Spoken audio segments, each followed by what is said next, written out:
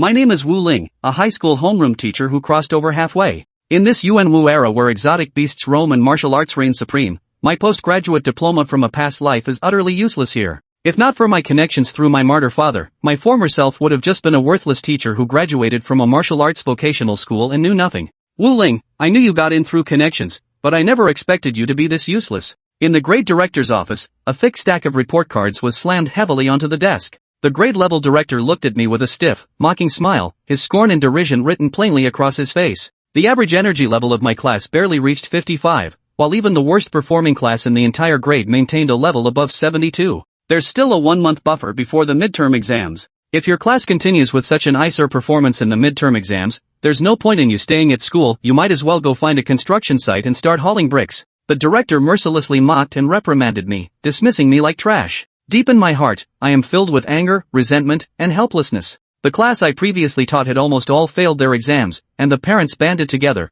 wanting to tear me apart limb from limb. Just as I was walking dejectedly toward my class, a notification sound rang in my mind. Ding! The host has successfully adapted to the environment of this world. The Divine Homeroom Teacher System is activating. A gleam flashed in my eyes. The system had finally arrived. Introduction to the Divine Homeroom Teacher System. Active effect. Teaching students and improving abilities will yield system rewards. Passive effect. The combined strength of all students in the class will be bestowed upon the host. The system activated, and a surge of energy erupted from the dantian, coursing through every limb and bone. In an instant, my blood chi value, amplified and compounded with my own, soared to a staggering 397 points, surpassing the threshold of a third-rank martial artist's blood chi. You should know that ordinary martial arts high school teachers are merely second-grade martial artists. The wool still comes from the sheep's back. From now on, I am the hell homeroom teacher. I can't wait to get to class and see my minions. Stepping into the smoke-filled classroom, the entire class fell silent for a couple of seconds before everyone resumed what they were doing. Some were playing with their phones, others were lost in romance, while in the corner, a couple was passionately kissing as if no one else was around. The entire class completely ignored me, their homeroom teacher. It seems the former self's authority had truly reached rock bottom. This class is notoriously poor, gathering the selected underachievers. But things are different now. With the system by my side, I can't stand to see these tools that could enhance my strength remaining so muddled and aimless. Silence. Standing on the podium, I let out a deep roar infused with chi and blood energy. The surging force merged with the sound waves, leaving all the students' eardrums throbbing and their minds blank. The students finally began to take me seriously, only to start whispering again about me being a worthless teacher. Who knows where this loser got pissed off and came to vent his anger on us in the classroom. All these murmurs reached my ears, filling me not just with sorrow and pity, but also with a growing sense of indifference. Hey, Wu, what the hell's gotten into you today? Wang Tianyang, the class bully sitting in the back row, rubbed his sleepy eyes, slammed the table, and started cursing at me while pointing at my nose. He was the second son of the Wang family in Wuchang City, with extremely poor martial arts talent, relying on his family to act arrogantly. When I first crossed over, he took advantage of fixing me to team up with parents and cause trouble for me, establishing his authority in the class. In that case, don't blame me for shooting the bird that sticks its neck out, while also making an example to warn the rest of the class. Wang Tianyang saw my silence and mistook it for fear, so he escalated his behavior, violently shoving a desk aside before storming up to the lectern with aggressive momentum. He reached out to grab my collar, then froze completely in the next moment.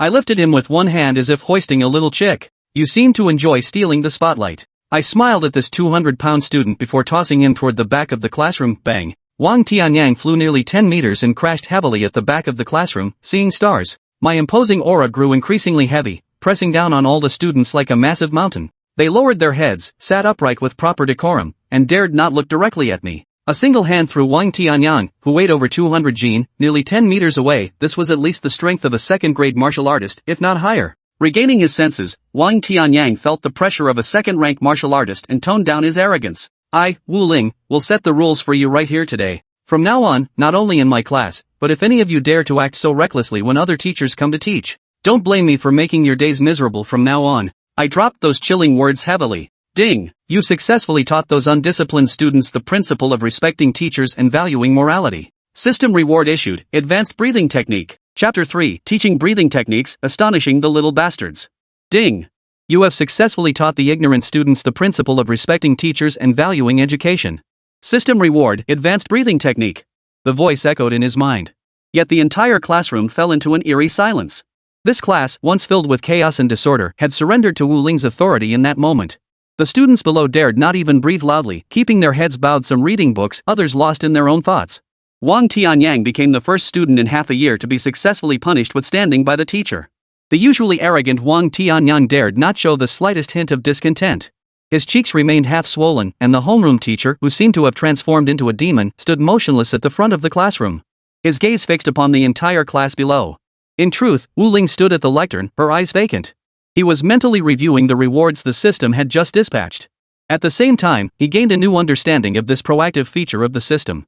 It turned out that rewards weren't only granted for helping students improve their cultivation. Positive guidance toward students also yielded substantial rewards. Take that advanced breathing technique, for instance.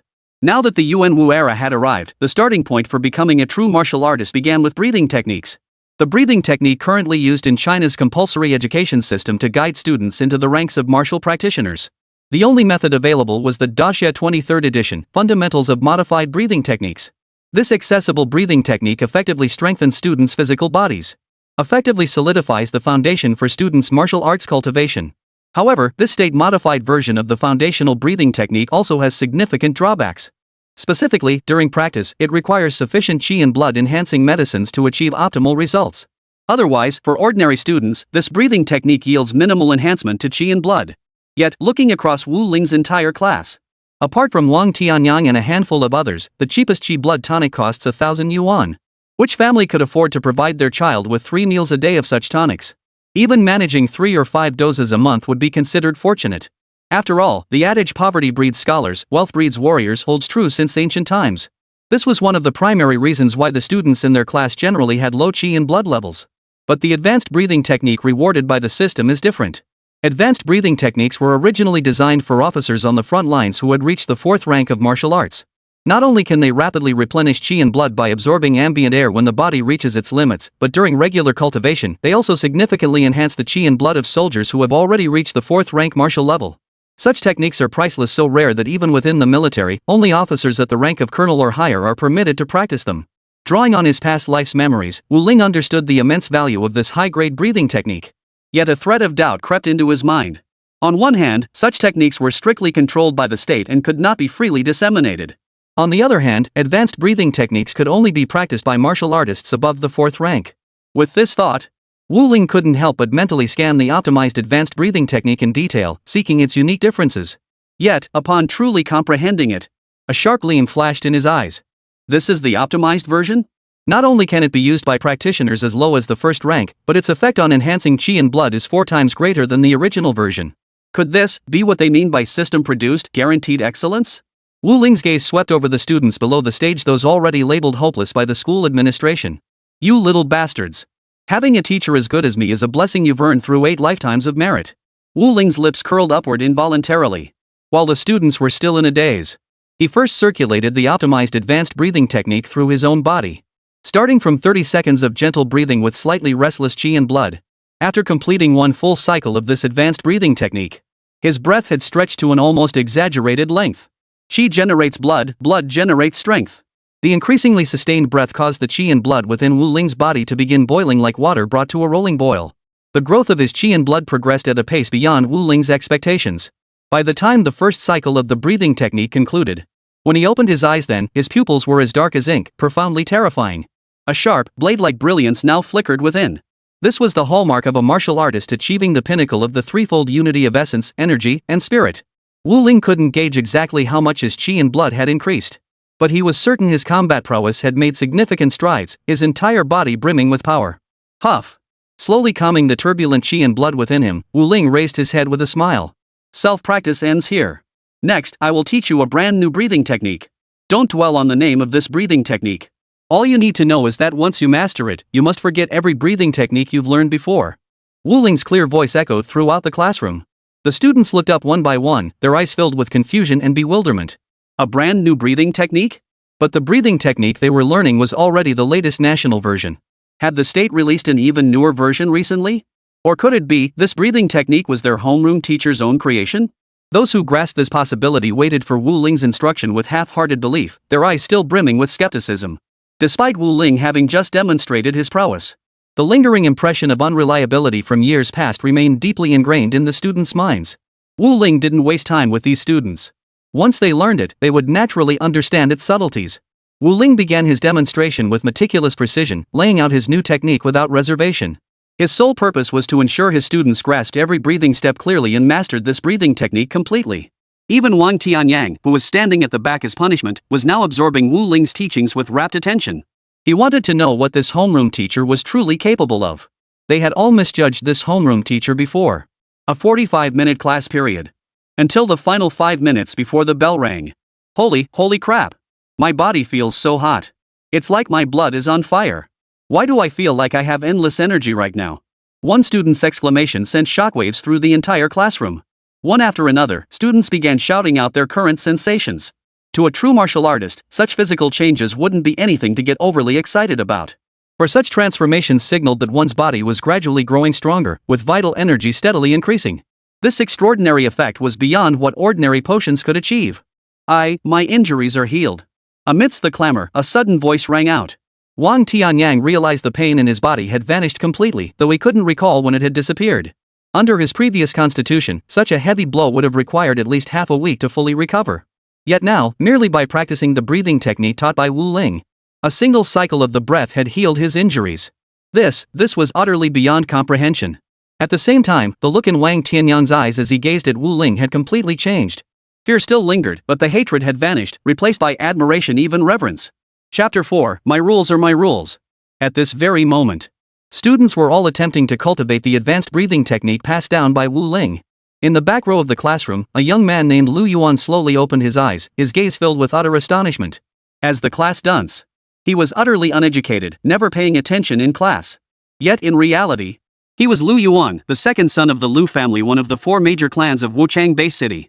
He had lived his entire life in the shadow of his older brother, Lu Tian.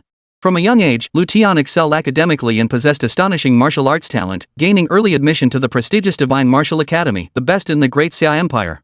Lu Yuan, possessing only average talent, was branded a good-for-nothing and a piece of trash. He was seen as a disgrace to the family.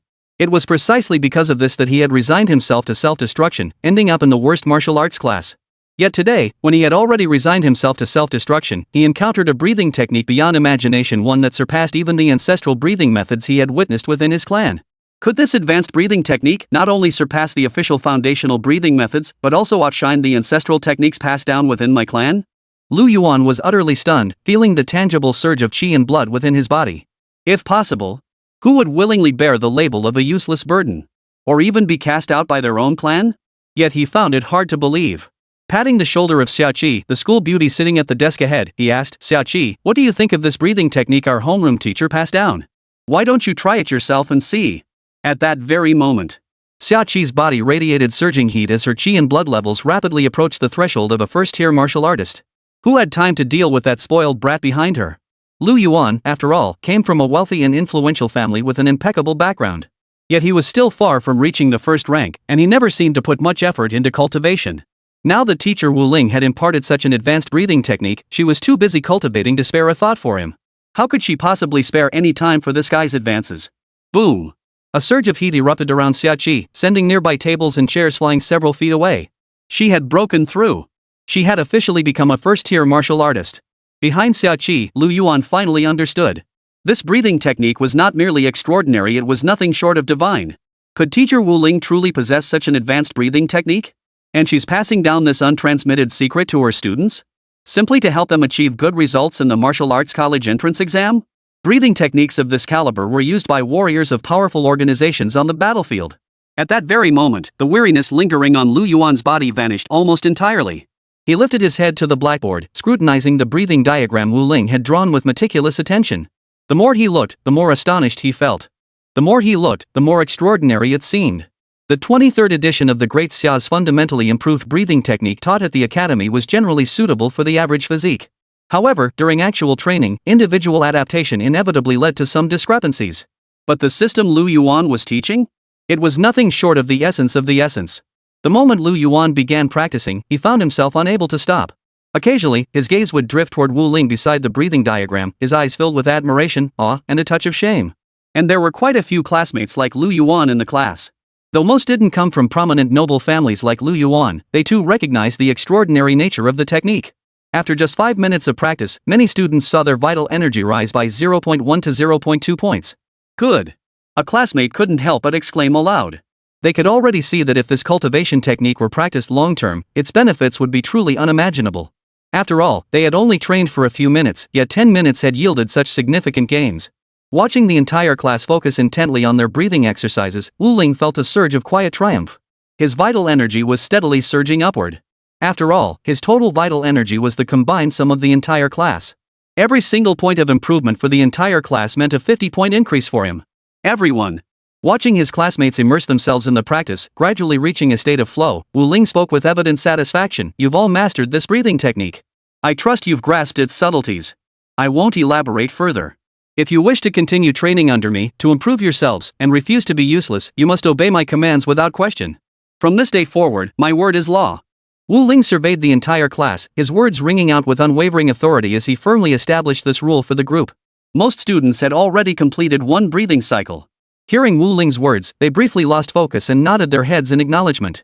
After all, even though this class hadn't devoted much time to practicing this breathing technique, yet most had already increased their chi and blood by 0.1 or 0.2. How astonishing was that? Forget just listening to Wu Ling, they'd practically call her dad. Seeing this, Wu Ling continued, our class, Class 12, has consistently ranked at the bottom of the grade for most subjects over the past few years. Everyone thinks we're the worst class, but starting today, we're going to strive to be the best. Show respect to your teachers, got it? The students below answered in unison, understood, Teacher Wu. Yet many still eyed Wu Ling strangely. They couldn't fathom why Wu Ling had suddenly changed her attitude and started paying them such close attention. The Wu Ling they knew hadn't been this kind to them before, nor had she ever displayed such remarkable talent. I know what you're thinking. Wu Ling barked, you students should act like students. Don't think I'm the only one who gets angry, even a clay figurine has its limits. You all saw Wang Tianyang's fate. When I was slacking off before, you reported me at least 10 times, did it do any good? Wu Ling swept her gaze across the room, leaving the students trembling in fear. He was determined to go all out. The advancement of any single student meant advancement for him. His future prospects, whether he could live in luxury or struggle, depended entirely on these students' abilities. Therefore, he had to enforce strict discipline, leaving no detail overlooked. Wang Tianyang glanced at his classmates' expressions, then shot a look at Wu Ling. He wished he could crawl under his desk right then and there. He'd practiced this technique too, and the results were nothing short of incredible. Phew, thank goodness Teacher Wu didn't hold a grudge and still pass this breathing technique on to me. Otherwise, I wouldn't even have a place to cry. Wang Tianyang thought to himself, his expression filled with immense relief. From this moment onward, he was no longer that troublemaker, he was Wu Ling's devoted fanboy. Meanwhile, Wu Ling continued with evident satisfaction, this semester, the martial arts college entrance exam is approaching. I have one request. His voice grew colder. I expect every single one of you to reach the second-tier martial artist level. Or even higher. Wu Ling held up 2 fingers as he spoke. The room erupted in an uproar. Are you kidding me? Even Xiachi, their class monitor with decent talent, had only just broken through to stage 1. And now Teacher Wu was saying he wanted them all to reach stage 2 martial artists by the time of the college entrance exams? Even if they practiced the advanced breathing technique Teacher Wu gave them every single day, it would be impossible. The threshold for a stage 1 martial artist was 10 chi blood points, while stage 2 required a staggering 100 points. For martial arts entrance exams, reaching stage 1 was generally enough for a decent martial arts university. Those who reached stage 2 were absolute geniuses. They'd be admitted to the top institutions. But their class was clearly a bunch of losers. With only a month or so left before the exam, how could this be possible? Chapter 5, There are no true losers in our class. Teacher Wu Ling's words had been echoing in their ears for quite some time, yet the classroom remained deathly silent. The students exchanged glances, yet no one spoke. Even the usual troublemakers fell silent, though their mouths hung open. Some sucked in a sharp breath. Their expressions clearly screamed, this can't be happening. It's absolutely impossible. You must be dreaming. Wang Tianyang had just been so embarrassed his face was practically turning the color of a red sweet potato, but now his expression had regained some composure. Clearly, he felt Teacher Wu Ling had been blowing his own horn a bit too much this time. Even if just 1 or 2 students advanced to second-tier martial artists, Teacher Wu Ling would be celebrated as a nurturing mentor whose profound influence would reverberate throughout Wuchang Bay City. For the entire class to reach second-tier martial artist? How could that possibly be? Even if you combined all the high schools in Wuchang Bay City, you might not find 10 such promising talents in a year. And their class had dozens of students. At this moment, not only Wang Tianyang didn't believe it, but Lu Yuan, sitting in the back row of the classroom, didn't believe it either. His brow furrowed into a deep character. He had already come to deeply respect Teacher Wu Ling's abilities, but the idea that their entire Class 12 could advance to second-tier martial artists remained utterly unbelievable. Such a feat was nothing short of a fairy tale. Behind the lectern, Wu Ling observed the expressions of her students below and understood their thoughts completely. In truth, if Wu Ling were not their teacher but just another student in the class, any student, even Xiaoqi, she wouldn't believe that by the time of the college entrance exams, every single student in the class would have reached the second-tier martial artist level. How could such a thing be possible? For a class of complete losers like theirs, it seemed utterly impossible. Yet Wu Ling remained utterly composed. It was as if she already had a clear plan in mind. After all, who could blame him for awakening his system? Whether for the sake of these students or for himself, he would turn his classmates into geniuses and powerhouses. Only then could he, Wu Ling, become a superpowered individual, amplified by the combined strength of his entire class. For the sake of the future, Wu Ling would not abandon a single student. The growth of any single student meant the growth of Wu Ling himself. Thus, Wu Ling's gaze swept over his classmates like a gentle breeze. This gaze, brimming with trust, instead made the students feel somewhat uneasy. They sensed that teacher Wu Ling's expectations for them seemed far too high. Why would teacher Wu Ling, a teacher possessing such advanced breathing techniques, hold such high expectations for them, the useless ones? What on earth was going on? What gives them the right? Were they perhaps teacher Wu Ling's illegitimate children? Would teacher Wu Ling get extra money if their abilities improved? No, then why? Perhaps there is one possibility: many students in their class come from well-connected families, local prominent clans whose children scored high on the college entrance exams. These parents would reward the teacher handsomely. But the problem is, that opportunity seems gone now. In such a short time, forget about Wu Ling. Even if the top class and most renowned teacher in their school were assigned to their class, it would be incredibly difficult to elevate their cultivation levels. Just reaching the rank of a first-tier martial artist would be an incredible achievement. If Wu Ling had just said she wanted to help the entire class reach the first-tier martial artist level, they might have believed her and rallied their fighting spirit for it.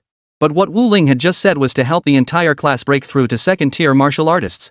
This wasn't just pumping them up, it was blowing a horn so big it was about to burst. The hype hadn't even started building before it threatened to explode. Because now, the students in the class had begun whispering among themselves. Most were discussing the reason behind teacher Wu Ling's statement. Was it a slip of the tongue? Or was teacher Wu Ling just making a bold claim to gauge the students' reactions, to snap them out of their complacency, like telling a joke? Surely teacher Wu couldn't have meant it seriously? Surely no one truly believed that the entire class could reach second-tier martial artist status in such a short time?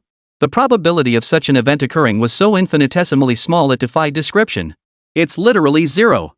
The students discussed it for ages, yet remained utterly baffled. Some students believed that Wu Ling had made such a claim because his teaching experience was still lacking. He likely assumed that possessing a powerful breathing technique would automatically enable him to lead everyone to the second tier. Perhaps he had projected the exceptional cultivation talent of a few students onto the entire class. Otherwise, why would teacher Wu Ling still look so stern, showing no sign of backing down? Teacher Wu Ling. At that moment, a hand shot up. The student raising their hand was seated in the second to last row of the classroom. The one raising her hand was none other than Xiaoqi, the class monitor and the class beauty. Her features were delicate and refined, her posture ethereal, and her demeanor extraordinary. Her family background was also quite respectable. Though not among the city's 4 major families, the Xia clan was still a formidable force. However, due to her rebellious nature and refusal to participate in arranged marriages for the family's benefit, she had been assigned to this lowest-ranked class. Teacher Wu, I have a question I'd like to ask. Xiaoqi spoke with a serious expression. After receiving a nod of permission from Wu Ling, she continued, Teacher Wu, for our classmates, reaching the threshold of a first-tier martial artist is already quite impressive. Only geniuses can reach the second tier, so... Teacher Wu, what exactly gives you the confidence and assurance to declare that every single student in our class will ultimately reach the second-tier martial artist realm? The moment these words left her mouth, the entire classroom fell suddenly silent. Class monitor Xiaoqi's words were brutally realistic. Indeed. Reaching the first-tier martial artist level was already the dream for most students in the class. Second tier was something many classmates couldn't even imagine in their wildest dreams. Yet teacher Wu had set it as their goal. On what grounds? Relying solely on teacher Wu's breathing technique wouldn't be enough. What other skills did teacher Wu possess that could elevate them to the second tier? Surely he couldn't just bring in some masters to perform initiation rites on them? The students couldn't think of many good ways to become second-tier martial artists in such a short time. In other words, they saw this as nothing more than a joke to be laughed off. There was no need to take it seriously. At this point, teacher Wu Ling should have taken the opportunity presented by class monitor Xiaoqi's words and gone with the flow, explaining that what he had just said was merely meant to encourage the students and not to be taken literally. However, upon hearing Xiaoqi's words, Wu Ling's expression remained largely unchanged, still stern and serious. There are no true failures in our class. Wu Ling declared with unwavering conviction. As long as you're willing to endure hardship and follow my teaching methods to the letter, I guarantee every single one of you will advance to second-tier martial artists before the martial arts exam. As for the training and teaching methods, others need not concern themselves, just obey orders. Chapter 6, From now on, it's all my class rapid advancement. Before long, the class period flew by. In the classroom, nearly every student diligently practiced the breathing techniques provided by teacher Wu Ling. Their progress over this single class was nothing short of rapid. How fast exactly?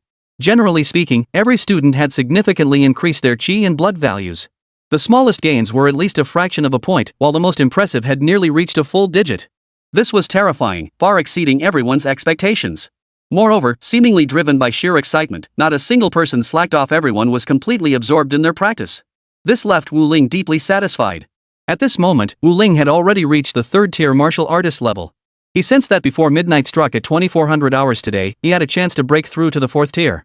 After all, the threshold for a fourth-tier martial artist was a staggering 500 vitality points. Ding-ling-ling.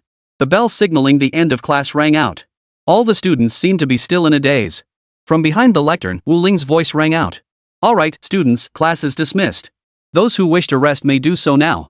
However, upon hearing Wu Ling's words, the entire class seemed oblivious. Every student in the classroom continued their breathing exercises, unwilling to waste a single moment. Their enthusiasm for practicing the breathing technique Wu Ling had taught them far surpassed their interest in eating, sleeping, or playing games.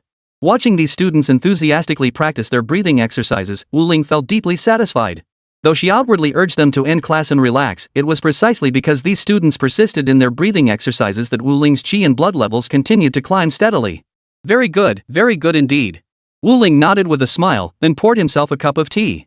Taking a slow sip, he turned his gaze back to the students before him and spoke. Actually, there's something else you should know now. And that is? From now on, I will be teaching all the remaining classes. The moment these words left her mouth, the students, still maintaining their cultivation postures, were all startled. Clearly, Wu Ling's words had startled them. But soon, a sense of shame followed, and then a feeling of unexpected yet inevitable realization. After all, their class 12 was widely regarded as the worst class in the entire school. So, no teacher wanted to take on their class or tutor them. Still, Wu Ling's words left them somewhat astonished. Because Wu Ling had essentially acted first and asked for permission later. Most of the other classes were theoretical courses. Yet even though these were theoretical courses, the teachers still held little regard for the students in this class. If Wu Ling had requested it, she could have obtained it without fail. Of course, for Wu Ling, this approach was absolutely necessary. Even if these students might still lack some theoretical knowledge, in Wu Ling's view, it was already too late for them to learn theoretical fundamentals at this stage. In other words, what they needed now was something more practical. Before long, the morning session had passed. After 4 full periods, the bell for the final class finally rang. The students in the classroom snapped out of their daze one by one. They exchanged glances before turning their gaze toward the podium in unison to look at their beloved teacher, Wu Ling. Without Wu Ling, they would never have gained so much qi and blood in just one morning. What they didn't know, however, was that the person feeling even more satisfied than they were was Wu Ling herself. For the vital energy he had gained alone equaled the combined total of the entire class. During these 4 lessons of observation, Wu Ling had discovered that each student possessed different levels of comprehension, resulting in varying degrees of improvement. Specifically, among all the students, the range of qi and blood enhancement fell between 0.5 and 1.2. In other words, as the sum of the class's qi and blood, Wu Ling had gained an increase of nearly 50 points in just this morning session. This surge in vitality could only be described as rocket-like. Wu Ling's current qi and blood had reached 450. He estimated that by afternoon, he would break through the 500 mark and officially ascend to a 4th-tier martial artist. Just as Wu Ling was celebrating his progress, a distinct gurgle sounded beside his ear. Startled, Wu Ling froze for a moment. Quickly, his keen hearing as a 3rd-tier martial artist pinpointed the source of the sound. It came from the students' seats below. Then came another gurgle, still originating from within the classroom, but this time from a different corner than before. Hearing this, the students glanced at each other, many wearing teasing, mocking expressions. But the very next moment, another gurgle sounded, this time from his own stomach. The enhancement of vital energy naturally required energy conversion, and since most had achieved significant progress today, their internal energy reserves were already completely depleted. One by one, they were all feeling hungry. At the same time, behind the lectern, a voice echoed within Wu Ling's mind. Ding! Congratulations, host! Your lesson has yielded remarkable results, with many students now viewing you in a new light. Reward obtained, yellow tier martial skill wave energy technique. Hearing the words in her mind, Wu Ling's heart leapt with joy. Yellow tier martial art? What did that even mean? Wu Ling couldn't wait to start practicing it. School had just ended, and classmates were packing their bags. Because they were so satisfied with the breathing technique Wu Ling had taught them, and out of respect for him, they now handled everything with the utmost care. Wu Ling had already stepped out of the classroom. At that moment, Ms. Zhu Yueling, the teacher of Senior 3 Class 18, also stepped out of her classroom. Spotting Wu Ling, teacher Zhu Yueling approached while holding her lesson plan. She tilted her head slightly, looking at Wu Ling with some puzzlement, then greeted him, Mr. Wu, how did your class go? As she tilted her head to ask, she glanced toward Class 12 behind Wu Ling. Ms. Zhu Yueling was a newly hired teacher at the school. She had been hired shortly after graduating, young and beautiful, her ponytail accentuating her youthful charm. Her high nose bridge and almond-shaped eyes, always smiling, radiated an intellectual beauty. Why is it so quiet today? Teacher Zhu asked, sounding a bit curious. After all, Wu Ling's Class 12 had always been the most rowdy, never this quiet before. Just some troublemakers acting up. I gave them a taste of their own medicine today, and now they're behaving. Wu Ling glanced back at the class behind him before turning to smile at teacher Zhu Yueling. Chapter 7, Conflict, Showing True Strength. Teacher Wu Ling, your teaching methods are truly remarkable, Zhu Yueling remarked in surprise. A faint smile spread across her face, revealing dimples in her cheeks. Her smile was like a blossoming flower of fitting description. Seeing such a young and beautiful female teacher gaze at him with admiration and envy, Wu Ling felt no stirrings within. His mind was entirely occupied by the 50 points of qi and blood he had just gained. This afternoon, he might even gain another 50 points, officially becoming a 4th-tier martial artist that was the real cause for celebration. Teacher Wu, if you have time, could you teach me too? Zhu Yueling gazed at Wu Ling with fervent eyes, brimming with hope and anticipation. As a newly appointed teacher, she was eager to learn and improve her ability to guide her students. Faced with such a beautiful woman's request, Wu Ling found it hard to refuse. Just then, a discordant voice suddenly cut through the air from behind them. Well, if it isn't the teacher of the worst class in the entire school, Teacher Wu? A male teacher approached as he spoke. This man was none other than the homeroom teacher of the class next door to Wu Ling's. His name was Zhang Kongjian. He was dressed in a casual Versace outfit, his wrist adorned with a gold Rolex watch, which he wore without any attempt at concealment. Upon seeing Wu Ling and Zhu Yueling, the expression on his face seemed to grow slightly more extreme. Before approaching, he had overheard some of the conversation between Zhu Yueling and Wu Ling. Now, witnessing Zhu Yueling's look of admiration toward Wu Ling, the fire of jealousy in his heart finally began to burn too brightly to contain. He immediately stepped forward, the crow's feet around his eyes seeming to multiply. With a solemn and stiff expression, he adjusted his gold-rimmed glasses, not even glancing at Wu Ling standing mere inches away. Instead, he turned to Zhu Yueling and continued, Teacher Zhu, you've only recently joined our school. There are many things you likely don't yet understand. The worst class in our school is precisely this Class 12, taught by Teacher Wu. Not only are the students unruly and defiant, but the teachers are equally useless. This fact was, in truth, an open secret. The situation in Class 12 was indeed desperate. Few teachers were willing to take on that class, and Wu Ling had been forced into it. Zhu Yueling opened her mouth in surprise, her expression darkening. She felt Zhang Kongjian was being rather rude. Was this really the kind of language a teacher should use right off the bat? Zhang Kongjian, however, seemed oblivious. He merely glanced sideways at Class 12 where Wu Ling stood before continuing his pointed remarks to Zhu Yueling. Teacher Zhu, I suspect the words just spoken by the teacher beside you are nothing but lies. I'd wager our teacher Wu wasn't disciplining the students, she was the one getting disciplined by them. Ha ha ha ha. Zhang Kongjian laughed as he spoke. Only then did he glance at Wu Ling beside him. He seemed eager to find any scars or marks on her body that might reveal she'd been bullied by those students. Zhang Kongjian scrutinized her intently, afraid of missing anything. He thought it entirely possible that Wu Ling had been disfigured by those mischievous kids. But Zhang Kongjian was disappointed. He found no wounds or suspected injuries on Wu Ling's body. Meanwhile, Wu Ling was also sizing him up, memories about Zhang Kongjian surfacing in her mind. The homeroom teacher of the neighboring class, who had always clashed with his predecessor. But his predecessor had been rather weak, never fighting back when bullied. But he's not the previous incarnation. Meanwhile, after realizing he couldn't corner Wu Ling on this front, Zhang Kongjian's eyes darted around as if he'd suddenly thought of something. He then addressed Wu Ling, you're a connection getter, aren't you? The school dumped you into this trash class. Bet you're pretty pissed off inside. These students are tough to handle, huh? If I were you, I'd just leave this school. You're only here because the school took pity on you, enduring abuse from those trashy students. I wonder what purpose or meaning you see in staying here at all. Zhang Kongjian gazed into the distance, speaking in a detached tone. Beside him, Zhu Yueling's expression darkened further upon hearing his words. You. Her temples throbbed, her ears flushed, and her chest heaved as she finally couldn't hold back. Staring at Zhang Kongjian, she snapped, Teacher Zhang. Do you even realize what you're saying? How dare you slander our teacher Wu Ling like that? And how dare you call the students trash? Besides, Teacher Wu has already made significant improvements by keeping Class 12 quiet. Stop talking. Zhu Yueling glared at Zhang Kongjian, her expression half playful, half angry. Seeing Yueling speak up for her, Wu Ling wasn't idle either. After all, he wasn't his former self. The former self would have meekly endured this, but he certainly wouldn't. Give an inch, take a mile was Wu Ling's guiding principle in life. He shot Zhang Kongjian a sidelong glance and remarked, "Did you swallow gunpowder today, Teacher Zhang? How dare you meddle in how I manage my own class? You start off by nagging and complaining. Come to think of it, your class 10 doesn't seem all that impressive. How come your students are treasures while mine are trash? Look at yourself, you don't even carry yourself like a teacher. These students are the future of our great Xia, the flowers of our nation. Calling them trash like that shows you have no professional ethics whatsoever. If I were you, I'd have thrown myself off a cliff long ago. What kind of teacher are you anyway?" Wu Ling's words were sharp and cutting, showing Zhang Kongjian no mercy whatsoever. Even the attention of several other teachers nearby had been drawn to the scene. Upon hearing her words, they looked at Zhang Kongjian with utter contempt. After all, calling students trash was utterly unbecoming of a teacher. No matter how inadequate these students might be, such language was unacceptable. "You!" Hearing Wu Ling's direct retort, Zhang Kongjian felt his composure begin to crack. He had repeatedly criticized Wu Ling before, and each time, without fail, she had hung her head like a little girl, meekly accepting his scolding. What on earth was going on today? How had her neck suddenly grown stiff? How dare she even talk back to him?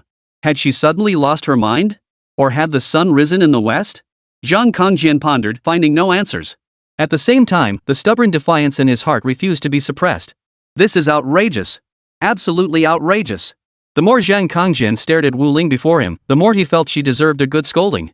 He silently gathered his strength, channeling his energy into his palms, then thrust violently toward Wu Ling's arm. He knew full well that Wu Ling wasn't particularly skilled. No, that wasn't the reason he'd been so timid and submissive among the teachers before. The reason wasn't just that he couldn't teach those underachievers in class 12 properly, another reason was that his own abilities weren't particularly strong either. Unfortunately for Zhang Kongjian, he was wrong. Times had changed. Wu Ling's palm struck out, instantly numbing Zhang Kongjian's arm and sending him staggering backward a step. Unable to steady himself, he stumbled back another step, then two, then three, finally absorbing the full force of the blow. This entire scene was witnessed by teacher Zhu Yueling standing nearby. Chapter 8, The Bet. Wu Ling's single strike stunned both teacher Zhu Yueling and teacher Zhang Kongjian. They had both believed they understood Wu Ling's abilities. After all, what teacher with real ability would choose to teach class 12? The rule at Wuchang No. 3 High School had always been, good teachers for good students. In fact, this practice wasn't unique to Wuchang No. 3 High School, most other schools followed the same principle. Therefore, Class 12 of Senior 3 at Wuchang No. 3 High School, the worst class in the entire school, indeed the entire city, was naturally assigned the weakest teachers. With inferior strength came naturally diminished authority. But when teacher Wu Ling made her move just now, she forced Zhang Kongjian back with ease. That seemingly casual technique actually demonstrated a level of chi blood power approaching that of a fourth-tier martial artist. The sheer abundance of her chi and blood clearly matched that of teachers like Zhang Kongjian and Zhu Yueling. In other words, teacher Wu Ling was no pushover. She was clearly a young, outstanding teacher. In fact, a teacher possessing such abundant vital energy precisely signified their innate talent and strength. Yet such abundant vital energy appearing in Wu Ling felt somewhat bizarre and utterly baffling. What was even more surprising, however, was Wu Ling's unyielding attitude. This was a stark departure from the temperament he had displayed in the past. Zhang Kongjian scrutinized Wu Ling from head to toe, utterly baffled. He couldn't fathom why Wu Ling suddenly possessed the strength and audacity to defy him. Could it be that he had been possessed by a foreign entity? The thought flashed through Zhang Kongjian's mind, but he quickly dismissed it. The reason was impossible. Because possession by an alien race would manifest numerous abnormal signs. For instance, one might develop alien-like features and subtle details such as heterochromia, dry, cracked skin, or magical markings. Yet Wu Ling appeared perfectly normal from head to toe. If that was the case, where had she gotten such immense strength just now? Zhang Kongjian pondered this, but the knot in his heart refused to unravel. He even began to suspect whether Wu Ling was just bluffing. Could he only unleash such immense power in that single instant? Would attempting it again drain him dry? Zhang Kongjian pondered, still feeling something was off. Yet the knot in his chest remained stubbornly tangled, suffocating him. Why? What kind of person are you, Wu Ling? If you had connections and resources, would you be teaching in class 12? No matter how hard Zhang Kongjian tried to understand, the frustration kept building, threatening to overwhelm him once more. At that moment, teachers from other classes rushed over. Enough! What are you doing? This is a school.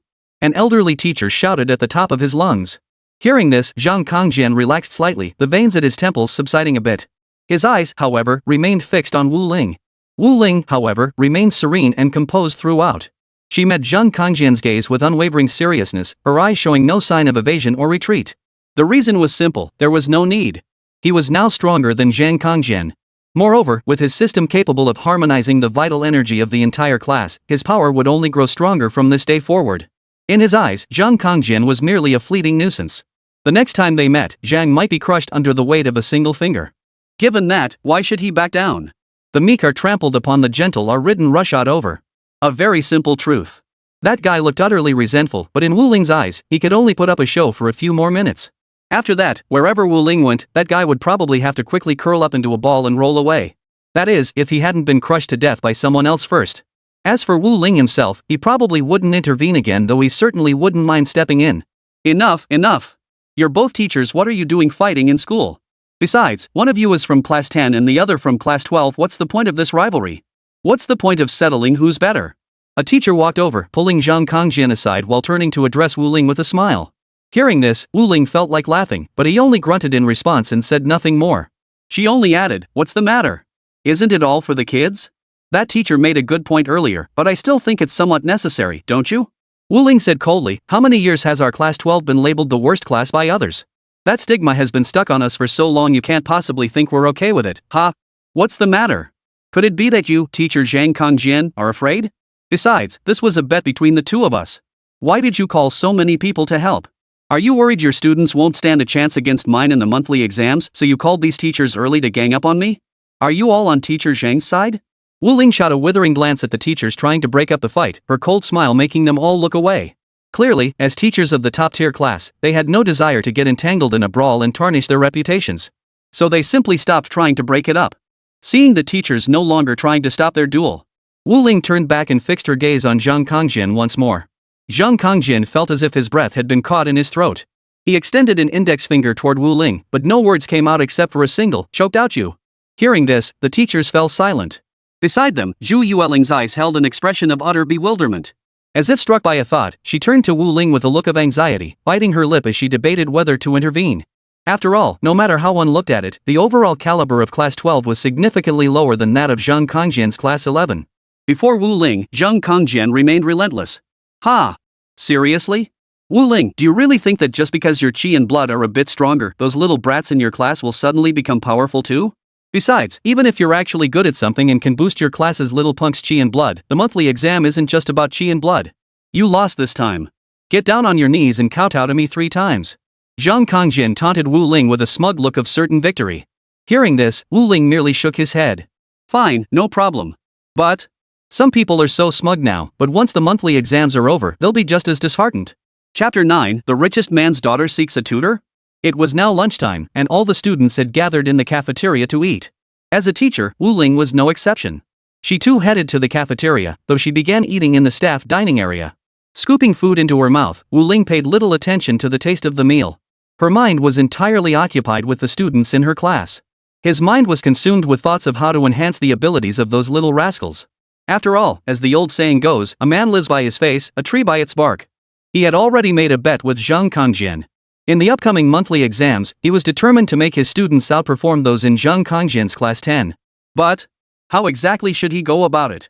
If he just followed the routine like this, even if his class 12 students practiced breathing exercises punctually every day and trained in martial arts, they still wouldn't stand a chance against those class 10 students.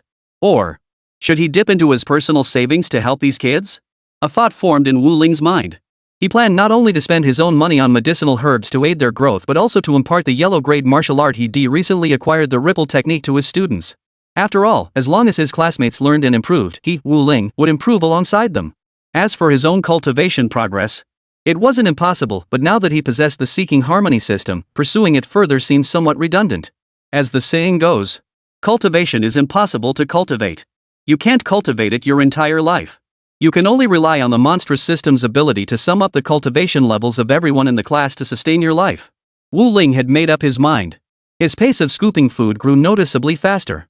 Just then, someone across from him approached with a tray of food, sat down. "What a coincidence, Teacher Wu." The teacher wore a smile. Seeing that Wu Ling had already eaten most of his meal, he directly handed over a small plate of meatballs from his own tray. He then casually added, "Teacher Wu, you've become quite the talk of the school now." "Ha ha.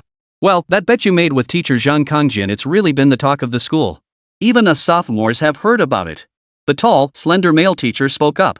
The moment the words left his mouth, Wu Ling recognized something. He recognized the male teacher before him. Xia Datong, a sophomore teacher. Back in their days at Central China Normal University, they had been classmates. But now, due to teaching different grade levels, they hadn't spoken in ages. Ah, you're asking about that. Wu Ling now understood why the man had come here, even bringing him meatballs. He was concerned about the bet between him and teacher Zhang Kongjian.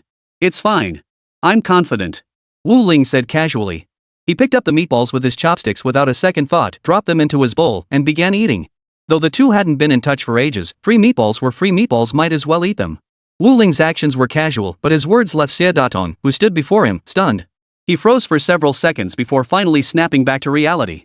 Then he spoke up, Teacher Wu, what did you just say? No way?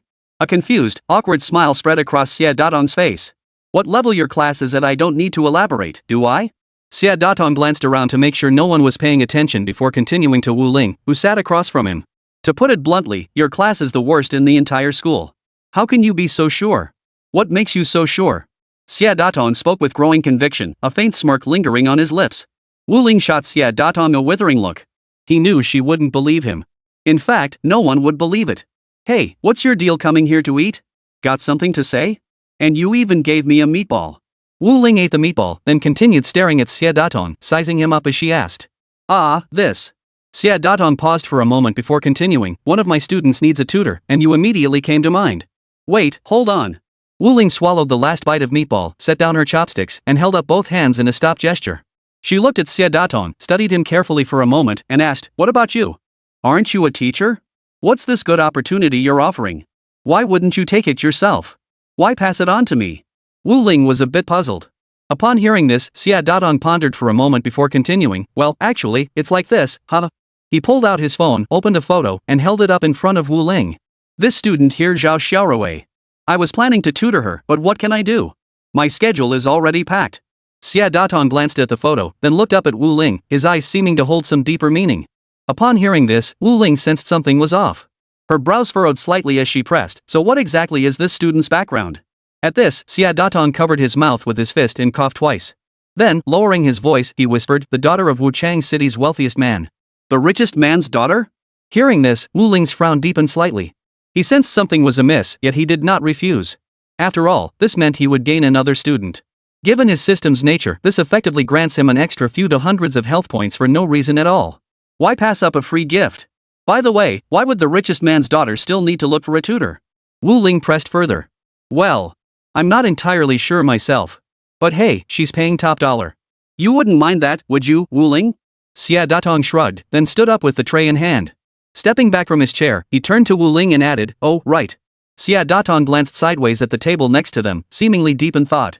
He turned back to Wu Ling and continued, Don't let your emotions get the better of you over this thing with Zhang Kongjian. You shouldn't have made that bet in the first place.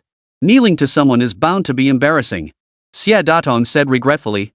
Clearly, in his view, Wu Ling was bound to lose this contest with Zhang Kongjian. Seeing Xia Datong's expression, Wu Ling smiled back. You've got it all wrong. It's the exact opposite. Chapter 10, Beyond Textbooks, Focusing on Practicality. Meanwhile, Wuchang City. Tanjiang, an old residential neighborhood. A high school student, Zhang Tao, skillfully tossed a plastic bottle he just retrieved from a trash bin onto the ground, crushed it flat with his foot, and tossed it into the burlap sack beside him. He muttered to himself about the exact amount of money this bottle would fetch at the recycling station.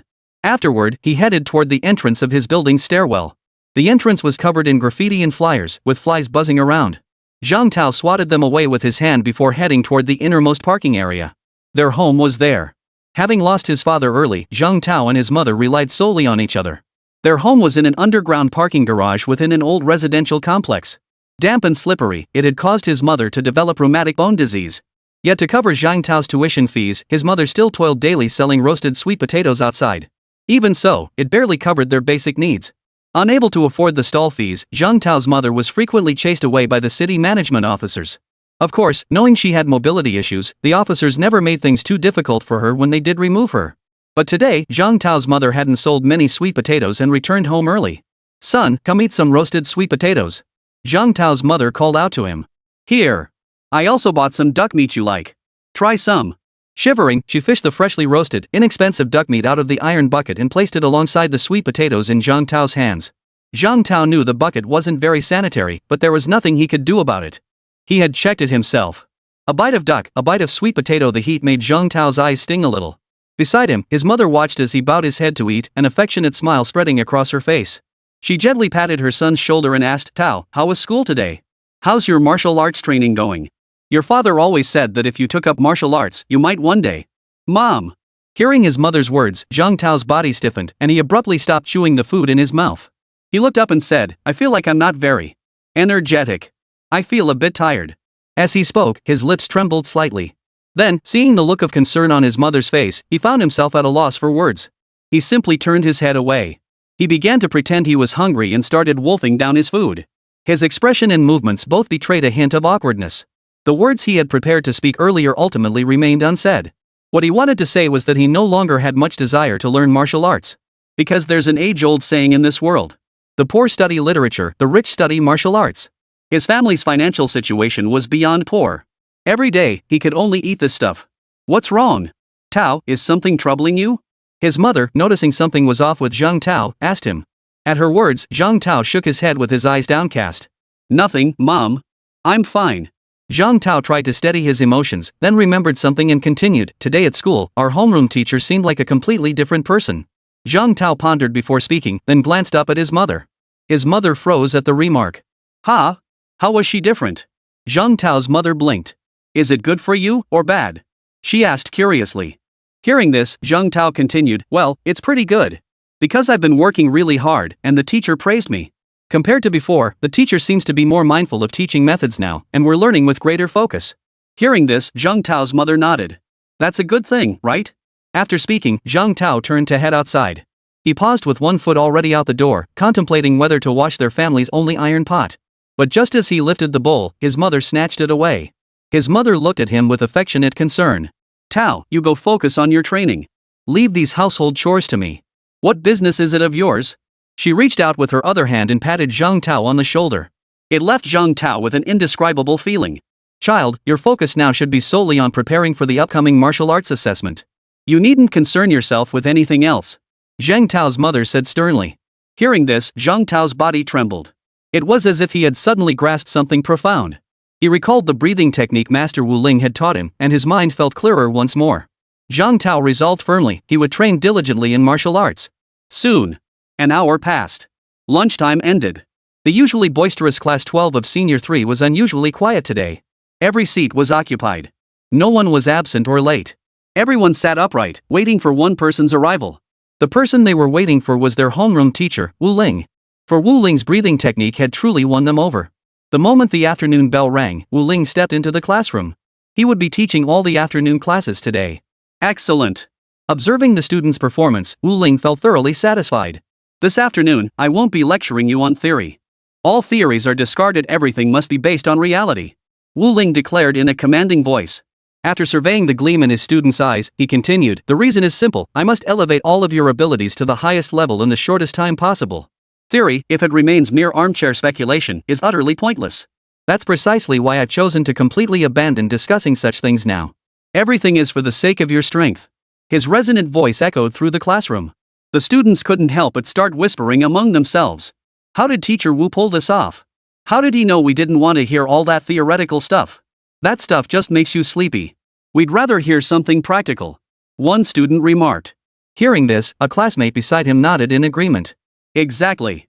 What's the point of just reading from the textbook? But besides textbook material, what else could Mr. Wu possibly teach us? Another student asked curiously. I don't like the textbook content either, but Teacher Wu isn't going to teach us another amazing technique like the breathing method he showed us this morning, is he? Exactly. This afternoon, I'll teach you a set of yellow-grade martial arts techniques.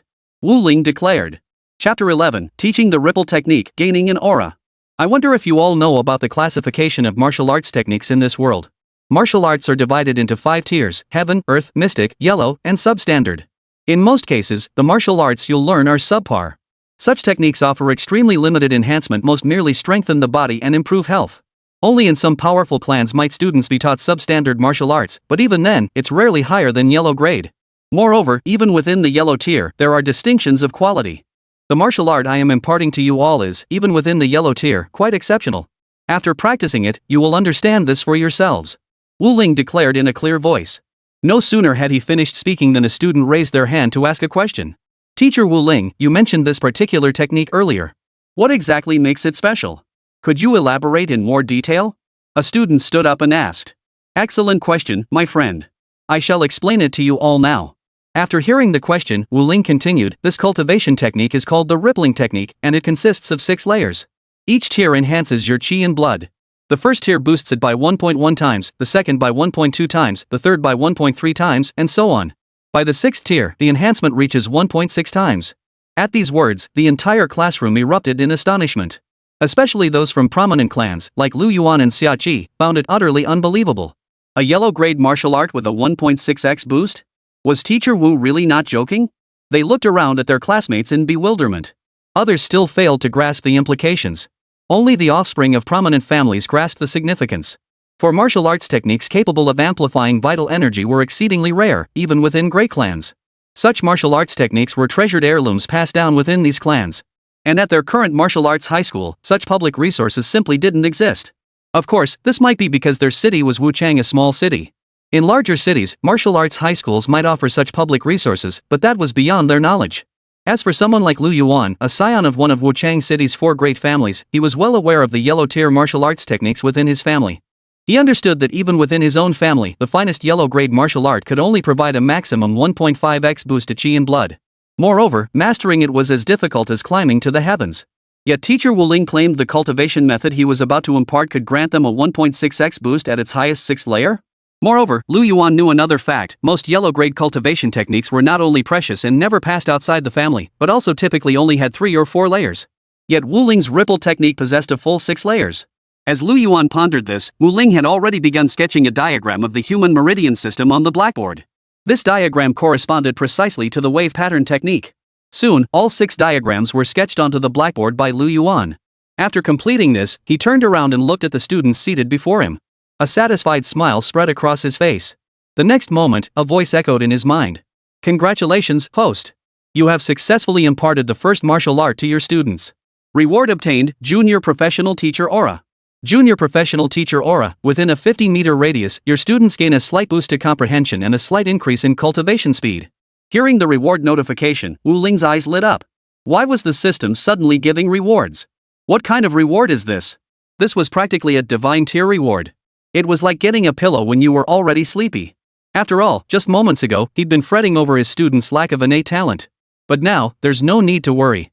At this very moment, the students began studying the meridian diagrams on the blackboard, each starting their own attempts at chi and blood circulation. The ripple technique was no ordinary martial art, it was a super technique that fused cultivation and combat into one. Ordinary family martial arts techniques had separate training methods and combat applications, never to be mixed. But wave pattern technique is different. Not only does it have more layers than other yellow-tier martial arts, but training and combat are one and the same. This meant that what the students mastered during training could be seamlessly applied in future combat. Of course, possessing such unique properties does not guarantee that the students will necessarily master it. The students present pondered this.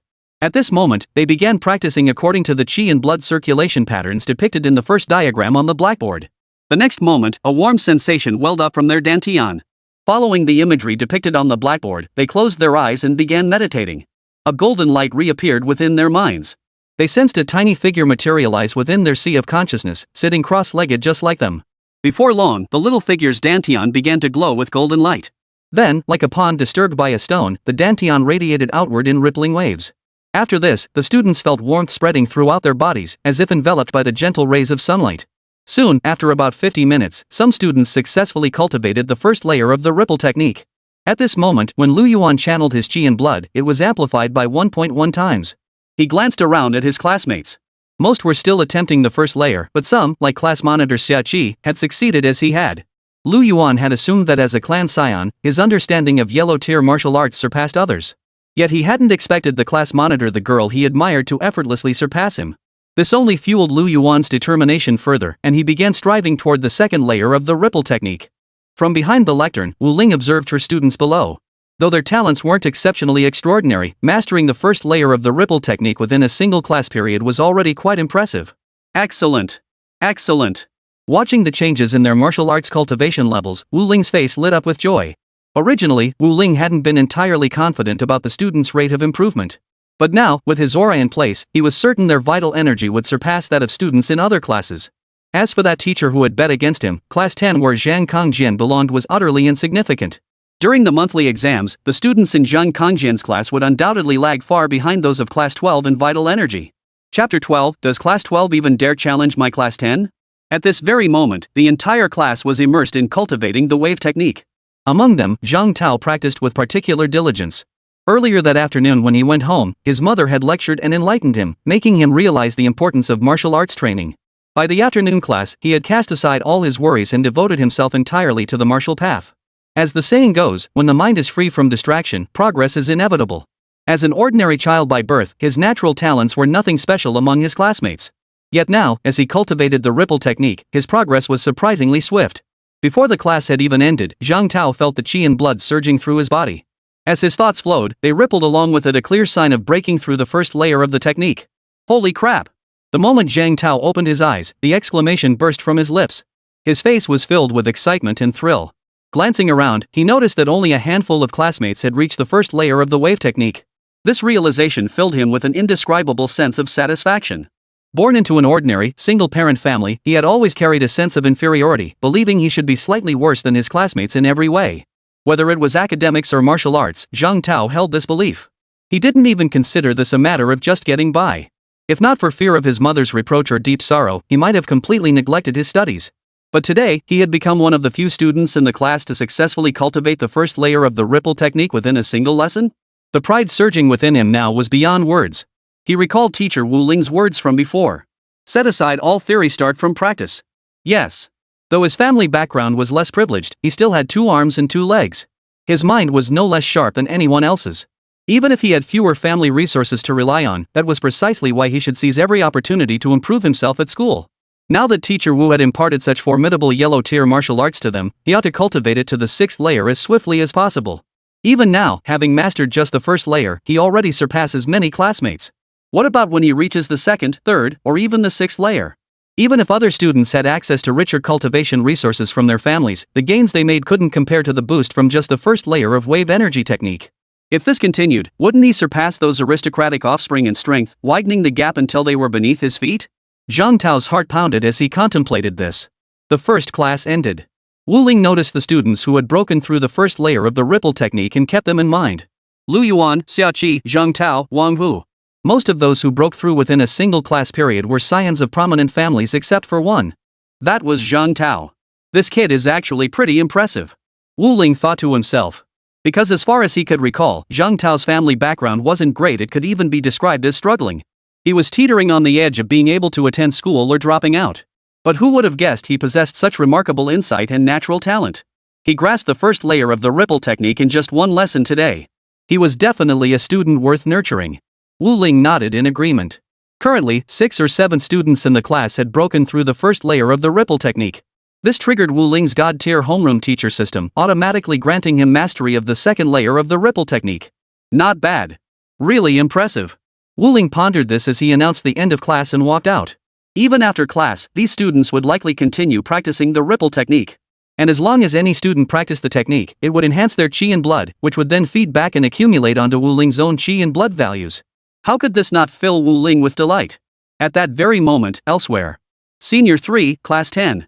Homeroom teacher Zhang Kongjian had arrived in the classroom and gathered the students to explain the wager he'd made with Wu Ling, the homeroom teacher of Senior 312. Students, I made a bet with Ms. Wu from Class 12. The stakes? We're betting on which class will have the higher average score on the upcoming monthly exam.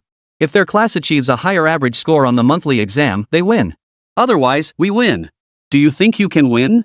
Zhang Kongjian asked with a hint of a smile on his face.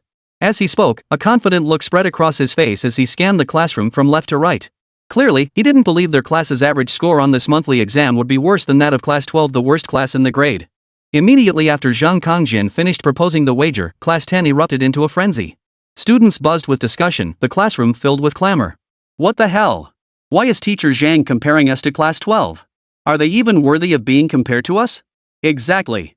What kind of joke is this? Class 12? That's the bottom tier class. No matter what, our class is still just an average one.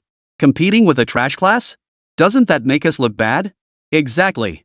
Is their teacher Wu out of his mind? Or did he just lose his marbles? Are they even playing along with this comparison? Or are they just doing this to spite us? Teacher Zhang, what do you think?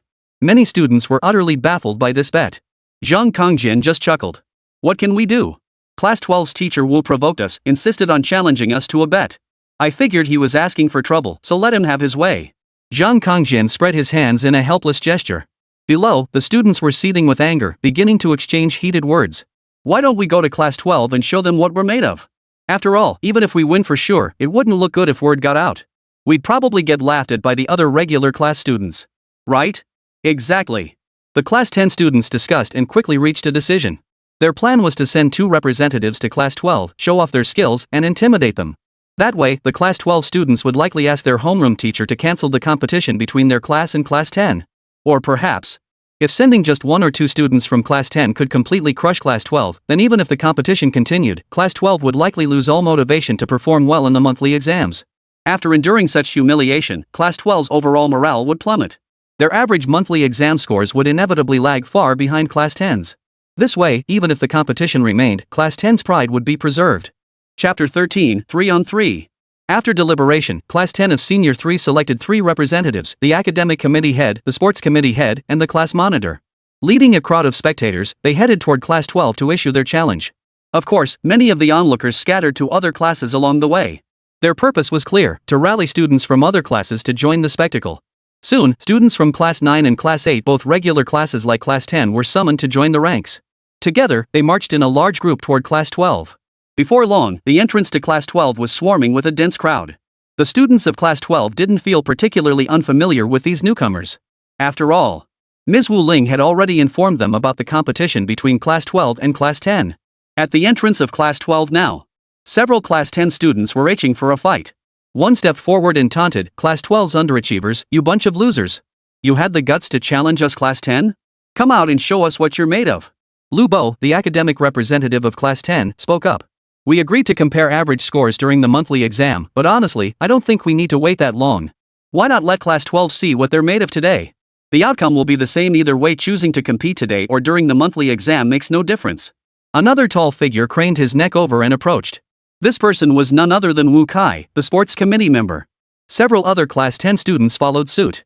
Without exception, those at the forefront of Class 10's group were all individuals whose strength had already surpassed that of first-tier martial artists. In truth, for current senior high students, breaking through to become a first-tier martial artist before the college entrance exams was already considered an extraordinary achievement. Of course, this was specifically within the context of this school. In other schools, especially the top-tier ones, first-tier martial artists weren't considered elite fighters. What these Class 10 students didn't know was that for Class 12, first-tier martial artists were indeed no longer considered elite fighters. With the aid of the yellow-tier martial art ripple technique provided by teacher Wu Ling. Upon hearing the commotion outside Class 12's door, Wu Ling, who had been in an office nearby, stepped out. She discovered the incident where Class 10 had challenged Class 12. Standing outside the crowd, a faint smile appeared at the corner of Wu Ling's mouth. Naturally, he didn't want to casually intervene in the friction between his students. Moreover, he wanted to observe the current state of his students' abilities. Having also recently broken through to the next tier, could his students surpass those of Class 10? At that moment, at the entrance of Class 12, Lu Yuan and Xia Qi stepped forward. They accepted Class 10's challenge. "As you requested, we'll meet on the field. Each side will send 3 representatives." Lu Yuan raised his voice. "Agreed." Upon seeing Lu Yuan and Xia Qi, the Class 10 students exchanged glances before turning back to nod at them. Clearly, they recognized Lu Yuan and Xia Qi as scions of prominent Wuchang families. Though they were from the underperforming Class 12, they were likely the strongest students in that class. Therefore, teaching these 2 a lesson would likely be the most effective way to crush Class 12's confidence, probably demoralizing them completely. However, since the match was 3v3, Class 12 would need to select one more fighter and naturally, Class 10 would do the same. At that moment, Lu Yuan and Xia Qi turned to look at their classmates behind them, wondering which one would step forward to challenge.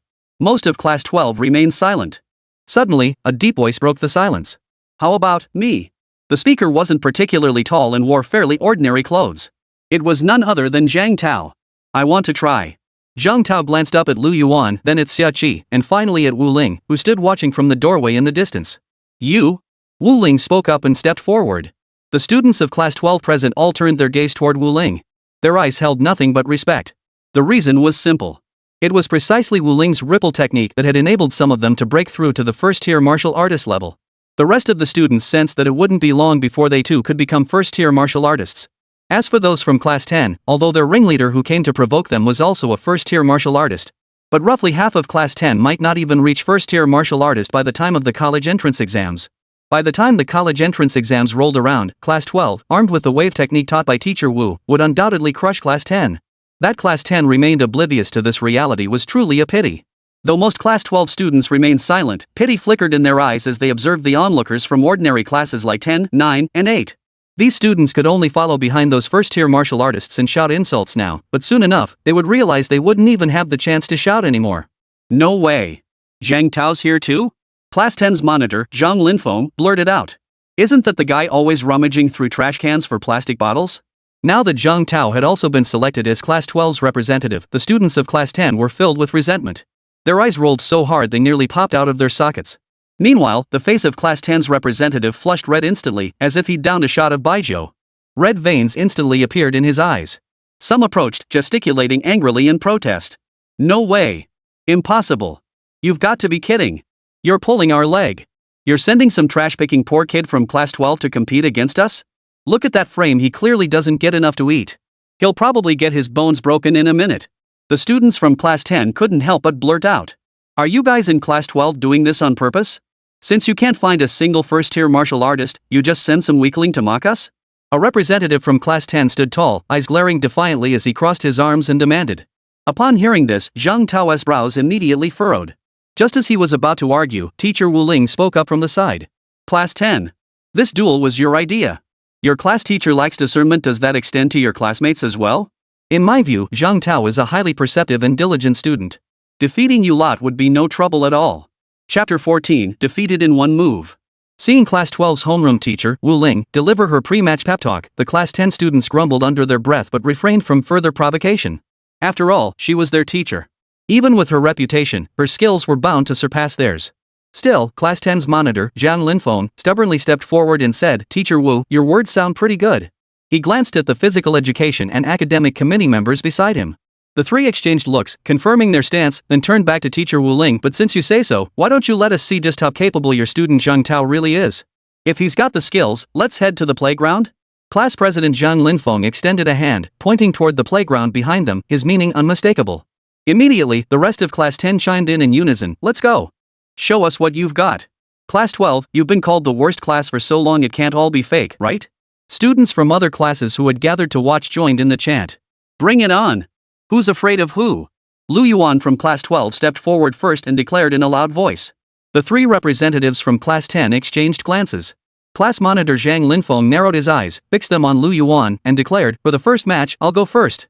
At this declaration, neither Lu Bo, the academic representative, nor Wu Kai, the sports representative, from Class 10 uttered a word. Among the three, the class monitor was clearly the most capable. In Class 12, although Xia Qi was also the class monitor, she was, after all, a girl. Lu Yuan, on the other hand, was male and came from a prominent family. In the eyes of Class 10, Lu Yuan was undoubtedly the strongest among the three. Lu Yuan, don't think just because your family is one of the 4 great families in Wuchang City, you're some kind of big shot. You're nothing but a good-for-nothing. Zhang Linfeng, the class monitor of Class 10, sneered coldly at Lu Yuan. With your family's privileged background, why do they keep you stuck in the worst class in our school? At that moment, the crowd was already heading toward the trial grounds on the playground.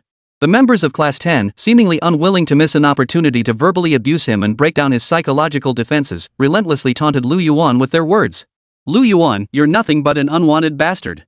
Zhang Linfeng shouted the words loud and clear. The words sent a jolt through Lu Yuan's entire body. The words carry too much weight. Many classmates, upon hearing it, couldn't help but turn their gaze toward Lu Yuan, wanting to see if Zhang Linfeng's words held any truth. After all, it was undeniable that Lu Yuan belonged to the Lu family, one of Wuchang City's 4 prominent clans. With their family's influence, they could transfer Lu Yuan out of Class 12 at any moment to another class or even another school. After all, the school probably wouldn't dare to offend the Lu family. Yet the Lu family chose not to do so. Instead, they had consistently left Lu Yuan in the worst-performing Class 12. This approach. On one hand, it certainly demonstrated adherence to the established order. On the other hand, is it true, as Zhang Linfeng claims, that the Lu family abandoned Lu Yuan, leaving him to fend for himself? Many people couldn't understand. Lu Yuan kept his head down and walked forward, paying no heed to the whispers and strange stares around him. Finally, the two arrived at the playground. They chose a spot. Zhang Linfeng stretched his limbs, struck a pose, and amid the cheers of his classmates from Class 10, charged toward Lu Yuan ahead. As for Lu Yuan, he hadn't uttered a single word since they'd started moving. However, the moment he stood on the playground, the wave technique within his body abruptly began to circulate. His first-grade chi and blood, with a total of 12 points, began circulating throughout his body. Centered around his dantian, it spread through his meridians and bones. Empowered by the first layer of the ripple technique, every move Lu Yuan executed now equated to unleashing the power of 13.2 chi blood. Immediately, Lu Yuan began channeling the Lu family fist and foot techniques. Power surged through his limbs as he unleashed a series of punches that crackled with force, creating an imposing display. Across from him, Zhang Linfeng also unleashed a family-transmitted martial art, not the techniques taught at school. In the next instant, their fists clashed and their bodies collided. A thunderous bang erupted with chilling intensity. It felt as though an explosive force had erupted within their bodies. In the next instant, both men stumbled back 2 steps. But after taking those 2 steps back, Zhang Linfeng paused, then stumbled back 3 more steps before plopping down onto the ground at the edge of the training field. His entire body trembled, his breath coming in ragged gasps. Lu Yuan, however, stood firmly in place, already back to his usual self. "Now, who's the useless one?" Lu Yuan spoke calmly, then turned, hands in his pockets, and walked toward the edge of the crowd. His words plunged the entire crowd into silence. Clearly, Lu Yuan intended to prove himself through action rather than empty words or disparaging remarks about his opponent's background. This approach had undeniably won over every person present. For every person present had a family of their own. Some, like Lu Yuan, came from families of their own, though none were as formidable as the Lu clan. Take Zhang Linfeng, the class monitor of Class 10, for example. His Zhang family was also a minor clan within Wuchang City. A major reason Zhang Linfeng had disparaged Lu Yuan before the match was his envy and jealousy of Lu Yuan's family background. Now, after their duel, Zhang Linfeng had been defeated in a single move. Clearly, all the slander and rumors Zhang Linfeng had spread about Lu Yuan had been thoroughly debunked. Having stepped down from the stage, Lu Yuan felt a profound sense of calm wash over him. For within his heart, he had made up his mind. From this day forward, he refused to be the worthless bastard son in others' eyes. Even in Class 12, he could become a formidable force. The outcome of the first match had already stunned many of the onlookers present. Among the onlookers, aside from Class 12 students, most believed the winner should have been Zhang Linfeng, the class monitor of Class 10. Yet the outcome was vastly different from what these spectators had anticipated. After all, Zhang Linfeng, the Class 10 leader, was already a first-rank martial artist. Among those present, few possessed such formidable martial prowess. Yet despite such formidable strength, he was defeated in a single strike by Lu Yuan from Class 12, the very person everyone called a useless good-for-nothing and a bastard child. Did this mean their perceptions of Class 12 and Lu Yuan were vastly different from reality? At that moment, the matches continued. Xia Qi from Class 12 stepped forward. Class 10's tall sports committee member, Wu Kai, also stepped forward. They rubbed their hands together, ready for action, and headed toward the trial grounds. Chapter 15, Low Kick Too Brutal. The second match had now begun. Wu Kai stood nearly 2 meters tall. Xia Qi was barely 5 feet 3 inches tall. One was a giant, the other a petite girl. The stark height disparity set certain expectations among the onlookers. It seemed that if Wu Kai could leverage his natural physical advantage, defeating Xia Qi would be no difficult task. Moreover, given the stark physical disparity between them, assuming both possessed equal vitality, Wu Kai's strength would inevitably outweigh Xia Qi's slender frame. Thus, even before the match began, many spectators already deemed it a contest too painful to watch. "Little girl, why don't you just give up gracefully?" "Ha ha!" Wu Kai cracked his neck with a satisfying pop, grinning broadly as he looked toward the school beauty, Xia Qi. "Look at my build and compare it to yours. Is there really any point in continuing this fight?" Wu Kai slowly advanced, arms outstretched, his face radiating smug satisfaction as he drew nearer to Xia Qi.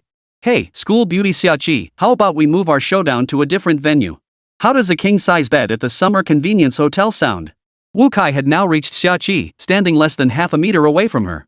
The shadow cast by Wu Kai's body under the light completely obscured Xia Qi's figure. The next moment, Xia Qi suddenly moved. Her form darted like a startled hare, instantly becoming a blurred afterimage as she vanished from Wu Kai's line of sight.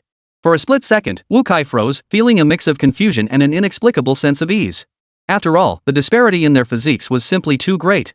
He, Wu Kai, had already broken through to become a first-rank martial artist. He neither knew nor had heard that Xia Qi had already become a first-rank martial artist. Therefore, he assumed that Xia Qi, who was still not a first-rank martial artist, launching an attack against him, a first-rank martial artist, would be about as futile as an ant shaking a tree. He could even casually block her forehead with his hand, just like in some videos, to stop her attack. And thus end this contest with remarkable ease? Wu Kai was utterly perplexed. But the next moment, a sudden chill swept past his body, making him sense something was terribly wrong. The next instant, a pain unlike any he had ever felt in his life erupted from the center of his body. Yes. Wu Kai had just taken a solid roundhouse kick to the groin from Xia Qi. As Xiaoqi walked onto the training ground, she had already noticed the mockery, contempt, and a hint of aggressive intent in Wu Kai's gaze. His gaze seemed to want to tear her clothes off. Therefore, Xiaoqi held nothing back, delivering a brutal strike that instantly ended Wu Kai's participation in this sparring match. Ow! Wu Kai let out a pained cry. As darkness clouded his vision and excruciating pain shot through his sensitive areas, he buckled at the knees and collapsed to his knees. He finally understood the magnitude of his mistake. He should never have underestimated this little girl. Moreover, her skills likely already reached the level of a first-rank martial artist. Even if they fought again with both of them at full strength, he might not be able to defeat Xiaoqi. And he had treated her with such contempt, only to get hit hard with that groin kick. At that moment, the surrounding students fell silent once more. Most of the male students from Class 10 wore twisted expressions of discomfort, as if they too had been kicked. After all, just watching Xiaoqi deliver that kick had been agonizing enough, let alone actually taking it. If anyone else had been in his place, getting kicked to death wouldn't have been impossible. Many present immediately clutched their groins, holding on for what felt like an eternity. They dared not let go, as if doing so might invite Xiaoqi's flying kick to sever their manhood. The scene was brutally grim. Even Wu Ling couldn't help but shake her head, muttering under her breath, "That girl looks so delicate and fragile, yet she's so ruthless when she fights. Looks like she's got real potential." The competition between Class 10 and Class 12 has now seen 2 rounds, with Class 12 students defeating Class 10 students in a single move each time. It seems Class 12 has completely outclassed Class 10. However, some argue that Class 12's recent victory was highly controversial and perhaps shouldn't count. This is because techniques like the low kick are generally prohibited in formal matches. But in the initial moments of that match, Wu Kai had once again treated Xiaoqi with contempt through his gaze and words. Xiaoqi resorted to such a vicious move to salvage her dignity, so perhaps it wasn't entirely excessive. In any case, the third match proceeded without delay. Zhang Tao strode onto the trial grounds. Before the previous 2 matches began, Class 10 had already voiced numerous discriminatory remarks about Zhang Tao. Of course, these remarks weren't entirely baseless. Trash collector, penniless beggar. These remarks weren't entirely inaccurate. Zhang Tao's family was indeed extremely poor, and he genuinely earned money by picking up and recycling trash. Since his family lived in a basement, calling him a poor schmuck wasn't entirely inaccurate either. The person entering the stage now is Lu Bo, the study committee member. Lu Bo's family could be considered a well-established one. Though not as prominent as the Lu family from Lu Yuan, they still ranked among the top 10 families in Wuchang City. Therefore, in terms of family background, Lu Bo's household was far superior to Zhang Tao's. At that moment, as Zhang Tao stepped onto the stage, murmurs began to ripple through Class 10 and other ordinary classes. Unlike the previous 2 contestants, Lu Yuan and Xiaoqi, both of whom came from solid family backgrounds. Even though they were in a lower tier class, it would be inaccurate to claim their victories were entirely unrelated to their family backgrounds. But Zhang Tao's family background was poor to an extreme degree. Moreover, his grades were merely average in Class 12, unlike Lu Yuan and Xiaoqi, who were top performers in their class. Under these circumstances, if he could still defeat Class 10's academic committee member, that would truly be bizarre.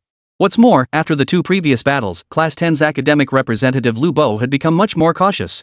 Meanwhile, Zhang Tao was feeling somewhat tense right now. He felt immense pressure and inferiority. The previous 2 opponents had been defeated by his classmates in a single move. This time, he sensed his opponent's strength was not inferior to his own, perhaps even slightly superior. Could he still win? Chapter 16, I can't lose, can I? Go, Lu Bo. At the edge of the playground, Class 10 students cheered on their class monitor, who stood in the center.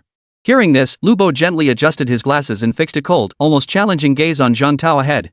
As Class 10's academic representative, he was considered elite even among the entire student body, while Class 12 was merely a bottom-tier class.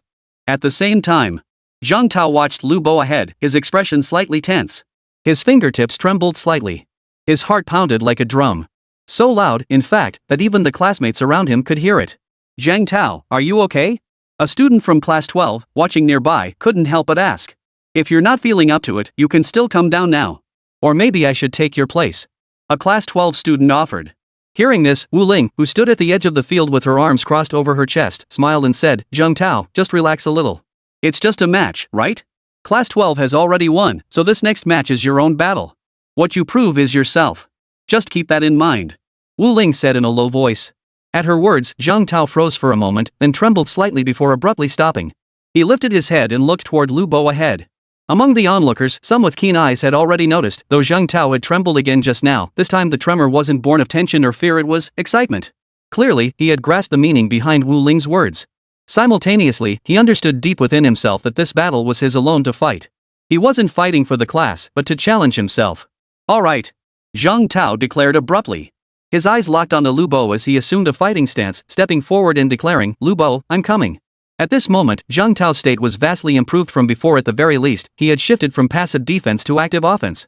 Planting his foot firmly, he transformed into a miniature whirlwind, charging toward Lu Bo. Lu Bo remained utterly composed, extending only one hand forward. Slowly, he curled his fingers toward his palm.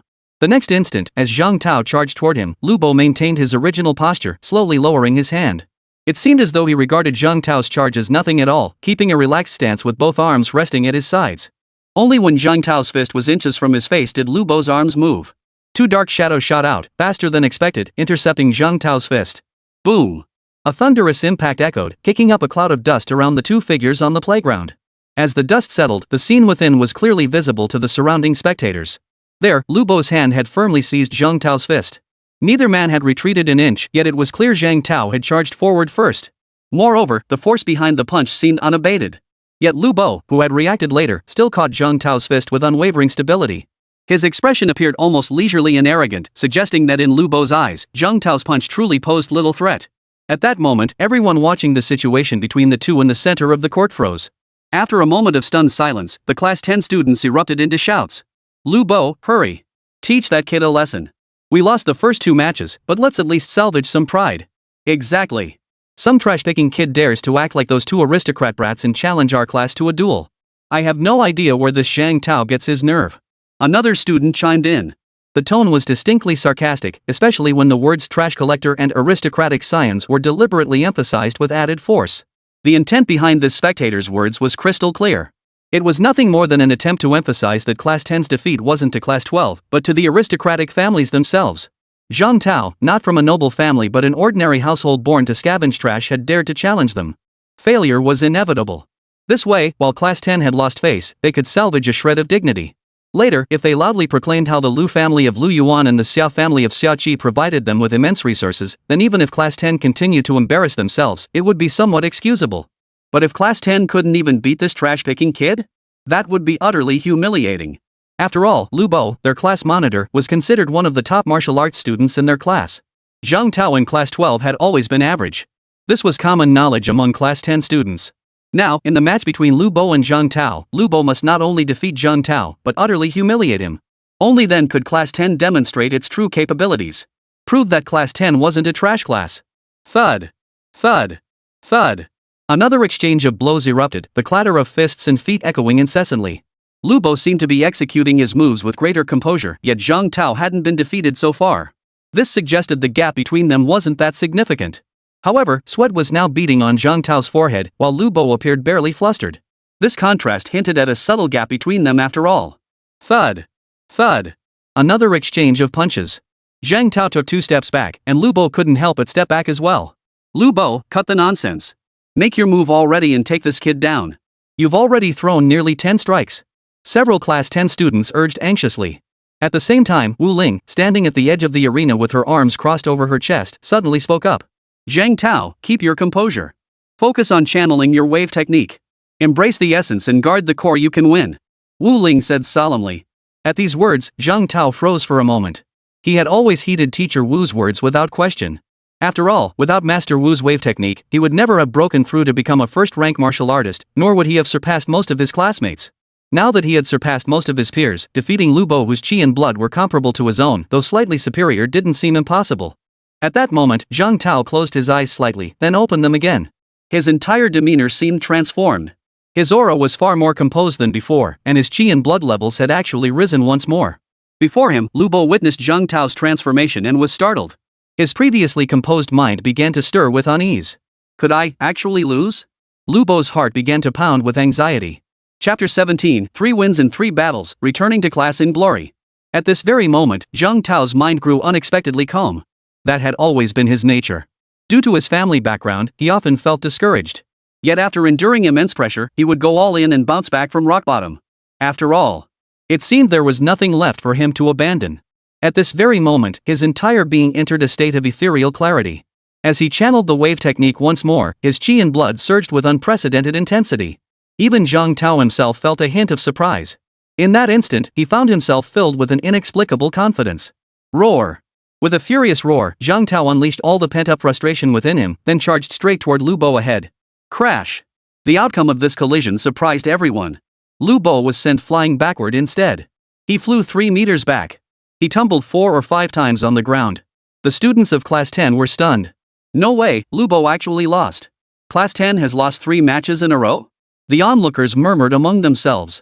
Their faces darkened as they turned and walked away. They patted each other on the shoulders, looking rather disheartened. Clearly, their skills couldn't hold a candle to the academic committee, sports committee, and class monitor. If those 3 had failed, what point was there in them lingering here any longer? At that moment, the performance of Class 10 was witnessed by students from other classes who had gathered to watch. Students from Class 9, Class 8, Class 7, and others stood stunned. They lingered, not rushing to leave, but scrutinizing the students from Class 12 and whispering among themselves. What's going on? Isn't Class 12 the worst class? When did they get so good? Did Class 12 take performance-enhancing drugs? Did Teacher Wu really turn 3 students into elite scholars? Soon. News of the competition between Class 10 and Class 12 representatives spread like wildfire, reaching every corner of the grade. Not only Classes 9, 8, and 7, but even the faster track classes ahead of them took notice of Class 12's outstanding performance. Additionally, while other classes had heard rumors about the monthly exam wager between Class 12 and Class 10, they hadn't taken it seriously. Now, however, things were different. After all, in the recent contest between Class 12 and Class 10, 3 students from Class 12 had achieved 3 decisive victories. What immense, rare glory was this? Before the contest, it was doubtful anyone in the entire grade except perhaps Teacher Wu could have believed the outcome would turn out this way. Now, Class 12 had truly made a bold prediction.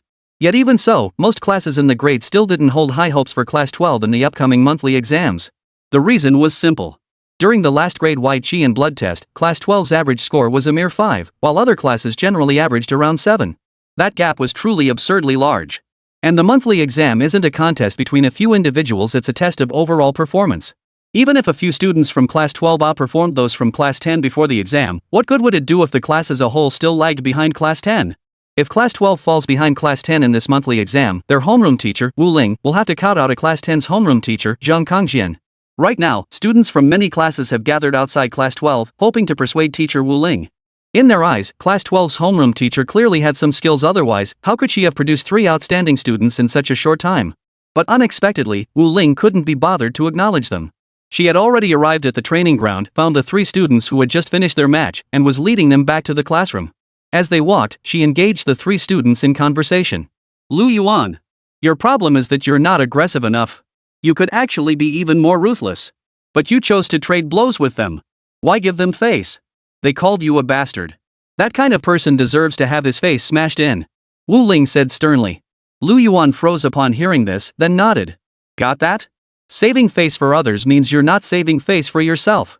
Wu Ling continued. Yeah, got it, Lu Yuan replied. Immediately after, Wu Ling began instructing Xia Qi. Xia Qi, you won this battle beautifully. But... At these words, Xia Qi froze for a moment, looking at Wu Ling with some confusion. As class monitor, she had always held herself to high standards. Hearing Teacher Wu's praise, a smile naturally spread across her face. Yet the moment she heard the word but, a flicker of confusion crossed her eyes. She couldn't understand what was wrong with defeating her opponent, the tall, athletic representative from Class 10, in a single move. That's why she turned to look at Teacher Wu. After a brief pause, Wu Ling continued, addressing Xia Qi directly. However, as a young lady, it's best to avoid using low kicks. Otherwise, you might have trouble finding a husband later. Wu Ling said sternly. Hearing this, Xia Qi's face flushed red. She was momentarily speechless. Because Teacher Wu's words seemed to hold some truth after all. At that moment, Wu Ling turned her gaze toward Zhang Tao. Zhang Tao. You did a great job this time. You were actually a bit worse than Lu Bo at the very beginning. But you grew stronger with each setback, eventually reaching a state of complete immersion and breaking through your own limits. Wu Ling patted Zhang Tao on the shoulder as he spoke. Then he continued. But look at you now. You were the same at the start of your match with Lu Bo. You were in a state of extreme tension. That kind of state is actually undesirable. If you hadn't managed to calm your nerves in the end, you might have been the one to lose. Wu Ling's words carried a serious tone. Zhang Tao's expression sharpened upon hearing this, and he nodded solemnly. I understand, Teacher Wu. Zhang Tao quickly looked up at Teacher Wu beside him. Wu Ling now carried herself with an air of calm composure, neither hurried nor rushed. This composure stemmed from her awareness that the students' confidence had soared to new heights after their recent 3 consecutive victories. Now, by reactivating his novice teacher aura, he was certain he could elevate their Qi cultivation to an entirely new level. Before long, Wu Ling and the three students returned to class 12. The students sat upright, their faces aglow with excitement as they looked toward the teacher and the three classmates. Come on, the afternoon sun is perfect, let's practice again. Chapter 18, Short on Cash? Become a tutor? Meanwhile, as class 12 students trained in their classroom, buzz began spreading among students in other classes. Many classes, including the top-tier classes like Class 5, Class 4, and Class 3, were stunned. It wasn't just the students who were stunned, the teachers were too. After all, they were all teachers at the same school and naturally knew each other to some extent. Teachers from these fast-track classes naturally held little regard for their counterparts in slower-paced classes. But Wu Ling's actions had effectively slapped them in the face. The reason was simple. Even renowned teachers like them might not be able to educate students from a struggling class like Class 12 to the point where they could easily defeat the elite students from an average class like Class 10 in such a short time. Even though Lu Yuan and Xia Qi came from prominent families, their abilities were already known to students in other classes. Their actual strength likely fell short of the top students in an average class like Class 10. So, how exactly did Wu Ling manage to elevate these three students so rapidly? Meanwhile, on the other side, in Class 12, Wu Ling had already led the students in practicing the spirit source breathing technique and the ripple power once more. After a full class period of practice, as the bell approached, many students had achieved new breakthroughs in their qi and blood cultivation. Behind the lectern, Wu Ling was overjoyed. The reason was simple. While the students below practiced, the qi and blood within his own body surged violently, flowing ceaselessly and circulating rapidly like a raging river, vast and majestic. At this very moment, he had broken through to the 4th-tier martial artist level, as his total qi and blood had surpassed the 500 mark. Wu Ling was highly satisfied with this progress, though a lingering doubt remained in his mind. That was, would the growth of his qi and blood continue at such a rapid pace afterward? Wu Ling couldn't figure it out. But just then, a new voice echoed within his mind. Ding! Congratulations, host, on successfully breaking through to the 4th-tier martial artist realm. Rewarding the host with one copy of the Black Jade Bone Healing Ointment formula. In that instant, Wu Ling felt a flash of golden light before his eyes. A moment later, a medicinal formula appeared in his mind, every character etched into his consciousness. After reading through the contents of the formula, he froze in place. This Black Jade Bone Forging Ointment was no ordinary formula. As the name implied, the medicine concocted from this formula, when applied to a martial artist's body, could enhance their physical strength, improve the circulation of qi and blood, and most importantly, increase the toughness of their bones by 5 to 10 times their previous strength. What kind of concept was that? After reading the description of this formula, Wu Ling resolved to refine it at all costs.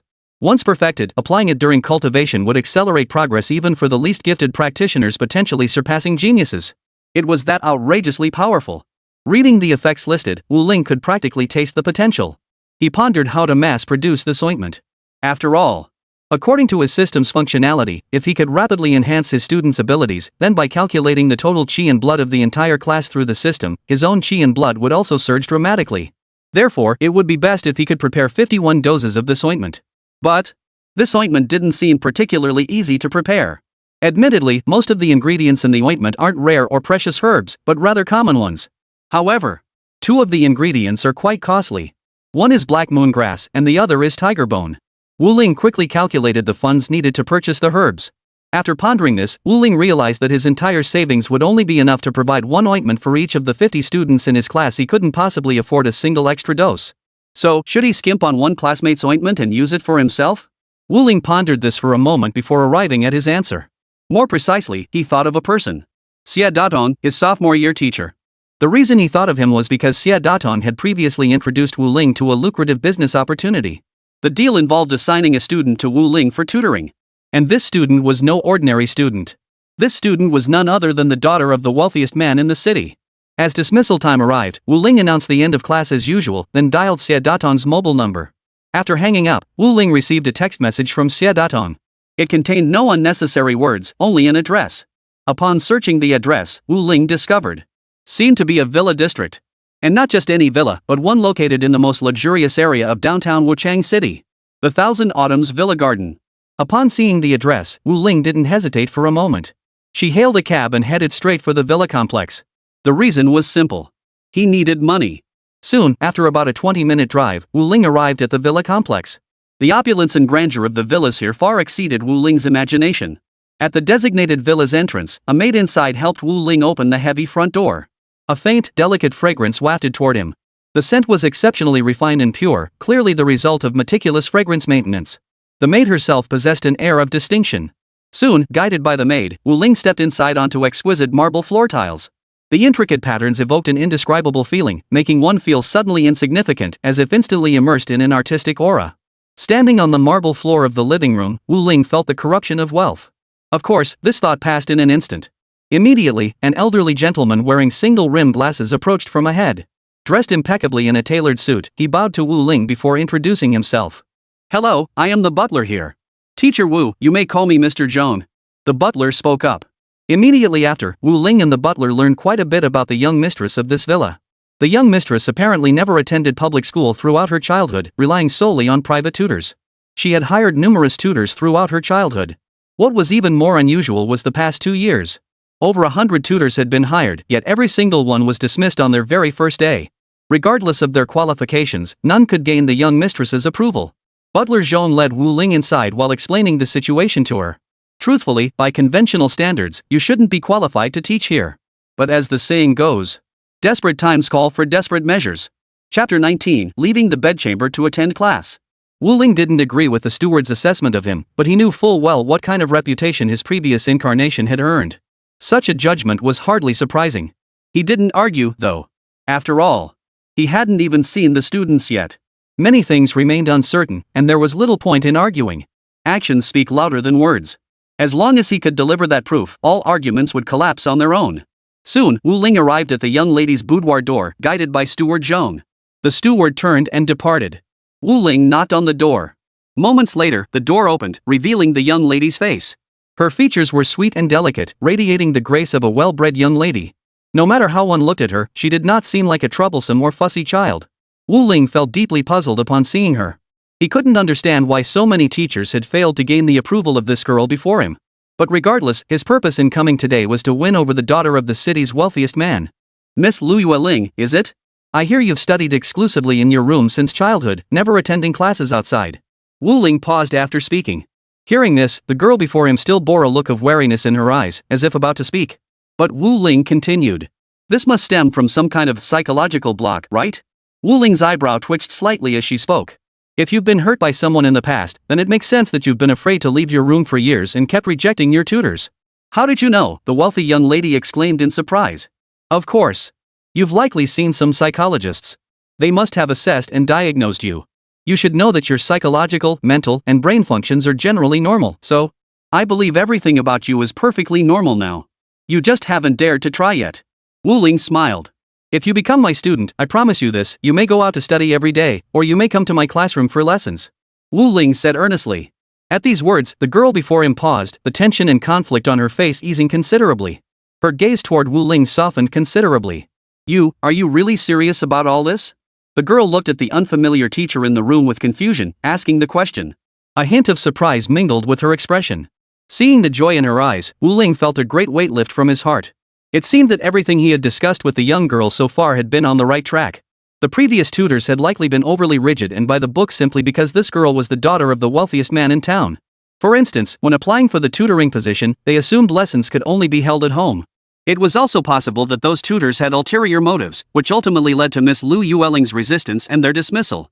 "I haven't gone out much before." Lu Yueling lowered her head in thought before looking up at Wu Ling and speaking. "I don't have many friends. Well, many people who approached me had ulterior motives. Of course, it's possible I'm overthinking this, but..."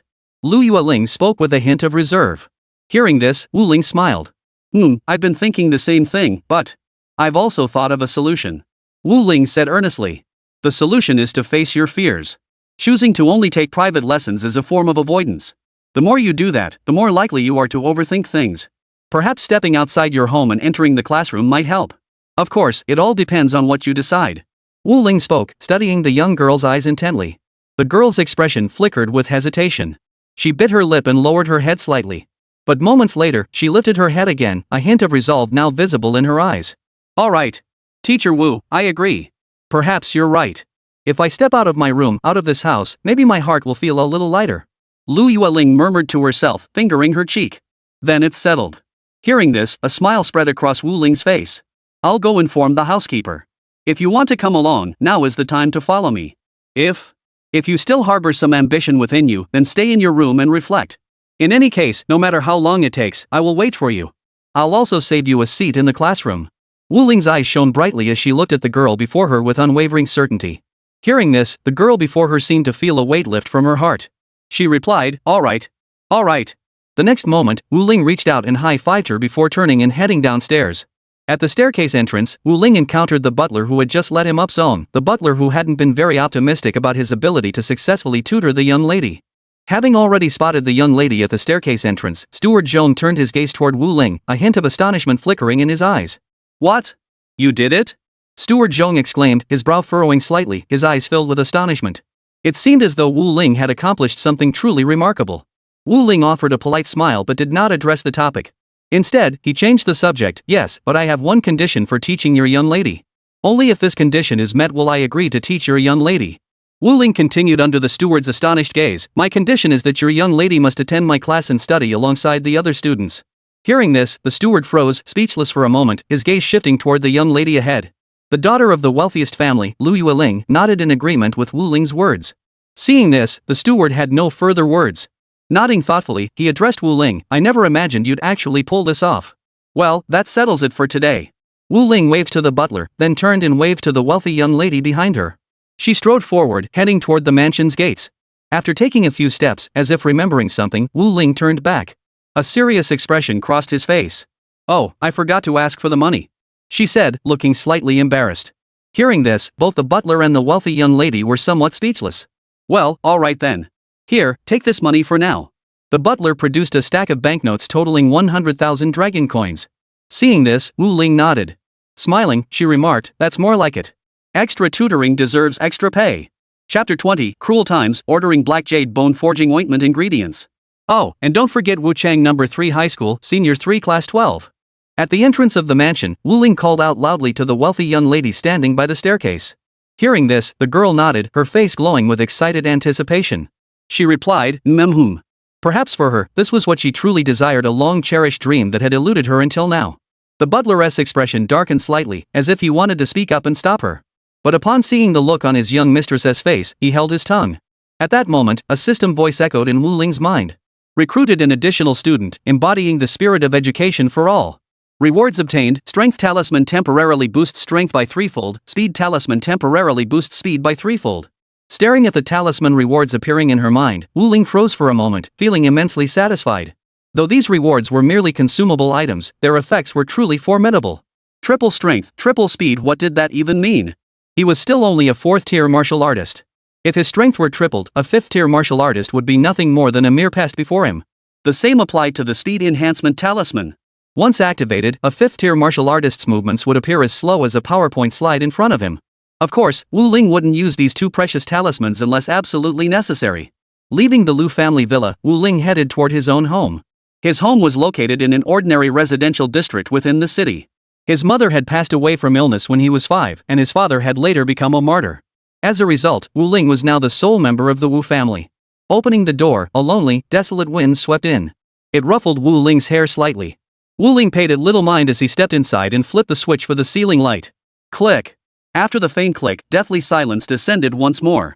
Wu Ling, accustomed to this silence, immediately activated the projection computer. A luminous blue projection screen instantly materialized in the air, displaying today's weather, news, and other updates.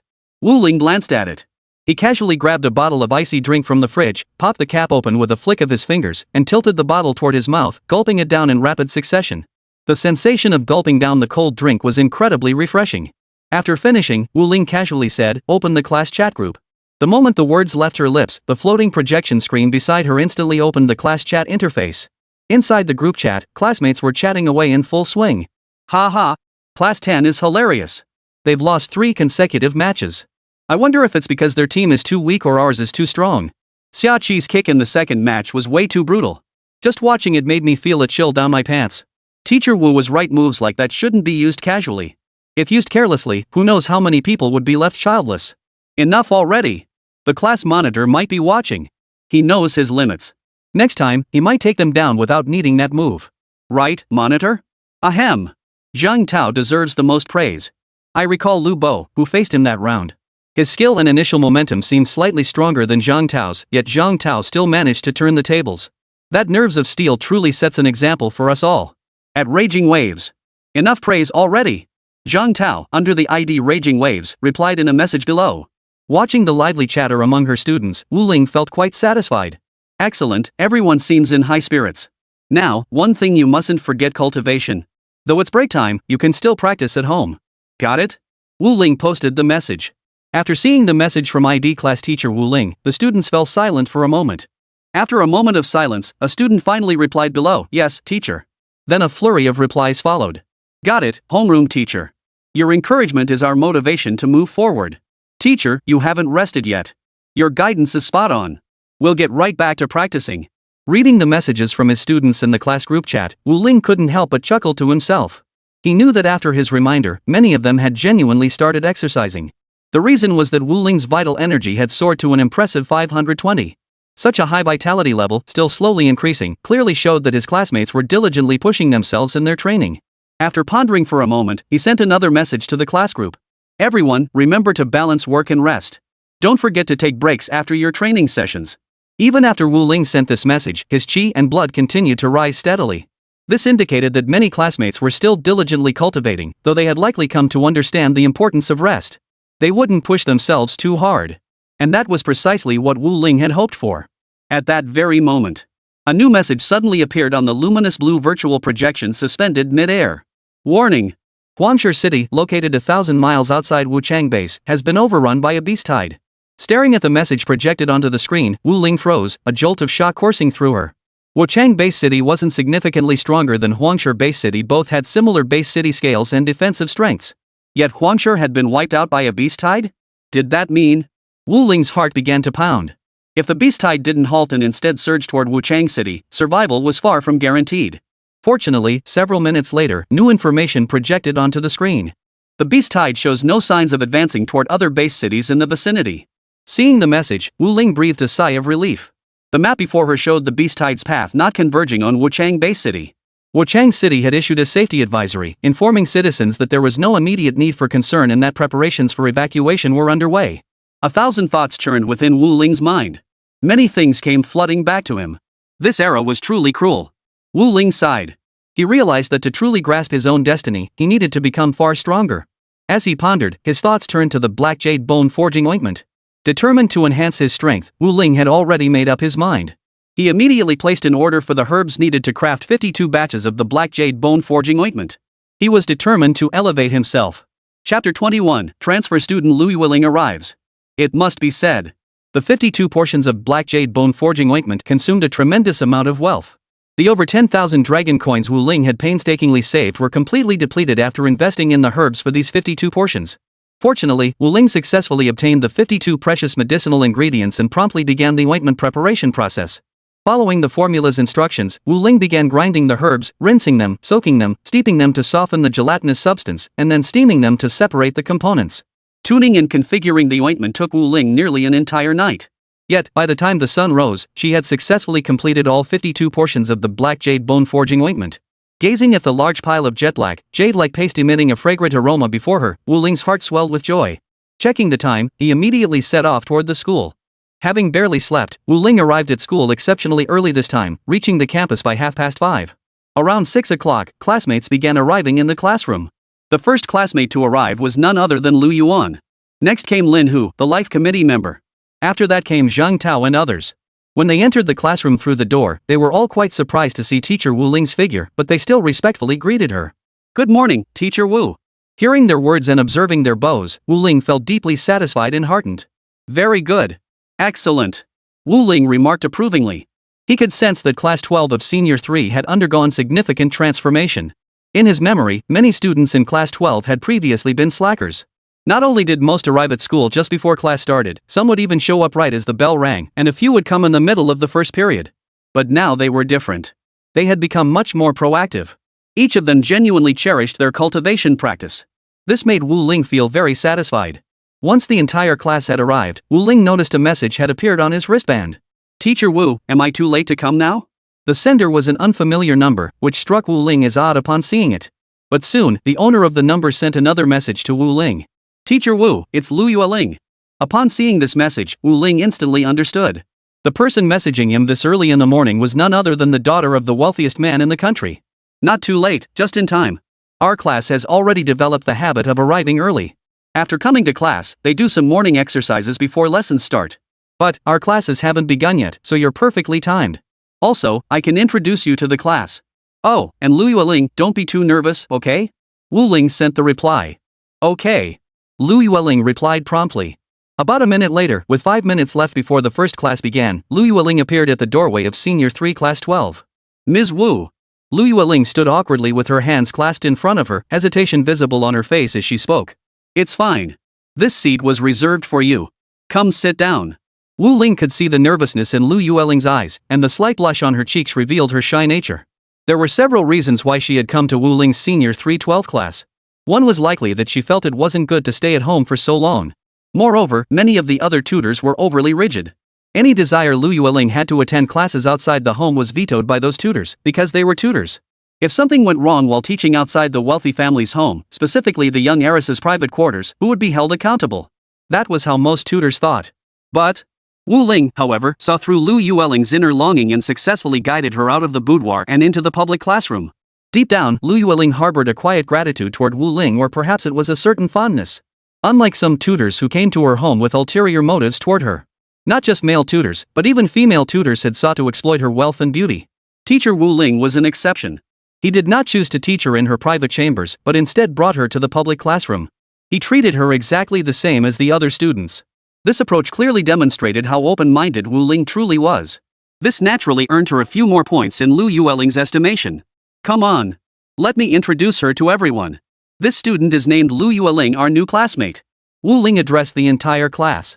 She's a bit shy and reserved at first, so she might take some time to warm up. Everyone, please be kind and offer her guidance. But one thing. Please refrain from making suggestive jokes with her. Keep things a bit more serious. After all, this is Lu Yueling's first time attending a large class like ours. If you have questions about daily cultivation practices, feel free to discuss them with Lu. Also, the cultivation techniques practiced in our class might differ from what you're used to. Wu Ling glanced once more at Lu Yueling, who had just settled into her seat. Okay. Hearing Wu Ling's words, Lu Yueling froze for a moment before lifting her head and nodding hurriedly. This left Wu Ling feeling even more speechless. It seemed this wealthy young lady wasn't incapable of interacting with others, nor was she arrogant. It was entirely due to flaws in her previous tutoring methods. If her previous tutor had chosen to bring this wealthy young lady into the classroom for public instruction, Lu Yueling might have started learning alongside her peers long ago. Now, hearing Wu Ling's words, Lu Yueling felt a faint surprise stir within her. Being the daughter of the city's wealthiest family, Lu Yueling consumed and used only the most premium items daily. Her smart bracelet, equipped with intelligent recognition capabilities, was likewise the pinnacle of its kind. To her astonishment, Lu Yueling discovered that every single one of these classmates possessed vital energy levels that surpassed her own. But how was this possible? A wave of astonishment washed over Lu Yueling. These classmates clearly didn't have the same privileged family background as her. Even though she hadn't received much guidance from her teacher at home, the martial arts techniques she practiced were exceptionally advanced. She had trained by following instructional videos. Beyond martial arts, improvements in chi and blood largely depended on cultivation environments and medicinal aids. Yet even so, most of her classmates surpassed her? Chapter 22, Xiao Qi skipping class? She won't be returning to school. The arrival of a transfer student didn't surprise the classmates much. After all, such occurrences were possible in any class at any time, and there had been plenty of last-minute transfers in previous years. But, with the college entrance exams just around the corner, wasn't it a bit late to transfer in at this stage? That was the first thought that crossed many students' minds. Still, some wondered if the new student might be Ms. Wu's neighbor. In the back row of the classroom, Lu Yuan wasn't zoning out like he usually did. Instead, having just finished his morning exercises, he opened his eyes to see Lu Yueling introducing herself at the front of the classroom. He froze instantly. As a descendant of the Lu family, one of Wuchang City's 4 prominent clans, he naturally understood the dynamics of the city's major families. Lu Yueling, the only daughter of Wuchang's wealthiest family, the Lius, while the other students in the class were unaware, Lu Yuan knew. Not only did he know, but he also knew that the Lu family's heiress had been secluded in her chambers for years, rarely venturing out. So what was going on with her today? What the hell? Why is the daughter of Wuchang's richest man here? Lu Yuan froze for a moment. Watching Lu Yueling walk to her seat and sit down, a thought flashed through his mind, and he seemed to understand something. This must all be the doing of teacher Wu Ling. After all, teacher Wu's breathing techniques and martial arts were unmatched throughout Wuchang City. Yet Master Wu had casually imparted these breathing techniques and martial arts to them. Given that, it wasn't entirely surprising that a wealthy heiress had joined her ranks. The students were still whispering among themselves. The transfer student is so beautiful. The aura around the transfer student doesn't seem too shabby either. She must have been a top student in her previous class. If it weren't for the breathing techniques and martial arts Master Wu taught us, we'd be far behind her now. It's just a pity that by practicing what he taught, each of us has surpassed the new student's abilities. Seems like the new transfer student arrived just in time. Had she arrived later, she might have fallen far behind us by the time of the college entrance exams. Lu Yueling overheard much of the students murmuring. She felt both intense curiosity and confusion about this breathing technique and martial arts.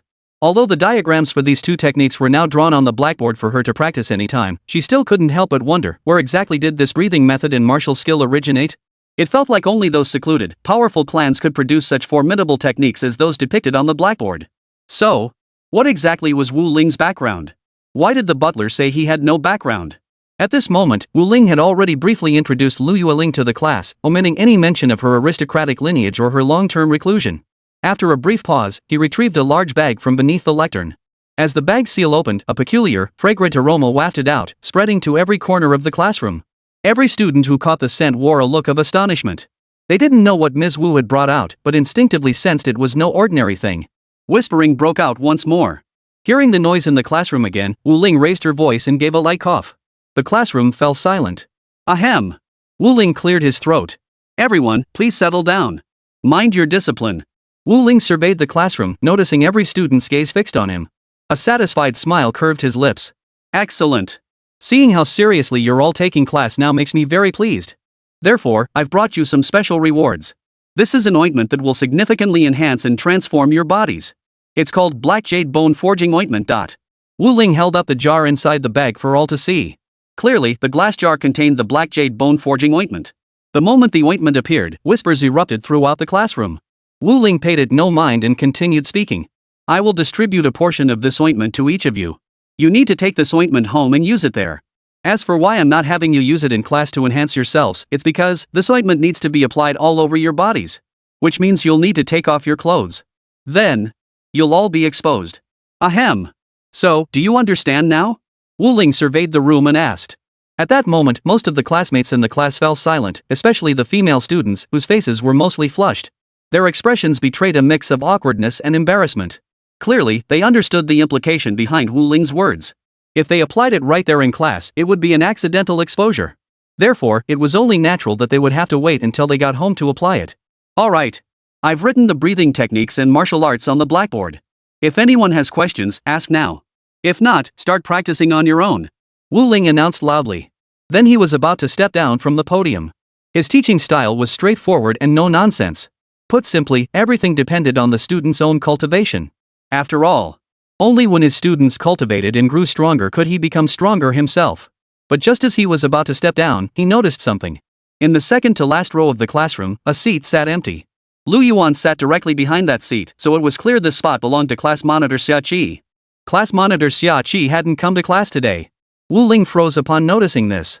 Then, in front of the entire class, he asked aloud, what's going on with Xia Qi? Why isn't she in class today? Did she take leave from someone? Wu Ling scanned the room. All the students froze, but none of them answered. We don't know, teacher. But logically speaking, Xia Qi shouldn't skip class. She's never had a single absence on record. From the back row, Lu Yuan, seated behind Xia Qi's desk, spoke up solemnly. Hearing this, Wu Ling nodded thoughtfully. She then pulled out her phone, obtained Xia Qi's number from a classmate, and dialed it. No answer after 2 consecutive rings. On the third attempt, after the phone rang for a while, it finally connected. Just as Wu Ling was about to ask about the situation, a strange male voice suddenly came from the other end. Who is this? The tone carried a hint of impatience and arrogance. Wu Ling paused for a moment but still explained her purpose, guessing the man might be Xia Qi's family member. However, upon hearing her purpose, the man scoffed and said, Xia Qi won't be going to school anymore. Chapter 23, Xia Qi driven to the brink, vowing to prove herself through death. Oh, and you wouldn't happen to be that useless homeroom teacher, Wu Ling, would you? The voice drifted over slowly once more, as if suddenly remembering Wu Ling's identity, the mockery and contempt in the tone growing even more pronounced. At this, Wu Ling froze momentarily, saying nothing. Yet the voice continued its barrage of cold sarcasm. As a teacher notorious for being useless, how can you still have the confidence to stand at the front of the classroom and lecture students? With all your hard work, look what you've turned class 12 into. Do you even have a clue?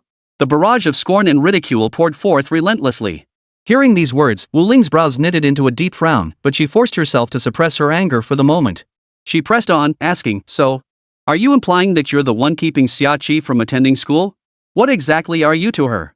Wu Ling pressed on. At this, the man across from her froze for a moment. After a moment, he retorted, I'm her father. On the contrary, who do you think you are to ask me that question? You're nothing but a notorious, good-for-nothing teacher who ruins young minds. I think you should just quit teaching.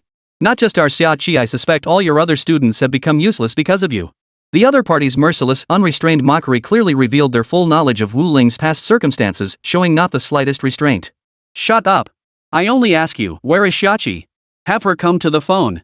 Wu Ling abruptly cut the other person off, paying no heed to their words. These were all remnants of his predecessor's life, holding little relevance to him now. He possessed unwavering confidence that he could lead the entire class to rise up, surpass everyone else, and transform them all into dragons. What truly mattered to him were his students. He would not abandon a single one. Especially a good student like Xiachi. Thus, if he could change Xiachi's father's mind over the phone and persuade him to send Xiachi back, that would be the best outcome. If that proved impossible, then he would have no choice but to resort to a last resort.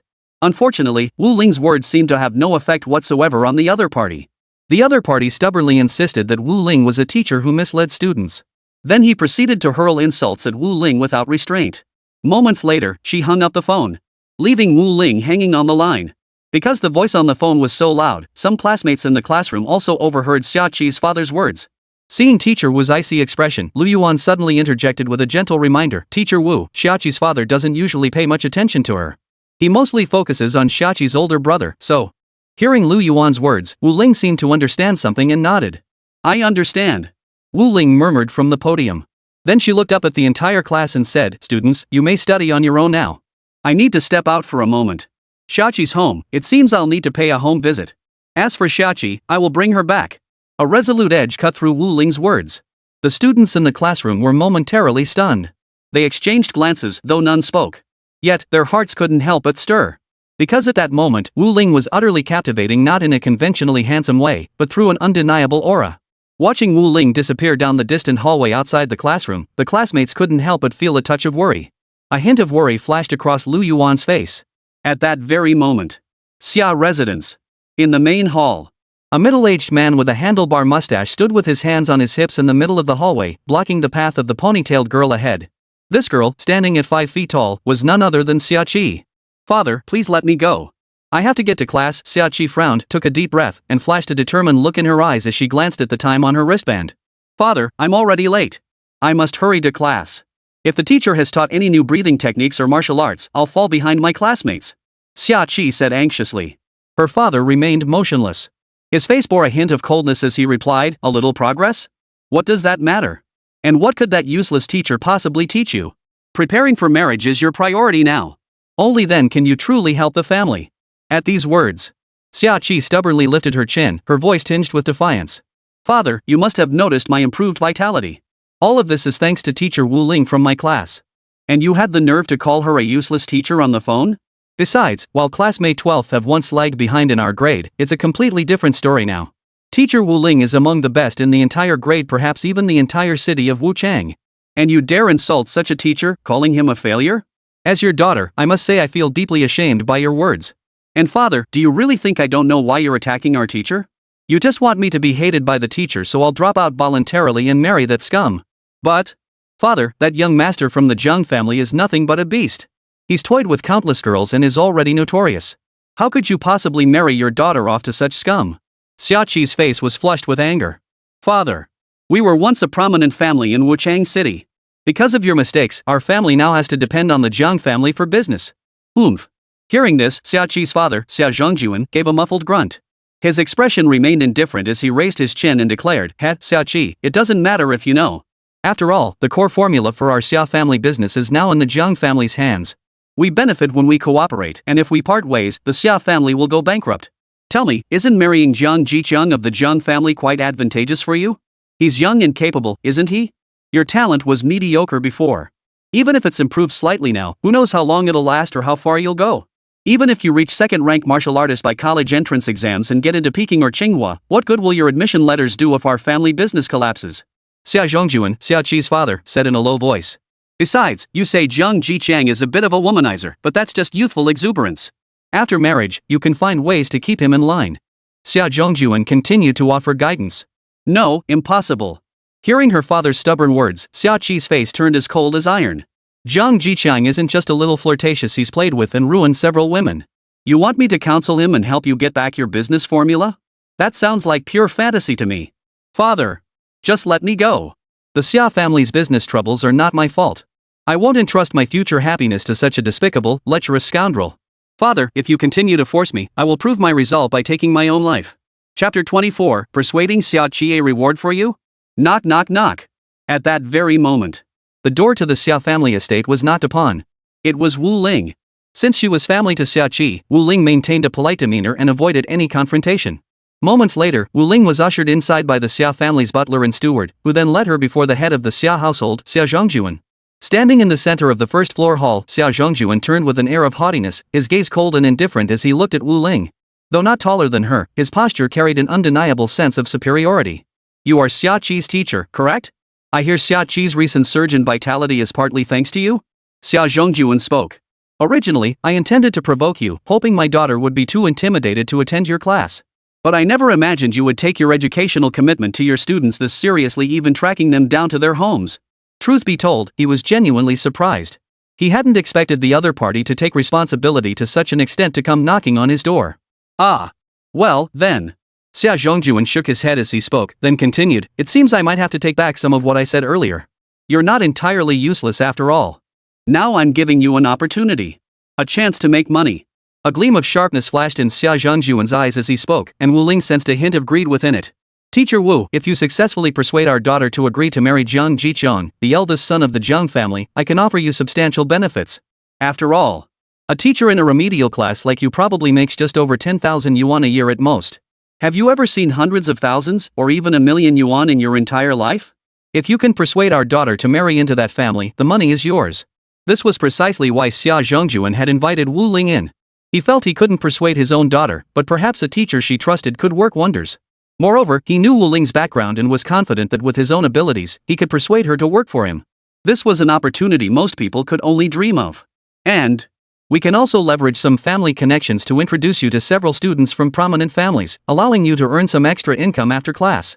These families are incredibly generous, something teacher Wu Ling might not yet realize. But, as the old saying goes, those who recognize the times are the true heroes.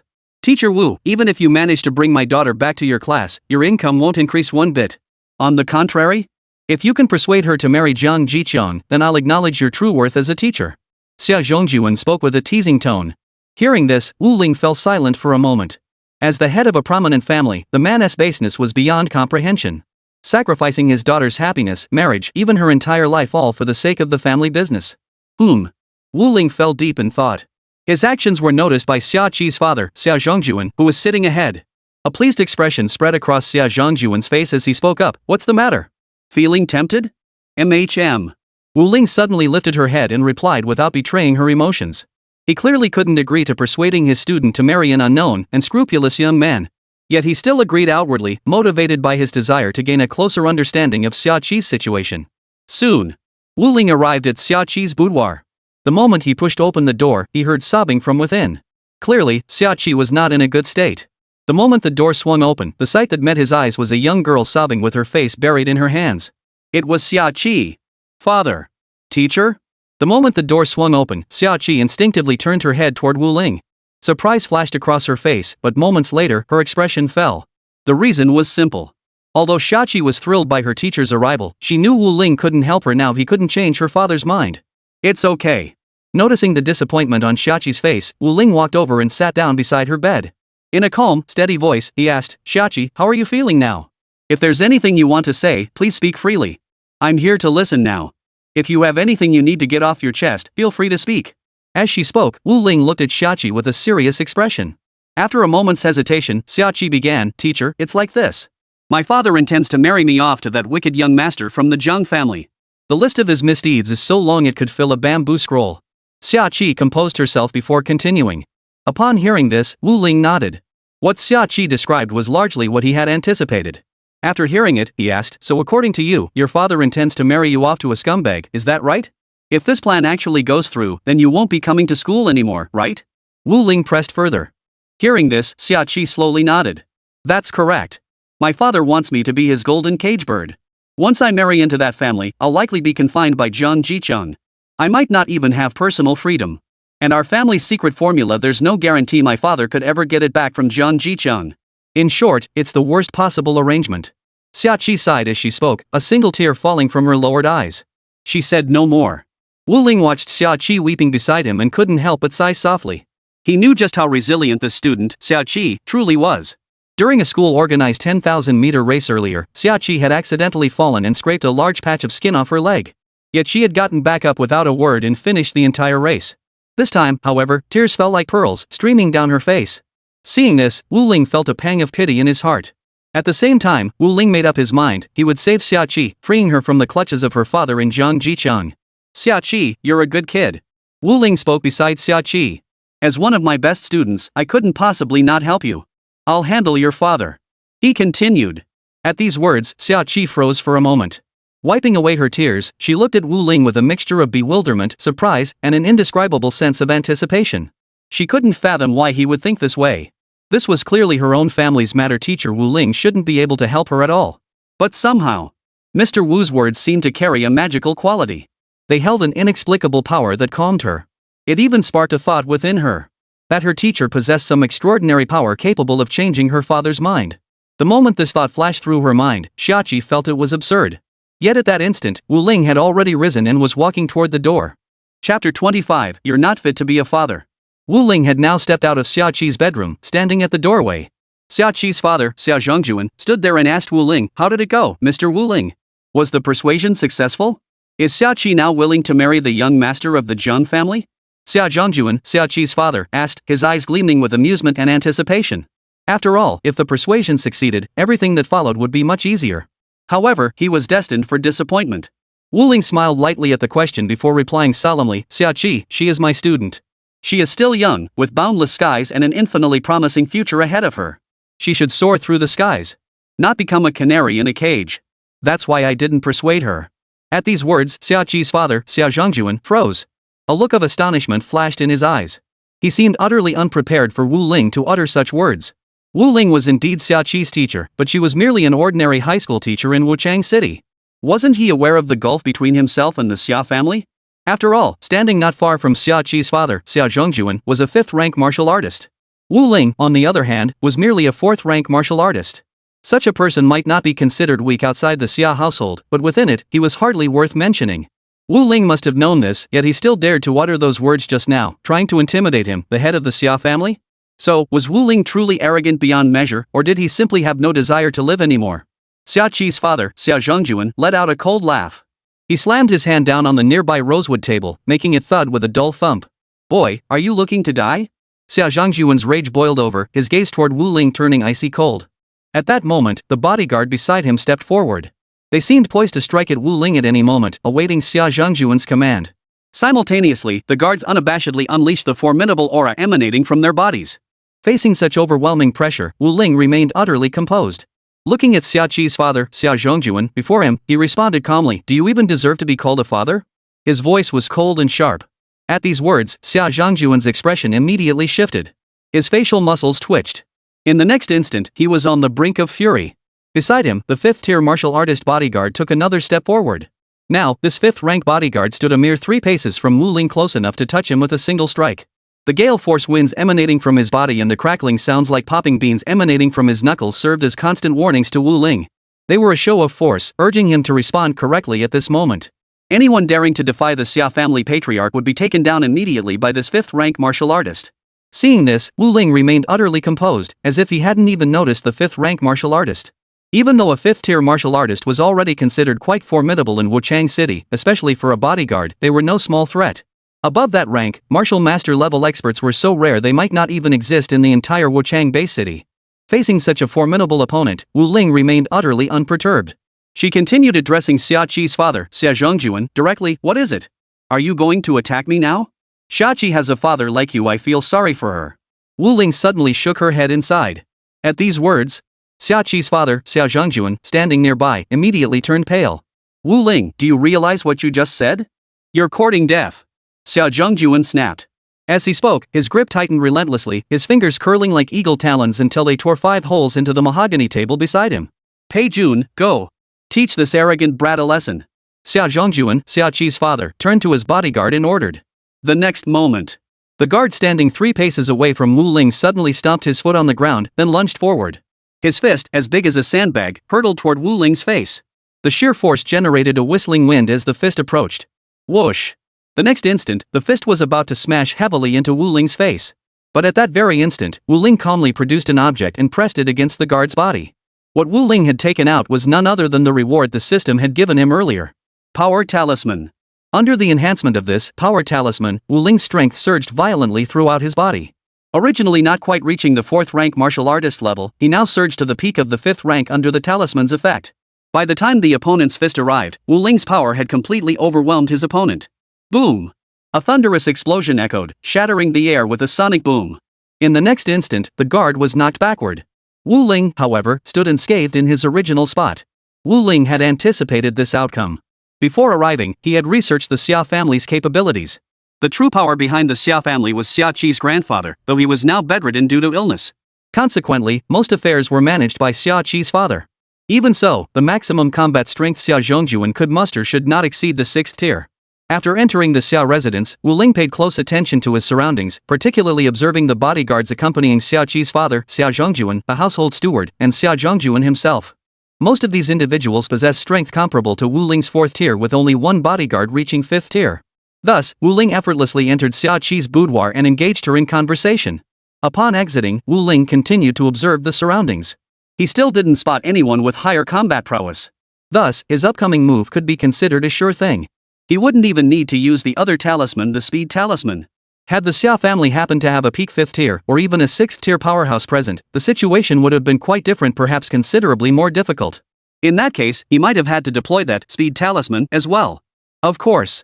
Perhaps he wouldn't have spoken so boldly to Xia Qi's father, Xia Zhongjuan, right after leaving her boudoir. He might have chosen to leave first and then find a roundabout way to help Xia Qi, preventing her from being betrothed to that wicked young master named Zhang Jichang. In any case, everything was within Wu Ling's calculations. He would simply adapt his approach based on the circumstances. The current situation was relatively manageable. He had already seen the look of shock on Xia Qi's father, Xia Zhongjuan's, face. Chapter 26, forcing a 6th tier palm, taking Xia Qi away. At that moment, Wu Ling's single strike repelled the 5th tier powerhouse, stunning everyone present. Especially Xia Qi's father, Xia Zhongjuan, who now stood there pale as ashes, his body trembling slightly. He had no idea how Wu Ling had managed it. Meanwhile, on the other side, Xia Qi had just stepped out of her boudoir. She witnessed Wu Ling repelling her father's bodyguard with a single move, leaving her momentarily frozen in place. Her gaze toward teacher Wu Ling was filled with astonishment. Xia Qi blinked, wondering if she had seen things. But whether she blinked or rubbed her eyes, the scene remained unchanged. Her father's 5th tier martial artist bodyguard clutched his chest as he stumbled back to the table, even knocking off a corner of it. Meanwhile, teacher Wu Ling stood there as if nothing had happened. For a moment, Xia Qi felt as though the homeroom teacher she knew had become a stranger. Teacher Wu? Xia Qi couldn't help but ask softly. It seemed she couldn't confirm that the person before her was indeed Wu Ling without asking directly. What is it? Is there a problem? Wu Ling glanced at Xia Qi before turning her gaze back to Xia Qi's father, Xia Zhongjuan, who stood nearby with a stern expression masking inner anxiety. The latter was trembling all over, his face twisted in a look of utter misery. His eyes darted back and forth, as if his mind was racing with thoughts. Wu Ling was clearly just a useless homeroom teacher for a class of losers. When exactly did she become so formidable? Xia Zhongjuan, Xia Qi's father, thought in astonishment. Then, as if he'd suddenly grasped something, he turned to Wu Ling and said, "Kid, you're pretty impressive." Xia Zhongjuan, Xia Qi's father, looked Wu Ling up and down, then chuckled. Seeing Wu Ling make no further move, his confidence grew. Teacher Wu, if I'm not mistaken, your strength should be at the peak of the 5th tier. At best, you might reach the initial stage of the 6th tier assuming you were holding back earlier. Xia Qi's father, Xia Zhongjuan, said coldly. At these words, Wu Ling remained silent. Seeing her silence, he felt his guess was likely correct. His confidence grew even more, and he raised his voice an octave as he continued, "Mr. Wu Ling, with your current strength, you might not be considered weak anymore. But your strength is still insufficient to oppose our Xia family." As he spoke, Xia Zhongjuan fixed his gaze on Wu Ling's face, seeking to detect any flicker of emotion. Seeing Wu Ling still offer no reply though his expression remained largely unchanged, Xia Zhongjuan interpreted this as fear taking root within him. With renewed confidence, he declared in a loud voice. "Young man, with your current strength, you're not even enough to take on our Xia family alone, let alone. You'll also have to deal with the Zheng family? You might not know this, but the Zheng family's influence is no small matter. By preventing my daughter from marrying Jiang Jiqiang, you're not just opposing my entire Xia family, you're opposing Jiang Jiqiang's Jiang family too. Oh, is that so? Hearing this, Wu Ling rolled her eyes silently. She then replied, head of the Xia family, your words are quite intimidating. She paused briefly before adding, but you might not know me very well. My defining trait is this: I never turn back until I hit a brick wall. Wu Ling declared loudly. At these words, Xia Qi's father, Xia Zhangjuan's, expression darkened further. Before Xia Zhangjuan could respond, Wu Ling turned his gaze to Xia Qi beside him and spoke. Miss Xia Qi, what are your thoughts? Wu Ling asked gently. At these words, Xia Qi immediately answered, I certainly wouldn't want to marry Jiang Jiqiang of the Jiang family. Xia Qi declared solemnly. At these words, Xia Qi's father, Xia Zhangjuan, turned as pale as a ghost. Watching his daughter walk toward Wu Ling, he stepped forward and spread his arms to block her path. At that moment, Wu Ling's eyes narrowed slightly. He couldn't understand why Xia Qi's father, Xia Zhangjuan, would step in to block him. Did he truly believe that someone like him, now a peak 5th-tier martial artist thanks to the Yi Power Talisman, wasn't worth his attention? The effects of the Yi Power Talisman on Wu Ling had not yet faded. Wu Ling immediately activated the yellow-tier martial art, ripple technique. Surrounding Wu Ling, his vital energy surged once more like waves. In the next instant, his vital energy surged to 1.5 times its original level. At that moment, Xia Qi's father, Xia Zhangjuan, suddenly pulled a bottle from his pocket, took out a pill, and placed it in his mouth. The next moment, the power surging through Xia Zhangjuan's body abruptly expanded. His strength began to surge. Ha! Xia Zhangjuan roared, his aura surging dramatically. He immediately advanced, striking out with a palm strike aimed directly at Wu Ling's chest. Simultaneously, Wu Ling met the strike head-on with a palm of her own. In the next instant, their palms collided. A terrifying shockwave surged outward like a tidal wave. In an instant, the mahogany table beside them, which had just been clawed into a hole, was instantly split clean in two by the shockwave. Immediately afterward, both Wu Ling and Xia Qi's father, Xia Zhangjuan, took a step back before steadying themselves. The strength Wu Ling had just displayed had reached the level of a 6th-tier martial artist. And Xia Qi's father, Xia Zhangjuan, had also demonstrated the strength of a 6th-tier martial artist. The two were evenly matched. Seeing that even after taking the elixir he still couldn't defeat Wu Ling, Xia Zhangjuan's mouth twitched. For although he hadn't lost face in their exchange, the potion had side effects. Moreover, its effects were rapidly wearing off. This meant he could no longer stop Wu Ling or Xia Qi. Xia Qi, if you dare leave the Xia family with Wu Ling, don't ever come back. Watching Wu Ling reach out towards Xia Qi's father, Xia Zhangjuan, issued a warning to his daughter, his voice filled with shock and fury. Hearing this, Xia Qi paused only briefly. Then, as if she hadn't heard a word, she continued walking toward Wu Ling. Xia Qi, have you thought this through? Seeing his daughter defy his command, Xia Zhangjuan froze for a moment before raising his voice again to rebuke her, but it was futile. Wu Ling had already taken Xia Qi's hand and led her out of the Xia family's gate. Xia Qi was his student. How could he possibly stand by and watch her drop out of school to marry a dissolute playboy with a reputation for moral corruption? As long as Xia Qi still regarded him as her teacher, as long as she remained his student, as long as she refused to go through with it, he would not give up on her. Chapter 27, The Model Student. The entire class stands in solidarity. At this very moment, Wu Ling Xia Qi had already left the Xia residence. Xia Qi suddenly exhaled in relief. Wu Ling released Xia Qi's hand. The latter looked at Wu Ling and said, Teacher Wu, thank you. Thank you for rescuing me from the Xia household. For him, these past 2 days had been the darkest period imaginable. That Jiang family playboy was notorious and widely known a complete pervert. Hearing this, Wu Ling gave a faint smile. What's that compared to anything? Wu Ling countered with a smile. You are, after all, my student. As my student, it is only natural that I should rescue you from the sea of suffering. Wu Ling said calmly. At these words, Xia Qi's body stiffened momentarily before her footsteps abruptly halted. She stood frozen in place. Noticing Xia Qi's footsteps cease, Wu Ling immediately stopped and turned around. Seeing Xia Qi standing motionless, he asked with some confusion, Xia Qi, what's wrong? Wu Ling was somewhat puzzled. Hearing this, Xia Qi frowned deeply, her expression clouded with worry. Teacher Wu, I think I should go back. Xia Qi murmured softly, lowering her head to stare at her shoes as she rubbed her hands together, clearly conflicted. It was unclear what was going through her mind. Seeing Xia Qi in such a state, Wu Ling was at a loss for words. He immediately asked, why? Wu Ling's thoughts were straightforward. He had fought off 2 opponents in the Xia household just to get Xia Qi out. Now she was saying she wanted to go back? Wouldn't all his recent efforts, along with that power talisman, have been wasted? And Xia Qi had actively chosen to leave the Xia residence just moments ago? For that, she had even risked offending her father. She didn't even care when her father told her that once she stepped outside the door, she couldn't come back. If that was the case, why was she now doing something that went against her own decision? Wu Ling felt utterly perplexed. Xia Qi. What on earth are you thinking? Wu Ling couldn't help but ask in a stern voice. Hearing this, Xia Qi stood there, biting her lip and saying nothing. After a moment, she finally replied, Teacher Wu. The truth is that Zhang Jiqiang from the Zhang family has quite an extraordinary background, and the Zhang family also has business ties with us. More crucially, they used some underhanded tactics to obtain our most core proprietary formula. If I refuse him, our entire Xia family could collapse due to the leak of that secret formula. Originally, I thought I couldn't marry a scoundrel like Zhang Jijun, but... Xia Qi paused, bit her lip again, and continued. My grandfather is still bedridden with illness.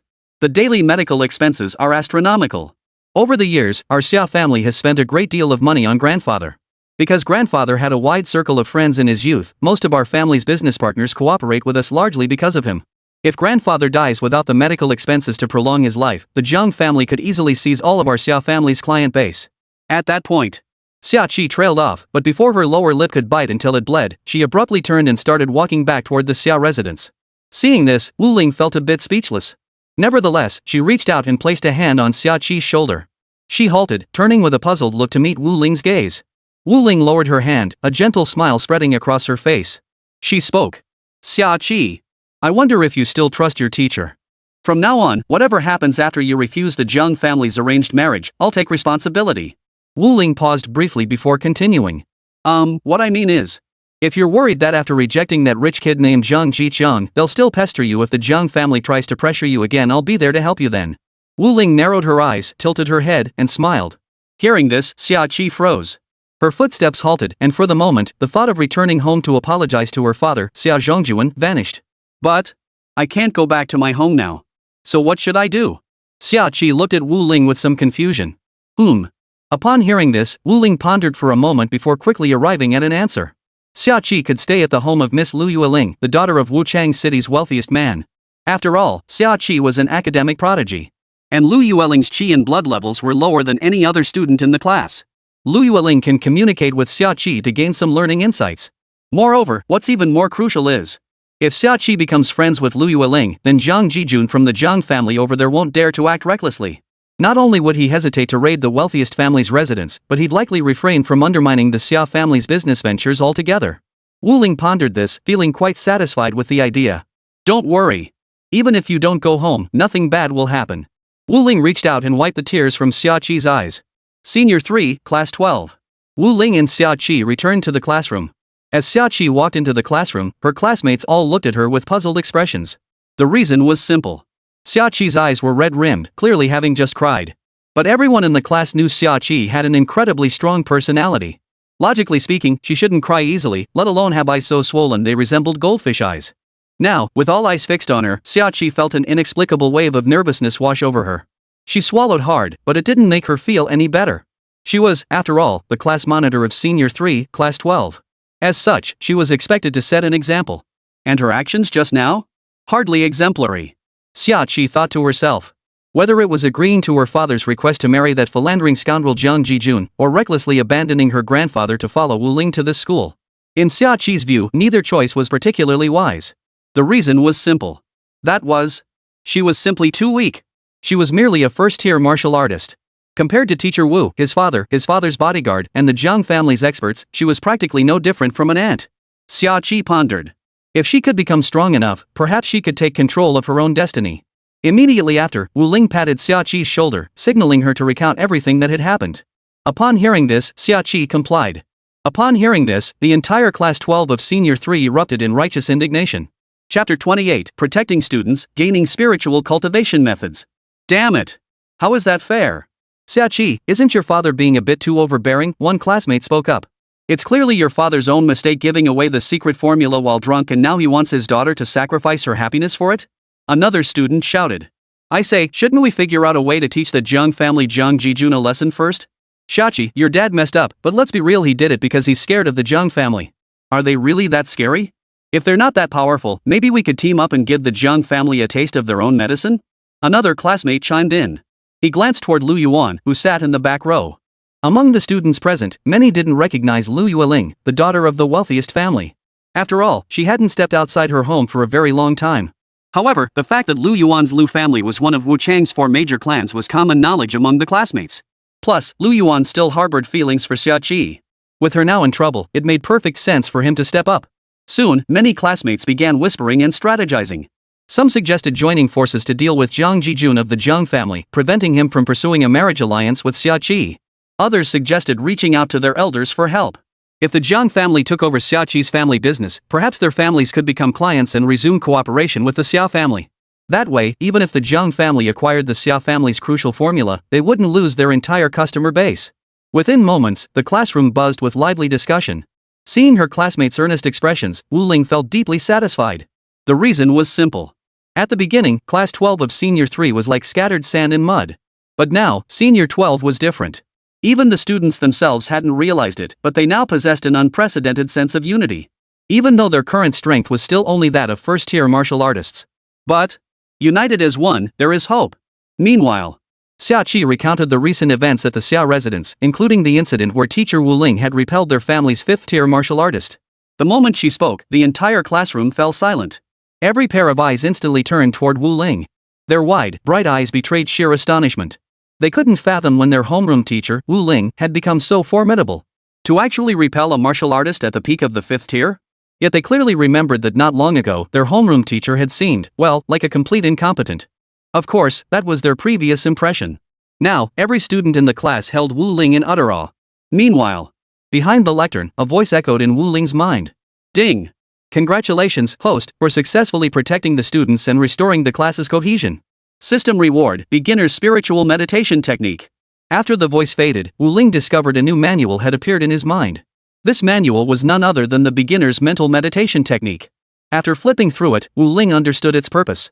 As the name suggested, this basic mental meditation technique wasn't a qi and blood cultivation method, but a mental cultivation technique. Simply put, it was a method for cultivating mental power. Mental power was also known as psychic power. Upon reaching a certain level of cultivation, one could manifest visual projections. Unlike physical limbs, psychic force often wields greater power and speed when manipulating objects. Furthermore, since psychic power is intangible, it becomes even more elusive when influencing reality. Moreover, even setting aside its combat advantages, possessing powerful psychic force offers significant benefits in daily life. For instance, the stronger one's psychic power, the less prone they are to fatigue. One's perception of the surroundings also becomes heightened. As Wu Ling studied the secret manual, he pondered whether he should impart this technique to his students. If taught to his students, it would undoubtedly provide them with significant benefits. But, on the other hand, might it attract more covetous eyes? Wu Ling couldn't be certain. To date, he had never heard of many such cultivation methods for psychic powers circulating in the open market. Even if they existed, such techniques were typically practiced in secret within family clans. Once someone mastered it, it became a special trump card for the family. When necessary, it could deliver a decisive, unexpected victory, even turning defeat into triumph. But, despite its rarity, Wu Ling had no intention of keeping this technique hidden away indefinitely. The reason was simple. The collective standing power of his entire class was his combat strength. And this sum was far more than mere vital energy. The qi and blood of the entire class truly became his own. Moreover, the same should apply to the spiritual realm. In other words, if every student in the class became a psychic, then just how powerful Wu Ling's psychic abilities might become would be truly unpredictable. Considering this, Wu Ling still intends to pass on the cultivation technique to his classmates. But for now, seeing his classmates preoccupied with Xiaoqi's situation, Wu Ling decided to put the matter of teaching the technique on hold for now. Lu Yueling, you heard what Xiaoqi said earlier, right? Wu Ling addressed Lu Yueling with his question. Hearing this, Lu Yueling looked up at teacher Wu Ling with a slightly flustered expression. In an instant, she seemed to read something in Wu Ling's eyes. She turned her head slightly, glancing at Xiaoqi in the distance, then spoke up. Xiaoqi, are you unable to go home right now? If you need a place to stay, you're welcome to come to my house. Lu Yueling offered proactively. Hearing this, Xiaoqi froze, feeling somewhat incredulous. She then turned to look at Wu Ling beside her. Wu Ling nodded and said, alright, it's settled then. Xiaoqi, you'll be staying at Lu Yueling's house for the time being. Wu Ling said earnestly. Hearing this, Lu Yueling also nodded solemnly and said to Xiaoqi, class monitor, from now on, we're sisters.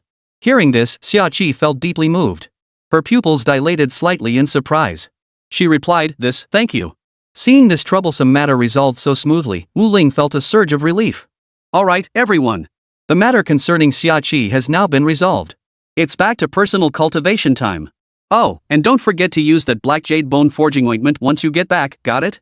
Wu Ling asked sternly. At her words, the entire class responded in unison, yes, ma'am. Chapter 29, Teaching the Method of Cultivating Spiritual Power. Now then, I'm about to announce a brand new cultivation technique. I hope you all will diligently practice it. Wu Ling declared. Hearing this, the students in the seats below were all taken aback. One by one, they focused their attention intently on teacher Wu Ling, eagerly anticipating the revelation of this brand new cultivation technique. Meanwhile, the students began pondering the nature of this new cultivation technique. Was it a breathing technique? Or a martial skill? Or perhaps some other kind of cultivation technique? The students were all filled with anticipation. After all, the breathing techniques and yellow-grade martial arts Wu Ling had previously taught them were no ordinary skills. They had surpassed expectations and were extremely precious, typically only possessed by certain families or even noble clans. Yet now, Master Wu Ling was imparting them freely, leaving the students profoundly grateful. Master, are you imparting yet another martial art to us? Aren't the breathing techniques and yellow-grade martial arts enough? One student murmured to his desk mate beside him. Yeah, normally, mastering the breathing techniques and yellow-tier martial arts would be sufficient. What teacher Wu Ling has given us already surpasses the training methods of those great families. But this time, the other student pondered, unable to grasp the meaning. Students, the cultivation technique I'm teaching you this time is no ordinary one. This particular technique involves mental energy, Wu Ling announced. At these words, the entire class froze, exchanging bewildered glances. Clearly, none of them understood what kind of cultivation technique could possibly involve spiritual power. It was something they had never heard of, let alone seen. Mental energy? Does it refer to memory? Or personal charisma? After learning it, you look more energetic, huh? Some classmates asked in confusion. At this, the classroom fell silent for a moment. Clearly, few had heard of this mental energy cultivation technique. After all, this was a world centered on martial arts, where practitioners cultivated vital energy and blood. At the very least, they had never encountered the concept of mental energy before. Yet, there were those who knew. That person was none other than Lu Yueling. Her eyes betrayed a look of astonishment. She had heard rumors about mental power cultivation techniques. She'd heard that her father had once tried to purchase one, only to have it snatched away by a powerful expert from another city who pulled strings. This technique, once mastered, granted the ability to manipulate objects from a distance, essentially granting an invisible pair of hands. Moreover, the wonders of the psychic power technique didn't stop there. It could also be used to create psychic shockwaves, launching direct attacks on others' minds to render their thoughts chaotic, numb, and muddled. It could even influence the thoughts within another's mind. In short, this secret art was far too rare for children at their level to even encounter.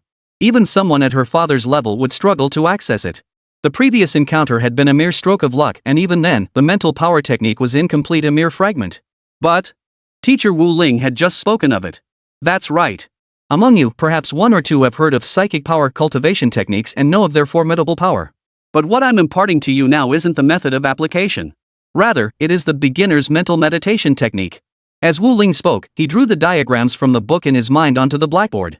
One by one, bizarre and fantastical images materialized on the blackboard. The students looked on, feeling somewhat perplexed. What is this? Many students were utterly baffled. But after seeing these images, when they blinked, a peculiar pattern materialized in the darkness before their eyes. It automatically triggered their visualization. Soon, others began examining the second image. The result was the same. Each image featured patterns and designs that defied comprehension. After viewing them, whenever they closed their eyes, the patterns would materialize and begin to move.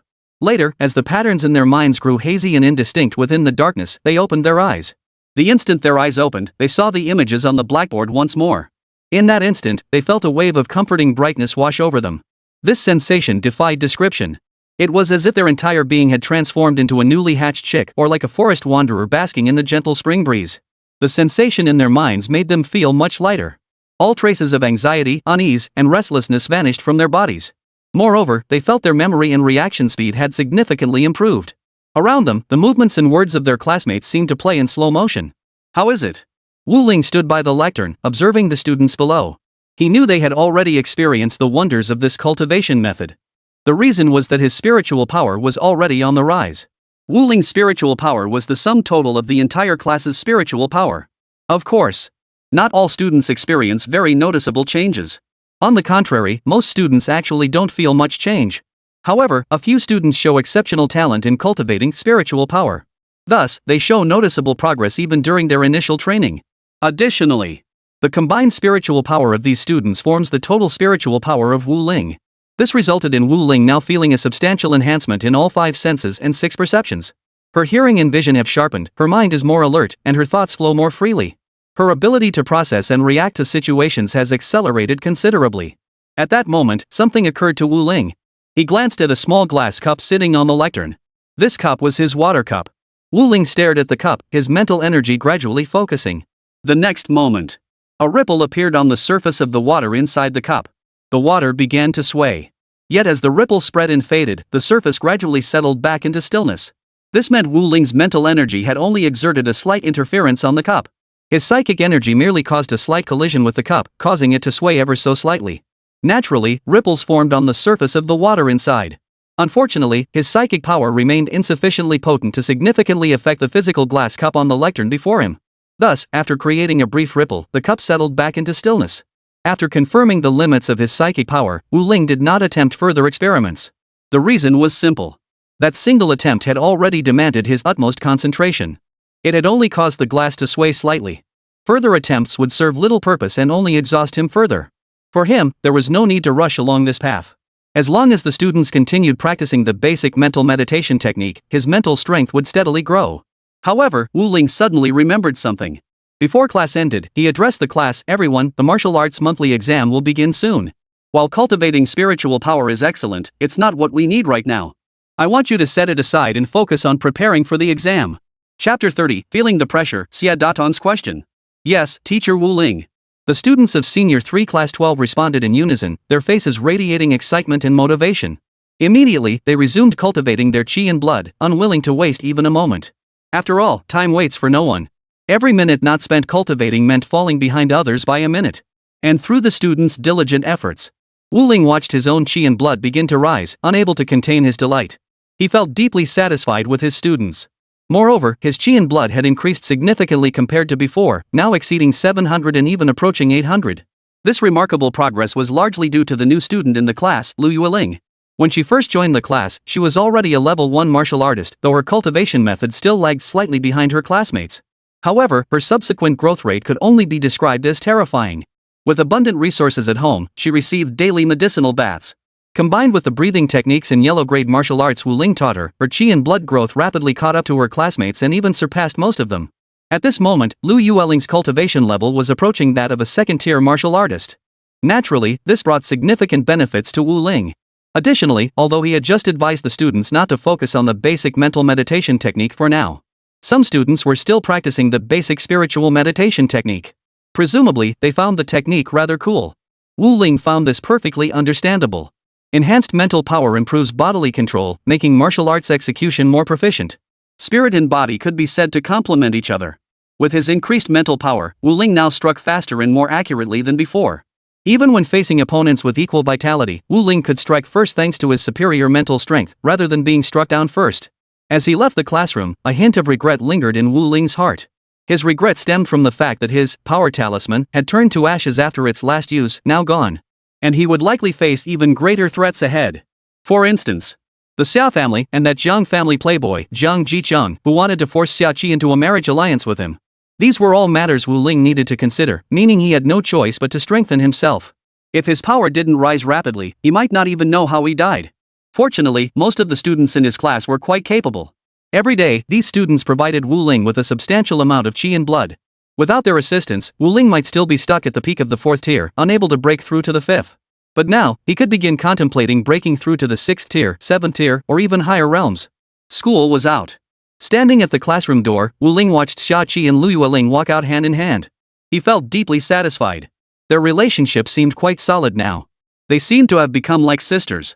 When assigning seats earlier, Wu Ling had deliberately placed Lu Yueling next to Xia Qi. Now it seemed that arrangement had indeed been a good one. "By the way, does your family have a driver?"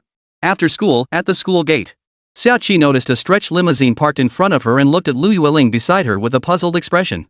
The latter calmly nodded. Hearing this, Xia Qi was utterly astonished. Even though her family was well off, they hadn't reached the point of purchasing such a limited edition, ultra-luxury stretch limousine. The wealth of this newly transferred classmate must have far exceeded her imagination. Lu Yueling. Xia Qi slowly repeated Lu Yueling's name, quickly piecing things together. As the daughter of the Xia family in Wuchang City, though her family wasn't among the city's 4 major clans, she was well acquainted with them. Among them, the wealthiest and most powerful family was undoubtedly the Lius. If that were the case, could it be that the Lu Yueling before her was from the wealthy Lu family? Xia Qi tentatively asked, Lu Yueling, could your family be that Lu family? Xia Qi asked, feeling deeply curious about this new transfer student who had just joined their class. Yes. Lu Yueling nodded, then gestured for Xia Qi to step into their family's stretch limousine. Xia Qi hesitated for a moment but then complied. Meanwhile, elsewhere. After school, Wu Ling headed to the school cafeteria. After getting her food, she found a seat and sat down. Originally, Wu Ling had only intended to eat alone. But unexpectedly, before long, a familiar figure appeared before her. Carrying a tray of food, the person placed it on the other half of the table in front of Wu Ling, then sat down in the chair opposite her. This person was someone Wu Ling knew very well. For this person was none other than Xia Datong. Wu Ling, you seem to have gained a bit more poise since last time, Xia Datong remarked after sitting down. Hearing this, Wu Ling didn't reply, merely grunted in acknowledgement. She found it perfectly natural that he would think so. The reason was simple. After all, he had previously cultivated the beginner's mental meditation technique. Moreover, the students in his class had also cultivated the basic mental meditation method. This provided him with a boost to his spiritual energy. So naturally, Wu Ling's complexion looked different from before. More precisely, it had improved. By the way, how's that tutoring job going? Xia Datong asked casually, his tone tinged with teasing. As he spoke, he picked up a piece of meat with his chopsticks, placed it in his bowl, and began to eat it with a satisfying slurp. A faint smile played on his lips. Clearly, he didn't believe Wu Ling could handle the task well. After all, so many tutors had tried teaching Lu Yueling only to fail miserably and be sent packing. What made Wu Ling think she could succeed? If Wu Ling succeeded, it would be nothing short of a fairy tale. So, the reason Xia Datong asked Wu Ling that question was purely because he thought she was getting a little too excited. He wanted to give her a little reality check. After Wu Ling admitted it didn't work out, they could exchange their failed experiences. After all, the fundamental reason they'd offered Wu Ling this tutoring job in the first place was because he himself had tried and failed. Otherwise, he would have become the tutor for Lu Yueling, the daughter of the wealthiest tycoon. After all, such an opportunity was so rare, who wouldn't want to seize it? Even as Wu Ling's friend, Xia Datong wouldn't pass it up. The reason he recommended it to Wu Ling was simply because he himself had tried and failed. Tutor? It's already been taken. Lu Yueling is doing quite well now, very obedient. Wu Ling remarked casually. Chapter 31, Vital Energy Surges Again. No. At that moment, Xia Datong's expression was like he'd just ridden a roller coaster. His eyes widened, his face underwent a complete 180-degree flip, and utter disbelief was written all over his features. At first, he was a bit dazed, then he sensed something was terribly wrong. Then his mouth fell open, revealing a look of astonishment and utter bewilderment. Finally, he was so stunned he stopped eating altogether. He froze in place. His eyes locked onto Wu Ling, wide and unblinking. No, it can't be. Xia Datong stammered out, Wu Ling, what you just said, is it real or fake? It was too unbelievable, so unbelievable he couldn't bring himself to believe it. After all, so many had failed, including renowned masters and even those approaching the level of martial artists. You're not joking, right? Xia Datong pressed nervously. He leaned closer, scrutinizing Wu Ling's expression. But Wu Ling remained utterly composed at that very moment. She picked up a meatball with her chopsticks, placed it in her mouth, and began chewing with quiet composure. Her movements were remarkably graceful. This left Xia Datong momentarily stunned across from her. After swallowing hard, he pressed further, how could that be possible? Are you telling the truth or not? How could the daughter of the wealthiest family? Xia Datong felt a deep sense of imbalance welling up inside him. Wu Ling, however, continued eating her dinner without a care. Well, if you don't believe me, you can ask the students in our class. Lu Yueling was sitting in our class today, Wu Ling said casually. What? In your class? After hearing Wu Ling's further explanation, Xia Datong felt more astonishment than resentment. Not only did you successfully tame this girl, but you also brought her to your class? Xia Datong asked. Wu Ling replied casually, as if it were no big deal. Then, looking up with a hint of impatience, she glanced at her childhood friend. Hey, didn't I just explain that already? If you don't believe me, you can always ask my other classmates. After glancing at Xia Datong, Wu Ling picked up another meatball, popped it into her mouth, and began chewing. Damn it! This is just so unfair. Hearing Wu Ling's response, Xia Datong seemed momentarily thrown off balance, continuing to vent his frustration. He watched Wu Ling shake her head repeatedly.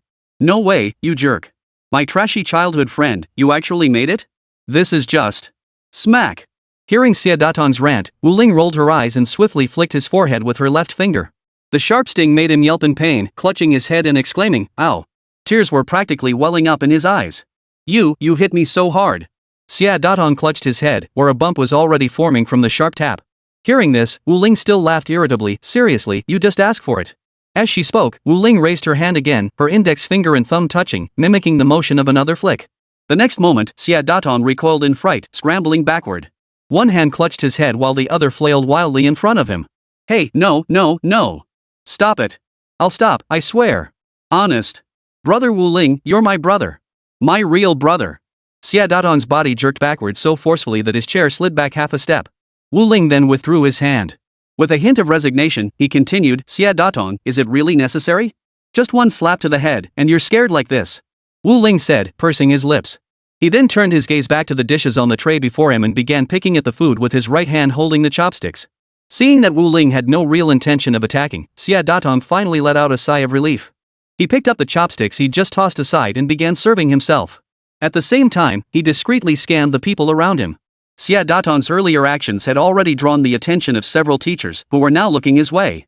But Wu Ling hadn't actually snapped his knuckles again, so the other teachers and students gradually averted their gazes. Xia Datong was able to start enjoying his dinner normally.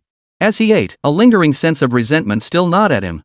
Finally, after taking a bite of his dish, he paused once more and looked at Wu Ling as he spoke. Wu Ling, you've really surprised me. Do you even realize that? As he spoke, Xia Datong shook his head. His expression was one of helpless resignation.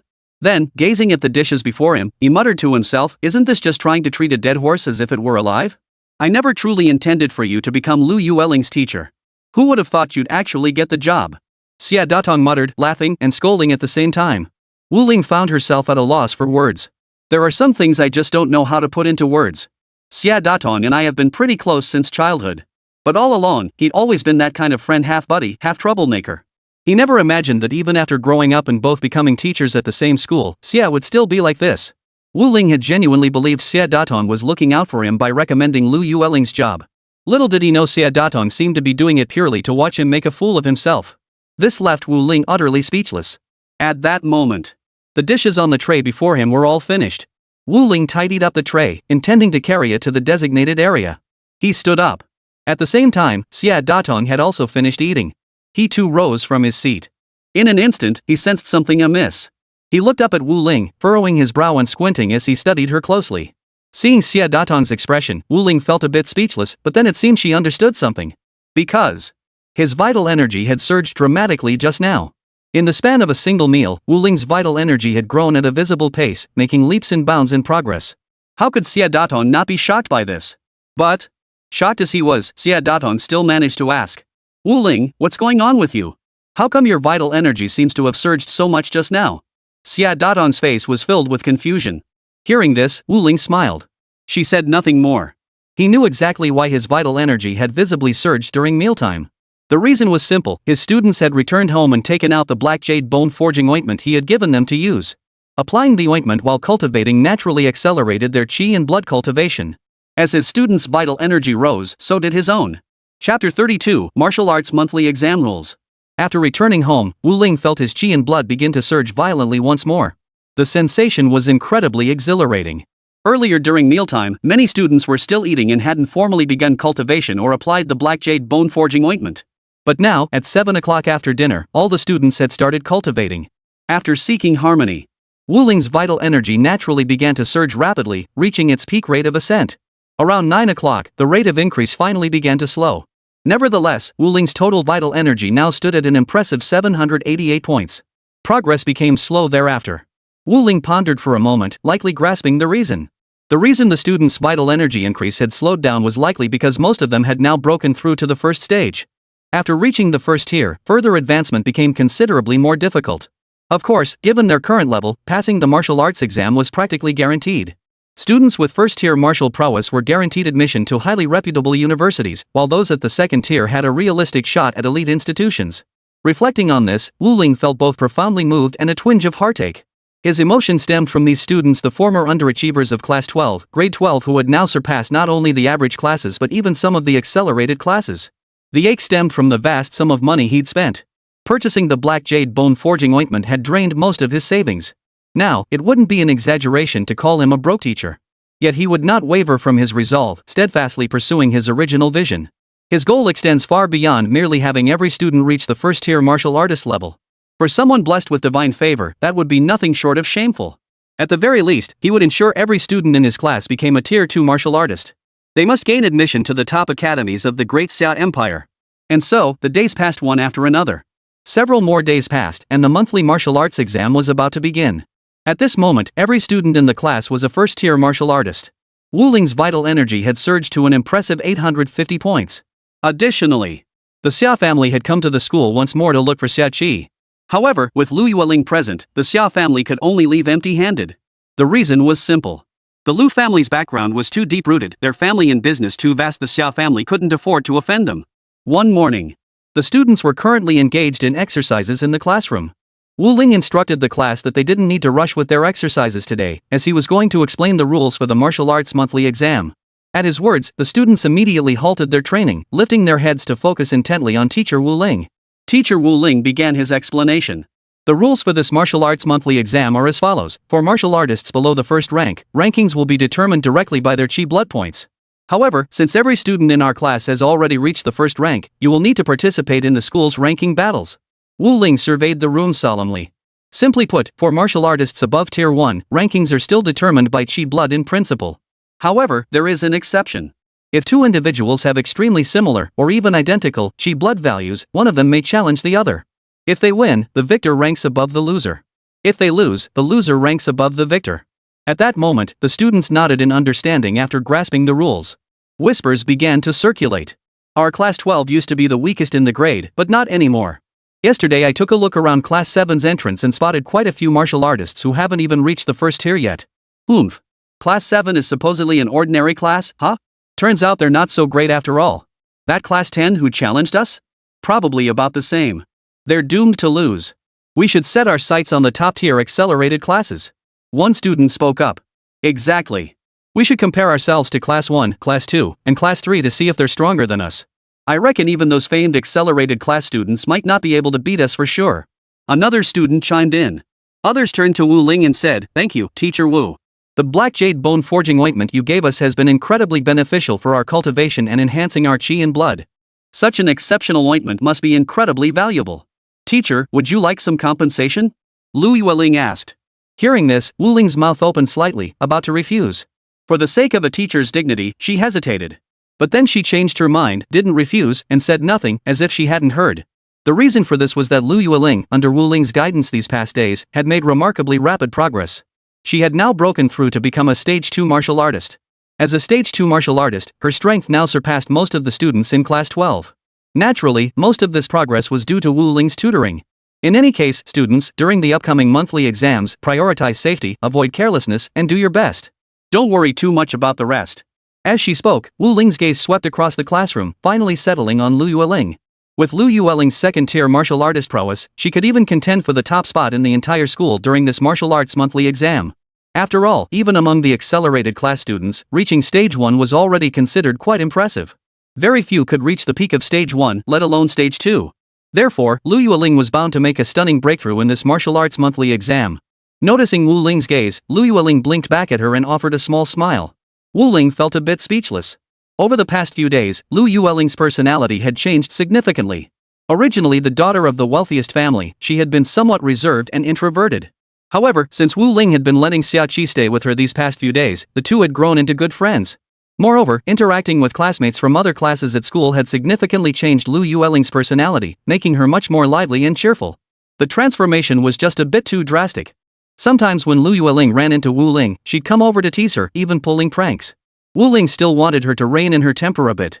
But considering that her academic prowess was now nearly unmatched among all students in the school, Wu Ling refrained from reprimanding her too harshly. Meanwhile, Wu Ling's thoughts turned to Class 10 of Senior 3. The teacher of Senior 310, Zhang Kongjian, had originally made a bet with him. At the time of the wager, Class 10's strength had surpassed that of their own Class 12. But now the tables had completely turned.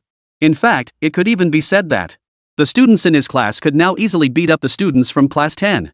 And while his students could easily beat up Class 10 seniors, he, as their teacher, could also easily beat up Class 10's teacher, Zhang Kongjian. Chapter 33, Firing? Who are you trying to intimidate? At that moment, Wu Ling's phone buzzed with a message from a social media app. It came from the grade-level teachers group chat. The dean of students kept tagging him, summoning him to the office he had no idea what for. Dean of students, at Wu Ling, hurry to the office. See what you've gotten yourself into. Principal, at Wu Ling, you're quite the talent. I think you should just resign. Look at the trouble you've caused. Picking a fight with Zhang Kangjian was bad enough embarrassing, yes, but at least it was just embarrassing. But daring to challenge our Wuchang clan? Are you trying to get yourself killed? Staring at the messages the principal sent on her phone screen, Wu Ling felt utterly speechless. She knew exactly why the principal was sending these messages. The reason was undoubtedly that he'd learned about Wu Ling's arranged martial arts monthly exam duel with Zhang Kangjian, the homeroom teacher of Senior 3 Class 10.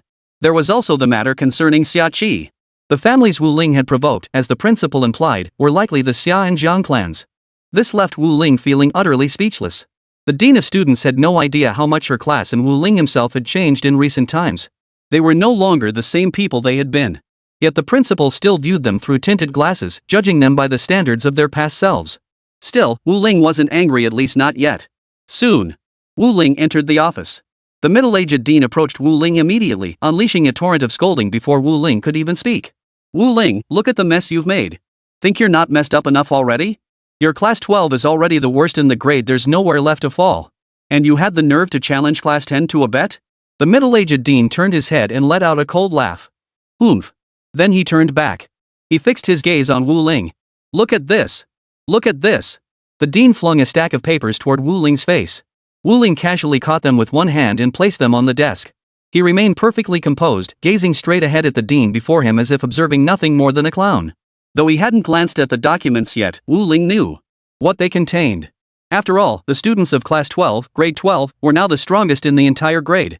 The only question left was their exact ranking. After all, in other classes, having a dozen or so first-tier martial artists was already considered quite good. Even the top-tier classes were nowhere near having an entire class of first-tier martial artists. The gap was vast. Therefore, the documents the Dean of Education had just tossed over could not possibly be complaint letters from their students or parents. Given that, what exactly they were became less important. Look. These are all complaint letters from students and parents of other classes. They think you, and your Class 12 of Senior 3, are dragging down our school's reputation. Wu Ling, think about it. How can you come to work so relaxed and carefree every day? Don't you feel even a shred of urgency or pressure?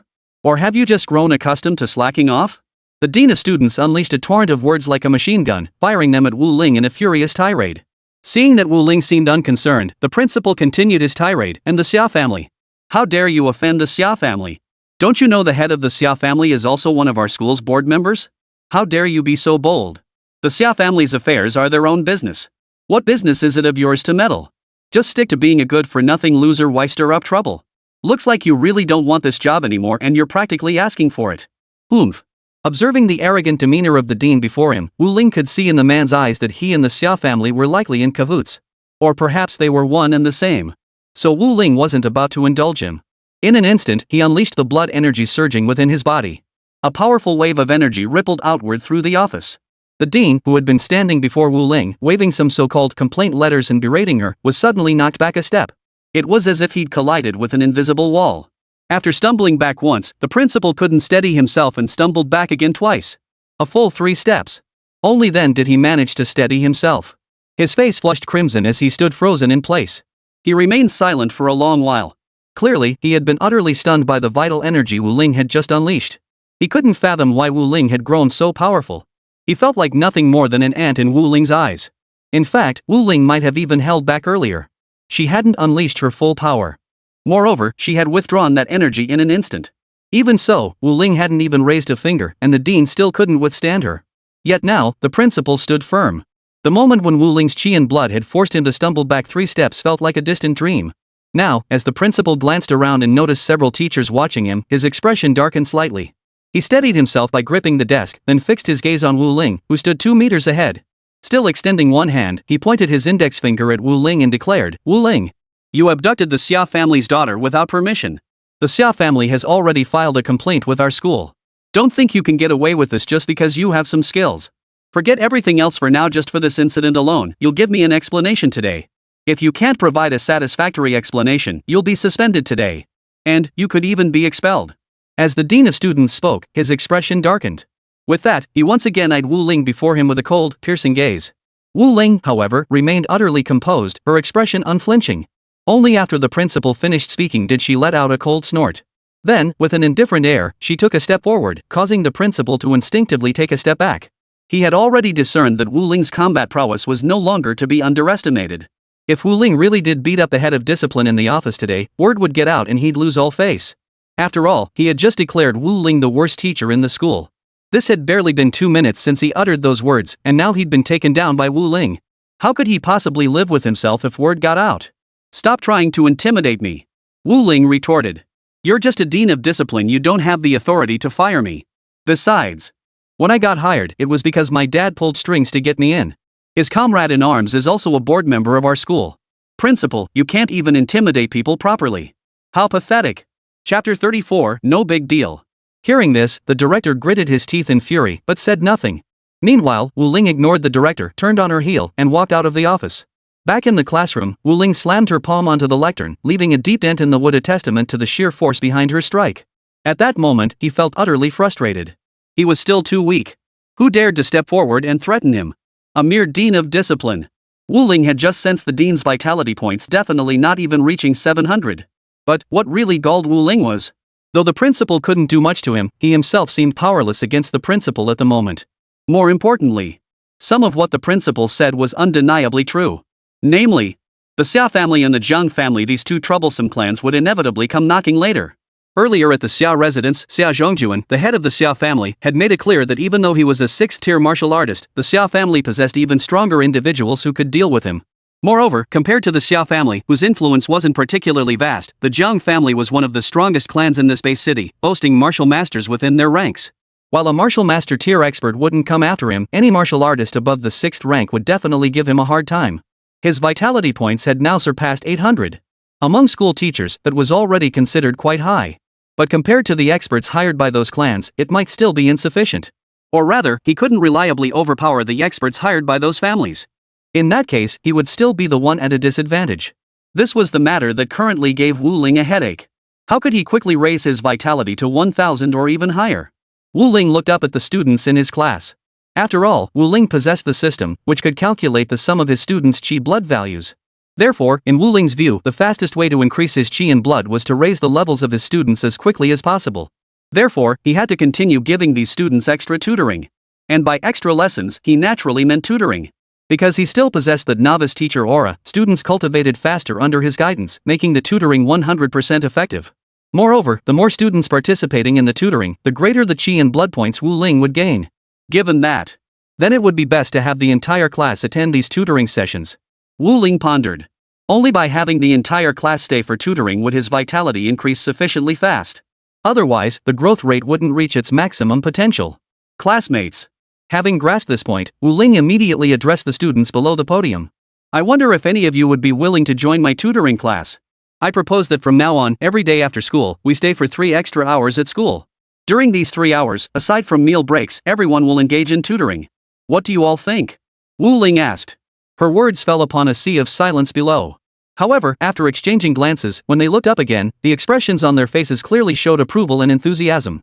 This caught Wu Ling off guard. What's the matter? Does anyone have any objections? Wu Ling asked aloud. As she spoke, she scanned the students below. She noticed that not a single pair of eyes showed resistance or displeasure. Each pair of eyes shone with keen focus as they sat upright, staring intently at Wu Ling, seemingly very satisfied with her proposal. Teacher, it's fine. Class monitor Xia Qi spoke up. Before, most of us didn't have any goals. We just came to school to get through the day. But now it's different. Our strength is now approaching that of the strongest class in the grade, but we can't say we're 100% guaranteed to hold the top spot. That's why we need to strive even harder. I believe the vast majority of our classmates are eager to grow stronger. Xia Qi glanced at her classmates beside her, who all nodded in agreement. Teacher Wu, you see, the rest of the students are also eager to become 2nd-tier martial artists before the college entrance exams. So regarding the extra training sessions, I believe most students will be able to accept them. As for those with personal commitments, they may withdraw. Xia Qi spoke again. Upon hearing this, not a single student stepped forward to withdraw from the tutoring sessions. This made Wu Ling feel very pleased. It seems most of you are likely to improve your grades and boost your vitality. Excellent. Your attitude has inspired and motivated me as your teacher. I will do my utmost to help each and every one of you advance. 2nd-tier martial artists, even 3rd tier, are not beyond reach. That day, after school, all the students stayed behind. They stayed for 3 hours of extra instruction. The gains from these 3 hours were nothing short of substantial. They were enough to increase Wu Ling's vital energy by several dozen points. As she witnessed her vitality rise once more, Wu Ling sensed something awakening within her heart. This sensation could only be described as incredibly subtle. It made him feel as though he'd been injected with adrenaline. Observing the students below training with such dedication, Wu Ling felt compelled to take action himself. Black Jade Bone Forging Ointment. Yes. The previous batch had already cost Wu Ling a significant amount of money. Now, he intended to provide it to his students a second time. This time, he feared it might even drain his life savings. Thus, Wu Ling began to ponder whether he should purchase more medicinal ingredients to prepare another batch of Black Jade Bone Forging Ointment. If he decided to proceed, a large portion, perhaps even all of the death benefits left by his father, would likely be consumed. Teacher Wu. At that moment, Lu Yueling spoke up. Hearing her question, Wu Ling paused, looking down at Lu Yueling, who had raised her hand. He asked, Lu Yueling, what is it? What's the matter? Is it an obstacle in qi and blood cultivation, or something else? Wu Ling inquired. Hearing this, Lu Yueling shook her head, yet a glint of sharp intelligence flashed in her eyes. She rose swiftly and walked over to Wu Ling's side, gesturing for her to bend down. Wu Ling complied. Then, Lu Yueling voiced her thoughts. Teacher Wu, you're currently preoccupied with thoughts about that Black Jade Bone Forging Ointment, aren't you? Teacher, the ingredients in your ointment must be quite expensive, right? These 50+ ointments must have cost you a fortune, teacher. But you've used them on us, so... Teacher Wu. Starting today, how about I cover the costs for the Black Jade Bone Forging Ointment? Teacher, my monthly allowance alone amounts to hundreds of thousands or even millions. Purchasing herbs should be a mere trifle. Chapter 35, Warmth. The moment Lu Yueling spoke, Wu Ling was instantly devastated. Indeed, a rich woman was a rich woman, and a young one at that. Her monthly allowance alone reached hundreds of thousands to millions of Singapore dollars, equivalent to his entire lifetime savings. This left him utterly amazed, even contemplating whether he should consider attaching himself to a wealthy woman. That way, he wouldn't have to work so hard. But talk is cheap. Wu Ling returned to the topic at hand and said earnestly to Lu Yueling, Classmate Lu Yueling, if you're certain about this, I have no objections. The reason she said this was because Wu Ling's finances were genuinely starting to feel a bit stretched. As the daughter of the wealthiest family, Lu Yueling was genuinely wealthy. Moreover, she hadn't spent much in the past, leaving a significant portion of her fortune untouched and unused. If she were willing to provide some financial support, it might not be a bad thing. But everyone would owe her a debt of gratitude and remember her kindness. Soon. After school, Wu Ling received the funds transferred by Lu Yueling. Wu Ling accepted it without hesitation, immediately purchasing the medicinal ingredients and beginning to prepare the Black Jade Bone Forging Paste. This time, she was even more adept than before. Moreover, since the money wasn't hers, Wu Ling felt a bit more at ease. Lu Yueling really is a good kid. After successfully brewing the Black Jade Bone Forging Paste, Wu Ling thought to herself. Though she was the daughter of the wealthiest family, her daily allowance alone was more than others like Wu Ling might earn in decades. But what mattered was that she was willing to spend her money to serve the class. That willingness was truly precious. After successfully brewing the Black Jade Bone Forging Ointment, Wu Ling was about to place it in the refrigerator for storage when something suddenly occurred to her. Right. Tomorrow was the martial arts monthly exam. Wu Ling suddenly realized something. No wonder none of the students objected when she offered to tutor them after school today. They all hoped to achieve a good ranking in the martial arts monthly exam. The thought struck him, and Wu Ling immediately tagged all classmates in the class group chat. Everyone, I finished brewing the Black Jade Bone Strengthening Paste. Is anyone interested in picking up their medicine now? I'll deliver it to you right away. Wu Ling announced. The moment she spoke, the class group erupted in excitement. Many classmates were thrilled and surprised. I think we should find a place to gather and collect the Black Jade Bone Forging Ointment together? Class monitor Xia Qi suggested. Soon, the entire class agreed to this suggestion. They chose a midpoint between everyone's homes and asked teacher Wu Ling to bring the medicine there for pickup. This medicine collection also caught Wu Ling off guard. She had anticipated it would take a long time, considering everyone had already gone home, finished their tutoring sessions, and many had even taken showers. Now, asking them to come back just to collect and apply the ointment felt a bit unreasonable. What Wu Ling hadn't anticipated was that after he brought the Black Jade Bone Forging Ointment to the designated spot, it took less than 10 minutes for the students to take all of it except for the portion he had prepared for his own family. The discipline of these senior 312 students had surpassed Wu Ling's expectations. Shortly after returning home, Wu Ling soon felt his qi and blood surging again. Evidently, most of the students had begun using the Black Jade Bone Forging Ointment. In the class group chat, many students were expressing their gratitude to Wu Ling. Lu Yuan, Teacher Wu, I can't thank you enough. You wouldn't believe it, but back home, even the servants look down on me. Now, ever since I started using the Black Jade Bone Forging Ointment, everything has changed. Wu Ling, is it really that dramatic? It's just applying some ointment, isn't it? My Black Jade Bone Forging Ointment is quite effective, but your own hard work is what matters most. Without your own efforts, everything is just empty talk. Wu Ling gazed at her phone screen, a faint smile spreading across her face. Lu Yuan, honestly, Teacher Wu, you wouldn't understand. Even someone like me, born into a prestigious family, gets looked down upon by many if I lack real ability. Before, everyone fawned over my older brother and completely ignored me. Or rather, they'd follow my orders, but mostly just half-heartedly. But this time, ever since I broke through to the first tribulation warrior realm, everything has changed. Also, part of why I'm grateful to you, teacher, is because of Xiaoqi. I've learned about her family's situation. Teacher Wu, you are not only our mentor in martial arts, but also our guide in life. At that moment, Wu Ling felt a wave of warmth wash over her as she read Lu Yuan's words in the group chat. That brat, my efforts in training him haven't been wasted. Lu Yuan was proving to be even more determined than Wu Ling had imagined. Originally, Lu Yuan had a significant gap to bridge to reach the next tier. However, since applying the Black Jade Bone Forging Ointment, his chi and blood strength had surged remarkably fast. This meant he'd spent more time cultivating with the Black Jade Bone Forging Ointment than most of his classmates in Senior 312. You see? The Black Jade Bone Forging Ointment causes a stinging sensation on the skin. This sensation could even penetrate deep into the organs and bone marrow. Therefore, the duration one can endure training with the Black Jade Bone Forging Ointment is quite limited. Once one can no longer endure it, the Black Jade Bone Forging Ointment must be scraped off the body before training can resume. Furthermore, the amount applied also affects the quantity of chi and blood enhanced during cultivation. Naturally, the greater the amount applied, the more intense the pain experienced. Lu Yuan's transformation from the bottom of the class to one of the top chi and blood practitioners in Senior 3 Class 12 signifies that he applied a greater quantity of Black Jade Bone Tempering Ointment during his cultivation sessions than his peers. It signifies he can endure more pain than his classmates. Wu Ling, Lu Yuan, your recent progress has been impressive, but take care of your body. Overworking yourself could actually hinder your performance in the martial arts monthly exam. By now, night had fallen. Wu Ling's chi and blood growth rate had slowed, indicating most students had already used their Black Jade Bone Forging Ointment. Yet Wu Ling's chi and blood levels continued to rise, revealing that some students were still training. From the rate of his own increase, Wu Ling deduced that a few individuals were likely continuing their cultivation even while using the Black Jade Bone Forging Ointment. Wu Ling immediately sent a group message instructing everyone to focus on mastery during training and avoid overexertion, lest they risk serious setbacks tomorrow.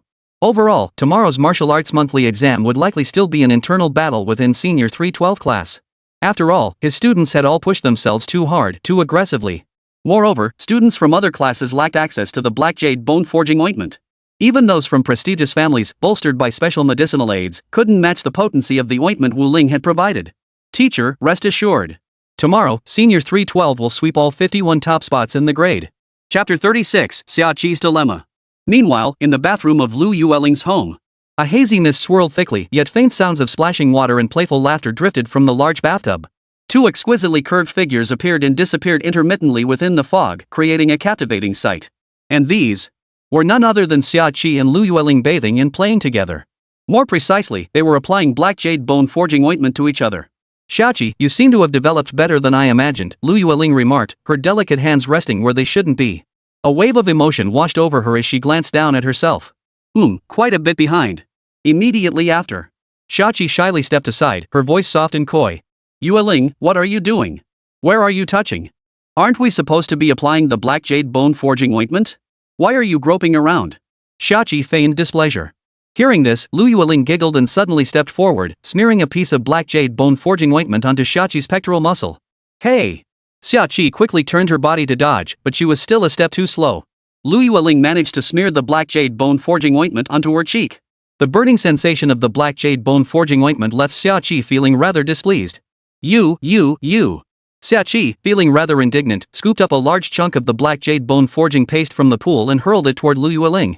However, Lu Yueling dodged it in an instant. After all, Lu Yueling was a second-tier martial artist. Though Xiaoqi was now very close to reaching that tier herself, she still fell just short. This slight gap meant that while Lu Yueling could easily dodge Xiaoqi's attacks, Xiaoqi couldn't react fast enough to evade Lu Yueling's strikes. After her failed counterattack, Xiaoqi sulkily lowered her head to stare at her delicate reflection in the water pool. Nearby, Lu Yueling initially thought Xiaoqi was disappointed at failing to strike back. But she soon sensed something was off. Xiaoqi remained with her head bowed, seemingly lost in thought.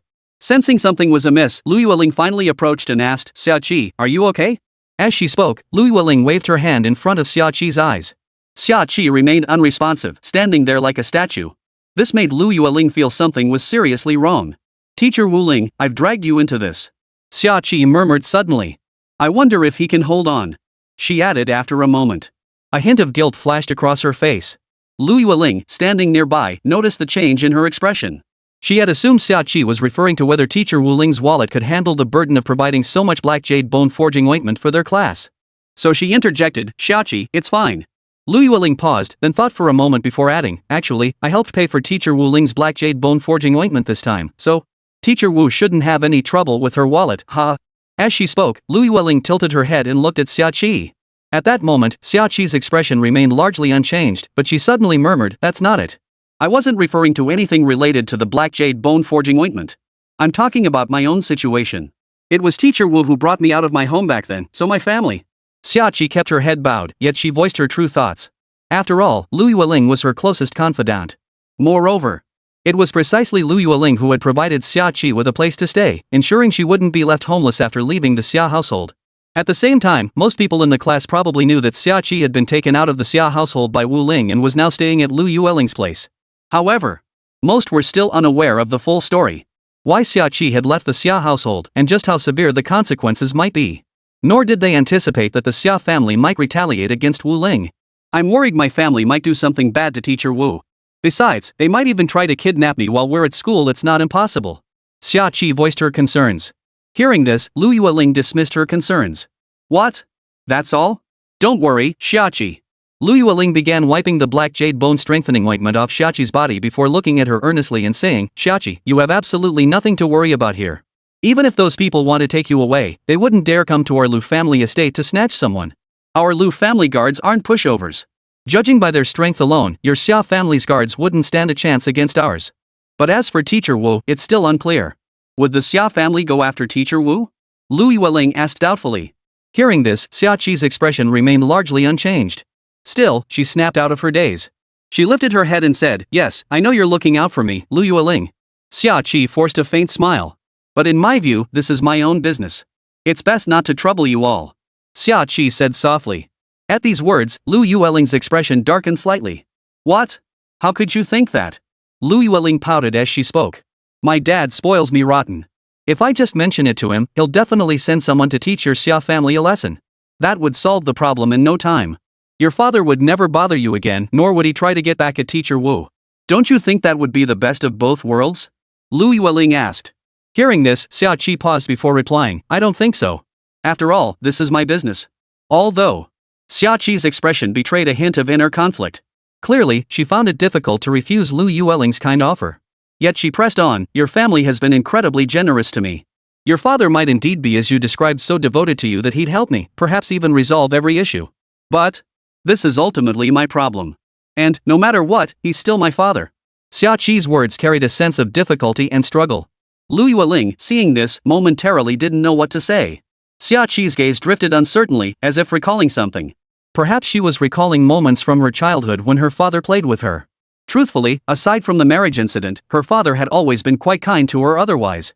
But it was precisely because of the leak of a confidential business formula due to drunkenness that Xia Zhongjuan, the head of the Xia family, had no choice but to compromise with the Jiang family. So, Lu Yueling, I appreciate your kindness. Xiaoqi took a deep breath, her gaze hardening as she continued, but I still feel I should rely on my own strength to change father's mind. Chapter 37, Is everyone in your class really a first-tier martial artist? At that moment, Wu Ling had returned home. Opening his interface, he discovered his vitality had surged significantly. He was extremely satisfied with this, knowing most of his students were working hard now. It seemed the black jade bone healing ointment was quite effective. This feeling of progress without his own effort was truly exhilarating. He then opened his attribute panel to assess his current status. Host, Wu Ling. Vitality points, 960. Martial arts techniques, Ripple Technique 66, Basic Spiritual Meditation Method. Attached attribute, Basic Teacher Aura. Looking at his panel, Wu Ling realized he was very close to reaching 1000 vitality points.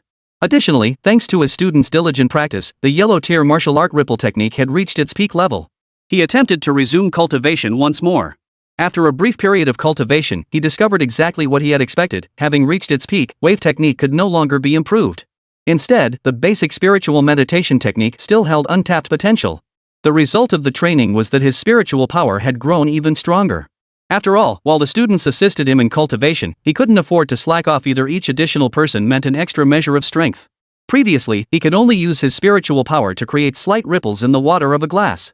Now, while he still couldn't lift objects with his mind, the ripples he created in the water were noticeably larger. After finishing his training, Wu Ling opened his computer to upload the student roster.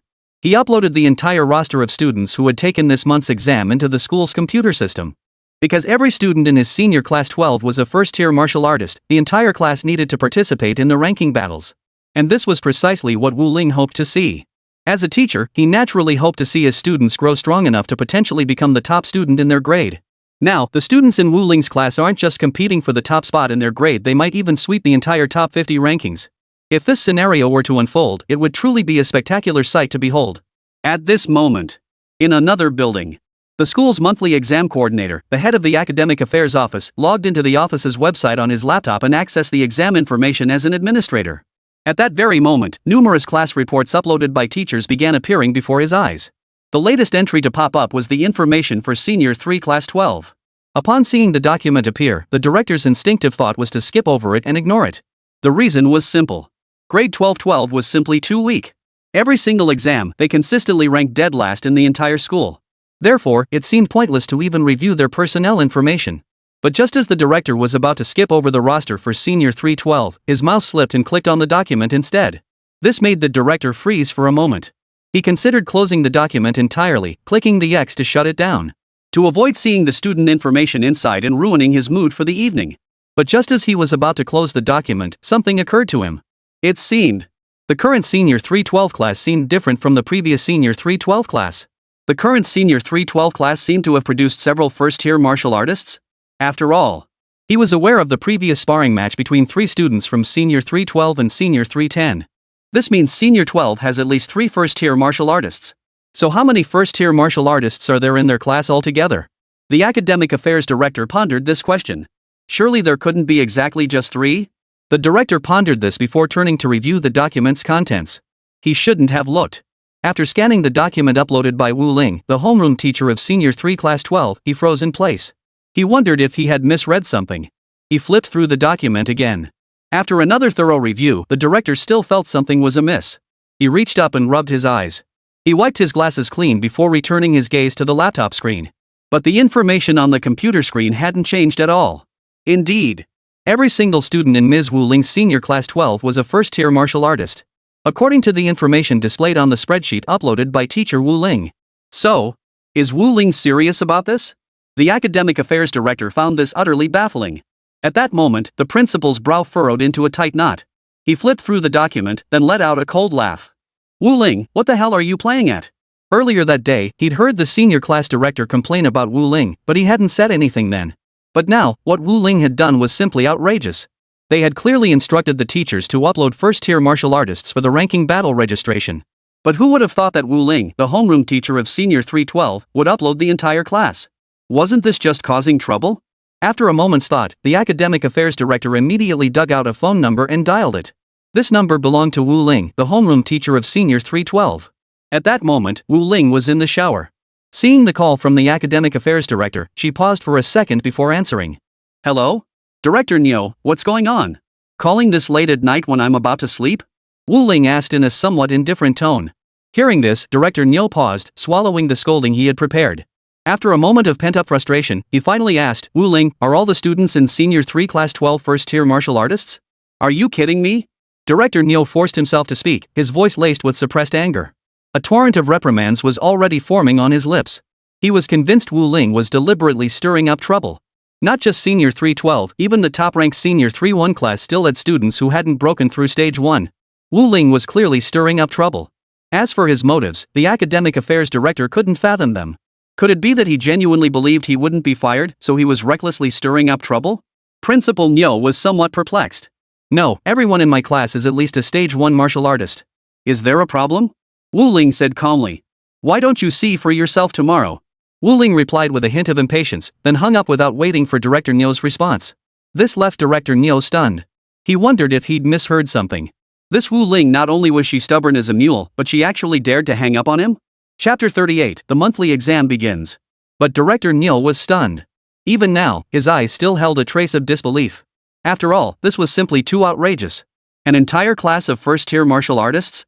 Was that even possible? If it were possible, why not just fly to the heavens? Something's off. Though Wu Ling has always been unreliable, he is, after all, the descendant of a martyr. Logically, he wouldn't do something like this. Could everything he said be true?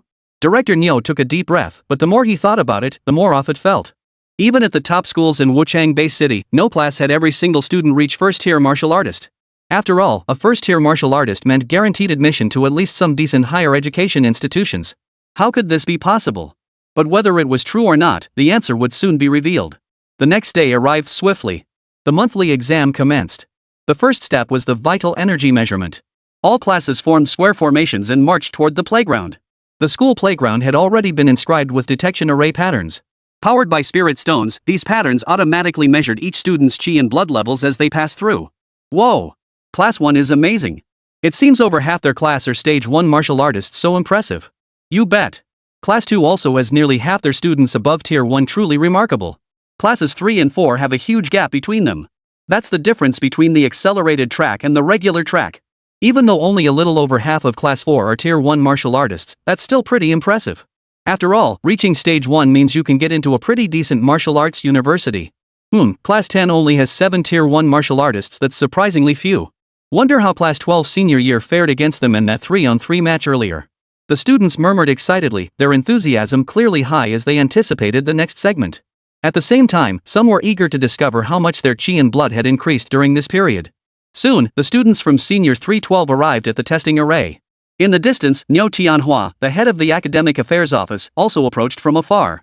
Adjusting the bridge of his glasses, he came to a stop beside the detection array where Senior 3 Class 12 was positioned. According to what Wu Ling had said last night, every member of their class was a first-tier martial artist. But how could that possibly be true?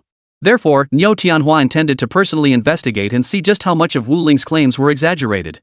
If only those 3 turned out to be first-tier martial artists, that would be an enormous exaggeration. At that moment, the appearance of Academic Affairs Director Niu Tianhua drew gasps of surprise from teachers and students of many classes. Look! Isn't that the school's Academic Affairs Director? Why is he here too? And the direction he's heading, doesn't that look like Senior 312? So Director Niu is going to observe the chi and blood test results for Senior 312? No way. What's so interesting about Senior 312? Isn't it the worst class in the entire school? Some students muttered under their breath, holding no expectations for Class 12 or perhaps anticipating their humiliation. After all, Class 12 had always been the bottom-ranked class. Well, theoretically speaking, that's true, but it's not entirely certain. Senior 312 has always been our school's worst class, but haven't you forgotten what happened recently? During the 3-on-3 competition between Senior 312 and Senior 310, all 3 members from Senior 312 emerged victorious. That proves Class 12 has at least 3 players above the first tier, but hey, what's going on here? At that very moment, Class 12 of Senior 3 had already begun their chi and blood assessments. One by one, students from Class 12 senior year stepped into the testing area. As a white light flashed, the students' chi blood values quickly appeared on the crystal panels behind them. Fang Yu, chi blood value, 28, first-tier martial artist. That's incredible. After the first Senior 12 students' results appeared, the surrounding students began to gasp in astonishment. This was supposed to be the worst class in the entire school, Senior 312. And yet, from such a class, the very first student to take the monthly exam was already at stage 1? And this Fang Yu? His grades in Senior 312 had always been below average. How could this not be shocking? Something's not right, something's definitely not right. What on earth happened to Class 12? Why on earth has Fang Yu managed to become a stage 1 martial artist? I heard Fang Yu was near the bottom of Class 12 before. What did he do to leap to a stage 1 martial artist so quickly? Students from other classes were utterly perplexed. Who knows? So, could it be that the testing array for Senior 312 is malfunctioning? Broken? Hard to say. Theoretically, it shouldn't be, right? Look at the array patterns, they're identical to the ones on Class 11's array over there. Let's see the next one. See what their chi blood value is. I know the next one, his grades are absolutely terrible. This guy named Lu Tianskong? His grades are even worse than Fang Yu's. He's near the bottom of Senior 312. If he even hits 10 chi blood points this time, that'd be impressive, huh? Senior 312 must have been deliberately underperforming earlier, intentionally letting a student who made significant progress take the test. But in the end, they still have to reveal their true bottom line, right? Senior 312 is, let's face it, still a bottom-tier class. Since it's a weak class, the weak students should step up and show their faces for everyone to see. Someone remarked thus, convinced they'd uncovered the truth, and many nodded in agreement. What's the point of letting the top students take the test first to avoid embarrassment? Just for a minute or two of praise? Yeah, this teacher Wu is a bit ridiculous. It's clearly a weak class. They insist on hiding their weaknesses. Next up, most of them probably won't even be first-tier martial artists. Students from other classes chimed in. At that moment, the second student from Senior 312, Lu Tianskan, stepped into the testing array and began his assessment. The next moment, just like the previous candidate, a flash of white light flickered across the testing array. Immediately afterward, the crystal panel beside it displayed the vital energy readings for this student named Lu Tianskan. Lu Tianskan, Vitality, 23, first-tier martial artist. At that moment, as Lu Tianskan's vitality value appeared, the students surrounding the array froze in shock. No way! Damn it, what's going on? Lu Tianskan? Is this even the same Lu Tianskan I know? Did the detection array mess up? Did it add an extra digit to his vitality reading? This has to be a joke, right? Could Lu Tianskan have been replaced? How could a student of his caliber possibly register over 10 chi blood points and become a first-tier martial artist? At that moment, the entire school was nearly stunned into silence. Principal Nyo shook his head in disbelief before turning his gaze back to the testing array in Class 12. No way. This is real? Principal Nyo glanced at Lu Tianskan, then shifted his gaze to Wu Ling, staring at them as if they were aliens. Soon, the third student from Senior 3, Class 12 stepped forward. Just like the others before him. This student was also a first-tier martial artist. At this, Principal Nyo swallowed hard. Students from other classes were also stunned into silence. So, it can't be your entire classes. At that moment, Lu Yueling approached and stepped onto the testing array. Lu Yueling, Vitality 158, second-tier martial artist. Upon seeing Lu Yueling's vitality reading, Director Nyo was utterly stunned. Chapter 39, the entire class enters the ranking tournament? After that, one after another, the students of Senior 312 stepped onto the testing array. Without exception, the results showed them all as Tier 1 martial artists. Even the lowest vitality readings were higher than the minimum threshold of 10 required for a Tier 1 martial artist. Teachers and students from other classes were utterly dumbfounded, unable to believe this was the same Class 12 they considered the worst in the school. If Class 12 was trash, then what were they? What's going on? This must be a mistake. It must be a mistake. There's no way there could be this many first-tier martial artists. But why do their vital energy readings all show different values? If the detection array is faulty, shouldn't everyone's vitality readings be identical? Students from neighboring classes murmured in confusion. Hearing this, the students couldn't make sense of it. Equally perplexed was Director Nyo of the Academic Affairs Office. But he knew something else, that these detection arrays were flawless. The reason was that he could decipher the array patterns. The array patterns of the detection arrays showed no damage whatsoever, so it was impossible for the results to be erroneous during the testing. And even if there were errors, they couldn't all be wrong. This meant that every single student in Senior 3, Class 12 was genuinely a first-tier martial artist? That was simply unbelievable. Principal Nyo froze in place. He turned to look at Wu Ling in the distance, his eyes filled with confusion and bewilderment. Seeing this, Wu Ling smiled faintly from afar. She said nothing more. He understood why Director Nyo had been seething with rage moments ago, looking as if he wanted to devour Wu Ling, yet now stood frozen in silence. It was simply because he had realized that every member of their class was indeed a first-tier martial artist. However, the members of other classes didn't share this perspective. Because they couldn't decipher the array patterns at all. Damn it! Is the array pattern for Senior 3, Class 12 broken? There's no way they're all just first-tier martial artists, right? Someone grumbled in confusion. It must be broken. Just wait till we show them. In some classes, the level 1 martial artists rolled their eyes at the constant flashes of white light emanating from the array patterns of Senior 312. They knew firsthand how incredibly difficult it was to become a first-tier martial artist, so naturally, they couldn't believe Class 12 of Senior 3 could possibly have so many of them. The only explanation was that the results were wrong. Yeah, we'll teach them a lesson later. Another first-tier martial artist clenched his fist, making his knuckles crack loudly. This student was from the same class as the one who had just questioned the accuracy of Class 12's detection array. As members of Class 1, they looked down on Class 12, the weakest class in their entire high school career. But this time, Senior 12 had humiliated Senior 1 in the rankings. How could they possibly tolerate this? Of course, this sentiment wasn't limited to Class 1, Class 2, and others felt the same way. Soon, all members of Senior 312 had completed their assessments. Every single one of them was a first-tier martial artist. The other classes, both teachers and students, were speechless. Fine. We'll see how you fare against our genuine first-tier martial artists in a moment. Some first-tier martial artists from other classes laughed bitterly in anger. In their eyes, Senior 312 was nothing but a bunch of pretenders. They had little real ability, just putting on a tough front. After all, the ranking battles were next. The ranking battle would reveal their true strength. Even if every student in Senior 312 made it into the ranking battles, so what? Those without even first-tier martial strength are worlds apart from those who possess it. Soon. The ranking battle phase began. All students above the first rank gathered at the gymnasium to participate. At this very moment, students from other classes finally felt the pressure mounting. Because the total number of students above the first-tier martial artist level was 175.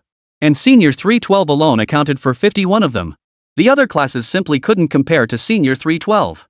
Apart from Senior 312, the top-tier class, where nearly half the students 25 in total had broken through to Stage 1, most other classes had only slightly over 10 Stage 1 martial artists. Among the average classes, the weaker ones barely reached 10. Among the weaker classes, aside from Senior 312 where every student surpassed Stage 1, most other classes were fortunate to have even one Stage 1 student per class. Seeing so many seniors from Class 12 standing before them, students from other classes finally felt immense pressure. Long Yu, class president of Senior 3-1, impossible. This power feels. No way. Are all the students in Senior 312 really beyond the first-tier martial artist realm? Beside him, Senior 3-2 class president Huashio murmured, something's off. They couldn't have taken some kind of banned substance, could they? We must insist the teachers thoroughly inspect Class 12 of Senior 3. There's definitely something wrong with them. It's impossible for all of them to have such immense chi reserves. It can only be caused by some kind of banned substance. Huashio exclaimed indignantly. Doping? Huashio, have you lost your mind? Hearing the accusations from other classes, Lu Yuan from Senior 12 shouted back impatiently. Your class is incompetent, that's your problem. How did it become about us taking banned substances? What if we didn't take any banned substances at all? Besides, what kind of banned substance could pass our blood and urine tests? You mean steroids, right? Stimulants might boost athletic performance, but they can't artificially inflate our chi and blood levels. If we're not on banned substances, will you apologize and kowtow to us? Lu Yuan refused to budge an inch. Hearing this, Class 1 and Class 2 of Senior 3 fell silent. Yet their expressions remained unchanged, still harboring suspicion toward the students of Class 12. The reason was simple. They had originally come to compete for first and second place. With the largest class sizes, their odds of securing top placements were naturally higher. Conversely, with fewer students from other classes participating, their chances of securing top positions were naturally lower. But this time, every single student in Senior 312 had passed the first-tier martial artist test. How could the students of Senior 3-1 and Senior 3-2 not feel uneasy?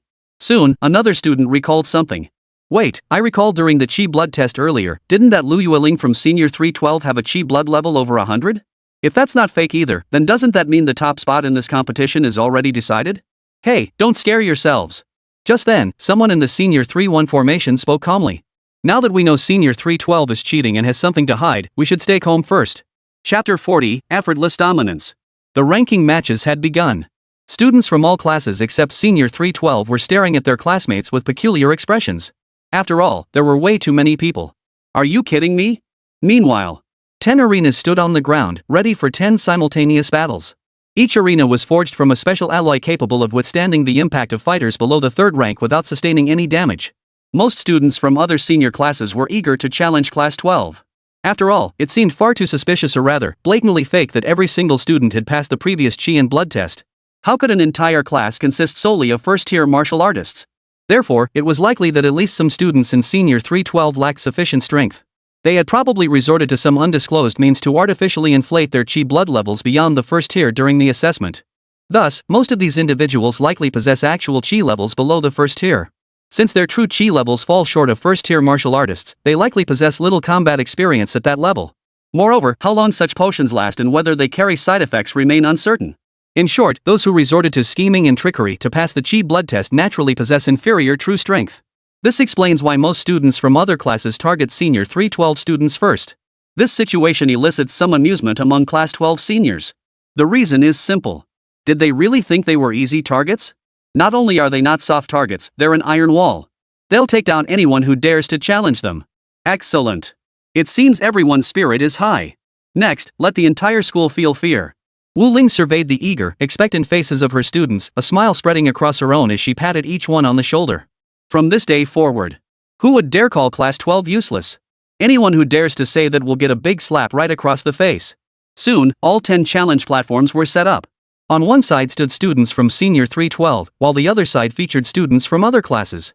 Both sides were thoroughly satisfied with these matchups. As for the reason, it was simple. Students from Class 12 could actually challenge each other within their own class. But that would have seemed a bit too harmonious. The current mindset of other students is to first eliminate these cheaters from Class 12, Grade 12. Although many Class 12 seniors remain on the field, if they lose in the ranking matches, their positions will drop. In effect, students from other classes would be pushing Class 12 to the very bottom of the rankings. Even if Class 12 of Senior 3 ultimately finishes within the top 170 in the grade, as long as they don't compete with these elite and top students for the top spots, it's enough for students from other classes. In the first match, Lu Yueling's challenger was the class monitor of Senior 3 won the strongest fighter and the pride of Senior 3 won Luo Tianlong. Luo Tianlong possessed 89 points of vitality.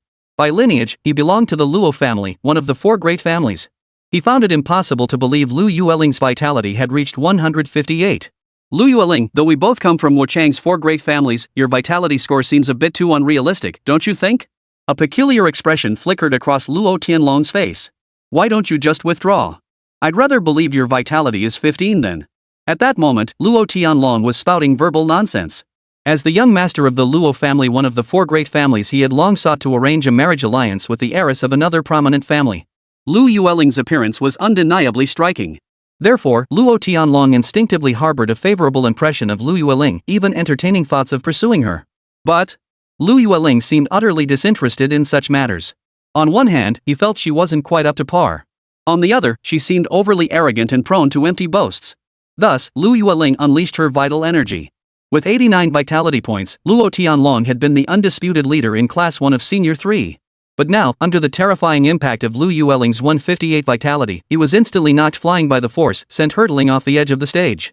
The entire sequence unfolded in mere seconds. From the start to the finish of the match, it was essentially the blink of an eye. That included the time Luo Tianlong spent trash-talking. Now, however, he lay sprawled outside the arena, his face turning the color of liver sauce. All traces of his earlier smugness vanished. Instead, his face was filled with shock, frustration, and confusion.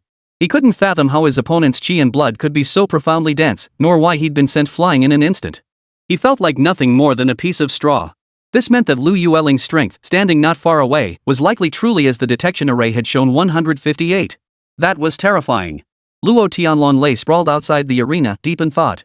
He had even forgotten to get up.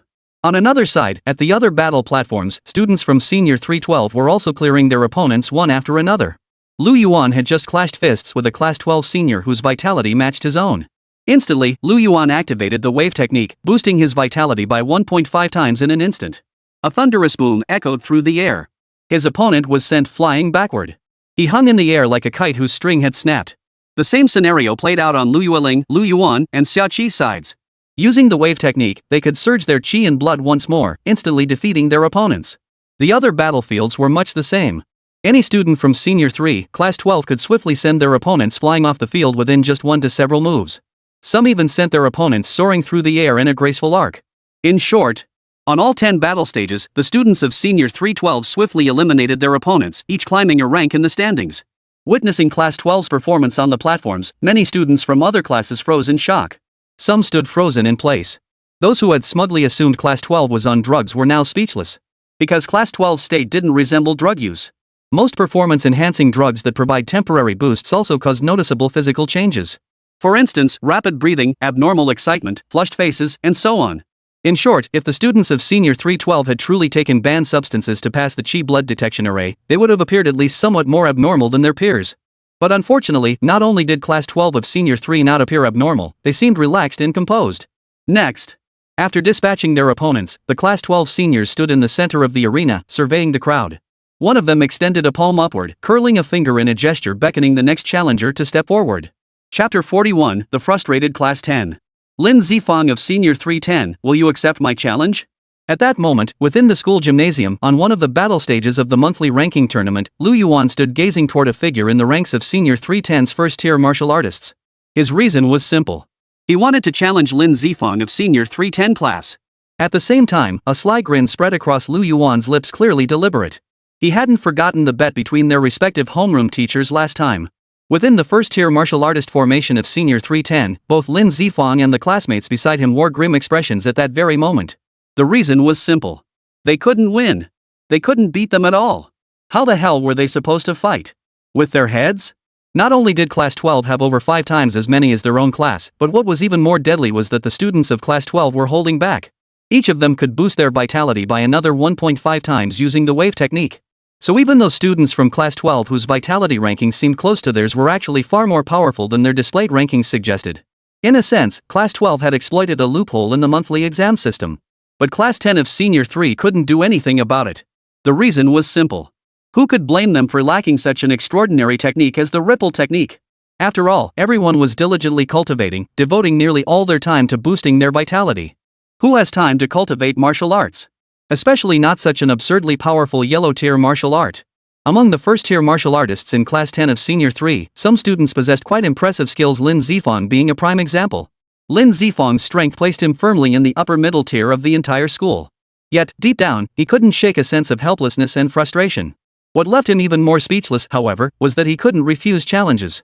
In principle, during the final ranking matches of the martial arts monthly exams, students could refuse challenges from others. But the number of refusals was limited, only 3 in total. Unfortunately, before Lu Yuan, 2 students from Senior 312 had already challenged him, and he had declined both. This meant Lin Zifong now had no choice but to accept Lu Yuan's challenge request. This was the most infuriating aspect of the situation. Most of the first-tier martial artists from Class 10 shared Lin Zifong's frustration. Their class had only 5 students who made it to the ranking tournament to begin with. And now all 5 were being relentlessly targeted by Class 12 seniors. So much so that they couldn't even manage to scrape by in the rankings. I forfeit. After a moment's hesitation, Lin Zifong finally uttered the word withdraw with a dejected sigh. The moment the words left his mouth, a chorus of boos erupted from the surrounding classes and onlookers. Senior 310 is such a bunch of losers, huh? At least other classes' students stepped up to accept the challenge. This Class 10 of Senior 3 doesn't even dare to fight. Students who forfeit like this deserve punishment. They should be ranked dead last in the tournament. Some students voiced their opinions. Hearing this, another student chimed in, that's about right. The seniors in Class 10 are practically dead last already. I seem to recall Senior 310 challenging Senior 312 during the martial arts monthly exam earlier. That incident made quite a stir. The whole grade knew about it. How come now? Another student sneered. Now we can't even fight back. It's truly embarrassing. And it's not just the students who are disgraced, the teachers are too. Who was the homeroom teacher for Senior 3 Class 10 again? I recall it was him who challenged Senior 3 Class 12, right? Isn't that Zhang Kongjian? Mr. Zhang just went to the bathroom and he hasn't come back yet. A student glanced over at the grade 12-10 students and chuckled. Did he fall into the pit, Mr. Zhang? Ha ha. Another student chimed in. How did Mr. Zhang dare challenge Class 12? The gap in strength is just too huge. Another student sighed, only to be abruptly interrupted by a classmate beside them. Hey, haven't you forgotten? Back when Senior 312 first started, they were the worst class in the entire grade. Senior 310 was originally meant to be an easy target. And Class 12's homeroom teacher, Wu Ling, was just an ordinary teacher before. But somehow, she suddenly changed her ways and even elevated all her Class 12 students to the rank of Stage 1 martial artists. That Wu Ling is the real deal. Now, some students finally realized why the entire Class 12 of Senior 3 could surpass first-tier martial artists. Moreover, the reason the entire class could easily defeat Class 10's strongest fighter was due to the exceptional teaching of their homeroom teacher, Wu Ling. Some still suspected Class 12 of Grade 12 had used some kind of banned substance, but they couldn't produce a shred of evidence. After all, Class 12 of Senior 3 truly hadn't used any banned substances. The only substance they used, Black Jade Bone Forging Ointment, was merely an auxiliary medication applied topically. And it was applied before the ranking matches began. At this very moment, the rankings of Class 12, Senior 3 students continue to climb. They were on the verge of sweeping the top 51 spots in the grade. Apart from Class 10, the expressions on the faces of students from other classes weren't looking too good either. After all, Senior 12 had been the class they looked down upon as the worst in the grade. How could they have surpassed the students from these top-tier classes in less than a month? Many students from the top classes found it hard to accept this reality at first. But they had no choice but to accept it. Because the seniors from Class 12 who faced them were genuinely formidable. The moment they were thrown off or knocked out of the ring, the pain was all too real. Senior 12 is going to sweep the top 50 spots this year. Some students murmured in astonishment from the sidelines. Not far away, at the entrance to the gymnasium restrooms, Zhang Kongjian was spotted by a classmate who stopped him. Hey, isn't this Mr. Zhang from Senior 310? What are you doing smoking here? Aren't you going to watch your Senior 310 students perform? The students teased him. Hearing this, Zhang Kongjian, homeroom teacher of Senior 310, turned ashen-faced. He was momentarily at a loss for words. But what difference did it make whether he saw the results or not? They were hovering around 170th place in the grade anyway. After all, When Class 12 of Senior 3 knocked Class 10 off the field, they'd been a bit rough, so rough that Class 10 would have to battle through the pain in their next match. Chapter 42, The Academic Affairs Director Apologizes. But as time passed, Class 12 of Senior 3 finally started seeing some of their own eliminated. After all, many students had vitality levels in the 20s. Even with the aid of the ripple technique, they could only boost their vitality to the 30s. But in some classes, students boasted vitality indices of 50, 60, or even 70. These students came from wealthy families and had been training since childhood, enjoying the best resources available. Moreover, Class 12 sweeping reforms had only been in place for less than a month. It was impossible to compare with these students, and catching up would likely require a considerable amount of time. Yet students like Lu Yuan, Xiaoqi, and Lu Yueling still held positions ahead. They were the backbone of Class 12, possessing formidable strength that placed them among the top ranks. Moreover, numerous students from Senior 3, Class 12 are ahead. They were even on the verge of monopolizing the top 5 spots in the entire grade. The most unattainable among them is undoubtedly Lu Yueling. Her vitality points stood at 158. Her vitality score is nearly double that of the second-place student. It could only be said that she truly lived up to her reputation as the daughter of Wuchang City's wealthiest family. The resources at her disposal were nothing short of abundant. Beyond the black jade bone-forging ointment, she was also provided with numerous other specialized supplementary medications. Consequently, her chi and blood improved at a pace far surpassing that of her peers in Class 12, Senior 3, including the top students from Classes 1 and 2 of the same grade. At that moment, the Academic Affairs Director watched the performance of Class 12 seniors on the stage and was momentarily speechless. What kind of prodigy is this Wu Ling? That was the sole thought racing through the principal's mind. Because Wu Ling was simply too outrageous. The students of Class 12 were clearly no geniuses he had assessed them before. Most were the absolute dregs of the dregs. From their freshman year through sophomore year, and even up until a month ago, these students consistently ranked at the very bottom of the school. Moreover, many were downright lazy. They were the type who wouldn't practice even if you dragged, pulled, or begged them. Others were slow learners. But what was going on now? Why are they now dominating the top 10 spots, with over 30 students in the top 50? Not a single one has fallen out of the top 100. When did they become so incredibly talented? The Dean of Academic Affairs couldn't wrap his head around it. At that moment, he spotted Teacher Wu Ling standing beside the senior Class 12 students in the distance. She turned and waved at him. Her face was beaming. The Academic Affairs Director saw this, his expression turning grim and awkward. Nevertheless, he eventually raised his hand and waved back at Wu Ling. Wu Ling. Teacher Wu Ling, you did very well. After this, I will commend your Senior 312 class before the entire grade. The Academic Affairs Director paused briefly before speaking. Hearing this, Wu Ling smiled. I'll leave the commendation to you, Director of Academic Affairs. But I recall that before this monthly exam, someone, or rather, a certain class had issued us a challenge. Now everyone has seen the outcome. So, shouldn't this class and their teacher do something about it? Like bowing to our class and admitting their mistake? Wu Ling said with a smile.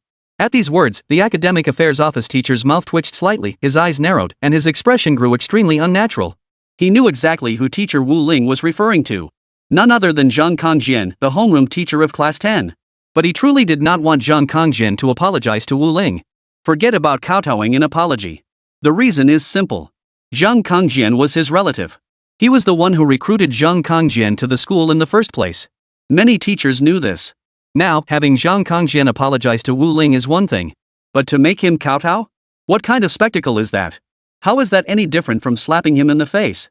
This competition was indeed won by your Class 12, Senior 3. After a moment's deliberation, the Academic Affairs Director continued in a solemn tone. I will announce this to the entire grade. Additionally, would Teacher Wu be willing to share with the entire grade how you led Class 12 of Senior 3 to achieve this remarkable turnaround? The Academic Affairs Director continued. Share my experience?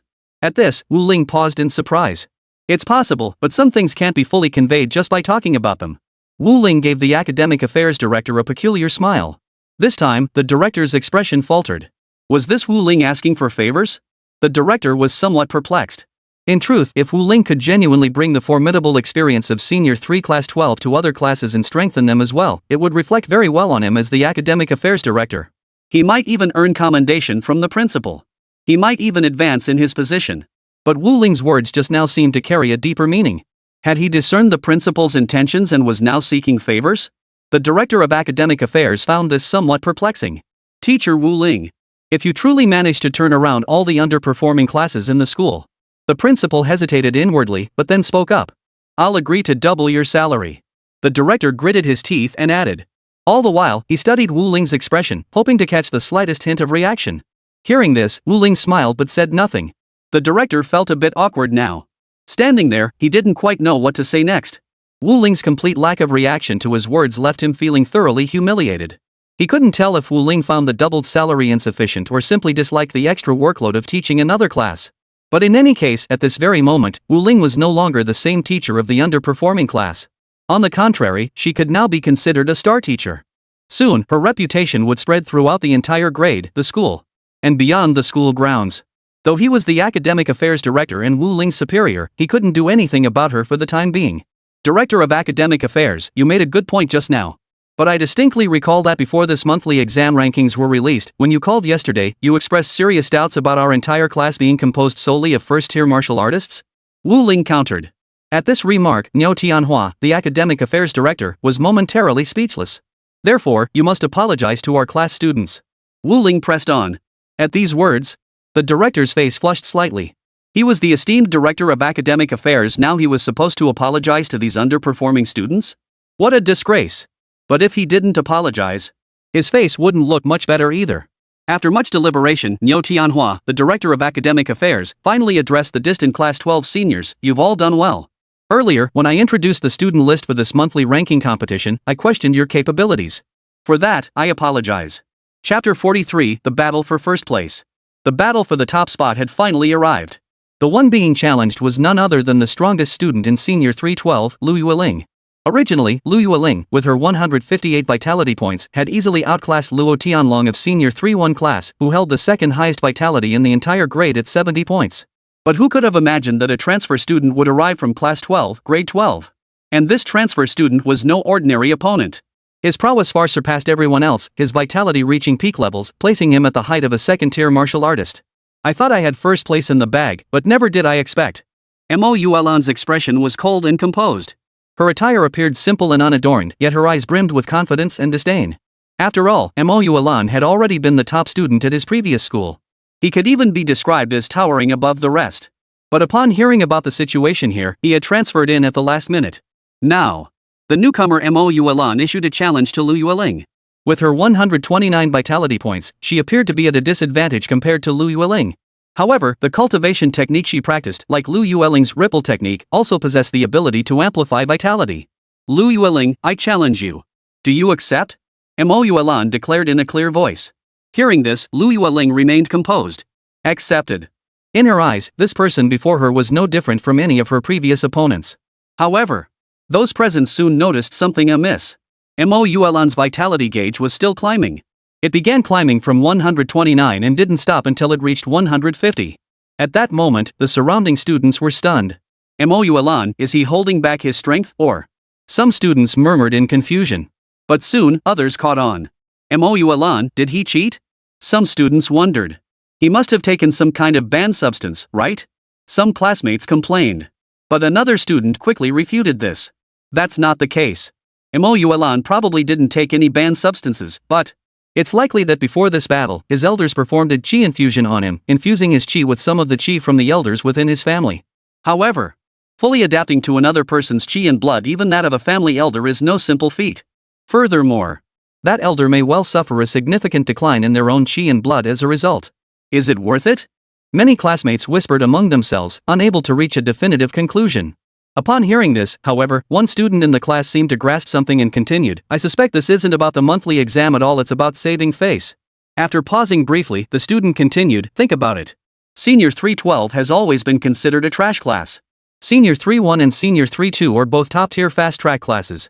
If this underachieving Class 12 were to completely trounce both Class 1 and Class 2 in this monthly exam, how do you think the parents of students in other classes would react? They'll surely think the school's claims about its fast-track classes were just bragging. From this perspective, this monthly exam has completely distorted the school's reputation.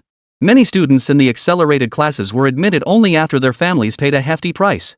After this, Senior 3 Class 1 and Senior 3 Class 2 have become worse than even the weaker classes. What will those parents think? Keep in mind, some parents of students in these classes are members of the school board. This puts the school under immense pressure. So overall, to save what little face remains, the school will find ways to ensure the accelerated class students take first place, not the former underperforming Class 12. Even the top student of Senior 312, Lu Yueling, is widely known to be the daughter of the current wealthiest family. On the stage, Mo Yuelan looked at Lu Yueling, her brows furrowing. The Lu family's heiress, truly, lives up to the Lu name. Mo Yuelan murmured, then began to channel her qi and blood throughout her body. To attain this vital energy, he had paid a tremendous price. Enduring his father's initiation rite meant suffering 10 full hours of qi and blood surging chaotically within him. Only through relentless suppression did it finally stabilize within him. Though this energy still wasn't truly his own, he had successfully elevated his vital energy to such a high level that he could now match Lu Yueling. Come on! Lu Yueling's expression remained unchanged. I'm truly gratified that someone dares challenge me, but you're no match for me. As for why? Your qi and blood are still a bit unstable.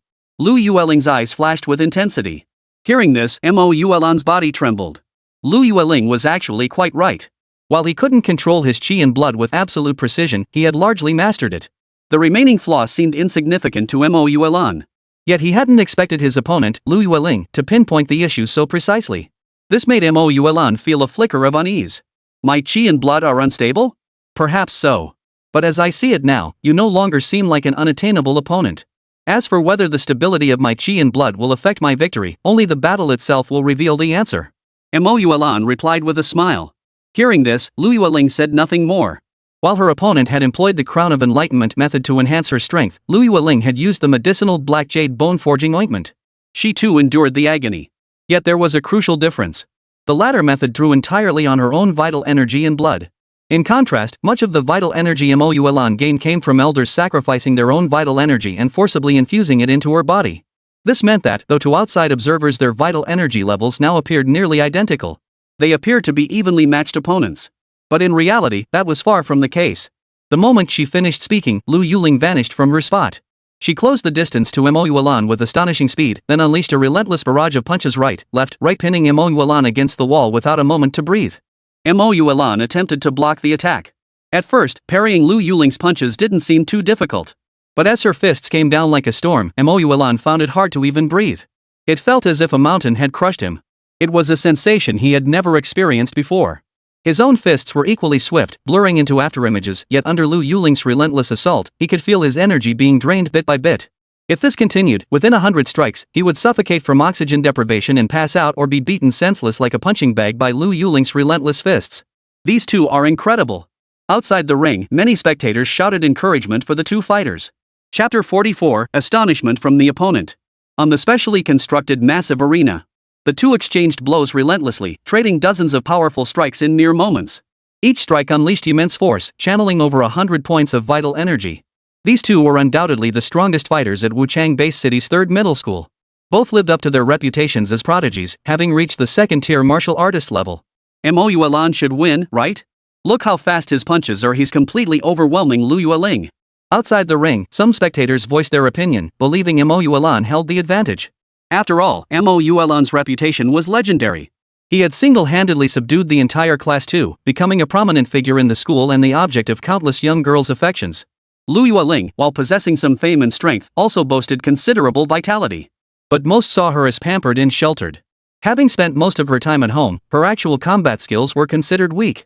Many believed she was all show and no substance, doubting she could truly live up to the combat potential her health points suggested. Hey! Who said that? Why couldn't it be Lu Yueling dominating Mo Yuelan? Of course, many supported Lu Yueling. After all, she was beautiful and wealthy, the ideal rich woman in countless admirers' eyes. Moreover, many women looked up to Lu Yueling as a role model, since women faced greater disadvantages than men in cultivating qi and blood. Now, a woman had fought her way to this level, competing with another for the top spot in the school. Naturally, she drew considerable support. In the distance, Wu Ling watched everything unfold on the stage, his expression relaxed and devoid of any tension. He was confident his student would emerge victorious. Mo Yuelan possesses decent strength and talent, but compared to Lu Yueling, she still falls short in many ways. Moreover, Yueling's innate talent is extraordinary. She has already cultivated the yellow-tier martial art I taught her to an advanced level, far beyond what ordinary people can achieve. He murmured softly. Yet he maintained a calm demeanor. Beside him, the homeroom teacher of Class 2 radiated absolute confidence. He didn't believe Mo Yuelan would lose. She had more combat experience, and while Lu Yueling possessed extraordinary vitality, he saw her as nothing more than a delicate flower grown in a greenhouse, hardly a threat. But what kind of talent does this Wu Ling possess, to have taken on such a student and for the entire class to possess such strength? At this thought, The homeroom teacher of class 2 couldn't help but turn his gaze toward Wu Ling. Deep shock still lingered in his heart, unable to believe that the person they had always regarded as a failure and a disgraceful teacher could transform into this very being. The entire class had reached the first-tier martial artist level. And in this month's ranking battle, they all placed at the top. They crushed every other class, including the elite class 1 in class 2. It was utterly unbelievable. And in the distance, at this very moment, Mo Yuelan had unleashed all his abilities, but because part of his chi and blood wasn't his own, his breathing remained extremely labored. Still, after exchanging hundreds of blows, he still managed to leap aside, forcing his mind to settle. He took several deep breaths, then stared at Lu Yueling ahead as if he'd seen a ghost. Lu Yueling appeared unharmed, and it seemed she hadn't gained the upper hand in their exchange, a conclusion shared by many spectators outside the ring. Yet the reality was far from that. The two were not evenly matched. From the start until now, Mo Yuelan could keenly sense that Lu Yueling had been holding back, seemingly wanting to draw out more of his abilities. Had she not been holding back, Lu Yueling could have ended the match moments ago. Yet she deliberately chose not to.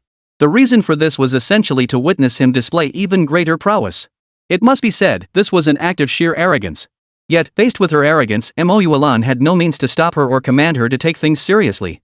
After all, if Lu Yueling hadn't gone easy on her, Mo Yuelan might have been knocked off the ring long ago. Now, after the two had split the difference and separated, as they circled each other on the ring, testing each other with their eyes, Lu Yueling remained as calm and composed as ever.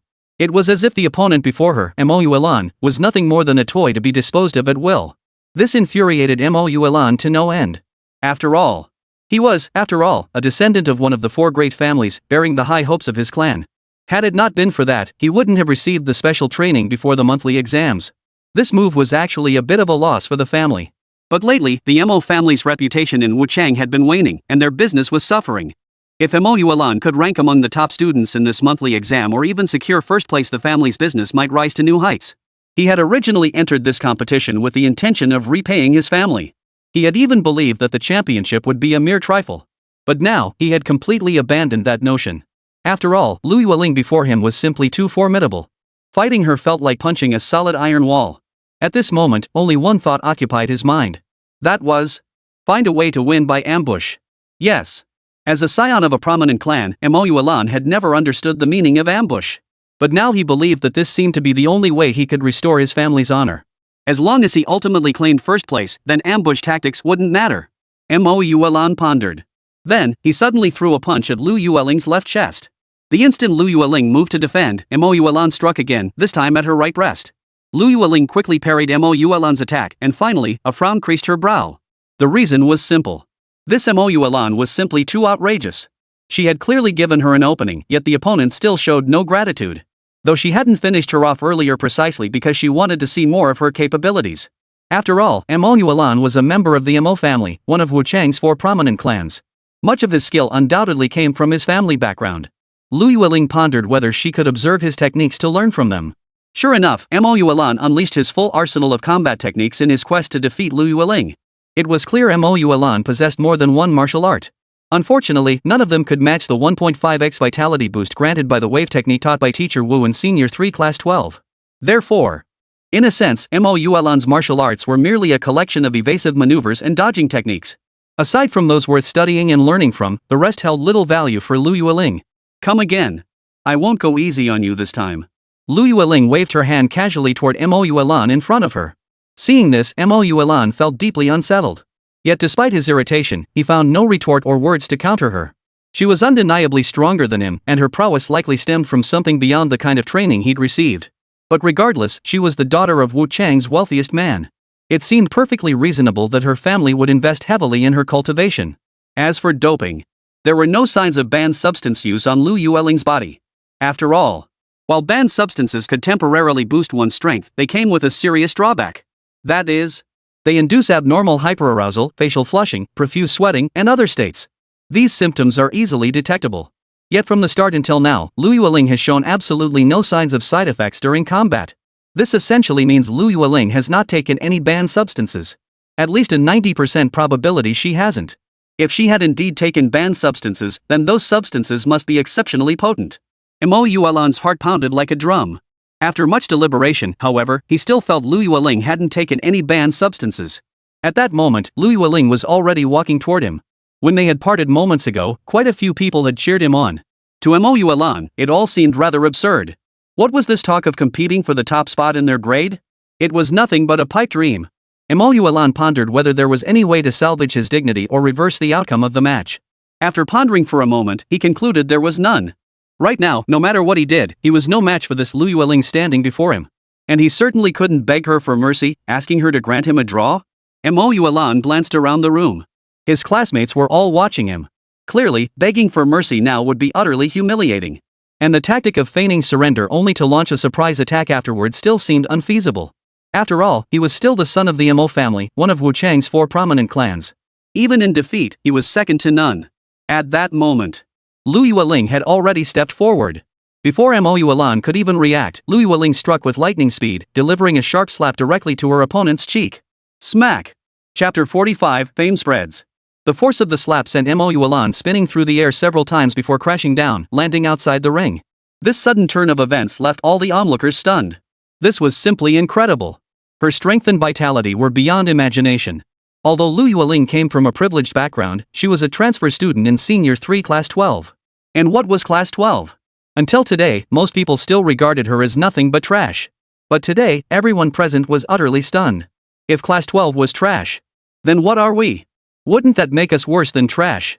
Moreover, when Lu Yueling first entered the school, her qi and blood levels didn't seem particularly high. But now, she can actually beat Mo Yuelan?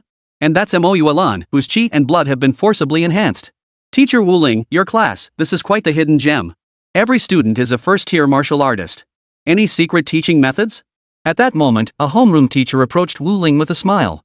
After all, Class 12's stunning turnaround was nothing short of astonishing. And as far as they knew, it all seemed to have changed because of Wu Ling. A few days prior, Wu Ling had cancelled all classes except his own.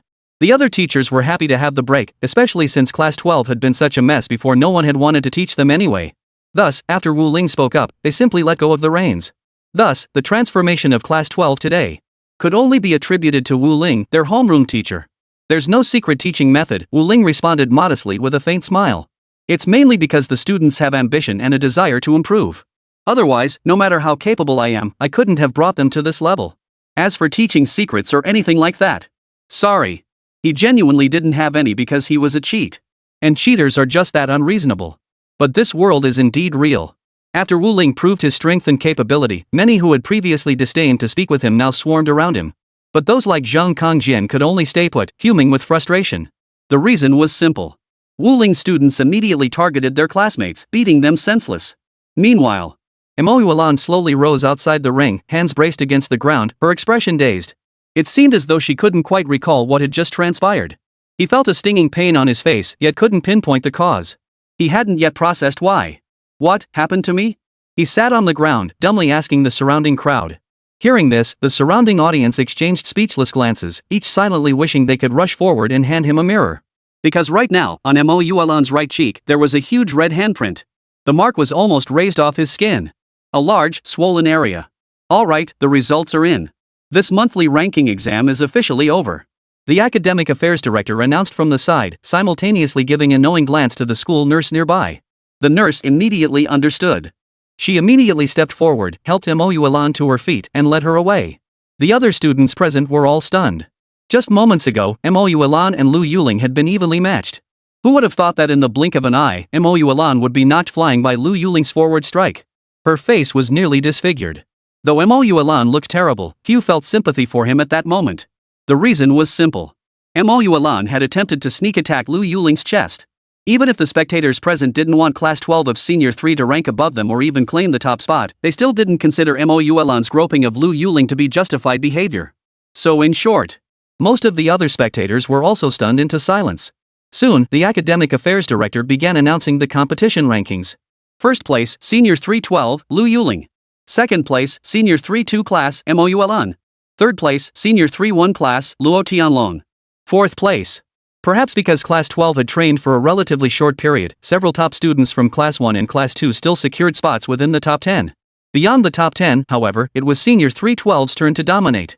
After the academic affairs director finished announcing the rankings for this month's exam, he began distributing the prizes. The rewards were primarily dragon coins. The amount varied based on their respective rankings. Of course, for the daughter of the wealthiest family, this was merely a token gesture. The school seemed to have anticipated this, so they also awarded Lu Yueling a school-wide public commendation over the PA system. Of course. Even without the announcement, the news had already spread to every student in every class across the entire school. Moreover, it wasn't just the students, people outside the school had also heard about it. Moreover, even the Ministry of Education had received word. Right now, the Ministry of Education was also reeling from the shock of this news. Principal Ma, are you absolutely certain you didn't misstate that? In your school's recent monthly exam, over 170 students achieved first-tier martial artist status or higher. Among them, all 51 students in Senior 312 are first-tier martial artists? And among them, the Lu family's heiress is nearly at the second tier and took first place in this competition? The voice on the other end of the line inquired. Hearing this, Principal Ma replied, that is precisely the case. While this news may sound unbelievable, it is both true and reasonable. If you don't believe it, you can send someone to investigate on site.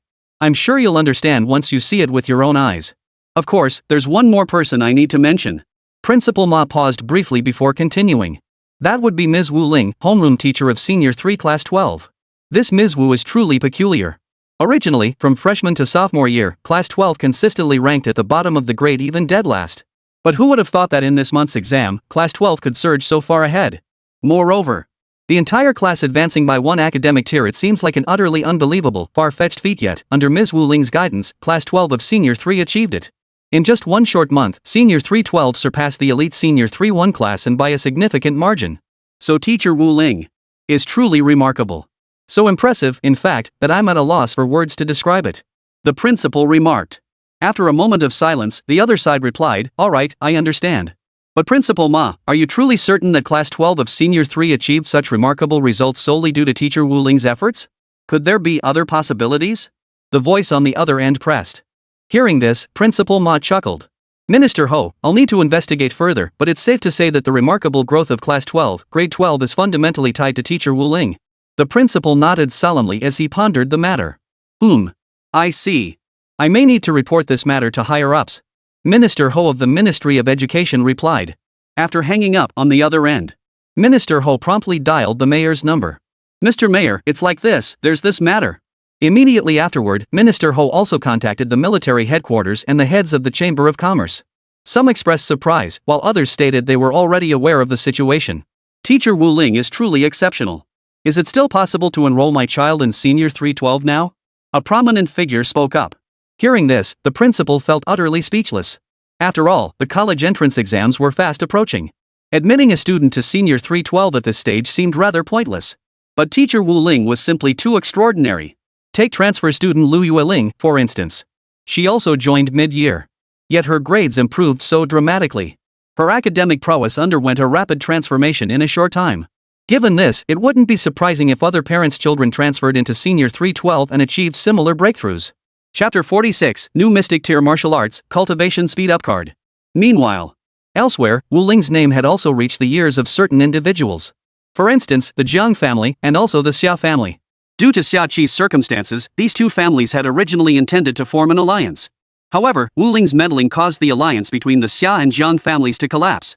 After all, Xia Qi had moved directly into the home of the wealthiest family, whose influence was clearly more formidable than that of either of their families.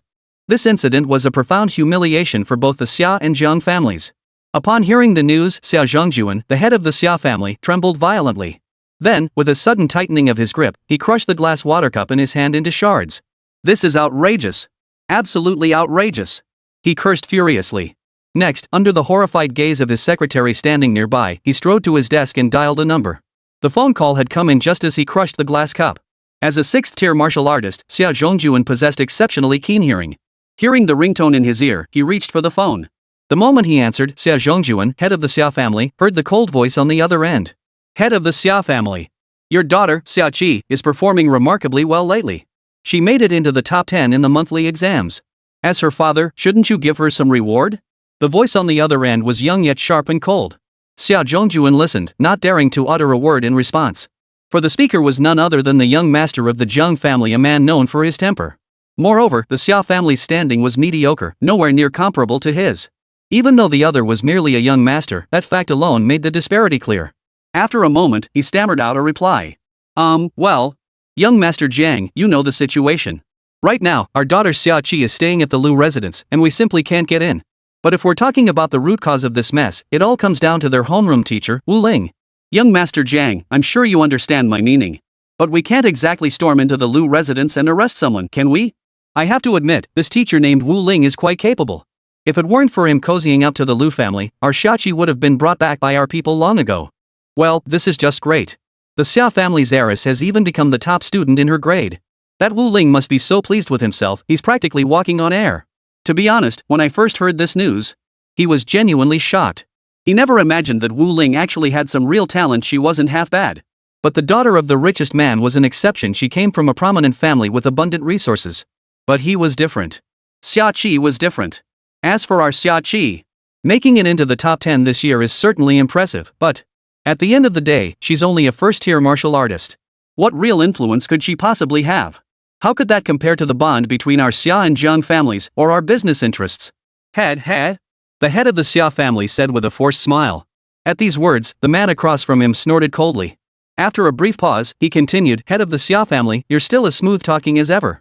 But honestly, don't you think it's because of your indulgence one day that this Wu Ling has grown so arrogant? He's been running wild outside for over half a month now. Your Xia family is a major clan, yet you couldn't even muster a single 7th-tier expert that day? Young Master Jiang sneered. Hearing this, the Xia family head was momentarily speechless. Meanwhile, elsewhere. At the academy, Wu Ling discovered he had received a new reward. Ding! Congratulations, host! You led your entire class to rank within the top 100 in the monthly martial arts exam. Reward obtained, Xian Tier Martial Art Tianshan Blazing Sun Palm. The moment the system notification appeared before Wu Ling's eyes, the martial art technique automatically unfolded before him. After reading the technique's contents, Wu Ling felt a jolt of astonishment. The yellow tier martial technique he had obtained last time, Ripple Power, was already quite formidable. It essentially crushed the martial arts techniques of students from other classes.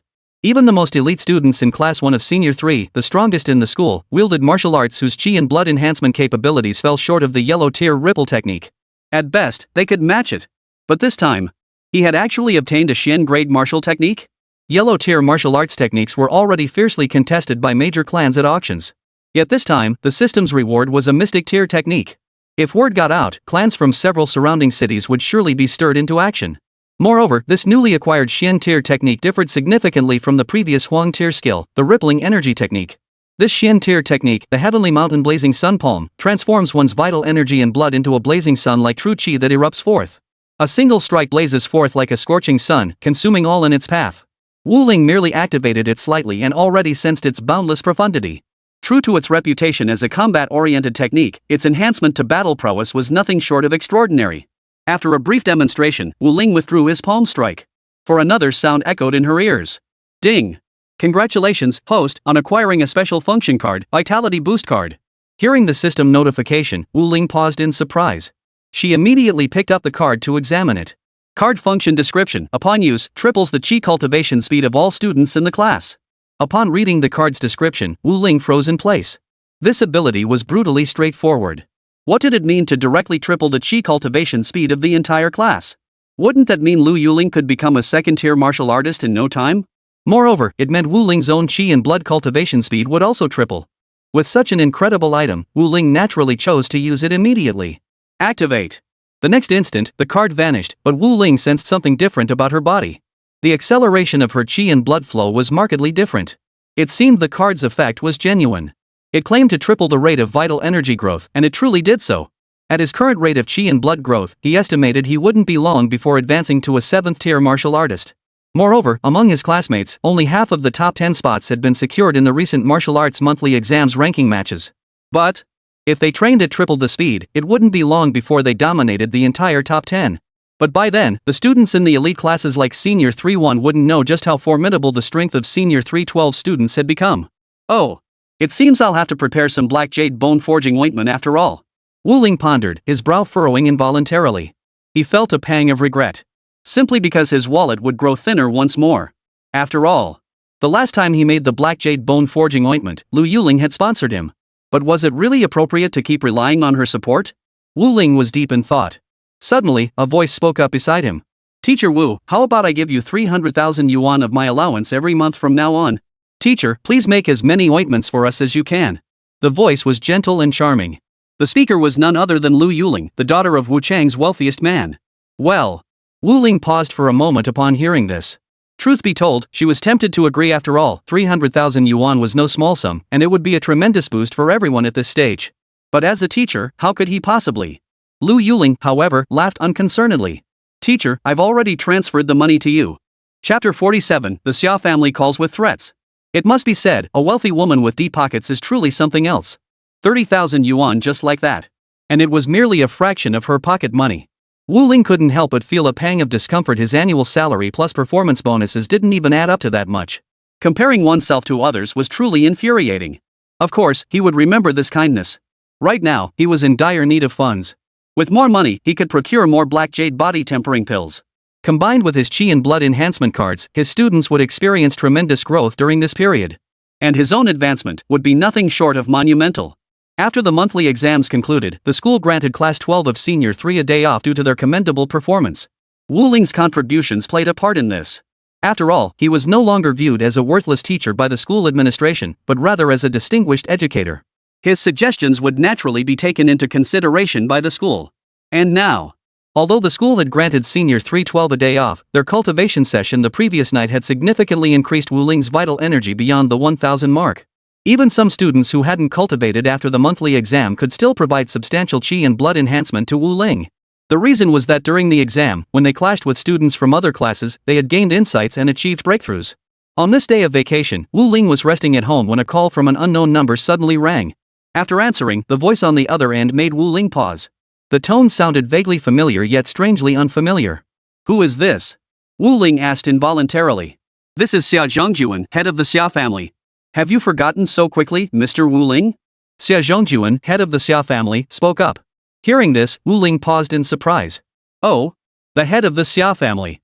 It seems like we haven't spoken in quite some time. Wu Ling replied after a moment's thought. At this remark, the man across from her paused briefly before continuing. Indeed it is.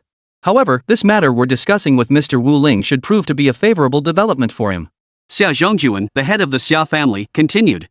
Teacher Wu Ling, you've allowed us to see you in a new light. During this monthly exam. So, regarding my daughter's situation, might we discuss it further? Xia Zhongjuan's tone carried a certain weight, though it had shifted considerably from their previous encounter. Last time, at the Xia residence, Xia Zhongjuan had been furious, practically ready to tear Wu Ling apart. Had it not been for the Xia guard's inferior strength, unable to overcome Wu Ling empowered by the Yi power talisman, it was doubtful she would have left the Xia residence unscathed. Had they possessed the strength, the Xia family might well have crippled Wu Ling and cast him out onto the streets. What do you want to discuss? Wu Ling felt both exasperated and amused. Truthfully, he had little desire to engage with the Xia family patriarch. The reason the man had suddenly adopted a more reasonable tone was because Xia Qi, the Xia family's heiress, was now inseparable from Lu Yuling, the daughter of the wealthiest family. The head of the Xia family had no chance to intervene and bring Xia Qi back, which was why he was being so polite to Wu Ling. Ha!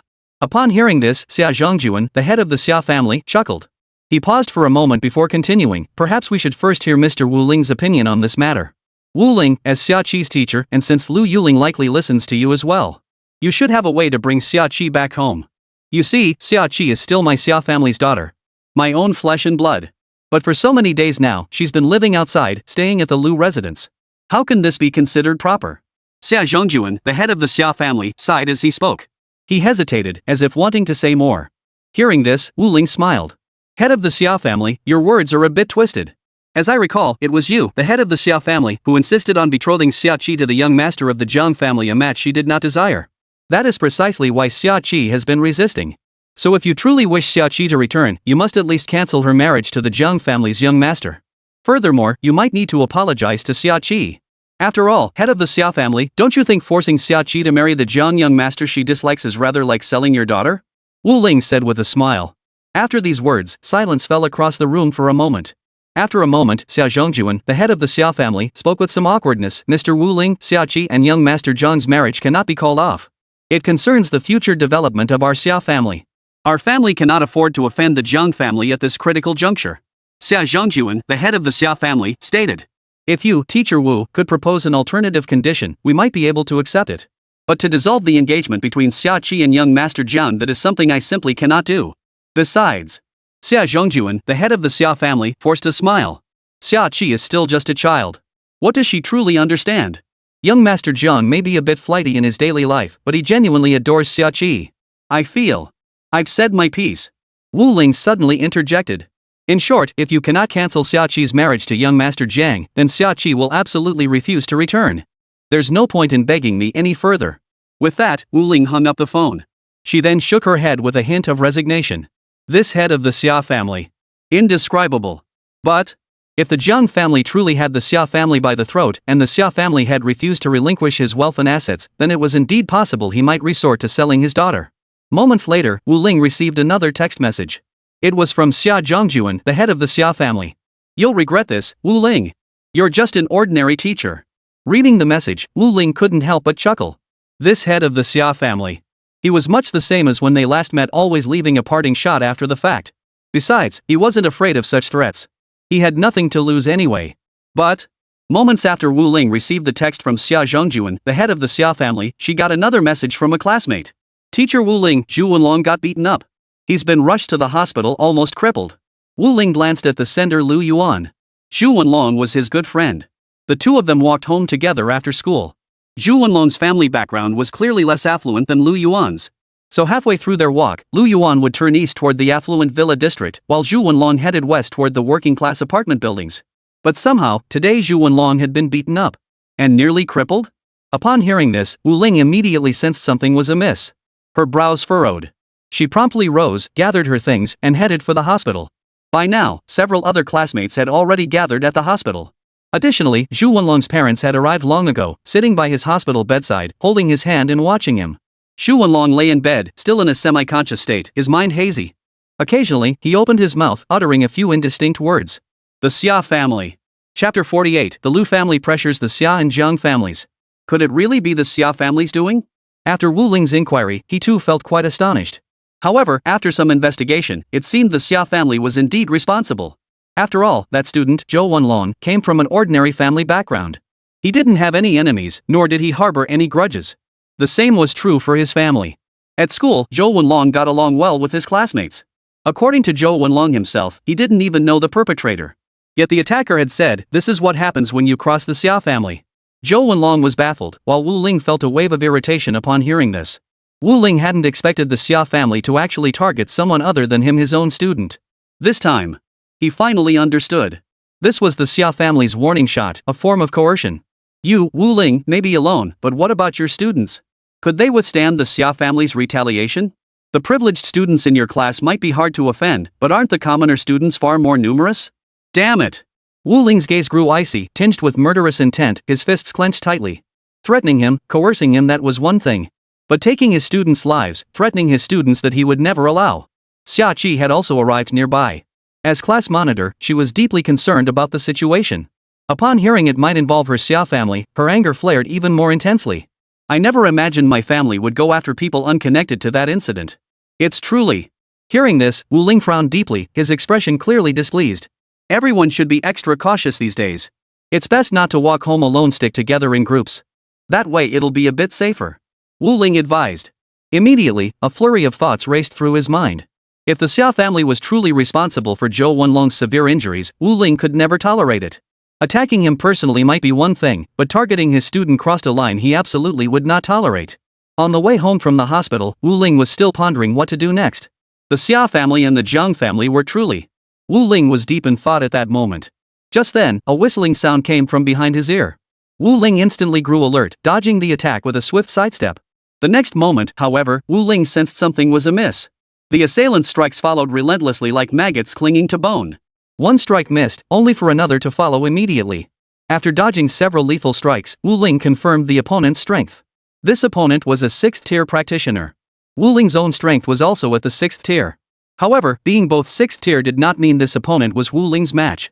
Though Wu Ling had yet to master the Xin tier martial art, Heavenly Mountain Blazing Sun Palm, his yellow tier skill, Ripple Technique, was fully mastered and deeply ingrained. With the ripple power enhancing her, Wu Ling's power began to rise beyond the 6th tier once more.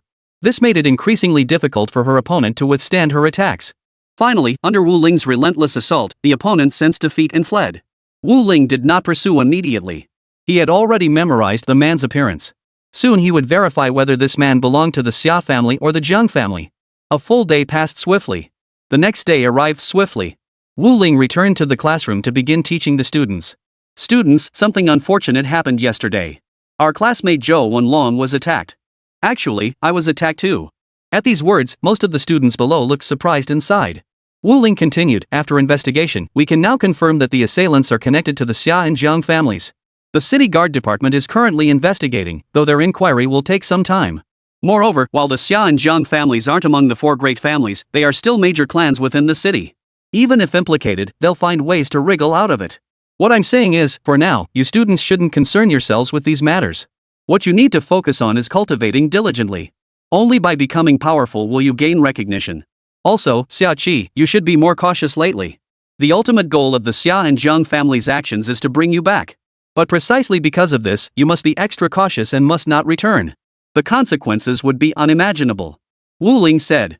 Hearing this, Xia Qi nodded, her brows furrowed tightly, clearly displeased with her family's actions. Lu Yueling glanced at Xia Qi before turning back, deep in thought. Soon after, the students began their cultivation practice. Due to Wu Ling's recent use of the Triple Qi blood flow acceleration card, the students now felt their cultivation progress was significantly faster than before. Wu Ling then proceeded to teach them several of the school's cultivation techniques, though he withheld the Xian tier martial skill, the Heavenly Mountain Blazing Sun Palm. This martial art was simply too rare. The appearance of a Xian tier martial art would inevitably stir up a bloody storm within the city. Even without the Xian grade technique, however, most students in the class would not be overly intimidated by any enemy of the same rank, relying on the ripple technique. Soon, class ended. At the next dismissal, most of the students had already left. Lu Yuling suddenly approached, walking up beside Wu Ling and saying, Teacher Wu Ling. Actually, everyone shouldn't worry about being ambushed by the Lu or Jiang families anymore. Because I talked to my dad. My father and my uncles have put pressure on the Lu and Jiang families. Currently, the Xia and Jiang families' businesses are under attack from multiple clans, suffering heavy losses. So if they don't want their businesses to collapse completely, the only thing they can do is stop ambushing our classmates. Is that so? Then I must thank Lu Yueling for her help. Wu Ling nodded upon hearing this. It must be said that Lu Yueling had grown quite close to Xia Qi and several other classmates in the class. This showed that the walls around her previously closed heart had largely come down. Moreover, Wu Ling couldn't really refuse Lu Yuling's suggestion. Whether it was the earlier matter of producing the black jade bone forging ointment or now having her family exert pressure on the Xia and Jiang families, both were significant advantages. In Wu Ling's view, constantly relying on her students' help seemed somewhat inappropriate, but it depended on the nature of the matter. The black jade bone forging ointment had indeed been prepared for the entire class. Though due to the system, the increased vitality and blood energy gained by his classmates also benefited him, Wu Ling. But in the eyes of her students, teacher Wu Ling selflessly dedicated herself, using her own money to help them progress quickly. This was also how Lu Yuling saw it, which is why she offered to give Wu Ling her pocket money so he could keep buying herbs to make the black jade bone forging ointment. This time was no different. Without the Lu family's pressure, it was hard to say how far the Xia and Jiang families would have gone. Thus, Wu Ling felt a measure of relief that he had recruited such a student into his class. Chapter 49, Class Qi and Blood Enhancement, Professional Title Assessment? At this very moment, in a secret chamber within the Jiang family residence, a youth stood with his hands behind his back, dressed in exquisite attire. He swayed a wineglass in his hand, his face expressionless. Behind him, a figure in black knelt partially on the floor. Dim lights cast a gloomy glow around them. The youth remained silent, while the black-clad figure trembled slightly. Finally, the stillness within the chamber was broken. The youth, the young master of the Jiang family, spoke. Who would have thought? Who would have thought your assassination attempt would fail this time? Then you should understand that you will face consequences for this, correct? Young Master Jiang inquired. Hearing this, the black-clad figure kneeling behind him lowered his body even further, his frame trembling slightly, seemingly overcome with fear. Yes, young Master Jiang. However, the reason for my failure was that the target, Wu Ling, possessed a cultivation level far beyond what we anticipated. Not only is he a 6th-tier martial artist now, but his cultivation surpasses that of ordinary 6th-tier practitioners. The black-clad assassin stated. Hearing this, the youth ahead grunted in displeasure. So you're saying I'll only be able to take him down by sending a 7th-tier martial artist? Young Master Jiang spoke as he casually flicked a cup from the table, sending it crashing against the wall. Hearing this, the black-clad assassin fell silent, saying nothing more. Young Master Jiang muttered to himself, impossible. A high school teacher actually pushed me to this point? But whatever I, Jiang Tianming, set my sights on, I will obtain. With that, young Master Jiang turned around. I'll pay more. How much will it cost to have your organization's 7th-tier assassin eliminate that Wu Ling? Upon hearing this, the black-clad assassin immediately replied, 2 million. Hearing this, young Master Jiang let out a muffled grunt. Quite the price you're asking, yet not a single job has been completed. Very well. Our Jiang family's high-tier martial artists are unavailable for now anyway. 2 million it is. As long as that damned Wu Ling is dead, the money is well spent. I refuse to believe the damned Lu family will continue sheltering Xia Qi after Wu Ling's death. Xia Qi will end up in my hands sooner or later. Yes, young Master Jiang. Hearing this, the black-clad man nodded immediately, about to rise and withdraw to relay the order. However, young Master Jiang suddenly waved his hand, signaling him to wait. Hold on. There's one more thing I haven't made clear, young Master Jiang continued. For now, at least for the next month, do not lay a finger on Wu Ling. Wait until next month to make your move. Young Master Jiang added. Our family has already been pressured by the Lu family. They've seized a significant portion of our business, causing us heavy losses. The Lu family possessed extraordinary strength. Their status as the wealthiest family in this city was no accident, it stemmed from formidable capabilities. Though overall, they did not surpass the Zhang family by much. But he was merely a young master of the Zhang family. Whether he could ever seize control, let alone secure it in the future, remained uncertain. The Zhang family elders wouldn't risk antagonizing the Lius for his sake just yet. Still, he wouldn't give up easily. Does that Wu Ling really think this will make us back down? What a joke! Do you think I, young Master Jiang, am someone who bends to pressure so easily? Wu Ling. Next month, I'll take your life. Meanwhile, on the other side, Wu Ling was urging his classmates to cultivate diligently. Since some classmates had already suffered retaliation from the Xia and Zhang families, their enthusiasm for cultivation was now at an unprecedented high. Having survived an assassin's attack herself, Wu Ling was particularly earnest in urging her students to train. His chi blood value was now approaching 1500. After breaking through, the gap in vital energy between each tier of advanced martial artists became exceptionally large. Hey, why does my chi blood feel like it's rising so fast today? This is way too fast? A student in class 12 of senior 3 exclaimed. Hearing this, another student nearby chimed in. Yeah, you're right. It's like 3 times faster than our usual chi cultivation pace. Another student remarked. Hearing this, more classmates realized the same thing. While immersed in their cultivation earlier, they had sensed the extraordinary swiftness of their chi and blood rising throughout their bodies. What they didn't know was that this effect came from the triple chi and blood rise speed card Wu Ling had obtained. Alright, everyone. Does it feel like your chi cultivation is progressing very quickly? It might be because you've all been in such good spirits lately. Alright, everyone, you can cultivate your chi and blood in the morning. And focus on cultivating your mental energy in the afternoon. Wu Ling announced from behind the lectern. Hearing this, the students below responded in unison, yes, Teacher Wu Ling. Hearing their response, Wu Ling relaxed considerably. At this rate of cultivation, it seemed the day when the entire class would collectively reach the 2nd tier wasn't too far off. Moreover, he himself might ascend to the 7th tier before long. By then, even if a high-tier martial artist came to kill him, he could rely on his robust vitality to hold his own against them or even defeat them. At that moment, it was time for the morning break. The students all went to eat lunch. Wu Ling, however, headed to the faculty cafeteria to get his meal. Upon seeing Wu Ling, many teachers exchanged glances, their eyes betraying a hint of surprise. Today, Wu Ling was eating alone. He overheard the teachers around him chatting. Hey, the triennial teacher evaluation is almost here. Wonder what kind of results that famous Mr. Wu will get this time, huh? A teacher at a nearby table conversed with the one across from him. Their voices were loud, seemingly unconcerned that Wu Ling might overhear. Or perhaps, they were deliberately doing it. Hearing this, Wu Ling froze for a moment but continued eating.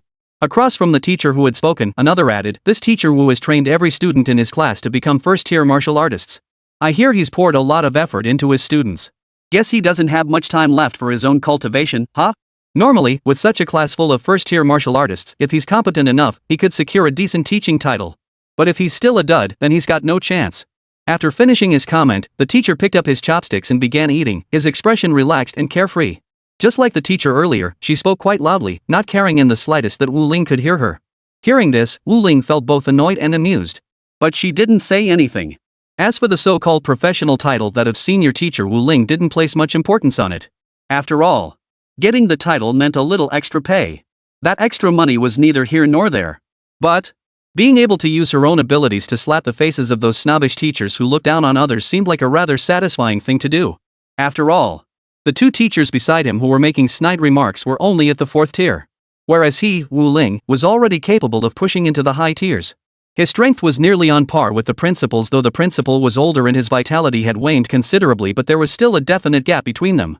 Chapter 50, Effortlessly Passing the Title Assessment. The further a martial artist advanced, the greater the gap between each realm became, and the larger their vital energy reserves grew. Within the realm of martial practitioners, this might be manageable, but once one reached the rank of martial master or higher, the disparity became starkly evident. Take, for instance, the 6th-tier martial artist he currently was. Vital energy typically ranges between 1500 and 2500 points, representing a significant leap. Only those whose vital energy surpasses 2500 points can be considered true high-tier martial artists. Within Wuchang Base City, a high-tier martial artist commands considerable status and is recognized as a formidable powerhouse. After all, Wuchang Base City is a small base city. The major clans and city lords are only martial masters themselves. Below the martial artist tier, high-tier martial artists undoubtedly form the strongest backbone of Wuchang Base City. However, martial master is merely the beginning. Beyond it lie even more formidable realms and tiers. And while martial masters may seem powerful within Wuchang Base City, they are nothing special when placed in the wider world. Especially when faced with those terrifying beasts and ferocious creatures. Wu Ling exhaled deeply. Due to his father's circumstances, he understood certain truths that the path to truly grasping one's destiny lay far, far ahead. Fortunately, Wuchang Base City wasn't situated on the most perilous frontiers. Otherwise, the reality would be unimaginably harsh, enduring daily assaults from ferocious beasts and monstrous creatures. Soon, a few days later, the teacher qualification assessment arrived as scheduled. All teachers gathered in a special classroom. Titles were categorized into senior, intermediate level 1 teacher, and junior levels 2 and 3. Up to now, Wu Ling still held a junior title, the lowest rank at that. The reason was simple. 3 years ago, during the previous evaluation, he was merely a 2nd-tier martial artist. He had no notable achievements, and few students in his classes passed the college entrance exams. However, 3 years later, the situation has changed dramatically. First, every student in his class has now reached the 1st-tier martial artist level. This achievement is something even the teachers of Senior 3 Class 1 haven't accomplished. Not only at Wuchang No. 3 Middle School, but even the prodigies at No. 1 Middle School would likely fall short. Second, Wu Ling's vital energy was now approaching 1500, making him a 6th-tier martial artist.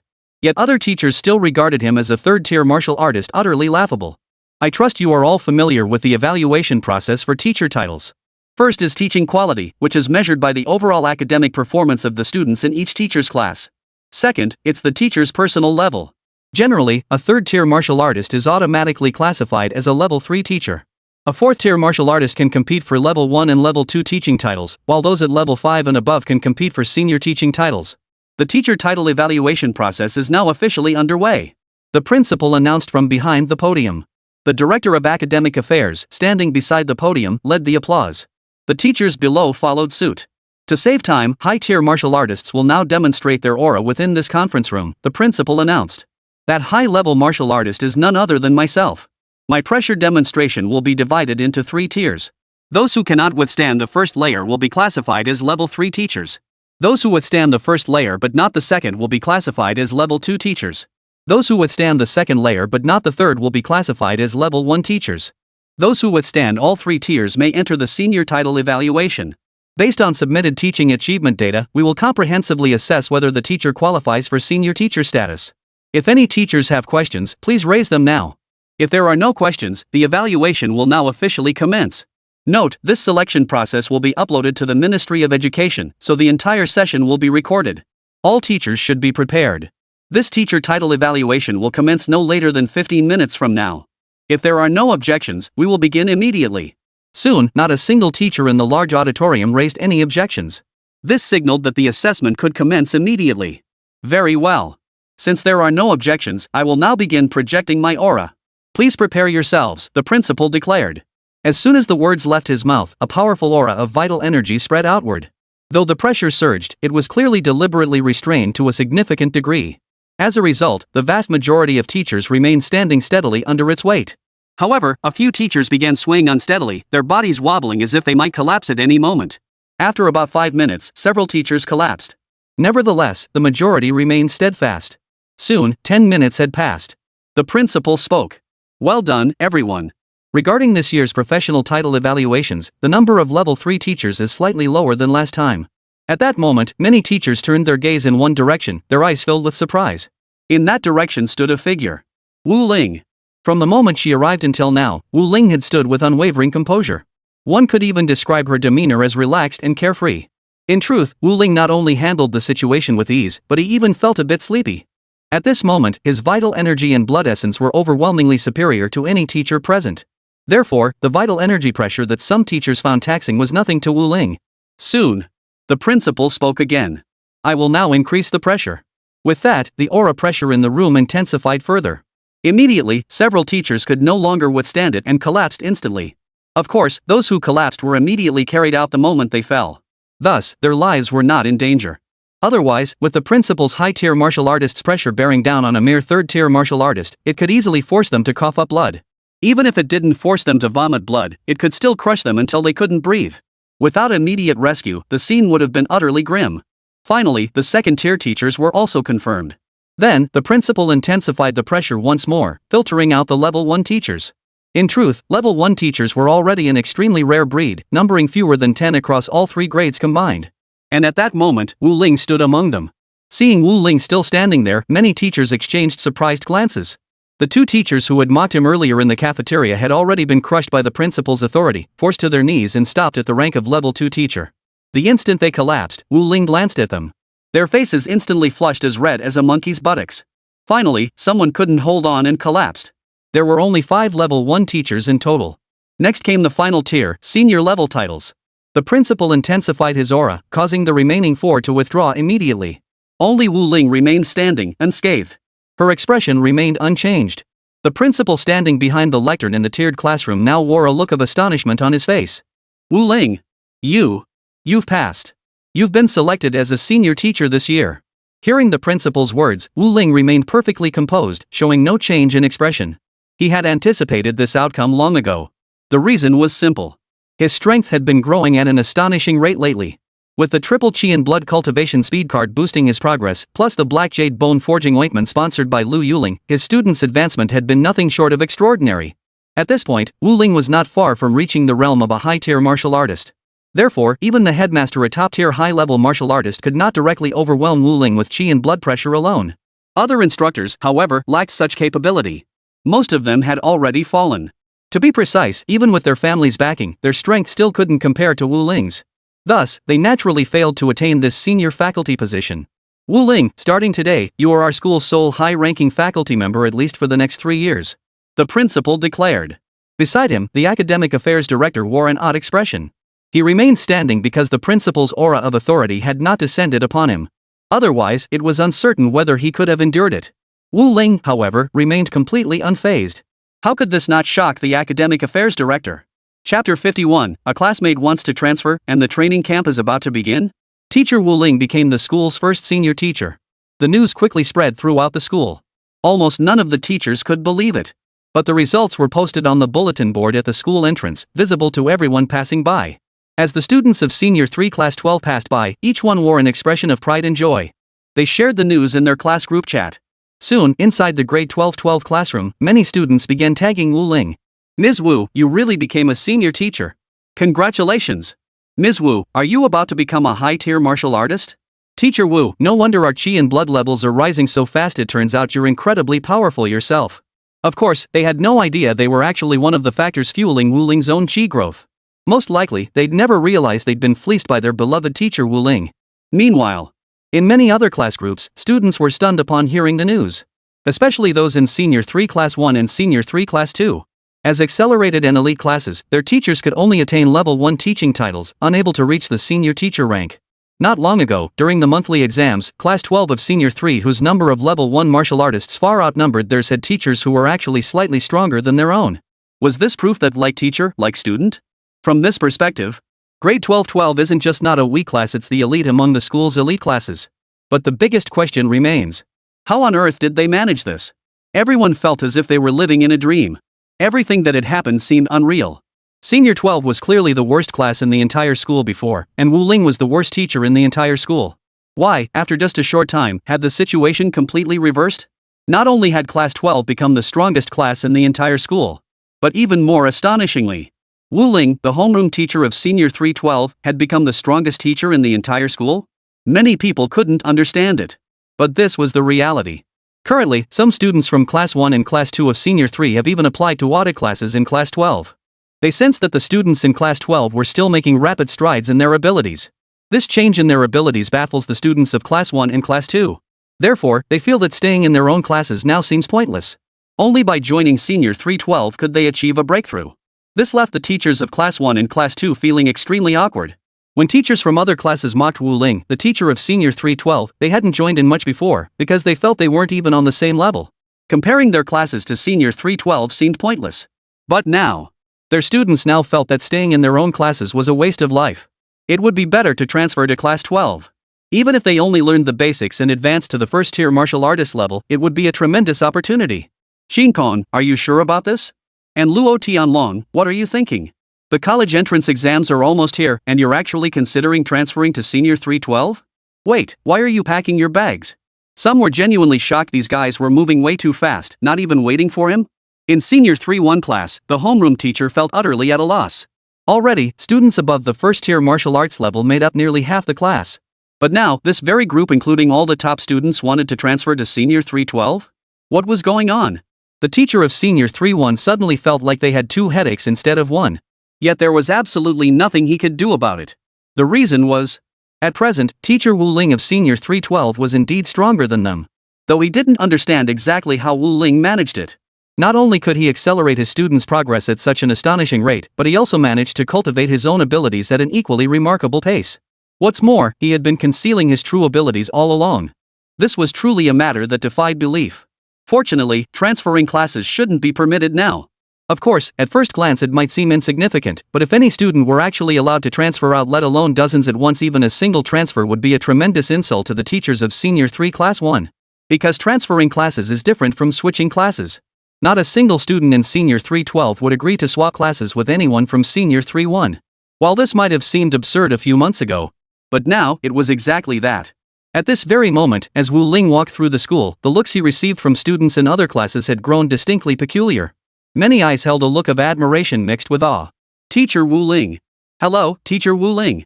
When students from other classes encountered Wu Ling on the path, they couldn't help but greet him. Wu Ling naturally responded with a smile and a nod. He rather enjoyed the feeling of being respected. It felt like being bathed in a gentle spring breeze. However, one thing still left Wu Ling feeling a bit regretful. That was, it was no longer permitted for students from other classes to transfer into theirs. Unless there were exceptionally special circumstances. This meant Wu Ling's vital energy could no longer increase directly out of thin air. After all, whenever a student joined his Senior 312 class, his vitality would increase immediately. And right now, there are definitely plenty of students who want to join Senior 312. However, the principal seems to feel that allowing this would be too much of a slap in the face to the other teachers. So he gave up on it. Wu Ling had little to say about this, and he sensed that not all transfer students who joined the class would immediately boost his vitality. What mattered most was acceptance, being treated as one of them. Lu Yueling was a prime example. Meanwhile, elsewhere, within Wuchang Base City, Ministry of Education. The minister held student vitality reports from various schools, his gaze fixed on them with a grave expression. An official beside him spoke up. Minister, we've received orders from above to cultivate elite students. Establish an elite training camp. Minister, take a look at this. An elite training camp, as the name implies. It meant concentrating resources on the elite to cultivate stronger individuals and martial artists. They had their suspicions as to why such directives had been issued from above. It was likely due to overwhelming pressure on the front lines, reaching a critical juncture that necessitated advanced preparations. Such orders probably weren't confined to just one base city. Most likely, many locations had received similar directives. This approach has its pros and cons. The advantage, of course, lies in cultivating more formidable young warriors and successors. These individuals will become the future hope of their cause. Yet significant drawbacks also exist. Concentrating resources on a select few inevitably means others face resource constraints. Fewer martial artists will emerge, and more people will lose hope of advancing to become powerful warriors. But this is not something they need to consider. Their only concern is to follow the directives and documents from above. Very good. Upon hearing this, the minister spoke up. Our city of Wuchang suffered a beast disaster before. At that time, the scarcity of elites led to many citizens being injured by the beasts. Had more elite fighters stepped forward, then civilian casualties would have been far lower. In the minister's view, elites were far more valuable than ordinary martial artists. This senior class 12 at Wuchang No. 3 High School is truly remarkable. The entire class consists of first-tier martial artists, and their homeroom teacher, Wu Ling, is a senior instructor? Is this true, or?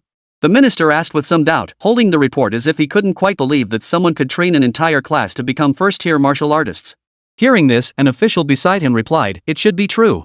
Chapter 52, Instructor Wan's Provocation. Meanwhile, Wuchang City Training Camp. An instructor in military uniform was also reviewing the list of Wuchang City's young elites.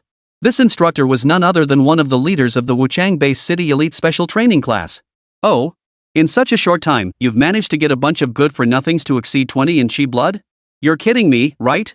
Instructor Zhang sneered dismissively. He simply didn't believe it was true. After all, the records clearly stated that just a month ago, this class had been nothing but a bunch of losers, with an average Qi blood level far below that of other classes. Under such circumstances, if one or two individuals had pulled off an upset and surpassed many others, he might have understood. But for the entire class to become first-tier martial artists, each with vitality exceeding 20? How could that possibly be? Fine. Let me meet this Wu Ling and see what he's really made of. Instructor Zhang let out a cold laugh before sending messages and emails to the Ministry of Education. I've been nominated as an assistant instructor for an elite training camp? Wu Ling froze upon seeing the message. Elite training camp? Wuchang City's program for cultivating elite forces? Staring at the latest text message on her phone, Wu Ling froze, feeling a bit puzzled. She never expected to be selected as an instructor for some training camp. Was it because his reputation had grown too prominent lately? Wu Ling considered whether to decline. After all, why would he need to go to some training camp out of the blue? It seemed like unnecessary trouble. But soon, a friend request from an unknown user popped up on her chat app. The sender's name was Training Camp Instructor Wang. The message read, Teacher Wu, did you really take your class from complete losers to over 20 Qi blood points? Reading the stranger's message, Wu Ling let out a cold laugh. She accepted the friend request. The total vitality of her students equaled her own vitality. So he dared call his students useless? Wu Ling wouldn't stand for that. Even if it were true that every student in his class had the lowest vitality levels among all students in the same grade across the entire school, calling them useless was still going too far. Instructor Wang, if my students aren't useless, will you apologize? After adding him as a friend, Wu Ling replied with her question. Upon hearing this, Instructor Wang paused before responding with a question of his own. I suspect your entire class has vitality over 20 either because they naturally possess that level and concealed it before, not because you as their teacher elevated them, or because you employed some undisclosed method. If you truly possess the ability to elevate the student with the lowest vitality to that level in such a short time, I will apologize as you requested. Instructor Wang replied. That's why I invited you to be the assistant instructor for this training camp to see if you truly have the ability to elevate your students, or if you're merely a hollow reputation, or if you resorted to some unscrupulous methods and shady dealings. Hearing this, Wu Ling felt somewhat speechless. Come to your training camp as an assistant instructor? Certainly. But I have one condition.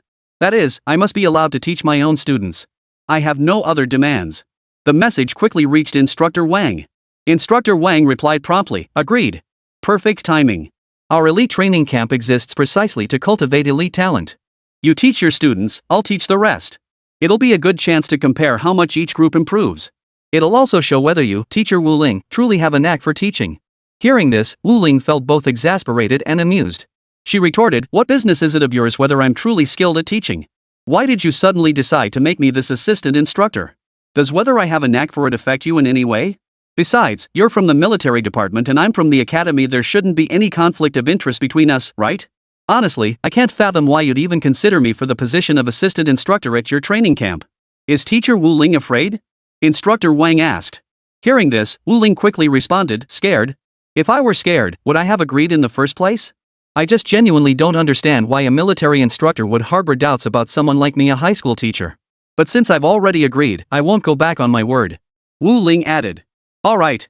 Teacher Wu, you've got a sharp tongue. I hope you're just as sharp when teaching your students. Instructor Wang remarked. A few days later, the students of Senior 3 Class 12 collectively entered the intensive training camp. Great, Teacher Wu, you made it. On the square, Wu Ling stood before the formation of her class.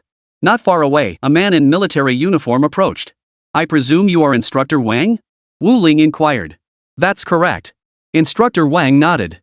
He glanced at the students from Senior 3 Class 12 standing before Wu Ling. He looked at Wu Ling with some confusion and asked, Hey, Teacher Wu, what exactly made you decide to teach this group of students? Is it because you've spent a long time with them and developed a bond? Teacher Wang asked doubtfully. He gestured towards some students behind him. Then he addressed Wu Ling. Teacher Wu, these students are the cream of the crop from schools across Wuchang City. Many of them have won awards in city and provincial competitions.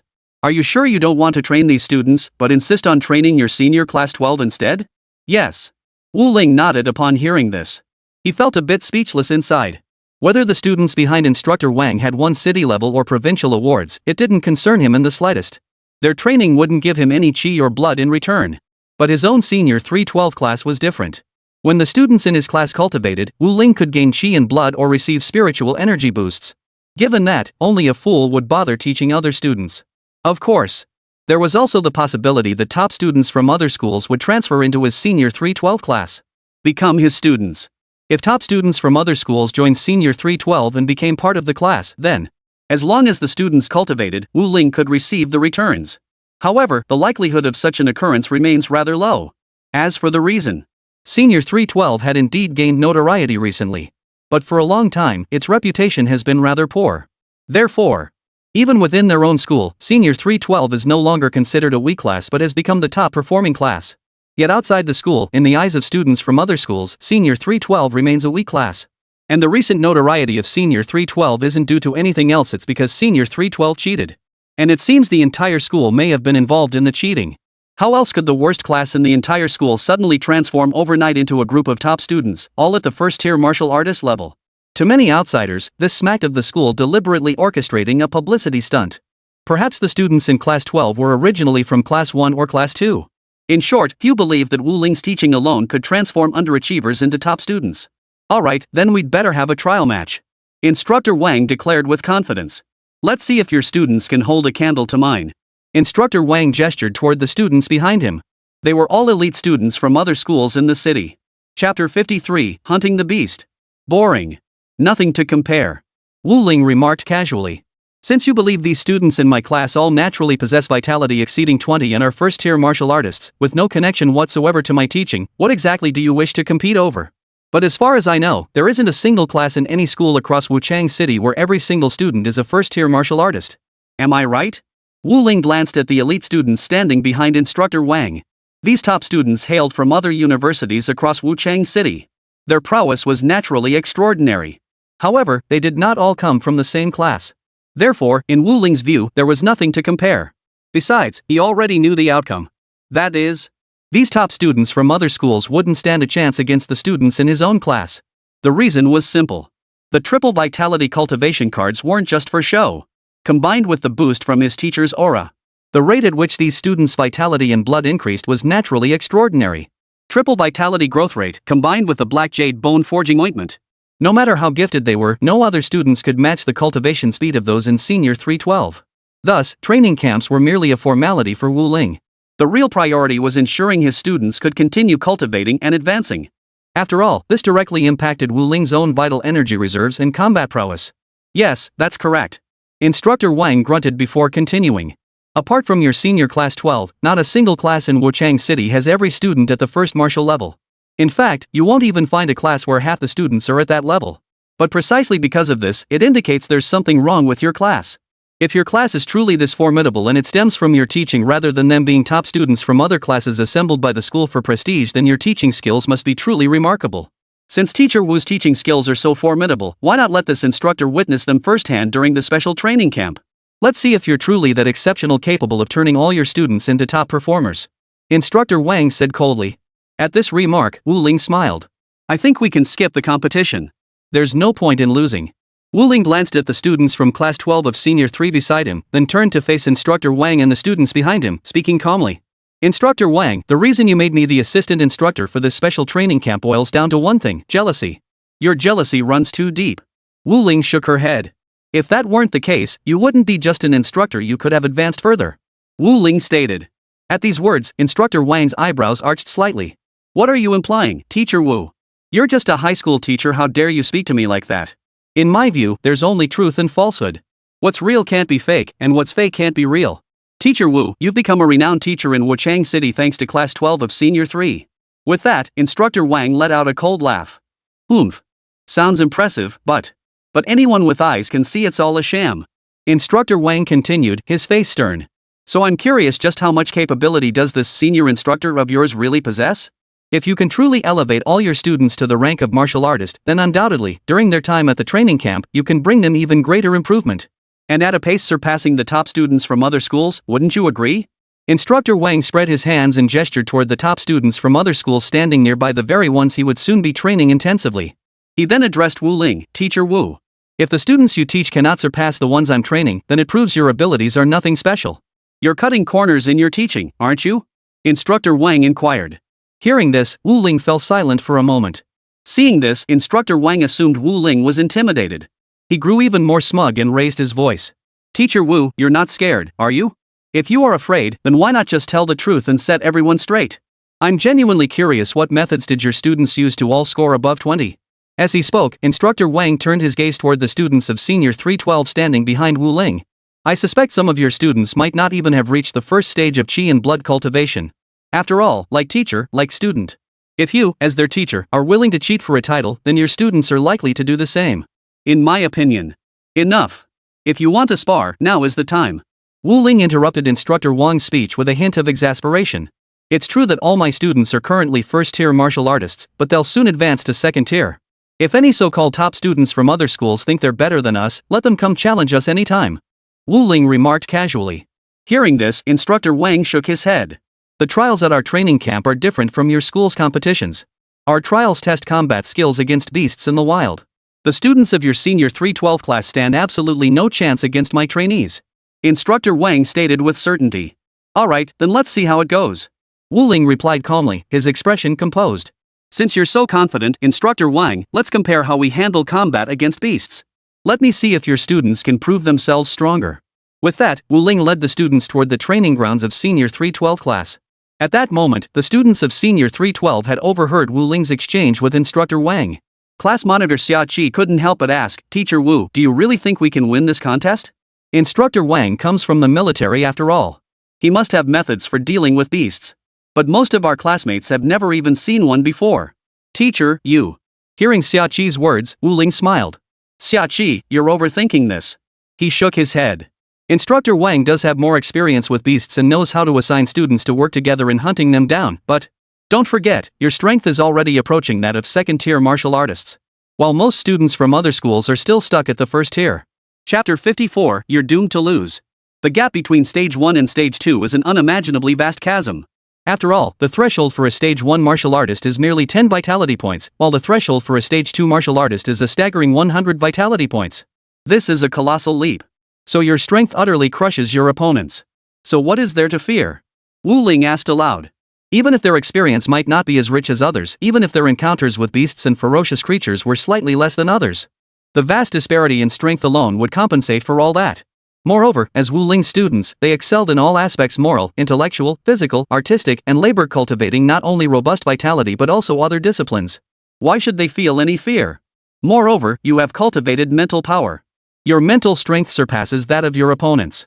This means that when your enemies attack, you will react faster than those so-called top students from other schools. Even if Instructor Wang taught them some so-called techniques for hunting beasts, ultimately, raw power and reaction speed are what matter most. Wu Ling declared confidently. If one could kill those beasts at will relying solely on technique, without strength or reflexes, then even infants could slay enemies. But the fact remains, mutant beasts are still a threat to humanity. So, to put it plainly, the training camp can indeed give people a basic understanding of the beasts, but even with the best techniques, without sufficient strength, the outcome won't be much better. Therefore, in my view, you should continue training diligently these days. I believe that during your time in the training camp, your strength will steadily improve just as it did back at school. As for the rest, like engaging in combat with beasts, you can gain some experience. That will suffice. Even if top students from other schools master more techniques than you, it's useless if they can't execute them effectively when their strength falls short of yours. In short, just focus on your cultivation. Don't worry about anything else for now. Wu Ling summarized repeatedly, his gaze sweeping the room with a sharp intensity. Understood. The students of Senior 3, Class 12 responded in unison. Now, they were brimming with drive. After all, their pure chi cultivation had already crushed countless individuals and classes. Now, they were finally facing a real challenge. Time passed quickly. A few days later, the wilderness training camp commenced. The so-called wilderness training involved leading the students to the wilds surrounding Wuchang Base City for hunting drills. Students were tasked with attempting to kill some low-level beasts. Wu Ling was accompanied by students from Senior 3 Class 12. Meanwhile, Instructor Wang was accompanied by top students from other schools. At the base entrance, the moment he spotted Wu Ling, Instructor Wang flashed a look of disdain. Noticing this, Wu Ling's expression grew slightly awkward. Instructor Wang, what's with that look? Seems like you're saying your side has this in the bag? Wu Ling narrowed his eyes as he asked. Hearing this, Instructor Wang snorted coldly. Wu Ling, you've likely never fought against a beast before. This special training camp competition is unfair to you, Teacher Wu Ling. Instructor Wang spoke with a hint of arrogance in his expression. After all, this was his area of expertise. He knew everything there was to know about the weaknesses of different types of ferocious beasts and strange creatures, as well as how to fight them. So, if you ask me, Instructor Wang declared with brimming confidence, it'd be better to let you 10 hunt the beasts. Hold on. The 1 hour period is for the students to hunt the beasts themselves. The instructors won't intervene. The final tally of creatures slain will determine how many heads you get. Instructor Wang gestured with his hand, forming a 10 sign. He looked relaxed and carefree. Hearing this, Wu Ling felt utterly speechless. That won't be necessary. I think it might be more appropriate to reverse the terms. If, after 1 hour, our senior 3 class 12 only kills 10 more beasts than your top students, how about we concede defeat? Wu Ling asked. You? Instructor Wang's eyes widened in disbelief, as if he'd misheard. Then, overcome with fury, he burst into laughter. Ha ha ha. Alright. Teacher Wu, you're something else. Instructor Wang shook his head as he spoke. Even now, you still care so much about saving face. Instructor Wang spoke as he paced forward. You should have known this earlier. Those who make it to the elite training camp aren't just here because their chi blood exceeds 20. Those who barely exceed 20 in vitality mostly feel anxious about the upcoming martial arts college entrance exams, so most choose to continue training at their schools, rather than joining our camp for combat training. After all, combat against beasts carries inherent risks, so it's not part of the entrance exam requirements. So, aside from your entire class 12 of senior year insisting on joining, the rest of my students are all top scholars from various schools. They only join our camp after confidently securing top rankings in the entrance exams. Teacher Wu, you don't seriously think a dozen top students from different high schools can't beat your entire class, do you?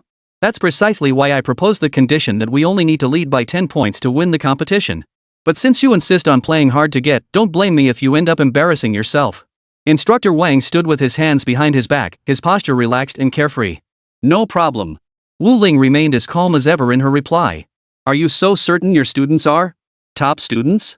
Wu Ling spoke with a faint smile on her face. Could it be that your so-called top students aren't actually that exceptional? Or to put it another way, could it be that the team you assembled from over a dozen top universities, under your guidance, has actually hindered their cultivation progress, making them far weaker than our students? Which explains why, when hunting beasts, even if they possess some so-called techniques, they still can't execute them, or even if they can, their killing efficiency still falls short of our students? Wu Ling continued, walking forward under Instructor Wang's astonished gaze. Furthermore, couldn't our students also gradually gain experience and master techniques through combat? Couldn't they eventually learn all the skills you've taught your students these past days, thereby further increasing their hunting speed? Wu Ling countered with a question. Hearing this, Instructor Wang was momentarily stunned. Ha! Ha ha! Then, his laughter grew even more unrestrained. Are you kidding me, Teacher Wu? You mean your classmates could master everything I've taught these students over the past few days in just 1 hour and do it better than my own students? Teacher Wu, you really do have a knack for exaggerating. Absolutely, a pipe dream. Instructor Wang seemed too disinterested to bother with Wu Ling for the moment. The look on his brow had shifted from contempt to sheer absurdity. It felt like hiring Wu Ling as an assistant instructor had been a mistake from the start. Was hiring such a pretentious braggart as an assistant instructor really a good idea? Wasn't that irresponsible toward the students? Instructor Wang pondered. But then he thought, at least this would expose the true face of the deceitful Wu Ling. Chapter 55, Hunting Competition Victory. Soon. The results were clear. After Wu Ling's Class 12 hunted the supernatural beasts, they piled the creatures in a separate designated area. Similarly, the students under Instructor Wang did the same. After taking down their prey, they too placed their kills in a designated area. Initially, the number of beasts in both hunting grounds remained relatively even. However, after Wu Ling said something to her classmates, the rate at which prey accumulated in Class 12's hunting zone suddenly accelerated dramatically. The students in Instructor Wang's class were stunned by this sight. They tried to speed up their hunting, but couldn't keep up. They couldn't keep up with Wu Ling's class. On the contrary, several students became careless during the hunt and were injured by the prey, retreating to the rest area in disarray. Other instructors watching from afar exchanged subtle glances. In their view, Instructor Wang's students were supposed to be top performers from various schools, possessing formidable strength even considered elite. Wu Ling's students, however, were all from Senior 312 class and should be weaker. Moreover, Instructor Wang would certainly teach his students the weaknesses, habits, and countermeasures for dealing with certain beasts. Wu Ling, however, had not done so. Because Wu Ling herself had little experience in hunting beasts. Yet even so, the hunting speed of Class 12 seniors still outpaced that of the top students from other schools. In fact, their hunting pace only accelerated, widening the gap in prey numbers between them and the top students from other schools. To the point that, by the time Class 12 seniors reached 50 kills, the highest performing elite squad from other schools had barely managed 25. In terms of numbers, the gap between the two sides wasn't significant. In fact, Instructor Wang's team even had a slight numerical advantage. At that moment, the expressions of the other instructors and teachers shifted as they looked at Wu Ling. A look of astonishment flashed in their eyes. Instructor Wang, however, stood frozen in place. "How is that possible?" he exclaimed in disbelief. "Your students managed to hunt down a rare beast like the purple wind leopard?" Gazing at the pile of game in the hunting zone of Senior 3 Class 12, the look in Instructor Wang's eyes turned utterly bewildered. Before this hunting competition began, he had specifically warned his team of top students from various schools to avoid hunting any exotic beasts they encountered. The reason was that some beasts possessed formidable strength or unique traits. Take the steel needle hedgehog, for instance. Or the fire-furred rat. The former possessed steel needle-like quills covering its body. The latter is incredibly swift, its tiny form making it difficult to capture, while its body is engulfed in flames. Therefore, hunting these exotic beasts can take a considerable amount of time. Some may even result in injuries to the hunters. The purple wind leopard that just appeared in Wu Ling's hunting zone is another exotic beast not recommended for hunting. The purple wind leopard moves with the swiftness of the wind and is exceptionally cunning. Hunting it is no easy feat for students at the Chi Blood Stage 1 level. However, the students from Wu Ling's Senior 312 class still managed to complete the hunt. In contrast, the top students from other schools under Instructor Wang's supervision did indeed hunt the relatively easier prey as Instructor Wang had described. Even so, their total catch was still only half that of Senior 12, Class 12 under Wu Ling's guidance. What did this indicate? It was self-evident. It proved that the students of Senior 312 were far superior to those under Instructor Wang's guidance.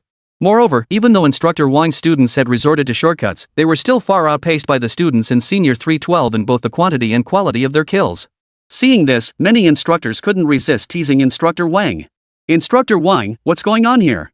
Not only did your students bag so few game, but they specifically picked the easiest ones to hunt?" One instructor remarked. Another instructor chimed in from the side. "Instructor Wang, shouldn't you apologize to Teacher Wu and admit your mistake? After all, you were so confident before, saying Teacher Wu was bound to lose? Instructor Wang, what's going on with you? Instructor Wang, how exactly are you teaching your students?" Ha ha. Several instructors joined in the laughter. Hearing this, Instructor Wang felt somewhat speechless. In his view, Wu Ling was utterly baffling. He was merely a high school teacher, yet he could accomplish things even this senior instructor couldn't manage. "Teacher Wu Ling, I concede." After a moment's thought, Instructor Wang finally bowed his head to Wu Ling with a stern expression. Wu Ling merely smiled in response, saying nothing. "Teacher Wu, how did you manage that?" Instructor Wang couldn't help but ask curiously. Hearing this, Wu Ling paused for a moment. "That's a secret." Wu Ling smiled faintly. Seeing the curiosity still lingering on Instructor Wang's face, she casually added, "It's probably because my students are inherently stronger." As she spoke, Wu Ling glanced toward the distant forest. The hunt was still ongoing. Wu Ling was thoroughly satisfied with the current outcome. At the same time, he felt profound gratitude toward the basic mental meditation technique. Without this technique, many of his students would likely have been injured by now. On Instructor Wang's side, 5 students were injured and resting. On Wu Ling's side, there should have been over a dozen casualties. Yet now, not a single one of Wu Ling's students had been injured and taken out of action. The reason was that the basic mental meditation technique had enhanced their mental strength, allowing them to discern the nature of their prey through mental perception before even encountering it. Whether it was the steel needle hedgehog, the fire-furred rat, or the purple wind leopard, Wu Ling's students had already used their mental energy to discern the characteristics of these exotic beasts before the hunt. Naturally, they devised appropriate countermeasures. For instance, they would strip branches from trees as weapons for long-range projectile attacks. This way, the prey seemed less dangerous. Of course, Wang instructor's students knew these tactics too. However, due to their weaker mental focus and insufficient awareness of their surroundings, this makes them more vulnerable to ambushes by strange beasts. After all, while the students hunted beasts in the forest, the beasts were the forest's true masters, far more familiar with its terrain. This left Instructor Wang's students, whose psychic abilities were lacking, at a significant disadvantage. Chapter 56, The Awakening of a 1-star 6th-tier mutant beast.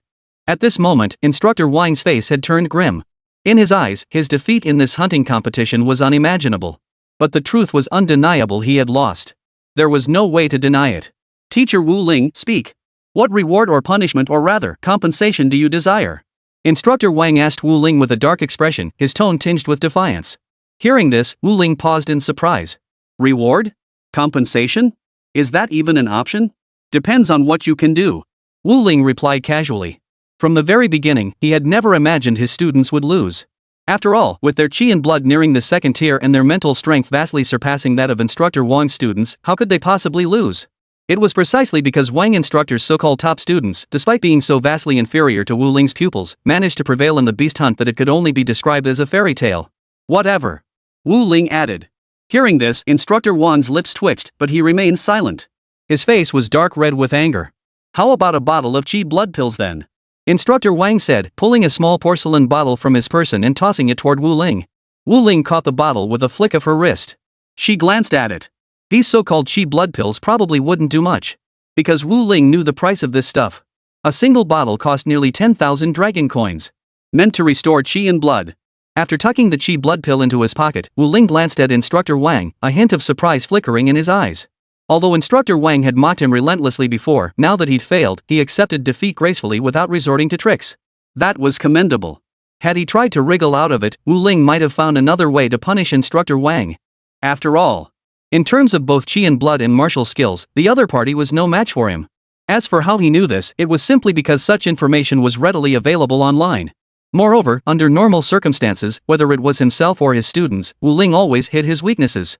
He never fully exposed his vitality. The purpose of this was to prevent others from becoming jealous. However, excessive concealment of one's abilities also proved problematic.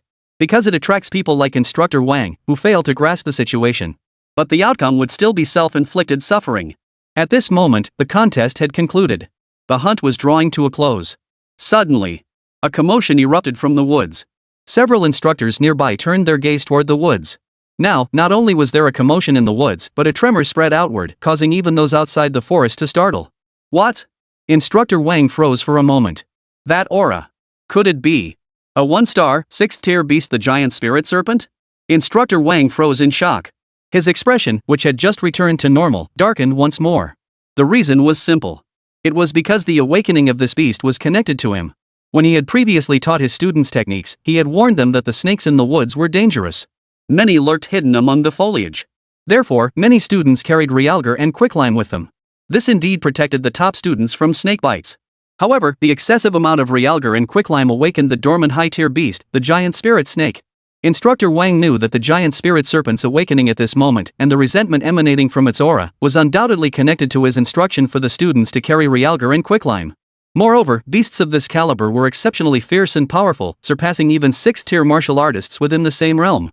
Students, spread out. Instructor Wang shouted urgently, his eyes filled with panic. He then charged into the forest. The disparity in strength between the students and this colossal serpent was staggering. If rescue came too late, countless students might suffer severe injuries or even die. Beside him, Wu Ling moved even faster than him, darting out like a bolt of lightning, her surging vital energy pulsing through her body. For Wu Ling refused to let any of these students suffer losses. Each student was a part of his very essence. Therefore, he had to protect these students. Besides, the aura of this beast wasn't that powerful. Even though beasts of the same tier were generally stronger than humans. A 1-star, 6th-tier beast, the giant spirit serpent. Wu Ling murmured to himself. At that moment, the giant spirit serpent surged through the forest like a tidal wave. Its movements could be described as sweeping away everything in its path. Whether boulders or giant trees, they were either shattered by its body or flattened completely. Not far from the 1-star 6th-tier giant spirit serpent, several students lay trembling on the ground, terrified. Dark stains marred their clothes, accompanied by the pungent smell of urine. Evidently, they had wet themselves in terror. Soon, Instructor Wang arrived. The giant spirit snake's gaze shifted away from the school's top students lying on the ground. It had seemed poised to charge forward and devour them. However, the scent of realgar and urine on these students made the giant serpent feel extremely uncomfortable. Though it appeared somewhat hungry, it did not move to attack. Yet driven by anger at being disturbed from its slumber and the hunger it felt upon waking, the giant serpent charged forward. Instructor Wang felt a surge of urgency. He charged straight at the giant serpent's head, intending to punch it squarely in the jaw. But who could have imagined? The giant serpent suddenly opened its gaping maw in an instant. In that instant, Instructor Wang saw himself shrouded in shadow, and an indescribably foul stench assaulted his senses. Holy! The next moment, Instructor Wang was cursing. The giant serpent's jaws snapped shut. Instructor Wang had been swallowed whole. Seeing this, Wu Ling was speechless. He knew that beasts of the same tier were generally stronger than humans. After all, beasts were generally larger in size and possessed innate abilities. According to the database in his wristband, this giant spirit snake's defining characteristic seemed to be its extraordinary size. Beyond that, it possessed no other notable traits. But it was not to be underestimated. Wu Ling hadn't anticipated that the moment he was studying the giant serpent before him, Instructor Wang had already charged forward. And just like that, he was gone in an instant. Wu Ling thought, with no time for further consideration, and stepped forward as well. The ripple technique activated instantly.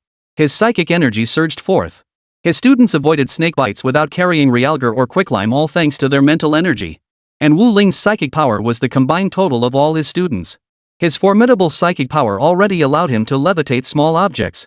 His insight could scan every blade of grass and tree trunk within a radius of over 10 meters.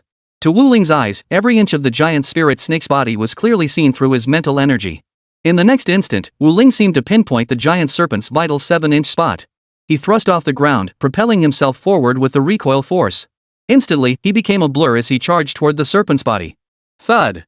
Chapter 57, Being an Instructor? No thanks. One punch landed squarely on the giant spirit snake's vital point. The giant serpent's body jerked violently. The pain caused its slender form to convulse, then it spat something out from its mouth. The mass was coated in slimy mucus, writhing and twitching in midair before emitting chaotic wails. Wu Ling ignored it, delivering another fierce punch directly to the giant serpent's vital point. Strike the snake at its weakest point. This spot is the vulnerability of all serpents. 2 punches. 3 punches. The giant serpent's body convulsed wildly, a veritable frenzied serpent dance. Yet its convulsive movements betrayed its agony. It tried to teach the creature causing its immense agony a lesson, but it couldn't. The reason was simple. It was in too much agony. Wu Ling gave it no chance to retaliate.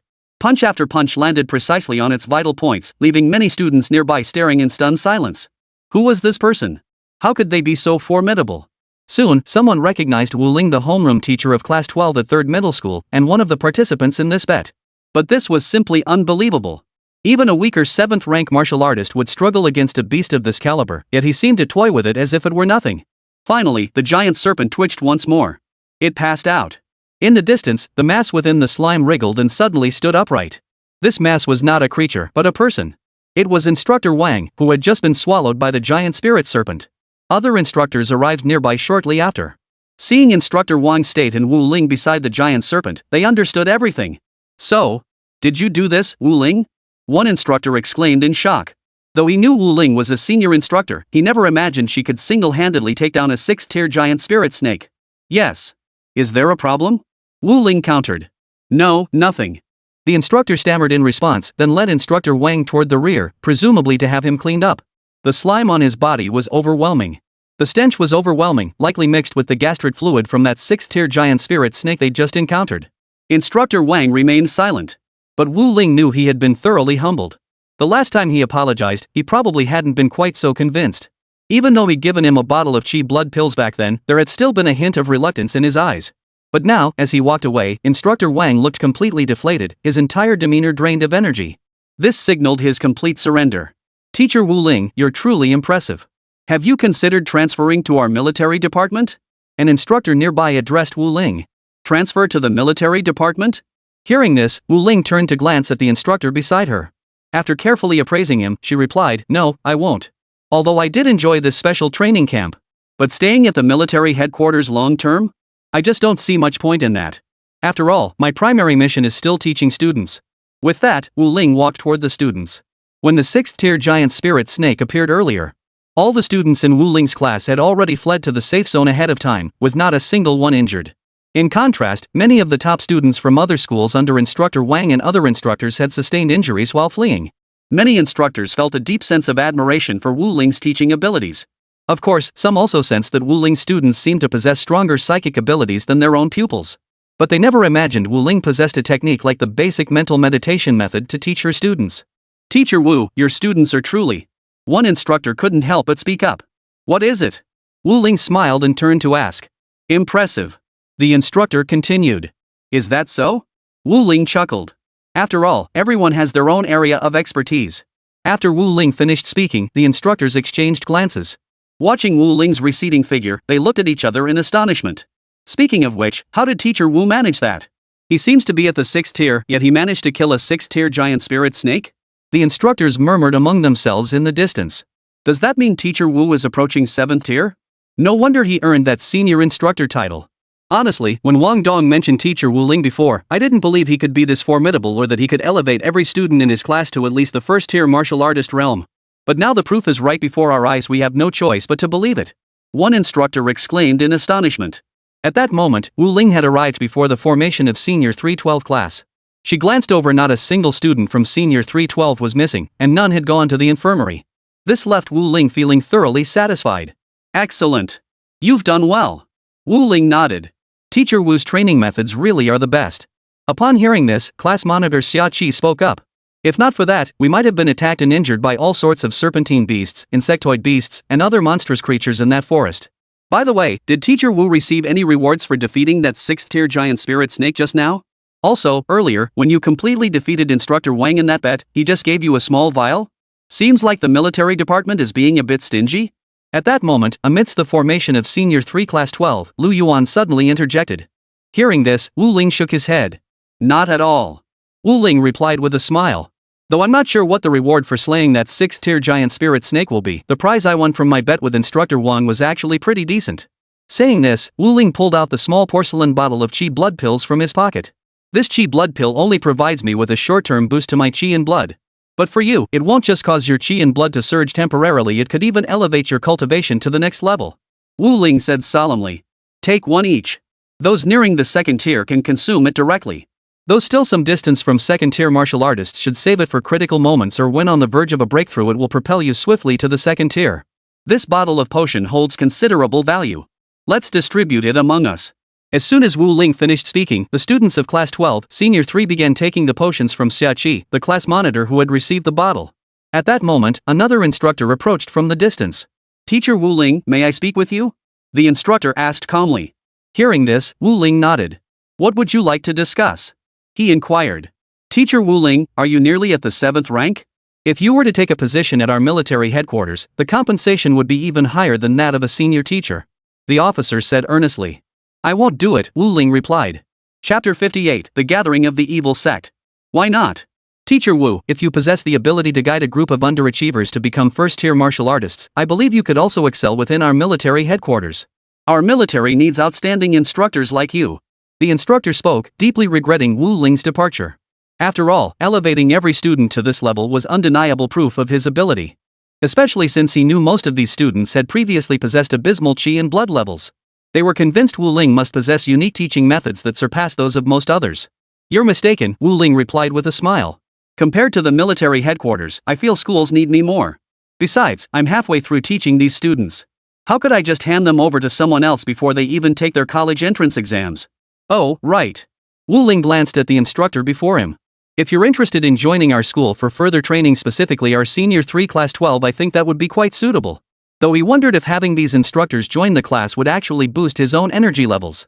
Of course, he knew meeting those conditions wouldn't be easy, it was probably impossible. At her words, the instructor beside her twitched his lips.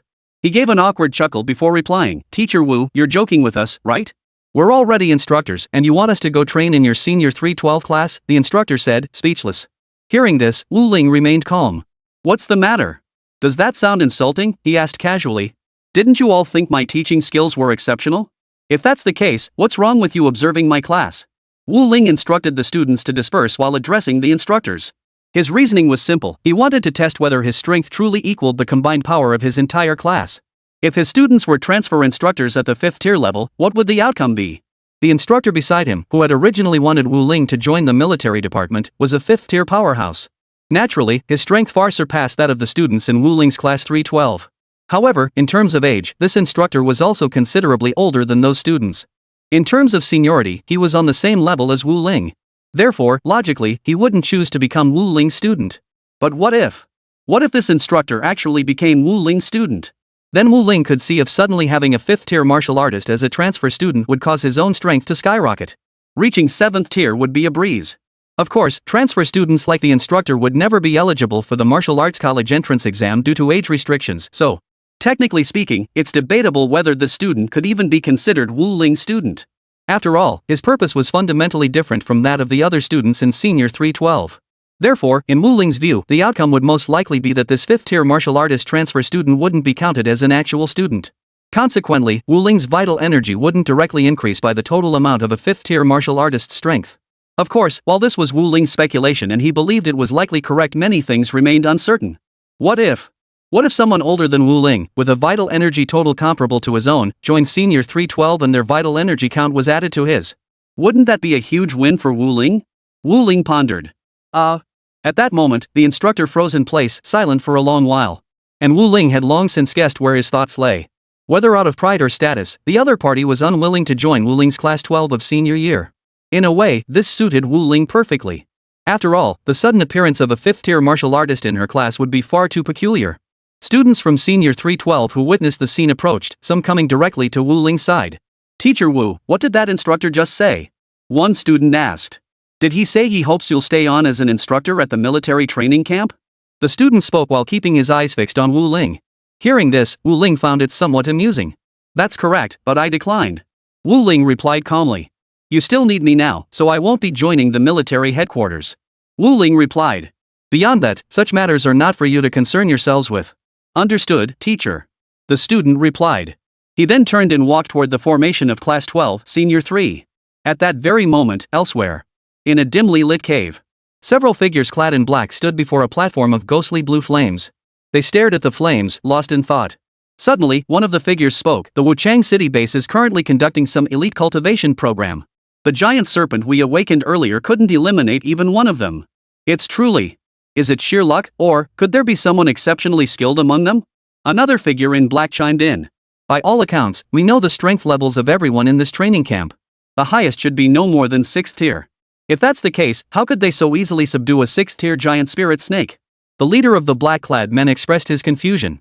"Our Blood River Society's last attempt to trigger a beast tide was thwarted by Wuchang City. That's why they're now training their offspring to interact with these beasts. By the time they reach university or graduate, they'll naturally have some understanding of these creatures. When the next wave of beasts rampages and enters the city, they'll be able to respond calmly and methodically. That must be their plan.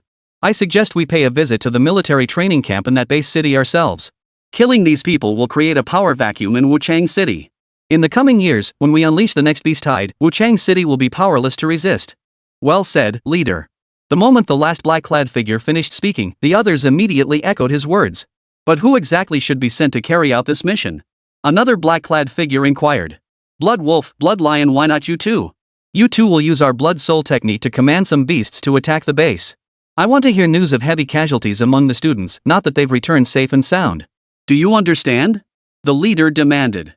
"Yes." Hearing this, the two black-clad figures immediately knelt on one knee, bowing to the central figure in black. One more thing." The leader seemed to recall something. "There's apparently a teacher at the training camp who's exceptionally skilled." "What was that teacher's name again?" "Wu Ling." "That's right. That's the one. I want to hear news of his gruesome death during this attack." Chapter 59. Did the students take banned substances? The special training camp continued. The primary training focus was on subduing beasts, followed by sparring drills. The sparring sessions starkly highlighted the gap between students from other classes and those from Senior 312. It also left the other instructors thoroughly impressed. As for the students of Senior 312, most felt both astonished and delighted. Li Kunyan, isn't he supposed to be a top student at First High? Why does he seem so weak? Lu Yuan remarked with a hint of disdain.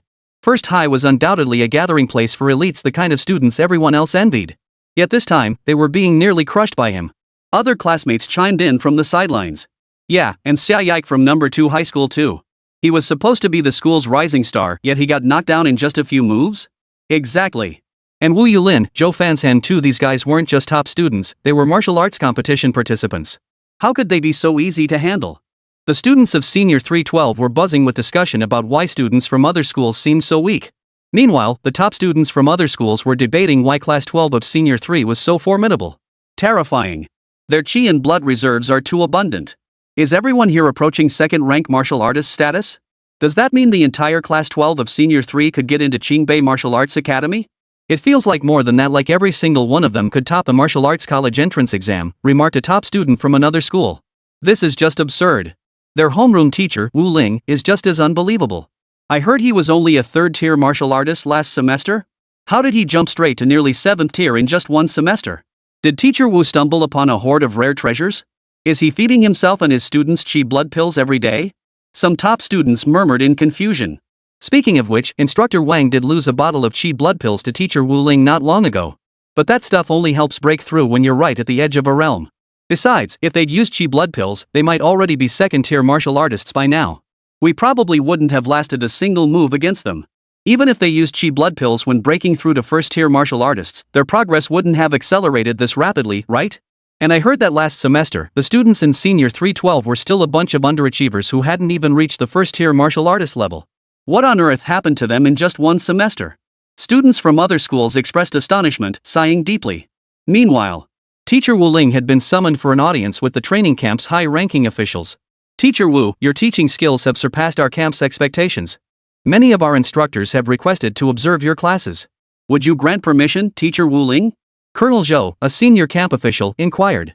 Upon hearing this, Wu Ling pondered for a moment before nodding. Observing is fine, but I do worry that my students' rapid progress might startle some of the instructors. That would be a bit awkward. Wu Ling replied solemnly. Colonel Zhou froze upon hearing this. What? Teacher Wu, that sounds a bit strange, doesn't it? Your students are exceptionally talented, approaching second-tier martial artists, but they're still first-tier at present. Our instructors are fifth-tier martial artists. How could they possibly be startled by training from first-tier practitioners? Colonel Zhou retorted. Hearing this, Wu Ling smiled. Well, that's not necessarily the case. While my students are indeed first-tier martial artists, you already know that their chi and blood cultivation progresses at an astonishing rate. Given that, you should understand that our students' cultivation speed is truly extraordinary. Is that so? Colonel Zhou inquired, his expression still tinged with skepticism. Leaving the training camp's executive office, Wu Ling soon spotted someone approaching. It was none other than Lu Yueling. Teacher Wu. Lu Yueling said earnestly. Teacher Wu, I feel I'm ready to begin preparing for the second-tier martial artist breakthrough, but I'm unsure whether I should use the chi blood pill you gave me. I feel that using this pill could indeed propel me to second-tier martial artist instantly, but I'm concerned it might compromise the crucial experience of advancement. What are your thoughts, Teacher Wu? Lu Yueling inquired. Hearing this, Wu Ling smiled. It really depends on you, Lu Yueling. Even though you haven't reached second-tier martial artist yet, you're likely the strongest among all the martial arts college entrance exam candidates nationwide. So now, you can make your own choice. Taking the chi blood pill for advancement will indeed make the process feel exceptionally smooth. It will also cause you to miss out on some of the experience gained during advancement. However, the barrier between stage 1 and stage 2 isn't particularly high, so even if you use the chi blood pill to break through, it won't significantly impact your personal strength. Of course, if you choose not to take chi blood pills and instead rely solely on your own efforts to break through the barrier between the first and second tiers, then your subsequent advancement from the second to the third tier will be slightly smoother. Of course, when advancing from the second to the third tier, or even from the third to the fourth tier, martial artists can still choose to use chi blood pills for advancement. However, this approach leaves them lacking in experience, making further progress more challenging. However, for the gap between the first and second tiers, I personally see no issue with using chi blood pills for breakthroughs. Especially for an outstanding student like you, it seems perfectly acceptable. Wu Ling replied. Understood, teacher, Lu Yueling replied. Soon, Wu Ling's teaching session commenced once more. This time, several instructors arrived at Wu Ling's camp to observe. Yet Wu Ling didn't teach at all, merely having the students sit and cultivate on their own. This scene left the instructors feeling particularly puzzled. But when they sensed the rapid increase in the students' vital energy, they were stunned. How is such an improvement rate possible? Several instructors were stunned. The students' chi cultivation speed is 3 or 4 times faster than ours, but how is that even possible? One instructor exclaimed in shock. Could Teacher Wu Ling have given the students banned substances? Only forbidden drugs could possibly accelerate their chi and blood cultivation to such an extent. But if they're taking banned substances, it will inevitably have adverse effects on their bodies. Their potential might be depleted prematurely. One instructor frowned and said to the one beside him. Hearing this, the other instructor nodded in agreement. Indeed. Chapter 60, Surrender Immediately? Soon after, Wu Ling received another invitation from Colonel Lu, a high-ranking official at the training camp. The two met again in the office. Upon seeing Wu Ling, Colonel Lu's expression grew somewhat complex. After flipping through the file before him, he looked up at Wu Ling and said, Teacher Wu Ling, we know you've been making quite a name for yourself lately. You've successfully transformed from a teacher in a struggling class into a renowned educator. Moreover, many top students are likely trying to transfer into your class. However, due to certain school regulations, they haven't been able to do so. However, it seems few have questioned how you managed to elevate your students' abilities so dramatically in such a short time.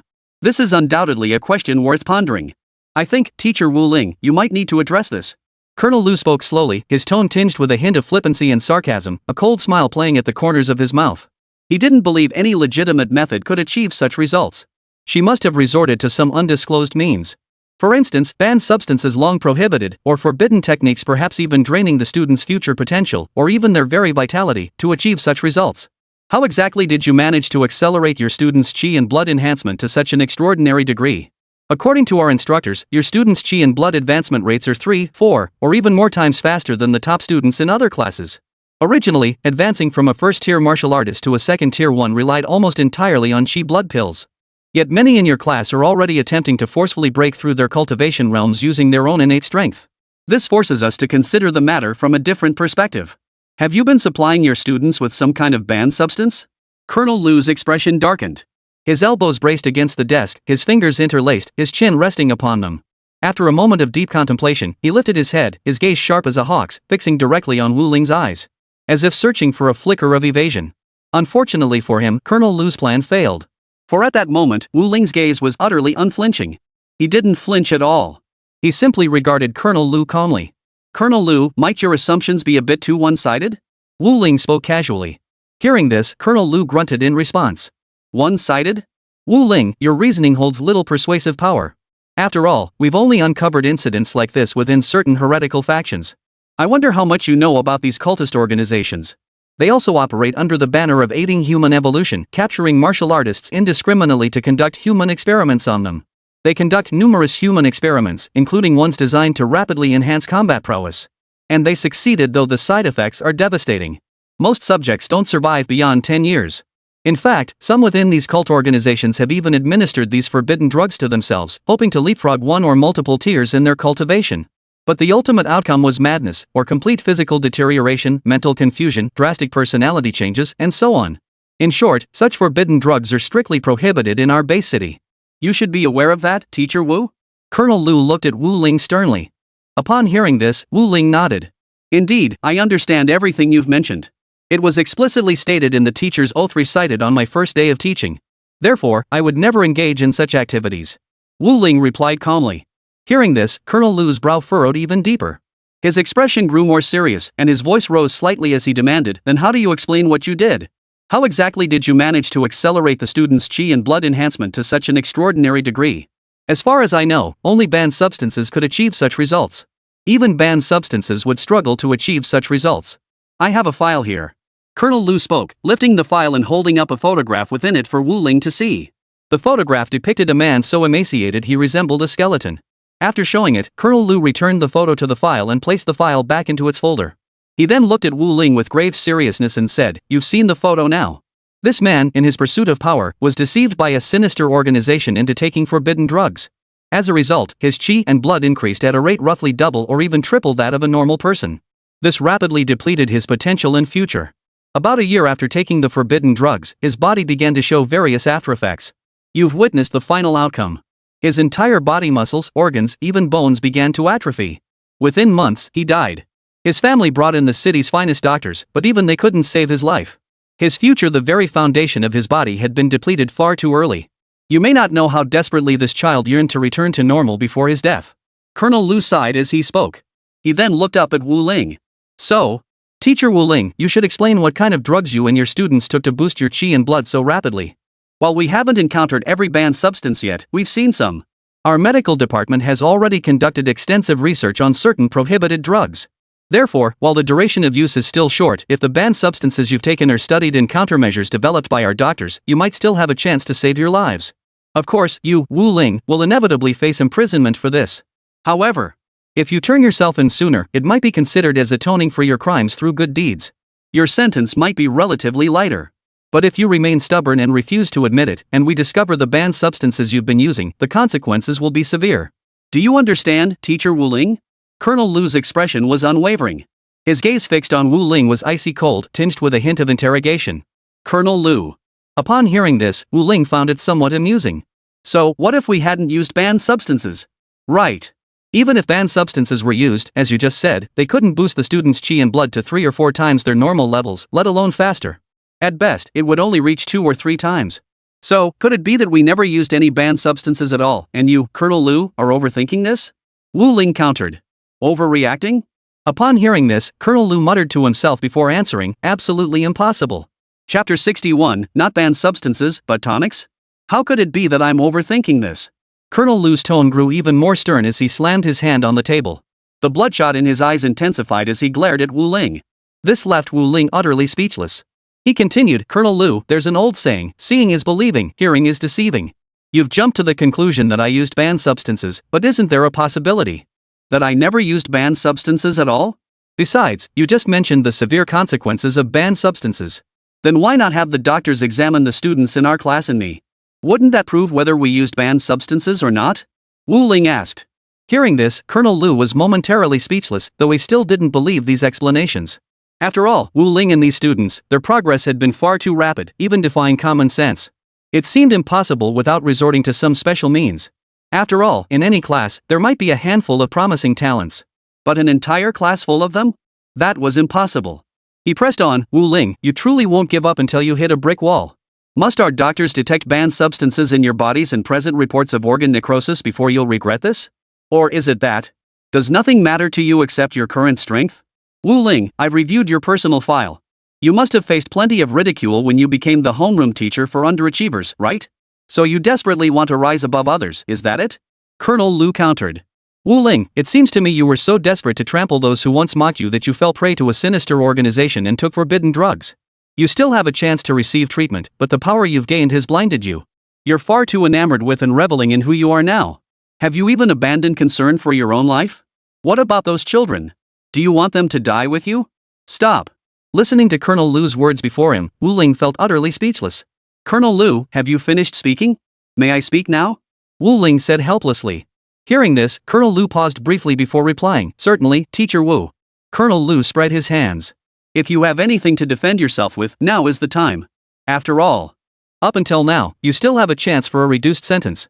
But if you continue to be stubborn now, Colonel Lu, Wu Ling interjected. Everything requires evidence. You should immediately have the doctors examine my students to see if they truly exhibit organ failure and withering symptoms, as you suspect. If they are, it proves they took banned substances. If they aren't, it proves they didn't take banned substances, correct? Wu Ling countered. Colonel Lu froze again upon hearing this. Wu Ling, are you that confident? He asked doubtfully. Or are you suggesting that you believe the banned substances you've taken are 100% undetectable by us? In fact, there are indeed banned substances in the world that are extremely difficult to detect, and our doctors have confirmed this. Some substances are nearly impossible to identify before their effects kick in, but the question is, Coach Wu Ling, are you absolutely certain we won't detect any abnormalities in you? Colonel Lu pressed on with his doubt. Hearing this, Wu Ling shook her head. Colonel Lu, to be honest, asking me to come here today has really wasted a lot of your time. Wu Ling shrugged. You've likely only heard reports from your own instructors and jumped to conclusions about me. But couldn't this all just be your speculation? Even if rogue elements are running rampant outside right now and banned substances are extremely dangerous, couldn't you refrain from jumping to conclusions based solely on one side of the story? Could you at least verify the facts and present evidence before confronting me? Wu Ling was utterly speechless. Colonel Lu, if there's nothing else, I'll be going. Wu Ling turned to leave. Hearing this, Colonel Lu froze for a moment. Hey, you! He tried to detain Wu Ling, but ultimately gave up. Because during the time he'd been talking with Wu Ling, his instructors were taking the students from Senior 3 Class 12 to the infirmary for medical checks. The reason he had spent so much time talking to Wu Ling was precisely to separate her from the students. After all, if Wu Ling had indeed used banned substances, it would mean he likely had ties to a rogue organization or worse, had already been recruited as one of their members. The extremes of many cult organizations were beyond imagination. They might subject the children to extremely excessive research. They might even attempt to brainwash the children. Or employ covert methods to remotely manipulate students into actions they would never otherwise take. This is precisely why Colonel Lu insisted on summoning Wu Ling to his office. Meanwhile, the school doctors were conducting thorough examinations on the students. It appears their physical conditions are all normal. In the medical ward of the special training camp, the doctor looked at several instructors, his expression filled with surprise. Hearing this, the instructors froze, their faces contorting with utter bewilderment. How is that possible? One instructor muttered under his breath. How could it be? Wu Ling's students are physically normal, with no signs of banned substance use? One instructor froze, opening his mouth but stopping mid-sentence. The other instructors nearby were similarly speechless. They exchanged glances, yet none could utter a word. Could it be that the forbidden drugs from the evil factions have been upgraded? If they can boost a person's chi and blood flow to over 3 times the rate of a normal top student in such a short time, could it be that these cult organizations have figured out how to mask the side effects, making them undetectable? One instructor voiced the question aloud. Hearing this, the other instructors turned their gaze toward the doctor. The doctor frowned and shook his head. How could that be possible? The doctor countered. What you're saying is rather strange. The doctor remarked. Rather than the possibility you suggest, I'm more inclined to believe these students never took banned substances at all. It must be something else. The doctor trailed off. Hearing this, several instructors nearby froze in surprise. Any other possibilities? What else could it be if not banned substances? Several instructors were utterly perplexed.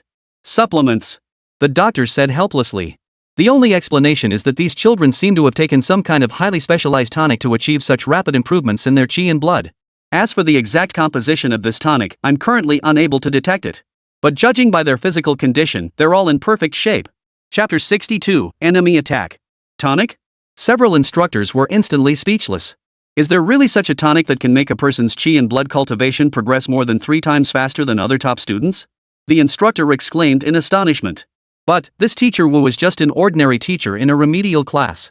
Another instructor was equally astonished. He couldn't help but speak up. I wouldn't know about that, but doesn't his class have several young masters and ladies from prominent families? The doctor replied. If their families were to intervene, things could get complicated. Besides, I've actually had a rough idea of the outcome since the very beginning. If these students really took banned substances, their families should be traceable.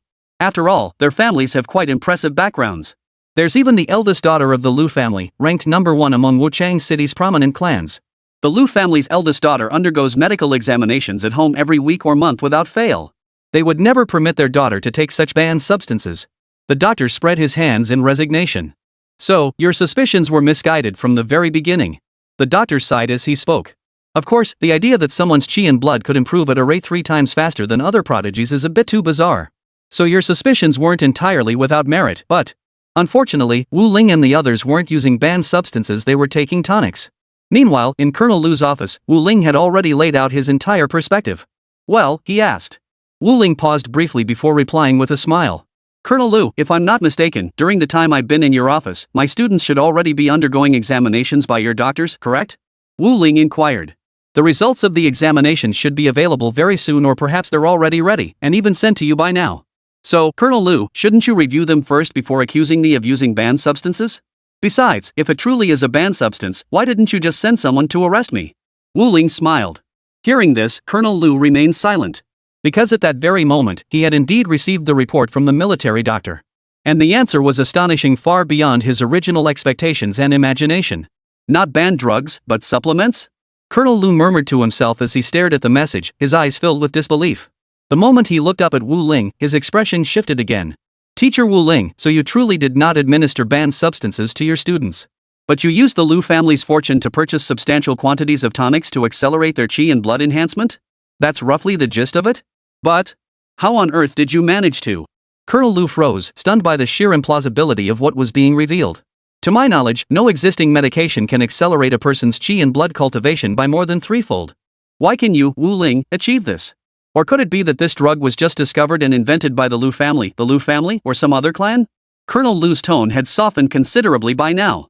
The reason was simple. It was because Wu Ling genuinely hadn't used any banned substances. While this outcome greatly surprised Colonel Lu, it was undoubtedly a major positive development. Conversely, it raised the pressing question, what exactly had Wu Ling been using? Hearing this, Wu Ling smiled. That's a secret. In any case, Colonel Lu, your earlier assumption was incorrect. Shouldn't you apologize to me? Wu Ling continued. Since it wasn't a banned substance. Besides, whatever other drugs it might be, they should have absolutely nothing to do with your military headquarters. This is our commercial secret, isn't it? Wu Ling shrugged. Hearing this, Colonel Lu's expression darkened, yet he found himself at a loss for words. Because Wu Ling was absolutely correct. He had spent so much time criticizing Wu Ling, only to discover that the drugs he used weren't banned substances at all. Under these circumstances, an apology to Wu Ling was only natural. My apologies, Teacher Wu Ling. My earlier words may have been a bit rash. Colonel Lu stated. However, I still hope you will disclose the details of the medications you used. That way, we can truly prove you weren't using banned substances, but rather legitimate medications. After all, there is currently no such medication on the market that could accelerate cultivation progress to such an extent. Yes, you're correct. Wu Ling responded. However, it's a pity I won't be disclosing any information about this medication. So, may I leave now? Wu Ling said, turning to depart with a flourish. Hearing this, Colonel Lu stammered, unable to speak. Wu Ling had already left Colonel Lu's office. But shortly after Wu Ling's departure, a dark shadow suddenly stirred within Colonel Lu's office. Then a figure emerged from within. Lu Mingxi, it seems we haven't uncovered Wu Ling's secret. Does this mean our operation can commence? The figure in the darkness flickered and wavered, appearing and disappearing intermittently. His voice was icy cold. You promised to save my daughter. I don't want her to die so soon. Furthermore, if only she'd been in Wu Ling's senior 312 class. Why was she so foolish, insisting on competing with senior 312 and taking banned substances for it? Even after taking those drugs, she still couldn't beat senior 312. What a foolish girl. Lu Mingxi sighed helplessly. Hearing this, the figure in the darkness chuckled darkly. Our banned substances? We can naturally counteract them. Besides, that teacher Wu Ling holds far too many secrets. We absolutely cannot let him go. In short, let the operation begin. Soon, shadows began to emerge from the office, one after another, darting out into the darkness. Immediately after, within the military headquarters base, screams echoed. Enemy attack! Enemy attack! Numerous military instructors charged toward the shadowy figures, engaging them in combat. At the camp of Class 12, Senior 3, several shadowy figures emerged. Seeing this, Wu Ling immediately charged forward. Simultaneously, she swallowed the chi blood pill. She activated the ripple technique. His strength now approached the 7th tier. The first shadowy figure was sent flying the instant it attacked. Chapter 63, Betrayed by His Own? Several shadowy figures closed in. Wu Ling scanned the surroundings. The other teachers were nowhere to be seen. Resolution hardened in Wu Ling's heart. He unleashed the Xian tier martial technique, Heavenly Mountain Blazing Sun Palm, in a single strike. She could tell that this black-clad figure was stronger than the previous ones, undoubtedly holding a prominent position among them, perhaps even their leader. As the saying goes, to catch the thief, first catch the king. Therefore, he must take him down. As the Heavenly Mountain Blazing Sun Palm erupted, Wu Ling's hands blazed like raging fire, radiating golden solar light. The black-clad figure before him hesitated for a moment, but still stepped forward to meet Wu Ling's palm strike. The instant their palms collided, the black-clad figure regretted his decision. The intense heat contained within his opponent's palms was overwhelming, leaving him unable to defend. Moments later, he felt as though his meridians were ablaze. How is this possible? He murmured involuntarily. But it was already too late. The power channel from Wu Ling's Tianshan Blazing Sun Palm had already coursed through his body, scorching his meridians beyond repair. Finally, the black-clad figure stumbled back several more steps before collapsing onto the ground. He thrashed and flailed, his mouth filled with agonized cries, but it was all in vain. His entire body rapidly charred into carbon. He ultimately met his end before Wu Ling's eyes. Very good. Watching this peak 6th tier martial artist die before her eyes, Wu Ling felt profound satisfaction. The Tianshan Blazing Sun Palm truly lived up to its reputation as a Xian tier martial art. Ordinary Huang tier techniques couldn't compare to its immense power. Though it couldn't directly boost one's chi and blood, its strength was undeniably formidable. Wu Ling immediately turned to confront the other black-clad figures nearby. Many instructors had already been injured and could no longer protect the students. However, the students of Class 12 remained unharmed, shielded by Wu Ling's protection. Teacher Wu was so powerful. Witnessing Wu Ling defeat that 6th tier peak martial artist in black robes, the students of Class Gaoxing 12 couldn't help but exclaim in astonishment. Of course she is. It's precisely because Teacher Wu is so powerful that she's taught us to be this formidable. Look at the other students, many of them are running around in chaos. From the Gaoxing 12 formation, Xia Qi pointed toward the distance. The students followed her finger's direction. Indeed, many of these so-called elite students from other schools were now crying out in panic and scattering in all directions. For them, staying near their instructors was now extremely dangerous. Naturally, fleeing on their own was the only sensible option. But even as they scattered, some were spotted by the black-clad figures, seized, and forced to drink some kind of liquid. These top students struggled desperately but to no avail, forced to swallow an unknown blood-red liquid. Others were directly injected with the blood-red liquid using needles. In the distance, more instructors witnessed this and grew extremely anxious. This is bad, it's likely banned substances, they exclaimed. Yet they couldn't react in the slightest. They were being held back by the men in black. They could only watch helplessly as the top students' veins bulged, bloodshot eyes protruded, and they let out frenzied roars, seemingly losing their humanity and turning into beasts. This was precisely the side effect of certain banned substances manifesting the instant they were ingested or injected. Upon realizing this, the expressions of the instructors shifted slightly. They had wronged Wu Ling. After all, Wu Ling's students behaved perfectly normally. If she were in cahoots with these black-clad figures and had administered banned substances to her students, they too should have exhibited the same uncontrollable behavior as these students now displayed. Moreover, Wu Ling had already defeated several of the black-clad figures. This eased the pressure on the remaining instructors. This alone seemed sufficient proof that Wu Ling was not aligned with these sinister black-clad figures. At that moment, Colonel Liu, who was currently entangled in combat with 3 black-clad figures in the distance, also appeared deep in thought. Wu Ling approached and joined the fray. Soon, Colonel Liu felt the pressure ease considerably. Wu Ling, my thanks, Colonel Liu said. As he spoke, he observed Wu Ling single-handedly overpowering two of the black-clad figures. Dealing with the last remaining figure was now a breeze for him. Thud! With a single punch, Wu Ling sent one of the black-clad men flying. The last assailant, caught off guard, was immediately struck in the stomach by Wu Ling's follow-up punch. Not bad. Colonel Lu remarked approvingly from the sidelines. But suddenly, he launched a sneak attack, aiming a fist at Wu Ling's back. His palm carried a chilling wind as it aimed for Wu Ling's lower back. In that instant, Wu Ling spun around. He channeled the heavenly mountain blazing sun palm, colliding with the attacker's fist. A golden red aura of internal energy collided with a dark purple aura, exploding outward. Both Wu Ling and Colonel Lu stumbled back several steps. What exactly is your purpose? Wu Ling leapt back several paces, staring at Colonel Lu with a flicker of astonishment in her eyes. She hadn't expected this Colonel Lu to. Two men in black stood beside him, their movements halted as they joined Colonel Lu in staring at Wu Ling. Many students watching from afar froze at the sight. They turned to look at Colonel Lu with expressions of disbelief. Colonel Lu had been the one delivering the opening address at the start of this training camp. He was also considered one of the key organizers of this special training camp. But now, he was standing alongside the man in black? Against teacher Wu Ling? The students were all stunned, unable to comprehend why this was happening. What on earth was going on? Colonel Lu, aren't you going to explain? Having just taken down one of the three black-clad figures, Wu Ling turned to see Colonel Lu and the remaining two. She looked at him and spoke in a deep voice. Had she relied solely on the yellow-tier martial skill wave technique instead of her Xian-tier martial skill to turn and confront Colonel Lu, Wu Ling would have sustained internal injuries. Therefore, Colonel Lu's martial arts skill must also be close to the Xian-tier. Though Wu Ling sensed that his Tianshan blazing sun palm seemed to counteract the opponent's sinister black-purple technique. At that moment, Colonel Lu stood there with an unruffled expression, yet his inner shock was profound. As a teacher, and a senior one at that, Wu Ling's cultivation reaching the 6th tier was already astonishing. But that was nothing. What truly astonished Colonel Lu was the martial art Wu Ling had just demonstrated. It seemed to be a Xian-tier martial technique. Consider this, even among the 4 major families of Wuchang City, it was doubtful any possessed a Xian-tier martial technique. Even if such techniques existed, cultivating them required adhering to a myriad of complex and cumbersome restrictions. Colonel Lu had only obtained such a Xian-tier martial art by joining the heretical sect. Yet here was Wu Ling, possessing 1-2-1 that had just countered his technique? Beside him, the 2 black-clad figures accompanying Colonel Lu had also just realized the problem. Chapter 64, 1 against 3, forcing the enemy back. Wu Ling, you've hidden your true abilities well. Where did you acquire this cultivation technique? Did the Lu family, the wealthiest clan, bestow it upon you? Colonel Lu asked calmly, his expression composed. Yet a hint of envy flickered in his eyes.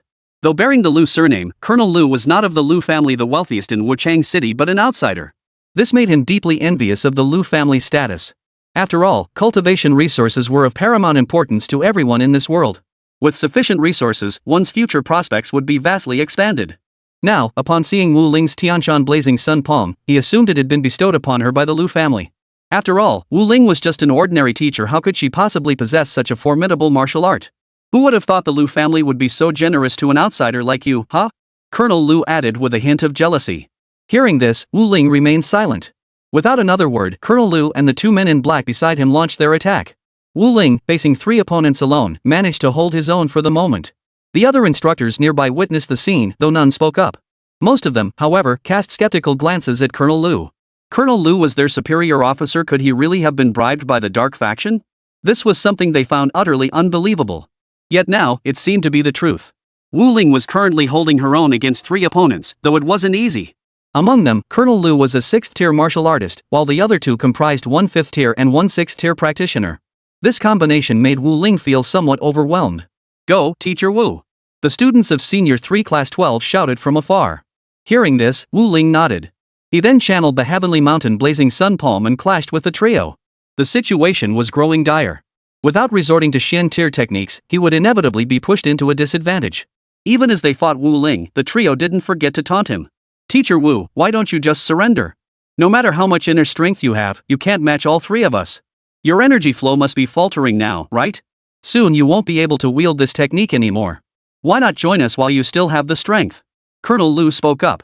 Wu Ling remained silent. Seeing this, Colonel Lu interpreted Wu Ling's silence as contempt, his brow furrowing even deeper. Though outwardly mocking Wu Ling, Colonel Lu was inwardly astonished. For Wu Ling's Xian-tier martial skill had perfectly countered their heretical sect's techniques.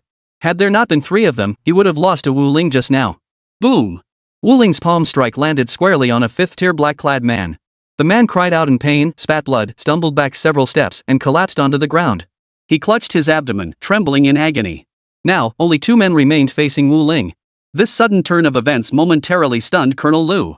But Wu Ling's palm didn't wait. It surged forward again. Colonel Lu and the remaining 6th-tier black-clad man beside him immediately charged at Wu Ling. At that moment, fear gripped Colonel Lu's heart even more intensely. This Wu Ling, she must be some kind of demonic prodigy. With strength like that, why bother being a teacher? Judging by the power Wu Ling had displayed, he could have pursued many other careers. Teacher was hardly the best choice. Simply because a teacher's salary isn't particularly high. Of course, Wu Ling had previously tutored Lu Yueling, and Colonel Lu was aware of this. So, is being a teacher merely one facet of Wu Ling's identity? Colonel Lu pondered. The next moment, Wu Ling thrust both palms horizontally, striking toward Colonel Lu's chest. Colonel Lu hurriedly thrust his palms forward to meet the attack. The 4 palms collided. Before the black-clad men could seize the opportunity to ambush Wu Ling, Colonel Lu felt his insides churn violently. He staggered back 2 steps. Impressive! Colonel Lu gasped, his chest heaving. Wu Ling appeared completely unaffected. She spoke calmly. Impressive? Nothing to be impressed about. It's just that your techniques happen to be countered by mine. Want to try again? Wu Ling asked. Hearing this, Colonel Lu and the black-clad man exchanged a glance. Yet they did not rush to attack Wu Ling again. Instead, they turned and walked away. Seeing this, Wu Ling did not pursue them. Instead, he headed toward the black-clad man who was currently engaged in combat with other instructors. Noticing Colonel Lu and his companion retreating, the other black-clad figures quickly disengaged from their fights and hurried toward the two. Some of your students have already been injected with our forbidden drugs. You'll have to deal with the consequences. Colonel Lu delivered a parting threat from the gaping hole in the base's perimeter wall. Wu Ling remained silent, but the other instructors glared furiously at Colonel Lu and the black-clad figures by the breach. At that moment, some students began to go berserk. They attacked fellow students indiscriminately, friend or foe. Fortunately, the instructors and Wu Ling immediately stepped in to knock them unconscious, then transported them to the infirmary. The students received treatment. As for Wu Ling's senior 312 class, not a single student had been injected with the banned drug. Soon, the instructors reported the incident to the higher military command. The higher-ups promptly dispatched additional personnel to handle the situation. Within about 10 minutes, military personnel had arrived at the special training camp base. Clearly, the military headquarters was shocked by what had transpired here. They were equally stunned by Wu Ling's formidable strength. This invasion by the has been confirmed as the work of the organization, the Blood River Society. Instructors Zhou and Li, are you certain that Instructor Wu Ling single-handedly held off 3 individuals, including Colonel Lu? The senior military officer who had just arrived at the training camp base posed this question to the other instructors present. Yes, that is correct. Moreover, Instructor Wu Ling successfully wounded one of the black-clad figures of 5th-tier martial artist and forced the remaining Colonel Lu and the 6th-tier martial artist to retreat. The instructor replied. Hearing this, the superior officer paused in surprise. His gaze toward Wu Ling brimmed with astonishment. Wu Ling, however, was accustomed to such reactions. After all, his strength surpassed that of an ordinary peak 6th-tier martial artist and could even rival a 7th-tier martial artist. It was just that he hadn't broken through to the 7th tier yet. If he so desired, breaking through to the 7th tier would pose no great difficulty. Thus, with the enhancement of his Xian tier martial arts, taking on 3 opponents at once was hardly surprising. However, word of his possession of a mystic tier martial art had reached the higher-ups at the base. Xian tier martial arts. One of the high-ranking officials heard this and his expression turned solemn with respect. This high-ranking official was an early-stage 7th tier martial artist.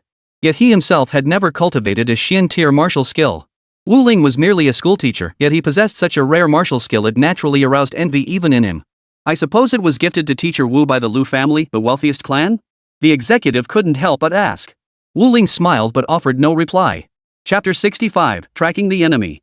Soon, the students underwent medical examinations. Those who had been injected with the banned substance underwent hemodialysis. This largely saved their lives. However, the banned substances still caused some damage to their organs. Some also experienced psychological effects. Had Wu Ling not driven off those black-clad figures, and had the situation dragged on any longer, the students' conditions would only have worsened. Some might even have faced life-threatening situations. In that sense, Wu Ling was nothing short of a lifesaver for these top students from other schools, owing him an immense debt of gratitude.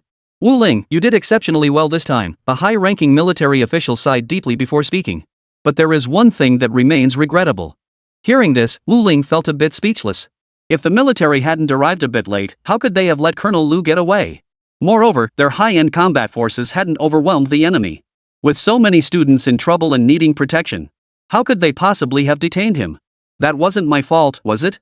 The military command arrived too late, Wu Ling replied directly. Hearing this, the high-ranking military official looked somewhat awkward, clearly realizing his own slip of the tongue. Teacher Wu, Colonel Lu joining a rogue organization like the Blood River Society is a disgraceful matter for us, but actually, if Teacher Wu could have detained him for just one more minute, we could have tracked his location. That way, no matter where Colonel Lu went, we would have known his whereabouts. Oh? Wu Ling paused, taken aback. So now, can you determine his approximate location? If we knew, I might still be able to catch up to them. Wu Ling pressed on. At this remark, the higher-ups froze. Teacher Wu, how did you know? We do indeed know their approximate escape route at this moment. However, their movements remain difficult to track. The Blood River sect possesses a unique cloaking technique, making it exceedingly difficult to track their movements. Confirming their general location is already a remarkable achievement. The military high command spoke up. Upon hearing this, Wu Ling nodded. Sounds good. But I recently engaged Homehung, especially that Colonel Lu. I'd say I have a pretty clear grasp of his aura. If you're looking for him, perhaps I should give it a try. Wu Ling replied. Hearing this, a high-ranking military official paused in surprise. After carefully appraising Wu Ling, they finally nodded. If you're confident you can handle it, then go ahead. They then led Wu Ling into a special room. Inside were several specialized instruments. Wu Ling, look. These individuals' energy signatures vanished on the mountain not far from the training camp. Based on our assessment, they likely have a secret passageway up there, but locating it will be extremely difficult. The high-ranking military official stated. In any case, they've vanished. We've already deployed soldiers with tracking dogs to comb the mountains, but they've found nothing. Teacher Wu, you don't seriously believe your insight is sharper than our dogs' noses, do you? The military official looked at Wu Ling with confusion. He quickly added, my apologies, I mean no disrespect to you, Teacher Wu, but I understand. Wu Ling replied. Still, I think I should give it a try. What if? Wu Ling smiled as she spoke. Besides, if I do manage to find it, what kind of reward would there be? Like, say, 100,000 dragon coins or something? At this suggestion, the high-ranking military officials froze. 100,000? Teacher Wu, you certainly have a big appetite. I can't make that decision on my own, but if you do find it, I can offer 10,000 dragon coins, the military leader replied. 10,000 is a bit low. But considering that Colonel Lu just now tried to have his men lay hands on my students, I intend to track them down myself, Wu Ling declared. Lead the way, Wu Ling instructed. About 10 minutes later, Wu Ling arrived at the small hill where the black-clad men and Colonel Lu had vanished. Throughout the journey, Wu Ling used her psychic powers to scan the surroundings. Having clashed with Colonel Lu before, Wu Ling possessed an unusually clear grasp of his aura. Throughout the journey, Wu Ling could sense the distinct aura of the Blood River cult, a notorious cult organization. And on this very hill, just as the military high command had stated, the aura vanished. Not far away, soldiers patrolled the hillside with hunting dogs. Spotting the high-ranking officers, they hurried over to salute. Commander Chu, the mountain has been thoroughly searched by the hounds, but no specific individuals were found. The soldier reported. MHM. Upon hearing this, the high-ranking military officer, General Chu, nodded. He then turned to Wu Ling beside him and said with a smile, Teacher Wu Ling, would you like to give it a try? Our hounds have already sniffed Colonel Lu's personal belongings and the scent on his clothing before searching the mountain, yet they found nothing. Are you certain your perception is sharper than our hounds?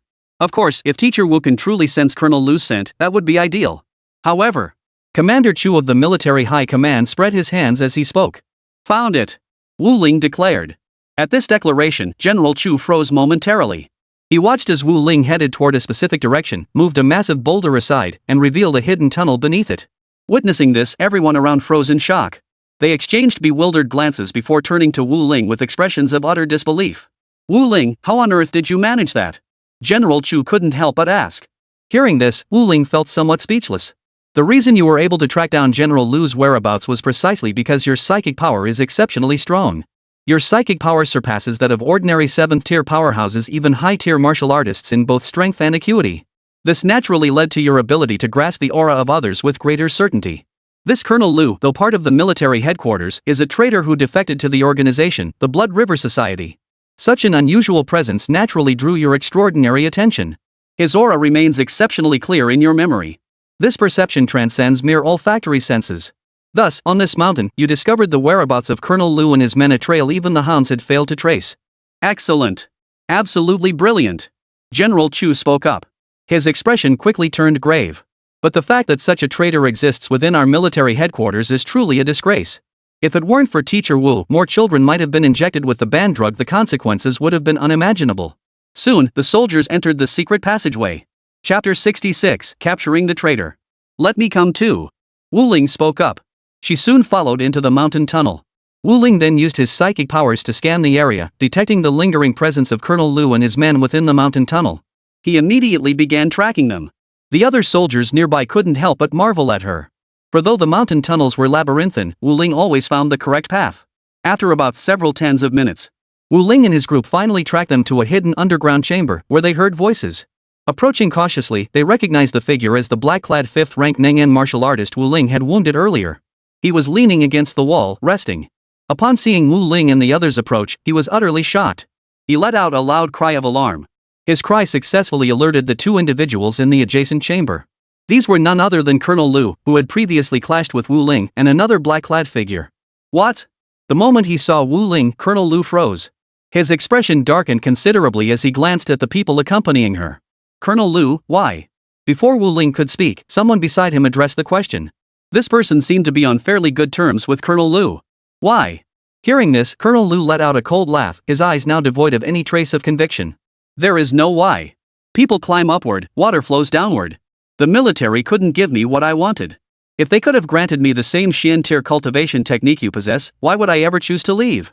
Colonel Lu shouted, his words betraying his greed and resentment. He felt he had risked life and limb, shedding blood for the military headquarters, yet in the end, he hadn't received what he desired, leaving him bitter and resentful. Hearing this, Wu Ling remained silent. Without a word, he stepped forward to meet him. Colonel Lu seemed to have no intention of fighting. Instead, he turned to leave. But Wu Ling wasn't about to give him a chance to leave. He pursued him directly. The others nearby did the same. Now, as Colonel Lu and the man in black walked ahead, he couldn't help but ask the man in black, by the way, weren't we supposed to be picked up by headquarters? Where are they? Hearing this, the man in black replied, logically speaking, headquarters should indeed be here to pick us up, but headquarters must have realized by now that we're being pursued. They might not send anyone to pick us up after all. The dark-clad figure added coldly, furthermore, Colonel Lu, it seems they're targeting you specifically. I'll be going ahead. The next moment, the black-clad figure suddenly tossed something into the air. Black smoke began to billow, obscuring the vision of countless people. In the ensuing chaos, the black-clad figure vanished. Colonel Lu pressed onward through the thickening haze. Witnessing this, Colonel Lu couldn't help but shout angrily. What the hell? You promised to take me with you. Why did you just take off? Colonel Lu exclaimed indignantly. Behind him, Wu Ling's palm strike was already upon him. Colonel Lu froze for a moment, then had no choice but to turn and meet Wu Ling's attack. As their palms collided, Colonel Lu felt a tremendous shock in his chest. He stumbled backward several steps, his insides churning violently. This feeling was far from pleasant. Wu Ling's strength surpassed his expectations. Moreover, earlier, because the Tianshan Blazing Sun palm countered the heretical martial arts he practiced, it had caused a latent ailment within his body. Now, the renewed contact with Wu Ling's palms naturally triggered this latent ailment, leaving Colonel Lu feeling profoundly unwell. Therefore, at this moment, he had only one thought in his mind. Flee. He could think of no other solution. However, this time was different from the last. In fact, it was almost the opposite. Last time, it was 3 against 1, with them attacking Wu Ling. This time, it was Wu Ling and the other soldiers attacking him alone. His teammates had abandoned him here. This is outrageous. Colonel Lu couldn't help but exclaim. Watching the surrounding figures launch their attacks toward him, he finally understood there was no way he could escape now. He was trapped, unable to flee. I surrender. Colonel Lu declared. Spitting blood, he was now utterly helpless. Finally, Wu Ling and the surrounding soldiers released their grip and moved forward to apprehend Colonel Lu, the traitor. Soon, Colonel Lu was escorted back to military headquarters. The next time they saw him, he was already in the interrogation room. Wu Ling watched him through the one-way mirror on the opposite side of the room. Wu Ling, you damned Wu Ling! Even within the interrogation room, Colonel Lu continued to hurl curses at Wu Ling. At this moment, he knew that if it weren't for Wu Ling, he might have escaped by now and would never have been captured. This Wu Ling was simply too extraordinary and beyond comprehension. Back in school, he could transform the worst class into the strongest in the city in no time, with every student capable of entering the nation's top martial arts academies. Yet, upon arriving at the military special training camp, he could still crush all the instructors in combat, including himself, a master who had obtained Xian tier martial arts techniques from the Blood River sect. This was far beyond his wildest expectations. At this moment, Colonel Lu was consumed by bitter resentment. He refused to believe he had failed so utterly. Outside the interrogation room, Wu Ling stood alongside General Chu. General Chu looked at Wu Ling and said, Teacher Wu Ling, it's all thanks to you that we were able to capture the traitor this time. The 100,000 dragon coins you requested. I've already submitted the request to higher-ups. The chances of approval are quite good. Furthermore, Teacher Wu, it would be excellent if you could provide specialized training for our soldiers. Sorry. Upon hearing General Chu's words, Wu Ling immediately interrupted. Forget about special training. I still have to return to teach my senior class, Class 12. General Chu paused, taken aback. I wasn't finished yet. Because of your outstanding performance this time, Wu Ling, we will continue to give you special commendation. If you're considering a career in the military. No plans. Wu Ling replied immediately. I only intend to teach my senior class 12 well. As for empty honors elsewhere, I have no desire for them. Wu Ling smiled as he spoke. This left General Chu speechless. Is that how it is? He shook his head upon hearing this. At that moment, in a dimly lit underground chamber, a group of sinister black-clad figures gathered here. Colonel Lu has been captured by them. That teacher named Wu Ling is truly a major headache. One of the black-clad figures spoke up. If it weren't for him, this military headquarters invasion would have gone exceptionally smoothly. The effects of the forbidden drugs we injected into those children would have been remarkably pronounced. But because of Wu Ling, our plan was disrupted. As for Colonel Lu, his demise is hardly a loss. Chapter 67, Controlling Flying Blades. The special training camp concluded as scheduled in the following days. Most students from the elite classes headed to the infirmary or hospital for treatment. After all, the accident had been so sudden, merely sustaining injuries without any fatalities was already a fortunate outcome. Wu Ling's students, however, emerged unscathed. Before departure, Commander Chu offered Wu Ling some parting advice. Mr. Wu Ling, you have now become a hero not only within our special training camp but also within the military headquarters itself. It's truly a pity you won't be staying on to serve in our military headquarters. However, since you've made your decision, we can't really say anything more. There is one matter, however, we must remind you of. It concerns the rogue organization, the Blood River Society. As General Chu spoke, his expression grew even more solemn, tinged with gratitude. For if not for Wu Ling, the military headquarters and others would have suffered a devastating blow to their reputation, along with severe casualties, the consequences unimaginable. But there was another matter requiring caution and warning. Upon hearing this, Wu Ling nodded. What about the Blood River Society? Wu Ling asked. You are now on their hit list, General Chu stated. So you must be extremely cautious. Yes, I understand, Wu Ling replied. Then, he led the children away from the special training camp. At this very moment, an idea had formed in Wu Ling's mind. That was the need to cultivate their spiritual power now. Previously, she had prioritized cultivating the students' vital energy and blood because their levels were simply too low. They lagged several levels behind their peers.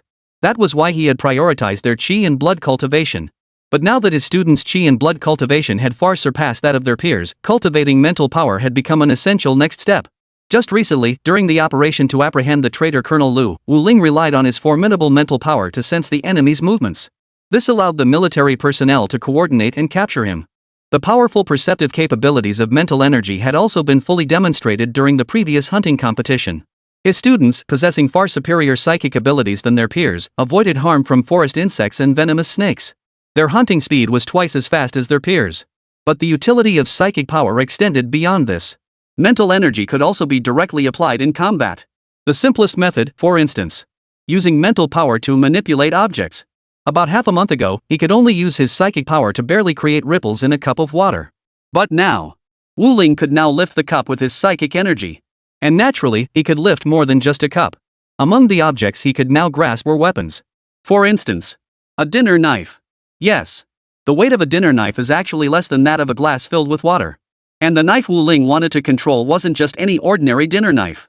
Even an ordinary dinner knife can slice through bread or meat, but in Wu Ling's eyes, it still wasn't sharp or powerful enough. Wu Ling had set his sights on a true weapon. Weapons that were lighter and sharper than a dinner knife. Carbon steel throwing knives. And such items, it seemed, couldn't be purchased casually. Wu Ling discovered that ordinary channels simply couldn't procure such items. Recently, however, thanks to capturing Colonel Lu, the military traitor, Wu Ling had acquired a substantial sum of full 100,000 dragon coins. General Chu kept his word.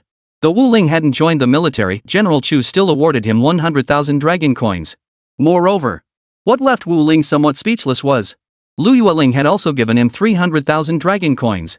Truthfully, Wu Ling hadn't intended to accept such a large sum from a student. But these were extraordinary times.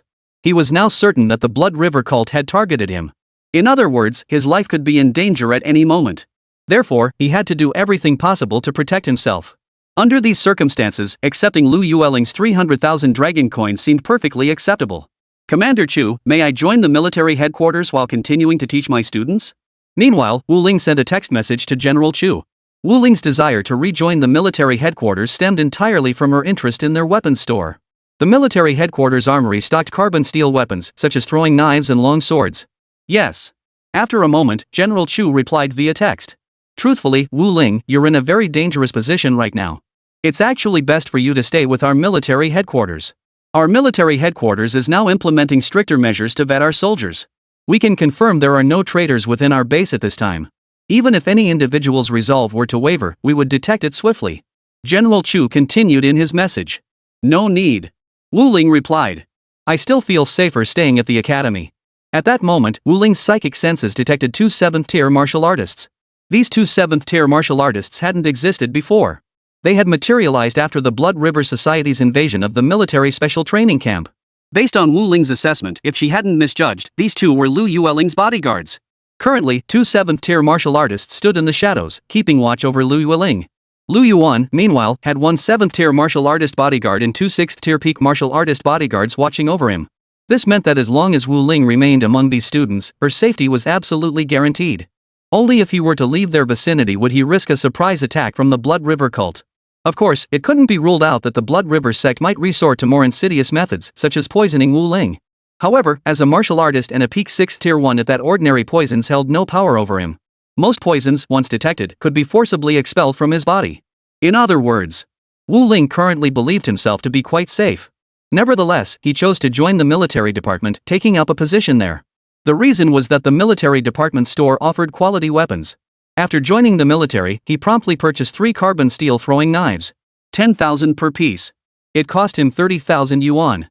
Soon after, he attempted to control the flying blade as it spun through the air. The blade was thin and razor sharp. However, Wu Ling now seemed unable to focus on 3 tasks at once. Still, he could manage 2 tasks at once. Watching the 2 blades dance around him, Wu Ling felt quite satisfied. After a flurry of movement, Wu Ling retrieved the blades and sheathed them in their dedicated scabbard. At this moment, after measurement, the average speed he controlled the blades to fly reached 30 km per hour. After prolonged acceleration control, the maximum speed could reach 100 km per hour. It was no exaggeration to say they were as fast as lightning. After honing his mental control over the blades, Wu Ling felt quite satisfied. A thought then formed in his mind. Chapter 68, Luring the Enemy. Since his psychic power had grown so strong that he could now control the flying blade, why not try using it to kill an enemy? The method for testing this was simple enough. He simply needed to distance himself from his students. Wu Ling believed that as long as he kept a sufficient distance from his students, that is, from their bodyguards, then the Blood River cult, that evil organization, would certainly not let this opportunity slip. They would definitely send assassins to kill him. But what made Wu Ling hesitate was whether the assassins sent would be a peak 6th tier, a 7th tier, or perhaps multiple 7th tier assassins. If it was only a peak 6th tier martial artist, Wu Ling wouldn't give it a second thought. But if it were a 7th tier expert, the situation would be different. A 7th tier opponent would be difficult to kill. If there were multiple 7th tier experts, Wu Ling alone would be no match for them. But according to the files, Wu Ling's current cultivation level should be 6th tier. Therefore, the Blood River Society might not necessarily deploy multiple 7th tier experts to deal with him. Of course, 7th tier martial artists are no ordinary figures anywhere. Would they really deploy multiple 7th tier fighters to take down a single 6th tier opponent? That seems rather unlikely. However, if the Blood River Society truly harbors deep hatred toward Wu Ling, such a move isn't entirely impossible. After considering this possibility, Wu Ling addressed General Chu. Commander Chu, do you have any 7th tier martial artists I could borrow? I plan to lure the Blood River Society into an ambush to kill me, but I have no idea what kind of forces they'll deploy. If they only send 6th tier fighters, it's suicide a walk in the park for them. But if they send 7th rank fighters, especially multiple ones, then the situation changes entirely. Therefore, I'd like to borrow a 7th tier expert from the military headquarters. However, I don't want them shadowing me too closely. Just within communication range is sufficient. Of course, the most crucial point was that he wanted a safety net. After all, his current strength wasn't sufficient to guarantee absolute success. With the military's assistance, things might turn out much better. Upon hearing this, General Chu paused for a moment. He immediately replied, 7th tier martial artists? No. Wu Ling, are you truly this bold? Using yourself as bait to lure out Blood River Society assassins? Don't you think this is a bit reckless? General Chu replied. However, if you insist, Teacher Wu Ling, we will cooperate with you. As for that 7th tier martial artist, I'll handle him. General Chu replied. After seeing the text message, Wu Ling paused for a moment. But she quickly replied, Commander Chu will handle it personally? That's fine. In any case, I plan to go shopping in the city alone. General Chu, please maintain a distance of about 20 meters from me and keep your aura subdued. That should suffice. Wu Ling replied. Oh, and crucially, don't reveal your whereabouts. I wonder if General Chu can manage that. Wu Ling pressed. Soon, a message arrived again from the other side. Expose our movements? Teacher Wu Ling, you really underestimate me. Our military training curriculum includes stealth training. Of course. To be honest, Teacher Wu Ling, one crucial reason you helped us capture the traitor Colonel Lu last time was your exceptionally powerful psychic abilities, correct? After seeing General Chu's reply, Wu Ling remained silent. But he continued, that's your secret, Teacher Wu. We won't pry. But secret techniques related to psychic power are exceedingly rare. Even our military headquarters doesn't possess them. Typically only certain families have inherited such knowledge. The Blood River Society might envy your possession of such knowledge. They might not necessarily seek to kill you outright, but instead try to extract your secrets before eliminating you. Thank you for the warning. Wu Ling replied. In any case, thank you for your assistance, General Chu. Then, why wait? Let's make it today. No problem. General Chu replied promptly. Soon, the day passed. At the academy, the routine remained unchanged. Students practiced autonomously under the aura. At this very moment, Wu Ling was but a hair's breadth away from reaching the 7th tier. Still, he refused to rely on external aids for his breakthrough, insisting on achieving it through his own efforts. As for strength, Wu Ling knew he could hold his own against an average 7th tier martial artist. More importantly, he now possessed a weapon like the carbon steel flying blade. He could catch his opponent off guard. Even if the opponent was stronger than him, if struck by a sneak attack, they would likely suffer a heavy loss at Wu Ling's hands. Soon, it was time for school to let out. After bidding farewell to his classmates, Wu Ling left the school grounds. He headed toward the rear mountain outside the school grounds. This area was sparsely populated. After walking for about 10 minutes, she suddenly stopped. She turned around and addressed the surroundings, saying, Stop hiding. Come out already. These past few days, you've been lurking near the school, following me all the way from campus to my home. But you figured crowded places weren't suitable for taking action? So now, how do you feel? Wu Ling shouted. At her words, the only sounds were birds chirping and cicadas buzzing. Wu Ling remained standing in place, utterly motionless. After standing there for several minutes, he spoke again, Stop hiding. You know I know where you are. Why are you still crouching there?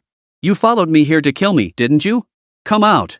Wu Ling stared intently at a specific spot as she spoke. Finally, a dark figure suddenly materialized from within the thicket, darting out. In a flash, it materialized before Wu Ling. In the next instant, a powerful aura radiated from its body. This was a 7th tier martial artist. Wu Ling, I see your cultivation level clearly only 6th tier. The man in black spoke, his voice deep and measured. As he spoke, he flexed his fists, making his knuckles crack. Then he cracked his neck, making the joints pop loudly. He continued, Wu Ling, tell me what gives you the nerve to be so bold. What trump card do you have to dare face me, a 7th tier martial artist, alone? The man in black asked, then scanned the surroundings once more. You must have other allies, right? Aren't you going to let them show themselves? After all. The black-clad figure clapped his hands. Another dark figure materialized in the distance. One in front, one behind. They blocked Wu Ling's path, both coming and going. General Chu. No sooner had Wu Ling finished speaking than a man in military uniform appeared. Without a word, he charged directly at one of the black-clad figures. The remaining black-clad figure let out a cold laugh. Chapter 69, A Mentalist? After the remaining black-clad figure let out a cold laugh, 2 short blades materialized in his hands as he charged toward Wu Ling. This was a peak 6th tier expert. The 7th tier expert had already engaged General Chu in combat. Wu Ling had initially expected to face a 7th tier expert, but now it seemed he was only up against a peak 6th tier martial artist. Naturally, his spirits sank a little. Nevertheless, he maintained his composure, showing no outward sign of change. Even when a lion hunts a rabbit, it gives its all. He would never underestimate his opponent. Doing so would only invite unnecessary trouble. He first unleashed the wave technique, causing his chi and blood to surge once more. This subtly suppressed the black-clad figure before him. Golden red light then radiated from his palms. This was the effect of the martial art, the Tianshan blazing sun palm. The next instant, the black-clad figure advanced, blade drawn. The blade's tip radiated a dark purple aura. This aura bore a striking resemblance to that of Colonel Lu earlier. Though countered by the Tianshan blazing sun palm, the black-clad figure held a double-edged blade while Wu Ling fought bare-handed, so he did not appear to be at a disadvantage. After all, Wu Ling couldn't very well use both palms to block the opponent's short blades. But, in the blink of an eye, the black-clad figure sensed something amiss. His blade was about to touch Wu Ling's body, yet Wu Ling remained utterly unflustered. Worse still, the black-clad figure felt an inexplicable chill run down his spine. As a peak 6th-tier martial artist, though he hadn't specifically cultivated his spiritual energy, his mental acuity and sixth sense were still sharper than the average person's. In that split second, the black-clad figure made his decision. He abruptly withdrew the twin daggers in his hands and spun around to meet the threat from behind. In the blink of an eye, the twin blades collided with a silver streak. The silver figure was sent flying backward. But the man in black suddenly felt a sharp pain in his wrist. Ah! He couldn't help but cry out in pain. Looking down again, he saw a bloody gash on his wrist. In the next instant, his wrist along with the hand attached to it shattered and fell to the ground. The black-purple short blade in his hand naturally fell to the ground as well. In the blink of an eye, his left hand was gone, leaving only his right hand still attached at the wrist. Then, blood began spurting from his left wrist. The black-clad figure trembled violently from the pain. Yet instinctively, he clutched the blade with his right hand, not even pausing to check the injury on his left hand. The reason was simple. The danger was far from over. Soon, he saw another silver flash streak through the air. The black-clad figure hastily reached out again, attempting to block the silver streak with the short blade in his right hand. But moments later, his right hand was severed from his wrist.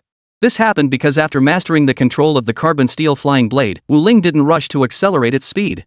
Instead, he practiced his micro-control. Thus, the instant Wu Ling's carbon steel blade clashed with the black-clad man's dagger, it spun around the opponent's weapon and severed his wrist cleanly. Such a maneuver would be nearly impossible to achieve if the blades were manually controlled and made contact. The reason was simple: if two manually controlled blades made contact and instantly evaded each other, it wouldn't be Wu Ling severing the opponent's wrist, it would be Wu Ling's own wrist being severed first by the dual blades.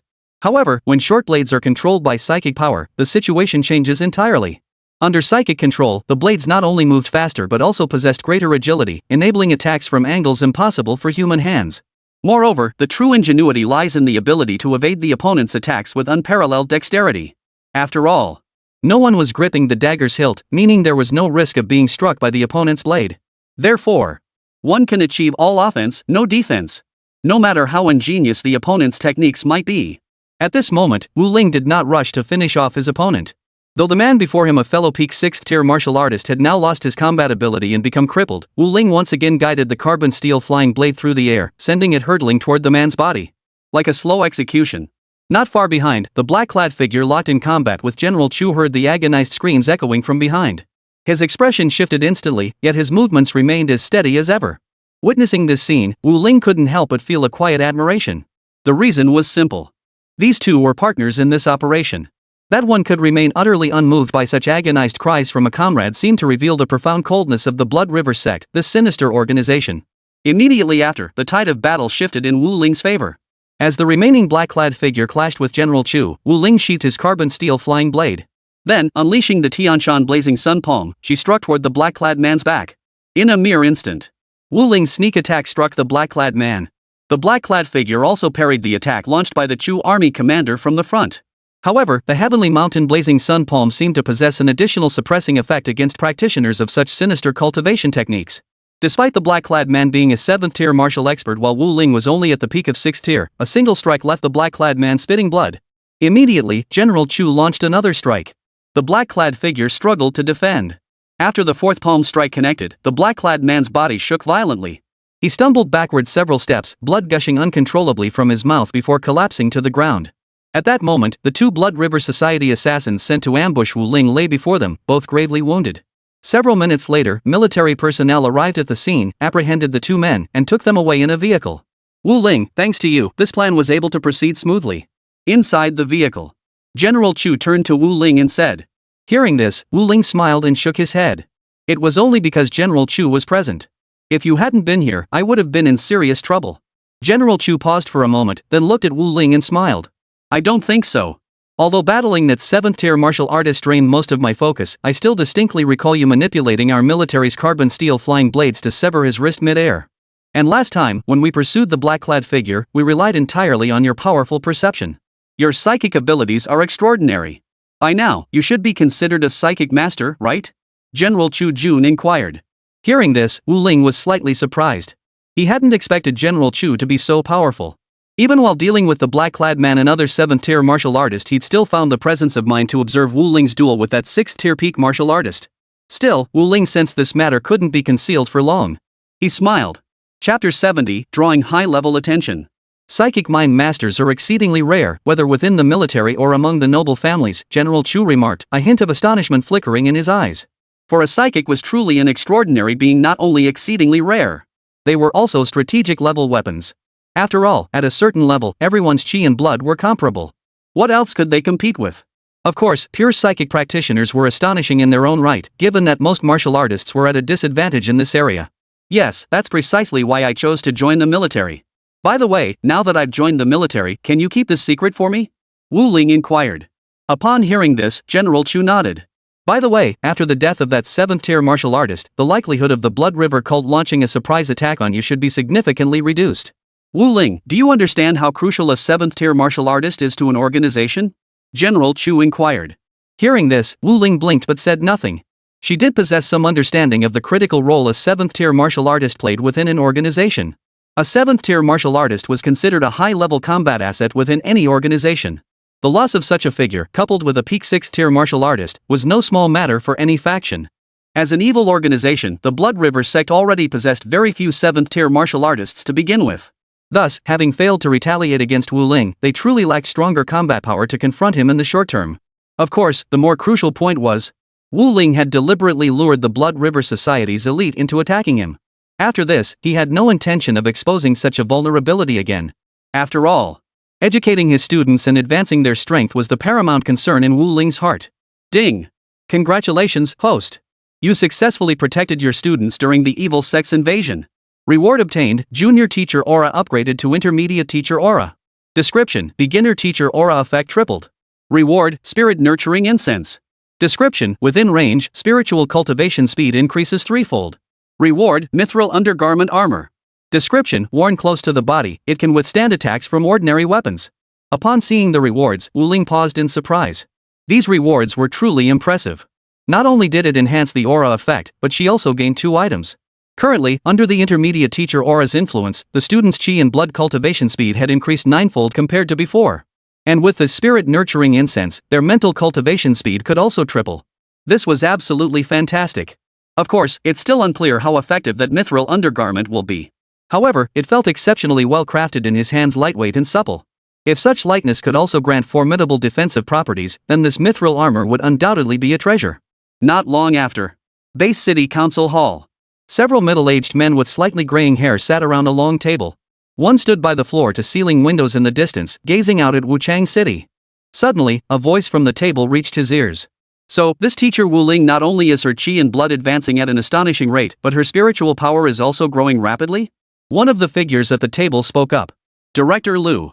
The man by the floor-to-ceiling window slowly turned around. What's your take on teacher Wu Ling? The man by the window asked, turning back. Hearing this, the middle-aged man at the table replied, What do I think of teacher Wu Ling? Mayor Hao, based on our internal audit department's verification of Wu Ling's background, we've discovered he's been closely associated with the heiress of the Liu family, one of the 4 major local clans. Furthermore, our investigation has verified that he received hundreds of thousands of dollars in funds from Liu Yueling, the Liu family's heiress. However, the origins of some items remain unclear. For instance, the sudden surge in vital energy among his students is rumored to be linked to a special black ointment applied externally. But the origin of this ointment is unknown, and it has been confirmed that it is not a forbidden drug from the dark arts. After all, the students of Senior 312 have undergone physical examinations, and their bodies show no abnormalities whatsoever. Furthermore, according to information from General Chu, he and Teacher Wu apparently captured a 7th-tier martial artist and a 6th-tier peak martial artist. Some details may require further clarification from General Chu, but current intelligence indicates Teacher Wu Ling is at least a peak 6th-tier martial artist with extraordinary mental perception abilities. The man referred to as Director Liu stated. Upon hearing this, Mayor Hao, who had been standing, nodded. Very well, then. He turned his head to look at another man seated at the table. The man, dressed in military uniform, was none other than General Chu. Major General Chu, you've had considerable time interacting with Teacher Wu Ling. What is your assessment of her? Mayor Hao inquired. Teacher Wu? Teacher Wu is indeed quite remarkable, General Chu replied. But I still don't understand why he's so exceptional at teaching. In any case, he truly is a prodigy. General Chu replied after a moment's consideration. Hearing this, Mayor Hao's face betrayed a hint of surprise. Oh? Mayor Hao exclaimed in surprise. General Chu, it's rare to hear you speak so highly of someone. This teacher Wu Ling must truly be extraordinary. Though it seems he's also entangled in some family feud? Mayor Hao's brow furrowed slightly. Yes. Although teacher Wu Ling is close to the Lu family's heiress, he previously offended the Xia and Jiang families. While these clans aren't as powerful as the Lu family, they show no signs of abandoning their pursuit of Wu Ling. The Xia and Jiang families likely don't know about this recent incident where Wu Ling and Yu, General Chu, lured the Blood River sex elite into ambushing them. They might even try to strike at Wu Ling again. That would be quite interesting. Would the Xia and Jiang families deploy 7th-tier experts to target Wu Ling? Director Lu asked from the side. Hard to say, General Chu shook his head at the table. Though Master Wu Ling is currently at the peak of the 6th tier, he might not be unable to hold his own against a 7th-tier expert. Martial artists like him are actually quite rare. General Chu remarked. At these words, the people seated around the table all turned to him with looks of astonishment. What? He can truly match a 7th-tier martial artist? Now that would be interesting. The faces of those seated at the table beside him all showed signs of astonishment. But according to the report, didn't Wu Ling first deal with the peak 6th-tier martial artist before ambushing that 7th-tier martial artist who was fighting you, Commander Chu? Right, teacher Wu Ling seems to possess a unique palm technique quite formidable and of unknown origin. Beyond that, another person at the table chimed in. Beyond that, he certainly isn't a member of the dark arts faction, though there are many puzzling things about him, wouldn't you agree? Mayor Hao concluded. Chapter 71, Xia Qi's Troubles. The training camp ended. Wu Ling was in Senior 3, Class 12. She lit the spirit-nourishing incense and urged the students to resume their cultivation practice. After all, with so many things happening lately, their cultivation had become somewhat lax. During their practice, Wu Ling noticed something unusual. Namely, this spirit-nourishing incense seemed to not only enhance mental energy but also aid in qi and blood cultivation. However, due to the incense's scarcity, Wu Ling still felt it was best to use it only during the class's spiritual meditation sessions. As for qi and blood cultivation, the entire class's cultivation speed now appeared no different from that of Theta students in other classes. Truly, they were changing by the day. Originally, most students in Senior 312 had already reached the 1st tier. Now, under the 9-fold qi cultivation speed boost from Wu Ling's aura, most students in Senior 312 had already begun striving to break through to the 2nd-tier martial artist stage. At this moment, Wu Ling had also successfully advanced to a 7th-tier martial artist. However, the instant he reached the 7th tier, Wu Ling immediately suppressed his aura. There was no need to expose his 7th-tier martial artist's strength at school. But Xia Qi approached her. Wu Ling was somewhat puzzled, but still asked, Class Monitor Xia Qi, is there something you need to ask? Your qi and blood are already very close to the 2nd tier. I estimate you'll ascend to a 2nd-tier martial artist within days, correct? Wu Ling inquired. Yes, Teacher Wu, Xia Qi nodded. But Xia Qi lowered her head and bit her lip slightly. Seeing this, Wu Ling furrowed her brow and asked, Xia Qi, what's wrong? Is something troubling you? Have you run into any trouble? Wu Ling asked, as if something had just occurred to her. Could it be related to your Xia family? Wu Ling inquired. He immediately recalled that Xia Qi was currently staying at Lu Yueling's home. Even though it had been some time, Xia Qi was still a member of the Xia family. Having agreed to the marriage alliance with the Jiang family for their own interests, the Xia family naturally couldn't tolerate their daughter living elsewhere. Or rather, it was likely the Jiang family who grew impatient first, possibly pressuring the Xia family, ultimately leading to Xia Qi's current predicament. Hearing this, Xia Qi nodded. She whispered, my father pressured me again. He begged me to come back and marry young Master Jiang. Xia Qi's words carried a hint of worry and complexity in her eyes. Wu Ling understood why Xia Qi's eyes held such a look. It was simply because, no matter what, Xia Qi's father was still her father.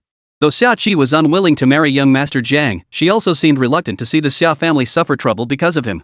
Reading something in Xia Qi's eyes, Wu Ling pressed, so, Miss Xia Qi, is your family about to be swallowed up by the Jiang family? Hearing this, Xia Qi nodded. As she spoke, she raised her bracelet, displaying the text message before Wu Ling. Come home, daughter. Do you truly wish to see our Xia family destroyed by your own hand? Xia Qi, my daughter, listen to me.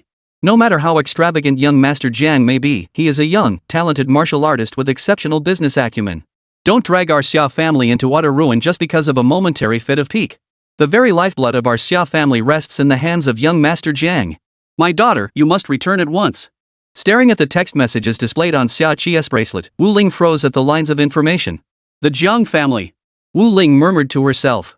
How exactly does this Jiang family hold such sway over your Xia family? Wu Ling asked curiously. Though the Jiang family wielded immense power, it seemed unreasonable that the Xia family should be reduced to such subservience.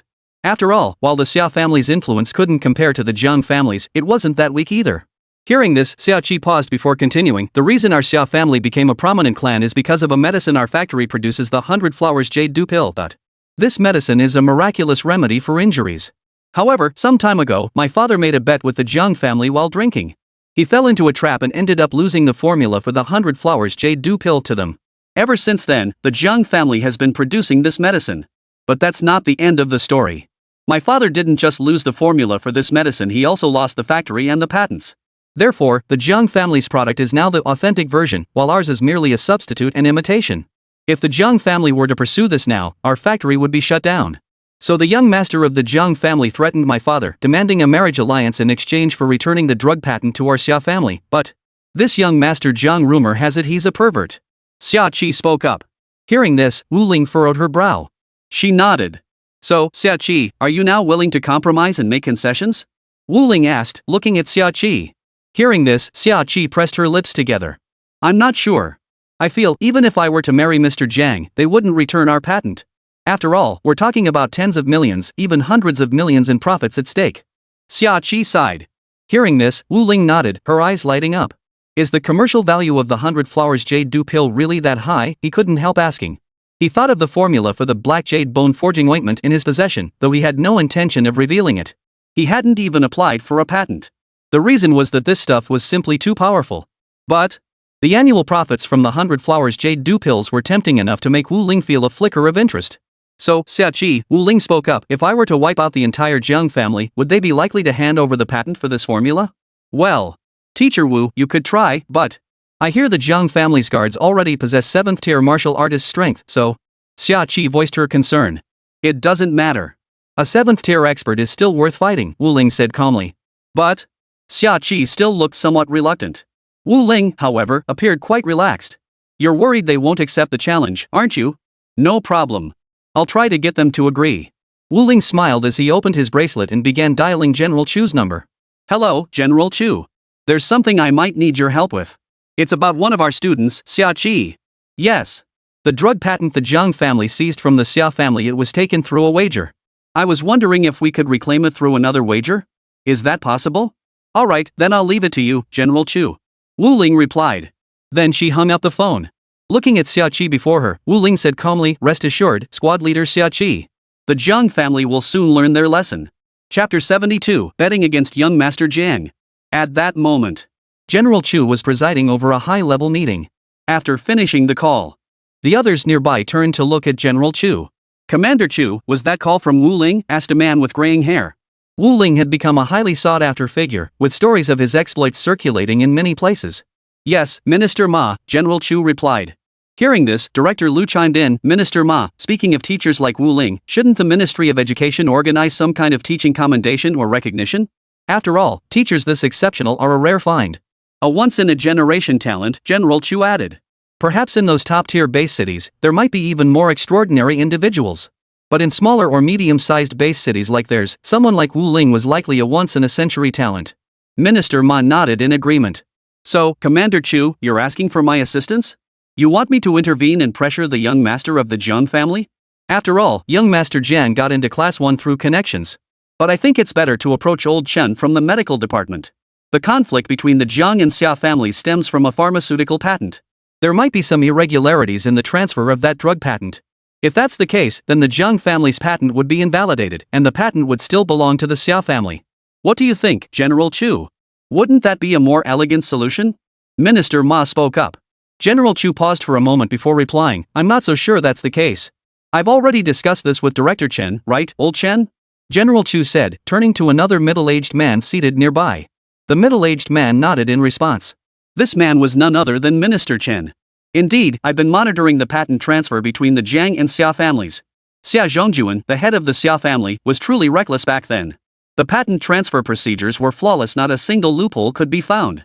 Now, it won't be so easy to get the Jiang family to hand it over, and it'll be even harder to invalidate that patent. Therefore, there's nothing we can do about it. Minister Chen spread his hands helplessly. The matter was indeed beyond his control, as the other party had followed all the proper procedures. Hearing this, General Chu, standing at a distance, nodded in agreement. He smiled and remarked, see? I've been keeping an eye on Wu Ling for some time now, and I've also looked into the situation at the medical department. So, the education department can still take some action here. Moreover, the young master of the Jiang family, though quite clever, has another trait. He's highly ambitious and has a gambling streak. He loves making wagers and never backs down once he's made up his mind. Dealing with such a person isn't actually that difficult, just bet with him. Different people require different approaches. Of course, this also stems from the unique circumstances of their small base city. Situated on the provincial periphery, official authority doesn't hold absolute sway here. In a larger base city, perhaps a prominent family wouldn't cause them such headaches. Upon hearing this, Minister Ma of the Education Department nodded. Then I suppose I'll be doing Teacher Wu Ling a favor. But as for his wager with young Master Jiang, that's beyond my purview. Minister Ma stated. Well, that depends entirely on Wu Ling now, General Chu replied solemnly. Meanwhile, elsewhere. Inside the school. Xia Qi had just stepped out of her classroom. A figure approached her from afar. Beside her, Lu Yueling hurried over and stood by Xia Qi's side. The approaching figure's smile faded slightly upon seeing Lu Yueling, though his face remained sullen as he made no move to step aside. He stood before Xia Qi and Lu Yueling and spoke. Xia Qi and Lu Yueling. Xia Qi, did you know your family is on the verge of bankruptcy? Young Master Jiang said with a sneer. At these words, Xia Qi's expression darkened. Lu Yueling's brows also furrowed. Mr. Jiang, what do you want? If you have no business here, please step aside. Otherwise, I might have to ask you to move, Lu Yueling said. Her expression was unwavering. Hearing this, young Master Jiang paused in surprise. Ha ha. He chuckled lightly, then quickly regained his composure. You two don't need to get so worked up, do you? I just came over to say a few words. Why are you two so eager to fight? Young Master Jiang said with a slight sneer, glancing at Lu Yueling as he spoke. Lu Yueling, I know you have bodyguards nearby. They should be stronger than mine, so I won't fight, but Xia Qi, do you really intend to hide under Lu Yueling's protection forever? Do you think that's possible? Young Master Jiang asked with a smile. Hearing this, Xia Qi's expression darkened again. Her lips twitched, but no words came out. After a moment, she finally spoke. Young Master Jiang, I know what you're thinking, but give up. I will never marry you. Also, Teacher Wu told me to tell you, you'd better slap yourself 10 times and stop harboring any ulterior motives toward our class students. Only then will he let you off the hook.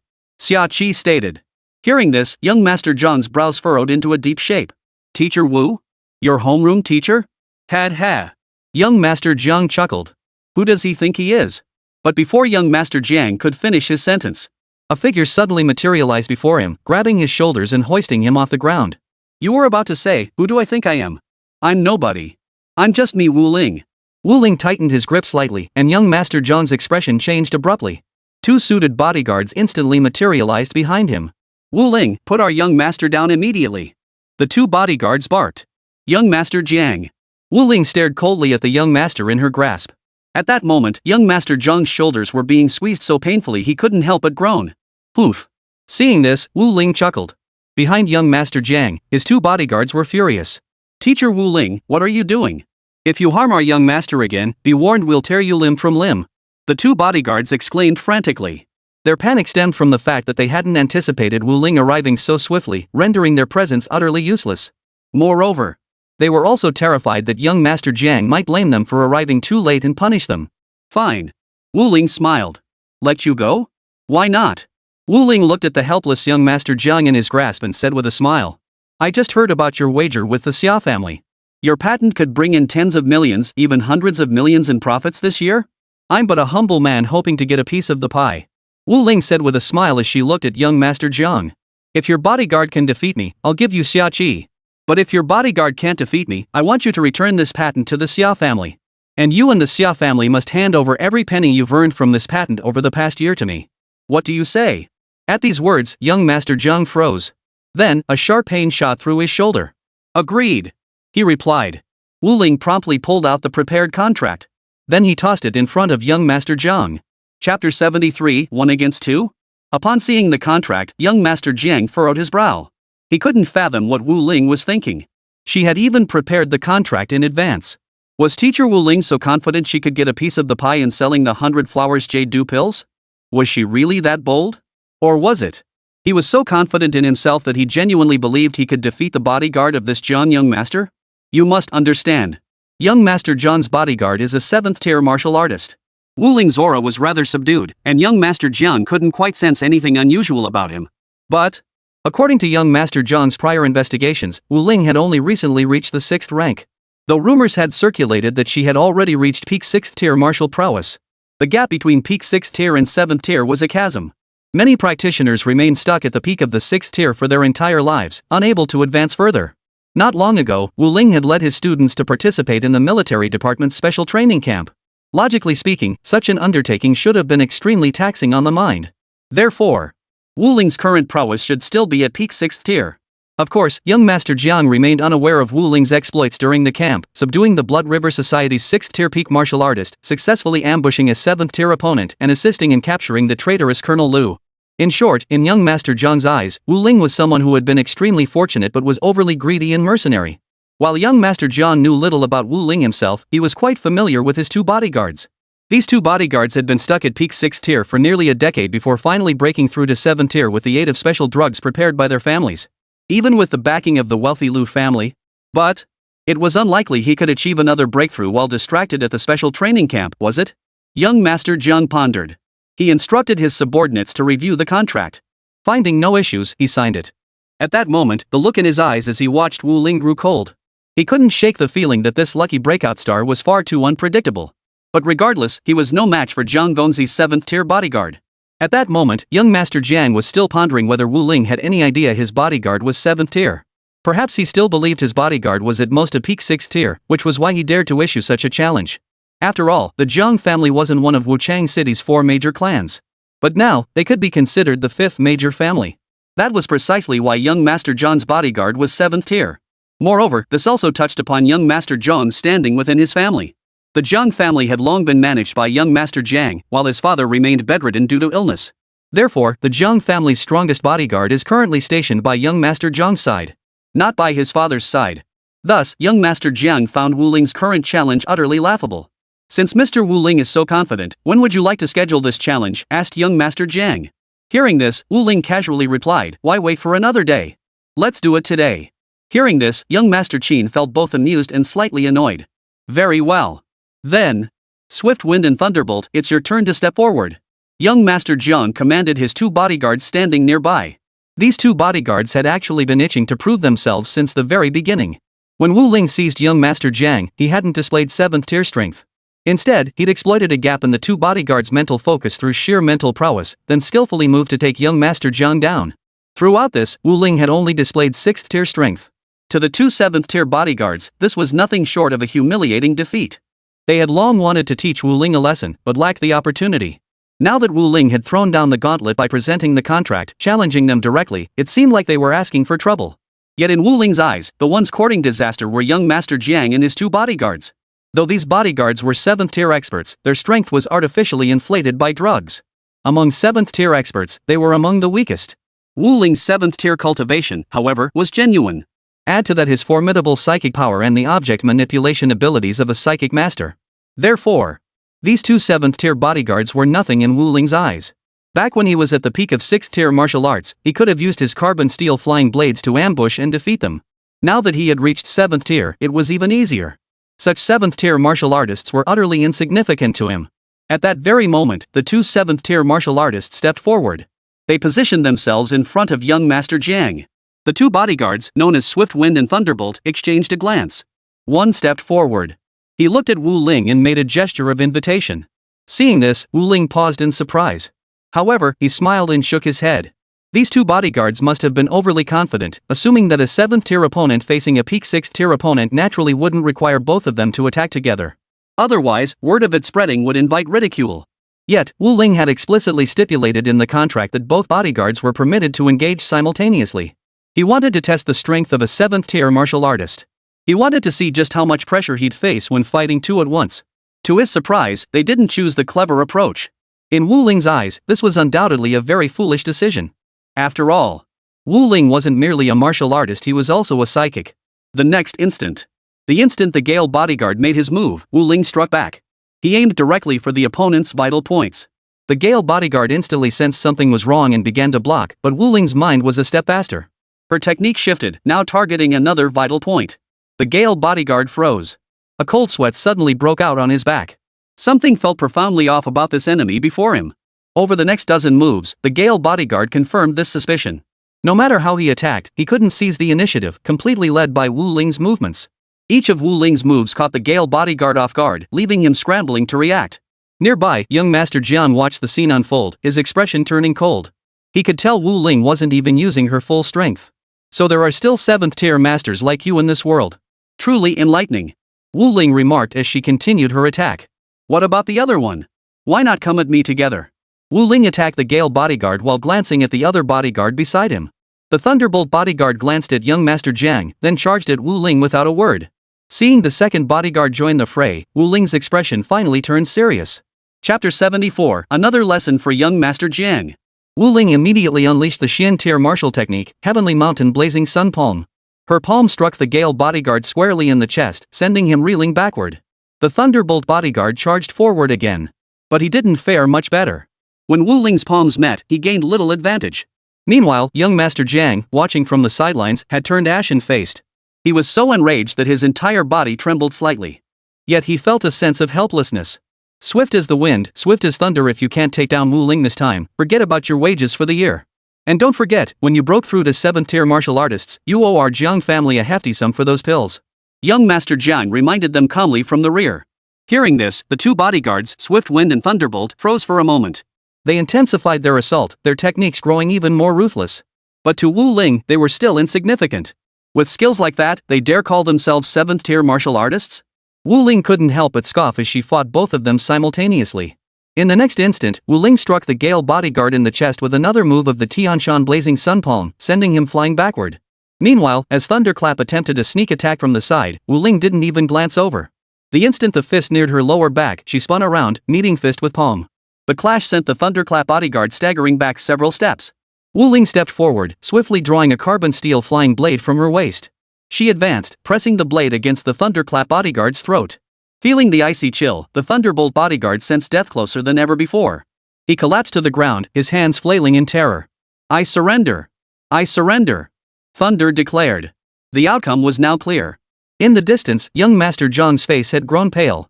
His gaze fixed on the two bodyguards beside him, his eyes cold and fierce, as if he could devour them whole. The two bodyguards, noticing young Master Zhang's expression, both lowered their heads. At this moment, the two bodyguards felt they had lost far too quickly. But now that they thought about it, it seemed there wasn't much they could seize to turn the tide of this duel. Throughout the entire confrontation, they had been completely dominated and overwhelmed by Wu Ling. Wu Ling's strength didn't appear overwhelming, yet each time, as if foreseeing their every move, he precisely identified the moment their focus wavered and struck with ruthless precision. This left them with no choice but to be led by the nose. Naturally, this feeling was incredibly frustrating and painful, as if they were utterly helpless. But Wu Ling's moves forced them into a purely defensive stance, leaving them no chance to unleash their ultimate techniques. Moreover, Wu Ling's final strike was lightning fast. They barely registered when she drew her blade before the carbon steel flying blade was already pressed against the neck of Thunderbolt. Wu Ling was less a teacher and more like an assassin. A battle-hardened one at that. That was the impression he left on the two bodyguards. Though they felt bitterly frustrated inside, they didn't feel they'd lost unfairly. Moreover, they saw a hint of fear in Wu Ling's eyes. They were already afraid to fight Wu Ling again. If given the chance to fight him again, they would undoubtedly refuse. In short, Wu Ling instilled fear in them. A fear that came from deep within. But young Master Jiang, observing from the sidelines, didn't share this view.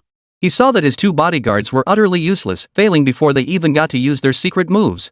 If it weren't for the fact that these two bodyguards still held leverage over the Jiang family, young Master Jiang would even suspect they were putting on a show for him. Yes. The two bodyguards had lost far too quickly. Moreover, Wu Ling, who had been holding back the entire time, had been dominating the fight. To the young Master Jiang, the duel between these two seemed like his bodyguards were deliberately holding back, resorting solely to defense. He hadn't considered that if his bodyguards hadn't been holding back, they might have lost long ago. Precisely because of this, young Master Jiang felt an intense loathing toward Wu Ling. He couldn't fathom how Wu Ling had managed it. But Wu Ling had indeed done it. Now, young Master Jiang, do you have anything else to say? Watching the two bodyguards slink back to young Master Zhang's side, Wu Ling stepped forward. Young Master Jiang and his two bodyguards both took a few steps back. Wu Ling. Mr. Zhang's face was deathly pale, yet his anger surged, and he couldn't help but speak up. This time, I did indeed win. But that contract you just presented. It doesn't count. Young Master Jiang gritted his teeth as he declared. No sooner had he spoken. His shoulder was seized once more by Wu Ling's hand. Wu Ling's speed was unimaginably swift. Before the two 7th-tier martial artist bodyguards could react, Wu Ling had already closed the distance and seized young Master Jiang. The reason was that Wu Ling had used her psychic power to boost her movement speed, making her actions twice as fast as those of an ordinary early-stage 7th-rank martial artist. Now, the very spot where Wu Ling had just seized young Master Jiang was gripped once more. With a slight tightening of her grip, pain made stars dance before young Master Jiang's eyes. His entire body trembled uncontrollably as he moaned. Ah! Meanwhile, the two bodyguards who had already failed in their duty once before now watched helplessly as their young master was seized again, momentarily at a loss for what to do. Just as they moved to intervene, they watched as Wu Ling seized young Master Jiang by the shoulders and lifted him entirely off the ground, suspending him in midair. Filled with rage and panic, the two bodyguards stared at Wu Ling, demanding, "Wu Ling, put our young master down this instant." Another added, "Do you truly wish to offend the Jiang family?" Hearing this, Wu Ling smiled. But his grip tightened. This time, the pain made young Master Jiang feel as if he were dying. The world before his eyes turned pitch black. He began begging for mercy, unable to stop himself. "Teacher Wu, I was wrong. Please spare me. I'll sign whatever agreement you want." Young Master Jiang cried out loudly. Because they were still on school grounds, a crowd had gathered around them. Among them were students from Class 1 of Senior 3 Jiang Gongzi's own class. Seeing young Master Jiang's reaction, they all began pointing and whispering. Many of them knew young Master Jiang's background. They knew he was the scion of a prominent family in Wuchang City. Yet now, in Teacher Wu's hands, he looked like a helpless little chick? This was simply too amusing. At that moment, Wu Ling loosened her grip slightly. Young Master Jiang felt the pain in his shoulder ease slightly, yet his face flushed crimson. Chapter 75, Ignoring Wu Ling? The murmurs of his classmates reached young Master Jiang's ears, filling him with profound humiliation. He had never been treated this way in his entire life. But now, it seemed he had no choice but to bow his head. His two bodyguards were no match for the man standing before them. "Let go. Let go. I accept the terms of the contract." Young Master Jiang said haltingly, still gasping for breath as he spoke, a grin spreading across his lips. The reason was simple. Wu Ling had squeezed him just a little too hard, and the intense pressure was causing him excruciating pain. Finally, after publicly admitting his mistake in front of numerous classmates, Wu Ling released young Master Jiang. "There you go, you said it. From now on, all profits from 100 Flowers Jade Dew pills belong to me," Wu Ling declared with a grin. The moment she spoke, whispers began to ripple through the surrounding students. They had heard of this 100 Flowers Jade Dew pill. After all, it had once been a Xia family medicine. However, it had later fallen into the hands of the Jiang family due to the actions of Xia Zhongjuan, the head of the Xia family. And now, Teacher Wu had actually confronted the bodyguard of the Jiang family's young master and the young master himself right here at school to seize the patent? Many students knew that the 100 Flowers Jade Dew pill could generate tens of millions, even hundreds of millions, in profits annually. Which meant, Teacher Wu would soon become a millionaire, or even a billionaire. But as students, they naturally didn't understand the bigger picture. They only saw the surface events and assumed it had been obtained so easily. Finally, Wu Ling released the young Master Jiang from her grasp, waved her hand dismissively, and turned to walk away casually. At that moment, Teacher Wu appeared nothing short of a god in the eyes of all his students. "Holy crap, Teacher Wu was way too strong just now," one student exclaimed. "He took out both of Mr. John's bodyguards single-handedly, and it didn't even look like he was exerting much effort. Was he holding back? I heard. The Jiang family's two bodyguards are already 7th-tier martial artists. Has Teacher Wu Ling reached the 7th-tier martial artist level?" 7th-tier martial artists were truly elite fighters. In a small base city like theirs, that would be considered a master. Typically, teachers at martial arts high schools like this would max out at 4th or 5th tier martial artists. 7th tier, that was beyond their wildest dreams. Hearing this, another student spoke up. Why did it feel like they were holding back just now? Teacher Wu Ling kept attacking the whole time, while the two bodyguards were just defending. Doesn't that seem a bit off? The student frowned as he spoke. Honestly, it felt like those bodyguards were putting on a show. The student muttered behind their backs as the two bodyguards escorted young Master Jiang away. Hearing this, young Master Jiang couldn't help but twitch the corner of his mouth. But he still didn't order the two bodyguards to teach the talkative student a lesson. Mr. Wu was nearby, and young Master Jiang didn't want to stir up trouble. "Yeah, I can't shake the feeling those two bodyguards are in cahoots with Teacher Wu." Another voice chimed in. Hearing his classmate's words, young Master Jiang's hand clenched into a fist and trembled twice. He desperately wanted to strike the student who had just spoken, but he managed to restrain himself. He, too, now harbored some doubts about his own bodyguards. After all, these two were the only 7th-tier bodyguards his family possessed. Even if he harbored doubts, without evidence, there was nothing he could do. Moreover, he had just witnessed Teacher Wu Ling's palm technique, which was clearly extraordinary. It appeared to be a Xian-tier martial art. Mystic-tier martial arts were coveted treasures coveted by all major clans. Even among the 4 great families, not every clan possessed offensive Xian-tier martial arts. Now that Wu Ling possessed one, it didn't seem entirely unjust for the two bodyguards to lose, especially since their vitality didn't significantly surpass hers. But regardless, young Master Jiang still felt deeply resentful. After all, profits amounting to tens of millions or even hundreds of millions annually now flowed directly to Wu Ling, a reality young Master Jiang could not accept. So, once the pain in his shoulder eased somewhat, he immediately called home. "Hello, uncle. It's like this." Young Master Jiang quickly recounted the bet with Wu Ling and the details of his two bodyguards' failure. Naturally, he skipped over the part where he'd been captured and forced to sign the contract. It was simply too humiliating. In a way, he didn't want to be treated like this by Wu Ling. But now it was a done deal, irreversible. At least not in front of Wu Ling. But, although young Master Jiang had promised Wu Ling that all profits from the 100 Flowers Jade Dew pills would go to her, his true thoughts were quite different. The reason was simple. Such a substantial sum was crucial to the Jiang family as well. It was precisely because they had acquired the formula and patent for the 100 Flowers Jade Dew pills from the Xia family that the Jiang family had risen to become one of the 5 major clans. If such a vast sum were handed over to Wu Ling, while it wouldn't lead to the Jiang family's downfall, their clan's influence would inevitably diminish significantly. This was precisely what young Master Jiang wished to avoid. More importantly, according to the contract, the Jiang family was responsible for production and sales, while only sharing profits with Wu Ling. This meant that, in a sense, the Jiang family was essentially losing money to make Wu Ling profitable. This made it even more unacceptable to young Master Jiang. I see. However, the two bodyguards, Gale and Thunder, shouldn't defect. Zhang Gongzi's second uncle said on the other end of the line. But from what you've said, this teacher Wu is indeed quite capable. Still, to think he could swallow such enormous profits all by himself, that's pure delusion. After a pause, the second uncle continued, besides, that contract you're supposed to sign? He forced you to sign it under duress. It's completely invalid. Yes, that's exactly what I think, young Master Jiang replied. Then what exactly should we do? Should our Jiang family seek out other masters? Or should we pay a hefty price to bring out an 8th or 9th tier martial artist? Young Master Jiang asked cautiously. Hearing this, his second uncle fell silent for a moment before speaking again. Aren't you being a bit too nervous? And an 8th tier expert?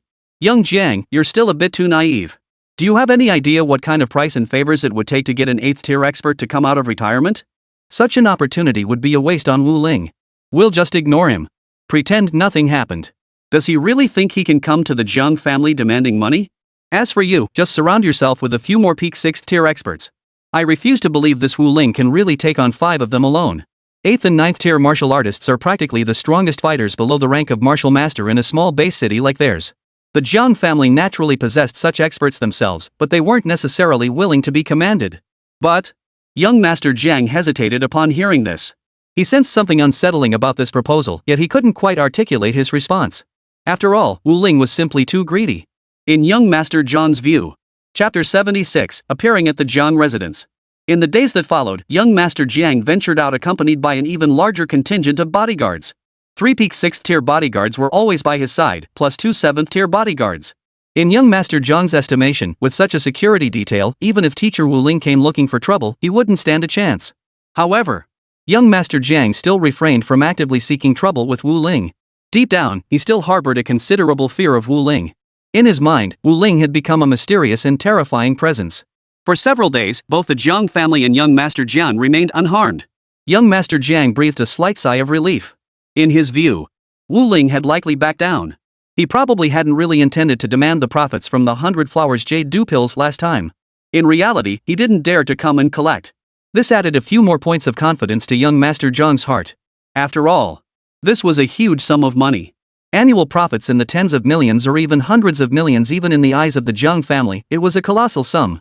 They were absolutely unwilling to hand over such a large sum of money outright. Moreover, when Mr. Jiang signed the contract, it was indeed under duress from Wu Ling. From a legal standpoint, the validity of this contract was far from certain.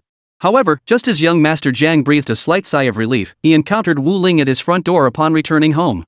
Wu Ling, what brings you here? Young Master Jiang exclaimed, startled by her sudden appearance. Hearing this, Wu Ling smiled and said, "Didn't we agree that the annual profits from 100 Flowers Jade Dew pills would go to me? I still have the contract right here. Young Master Jiang, since you signed the contract, you have to honor it," Wu Ling said, smiling as she pulled out a photocopy of the contract. The instant the copy of the contract came into view, young Master Jiang's face flushed crimson, his expression turning grim. Rage surged within him. His teeth clenched so hard they ground together. "Wu Ling, you know full well how you obtained my signature on that contract. You clearly forced me to sign it. This contract is completely invalid," young Master Jiang insisted stubbornly. He had no intention of paying this sum. It was no small amount. As he spoke, young Master Jiang glanced around. 5 bodyguards had already appeared, but what surprised young Master Jiang was that no one from the Jiang family had come forward. Logically, besides these 5 bodyguards, his eldest and second uncles were also 6th-tier martial artists. Though they might not match Wu Ling's skill, their sheer numbers 7 against 1 would have put pressure on her. Even now, with only 5 men present, young Master Jiang remained certain that Wu Ling could no longer effortlessly seize him and force him to comply as before. Like signing contracts, for instance. Moreover, in young Master Jiang's view, regardless of whether this was the Jiang residence or any other location, Wu Ling's actions seizing him and coercing him into signing a contract were illegal. Logically, the Wuchang City Security Department should have mobilized to apprehend Wu Ling. However, after reporting the incident to the Security Bureau, he received no response for a long time. Now, standing at the Jiang residence's gate, Wu Ling had come to provoke trouble, yet no one emerged from within. This too struck young Master Jiang as deeply unsettling. He didn't know why, but he refused to back down. Because, in his eyes, Wu Ling was nothing more than a high school teacher. Even if he was skilled at teaching and possessed considerable personal strength, why should the Jiang family cede so much benefit to a mere teacher? Wu Ling, you won't get a single penny from the Jiang family today. You'd better leave now. Oh, and that contract you're holding? You'd better tear it up yourself. Otherwise, it will only become incriminating evidence. Young Master Jiang snorted coldly, forcing himself to remain composed as he spoke. Hearing this, Wu Ling shook his head. So, young Master Jiang, you intend to deny everything, is that it? Wu Ling's expression remained relaxed and composed. The reason he hadn't troubled young Master Jiang these past days wasn't out of fear of him or the Jiang family. Rather, he had spent these days continuing to lead his students in cultivating their spiritual power and vital energy. Now, whether in vital energy or spiritual power, he had surpassed his previous self by a significant margin. Therefore, in Wu Ling's view, it was time to pay the Jiang family a special visit. There was another matter, one Wu Ling knew but young Master Jiang likely did not. That was, the higher-ups in Wuchang City now stood firmly on Wu Ling's side. The reason was simple. On one hand, everyone knew the 100 Flowers Jade Dew pills obtained by the Jiang family had been acquired through trickery. Such matters are not subject to investigation. Beyond that, Wu Ling has recently provided significant assistance to the higher-ups. The capture of Colonel Liu, the mole, along with several members of the Blood River Society, has deepened the higher-ups' understanding of the cult organization. Moreover, nearly all students in Wu Ling's class have now reached the 2nd-tier martial artist level, a feat that astonishes the higher-ups. After all, no one else besides Wu Ling has ever achieved such a feat. Indeed, while 2nd-tier martial artists may not be considered formidable by the truly powerful, when it comes to high school students who haven't even entered university yet, it's still quite remarkable. It signifies their boundless potential for the future. If they all develop successfully, it seems even the 7th tier might not be beyond reach. Therefore, Wu Ling alone has cultivated numerous promising young talents. These future masters will undoubtedly be grateful to Wu Ling. Not to mention his already extraordinary relationship with the Liu family, the foremost among Wuchang City's 4 great clans. Master Wu Ling, please return. This is the Jiang family's territory, not a place you should be. Jiang young master said in a deep voice. Beside him, the 5 bodyguards' gazes sharpened. They fixed their gaze on Wu Ling. Hearing this, Wu Ling merely smiled. Young Master Jiang, I won't leave until you hand over the profits from the 100 Flowers Jade Dew pills today. She took a few steps forward. One hand pressed against the Jiang family's wrought iron gate. With a slight push, the iron gate instantly flew open. Seeing this, young Master Jiang froze momentarily, though his bodyguard beside him remained composed. Wu Ling, what are you doing? Do you even know what you're doing? Young Master Jiang continued in a deep voice. Watching his own gate being torn apart, his mouth twitched. His entire body trembled with rage, yet he forced himself to stay composed.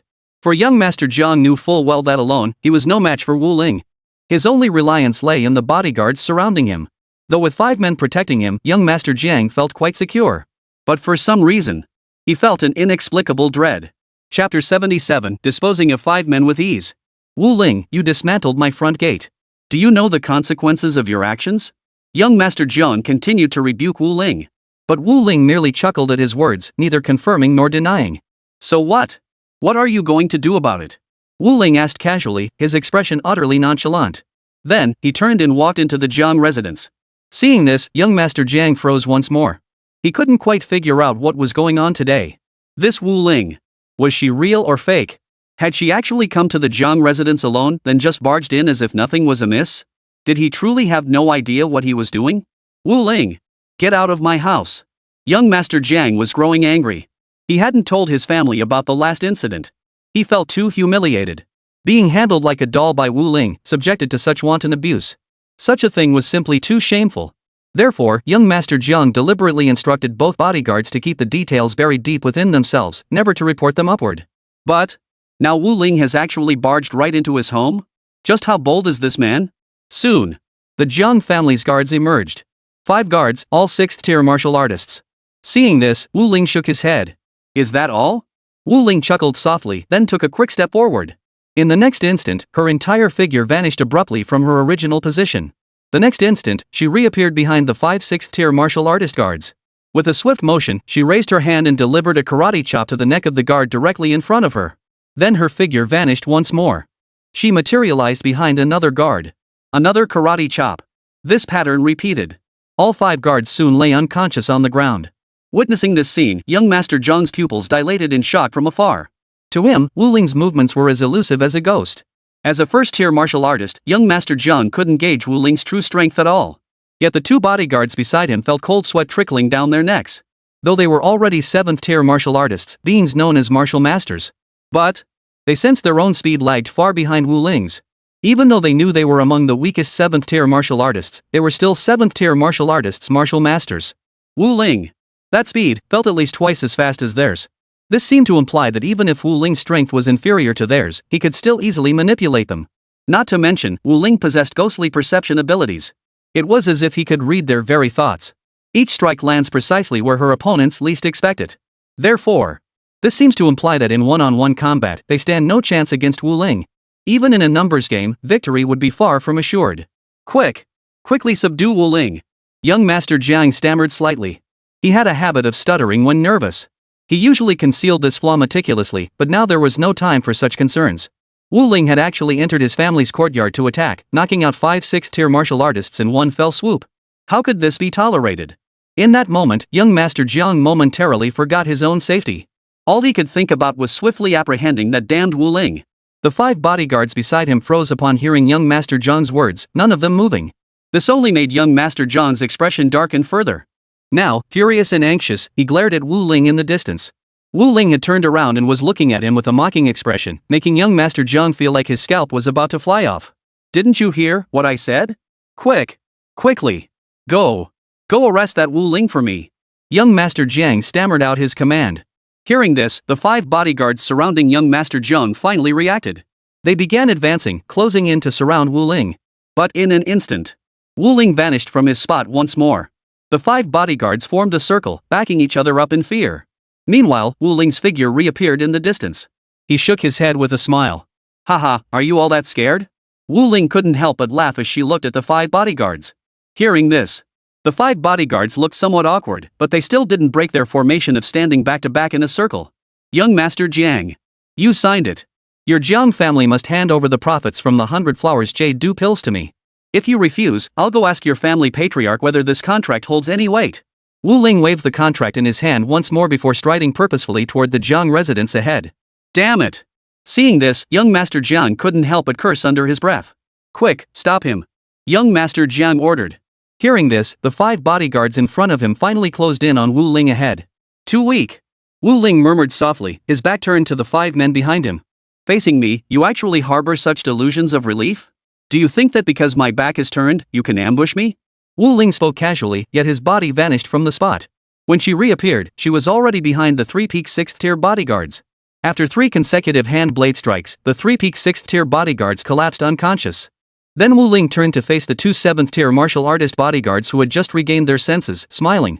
Hello again, my friends. The 2 bodyguards froze for a moment before swiftly leaping backward. Seeing this, Wu Ling remained standing in place. She smiled as she watched them.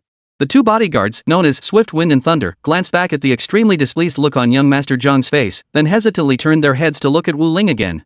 After being defeated by Wu Ling last time, they had begun training in combined attack techniques within days, while also practicing their reflexes. However, the Jiang family lacked corresponding martial arts techniques. Thus, their improvement had been limited. Yet just now, when Wu Ling vanished and ambushed the peak 6th-tier martial artist, a faint awareness still flickered in both their minds. They could sense a figure darting past them at incredible speed, reaching those peak 6th-tier bodyguards.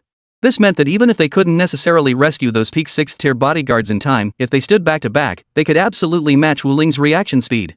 At the very least, with their full concentration, they were confident they could withstand Wu Ling's attack if they focused solely on defending their front. Of course, Wu Ling's Tianshan blazing sun palm still left the bodyguards in awe. After exchanging over 100 blows, the bodyguards were certain they would lose. Chapter 78, Taking Black Medicine? However, having two 7th-tier martial artists back-to-back against Wu Ling alone still felt rather humiliating. Watching the two bodyguards' actions now, young Master Jiang felt so humiliated his teeth itched, yet he was utterly helpless. Because the Jiang family could no longer muster many skilled fighters. Apart from a few uncles who were 6th-rank martial artists, there were no stronger individuals left. At this moment, young Master Jiang found himself harboring some resentment toward his second uncle. He had previously suggested inviting an 8th-tier martial artist to come out of retirement to deal with Wu Ling, but the elders had rejected the idea. But the unexpected outcome was, Wu Ling had actually fought his way into their home. Wu Ling had effortlessly knocked down 5 guards, and the Jiang family was utterly helpless. Such an incident was utterly disgraceful. Even now, the sight of those two bodyguards standing back-to-back made young Master Jiang feel embarrassed. In his eyes, Wu Ling was, after all, just an ordinary high school teacher.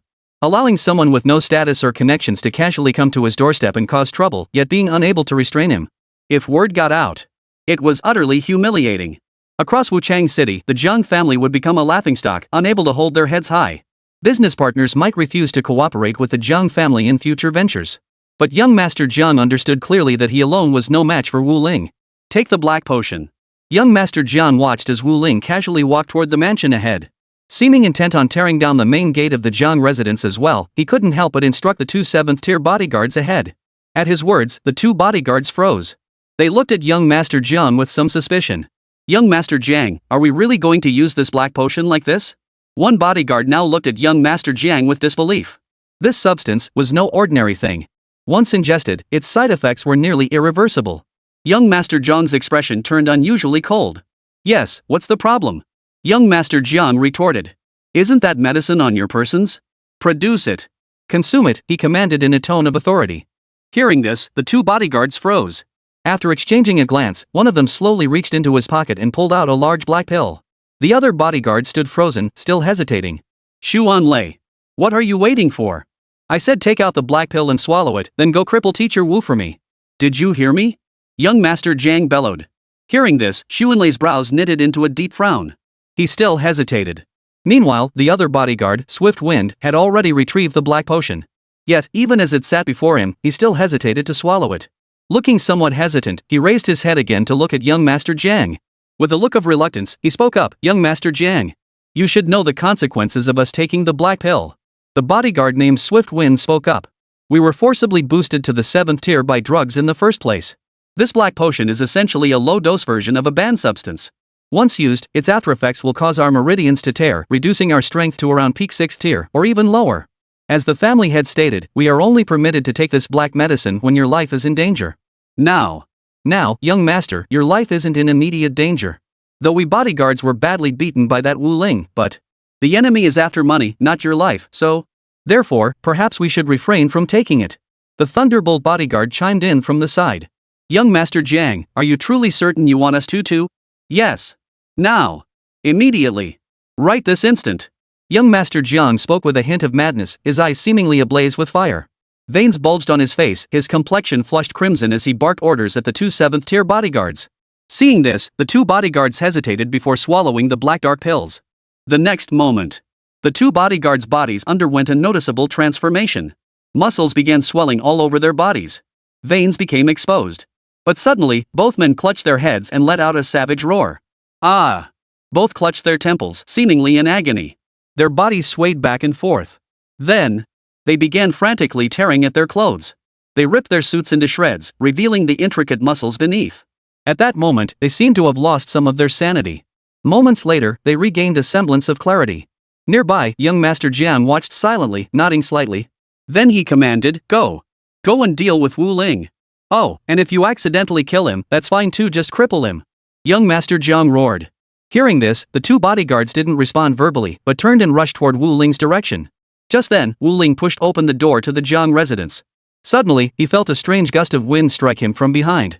In an instant, using his psychic power, he shifted his body to the side. A figure charged straight past Wu Ling. It crashed into the screen at the entranceway, shattering it to pieces. Then Wu Ling sensed another gust of wind approaching from behind. Another flash of movement. In an instant, the door behind her was smashed open. A figure roared and brushed past Wu Ling. Wu Ling steadied himself, quietly surveying his surroundings. He raised a hand to touch his chin before murmuring, This is interesting. At last, we have a hint of a 7th-tier expert, a martial master. But why does it all feel like brute force? Not clever enough? Wu Ling remarked with a smile. Then, as the two bodyguards Swift Wind and Thunderbolt who had just smashed several items in the house turned and lunged at him again, Wu Ling sidestepped again, effortlessly evading their charge. The two bodyguards, however, successfully smashed through the Jiang family's outer wall. Witnessing this, the expression on young Master Jiang's face, standing in the outer courtyard, darkened further. Damn it! He clenched his fists in frustration. Take him out now! Young Master Jiang shouted loudly. Instead of responding, the two bodyguards growled and lunged at Wu Ling once more. But Wu Ling moved like a matador, effortlessly sidestepping both men. The reason Wu Ling could accomplish such feats was entirely due to his exceptionally powerful mental energy. When dealing with those 6th-tier martial artists earlier, he hadn't even used his full mental capacity. Thus, even now facing two 7th-tier bodyguards under the influence of the black potion, he remained utterly unfazed. Chapter 79, The Jiang Family Bows. Having witnessed the forbidden drugs of the Blood River Society, Wu Ling couldn't help but compare the black potion consumed by the two bodyguards to the forbidden drugs he'd seen before. Of course. Most of those who had taken the forbidden drug before were students from the academy. Their strength was nowhere near comparable to these two 7th-tier bodyguards before her. Nevertheless, Wu Ling could discern certain distinctions in their behavior. Similar to the Blood River Society students who had taken the forbidden drugs, these two bodyguards before him also became wildly aggressive. Beyond that, their combat abilities had increased to some degree. This boost primarily manifested in increased speed and strength. Yet alongside these gains, the drug's side effects also manifested. Those students would lose their rationality, becoming hysterical. Moreover, their qi and blood would stretch their meridians to many times their normal size, sometimes even causing the meridians to rupture completely. The two bodyguards who had taken the black drug also had their meridians stretched, though the degree of expansion seemed somewhat less severe than that of the students. In other words, the black pills appear somewhat like a reduced potency version of banned substances. This was Wu Ling's plan. The next moment, a bodyguard lunged toward Wu Ling. She dodged the attack and immediately turned toward young Master Jiang outside the door. Another bodyguard immediately gave chase after Wu Ling. But just as he was about to touch young Master Jiang, Wu Ling spun around in an instant, vanishing from her original spot. Meanwhile, the Thunderbolt bodyguard had already charged toward young Master Jiang like a bolt of lightning. When he saw the figure about to pounce, terror gripped his heart. The last shred of reason in his mind made him halt abruptly and pull back his force.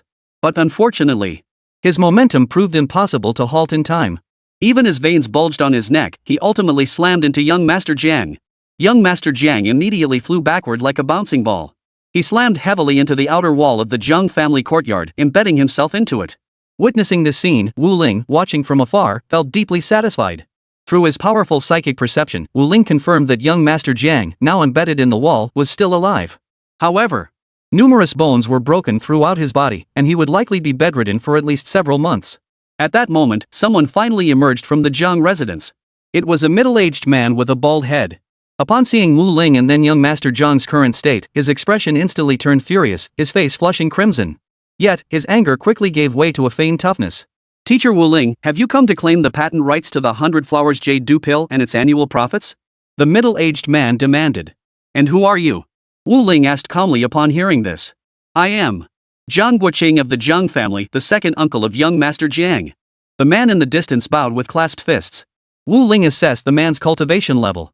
This man, claiming to be the second uncle of young Master Jiang, currently possessed peak 6th tier strength. Indeed. For most people, reaching the peak of the 6th tier was already formidable, but advancing to the 7th tier remained an immense challenge. As for those two bodyguards, the reason Wu Ling found them so weak was likely because they had used some kind of drug to artificially boost their strength. Now, Wu Ling took another look at the two bodyguards. They were in terrible shape, both gasping for breath, hunched over, sweat dripping relentlessly from their foreheads and hair, soaking the floor. Clearly, they were now suffering some kind of backlash. Just like those students who had been forcibly injected with banned substances. Moreover, Wu Ling also sensed that the two bodyguards' strength seemed to be declining, having apparently fallen from the 7th tier to the peak of the 6th tier. Seeing this, Wu Ling shook his head. This scene was, of course, also witnessed by the distant second uncle of young Master Jiang. His expression darkened further. Behind him, several figures emerged from the Jiang residence. Without awaiting instructions from the second uncle of the Jiang family, they immediately approached the distant Jiang young master, pried him off the wall, placed him on a stretcher, and carried him away. Wu Ling, the Jiang family has given you what you wanted. We hope you will not come to trouble our Jiang family again. The second uncle of the Jiang family spoke in a deep voice from a distance, his gaze fixed on Wu Ling as he spoke. Oh, is that so? Wu Ling smiled. Then I suppose I should ask about the so-called betrothal between the Jiang and Xia families. This matter had been a major source of animosity between the two families. Between young Master Jiang and Xia Qi. Is the betrothal still binding? Wu Ling inquired. At these words, the expression on the second uncle of the Jiang family grew even more grim. The reason was simple. This was the starting point of all the events. Had it not been for this incident, the Jiang family would not have suffered such immense losses. The losses included the cultivation levels of the Jiang family bodyguards, the profits from the precious flower jade dew pills, and the health of young Master Jiang. It was precisely because of young Master Jiang's betrothal to Xia Qi that Wu Ling had been drawn into the scheme. Ultimately, they never anticipated Wu Ling's formidable strength.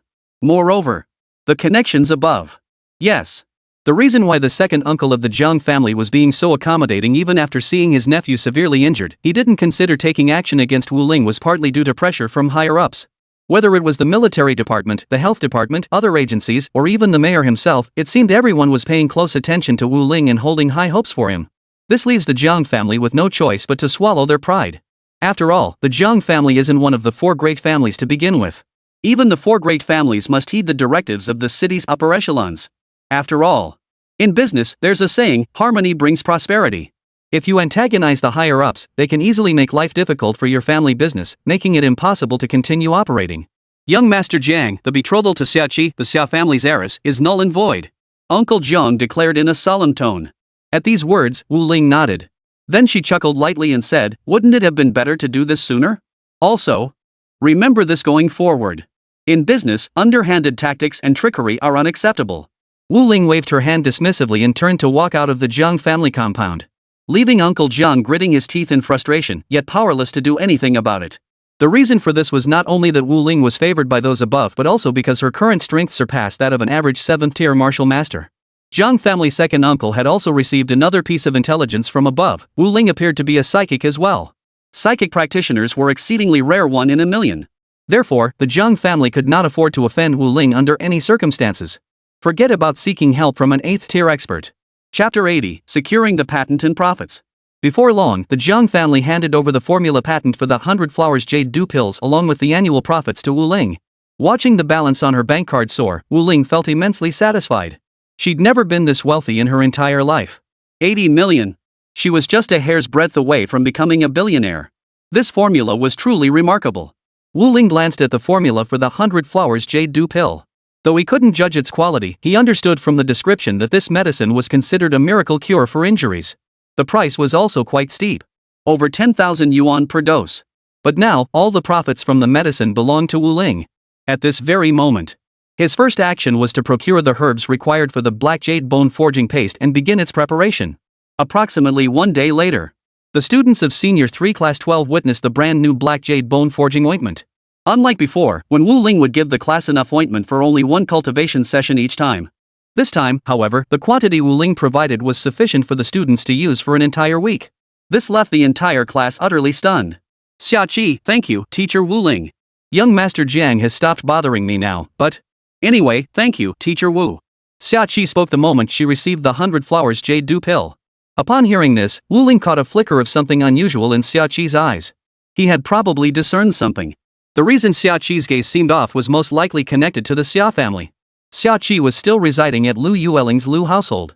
However, regarding the Xia family, specifically Xia Qi's father, Xia Zhongjuan, he likely believed that as long as Xia Qi married the Jiang heir, they could reclaim the 100 flowers jade dew pill formula and its annual profits. Of course, this belief likely stemmed from the Jiang family concealing the details of Wu Ling's solo intrusion into their estate. They kept it from the Xia family. Otherwise, the Xia family would surely realize that there was no chance of ever getting the patented formula for the 100 flowers dew pill back. As for why Wu Ling didn't return the formula patent, it was simply because he saw no need to. Moreover, this served as a lesson for the Xia family. Wu Ling disapproved of the Xia family's approach, particularly Xia Zhongjuan's actions. Using the sale of a daughter to salvage his own mistakes? Wu Ling found this utterly despicable. Of course, Xia Qi likely still recognized him as her father, which was why she now felt somewhat conflicted. "Xia Qi, don't worry," Wu Ling said. "If your father sends another message blackmailing you into marrying Mr. Jiang or something like that, just tell your father directly. The formula for the 100 flowers jade dew pill is now in my possession." He didn't want Xia Qi entangled in these matters any longer. This was true from every perspective. Moreover, in his eyes, Xia Qi was still just a student. These burdens should not fall upon her shoulders. If he wants to come after me directly, let him, Wu Ling said casually. At these words, Xia Qi froze for a moment. She didn't quite know how to respond. The patent for the 100 flowers jade dew pill is in your hands, Teacher Wu Ling? Xia Qi found Teacher Wu's earlier claim somewhat absurd. But to her surprise, Wu Ling pulled out the formula patent document and placed it right before Xia Qi's eyes. If you don't believe me, feel free to take a photo of it first. This is the patent for the 100 flowers jade dew pill, and it's currently in my possession. If your father and his people want it, they can come after me. I'll welcome them with open arms. Wu Ling gave a casual smile, then tucked the patent document away after Xia Qi took the photo. Teacher Wu Ling. Is this patent document real? How did you manage this? Though Xia Qi was now mostly convinced, she still found it utterly unbelievable. How did you manage it? Of course, it was given to me by the Jiang family, Wu Ling said casually. Alright, everyone, focus on your cultivation from now on. Black jade bone forging ointment, I'll supply it in large quantities later. At that very moment, the students in the class were all extremely excited. Their faces radiated excitement. Watching them cultivate, Wu Ling felt deeply gratified. Soon, the second monthly exam would arrive. This time, the students' results were undeniable. All 51 of them would undoubtedly dominate the top 51 spots in the grade. They were already pushing through the second tier to reach the third. And before long, Wu Ling would also be able to begin her push from the 7th tier to become an 8th tier martial artist. You see. 8th tier martial artists were elite figures found only among the 4 great families and the city's high-ranking officials. Yet Wu Ling was already poised to make that breakthrough. The reason is simply that the students' cultivation progress is far too rapid. With the boost from medicinal supplements and the aura's enhancement, the students' cultivation speed surpasses that of other classes by more than tenfold. Thus, their normal cultivation pace equates to nearly a year's worth of progress for students in other classes within a single month. The vital energy returned to Wu Ling was naturally immense. The same applied to their spiritual energy. Meanwhile, some students from other classes ended up in the hospital fighting for their lives after taking banned substances. Thus, when compared side by side, the disparity in strength was nothing short of astronomical. Teacher Wu, is your class still accepting students? At that moment, Wu Ling received a text message. The sender was none other than General Chu. What's this? Are you trying to shove your soldiers into our class again? Based on Wu Ling's understanding of her special advantage, anyone whose strength differed too greatly from the other students in the class, or whose grade level differed too much from the other students in the class, would not be recognized as one of Wu Ling's students. They could only be classified as auditors. It's my nephew. He was originally at Wuchang No. 2 High School and is also in his senior year now. But he heard about your exceptional teaching skills, Teacher Wu, and wants to transfer over. General Chu replied. Well, if your superiors have no objections, I won't either. Immediately after, General Chu added, Teacher Wu, you have no idea how wildly people are talking about you out there. The latest rumor is that students in your class progress 10 times faster than those in other classes. Isn't that quite normal? Upon hearing General Chu's words, Wu Ling quickly replied. After all, my students are already second-tier martial artists. Isn't that precisely 10 times faster than the other classes? General Chu paused upon hearing this. Then he continued, I've heard you also possess a unique formula, Teacher Wu, one that significantly accelerates students' cultivation of qi and blood. This so-called tenfold increase seems a bit exaggerated to me, but this formula... I'm afraid I cannot share the formula, Wu Ling stated decisively. By the way, after the second monthly exam, some of my students are already capable of breaking through to third-tier martial artists. Transitioning from stage 2 to stage 3 seems to require not only enhanced qi and blood but also combat experience. Chapter 81, The New Transfer Students' Astonishment. Therefore, they require the baptism of real combat. Only through actual battle can the third stage realm be stabilized, Wu Ling explained. Hearing this, General Chu across from him was momentarily speechless, his silence tinged with bewildered astonishment. Is that really true, Teacher Wu Ling? Your students can actually challenge the third-tier martial artist realm after the second monthly exam? General Chu's astonished outburst stemmed from the fact that third-tier martial artists were far beyond the realm of ordinary students. Typically, those who reached first-tier martial artist status before the martial arts college entrance exams were already considered exceptional. Second-tier martial artists were considered prodigies. Even in medium to large base cities, they were far from the bottom tier. And now, third-tier martial artists? Isn't that the realm of university students? Some graduates don't even reach fourth tier by the time they finish college? General Chu's voice carried both awe and disbelief. Wu Ling chuckled lightly, her tone confident. Why compare ordinary college students to my pupils? Under my guidance, it's only natural for them to surpass others by a wide margin, isn't it? General Chu seemed at a loss for words. In truth, Lin Mo had yet to reveal certain things. For instance, with the aid of the spirit-nurturing incense, his students could all become psychic practitioners before the college entrance exams. Manipulating several flying knives at will would pose no difficulty.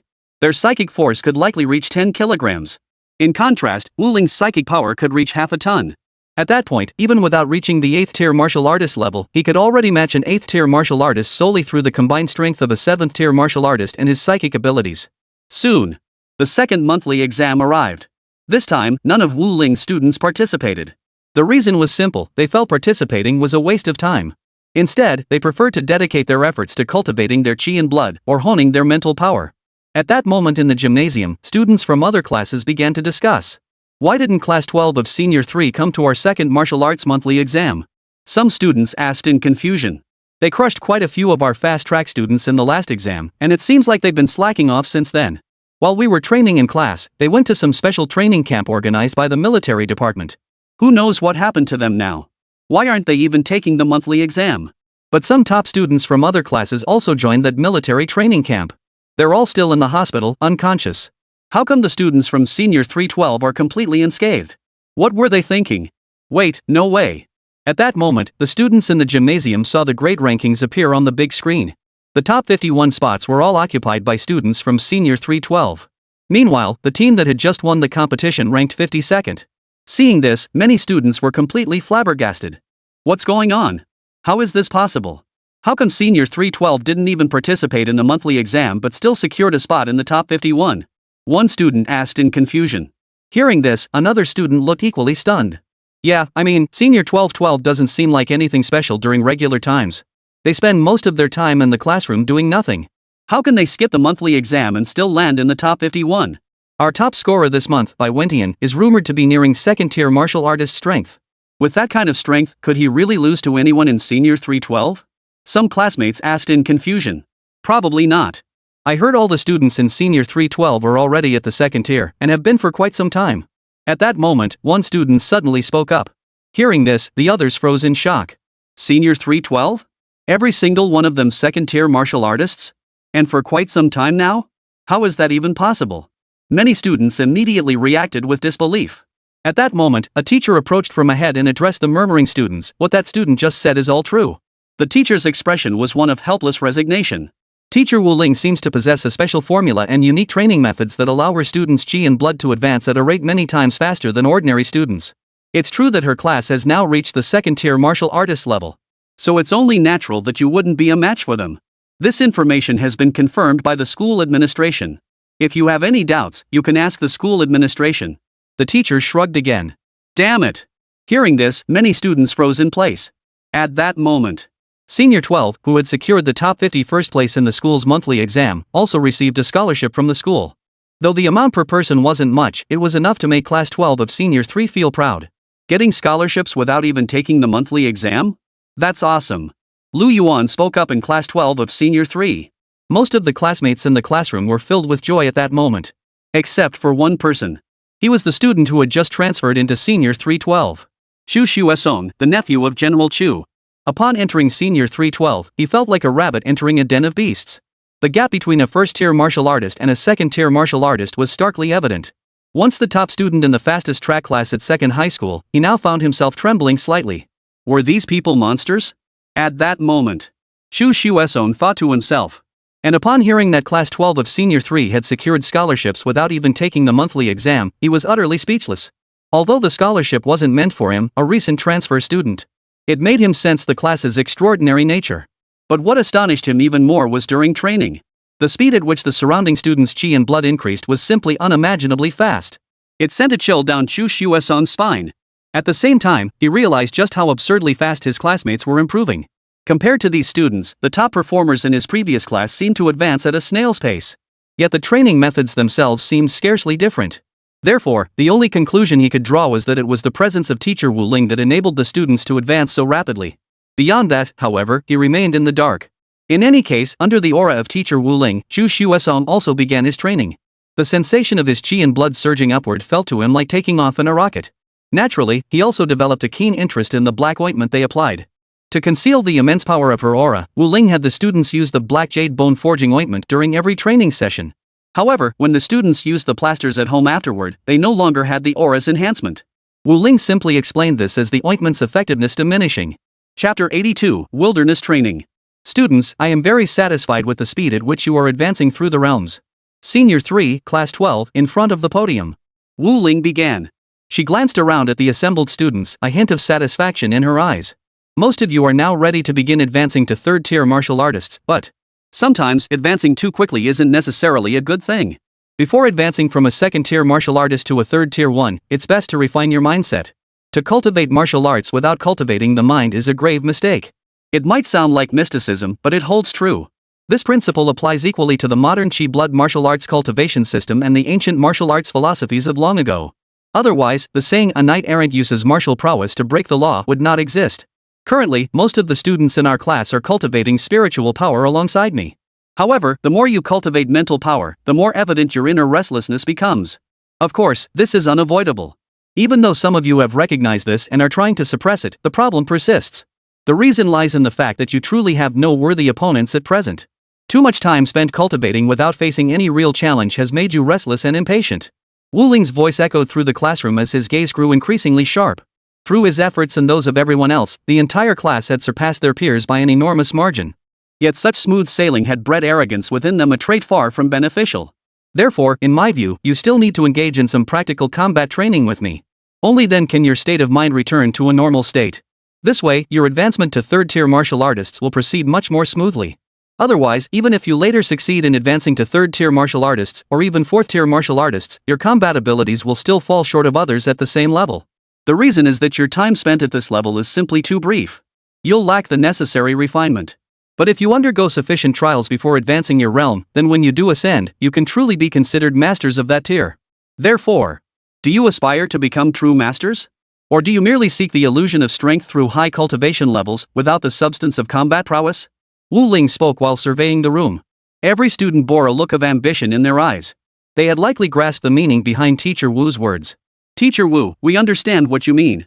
So how can we enhance our combat skills to truly become masters within our cultivation realms? At that moment, a student raised his hand to ask a question. Upon hearing this, Wu Ling glanced at the student before speaking. Follow me. Just like last time at the military headquarters, I'll lead you all to the outskirts of the city to clear out a wave of wild monsters. Through this hands-on experience, your minds will become more grounded and composed. You'll be less prone to arrogance and impatience. Wu Ling stated. She then instructed the students to stand and exit the classroom. At that moment, students from other classes were either in lessons or engaged in cultivation. Seeing the students of Senior 312 leaving their classroom and heading toward the school gate, one by one, they were utterly baffled. They couldn't help but ask those around them, what the heck is Senior 312 up to? It's still class time, why are they heading out of school? The students were filled with confusion, mixed with a hint of envy. Hearing this, a classmate beside him remarked, who knows? But with everyone in Class 12 being second-tier martial artists, they can go out and play during class without any issues. They're all second-tier martial artists now. Even if they go out to play every day, they'll still ace the martial arts college entrance exams. Getting into the nation's top universities won't be a problem. So who knows what they're up to? The classmate remarked. Damn. So jealous. The same classmate added. But seriously, doesn't the Academic Affairs Office have any intention of stopping Teacher Wu Ling's behavior? Taking students out to hang out during class hours. Another student murmured in puzzlement and mild resentment. Of course not. The student who had just voiced the complaint was quickly countered by others nearby. How could they possibly interfere with Teacher Wu Ling? Teacher Wu Ling single-handedly helped the school cultivate over 50 top-tier university students. The Academic Affairs Office now has to cater to Teacher Wu Ling. No matter what Teacher Wu Ling does, as long as he doesn't lose any of his students, the Academic Affairs Office won't interfere. One student remarked. Too bad we're not in Class 12 of Senior 3. The classmate sighed enviously. At that moment, Wu Ling had already led her students away from the school. They arrived at the outskirts of the city. The city guard officers recognized Wu Ling and quickly granted him passage. The reason was that Wu Ling now enjoyed excellent relations with those above. Especially with General Chu. Of course, since General Chu's nephew was also in Wu Ling's class, the City Guard Command had assigned several guards to follow Wu Ling discreetly, effectively providing covert protection for the students of Senior 3, Class 12. They were well aware of the purpose behind Wu Ling's visit to the outskirts this time. Relatively speaking, Wu Ling's students were far stronger than other students sent to the suburbs for training. In fact, they were even stronger than some university students, making the City Defense Guard Bureau much less concerned. The reason lay in the fact that the students of Wu Ling's Senior 312 class generally possessed psychic powers far stronger than those of university students. Some college graduates were no match for the psychic power of Wu Ling's Class 12 seniors. The reason lies in the fact that they have not undergone specialized training in psychic power. Nor did they have access to aids like spirit-nurturing incense. Soon, the hunt commenced for Senior 312 within the jungle. The students of Class 12, Grade 12 started hunting their prey. Similar to their previous hunt, yet different. This time, armed with the experience gained from their previous outing and having grown stronger, their hunting became more free-spirited and unrestrained. Damn! I can actually hunt shadowfire lizards now. A Senior 12 student exclaimed from within the woods. Hearing this, a classmate nearby chimed in, yeah, last time we were completely outmaneuvered by that monster. And the ice crystal butterflies, rainflower ground squirrels, and thousand-spike hedgehogs too. We couldn't kill them last time, but now these monsters feel so weak. This is awesome. My throwing knife skills have improved so much since my mental power got stronger. Thanks to teacher Wu Ling's guidance. If she hadn't trained our mental power, we'd have been in big trouble out in the wild. Exactly. We got a bit careless this time, almost got stung by that iridescent caterpillar. Looks like we'll have to be extra careful next time. One classmate remarked. Even though we weren't fighting people, I feel like my combat skills have improved significantly. Teacher Wu was absolutely right, only through real combat can you truly feel the power. Chapter 83, Hunting Fire Spirit Deer? Watching his students grow in the wilderness, Wu Ling felt deeply satisfied. Last time, thanks to their formidable mental strength, none of the students had been injured by the wild beasts. This time around, they moved with even greater ease and confidence. Seeing the prey quickly piled into mountains, Wu Ling felt immensely satisfied. The city guard officers stationed nearby to oversee the hunt were utterly astonished by what they witnessed. The hunting speed of Wu Ling's senior Class 12 students far exceeded their expectations. They hardly seemed like students at all, their hunting speed rivaled that of the guards themselves or even military warriors. Teacher Wu Ling, your students. A commander from the city guard command, witnessing the students' ferocious combat, couldn't help but address Wu Ling. Truth be told, in all his years, this was the first time he'd encountered such ferocious students. What's the matter? Wu Ling countered with a smile. He already had a pretty good idea what the other man was going to say. Teacher Wu Ling, your students are a bit too fierce, aren't they? Our city guard's monster-slaying efficiency isn't much faster than theirs. The city guard official felt utterly embarrassed, never expecting to be outdone by students one day. Frankly speaking, there'd be no problem if your students came directly to our city guard corps for their internships. Many college graduates wouldn't stand a chance against your students, even if their cultivation levels are lower, the official added. Even the most ordinary graduates from martial arts academies typically emerge as third or fourth tier martial artists at best. Frankly speaking, they might not be stronger than this group of students. Upon hearing this, Wu Ling nodded. That's quite true. On this point, he felt no need for modesty. As he spoke, Wu Ling paced forward. My goal in training these students isn't just to elevate their cultivation levels beyond their peers. I aim to make their combat prowess surpass those at the same cultivation level. So far, their progress aligns fairly well with my expectations, he continued. But just then, a senior from Class 12 called out from the distance. Look! It's a third-tier beast of fire spirit deer. The moment the words left his mouth, it quickly drew a crowd of students from Class 12, Grade 12. Not far ahead of them stood a stag. Flames blazed fiercely from the antlers crowning its head. Its body bore golden red patterns, and its eyes flickered with red and white light. An aura of authority radiated from it.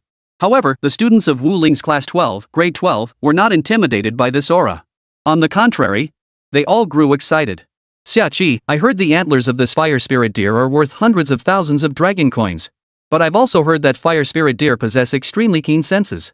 They seem fiercely stubborn. Once they sense danger or feel their life is in peril, they'll incinerate their antlers with flames. You can only obtain intact antlers if you act before they destroy them themselves. Once the antlers are burned, they become worthless. At this remark, Lu Yuan, Lu Yueling, and the others nearby nodded in agreement. They were the strongest students in Class 12 of Senior 3. Moreover, like Teacher Wu Ling, they all carried throwing knives after cultivating their spiritual power.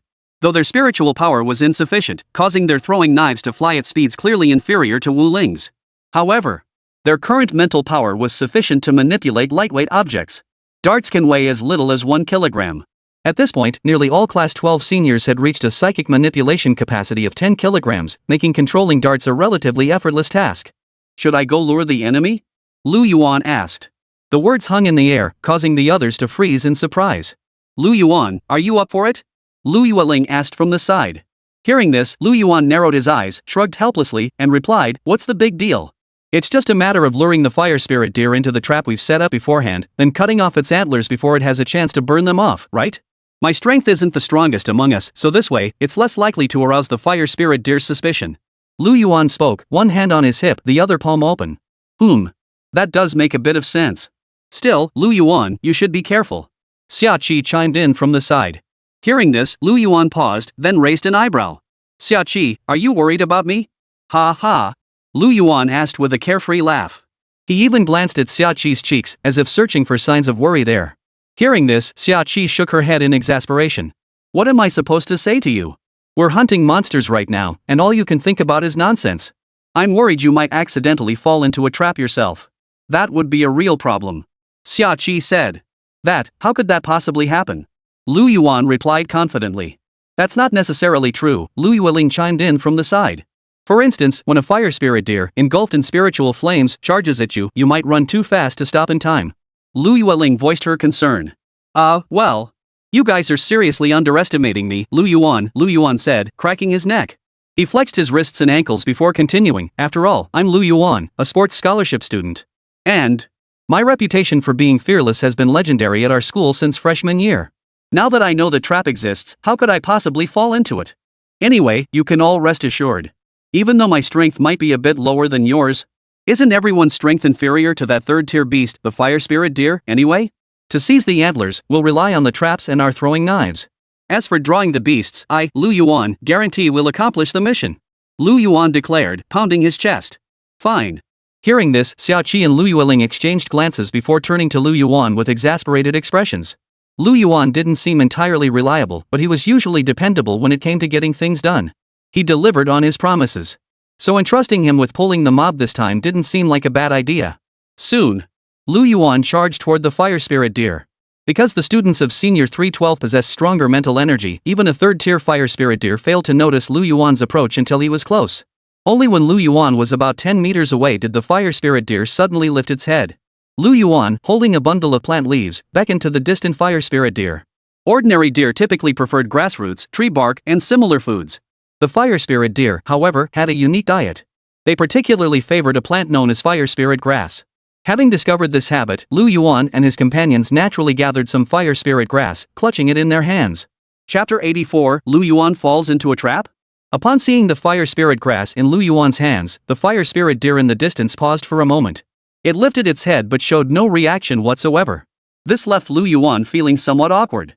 He held the fire spirit grass and waved it a few more times toward the distant fire spirit deer. The fire spirit deer remained motionless, seemingly unmoved by the herb in his hand. This made Lu Yuan feel even more awkward, even a bit nervous. After all, he had just made a bet with his classmates. Though there was no written contract, a verbal agreement counted as a bet. He had declared he would lure the fire spirit deer into the trap. And he'd made it sound so effortless. Now it seemed like the task might not be so easy to accomplish after all. Lu Yuan froze for a moment. He still dared not act rashly. He didn't know the fire spirit deer's habits. Even before, they had seen from afar that the deer favored eating fire spirit grass. But they also didn't know how bold the fire spirit deer might be. What if the slightest movement from Lu Yuan caused the fire spirit deer to bolt? Then they'd be in big trouble. Moreover, the other students from class 12 of Senior 3 would blame him, Lu Yuan. This was precisely what Lu Yuan wished to avoid.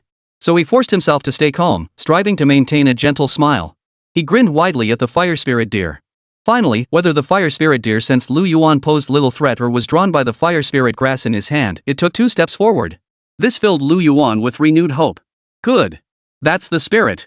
Lu Yuan couldn't help but think to himself, his excitement beginning to bubble over. His heart began to race. He quickly became aware of this, so he took a deep breath, trying to calm himself. Slow down that heartbeat. Come on. Good girl, Lu. Come to this young master's side. Lu Yuan spoke. Then he waved the fire spirit herb in his hand once more. He then took a step back. The fire spirit deer seemed oblivious to the danger and continued its slow advance. The flames atop its fire spirit antlers did not extinguish, yet they also failed to ignite into fiercer blazes. This indicated that in the fire spirit deer's eyes, Lu Yuan was a stranger who hadn't earned its full trust. However, perhaps because Lu Yuan was only a second-tier martial artist, his strength inferior to the fire spirit deer's. Thus, the fire spirit deer remained largely unfazed. This gave Lu Yuan a renewed sense of confidence. Finally, as Lu Yuan stepped back, the fire spirit deer advanced once more. It glanced at the fire spirit herb in Lu Yuan's hand. It seemed genuinely drawn to the fire spirit herb in Lu Yuan's grasp. Seeing the fire spirit deer advance once more, Lu Yuan took another step back. Now he was only 10 meters away from the trap they had set. The fire spirit deer advanced once more, followed by a distinct deer call. It seemed to be signaling Lu Yuan to hand over the fire spirit grass. Seeing this, Lu Yuan smiled but did not comply. Clearly, in his view, his task would only be complete once he lured the fire spirit deer into the pitfall trap. As for harvesting the antlers afterward, that would be up to the other students. Once the fire spirit deer entered the pit, the others would coordinate their flying blades to sever its antlers. Antlers are renewable for deer. Even ordinary deer could shed their antlers 20 times in a lifetime. That averages out to about twice a year. This practice safeguards both the deer and the keepers, given the zoo's limited space. Wild beasts like the fire spirit deer, though possessing exceptionally long lifespans, also have regenerative antlers. However, unlike ordinary deer, fire spirit deer possess the unique ability to self-immolate their antlers. Alright.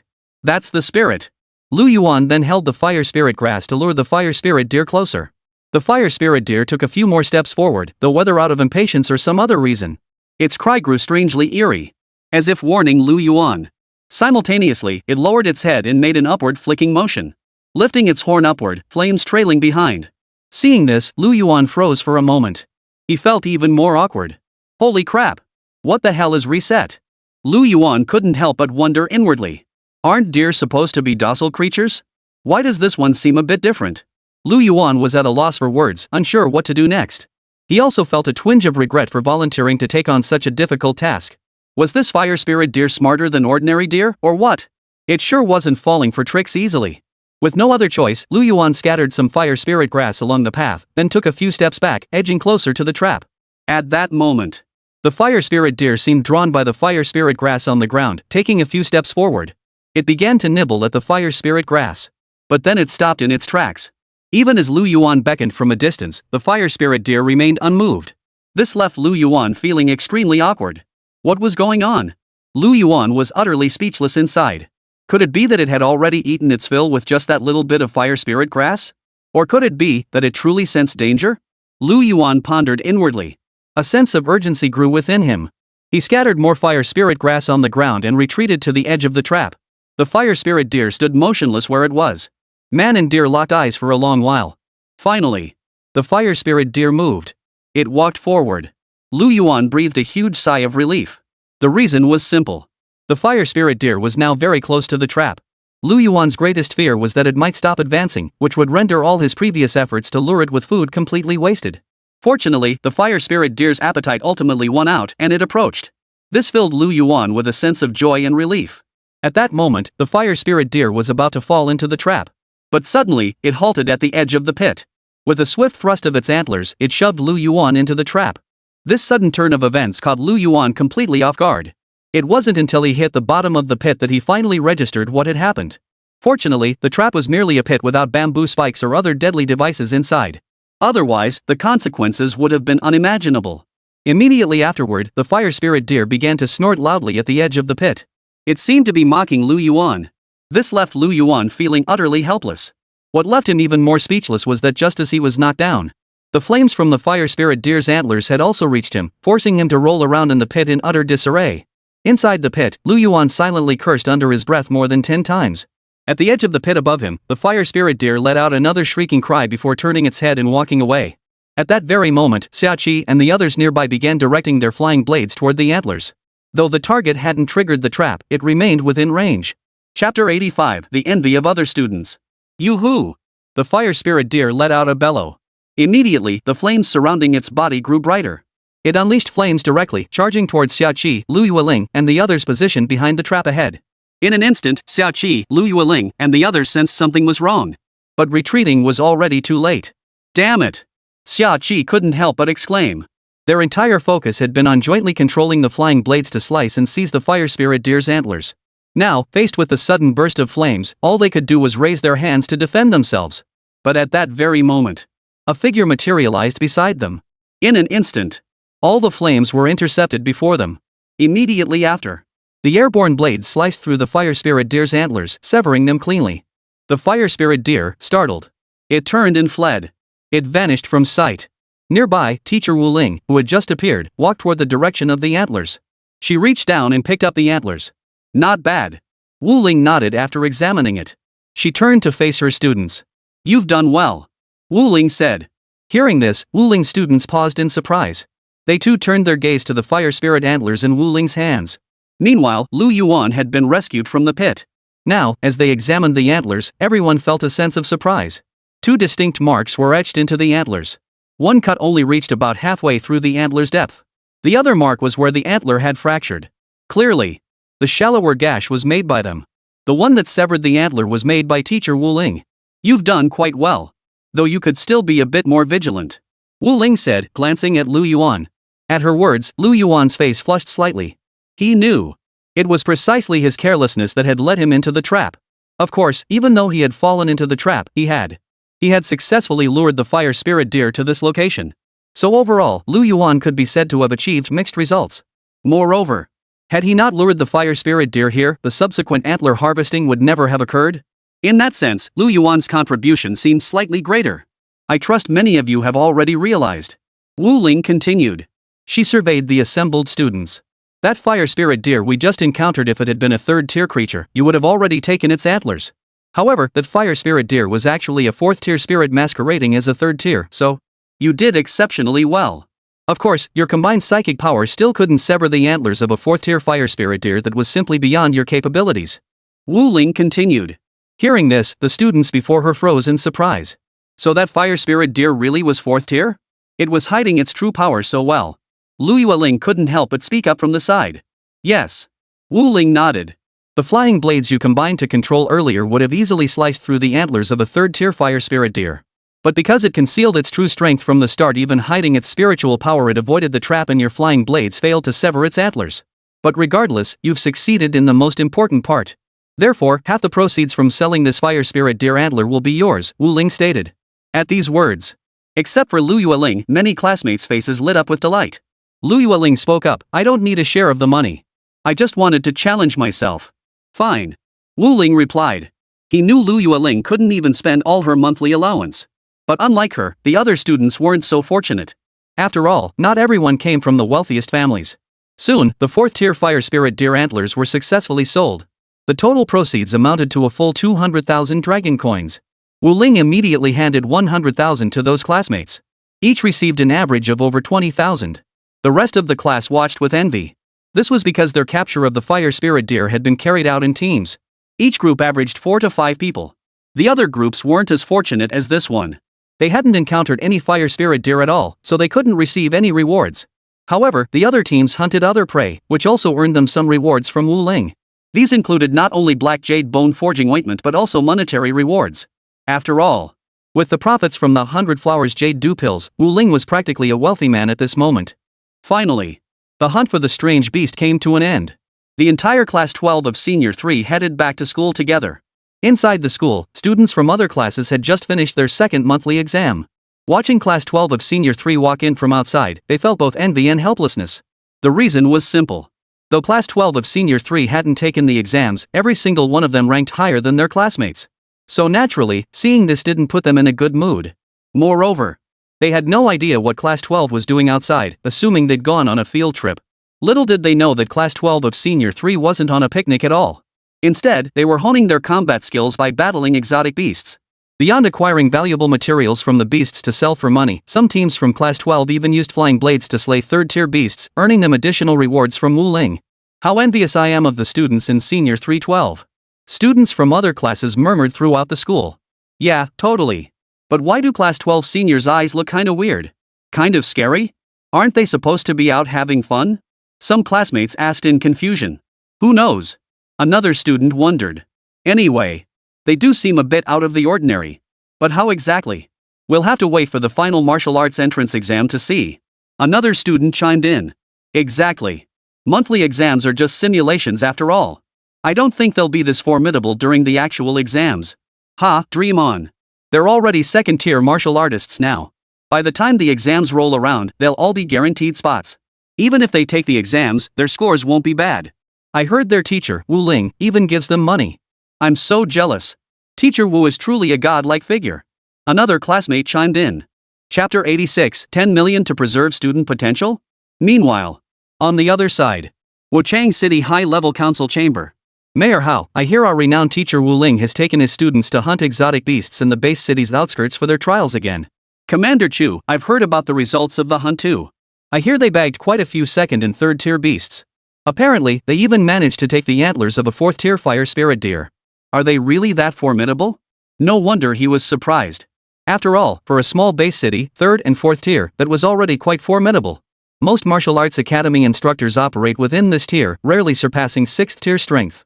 Director Liu, according to intelligence from our City Defense Guard Bureau, that 4th tier fire spirit Deer Antler was taken by teacher Wu Ling. However, his students did indeed capture quite a few 2nd and 3rd tier beasts. Mayor How, 3rd tier beasts taken down by high schoolers? That truly is remarkable. Logically speaking, teacher Wu Ling's senior class 12 should now be collectively recommended for admission to Qingbei Martial Arts Academy. They wouldn't even need to take the college entrance exams.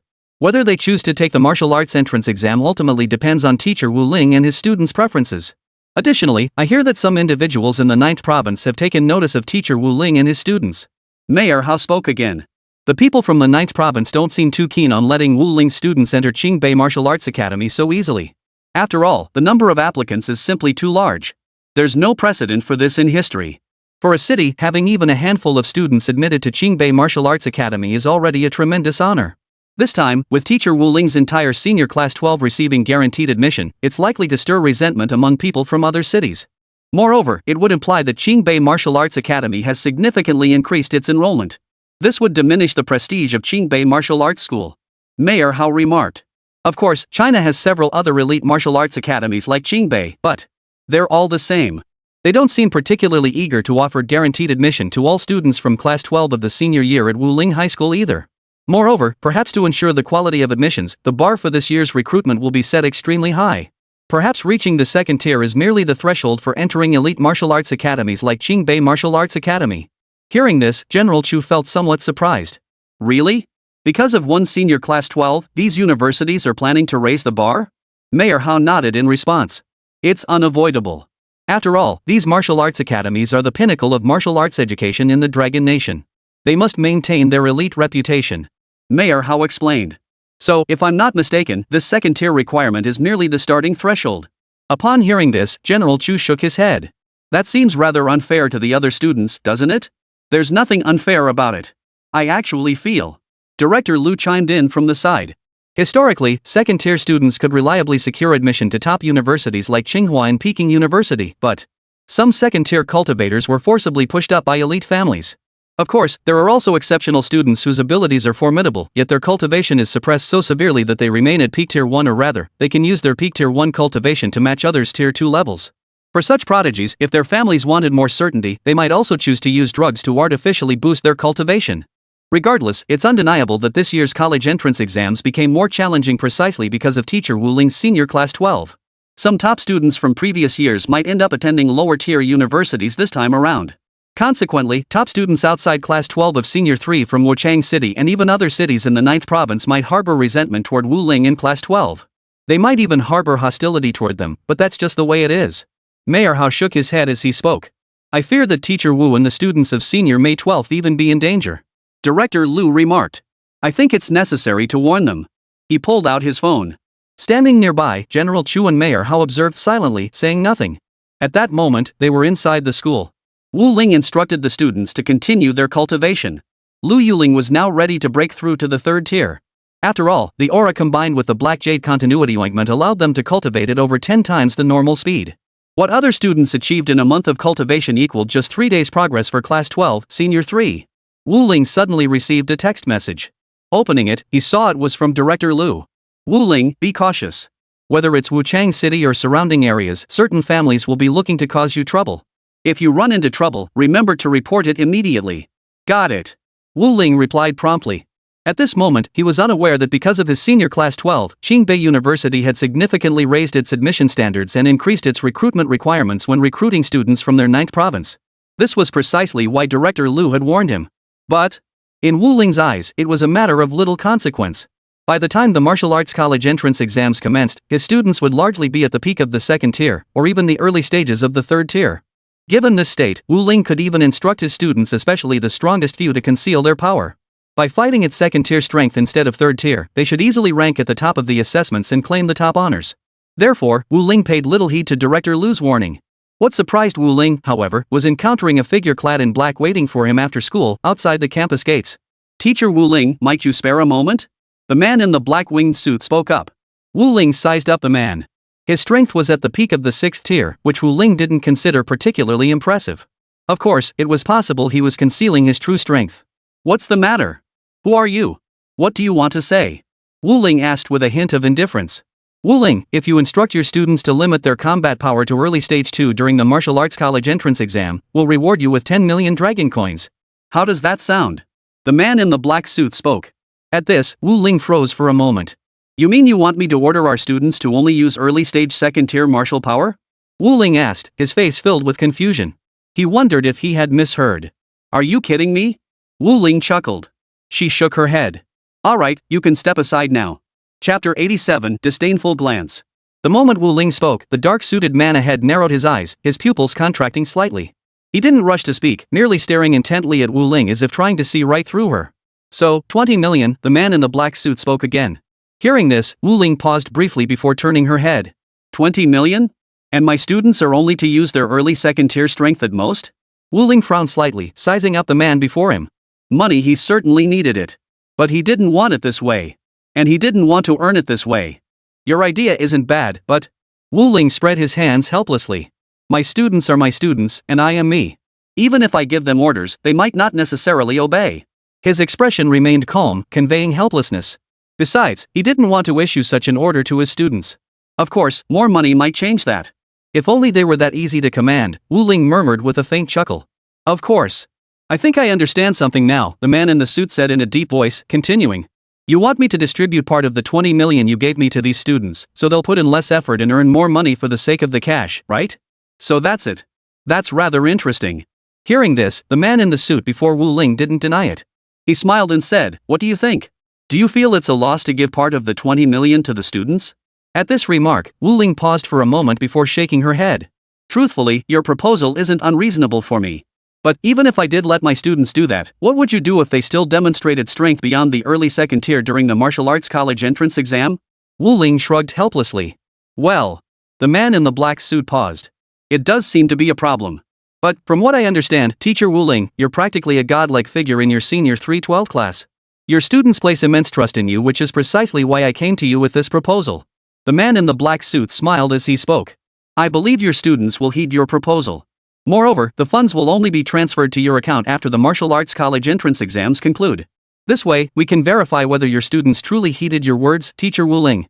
Upon hearing this, Wu Ling nodded. Interesting. So you're saying you won't pay a single cent up front, but expect me to get my students to suppress their cultivation levels first? Then, if my students actually succeed, you either pay up or go back on your word. In any case, the decision rests entirely with you. You're merely using these 20 million to disrupt my students and my own focus with empty promises. Is that not correct? Wu Ling asked. I'm sorry. 20 million is indeed no small sum to me, but... in my view, if it's a bad check money I can't actually hold in my hands, then it holds no meaning whatsoever. Do you understand what I mean? Wu Ling said with a smile. So now, you can step aside and let me go. Wu Ling shook her head, about to leave. Wait. Just as Wu Ling was about to walk away, the voice of the man in the black suit suddenly came from beside her. Teacher Wu Ling, are you questioning me? The man's voice was noticeably deeper than before. Questioning? Wu Ling, who had just taken a step away, halted once more. What do you mean by questioning? I simply don't want to be distracted by empty promises. The 20 million you mentioned does sound appealing, but... I'm only interested in money I can see right in front of me. Wu Ling said, then prepared to move forward again. Hold on. The black-winged man in the suit seemed less composed than before. He appeared genuinely surprised that Wu Ling could refuse his demand. Wu Ling, are you questioning the authority of the Yang family? Are you unaware of our family's influence in the 9th province?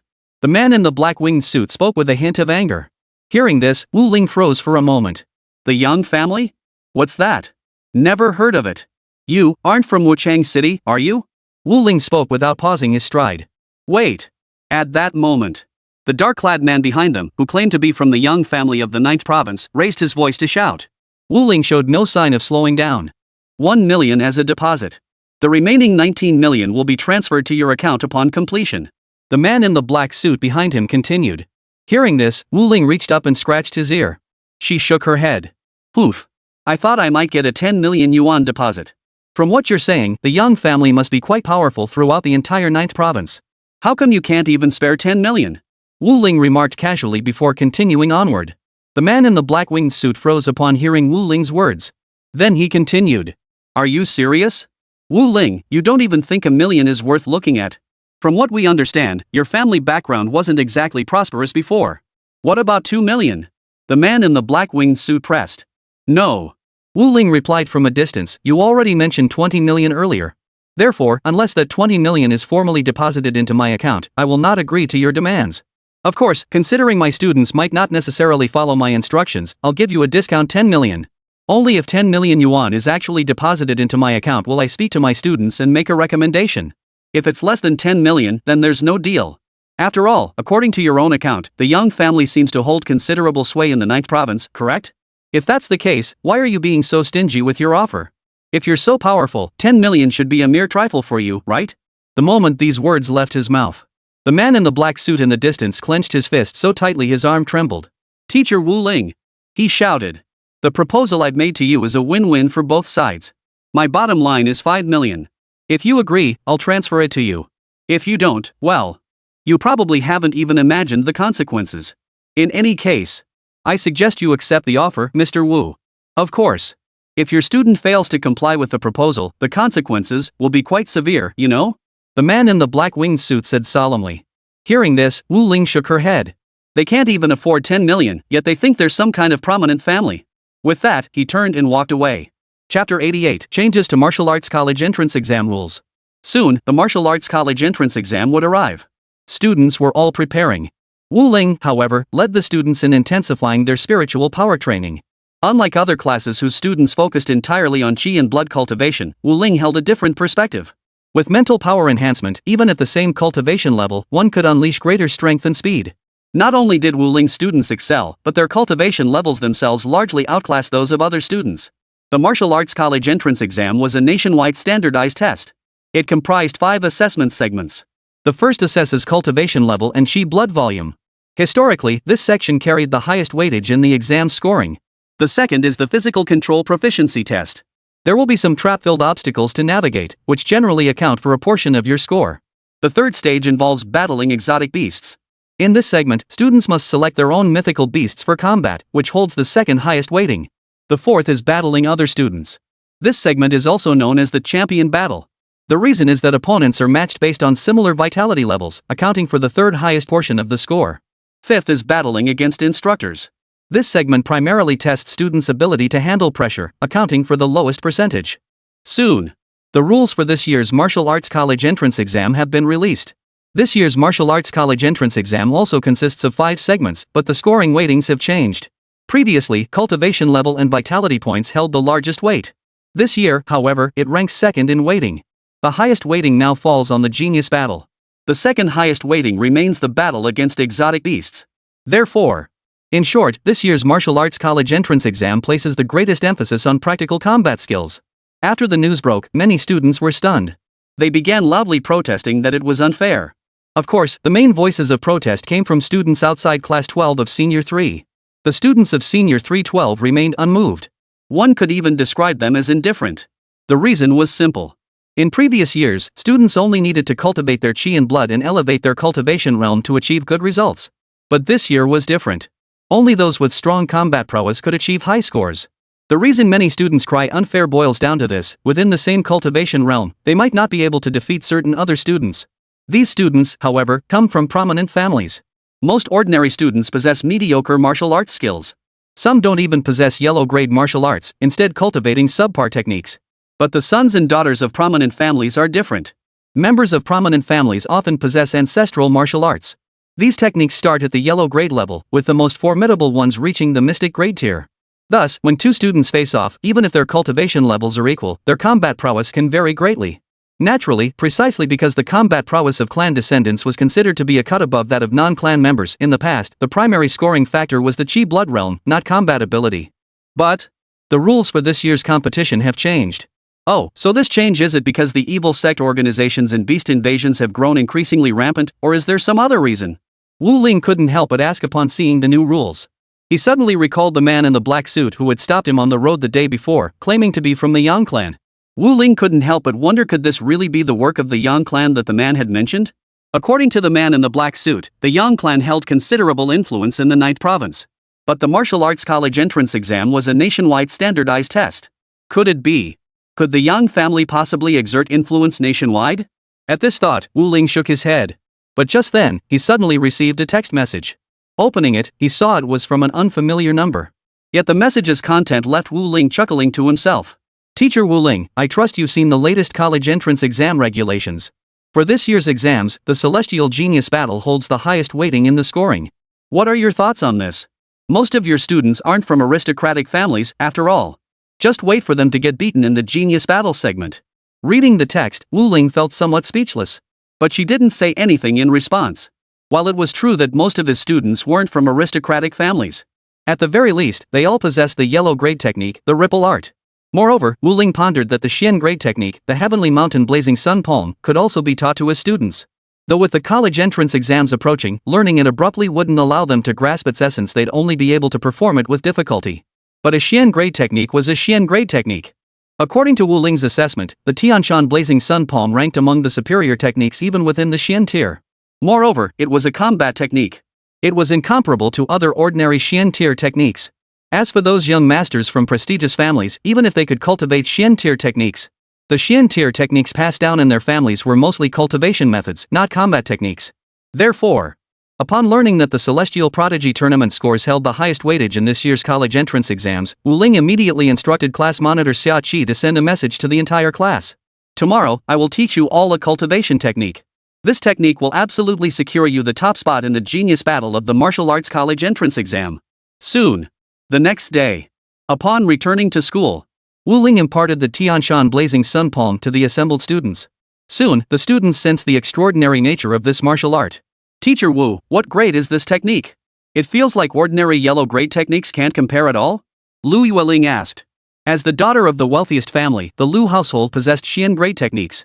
However, the Lu family's Xian grade cultivation technique was for cultivation, not combat. Even so, they had enabled Lu Yueling to reach the third-tier martial artist realm.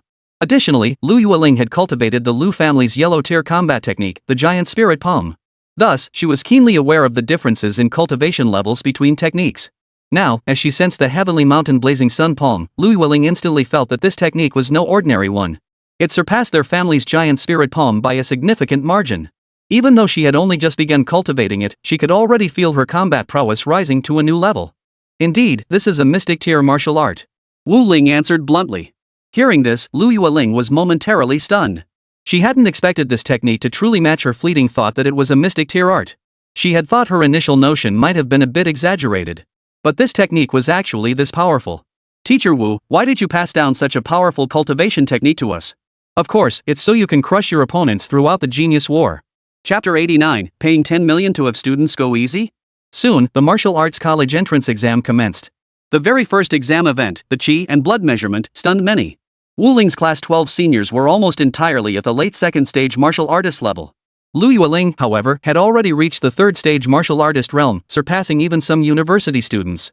Such achievements were practically blinding to the other students present. How come all the students in Senior 312 are so incredibly strong? I thought reaching the second-tier martial artist level was already pretty strong, but who knew their class already had third-tier martial artists? Besides Lu Yueling, is there anyone else at the third-tier martial artist level in this college entrance exam? Even among other families, the nation's most elite clans, it's doubtful any possess third-tier martial artists, right? Could Lu Yueling actually win the national championship this time? But that's nothing to envy. After all, Lu Yueling's Lu family is Wuchang City's wealthiest. They must have provided Lu Yueling with immense resources. Plus, she's in Senior 3 Class 12. While a third-tier martial artist is still a bit outlandish, commoner martial artists inherently differ greatly from aristocratic martial artists born into families.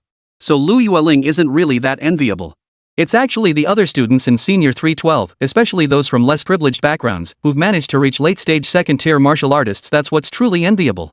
Teacher Wu Ling is just too strong, isn't she? How did he manage that? I heard Class 12 of Senior 3 used to have a lot of underachievers.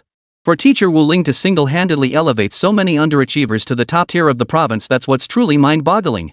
At that moment, as one of the proctors, Wu Ling observed the vital energy displays of his students and felt deeply satisfied. Though he didn't know why this year's martial arts college entrance exam had undergone reforms, still, true strength is everything. Even if the Qi blood realm's weighting in this year's exam had decreased, combat prowess remained directly linked to one's strength level. At this level, they could essentially crush other students. And that dominance extended nationwide. Soon, Wu Ling received another text message from a different number. After all, he had already blocked the number that had just sent him the message. Teacher Wu Ling, your students' cultivation levels are indeed formidable, but that doesn't necessarily mean they're strong in actual combat. The 5 million yuan agreement still stands. If you promise to lower your students' cultivation levels by one minor realm, I'll transfer 5 million to you now. The remaining 15 million will be deposited into your account after the martial arts college entrance exam. What are your thoughts, Teacher Wu Ling? Reading the new message, Wu Ling felt somewhat speechless. How my students perform is their own business. I can't control that. Besides, are you sure you're from some young family? Your family sure is stingy. Not even willing to pay 10 million, yet expecting others to dance to your tune? That's downright pathetic. After sending the message, there was no response for a long time. Only after some time passed did a reply finally arrive. Teacher Wu, don't get too cocky. Don't assume your students will win just because they're at a higher cultivation level. You probably don't know how much real combat training our clan members undergo daily. The upcoming beast battles and the genius tournament, those are their true domains. Even if your students have higher cultivation levels, they might still be crushed by our people. Just wait and see. Reading the message, Wu Ling felt somewhat speechless. She promptly replied, let me think.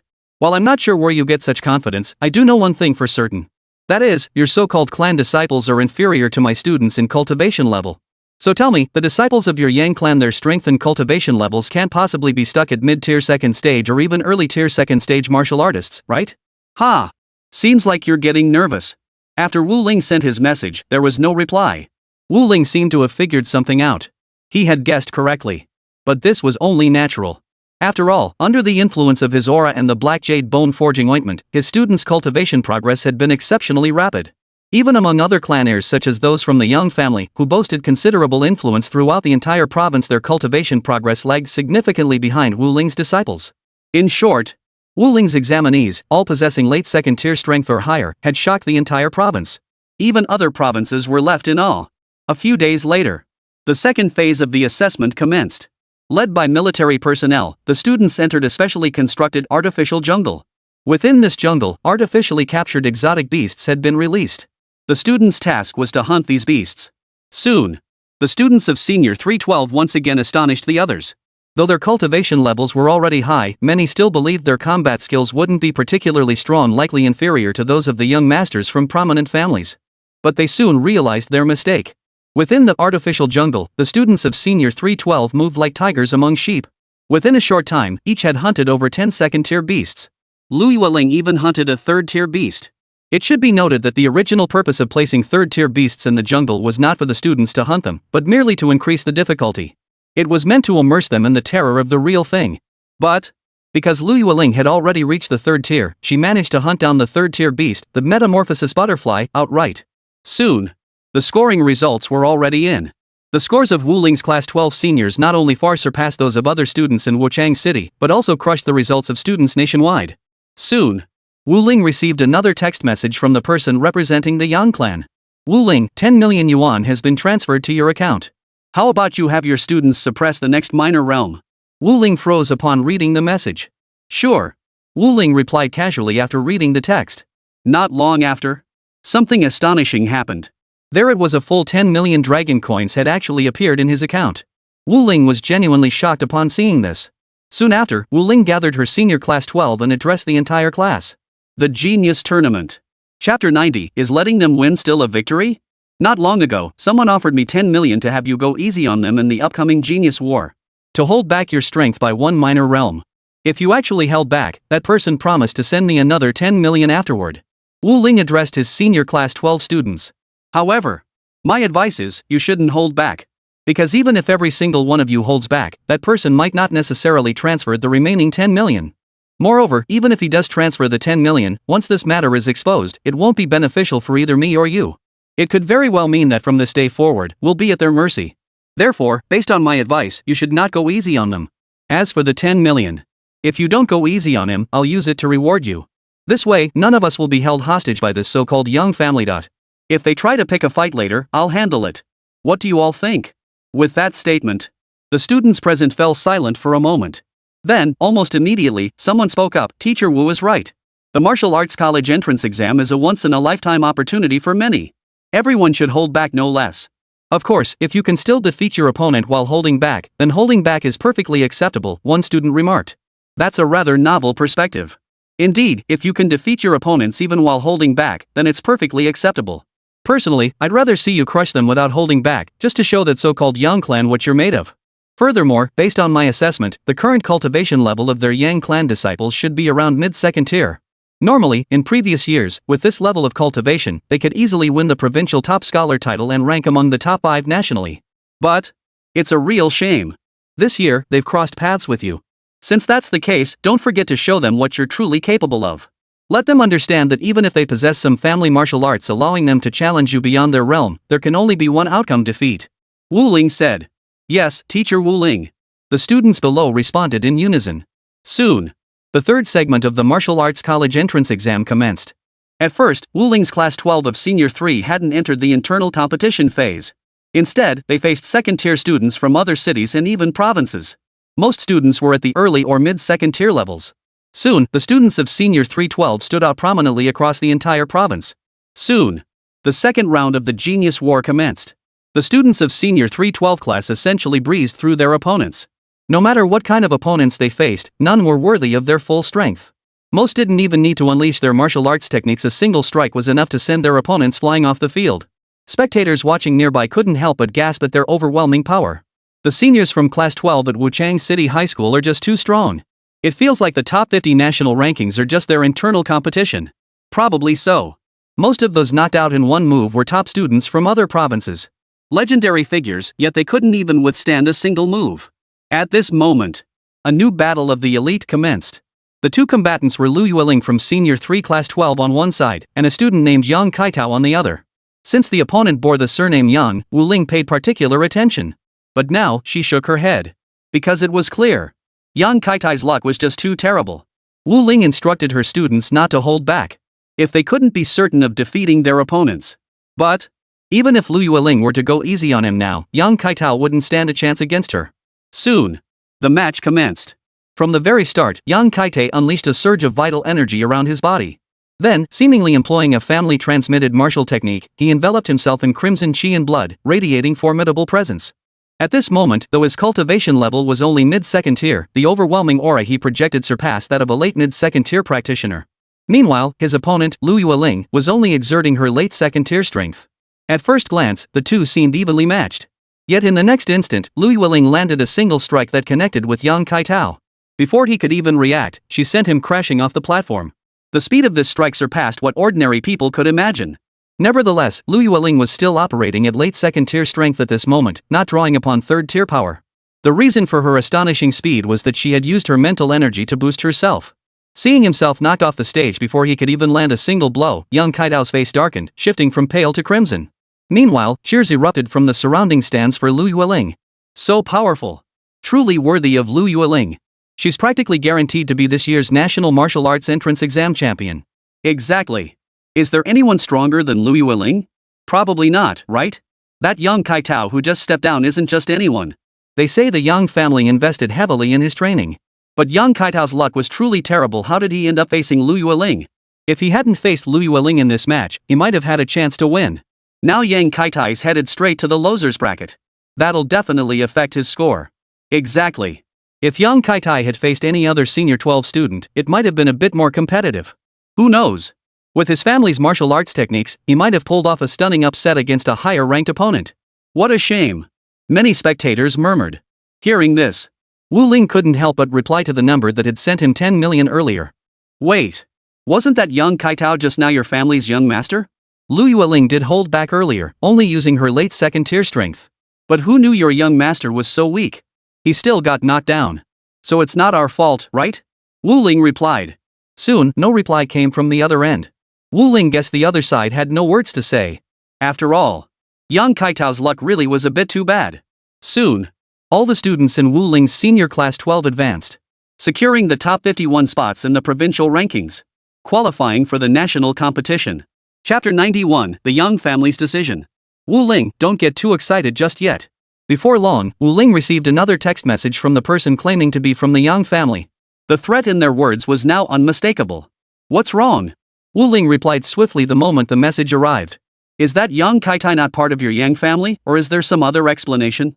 Your Yang family was aiming for the national championship, right? Too bad you fell just short. Your luck wasn't great either. Otherwise, you might have had a chance. Wu Ling replied, her expression showing little emotion, and she didn't seem afraid of the other party. Teacher Wu Ling, don't gloat over others' misfortune. Lu Yueling from your class is indeed formidable, but, based on our investigation, the reason your cultivation levels rose so rapidly is linked to a certain drug you administered to your students. Based on its effects, this substance doesn't appear to be banned. But some things are difficult to discuss. So, do you understand now? Another string of text messages arrived. Wu Ling read them and shook his head. This person from the Yang family really left him speechless. He was on the verge of becoming an 8th-tier martial artist. Yet this Yang family member dared to threaten him. He couldn't fathom where they got the nerve. Although Wuchang City was quite distant from the Yang family's territory, and Wu Ling couldn't be bothered to seek them out personally, their arrogant, high and mighty attitude still left him deeply dissatisfied. Meanwhile, on the other side, the Yang family. A middle-aged man surveyed the group and spoke up. What are your thoughts on Yang Kaitao encountering Lu Yueling during this martial arts entrance exam and having to withdraw in disappointment? At this remark, one of the surrounding figures immediately responded, Yang Kaitao's luck was truly lacking this time. If Lu Yueling truly reached the 3rd-tier martial artist realm as rumored, then she might very well have won the championship in this martial arts college entrance exam. While other families have prodigies who've reached the late 2nd-tier martial artist stage, even with martial arts techniques boosting them, they likely wouldn't stand a chance against Lu Yueling. A young member of the Yang family spoke up, glancing around the room. That makes sense. But I heard that not long ago, Wu Ling visited the Zhang family, a prominent clan in Wuchang City. Despite the Zhang family having 2 7th-tier martial artists, Wu Ling threatened them into handing over the patent rights and profits of their 100 Flowers Jade Dew Pill formula. That's precisely why Yang Ruoshan showed no surprise when you offered Wu Ling the 10 million clause. The reason is, he just acquired 80 million not long ago. A young member of the Yang family spoke up. Oomph. To put it plainly, it's extraordinary luck. But our Yang family? We're not on the same level as the Zhang family. Their 7th-tier disciples were merely forced up from the peak of 6th tier. They can't hold a candle to those who achieved their breakthroughs properly. Perhaps defeating those 2 trash 7th-tier experts inflated Wu Ling's confidence, which is why he dared to respond to you like that, Yang Ruoshan. A Yang family disciple interjected from the side. Hearing this, Yang Ruoshan grunted in frustration. Not all the students in Wu Ling's class are geniuses. In fact, most of them aren't particularly gifted. Yet even so, he managed to cultivate to the late 2nd tier in such a short time. This medicine is worth far more than 10 billion. The head of the Yang family declared. Given that, perhaps we should make our move first? Teacher Wu Ling may just be a teacher with little background, but she did defeat 2 barely 7th tier individuals single-handedly. Her strength is also 7th tier. This time, we're sending 3 mid-stage 7th tier practitioners. That should be more than enough to handle him, right? The Yang family head spoke, his brow slightly furrowed. This Wu Ling has been incredibly fortunate. We must strike while his connections to higher-ups aren't yet solidified. Otherwise, such a precious medicine might truly be snatched away by other families. The Yang family head declared. Hearing this, the other Yang family members nodded in agreement. The head is correct. We'd best act swiftly. At that very moment, Wu Ling was tutoring her students. Students, your vital energy is already quite strong. However, your mental strength still has considerable room for improvement. To secure a spot among the top 51 in the upcoming national competition, you must further strengthen your mental power. Soon, Wu Ling used spiritual incense to enhance the atmosphere and led the students into meditation. As a new student, Chu Xuesong watched his classmates meditate with astonishment. As a newcomer, he hadn't expected that with the national exam approaching, Wu Ling would focus on cultivating mental power rather than martial arts techniques and vital energy. What astonished him even more was how remarkably strong the students' spiritual power already was. Even if he didn't know how they achieved it, still. Some students were already attempting to practice moving objects using mental force. Witnessing this scene, Chu Xuesong felt as though he were looking at monsters. Though he was a martial artist himself, and had heard rumors about psychic practitioners. Most of these psychic practitioners were born with the ability, which they cultivated to achieve telekinesis. But these students, how did they manage it? Were they all psychic manipulators? Were they born with it, or did they develop it later? If it's acquired, then does that mean Teacher Wu Ling's meditation technique is truly extraordinary? At that moment, Chu Xuesong began attempting mental meditation. Before long, he felt his mental energy had noticeably strengthened. Opening his eyes, his senses were heightened. Too powerful. Chu Xuesong thought to himself. Practicing this technique not only strengthened his mental power but also sharpened his thinking. This meant he could make optimal decisions faster during combat. Were these students all freaking monsters? Chu Xuesong glanced at the other students in the class. He had never understood why General Chu had arranged his transfer here, but now he understood. The training methods for these students were far too advanced. This teacher Wu Ling was truly a genius. The difference between training with his methods and without them was like night and day. Before arriving here, Chu Shuesong had been like a frog at the bottom of a well. Only after joining Wu Ling's senior class 12 did he truly glimpse a broader horizon. This filled Chu Shuesong with both deep admiration and exhilaration. His original goal had been to break into the city's top 100. Now it seemed his ambitions might reach even higher? Chapter 92, 3 against 1? Before long, the mental energy of Class 12, Senior 3 students rose again. As a newcomer, Chu Shuesong sensed a distinct difference in the aura of his classmates, though he couldn't quite pinpoint why. His strength still lagged significantly behind his classmates. Yet compared to his former self, the difference was like night and day. He was now at the early second stage, whereas before joining Senior 312, he had only been at the mid-first stage. Back then, he had been quite satisfied with that, considering himself a minor expert among his peers. It wasn't until he entered Senior 312 that he realized just how profoundly mistaken his perception had been. Now, as an early second stage student, he pondered whether he could push into the mid-stage. Because if he could break through to the mid-stage of Tier 2, his ranking in the upcoming national competition would likely jump significantly, potentially even placing him within the top 100 nationally. It was well known that the top 51 spots were almost always dominated by students from Class 12 of the senior year. Under these circumstances, securing a spot in the national top 100 would be an immense honor. Therefore, upon seeing teacher Wu Ling offering supplementary lessons to the students, Chu Shuesong was overjoyed. However, upon discovering that the cultivation method did not involve qi and blood, he felt deeply disappointed and somewhat perplexed as to why teacher Wu Ling would choose this approach. Yet as he sensed the shifting aura around his classmates and experienced heightened senses after attempting meditation, Chu Shuesong began to grasp the profound mystery and extraordinary nature of this spiritual power cultivation. Soon, aided by the spirit-nurturing incense, he truly immersed himself in the practice. Before long, he sensed that although his qi and blood cultivation level hadn't changed much, his overall strength had significantly increased. His insight and reflexes had both sharpened. At this moment, only one thought occupied Chu Shuesong's mind. That was, Teacher Wu Ling is truly a divine being. After helping the students with their tutoring session, Wu Ling headed back to her residence with a satisfied smile. But as she walked along the road, she suddenly stopped in her tracks. She turned her head to look behind her, observing for a moment. Then she started walking again. But, after taking 2 more steps, Wu Ling halted once more. She spoke up, "You've been following me this whole time. What exactly do you want? Hiding and dodging like this, don't you find it rather pointless? Wait, let me guess. You're not from that young family again, are you?" Wu Ling turned around with a sigh. Soon, 3 figures leapt out from behind him. "Wu Ling, did you know we'd come looking for you?" One of them spoke up. "You guessed we're from the Young family? If so, can you guess why we've come for you?" The man asked with a hint of confusion. Hearing this, Wu Ling smiled.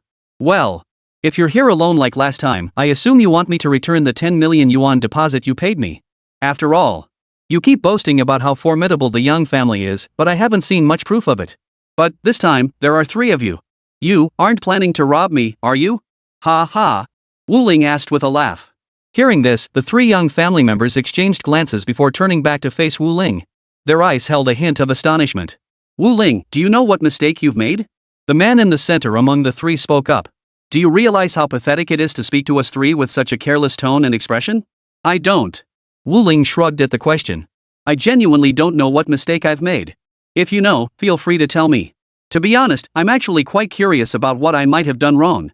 But the truth is, everyone who's ever talked about me like you guys do has ended up paying a heavy price for it. So I'm genuinely curious, will you be any different?" Wu Ling asked. Her tone was somewhat casual. Hearing this, the 3 individuals before Wu Ling exchanged glances. They let out a cold laugh, then instantly regained their serious expressions. "Wu Ling, we're here for the same reason you went to the Zheng family last time. Last time, you likely secured the formula patent and profits for the 100 flowers jade dew pill from the Zheng family. This time, we're here to make you hand over that precious medicine you gave your students. Wu Ling, don't think your 7th tier strength gives you free rein to act however you please. We've come today to make you understand. Even if you've reached the 7th tier, offending the Young family will still leave you with nothing good to show for it." The man in the center of the trio continued speaking. As they spoke, they advanced forward toward Wu Ling. The 2 beside him chimed in immediately. "Wu Ling, hurry up and hand over your precious medicine. Apologize and submit to us, and we might consider letting you off. The 10 million dragon coins we gave you earlier can be considered null and void. However, if you refuse to hand over your precious medicine and instead play dumb with us, then many things will be out of your control." As they spoke, the 2 men flanked Wu Ling, closing in on either side. "Oh?" Wu Ling's expression betrayed genuine surprise. In truth, with his formidable mental prowess, he had long since detected these pursuers. But It must be said that these three members of the Young family were remarkably patient. They didn't follow until Wu Ling emerged after finishing training with his students. But Wu Ling had allowed them to follow simply because he sensed these three were still somewhat lacking in strength. Though they were all mid-stage 7th tier experts, a 3-on-1 confrontation would pose some trouble even for an ordinary late-stage 7th tier expert. But Wu Ling was different. In Wu Ling's eyes, these three were mere fodder. Alright, let's get this over with. Hurry up. I'm eager to get home. Wu Ling replied directly. She even waved casually at the three men beside her. Seeing this, the three frowned slightly. Moments later, they still charged toward Wu Ling. In the blink of an eye, Wu Ling vanished before their eyes. The next moment, the three felt a searing energy seep into their bodies, as if a red-hot branding iron had been pressed against their skin. Chapter 93, Is he a mentalist? In mere moments, Wu Ling, facing three opponents alone, swiftly knocked all three to the ground. It was simple and swift, without a single word of hesitation. Seeing the disbelief in their eyes, Wu Ling's lips curved into a faint smile. What's the matter? Is it so hard to accept being defeated by me? Wu Ling asked. Hearing this, the three men lying on the ground attempted to struggle. Unfortunately, the pain that followed made their bodies feel numb. This forced them to remain lying on the cold ground. What kind of martial skill is this? The one in the middle couldn't help but ask. Hearing this, Wu Ling paused in surprise. What's the matter? You want to learn it? Too bad I won't teach you. Wu Ling snapped a photo of the three. Then she made a move as if to post it online. Seeing this, the three of them suddenly grew anxious. Wu Ling, don't you dare. The middle-aged man lying on the ground, clutching his chest, blurted out in a flustered voice. Hearing this, Wu Ling blinked, a hint of mockery in her eyes as she smiled and retorted, What's the matter? Is there a problem? She proceeded to post it anyway. Soon, news spread like wildfire. The three members of the Young family had failed to attack Wu Ling and had instead been defeated. Soon, numerous replies appeared beneath Wu Ling's message. The three from the Young family. Is this the Young family I know? Isn't the Young family supposed to be one of the top clans in the entire province? How could three men go after one person and end up looking so pathetic? This feels beyond just embarrassing, doesn't it? They look like complete clowns. Did the Young family really send three people? These three seem to hold fairly high status within the clan, both in status and cultivation, both at the 7th tier or above, right? Yang Ruoshan, Yang Kongming, Yang Buyun. What realm has Master Wu reached now, that he can defeat these three so effortlessly? Master Wu's cultivation level must be approaching that of an 8th tier martial artist, right? Ha! The Young family has really lost face this time. Is it that these three's 7th tier strength is inflated, or is Teacher Wu simply too powerful? Many couldn't fathom why these three suffered such a crushing defeat. But with the facts laid bare before them, there was little room for doubt. Soon, many began questioning the Young family, demanding to know what had happened. Had three mid-tier members of the family gone to trouble Teacher Wu Ling, only to be knocked out outright? The Young family offered no response. But silence itself was an answer. It confirmed people's suspicions. The Young family had been humiliated. Had it not been so, the Young family would never have remained silent. After all, the Young family's past reputation was one of arrogance and tyranny. This time, the Young family's silence amounted to a direct admission that their clan had been disgraced. Soon, the Young family. The family council convened once more. The head of the Young family gazed at the clan members kneeling before him, heads bowed, and sighed deeply. Then he spoke. Gentlemen, if you have anything to say, speak now. I won't waste words on reproaches. As for punishment, you should already know what awaits you. Now, explain why this mission failed. Was that Wu Ling truly that formidable? The patriarch's gaze swept over the figures before him, sharp and piercing. Hearing this, among the three mid-tier family members kneeling on one knee, Yang Ruoshan spoke up, that Wu Ling remained remarkably composed, as if he knew we were following him.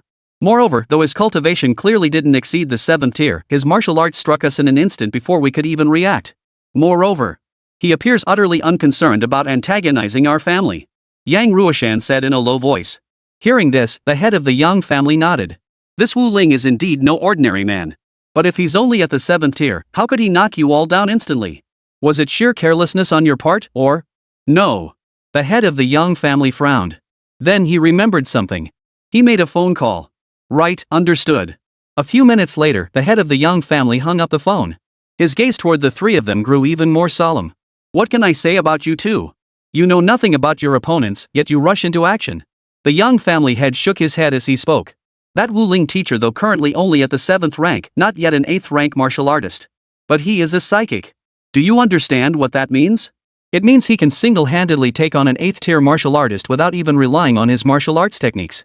So you're essentially 3 people going up against one 8th tier martial artist. If you don't fail, who will? The young family head sighed as he spoke. Hearing this, the 3 kneeling before him instantly looked up in shock, their eyes fixed on the patriarch. Their eyes locked onto his face, searching for any hint of hesitation. Unfortunately for them, they found none. What's wrong? You don't believe me? That Wu Ling is a psychic? A cold gleam flashed in the young family head's eyes as he looked down at the 3 kneeling figures, feeling a chill run down his spine. No, it's just... Seeing this, Yang Ruoshan immediately lowered his head again. His body trembled slightly. The 2 beside him were no different. They knew just how rare a spiritual mind master truly was. But they never imagined that Wu Ling would be one such being. If Wu Ling hadn't been a psychic, they might have accepted their defeat with some reluctance. But facing a 7th tier martial artist who was also a psychic, Yang Ruoshan felt this defeat was entirely expected. On the contrary, he now felt a chill of dread at having crossed such a mind reader. After all, psychic masters held immense importance to the higher-ups. Each one represents a vital and scarce resource for the nation. Most mentalists are born with their abilities. Of course, psychic masters aren't solely born with the gift. Many others develop their abilities through training. However, the probability of becoming one through cultivation is very low. The reason is that cultivating as a psychic requires meditation. And meditation consumes a significant portion of cultivation time. Therefore, for the vast majority, choosing the martial path remains the more reliable option. Those who can become martial artists and also master mental energy are truly rare as hen's teeth. Thus, in the eyes of the Yang family, Wu Ling is a natural-born psychic. Such talent, if discovered by the state, would undoubtedly be fiercely recruited. Chapter 94, Second-Class Mentalist. This Wu Ling is truly an enigma. The 3 members of the Yang family knelt before their patriarch, their minds racing with countless thoughts. Yet, bewilderment and incomprehension dominated their feelings. In their understanding, if Wu Ling was a psychic, why insist on teaching at a school? They simply couldn't fathom it. The vast majority of psychic practitioners were born with their abilities. Acquired psychic practitioners were virtually unheard of. Teacher Wu Ling, judging by the power he displayed, should already be at the level of a second-class psychic. This is extremely rare. For the vast majority of psychic practitioners, even if discovered, most are only first class. Only first-class psychic practitioners can typically remain undetected for extended periods. Their psychic power is not strong enough, especially without formal training.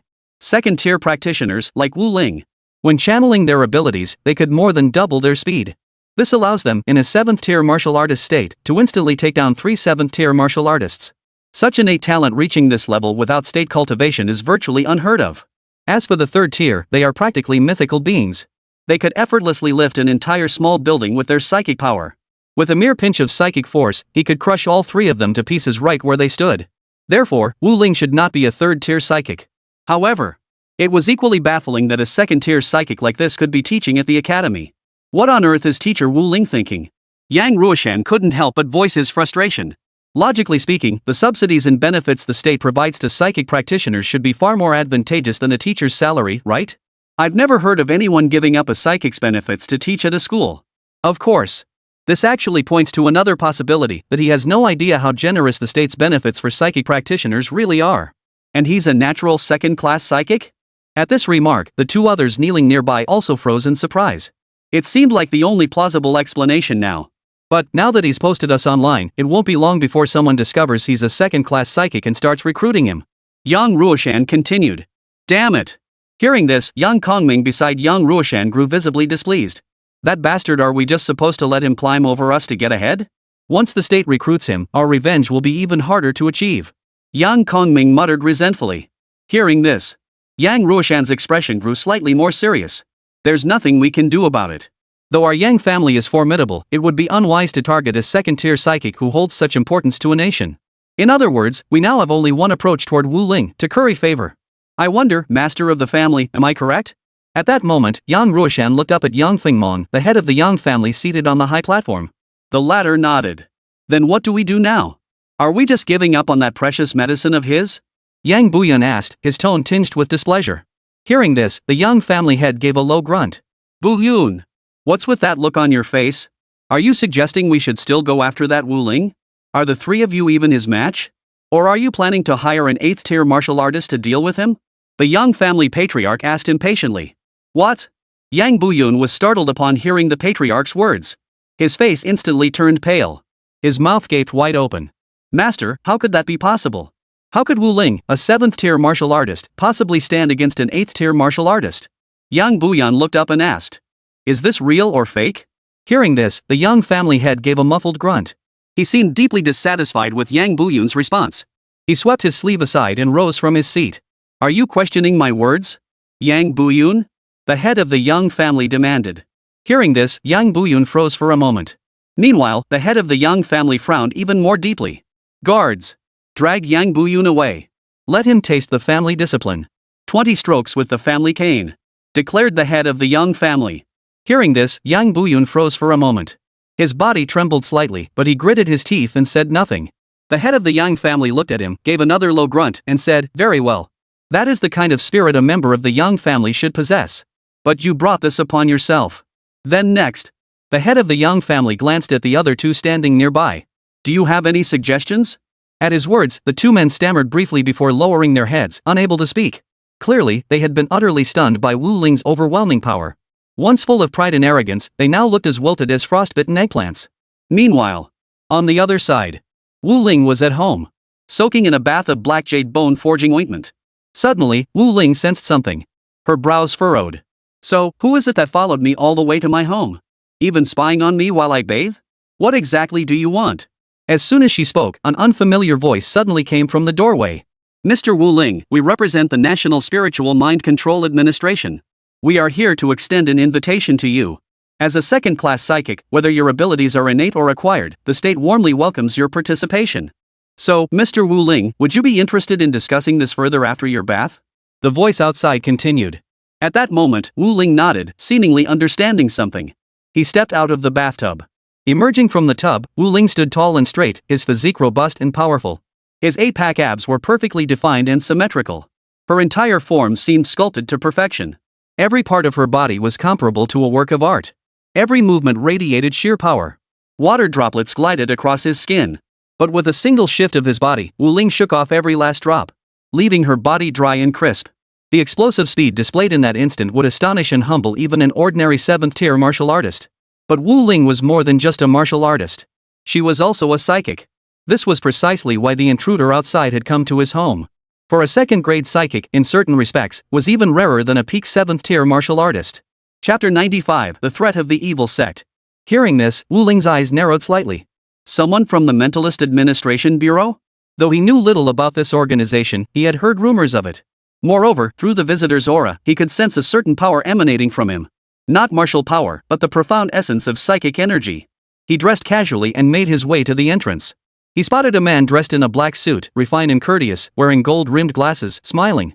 Wu Ling sensed the power emanating from him and instantly knew this man was no ordinary figure. In terms of mental prowess, he was no less accomplished than himself. This is most likely because he's holding back his true strength. You're not just a second-tier practitioner, are you? The man adjusted his glasses and smiled. For a psychic, mystery is paramount. Most psychic practitioners are natural-born talents. But from what I've gathered, your self-taught and your innate abilities far surpass most natural-born practitioners. Wu Ling's eyes narrowed slightly. During their earlier conversation, he had once again used his power to probe the depths of this man. Bottomless. Second-tier cultivation was merely the facade he used to protect himself. Just how powerful he truly was remained unknown. The man in the suit seemed to sense Wu Ling's thoughts and smiled. If you choose to join the Mentalist Administration Bureau, you'll receive systematic training and be issued weapons, far superior to the one you carry now. You'll also engage in combat with mentalists to hone your skills. The man in the suit didn't say much, but every point hit the mark. These were precisely the things he lacked at present. Weapons, guidance, combat experience. Each offered substantial advancement for his current stage. But for Wu Ling, the most crucial task at this stage remained boosting his strength. He smiled and replied, "Thank you for your consideration, but for now, I'd rather focus on teaching my students well." The man paused, taken aback. He hadn't anticipated that even after laying everything out so plainly, Wu Ling would still refuse. The craving for power and influence should have been enough to easily break someone's resolve. But clearly, Wu Ling wasn't the kind of person he had imagined. Interesting. The man shook his head and continued, "A talent of your caliber is not someone our management department would easily pass up. If you choose not to join, that's fine. I'll still provide you with all the assistance within my authority." Wu Ling was taken aback. He knew his strength within the mirror was practically at the ceiling level. But he hadn't expected this man to go to such lengths. "If you're willing, I can serve as the head of the management department." Wu Ling considered this. It was the greatest concession he could offer at present. Teaching was his primary source of power right now, but it wasn't a huge issue. He was already juggling military duties as well. A fleeting shadow of disappointment crossed the suit-clad man's eyes before vanishing. Agreed. But I will strive to ensure you can dedicate yourself fully to the path of the mind master. Such talent wasted if not focused on the path of the spirit. Feel free to drop by the administration department sometime. As for the standard perks and benefits, he didn't even bother mentioning them. Faced with such extraordinary talent, these were the least important, the most trivial things. With that, the man in the suit turned and walked away. He would wait for the right moment. He would return. Just then, he suddenly said, I have a little trick involving mental techniques. Give it a try. Of course, calling it a trick was merely to ease Wu Ling's pressure. In truth, many innate mentalists might struggle to fully master this power even after half a year of practice. Just as Wu Ling opened his mouth to speak, a spear and wind suddenly materialized around the man in the suit. By all logic, wind was ethereal and invisible, yet a tornado-like whirlwind spun relentlessly at the man's right side. Startled by this sight, Wu Ling immediately attempted to replicate it. In an instant, identical phenomena appeared on both his left and right sides. When he unleashed them, he could distinctly sense their purposes. The spear could pierce through a person's sea of consciousness. Wind could disrupt one's consciousness. Witnessing this, the man in the suit could no longer maintain his composure. His mouth gaped wide like a goose egg. This. But he was no stranger to high-stakes situations. After a long moment of deep breaths, he regained his composure, though his eyes now gleamed sharply at Wu Ling. I must admit, you possess remarkable talent. Should you ever change your mind, simply report to the Spiritual Mind Master Administration. We'll provide you with top-tier genius training benefits at any time. With that, he turned and walked away. Watching him go, Wu Ling sighed and pulled out her carbon steel blade, a hint of resignation in her voice. What a waste. I wonder if I could even ask him to replace my weapon. Having experienced the power of a psionic master firsthand, Wu Ling understood just how vast the gap between weapons truly was. I should go spar with them sometime. Fighting psionic masters will help me gain more combat experience and better understand my weaknesses. Wu Ling thought to herself. She'd have to find time to visit the administration office. The moment the man in the suit left, the phone rang. He picked up the phone and answered, then said, Commander Chu, what a coincidence. Someone just left after seeking me out, and your call came right after. General Chu burst into laughter. Ha. Must be someone from the Mentalist Management Bureau, right? So, they didn't manage to recruit you, did they? Wu Ling chuckled and replied, No, I'm still passionate about being a high school teacher. General Chu wasn't surprised by Wu Ling's answer. He chuckled, well, I knew I was right. With your stubborn streak, there was no way you'd ever join the Mentalist Management Bureau. I wanted to recruit you into the military back then to let you shine brightly. But you're too stubborn. I knew you'd never join the Mentalist Management Bureau. Wu Ling smiled. Yes, the terms General Chu had offered back then were quite favorable, but he had still chosen to decline. He had no choice. He needed to focus on training his students. Otherwise, how could he keep up with the competition? Just as he was pondering this, General Chu's voice came through again. Of course, I imagine you've also chosen to hold multiple key positions, just like our military headquarters. But I'm calling this time to tell you something important. As he spoke, the gravity in General Chu's voice became palpable. At that, Wu Ling also grew serious. Do you recall the last time you participated in our operation to suppress the heretical faction? You employed the techniques of a psychic master back then. Chapter 96, Teacher versus Student. Moreover, you've demonstrated remarkable talent in both psychic arts and martial arts. The heretical sect will likely send an 8th-tier martial artist to hunt you down. Be extremely cautious. At this, Wu Ling narrowed his eyes. Evil faction? 8th-tier martial artists? This sounded slightly dangerous. Before he could dwell on it, the voice continued, Oh, and don't take this lightly. Some high-ranking members within the dark sect view you as a thorn in their side, a prodigy in both martial arts and psychic arts. I strongly advise you to stay at the Administration Bureau. They will definitely protect you there. But don't expect any 9th-tier martial artists to show up. This heretical sect hasn't reached that level yet. After hearing this, Wu Ling smiled, his mind already made up. At this stage, he could easily handle an 8th-tier martial artist. Even if a 9th-tier martial artist appeared, he might still be able to fight them, though the pressure would be significantly greater. Thank you for your concern, General Chu, but the martial arts entrance exam is nearing its final stage. I must attend to it now. With that, Wu Ling ended the call. On the other end, General Chu observed this without much surprise, merely shaking his head in resignation. That temperament. The pride unique to a genius. The martial arts college entrance exam was in full swing, having reached its final stage, challenging the instructors. The final round of the martial arts college entrance exam each year carried the lowest weightage, yet it was the most exhilarating. Battling against the teachers. Of course, every instructor wears a limiter, restricting their cultivation to a certain level. Otherwise, if they went all out, wouldn't the students be finished? As Wu Ling arrived at the examination hall, an attendant approached with a smile. "Hello, Instructor Wu. It's time. Please follow the procedure to attach the limiter and enter the examination hall early." "Alright," Wu Ling replied before heading to the backstage area to put on the limiter. The moment he put it on, he instantly felt the power within his body restrained, leaving him at the level of a mid-stage second-tier martial artist. Not a bit more. But not a single bit more. The power of this limiter is rather weak, after all. Breaking free from this restriction would be incredibly easy. Wu Ling shook his head and sighed softly. The limiter's strength was indeed lacking. But if he had to resort to cheating just to handle a few students and fulfill his role as an examiner, then he'd truly be wasting his time. Moreover, the examination hall was equipped with numerous surveillance cameras and sensors. As for psychic powers? He hadn't considered using that power. After all, he might still need it to deal with certain students, and Wu Ling simply couldn't bring himself to do that. Upon entering the examination hall, Wu Ling stood quietly in place, awaiting the arrival of the first candidate. After a moment, a tall, muscular youth approached, looked at Wu Ling, and sneered, "Teacher Wu Ling, I've heard plenty about your reputation. But since we're at the same cultivation level, I'd like to see what you're really made of." With that, the youth charged forward, closing the distance to Wu Ling with astonishing speed. Thud! Before the youth could even discern her movements, a fist slammed into his face, sending him flying backward. He crashed to the ground. Unable to move. Disqualified from continuing the assessment. One after another, the subsequent candidates were mercilessly defeated by Wu Ling. One punch. Not a single one forced him to throw a second punch. Each of his punches reached and even shattered the world record for this realm. He did not utilize any power beyond that of a mid-stage second-tier martial artist. At this moment, the students assigned to Wu Ling's examination hall were on the verge of collapse. What had been a teacher matchup worth 4 or 5 points had now turned into a 0. In the crucial martial arts college entrance exam, every single point made a terrifying difference, determining which school one could attend. A single point at a critical juncture could mean the difference of 100 places. Meanwhile, on the other side of the examination hall, a completely different scene was unfolding. Wu Ling's Class 12 was sweeping through the teachers on the exam grounds with unmatched dominance. Wu Ling's students, mostly late-stage Tier 2 practitioners, easily defeated teachers suppressed to mid-stage Tier 2. Even those with superior physical strength couldn't hold their ground. This was especially true for prodigies like Lu Yueling, whose exceptional talent had already propelled her into the 3rd tier.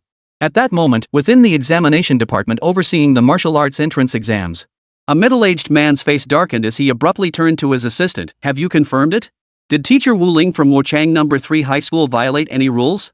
The assistant trembled slightly and shook his head. "We've confirmed it. Teacher Wu Ling did not violate any rules. We even had a psychic investigator look into it, and she didn't even use any psychic energy." The middle-aged man stared in utter disbelief. He never imagined that Wu Ling, merely at the mid-stage of the 2nd rank, could instantly defeat all students at the same cultivation level. And it happened in an instant. No one could last a second against her. After a moment, he reluctantly made a decision: let Wu Ling return first, and inform those parents that their children's grades will remain unchanged. His assistant was stunned, then hesitated, but that won't appease the parents. The middle-aged man snorted coldly before stating, "Wu Ling didn't cheat. How are we supposed to handle this?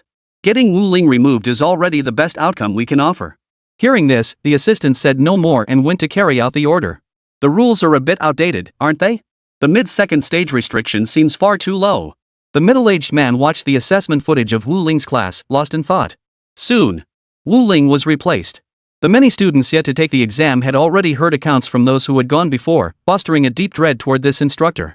Upon hearing the news of his removal, they finally breathed a sigh of relief. Thank goodness Wu Ling got replaced.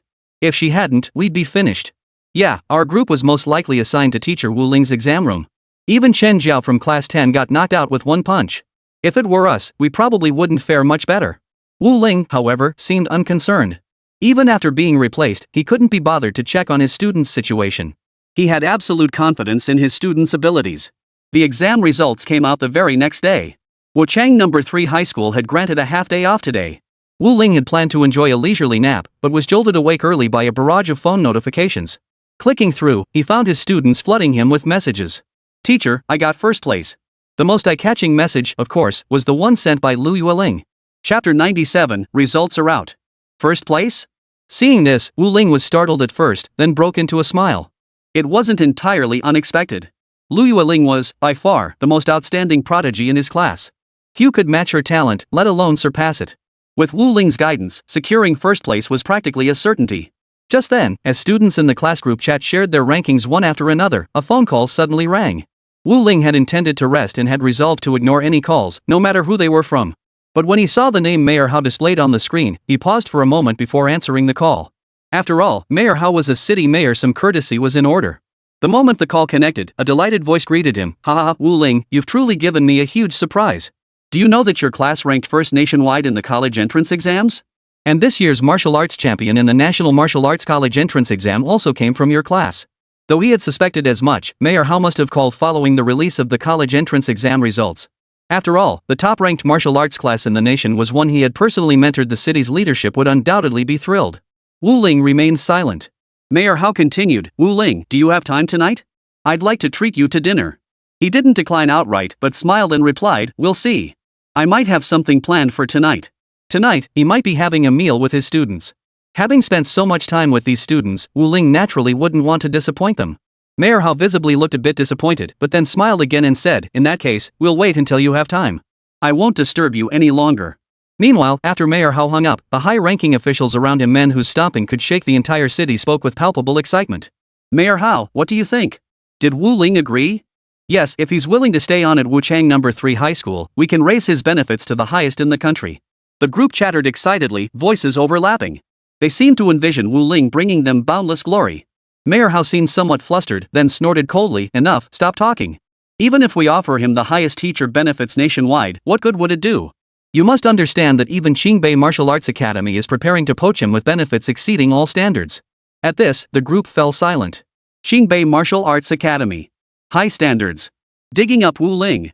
Just piecing these few information points together instantly caused their brains to freeze.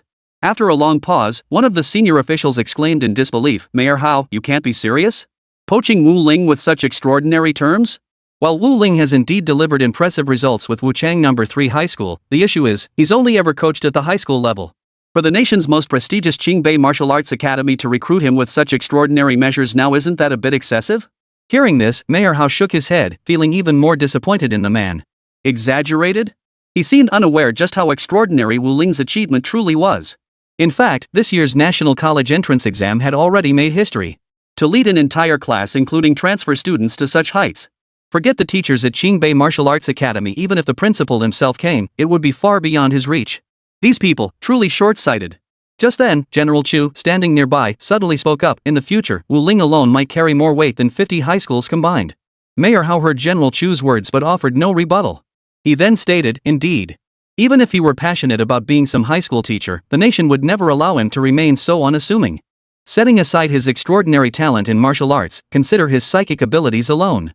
Through my connections, I've learned that the Psychic Management Bureau has classified Wu Ling as an S-level top-secret file. His talent is unparalleled across the entire nation. General Chu sighed. Forget about keeping him as a high school teacher. No one can even assign him a permanent post. Only others are scrambling to recruit him. After that, the group shared a resigned chuckle. Afternoon. Wu Ling arrived at school early.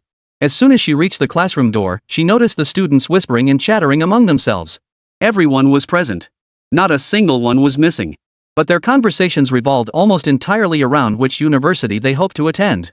After all, every single one of them had grades good enough to get into Tsinghua, Peking, or Wuhan University. But not everyone wanted to go. Some preferred staying closer to home so they could visit their parents more often. Shuyun, where do you plan to go? Tsinghua or Peking University? Personally, I'd rather stay closer to home and attend Fudan University. Ugh, my mom's freaking out about my future. She's dead set on me going to Peking or Tsinghua. Fudan? Forget it. As they spoke, they couldn't suppress the joy evident on their faces. Just then, Wu Ling walked in from outside, wearing a smile. Seeing this, the students instantly fell silent, sitting up straight. It wasn't out of fear of Wu Ling's authority, though she was strict, it never reached that level. Their respect for Wu Ling came from the heart. These students understood clearly that without Wu Ling, they would have been admitted to second-rate or first-rate schools at best. Let alone having the entire nation's martial arts academies open to them now. I can see you're all excited. Now comes the time to choose your martial arts academy. You must choose carefully, for this represents a crucial turning point for your future achievements. After briefly chatting with the students, Wu Ling departed. For him, there were more pressing matters to verify at the moment. As Wu Ling arrived at the school gate, Director Niu, who usually picked on him, was nervously looking around. Upon seeing him, Director Niu hesitated visibly. Wu Ling paid him no mind and turned to leave. But at that moment, Director Niu suddenly called out to him, "Wait a moment, Teacher Wu Ling. Wu Ling halted, his expression neutral as he looked at him. What is it? After much hesitation, Director Niu finally said, Teacher Wu Ling, everything that happened in the past I was in the wrong. I came here today to ask, do you still plan to teach at Wuchang No. 3 Middle School? Director Niu was visibly tense at that moment. Chapter 98, The Invitation from Qingbei Martial Arts School. He dreaded Wu Ling's refusal. With the release of the martial arts college entrance exam results, Wu Ling had become the focus of attention not only across the city but nationwide. Perhaps most people were unaware that behind this class of prodigies stood such a young teacher. But those with any standing were well aware. The principal of Wuchang No. 3 Middle School was now utterly determined to retain him at any cost. Director Niu was now filled with regret. Why had he gone out of his way to pick a fight with this guy? Now he was stuck between a rock and a hard place. To be determined. Wu Ling casually replied before preparing to leave. Director Niu nearly stumbled backward. He scrambled over, nearly falling to his knees, and pleaded urgently, Teacher Wu Ling, please stay at Wuchang No. 3 High School. We can increase your original salary tenfold. Director Niu was about to launch into a torrent of words, laying out every possible incentive the principal could offer. But Wu Ling clearly had no patience for this. She casually waved her hand, if I wanted to, there are plenty of places that could offer better terms than yours. Director Niu froze, speechless. Truthfully, Wuchang No. 3 High School held little weight on the national stage when it came to offering benefits or retaining talent through resources. Frankly speaking, to put it bluntly, both martial arts academies and high schools were now scrambling like mad to poach Wu Ling. Seeing Wu Ling's response, Director Niu fell silent for a moment before tentatively asking, is it because you want to go to Tsinghua or Peking University's martial arts school? Wu Ling answered casually before turning to leave, to be determined. The principal wants to take you out for dinner. Director Niu called after her as she walked away, trying one last time to keep her. But Wu Ling's figure grew farther and farther away until she vanished, never pausing once. Director Niu's face drained of color as he collapsed to the floor. This time, he was finished too. At that moment, parents across the entire city were in an uproar. Have you heard? That teacher who failed every student they taught has produced the top class in the nation. Apparently, they're from Wuchang No. 3 High School. My nephew teaches there. I'll call right now to see if there are any openings. I'm sending my kid over. Go there? After achieving such results, do you really think he'll stay at Wuchang No. 1 High School? Seems like it. Better find out where he's teaching next. Days passed. Wu Ling remained unaware of these developments. Even if she had known, it wouldn't have stirred much emotion within her. She simply didn't care much. At this moment, several points troubled her. If I stay at Wuchang No. 3 High School, will my abilities suddenly decline? This was the question that most troubled Wu Ling at present. He had taught these students, and his strength was the sum of theirs. But now that these students had graduated and were about to enter university, would his own strength plummet as a result? The incoming freshmen simply couldn't compare to his former students. In other words, his strength would diminish significantly. This matter had Wu Ling deeply troubled. This is no simple matter. Wu Ling rubbed his temples, feeling a bit irritated. As his strength and status rose, the enemies he attracted also changed. He now faced opponents at the 8th tier, and there was even a strong possibility of encountering 9th tier adversaries. These adversaries were formidable opponents. Any sudden drop in their strength would make them even more dangerous. But time has passed, and my strength remains unchanged. So, does that mean any student who's ever been under my tutelage can channel their strength back to me? The moment this question surfaced in Wu Ling's mind, it spiraled out of control. At the same time, he wanted to test it out. If he taught multiple classes, would the cultivation progress of all those students feed back to him? As the thought took root and spread, Wu Ling finally made his decision. He pulled out his phone, looked at the messages from the principal of Qingbei Martial Arts School who kept trying to recruit him, and pressed the call button. The call was brief. About 2 minutes. The entire conversation consisted of Wu Ling stating his demands, and the Qingbei principal complying. After all, as long as they could recruit this prodigy into their academy, they would essentially be given the green light. Wu Ling's demands were straightforward. If any of his students were to enroll at Qingbei, resources must be provided under the Advanced Potential Student Program. Second, he could simultaneously serve as both an elective and major course instructor. For the headmaster of Qingbei Martial Arts Academy, these were mere words he naturally agreed. At that moment, Wu Ling's phone rang again. It was a text message from Lu Yueling. Teacher Wu Ling, I wanted to ask, do you plan to take up a new position elsewhere, or will you continue teaching at Wuchang No. 3 High School? We've noticed that when you teach us, there seems to be a peculiar sensation. Our cultivation progress is significantly faster than when we practice on our own. Therefore, we'd like to request you as our private tutor. Of course, several students in our class come from prominent families and can certainly afford generous compensation. We feel attending prestigious martial arts academies like Qingdao or Beihang might not yield as rapid strength gains as training under your guidance. Upon reading this message, Wu Ling paused, slightly taken aback. She hadn't expected that Lu Yueling and the others had already noticed these things. But tutoring? He was about to take up his post at Qingbei and simply didn't have the time to commute back and forth for tutoring. After a moment's thought, Wu Ling replied, "You can go to Qingbei Martial Arts School. I've already arranged it with the principal. You'll all receive at least an A-level potential cultivation resource plan, and yours will be even better. Then you can enroll in my classes. But you don't all have to go to Qingbei Martial Arts Academy, you can spread out a bit." Wu Ling replied. If all these students ended up at Qingbei Martial Arts Academy, especially in his own classes, then many of his verifications would become impossible to execute. He still wanted to see if the system could remain bound to students who went elsewhere, and whether students who had taken his elective courses would still be considered his students. If all of the above held true, he would have a clearer idea of his future path. Of course, sending some students to Tsinghua, Peking, and Wushu academies was still to ensure a baseline for his own strength. Not every student who went to Qingbei Martial Arts School possessed the same level of skill he had cultivated. Upon seeing this message, Lu Yueling seemed to become somewhat agitated. "All right, teacher. I'll go notify everyone right away." However, Wu Ling also replied at this moment, "Let everyone choose the martial arts school based on their preferences. Those who find it inconvenient to attend Qingbei Martial Arts School needn't worry, I'll also offer classes for them when I return." Chapter 99, Appointment at Qingbei. This statement put the minds of students who had been hesitant about attending other schools at ease. While all students could attend Qingbei Martial Arts School, they would be divided into tiers upon enrollment. Only top-tier students like Lu Yueling would receive significant resource allocation. For the rest, there were actually better options. Though they ranked within the top few dozen in the martial arts college entrance exams, placing them among the nation's elite, the reality was that some prodigies were granted direct admission to Qingbei Martial Arts Academy without even needing to take the martial arts entrance exam. These individuals were the ones Qingbei Martial Arts Academy focused its cultivation efforts on. The grade A cultivation resources Wu Ling secured for the students looked impressive on paper, but in reality, many students could have accessed even more substantial resources by attending other schools. Since those martial arts academies couldn't recruit the most prodigiously gifted talents, they had surplus resources to cultivate these exceptional students. Finally, Wu Ling left a message in the group chat, "Those heading to Qingbei Martial Arts Academy, see you there." Several days later, Wuchang Base City, Conference Building. Mayor Hao sat in his seat, his brow deeply furrowed. Only two people were present beside him. One was the president of the Martial Arts Association, and the other was General Chu from the military department. "Young Hao, you look troubled. Could it be because Wu Ling is leaving Wuchang?" General Chu smiled, clearly having received some news.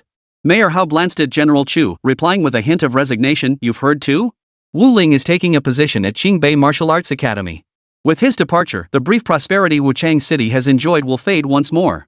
Lately, many wealthy merchants and martial artists have been buying property in Wuchang, hoping to get their children into Wuchang No. 3 Middle School. I can't even imagine the trouble that will cause once news of Wu Ling's transfer spreads." General Chu smiled, unsurprised. "Young Hao, Wu Ling's future was never something you or I could confine.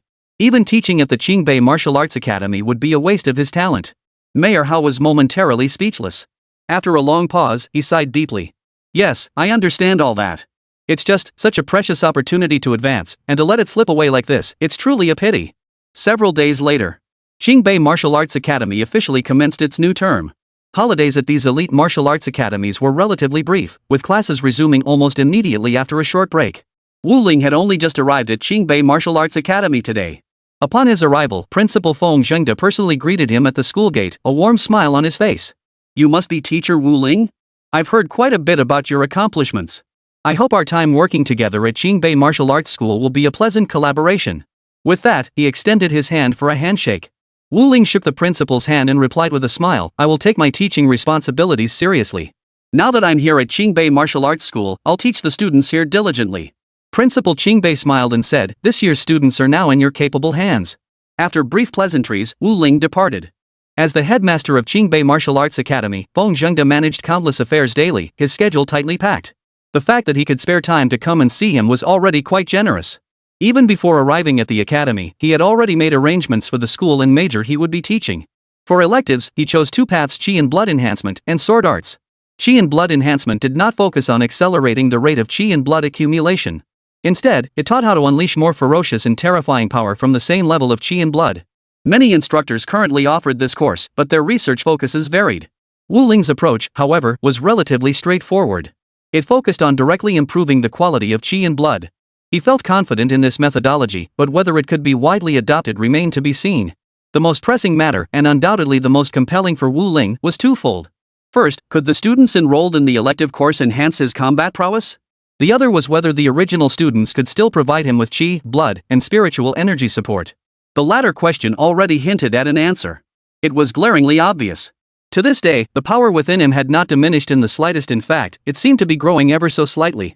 This was most likely due to the combat strength gains of the original students. It's almost time for the first class to begin.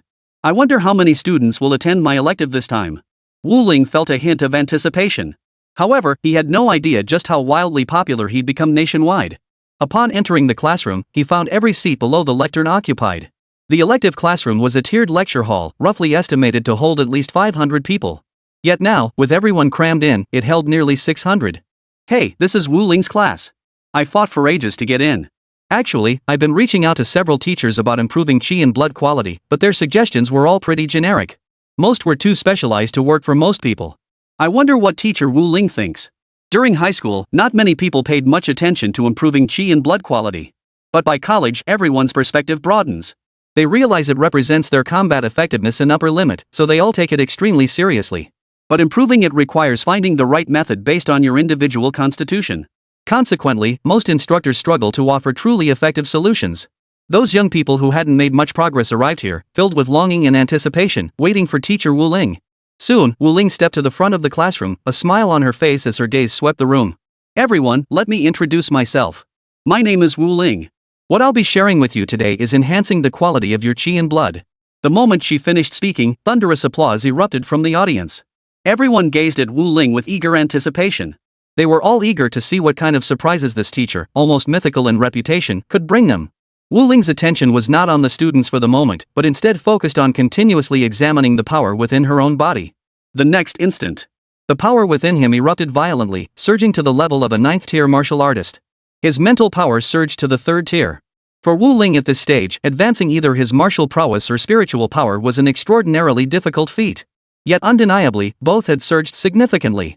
This also signified that the students in the elective course could provide him with feedback on his strength. This couldn't help but spark anticipation within Wu Ling. Chapter 100, Chi and Blood Quality Enhancement Class. Moreover, after joining the new class, Wu Ling did not sense the disappearance of the power belonging to his original class. Thus, he could now conclude with certainty. Students wouldn't lose their connection to him after graduating and leaving. His earlier concerns thus proved unfounded. After scanning the crowd, Wu Ling noticed several of his former students watching him with excitement. He then looked down and began earnestly, "Next, I'll explain a method for improving the quality of your chi and blood." Of course, Wu Ling hadn't specifically researched such a method. He casually threw together some common knowledge, embellished it with fancy language, and made it all sound profound and mysterious. The students below the stage gasped in awe and showered him with praise. Of course, any instructor could pull off such a performance. But what truly mattered was the results. Only tangible results could win everyone's conviction. Otherwise, it would collapse under its own weight. But for Wu Ling, this wasn't an issue. The aura surrounding him not only accelerated the progress of vital energy cultivation but also enhanced its quality. Any student under his guidance who benefits from this aura's boost will see their chi and blood quality improve even if they spend all day lying around. With this support, their progress simply accelerates far more rapidly. Next, everyone should try out the method I just described. Wu Ling said. Seeing this, the others were somewhat astonished. Enhancing vital energy quality is different from simply increasing vital energy. It requires attention to many details. Typically, after explaining the method, other teachers would prepare numerous materials specifically for this purpose. Only after everything was ready would they begin guiding the students. Wu Ling's former students, upon hearing this, wasted no time and immediately began practicing. Though others harbored doubts, aware of Wu Ling's reputation, they followed suit. The 1-hour class concluded swiftly. When the time came, he simply packed up his things and left. Only then did the students notice his departure, their faces showing they were still hungry for more. Teacher Wu Ling is truly exceptional. This single hour surpassed what I've learned in over 10 days with other instructors. No wonder someone poached directly from Qingbei Martial Arts Academy must be extraordinary. The students were still murmuring in admiration. Suddenly, a chubby, not too tall teenager burst into the classroom from somewhere, his face radiating confidence. He ran up behind Wu Ling and grinned, "Teacher Wu Ling, you're still so young. How about I set you up with someone?" Wu Ling was taken aback by the suggestion, then found herself both amused and exasperated. These kids nowadays. They were truly something else. Still, he politely declined the offer. "Ren Xiaolong, thank you for your kindness, but my heart lies in martial arts.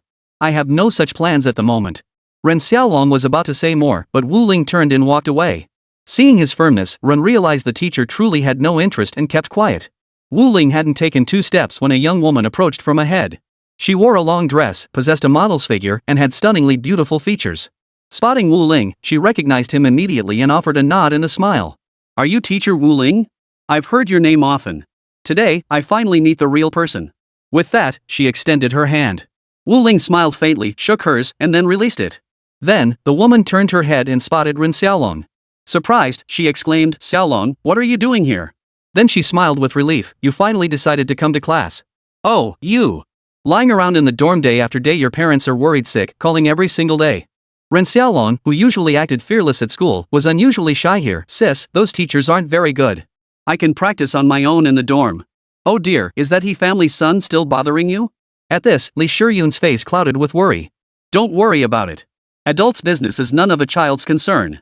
Ren Xiaolong felt a bit indignant, but seeing Li Shiyun's frown, he immediately fell silent, too scared to say another word. He leaned close to Wu Ling and whispered, "Teacher, this is my sister, the one I promised to introduce to you. What do you think? Not bad, right?" Wu Ling glanced at Ren Xiaolong, momentarily speechless, then shook her head helplessly. "All right, I should head back now. Focus on your cultivation."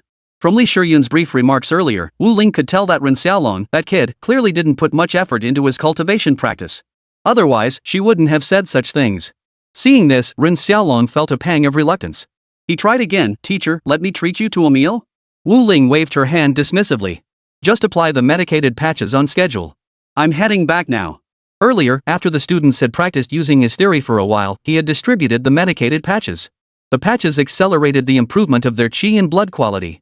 When the students saw him take out the patches, they hadn't held much hope, assuming they'd be like the patches from other teachers, only marginally effective. But, unexpectedly, the moment they applied the patches, the results were nothing short of astonishing. After Wu Ling departed, Li Shiyun continued to gaze in the direction he had departed, a faint smile playing at the corners of her mouth. Seeing this, Ren Xiaolong teased, "Sis, have you got your eye on our teacher? He's not easy to chase after." At his words, Li Shiyun's expression turned cold as she shot Ren Xiaolong a glare. Startled, he instinctively took a step back. This clearly demonstrated the intimidating effect Li Shiyun had over Ren Xiaolong. Then, Li Shiyun turned to Ren Xiaolong, her voice tinged with puzzlement. "This is strange. If I recall correctly, you didn't even attend the classes of Yi Chunfeng, the top instructor at Qingbei Martial Arts Academy. So why are you attending teacher Wu Ling's class?" Ren Xiaolong chuckled. "This teacher is different. Those others can't hold a candle to him. Qi and blood cultivation is widely recognized as the most difficult aspect to teach effectively. Even one-on-one instruction struggles to achieve results. Yet he's managed to bring about significant improvement in each of us." Li Shiyun's expression remained calm, seemingly unruffled, yet her heart was filled with astonishment, her eyes sparkling with admiration. After Wu Ling began teaching at Qingbei Martial Arts School, the principal insisted on arranging an apartment for him in a bustling neighborhood nearby. It was gifted to him outright. Back in his apartment, he assessed his gains. "A 9th-tier martial artist plus a 3rd-tier psychic with my current combat strength, I should be able to hold my own even against an extraordinary being, right?" Wu Ling thought to herself. But without having truly fought him, she couldn't yet gauge her own current strength. Just then, the principal of Qingbei Martial Arts School called. This left Wu Ling feeling somewhat puzzled. Chapter 101, Sudden Assignment. "Hello, is this instructor Wu Ling?" Feng Jingda's instantly recognizable, weathered voice came through the phone and reached Wu Ling's ears. "Hello, Principal Feng. What can I do for you?" Wu Ling responded politely, though she felt a touch of exasperation. After all, he didn't want school matters disturbing him during his off hours. After all, as a proper working stiff, he didn't want to put in a single extra second of overtime. "Well, the martial arts entrance exams are about to begin. Our martial arts school is sending a group of top talents from the 2nd-year cohort to participate, and we'd like you to coach them." Although Qingbei Martial Arts Academy has maintained its position as the top martial arts school nationwide these past 2 years, formidable institutions like Fudan Martial Arts Academy and Jingtian Martial Arts Academy are steadily closing the gap. This year, we've heard they've cultivated top-tier students as their trump card, specifically to challenge Qingbei Martial Arts School for the top spot. Hearing this, Wu Ling almost hung up the phone. The prodigies participating in this exam may be exceptionally powerful individually, but how many could there be? 3 or 5? Or 10 or so? The cost-effectiveness was nowhere near as good as teaching a large class of 70 or 80, even 100 students. Teaching these prodigies, aside from the hassle of discipline. Secondly, it would consume significantly more of one's time. Seeing Wu Ling's silence and delayed response, Feng Jingde sensed his hesitation and grew slightly anxious. "Of course, Qingbei Martial Arts Academy can offer you the best compensation package." At these words, Wu Ling's lips twitched slightly. "Treatment? He truly didn't place much value on such things. At that moment, a system notification suddenly flashed through his mind. Emergency mission, lead Qingbei Martial Arts Academy's elite class 1 to the top spot. Task penalty, none. Reward, Master Teacher Aura, Dragon Blood Ointment Formula low cost, usable only by the host. Seeing this message, Wu Ling swallowed the refusal that had been on the tip of his tongue and inquired, how many? Feng Zhengde quickly replied, 42. Alright, I accept this mission. I'll be there promptly at 8 a.m. tomorrow morning. But I won't cancel my classes for the other classes either. Feng Zhengde exclaimed with delight, no problem. I'll notify them immediately. Originally, Feng Zhengde had intended to have Wu Ling cancel all her classes so she could focus solely on teaching this class. But hearing Wu Ling's stance, he understood she wasn't keen on the idea. So he decided not to press the issue further. He feared that if he pressed further, he might anger Wu Ling to the point where she wouldn't even teach the elite class anymore. Though he was the principal of Tsinghua and Peking universities, he couldn't put on airs in front of Wu Ling. This man had already proven through his actions that he was an unparalleled authority in the field of teaching, one whose expertise was irreplaceable. For others, having a top prodigy in their class who ranked within the top 100 or 200 in the National Martial Arts College entrance exam was something worth boasting about for a lifetime. But Wu Ling had achieved something else entirely. He had elevated every single student in his class to rank within the top 100 of the Martial Arts College entrance exam. Some even ranked among the top few, or even first. And this was achieved in Wuchang City, a base city not even considered among the top tier. What kind of results could be achieved if such a teacher were to instruct those geniuses? Feng Zhengde began to feel a surge of anticipation. He then hung up the phone. Wu Ling was about to rest when his keen psychic senses detected someone at the door. He recognized the figure as the leader from the mental power management department he had encountered last time. He rose and opened the door, only to find the man in the suit looking utterly astonished. I used the power of a third-tier psychic to block your detection, and you still found me? The man in the suit spoke incredulously. His eyes narrowed slightly as he carefully sensed the aura emanating from Wu Ling. Shocked, he exclaimed, "You've already reached the third-tier level of a psychic?" He found it hard to believe. This was unheard of. Unlike martial arts cultivation, which could be forced to reach breakthrough points by piling on resources to artificially fill the pool, the advancement of a psychic master couldn't be rushed. Instead, one must cultivate mental energy naturally. Even with external resources, they could only slightly accelerate the pace. Nothing more. In just over 20 days, Wu Ling had elevated his power from the second tier to the third tier. It must be noted that Wu Ling was merely an acquired mentalist. Compared to innate mental practitioners, acquired practitioners inherently face greater challenges in enhancing their mental power. For some, the gap between Tier 2 and Tier 3 is a lifetime's journey. The man in the suit suppressed his astonishment. After a long moment, he finally began to reassess Wu Ling. I must admit, you are truly a prodigy unlike any I've ever encountered. I believe the level listed in your file requires reassessment. Hearing this, Wu Ling felt no particular emotion. Instead, a sudden thought crossed his mind and he smiled. In that case, could you arrange for me to receive a psychic weapon? When Wu Ling spoke up, the man in the suit assumed he wanted to bring up something else. He was taken aback to find it was only about this matter, feeling both amused and exasperated. So it was just this? I thought you wanted to discuss something else. Rest assured, I had it prepared for you the moment you agreed to take on the role of overseeing our psionicist management department. My visit today is merely to inform you of some matters. And I brought this weapon along for you. With a flick of his thoughts, a blood-red longsword materialized in his hand. He handed it to Wu Ling. This is the Blood Dragon Blade, forged from Blood Dragon Crystal. Blood Dragon Crystal is a mineral discovered several years ago. Experiments revealed it has an exceptional affinity with psychic energy. This is a third-tier psychic energy weapon. In the hands of certain individuals, it can even unleash fourth-tier power. Hearing this, Wu Ling's expression remained calm, though his heart was deeply shocked. This weapon is no ordinary thing. It was entirely different from the weapon the suited man had mentioned earlier, the one granted upon joining the Mental Force Practitioners Administration. Wu Ling shot him a questioning look. The man in the suit seemed to sense his thoughts and smiled. For a prodigy like you, our Mental Energy Practitioners Management Bureau won't be stingy with benefits to retain your service. His tone grew solemn. We have a critical matter to entrust you with.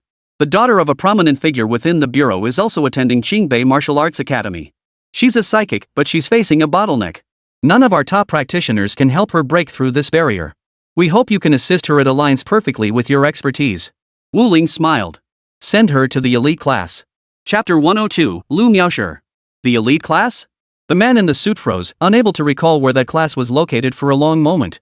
After a moment, his brow furrowed as if he recalled. So you've already agreed with Feng Zhengde. Looks like I'm just getting in the way today. The man in the suit smiled faintly before adding, the reputation of Qingbei Martial Arts Academy now rests on your shoulders. Good luck. With that, he vanished without a trace. He came without a trace. Gone without a trace. Wu Ling watched this unfold, feeling somewhat puzzled. Were all these folks from the Mentalist Management Bureau like this? Still, he felt a certain curiosity about the woman the man in the suit had personally come to recruit as an instructor. The daughter of a high-ranking official in the administration? That sounded rather significant. At that moment, the system's voice echoed in his mind. Emergency task: assist Deputy Director Lu Jinyun's daughter in advancing to Tier 3. Reward: one-time item mental realm exclusively usable on Lu Miaoshi. Lu Miaoshi?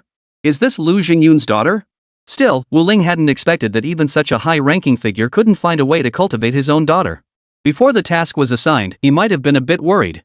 After all, his teacher aura could only accelerate cultivation speed. Breaking through bottlenecks was another matter entirely. But now that he'd seen it, it was actually quite good. He even had the audacity to use the spiritual realm for himself. But it was limited to Lu Miaoshi. Even if he wanted to, he couldn't make it work for others. The next day, Wu Ling arrived punctually at the elite class. The elite class members were all present, but the expressions on the faces of these 40-odd individuals revealed their lack of conviction in Wu Ling. On the contrary, some even wore expressions of disdain. As he approached the podium, a woman below dressed provocatively with a stunning figure snorted coldly, "You're the first teacher I've ever seen who dares to show up late." Wu Ling remained expressionless, not even bothering to acknowledge her. He then began scanning the students below. The fiery woman instantly felt resentful. With her exceptional talent, hadn't she always been treated like a queen wherever she went? This was the first time she'd been so blatantly ignored. "You." The woman started to say something to Wu Ling. But before she could speak, Wu Ling suddenly spoke up. "Which one of you is Lu Miaoshi?" At those words, the fiery woman swallowed the rebuke she'd been preparing, her eyes shifting strangely. Or rather, the entire class now shared that same peculiar look. Lu Miaoshi. Among the elite students at Qingbei Martial Arts Academy, she was practically the undisputed queen bee. She didn't appreciate anyone using her full name. The last person who tried had been tormented by her psychic powers for days. Lu Miaoshi sat with one leg crossed over the other, her small face frozen in icy disdain. "What is it?" she asked coldly. "That old codger Feng Zhengde must have lost his mind inviting someone like you, a fame hunter, to be our homeroom teacher." The remark drew nods of agreement from most present. Clearly, they all considered Wu Ling to be one of those people too. Wu Ling waved her hand dismissively. "Come up here. Your grandfather mentioned you've been stuck at the peak of the second tier lately, unable to advance your spiritual power no matter what, right?" At that moment, Lu Miaoshi's face paled with shock. Her shock didn't stem from Wu Ling's words, but from what had just happened. Lu Miaoshi had unleashed a full-force assault on Wu Ling using her psychic energy. She hadn't held back. Seeing Wu Ling's audacity, Lu Miaoshi had given it her all, though she'd carefully controlled the force to avoid seriously injuring him. She only intended to teach him a lesson. The result? Wu Ling remained completely unaffected. This utterly stunned Lu Miaoshi.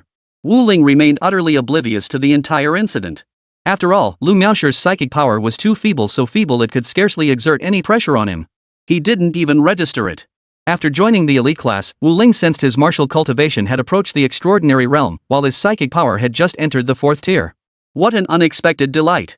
It seems I can now launch a multi-school teaching program, traveling to various institutions to instruct. The results should be outstanding. The thought of receiving feedback from students across the top academic institutions filled him with delight. Wu Ling couldn't help but feel a surge of delight.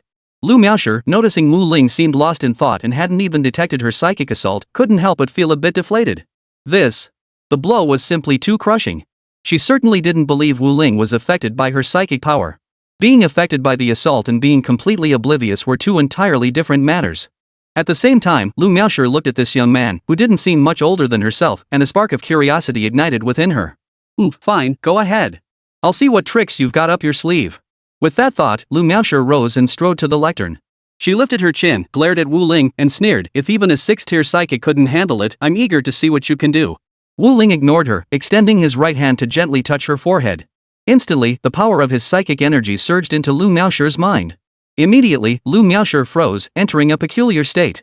An invisible protective barrier formed around her, preventing anyone from touching her. In fact, anyone who dared to approach her was instantly repelled by the shield's force. Seeing Lu Miaoshi in this state, the crowd below grew anxious. "You bastard, what did you do to Sister Lu? Go tell the principal." Sister Lu's condition looks exactly like someone erasing her consciousness with psychic powers. "Damn you. When you find out who Sister Lu's father is, you'll regret this." The entire class began to panic. Though they feared Lu Miaoshi, they also deeply respected and admired her.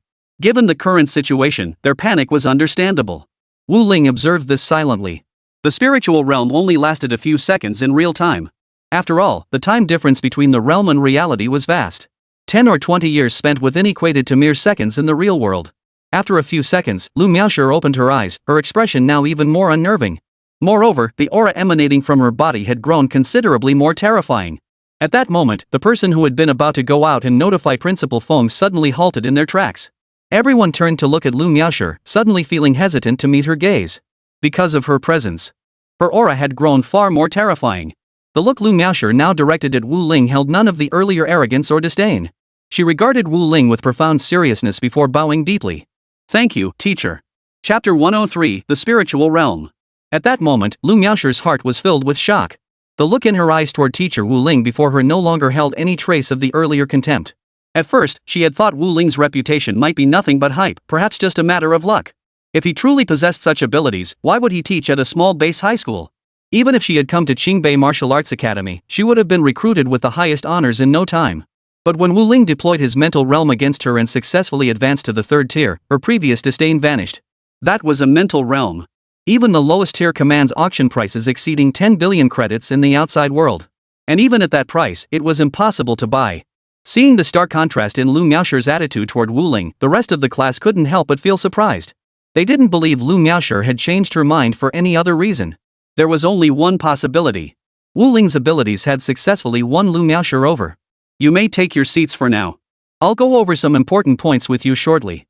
According to Principal Feng Jingde, the National Genius Competition is fast approaching. Only about 2 months remain. Top institutions like Fudan and Longhu have already produced some truly prodigious talents.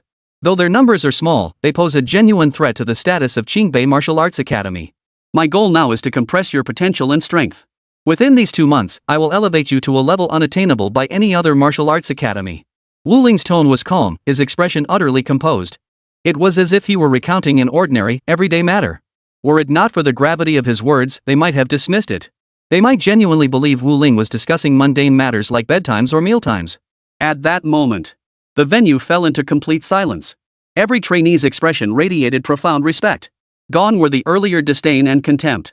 Wu Ling kept her remarks brief, outlining the key points for everyone. He distributed the medicinal plasters to everyone. He then taught some fundamental yet highly effective qi cultivation techniques and methods for honing mental focus. The class concluded swiftly. True to form, Wu Ling departed promptly once the hour was up. For him, compressing the potential of these trainees was far less complicated. Martial arts? Having reached this stage, they had already laid solid foundations in this area, guided by even more accomplished teachers who had mapped out their paths. Wu Ling's task was simply to compress the quality of their qi and blood to the absolute limit, thereby slightly enhancing the mental power of the spirit-mind practitioners. Beyond that, there was nothing else. Watching Wu Ling depart, the crowd was left momentarily dazed. To be honest, they had indeed encountered teachers who didn't drag on excessively, but none who taught them would choose to end class immediately. Instead, they would cover every detail thoroughly before departing. Thus, Wu Ling's actions left them somewhat astonished. After Wu Ling departed, the solemn, quiet atmosphere instantly dissipated. All eyes instantly turned to Lu Miaoshi. A girl who was close to Lu Miaoshi leaned in and exclaimed in astonishment, "Miaoshi, your psychic power has truly reached the third tier. Is this really what that teacher did?" This girl was also a psychic, though not as skilled as Lu Miaoshi, her abilities were still quite respectable. Since Lu Miaoshi hadn't deliberately concealed her power, the girl instantly sensed it. Yes, the mental realm. Something only a 7th tier psychic can create with their own power. I never imagined teacher Wu Ling would be willing to use it on a student. Lu Miaoshi naturally didn't think her father had promised Wu Ling any favors. Come on, what kind of favor could possibly justify using a psychic realm worth billions on her? The mere mention of such a treasure would send countless people scrambling. Earlier, when Lu Miaoshi spoke from the podium, everyone had felt a sense of familiarity with this object but hadn't given it much thought. But now, with every word crystal clear, shock spread across every face. The spiritual realm. Almost every prodigy knew about this thing, even those who weren't mentalists. After all, even martial artists, upon breaking through the mortal body and stepping into the extraordinary realm, would face numerous mental demons that required spiritual power to withstand. With a spiritual secret realm, success was practically guaranteed. Everyone stood frozen in place, utterly incredulous. This technique used like that? Used on Lu Miaoshi? Instantly, everyone felt a pang of envy. Suddenly, someone spoke up, "Hey, you guys didn't use the ointment teacher Wu Ling handed out earlier, but I did." Seriously, the rate of qi and blood enhancement was about 60 times faster than usual, and the speed of qi and blood growth approached 100-fold. I was puzzled at the time, but honestly, teacher Wu Ling really has some skills. One after another, those who had used the patches chimed in to confirm. What they didn't know was that it was dragon blood plaster. On its own, its effects were comparable to the current top-tier plasters. But combined with Teacher Wu Ling's special aura effect, it could easily rival even the most legendary plasters. Moreover, the cost of peerless grade plasters was astronomical. It was simply impossible to use them so freely and continuously on these students every day. At this moment, Lu Miaoshi's face held a hint of respect. My father once mentioned that both the military and the Spiritualist Management Bureau had offered him extremely generous terms to recruit him. But without exception, he turned them all down. I used to think father was exaggerating, but now it seems he was telling the truth. And he's not much older than us either. I can't fathom his true level of mental power or martial prowess. If I were to evaluate him, he's absolutely a prodigy. Not just in martial arts or psychic arts, but also uniquely gifted in teaching. Even if Principal Feng Zhengde himself came to teach, he might not be as effective. Had anyone else uttered such words, these prodigies would likely have scoffed at the sheer audacity. But these words came from Lu Miaoshi. They couldn't help but fall into deep thought. Soon, 2 months had passed. During these 2 months, Wu Ling did not devote all her time to the students of the prodigy class. The teacher's aura didn't necessarily need to be near students to take effect. He ensured a sufficient supply of medicinal plasters daily. Beyond that, there was little else he needed to do. That day, Wu Ling arrived punctually at the classroom. The students had already gathered. Feng Zhengde approached the classroom door, smiled, and said, "Teacher Wu Ling. Chapter 104, The Grand Tournament. This time, you will lead the team to the martial arts arena. Of course, I will accompany you as well, though I will remain in the conference room and not join the students. From here on, these students are in your care." Wu Ling nodded, though she felt a bit helpless inside. Leading the team? He actually preferred to continue teaching. But the thought of his unfinished mission made him eager to witness the outcome. After this period, the martial cultivation of these students had generally reached around the 5th tier. The top performers had even reached the peak of the 5th tier, infinitely close to the 6th tier. According to the intelligence provided by Principal Feng Zhengde, Wu Ling learned that only 3 universities posed the greatest threat: Zhengtian, Longhu, and Fudan. Among these 3, the absolute pinnacle was only around the peak of the 4th tier. Of course, that data was from 2 months ago. By now, who knew what heights they had reached? But Wu Ling paid it little mind. He suddenly glanced at Lu Miaoshi. Based on his interactions with her over this period, her mastery of psychic power was nothing short of extraordinary. Her strength was easily comparable to that of a 7th-tier martial arts master. "Let's go," Wu Ling replied. Feng Zhengde had seemed somewhat nervous earlier, fearing Wu Ling might refuse. Only after seeing him agree did he visibly relax. Wu Ling then led the group toward the martial arts arena. Watching Wu Ling's departing figure, Feng Zhengde suddenly smiled. This Wu Ling is truly a prodigy. After today, I wonder how many will try to poach him. I'll have to keep a close eye on things, lest those bastards snatch him away. Feng Zhengde knew all too well the tactics of those top martial arts academies. If they couldn't defeat him, they'd poach him. If they couldn't poach him, they'd steal him. Feng Zhengde wasn't the only one eyeing Wu Ling. When Wu Ling first arrived at Qingbei Martial Arts Academy, they hadn't pursued him further simply because they hadn't yet fully assessed his capabilities. But after today, things would be different. Feng Zhengde had been paying close attention to this place lately, fully aware of Wu Ling's extraordinary talent. Inside the martial arts arena, representatives from 16 major universities had gathered here. Each institution had undergone rigorous selection and combat trials to earn their place here. Ranked first, naturally, was Qingbei Martial Arts Academy. Above the training grounds, a temporary floating wall constructed by psychic force held a man in a suit and gold-rimmed glasses. He was the presiding official. His role was to oversee each contest and protect the disadvantaged student in moments of crisis. The moment Wu Lingang brought his students here, he spotted this man and froze in surprise. Isn't that the young leader from the Mental Energy Management Bureau? How did he end up here as the presiding officer? Behind them, the students chattered excitedly, discussing this and that. Suddenly, a girl addressed Lu Miaoshi. "Hey, Miaoshi, this guy has no martial cultivation, but I can't even gauge the level of his psychic power. Is he from the Administration Bureau?" The girl also felt that a psychic capable of hosting an event like this couldn't possibly be an ordinary person. Upon hearing this, Lu Miaoshi replied, "Yes. He's just a minor leader in the Administration Bureau, but his background and true strength go far beyond that." This remark instantly piqued the curiosity of several people nearby. "Ha? Miaoshi, tell us. I really want to know what's up with this handsome guy." At that moment, Lu Miaoshi's expression turned solemn. "According to the information I've obtained, he should be Chen Tianfeng, the top prodigy of Qingbei Martial Arts Academy 6 years ago. If I recall correctly, 6 years ago he was already capable of slaying terrifying beings of the first tier of transcendence through sheer mental force." The words sent shockwaves through the crowd. Chen Tianfeng. That name represented a legend that had never ceased, from the past to the present. Yet, very few knew what Chen Tianfeng actually looked like. The legend had been passed down through generations at Qingbei and throughout the entire academy. 6 years ago, no one knew what his true strength was. 6 years later, his true strength remains unknown. At this moment, Lu Miaoshi's words sent shockwaves through the entire elite class.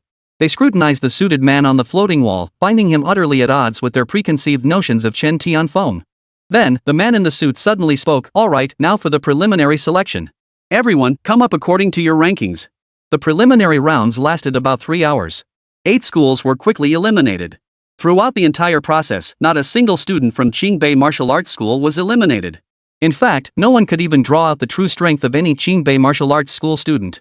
In the conference room, the principals of the 3 major martial arts academies, Dragon Tiger Martial Arts Academy, Zhengtian Martial Arts Academy, and Fudan Martial Arts Academy all wore extremely grave expressions. "Old Feng, what's going on here?" The principal of Fudan Martial Arts School looked grim yet curious, forcing himself to ask despite his discomfort. Feng Zhengde chuckled, "Ha ha ha, what can I say?" They were hiding their true abilities a bit too well. The principal of Zhengtian Martial Arts School snorted coldly, "Seems all those legends about Wu Ling out there are true after all. We know exactly how much your celestial prodigy class is worth. The extraordinary results achieved now are likely inseparable from him." The principal of Longhu Martial Arts School chimed in at this moment, "If only we'd recruited Wu Ling to our school sooner. This legendary teacher reputation of his is no exaggeration." Clearly, the principals were keeping a close watch on Qingbei Martial Arts School's every move, aware of their every action. Simultaneously, the remarkable progress of Qingbei Martial Arts School's elite class represented Wu Ling's success. However, they were unaware of the true strength of the class's top prodigy, Lu Miaoshi. At that time, Lu Miaoshi had dominated the top prodigies from other schools in combat. And she hadn't even revealed her true strength. Now, after Wu Ling's training, who knew how far her abilities had advanced? This filled them with considerable apprehension. At that moment, on the martial arts field, students from Zhengtian Martial Arts School, Longhu Martial Arts School, and Fudan Martial Arts School all watched Wu Ling's side with solemn expressions. Including their instructors. All eyes were fixed on Wu Ling. By now, they had all received Wu Ling's identity information, that legendary instructor. At that moment, Chen Tianfeng's voice suddenly echoed from the floating wall. "Next up, Lu Miaoshi from Qingbei Martial Arts Academy will face Zheng Tianhao from Fudan Martial Arts Academy." Zheng Tianhao. Lu Miaoshi. Both were among the absolute elite in the entire collegiate martial arts elite, especially Lu Miaoshi. After all, among her peers, she had never tasted defeat. The instructor from Zhengtian Martial Arts Academy's face darkened. Lu Miaoshi was the last opponent he wanted to draw.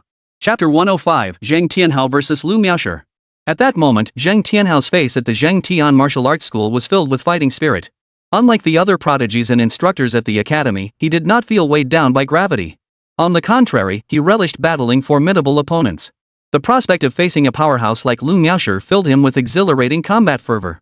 The instructor of the Zhengtian Martial Arts School approached Zheng Tianhao and sighed helplessly, "I never imagined we'd face Lu Miaoshi right off the bat. Looks like our school's ranking might not be too high this time." Hearing this, Zheng Tianhao felt a twinge of displeasure. "Instructor, aren't you underestimating me a bit? These past 2 months, training under the headmaster, my strength is nothing like it was 2 months ago. Lu Miaoshi may be formidable, but she's been mythologized. Today, I'll shatter that myth." Since her freshman year, Lu Miaoshi had been unrivaled among her peers in domestic universities. Back in freshman year, she had defeated every opponent across the 8 martial arts academies, cementing her formidable reputation. In every major tournament since, disciples of other masters who faced Lu Miaoshi never dared dream of defeating her. They merely hoped to draw out a fraction more of her true power. Seeing Zheng Tianhao's demeanor, the mentor held back the words on the tip of his tongue. He truly didn't want to shatter his confidence. It was nearly time to take the stage. Zheng Tianhao strode toward the martial arts arena, his eyes brimming with anticipation.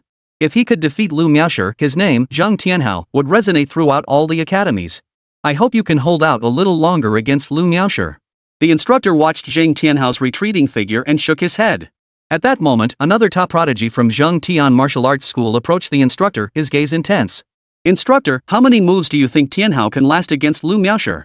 He didn't even ask about the chance of victory, only how many moves he could withstand.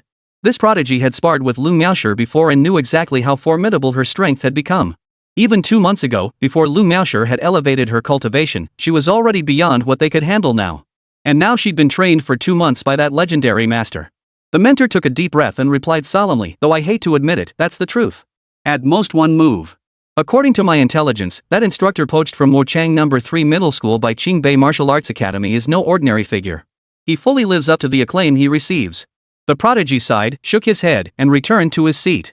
He had suspected as much, but refused to believe it, hoping to hear confirmation one last time. On the martial arts field, Lu Miaoshi used her psychic powers to float upward. She landed steadily at the very center of the training ground.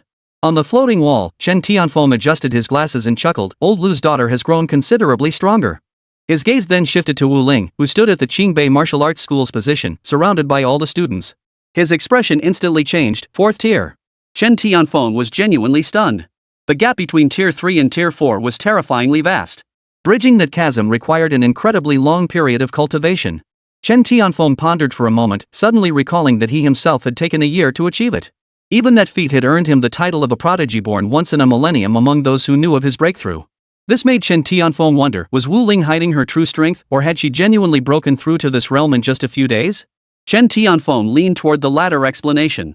After all, even a 9th-tier spirit mind master couldn't successfully conceal their power from him. Compared to his cultivation talent, his teaching ability is truly insignificant. Chen Tianfeng shook his head, musing silently. After Lu Miaoshi and Zhang Tianhao arrived at the martial arts arena, they exchanged glances. At that moment, Zhang Tianhao's face burned with fierce fighting spirit. I've heard many say your strength is formidable. But I want to see for myself if your power truly lives up to the legend of being unmatched. Today, I will personally verify those rumors. Zhang Tianhao declared. At that moment, the prodigies from the 8 major academies present all watched the scene unfold, their eyes brimming with anticipation. Among the nearly 350 people present, fewer than 10 had ever witnessed Lu Miaoshi in action. Moreover, no videos of Lu Miaoshi engaging in combat existed on forums or online platforms. Consequently, they couldn't accurately gauge her true strength. There was this senior who'd instantly panic and beg for mercy just hearing Lu Miaoshi's name. Pretty ridiculous. I seriously suspect Qingbei Martial Arts Academy deliberately created that effect. Yeah, making other students lose their nerve before the fight gives them a much better chance of winning. Enough. Whether it's real or fake, we'll find out soon enough. Zhang Tianhao was one of the top prodigies at Jingtian Martial Arts School. If even his level can't gauge Lu Miaoshi's true strength, then maybe it's time to replace those people. At that moment, anticipation filled everyone's eyes. Whether the legend was born of rumor or rooted in genuine prowess, the truth would soon be revealed. Lu Miaoshi stared coldly at Zhang Tianhao, not even bothering to reply. She turned her gaze upward toward Chen Tianfeng. Shall we begin? Chen Tianfeng nodded. The match is officially underway. The moment the words fell, the power within Zhang Tianhao surged relentlessly, reaching its peak at an astonishing speed. A crimson aura enveloped him in concentric rings, unleashing a terrifying aura that instantly affected many students. Below the stage, sharp-eyed observers instantly recognized the nature of Zhang Tianhao's power. That's the blood burst secret technique. It allows a martial artist to reach their peak power in a short time, with the only side effect being needing 3 days of rest. It's said this technique has excellent mental defense effects. Lu Miaoshi is a psychic attacker. Her only weapons are mental assaults. If she faces someone with strong mental defenses, she might be in trouble. As if hearing the murmurs below, Zhang Tianhao's face flushed with pride.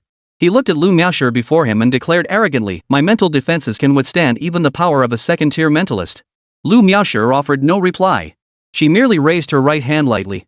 Instantly, an invisible force pulled Zhang Tianhao toward her. Before the astonished crowd, he was transported out of the martial arts arena and hurled into the spectators' seats. Only then did Lu Miaoshi coldly reply, you don't even warrant my full attention. With that, she departed the training ground. Chen Tianfeng watched the scene from the floating wall, shaking his head and chuckling helplessly, that little girl, still the same stubborn self. Chapter 106, the top of Qingbei Martial Arts Academy.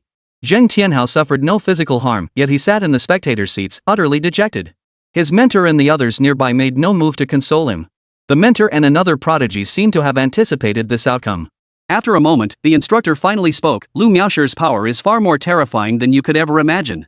Even before Wu Ling trained her, it was already terrifying enough. Let alone now.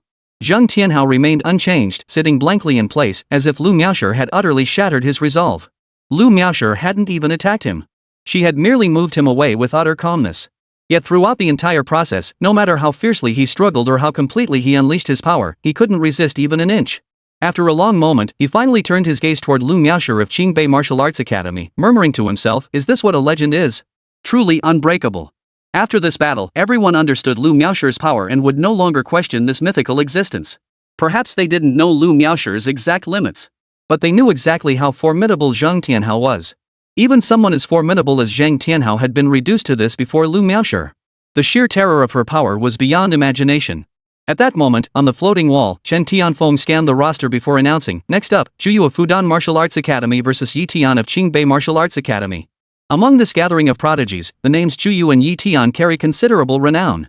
Chuyu was renowned for his formidable strength within Fudan Martial Arts Academy. He ranked near the top 2. Yi Tian, however, was known for being among the weakest at Qingbei Martial Arts Academy, ranking near the bottom 2. Their clash sparked a wave of anticipation among the crowd. If I recall correctly, Yi Tian lost to Chuyu in the last mock battle, didn't he? And I heard Chuyu wasn't even taking it seriously. Seems right. But the Yi Tian now is vastly different from before. After 2 months of training under Wu Ling, his strength has likely surged considerably. When Chuyu and Yi Tian arrived at the martial arts arena, their gazes locked. Chuyu's eyes held a hint of mockery as he coldly remarked, "That last battle should have made you fully realize the gap between us. Last time, you seemed rather unwilling to accept defeat." Yi Tian retorted coldly, "You're being overly confident." His defeat to Chuyu last time hadn't been the crushing blow outsiders imagined. In truth, the gap was minimal, merely a single misstep in strategy. However, after defeating him, a mediocre student from Qingbei Martial Arts Academy, Chuyu had grown arrogant, presuming all prodigies at Qingbei were as weak as he was. Unfortunately for him, Chuyu never got the chance to face other Qingbei Martial Arts Academy students. This time, however, the opportunity had arrived. Yi Tian intended to restore the lost dignity of Qingbei Martial Arts Academy. At that moment, Chuyu channeled all his strength into his right arm, which was swiftly enveloped by layer upon layer of scales. Like dragon scales. Yi Tian unleashed his full mid-4th tier aura. Seeing this, Chuyu was stunned. Mid-4th tier? How had he not heard that this guy had already reached such a realm? Chuyu himself was still only at mid-3rd tier cultivation. Previously, Yi Tian's cultivation level had been roughly on par with his own. How much time had passed for him to reach this level? Wu Ling. It must be Wu Ling. If only Wu Ling had taught me, how could I have ended up like this? Chuyu's eyes burned with bitter resentment. He believed the gap between himself and Yi Tian stemmed entirely from the absence of a mentor like Wu Ling. With a gap spanning an entire realm, how could he possibly be a match? Among the ranks of top prodigies, a gap of one major cultivation realm was terrifyingly vast. In the end, Chuyu suffered a defeat in this battle without any suspense whatsoever. One exchange. It was also the strongest strike both had unleashed. Who could have imagined this? In just 2 short months, Yi Tian has advanced an entire realm. Wu Ling. This is definitely Master Wu Ling's doing. Why can't Master Wu Ling come teach at our Zhengtian school? Many prodigies felt bitter resentment. They wondered if only Wu Ling could teach them too, perhaps their achievements wouldn't be limited to this. Soon, the grand competition concluded. Qingbei Martial Arts Academy secured a crushing victory. The hidden trump cards long concealed by Fudan, Zhengtian, and Longhu were effortlessly defeated by Qingbei Martial Arts Academy. There was no suspense whatsoever. But in everyone's eyes, the reason Qingbei Martial Arts Academy could win so effortlessly and completely dominate was entirely due to Wu Ling's presence. In the conference room. Witnessing this scene, the principals of Longhu, Zhengtian, and Fudan schools turned ashen. The principal of Longhu Martial Arts School slammed his fist on the table and pointed at Feng Zhengde. "Feng Zhengde, this is outrageous. You kept a teacher of Wu Ling's caliber at Qingbei Martial Arts School? If he were to teach at our martial arts schools, even briefly, it would significantly elevate the students' abilities." The other 2 principals chimed in agreement. "Exactly. If you keep this up, we'll have to take this matter to the Minister of Education. If things continue like this, the students at our schools won't receive proper development." "No way, Feng Zhengde. You need to give us an explanation today." Feng Zhengde maintained his smile. He had anticipated this very situation. A legendary teacher like Wu Ling couldn't possibly remain solely at Qingbei Martial Arts Academy forever. The other top martial arts academies would also vie for her services. Even the Minister of Education, who oversaw the entire education system, would likely assign Wu Ling to teach at multiple martial arts academies simultaneously, all in the interest of enhancing the nation's overall elite combat capabilities. "Alright, you'll have to approach Wu Ling yourselves about this. If he's willing, I certainly won't stand in your way." Though the outcome was predictable, Feng Zhengde still felt a sense of satisfaction at having bested these school principals. He hadn't forgotten how these 3 had mocked him when the gap had narrowed in recent years. Upon hearing Feng Zhengde's words, the trio merely snorted coldly and fell silent. This was precisely the outcome they sought. They knew full well that a teacher of Wu Ling's caliber wasn't someone Feng Zhengde could simply command. Even Feng Zhengde had to go along with him. "Old Feng, with your assurance, I can rest easy," said the headmaster of the Dragon Tiger Martial Arts School. After the competition concluded, Wu Ling was preparing to lead his class back when Chen Tianfeng suddenly appeared before him, smiling faintly. "Teacher Wu Ling, after this, you may find yourself teaching at multiple schools." Chapter 107, Training Plan. We'll see. Though Wu Ling hadn't received any official notice, he understood why Chen Tianfeng had made such a remark. It was simple, most universities preferred to cultivate their own prodigies. Wu Ling didn't object to this. But this plan needed further discussion. At that moment, the system's voice echoed in his mind. Congratulations, host, on acquiring the special grade teacher title and the Dragon Blood Ointment formula. The Dragon's Blood Ointment formula seems to have been planted in my mind long ago, as if to make this task easier for me. But if I fail, it should vanish. Wu Ling thought to himself. He understood that if this mission failed, the Dragon Blood Ointment formula he'd been granted early access to would vanish immediately. Even though he knew its ingredients and preparation process, he'd be unable to use it. The effect of the Master Teacher aura was a reward he had long anticipated. If things went smoothly, this aura alone could forge countless powerful individuals. And these powerful individuals would in turn continuously feed their strength back to him. Chen Tianfeng smiled and then departed. Though he didn't fully understand Wu Ling's character, he knew enough. Seeing him again meant it was essentially settled. Upon returning to Qingbei Martial Arts Academy, Feng Zhengde had been waiting at the school gate for Wu Ling and her group since early morning. A large crowd of students had also gathered at the entrance, as if they had been waiting for quite some time. Although the grand competition in the martial arts arena hadn't been broadcast live to everyone, students from major universities could choose to attend and watch. Clearly, they had all witnessed the terrifying power of the second-year prodigy class students. Now, they had gathered here early to await the group's return. The moment Wu Ling led the elite class back, the entire crowd erupted in excitement. Holy crap, Senior Lu Miaoshi is so badass. The legend continues. Senior Yi Tian is pretty awesome too, you know? Even though he's at the bottom of the class, he defended the reputation of Qingbei Martial Arts Academy. He showed them that even the weakest among us isn't someone they can easily shake. Yi Tian, floating on a cloud amidst the crowd, nearly stumbled when this sudden remark reached his ears. Sure, he was the absolute bottom of the class, but they didn't have to state it so bluntly. Lu Miaoshi's expression, however, remained unchanged from start to finish. Flat, cold, and unapproachable. Feng Zhengde followed Wu Ling and the others back to the classroom, then beckoned to Wu Ling. Wu Ling, the three principals need to see you about something. Would it be convenient for you to come to the principal's office? Wu Ling nodded upon hearing this and replied, let's go. With that, Wu Ling left with the principals. The students in the classroom watched the scene unfold, all momentarily stunned. No way. Was their teacher about to be poached? Those principals, they're not trying to poach teacher Wu Ling, are they? Probably. But at most, they'll only get him to take on a part-time role. There's no way he'd go teach full-time at their martial arts school. But even if it's part-time, she'll have much less time to teach us. Whispers echoed through the room. The faces of the students in the elite class darkened, Lu Miaoshi included. Having trained under Wu Ling for these past 2 months, they were acutely aware of the terrifying prowess possessed by this teacher hailed as a legend. If they could continue studying under Wu Ling, their strength would undoubtedly improve much faster. Upon arriving at the principal's office, the principals of the 3 martial arts academies instantly rose to their feet, their faces beaming with smiles. This contrasted sharply with their treatment of Feng Zhengde, a world of difference. The principal of Fudan Martial Arts School spoke first. Teacher Wu Ling, here's the thing.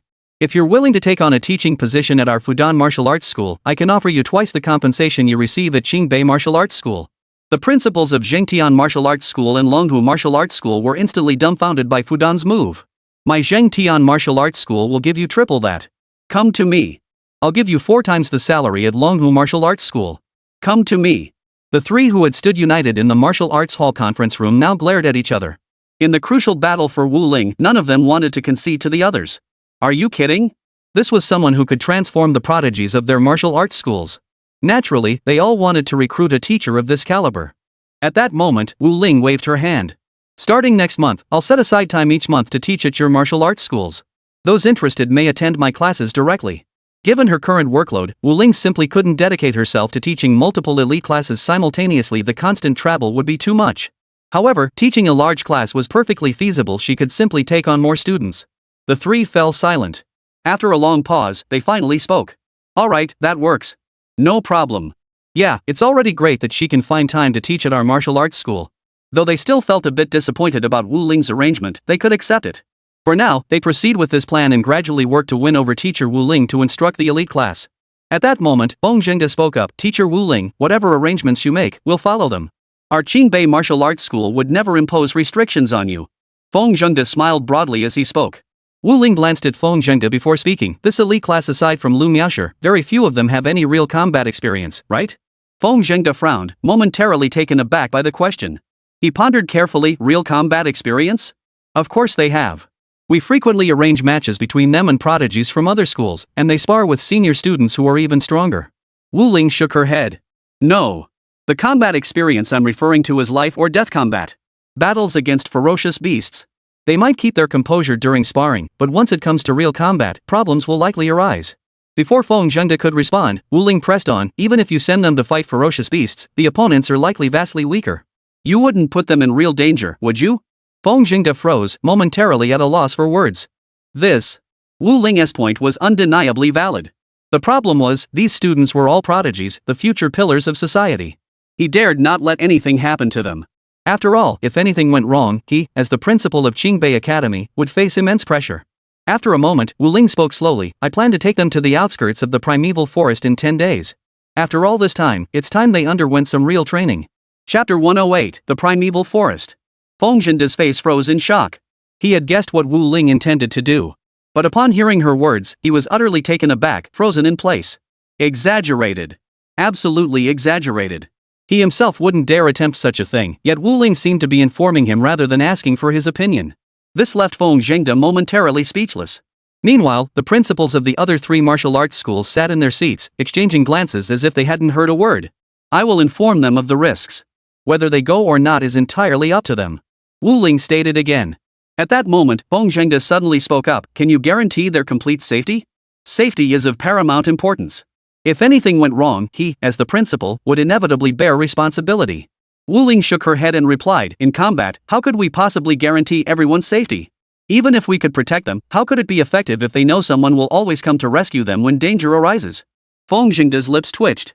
After a long pause, he took a deep breath, looked at Wu Ling before him, and said, agreed. Only the other 3 principals present understood the immense pressure Feng Zhengde was bearing at that moment. Had any other teacher at the school approached him with this proposal, he would have unleashed a torrent of scathing criticism without hesitation. But with Wu Ling? He dared not. Every martial arts academy in the country regarded him as a treasure. In other words, any school would welcome Wu Ling with the highest honors if he chose to attend.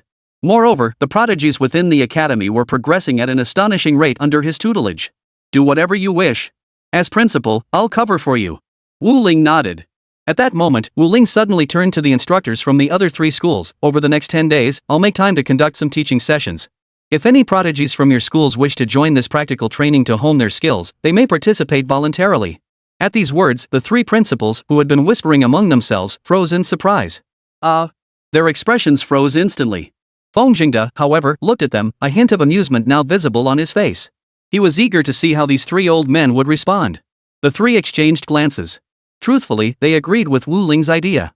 But their ability to handle pressure seemed to pale in comparison to Feng Zhengde's.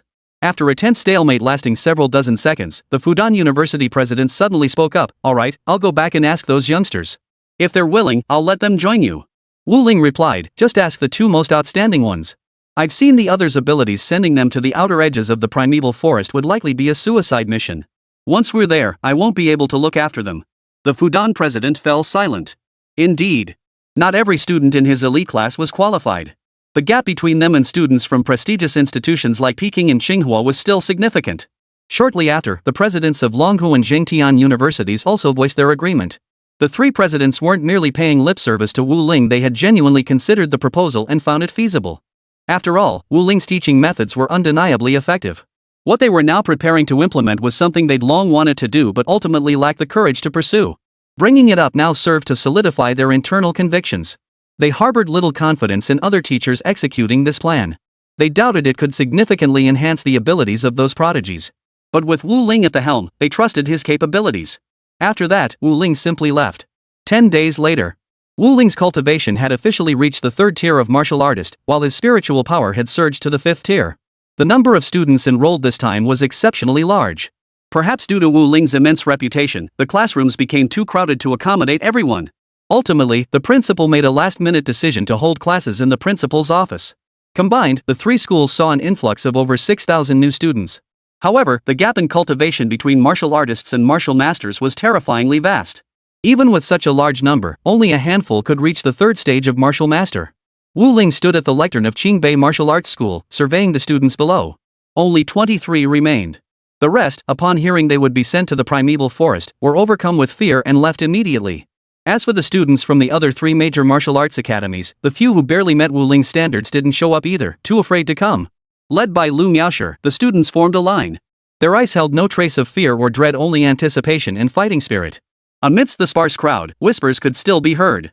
Xin Ping didn't show up. What a coward. He was trying to compete with me before, but now it seems he's backed out. No wonder. Just saying primitive forest is enough to scare the hell out of people. It's only natural they didn't show up. A cacophony of voices filled the air. The primordial forest was currently the largest stronghold of exotic beasts on the entire blue star. Even in its weakest outer regions, there were numerous ferocious beasts at the martial artist level. Wu Ling's strength and teaching abilities earned their recognition. But these students were still like flowers in a greenhouse. They had no desire to venture into such a place just to gain combat experience. Wu Ling looked down at them, his expression calm. This was largely as he had anticipated. At that moment, Wu Ling spoke, "You still have a chance to change your minds now. Once you step into the teleportation array of the primeval forest, you won't be able to leave until the designated time." Suddenly, someone asked doubtfully, "Teacher, you're coming with us, right? You won't leave us unprotected, will you?" Wu Ling smiled. "What if we encounter something even I can't handle? I'm not that much older than you." Silence fell over the group. Yet after a full 2 minutes, not a single person chose to back out.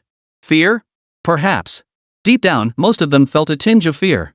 Yet they chose to try anyway, for they knew full well that sooner or later, they would have to face those ferocious beasts. Then, Wu Ling spoke up, "Since everyone seems clear on the plan, let's set out together." Wu Ling led her students out of Qingbei Martial Arts School. At that moment, Feng Zhengde watched the scene from the shadows, his expression tense. Primitive forest, outer perimeter. Upon first entering the outer perimeter, the group noticed little difference from an ordinary forest. But as they ventured deeper, they began to notice something amiss. The spiritual energy here was far denser and more terrifying than any forest they had encountered before. Suddenly, a monkey darted out from somewhere. The group stared in disbelief. Peak 4th tier. And judging by its appearance, this monkey seemed to occupy the bottom rung of the food chain here. Chapter 109, The Outskirts of the Primeval Forest.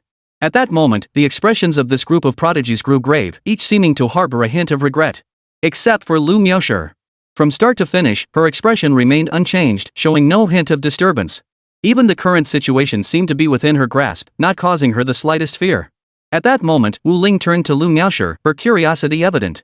Though you've likely been to the outskirts of the primeval forest before, you should be more aware of its terrors. Yet judging by your demeanor, you seem utterly unafraid? Lu Miaoshi met Wu Ling's gaze, nodded, and replied, "Fear breeds retreat. In combat against ferocious beasts, retreat is not an option. Otherwise, one would plunge into an abyss of no return." Hearing this, Wu Ling immediately recognized Lu Miaoshi's remarkable composure. The other prodigies seemed unsurprised. After all, in their minds, Lu Miaoshi was a figure akin to a female demon lord. Fear? In her eyes, fear was likely an unknown concept. At that moment, a notification appeared in his mind. Emergency task, lead this group of youths through a month of training here, ensuring none perish. However, intervention is only permitted when they face life-threatening danger. Note, divide them into 3 teams of 3 and send each team deep into different areas. Reward, unknown. Wu Ling froze upon seeing the message. The system is a bit harsh. He started off reasonably enough, not planning to pair the youths in 3s but instead organizing them into teams of 10. This way, their survival rate would be significantly higher. It would also lighten his own workload. But the system immediately insisted on splitting them into 3-person teams and scrambling their positions. Wu Ling rubbed his temples with a sigh, thinking to himself, looks like I'll have to keep my mental focus at peak alertness at all times. Not a moment's slack. He then rose slowly and addressed the group. Alright, from now on, you will form teams of 3 and begin exploring different areas. Of course, I cannot guarantee you won't encounter danger along the way. All I can say is prepare yourselves thoroughly for any sudden threats. At these words, everyone except Lu Miaoshi stared blankly at Wu Ling before them. This was essentially plunging every single one of them into mortal peril. Although even the weakest among them had reached the peak of the 4th tier. Surviving here seemed unlikely with just 3 of them teaming up. Any random martial master level opponent could wipe them out with just a couple of strikes.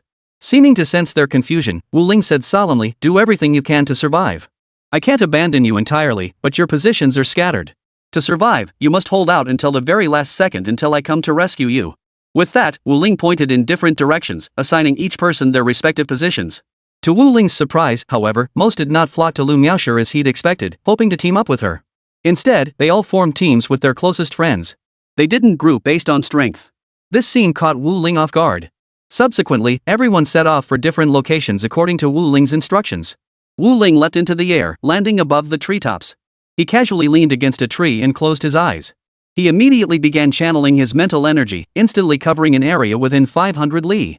His current mental energy was fairly strong, so covering this area posed no problem. But expanding it any further would be unsustainable.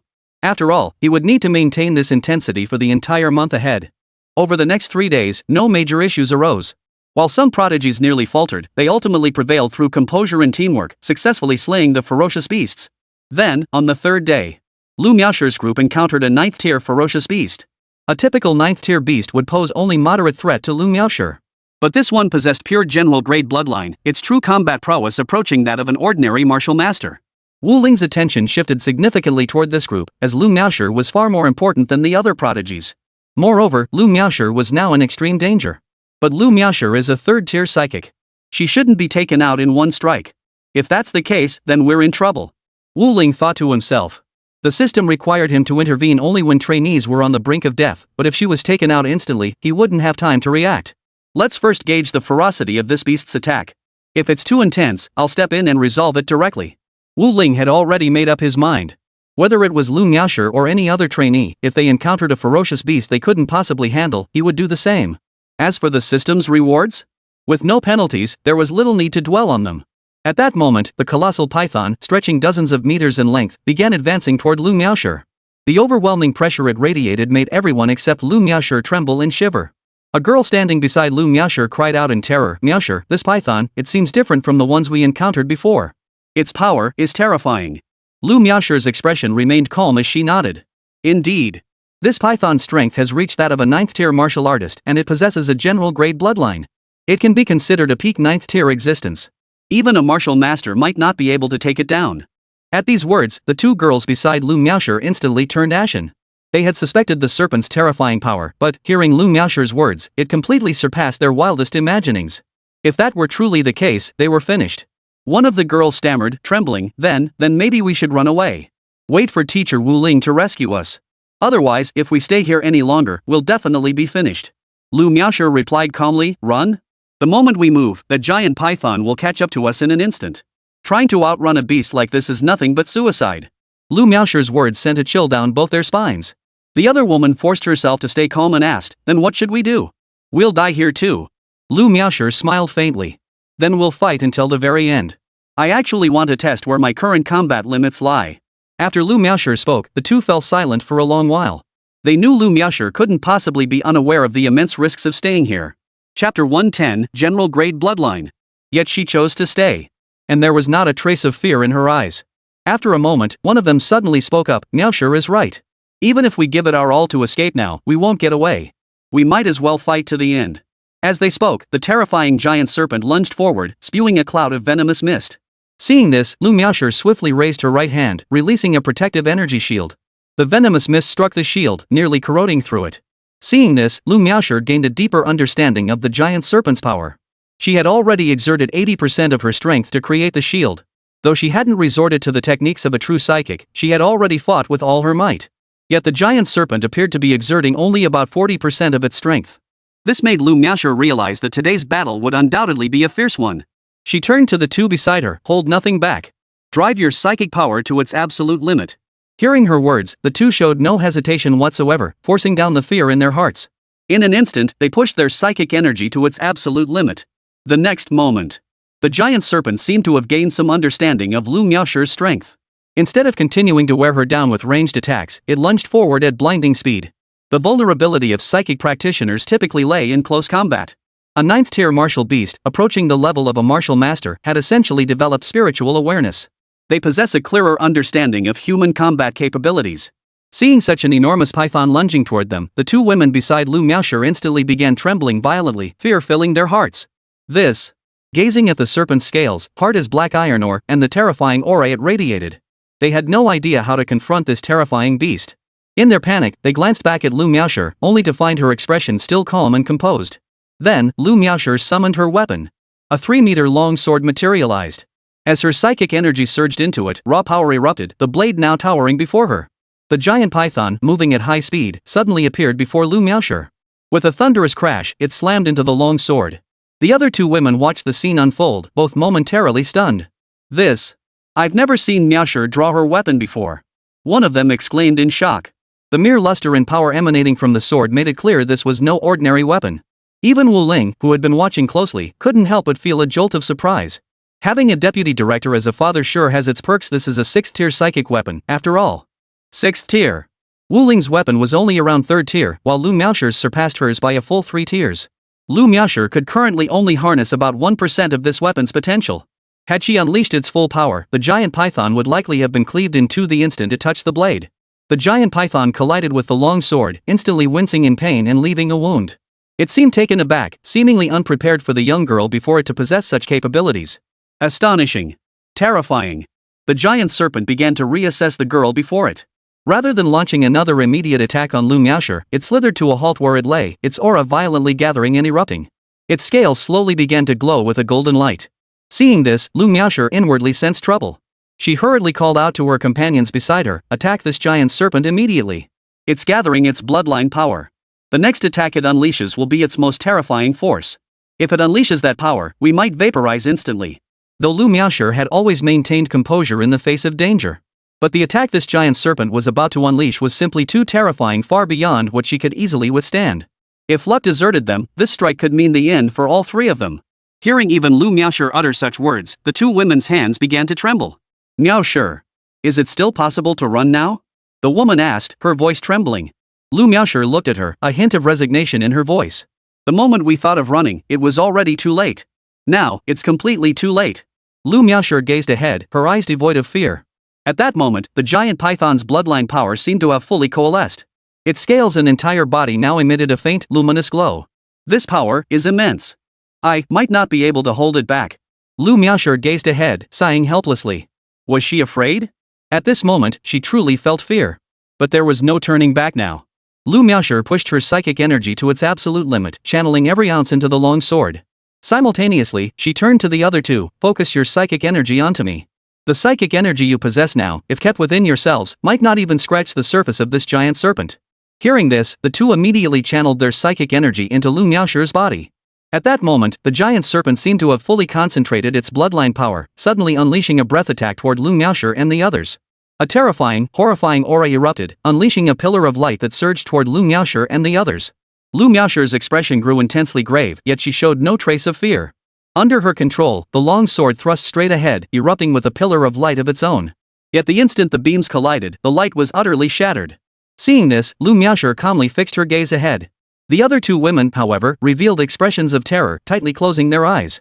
Watching this from the shadows, Wu Ling sighed softly before murmuring, "Lu Miaoshi can't possibly withstand this kind of power. The moment it strikes, she'll be utterly obliterated. Therefore, it is best that I resolve this matter." Wu Ling sighed once more, then raised her right hand. The long sword before Lu Miaoshi seemed to be infused with terrifying power. In an instant, it shot upward and slashed forward. The terrifying sword energy shattered the beast's power in an instant, cleaving it clean in two. Lu Miaoshi watched the scene unfold, her expression turning to utter astonishment. What just happened? Miaoshi, is this your power? We actually survived." One of the women couldn't contain her overwhelming emotion, tears streaming down her face as she spoke in a trembling voice. After a moment's thought, Lu Miaoshi replied, "It wasn't me. The instant we collided, our power was utterly shattered. The power of this monstrous beast far exceeds anything I could have imagined." Chapter 111, The Heaven-Shattering Giant Ape. After activating his bloodline, his power has fully reached martial artist realm, and it's highly likely around the 3rd tier. That force just now must have been teacher Wu Ling. Though Lu Miaoshi wasn't entirely certain, she knew that aside from Wu Ling, no one else would come to her aid at such a moment. For this mission, she had deliberately instructed her family not to provide covert protection. Teacher Wu Ling? She looks about our age, yet her strength is terrifyingly formidable. A woman exclaimed in shock. She knew teacher Wu Ling possessed exceptional teaching abilities. But she never imagined her combat prowess would be equally formidable. Lu Miaoshi shook her head. Her strength is formidable. If she weren't a teacher, she'd likely have been recruited by the military as a key talent for cultivation by now. She knew Wu Ling had been recruited by the military, though only part-time. He occasionally assisted with tasks when available. He wasn't a full-time military employee. Lu Miaoshi continued, "From the very beginning until now, I've been unable to detect his mental energy. Even a 5th-tier mentalist couldn't block my detection. So, teacher Wu Ling is no ordinary man." Whoa! Both women gasped sharply at Lu Miaoshi's words. Shock. Lu Miaoshi continued, "Teacher Wu Ling is deeply mysterious. That's why I'll obey any decision he makes." At that moment, Wu Ling, concealed in the shadows, waited for the system to pop up with a mission failure notification. But nothing happened. This left Wu Ling feeling slightly puzzled. Could it be that this won't be counted as a mission failure? She pondered this for a long time. Finally, Wu Ling decided not to worry about it. This time, the main goal was for the students to gain real-world experience. Even if the mission failed, it wouldn't matter. Before she knew it, a month had passed. Wu Ling was astonished to discover that under the influence of his special grade teacher aura, every single student had made a major breakthrough.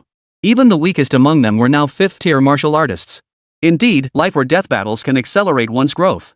Over the past month, Wu Ling had secretly intervened several times. But each time, she had only intervened when they were on the brink of failure. It could be said that had she intervened any later, these prodigies might have met their end. Afterward, Wu Ling rose and returned to her original spot. By then, most of the students had also returned. After a while, everyone had returned.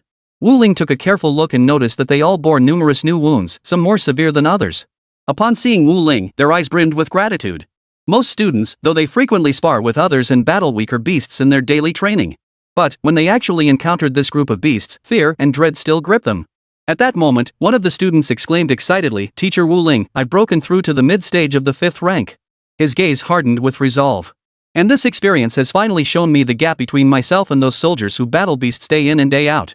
It's not just a little gap. The others nodded in agreement. Clearly, they were all relieved they had chosen to come here. Despite the perils, it allowed them to acclimate early to the path they would soon walk. Just then, a colossal ape, towering dozens of meters high, stomped its feet on the ground, sending thunderous booms echoing through the air. With each step, the ground seemed to collapse layer by layer. Hearing the sound, everyone immediately looked toward its source. Lu Miaoshi's expression instantly turned grave as she shouted, "Everyone, fall back. Don't stand too close to the front. This is a colossal ape possessing pure general grade bloodline. Its current combat strength is estimated to have reached martial artist 9th tier. 9th tier martial master." At these words, everyone froze instantly, their faces filled with terror. A mere 1st tier martial artist could already wipe them all out, let alone a 9th tier. Wu Ling appeared to be about their age, and none believed she could stand a chance against this colossal ape. At that moment, Wu Ling gazed calmly ahead at the colossal ape. 9th rank martial artist? Perfect. I can test just how terrifying the power becomes when martial arts strength and spiritual power combine. This prospect filled Wu Ling with anticipation. Since she was primarily focused on teaching, she rarely encountered situations where she could exert her full strength. The colossal ape before her was a fitting opponent, nearly matching her strength, allowing her to test her limits. To end this quickly and avoid wasting time, Wu Ling suddenly turned to Lu Miaoshi beside him and said, "Lu Miaoshi, lend me your long sword." Without hesitation, Lu Miaoshi summoned her weapon and handed it to Wu Ling. Watching Wu Ling stride directly toward the colossal ape, the entire group, including Lu Miaoshi, froze in shock. They never imagined Wu Ling would dare to confront an opponent whose peak strength reached the pinnacle of martial artist 9th tier. The gap between each tier within the martial artist realm was dozens of times greater than the difference between tiers 1 to 9 in the martial practitioner realm. The higher one climbed, the more terrifying it became. The sky-shattering giant ape roared lowly at Wu Ling's audacious approach. "A weak ant dares challenge an insurmountable mountain. Your courage is commendable. I shall bury you with all my might." With that, the ape channeled all its power into its right arm, unleashing its full bloodline potential, preparing to smash a fist down upon Wu Ling. At that moment, Wu Ling poured every ounce of his mental energy and martial prowess into the long sword. No illusory techniques. He simply poured his power into it. Then, guided by his mental will, the sword shot upward and plunged downward with a violent strike. A blinding sword beam, as if it could cleave a mountain in two, pierced straight through the colossal ape, slicing its body cleanly in half. Everyone froze in shock. Could this truly be a teacher their own age? Such terrifying power, and he came here to be an ordinary teacher? Suddenly, someone spoke up. "This Teacher Wu Ling seems to be cultivating both psychic power and martial arts simultaneously. How is that possible?" Those with keen eyes spotted it and pointed it out, sending shockwaves through the crowd. They realized that whether it was psychic power or martial arts, Wu Ling's strength was formidable, even extraordinary. Powerful to an almost terrifying degree. Both disciplines demanded years of relentless, focused cultivation to reach such heights, yet Wu Ling had achieved it. Beyond shock. For a moment, none of them knew what to say. Lu Miaoshi stood frozen in place, utterly disbelieving. This was nothing short of an instant annihilation. Chapter 112, Instant Annihilation. Given Wu Ling's current martial prowess, an ordinary person could never achieve such a feat. Yet they understood. Wu Ling couldn't be judged by ordinary standards. Moreover, he still possessed psychic powers that was Wu Ling's true trump card. Wu Ling sheathed the long sword, gripped it firmly in his hand, approached Lu Miaoshi, and handed it to her. "The sword, truly is a fine blade. I've only unleashed 1/5 of its power, yet it possesses such formidable might." These words left Lu Miaoshi frozen in place. 1/5? Hearing Wu Ling say this, she felt profound shock. After all, this was a 6th-tier psychic weapon. To unleash its full power, even a prodigiously gifted individual would require 7th-tier cultivation. Wu Ling's psychic power had already reached at least 5th tier. For an ordinary person, being able to unleash 5% of its power at the 5th tier would already be quite impressive. Though Lu Miaoshi had long formed his own assessment of Wu Ling's combat prowess, witnessing it firsthand still left him profoundly shaken. Was this the strength of a legendary teacher? Suddenly, Wu Ling turned to the group and announced, "It's about time we prepared to return." As agreed, the teleportation array will activate in 10 minutes. Wu Ling had already scanned the surroundings with his psychic senses. He had ensured there were no remaining threats. At that moment, in a corner, Chen Tianfeng stood watching Wu Ling and the others. Indeed, Wu Ling has been hiding his depth well. A peak 9th tier martial master's combat prowess is as thin as paper before him. Back when I was his age, I certainly didn't possess such strength.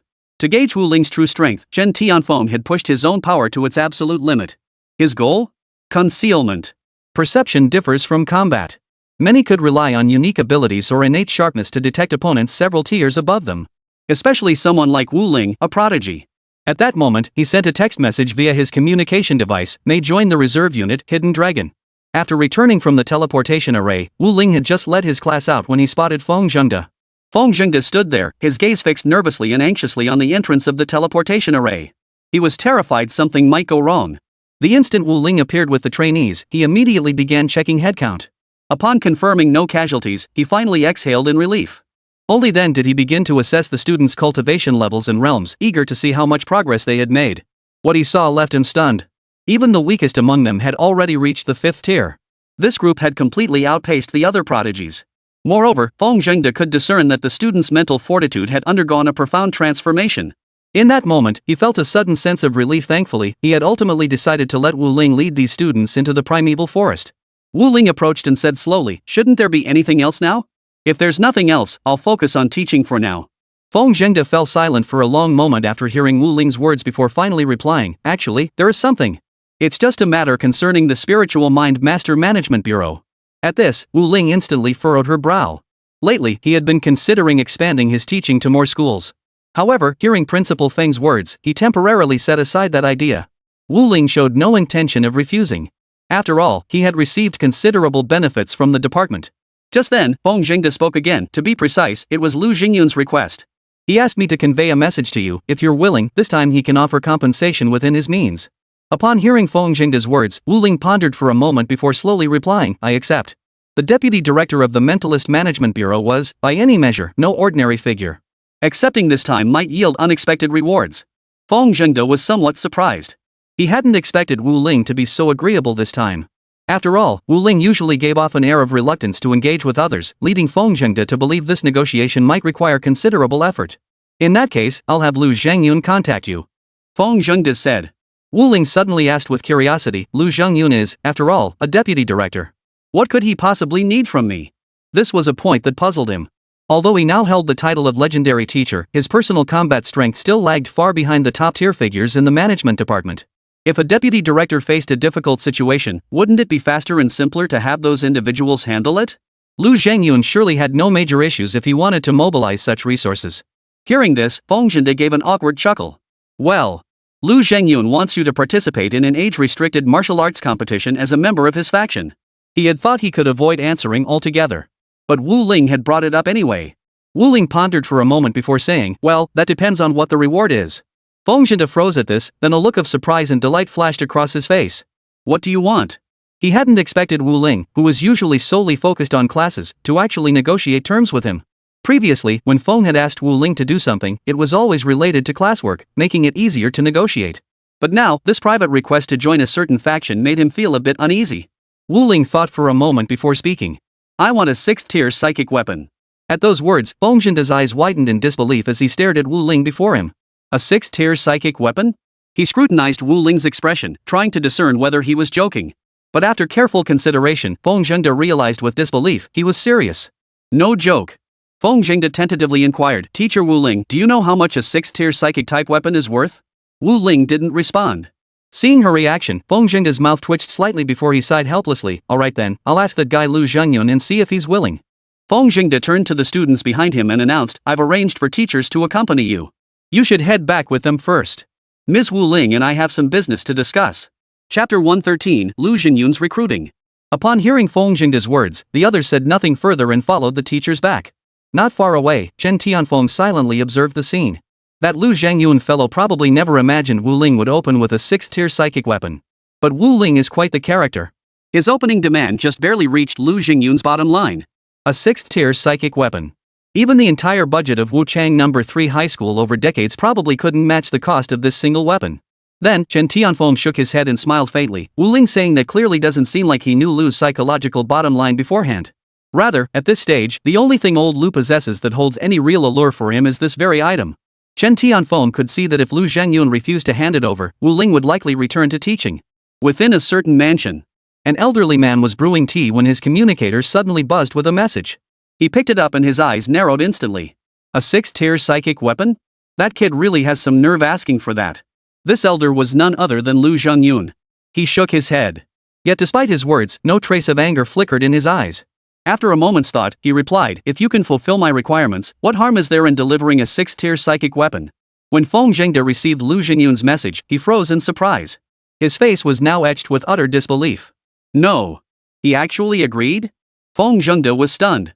After all, even Qingbei Martial Arts Academy, the school with the largest budget, would need to allocate an entire year's worth of funds to purchase a single 6th-tier mental training weapon. Feng Zhengde had assumed Lu Zhangyun would reject the request outright upon seeing the message. But unexpectedly, he didn't refuse. Instead, he made a request. Feng Zhengde looked at Wu Ling before him and said, Lu Zhangyun agreed, but he has a condition. Wu Ling froze. What condition? Feng Zhengde shook his head. Not yet. Just then, his communication phone buzzed again. Feng Zhengde glanced at it before saying, he said Lu Miaoshi will tell you. Upon returning to Qingbei Martial Arts Academy, Lu Miaoshi approached Wu Ling the moment she spotted her. Teacher Wu Ling. My grandfather wants you to participate in the annual genius competition hosted by the Spiritual Mind Master Administration. There's an age limit under 30, but my current abilities aren't quite up to par yet. Therefore, I hope you can join our faction for the competition. My grandfather says that if you can rank within the top 3, he will give you a 6th-tier psychic weapon. Of course, he mentioned that for this competition, you'll be given one to use first. After it concludes, you may select any of the Lu family's 6th-tier spirit mind weapons. Choose for myself. Wu Ling was somewhat surprised. This seemed rather favorable. But the under 30 age limit meant there would be many formidable competitors. In that case, the risks would be considerably higher. At that moment, Wu Ling asked, when does it start? 5 days from now. It officially begins in 5 days, Lu Miaoshi replied, then turned to Wu Ling and added, you just need to make your decision by the day before it starts.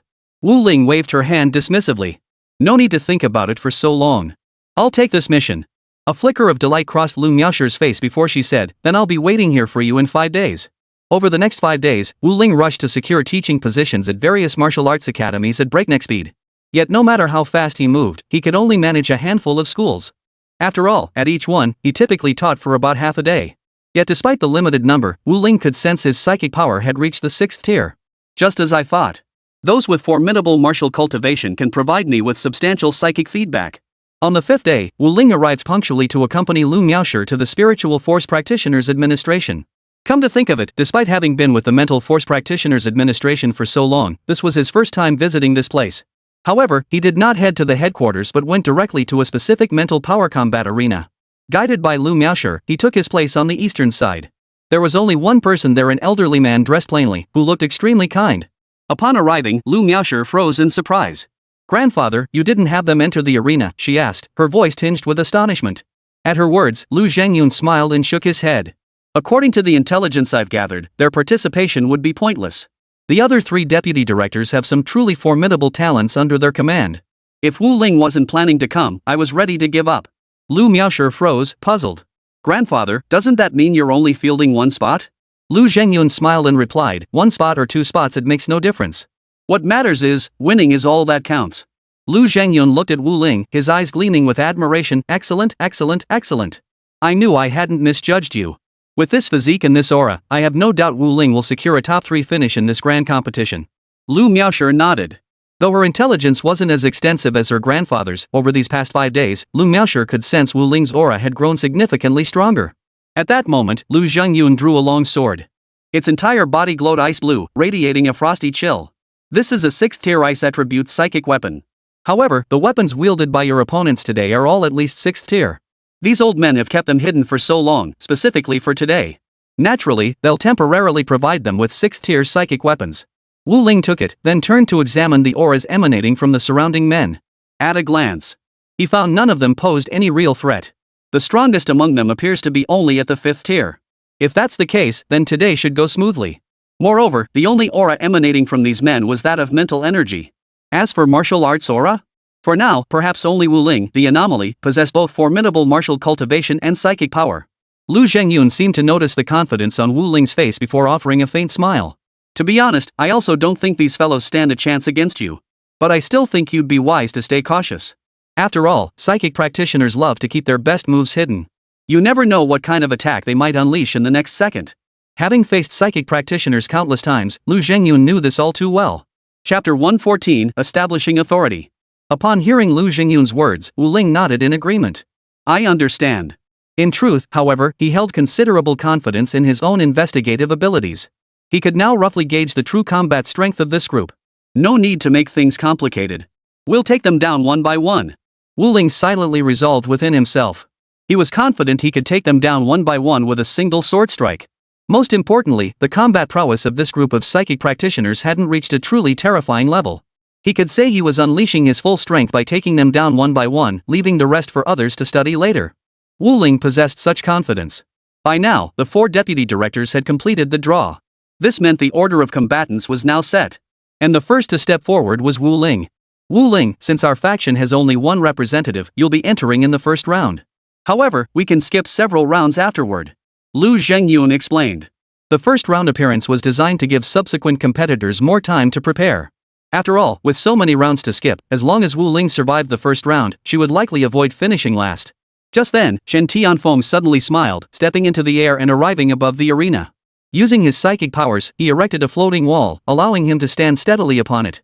This spectacle left Wu Ling frozen in place. He realized now that Chen Tianfeng seemed to be everywhere. He was even the referee for the high school elite tournament. Noticing Wu Ling's persistent stare, Lu Zhengyun suddenly smiled and remarked, while this fellow may seem a bit unorthodox, his prowess is beyond question. After all, back in the day, he was hailed as one of the 3 saints of the future. Wu Ling froze. She had heard of that. The pinnacle of martial arts practitioners was called honored, while the pinnacle of spiritual mind masters was called saint. However, having heard some stories from Lu Miaoshi before, Wu Ling had gained a little insight into Chen Tianfeng's past. Back in his era, this guy was terrifyingly powerful, incomparably more so than even Lu Miaoshi today. Wu Ling suddenly asked curiously, what is Chen Tianfeng's current strength? Back then, Chen Tianfeng was already that terrifying. And now, Chen Tianfeng's power had likely reached an utterly terrifying level. Within the Spiritual Mind Master's administration, there likely aren't many who could stand against him. Hearing Wu Ling's question, Lu Zhengyun shook his head and replied with a wry smile, no one truly knows his current strength. He must possess some top-tier spiritual artifacts capable of masking his aura.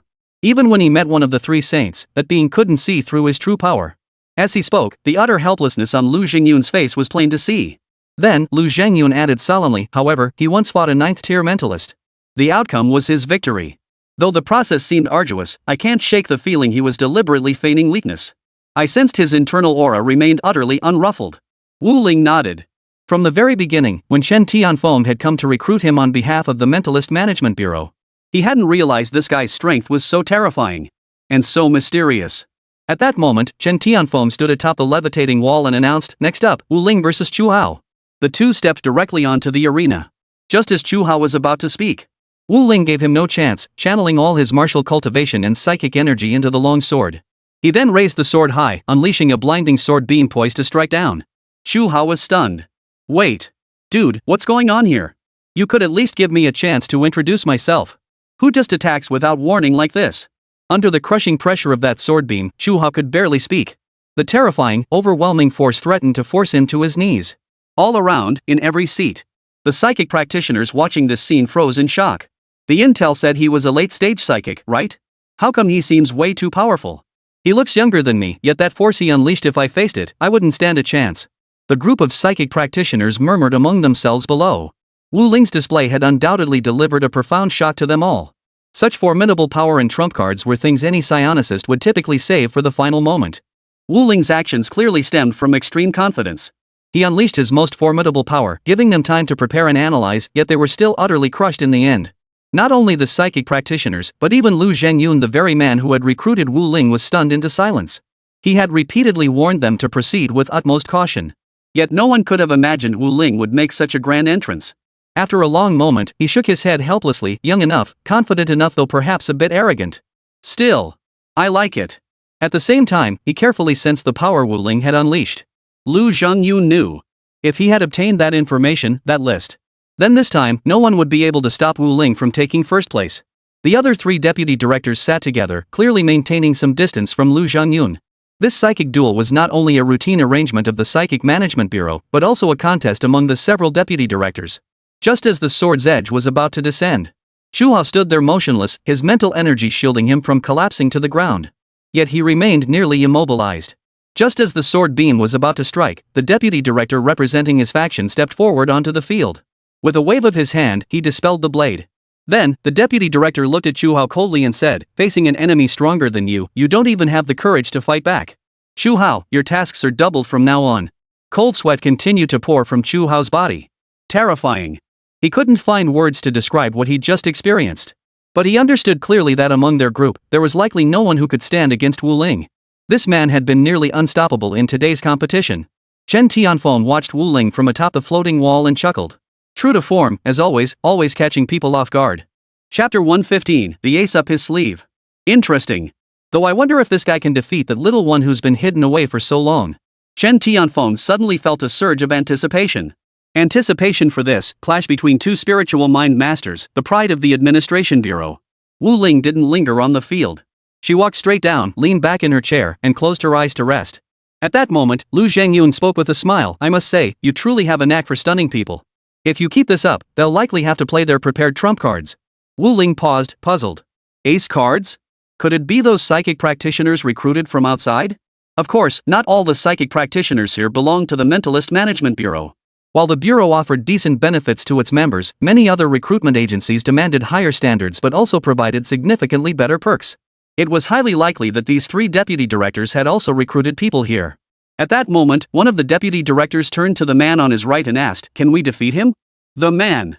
If he remembered correctly, this requirement hadn't been mentioned when they arrived. The main issue was the sheer difficulty. Defeat Wu Ling? At this stage, Wu Ling felt like an invincible force to him. At that moment, one of the three deputy directors waved his hand dismissively. "Alright, you needn't concern yourselves too much with this Wu Ling. I'll personally prepare to deal with him. If even my preparations can't handle him, then the subordinates you've recruited certainly won't stand a chance either." The other two deputy directors? While that was true, he was being a bit too blunt.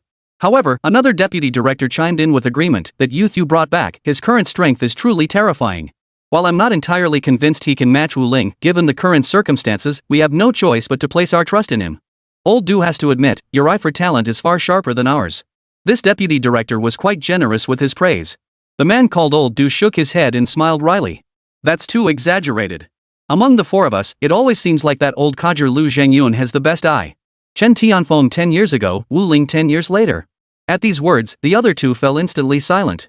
The three deputy directors had actually received intelligence about these individuals long before Lu Zhengyun attempted to recruit them. They could have easily intervened and handled matters beforehand. But back then, they dismissed these two as mere prodigies. After all, over the years, who among those who had made it into their spiritual refinement management department wasn't a prodigy? Yet reality proved otherwise. Lu Zhengyun had successfully recruited both, demonstrating through action that his judgment had been spot on. Fortunately, Chen Tianfeng was past the age limit and couldn't take the field.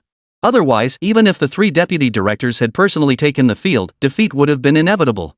The subsequent matches proved rather tedious. Wu Ling simply closed her eyes and rested. She paid no attention to the battles unfolding on the field, choosing instead to study potential opponents she might face later. Lu Miaoshi looked at her father and asked doubtfully, "Dad, do you really think anyone could be a match for teacher Wu Ling?" Lu Zhengyun shook his head at her words.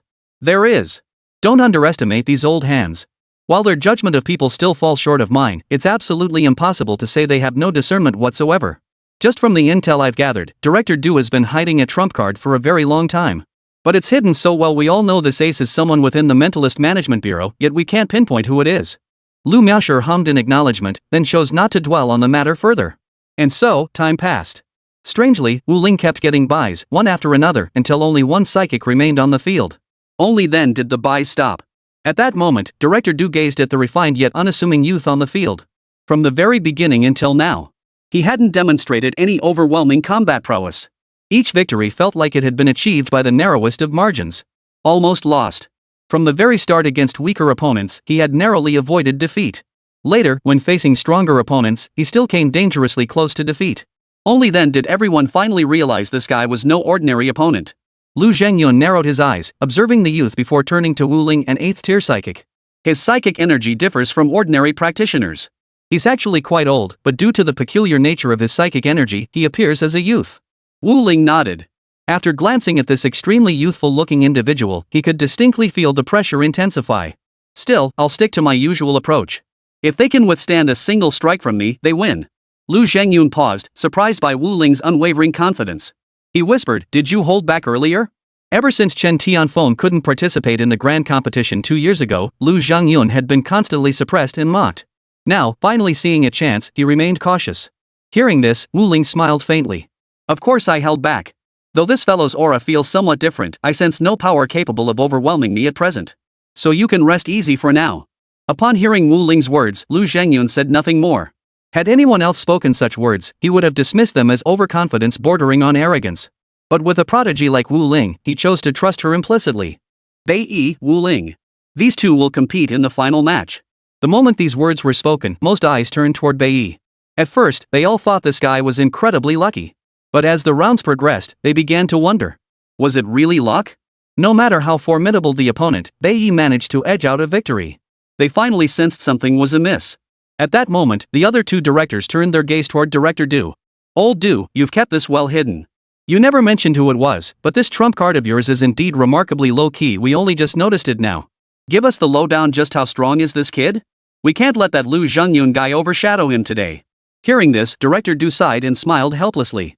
"I took him in and nurtured him intensively because I saw traces of Chen Tianfeng in him." Chapter 116, Reward. So, truthfully, I'm not entirely sure of his exact capabilities either. But he's no pushover. After stepping onto the stage, Bei Yi immediately began preparing, readying himself in the most perfect posture to meet Wu Ling's strike. It's been ages since I've seen someone this abnormal. Not only is his psychic power formidable, but his martial cultivation is also exceptionally high. The key point is, he's still so young. His power, I believe I could barely block it if I gave it my all. But what if he held back? That force was already pushing my absolute limit. If he held back, it would surpass my limits entirely. Faced with this overwhelmingly formidable presence, Bei Yi dared not entertain thoughts of a narrow victory as before. Without unleashing his full power, victory was utterly impossible. Standing on the stage, Wu Ling gazed at Bei Yi. With a flick of his intent, his long sword soared high into the air. Then, with another thought, he channeled an unending stream of psychic energy and martial power into the blade. But this time was different. He had activated his cultivation technique's enhancement. Both his spiritual energy and vital force surged and erupted under its influence. When it finally peaked and halted, the power had tripled. Under the terrifying pressure of this overwhelming might, Bei Yi stared in disbelief. The sheer force of the aura pierced through his mental energy, causing his very soul to tremble. Bei Yi's legs trembled, his entire body frozen in place as if petrified, unable to move an inch. At that moment, Director Du hurriedly rose to his feet, easing the attack. He shot Wu Ling a look of bitter resentment before turning to glance at Lu Zhengyun. Then, he led Bei Yi away. Lu Zhengyun's face was frozen in shock. He stared blankly at Wu Ling, unable to recover for quite some time. Powerful. Too strong. Lu Zhengyun had believed the power Wu Ling unleashed in the first round was already her absolute limit, and even that had been terrifying enough. But he never imagined that Wu Ling's true limit was 3 times more terrifying than that. Director Du's trump card had been utterly crushed by Wu Ling's overwhelming dominance. Lu Miaosher's beautiful eyes widened in disbelief. She knew her teacher was no ordinary person, but she hadn't realized he was hiding his true capabilities so deeply. At that moment, Chen Tianfeng, standing on the floating wall, cleared his throat and announced, "The result is in. Deputy Director Lu Zhengyun's side has won.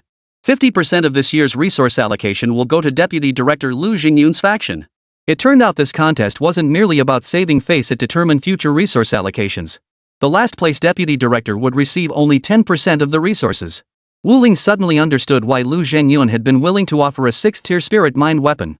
The resources managed by the Mentalist Administration Bureau were vastly different from those of martial arts academies, amounting to an enormous sum each year. Lu Zhengyun finally caught on, rising with a smile as he turned toward Director Du and his group. "Old Du, you fell short this year. Better luck next year." Wu Ling still had at least several years before reaching the age limit. This meant that unless an exceptionally prodigious talent emerged in the coming years. And since Wu Ling remained firmly within Lu Zhengyun's camp, the top spot for the next several years would undoubtedly be hers. Afterward, Wu Ling approached Lu Zhengyun and said, "This weapon is excellent. I'll take it with me." Turning to Lu Miaoshi, he added, keep training diligently. With that, Wu Ling departed without further delay. Watching Wu Ling's departing figure, Lu Zhengyun couldn't help but sigh inwardly. Unnoticed, Chen Tianfeng appeared beside Lu Zhengyun and remarked, that guy is even stronger than I imagined. At least, I didn't possess such power at his age. Lu Zhengyun mused, you felt it too?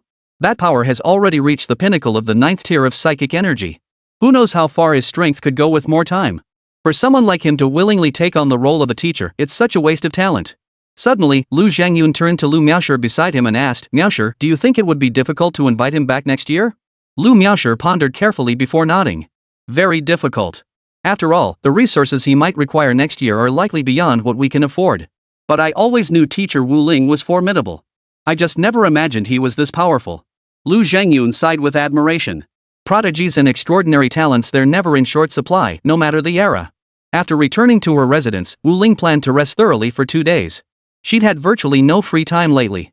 Just then, a system notification sounded in Wu Ling's mind. Host task successfully completed. Reward acquired, spiritual combat technique celestial cleave note, host may teach this to students. Each time the host unleashes this technique, it will erupt with the combined power of the students. Wu Ling's mind was filled with question marks. He had assumed the mission had failed, especially since no feedback had come after such a long wait. But now he realized the mission hadn't failed at all. On the contrary, it had granted this reward. A pleasant surprise. Wu Ling examined it closely. This by Luo/Bor no rank at ceiling was limitless, provided one possessed sufficient strength. Most crucially, whenever a student cultivated it and Wu Ling unleashed the Azure Sky Slash, the student's power would also manifest within them, unleashing terrifying might. If I had tens of thousands of students, all cultivating this technique, then when I unleashed it, the power unleashed would be unimaginably terrifying. The thought alone stirred excitement within Wu Ling. He decided to skip rest and begin teaching the spirit mind cultivators tomorrow without delay. That very night, Wu Ling issued an announcement summoning all spirit mind students from various universities to attend a special session at Qingbei Martial Arts Academy. Simultaneously, he requisitioned a large expanse of land from Fengjingda enough to accommodate thousands. Upon hearing that Wu Ling would be teaching, martial arts schools immediately arranged for their students to come over overnight, even though the location was at Qingbei Martial Arts School. Of course, Wu Ling had hinted at his intentions, and the principals roughly understood he planned to impart psychic martial arts techniques to the students. Combined, the major martial arts schools had a student body of 80 to 90,000. However, only about 6,000 of them were spirit mind students. Most possessed only average talent after all. Possessing psychic abilities was a gift in itself, and excelling further required an even rarer gift. However, the system rewarded technique, the Azure Falling Slash, placed minimal demands on innate talent. Those with talent could cultivate it to reach higher limits. Even those without exceptional talent could gain significant benefits from mastering this martial art. Thousands of students gathered on the training grounds as Wu Ling commenced his lesson. His lesson's theme was straightforward: teaching martial arts. There is only one reason I have gathered all of you here at Qingbei Martial Arts Academy today. Chapter 117, Azure Sky Slash. I will be teaching a mental martial art. I believe I am the first instructor to ever teach a mental martial art to students. Wu Ling spoke calmly. Looking back over the past 30 years across all martial arts academies, who would ever teach a mental martial art? Though rumors had circulated, the crowd erupted into excitement the moment Wu Ling spoke. Is it true? Mental martial arts techniques command staggering prices outside. We could never afford to purchase one for cultivation. Master Wu Ling has never deceived anyone. Even if one purchases a mental martial art, it can only be used by a single individual and cannot be widely disseminated. The reason Master Wu Ling is doing this, it's highly likely he created it himself. Is that even possible? They say only spirit masters above the 9th rank can create mental weapons. Being psychic practitioners themselves, they were well versed in such matters. Thus, while others might not grasp the true magnitude of Wu Ling's actions, these spirit mind cultivator students understood perfectly. At that moment, Lu Miaoshi, seated in the front row, widened her beautiful eyes in astonishment. Clearly, she hadn't anticipated that Wu Ling had already developed a psychic martial technique. Regardless of its power. Simply creating it was an incredibly difficult feat in itself. Seated upon the makeshift podium, Wu Ling conveyed all the essential details of this mental martial art to the students. He then proceeded to explain the cultivation methods to everyone. Perhaps aided by the system, the students quickly grasped the fundamentals. For the rest of the morning, Wu Ling guided the students on how to use this martial skill more effectively and proficiently. Simply put, by the end of the morning, the students had fully mastered it. By noon, Wu Ling addressed them. After returning, practice this martial art diligently. In my personal assessment, it currently has no upper limit and an extremely low threshold. Just how far you can take this martial art depends entirely on each of you. With that, Wu Ling departed. The students were left staring at the podium, their eyes lingering with unfulfilled curiosity. Everyone wanted to call out to keep him, but no one did. They understood that, given Wu Ling's nature, he would never stay. No one would disturb him, nor could anyone. After returning to his residence, a figure approached silently. Wu Ling stared intently and recognized the man as Chen Tianfeng. He felt a wave of helplessness wash over him and asked, "What are you doing now?" Wu Ling just wanted to get some rest, but day after day, Chen Tianfeng kept appearing near him without a trace. It was rather frustrating. Chen Tianfeng, however, paid no heed to Wu Ling's expression. He chuckled to himself, "I never imagined you'd be so resourceful. This time, you said you'd teach a mental martial art, and it's drawn quite a crowd. What surprised me is that you managed to restrict this martial art exclusively to your own disciples. From the moment you began introducing and teaching it, I sensed this technique was no ordinary skill. But even I haven't been able to master it." Wu Ling merely smiled at this remark. Not extraordinary, not because he was extraordinary, but because the system was extraordinary. Wu Ling couldn't possibly restrict a martial art to only a fixed group of practitioners. Seeing Wu Ling didn't respond, Chen Tianfeng didn't press further on the matter. Instead, he looked at him and spoke slowly, "I am quite curious, though. Your mental weapon technique is probably the first one so far that has no upper limit, but also no lower limit. You truly are a genius, but not just in one area. You're exceptionally gifted in every aspect. If possible, I'd truly like to recruit you into my organization." Hearing this, Wu Ling raised an eyebrow in confusion. "Aren't I already part of the Mentalist Management Bureau?" Chen Tianfeng smiled, saying nothing more. "But you'll have plenty to keep you busy soon enough. Ever since you made that decision earlier, it's caused quite a stir. It's already caught the attention of some bigwigs at the Ministry of Education. Of course, it's also deeply tied to the current situation. The primeval forest is holding steady, but the sunset forest has seen a beast uprising, though the exact cause remains unknown. The ministry plans to have you lead students into combat against these beasts." Wu Ling shrugged. Got it. He had no intention of leading these students into combat with ferocious beasts. If he had to take every student under his wing, when would he even have time to teach? For ordinary students, he'd occasionally teach classes and distribute his resources. But personally leading them to places like the primeval forest or sunset forest where vicious beasts gathered in droves for training? That was a huge hassle. He had a pretty good grasp of these students' temperaments. Getting them to adapt would be far harder than it had been with the previous prodigy class. "Alright, I'll be off. I'll need your help with something in the near future. Rest assured, the compensation will be generous." Chen Tianfeng smiled and departed. For the next period, Wu Ling continued teaching as usual. But recently, a familiar chubby kid he'd noticed when first arriving at Qingbei Martial Arts School Ren Xiaolong had been popping up in his line of sight again. Just today, as Wu Ling finished class and prepared to head home, Ren Xiaolong sidled up with a sly grin. "It's gotta be Teacher Wu Ling, huh? I just can't get into any of the other teachers' lectures." Wu Ling showed no reaction to this remark, simply continuing on his way while saying, "If you have any questions, please bring them up during class.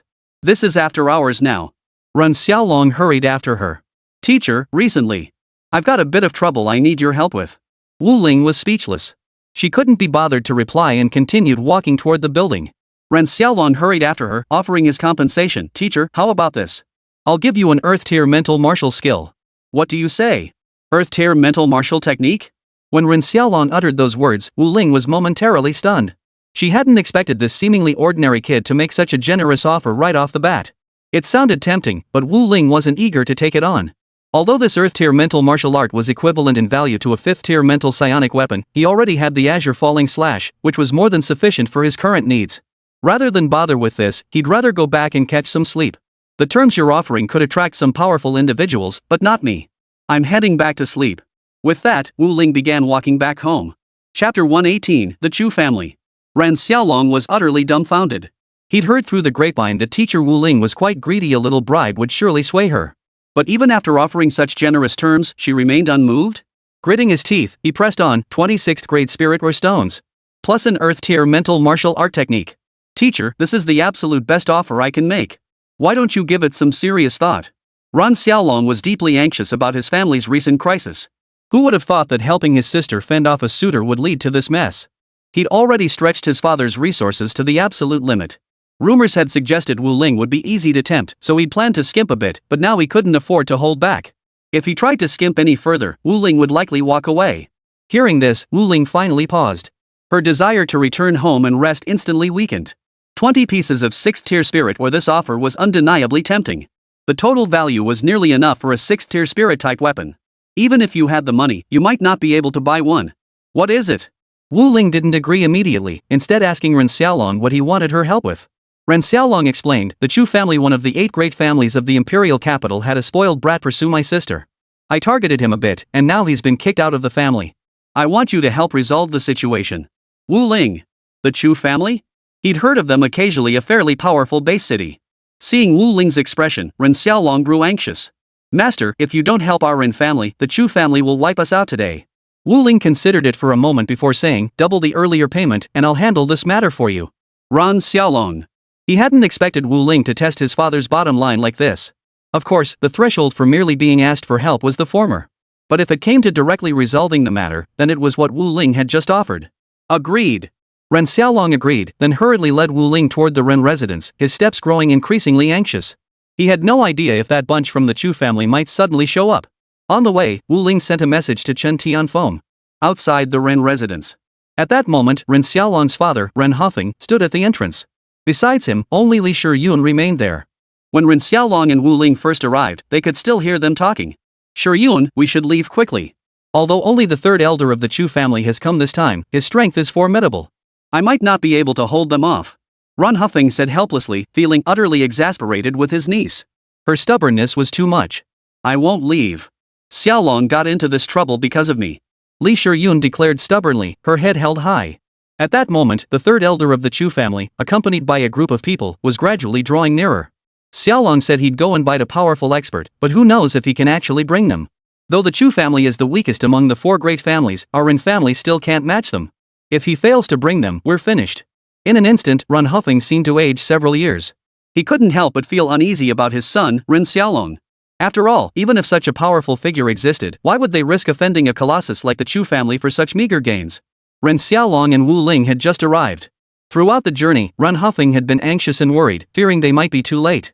Among the 4 great families, the Chu family's methods were the most brutal and terrifying. They killed without hesitation over the slightest disagreement. Moreover, he knew his father would inevitably dismiss the others, leaving him alone to face the Chu family. The Chu family's methods were brutal enough, but the 3rd elder was even more terrifying. While Wu Ling remained calm and unhurried, Ren Xiaolong had already rushed forward to his father's side. Father, I've brought them. Upon hearing Ren Xiaolong's words, Ren Huffing first exhaled in relief. But the moment his gaze fell upon the figure, he froze in shock. Xiaolong, you said you were inviting a master? Why is it a young man? Ren Huffing exclaimed in disbelief, feeling as though his son had played a trick on him. A young man? How was he supposed to fight this? Though the 3rd elder ranked only 3rd in combat strength within the Chu family, possessing merely the power of a great martial artist, he was still formidable. A youngster? Even if exceptionally gifted, he could only reach the martial artist realm at best. That was the absolute limit. It won't solve their family's crisis this time. Seeing his father's skepticism, Ren Xiaolong shook his head. Father, don't underestimate him. This is teacher Wu Ling, a legendary teacher. Didn't you ask for his contact info last time? Hearing this, Li Shiyun beside him also noticed Wu Ling. Her beautiful eyes followed the direction of the mention, surprise flickering in her gaze. She knew her cousin well. If he'd asked someone for help, he wouldn't have left anything unsaid. Wu Ling's arrival signaled that he knew they were facing one of the 4 great families of the imperial capital, the Chu family. For a moment, Li Shiyun was utterly stunned by Wu Ling's bold move. Wu Ling. The moment he heard that name, Ren Huffing instantly recalled. To others, that name evoked only the legendary teacher. But in Ren Huffing's eyes, this man was far from simple. A key talent cultivated by the Spiritual Mind Management Bureau and the military department, it could be said that with just a word from Wu Ling, the high-ranking leaders of these organizations would flock to serve him. Even the principals of prestigious martial arts academies like Qingbei Martial Arts School and Fudan Martial Arts School were willing to serve Wu Ling. Even if the Chu family could withstand pressure from 1 or 2 institutions, what if they united? Even the head of the Chu family would have to retreat, filled with apprehension and reluctance. At that moment, the 3rd elder of the Chu family approached. He glanced at the group and burst into laughter. Ren Huffing. I've long heard you're a steady man. But the most crucial thing, these young ones? You actually let them return? He glanced behind him, signaling his men, attack. Slaughter every last member of the Ren family. Wu Ling couldn't help but smile at the sight. The Chu family of the imperial capital, one of the 4 great families? Indeed, they were far too arrogant. Without a single word of explanation, they sought to wipe out an entire clan. Wu Ling's face remained cold as he prepared to act. The power of his azure falling slash now approached the peak of a grand martial artist. And that was only because he had just taught it to these students, who were still unskilled. Once they mastered it fully, its power would at least triple. Though Wu Ling's teaching had lowered the barrier to entry, it didn't mean the threshold had vanished entirely. At that moment, Chen Tianfeng, who had been concealed in the shadows, slowly stepped forward. Shu-san, you're getting more and more overbearing. It seems you've forgotten what happened 3 years ago. What? Need me to jog your memory? Chapter 119, The Chun family's eldest young master. Shu Laosan, who had been strutting about arrogantly, initially reacted with the urge to teach him a lesson upon hearing this. But he quickly sensed something was off and froze. No. That voice. Why does it sound so familiar? Shu Laosan glanced over, and the sight nearly scared the life out of him. Wait, what are you doing here, you little brat? I don't recall the Ren family having any connection to you, young master. You're putting me in a tough spot here. Shu Laosan grimaced, speaking with a hint of helplessness. In this world, the second person he feared most was his eldest brother, followed closely by Chen Tianfeng standing before him. As the sole son of the Chun family patriarch, Chen Tianfeng had always been a bit peculiar since childhood, yet possessed extraordinary talent.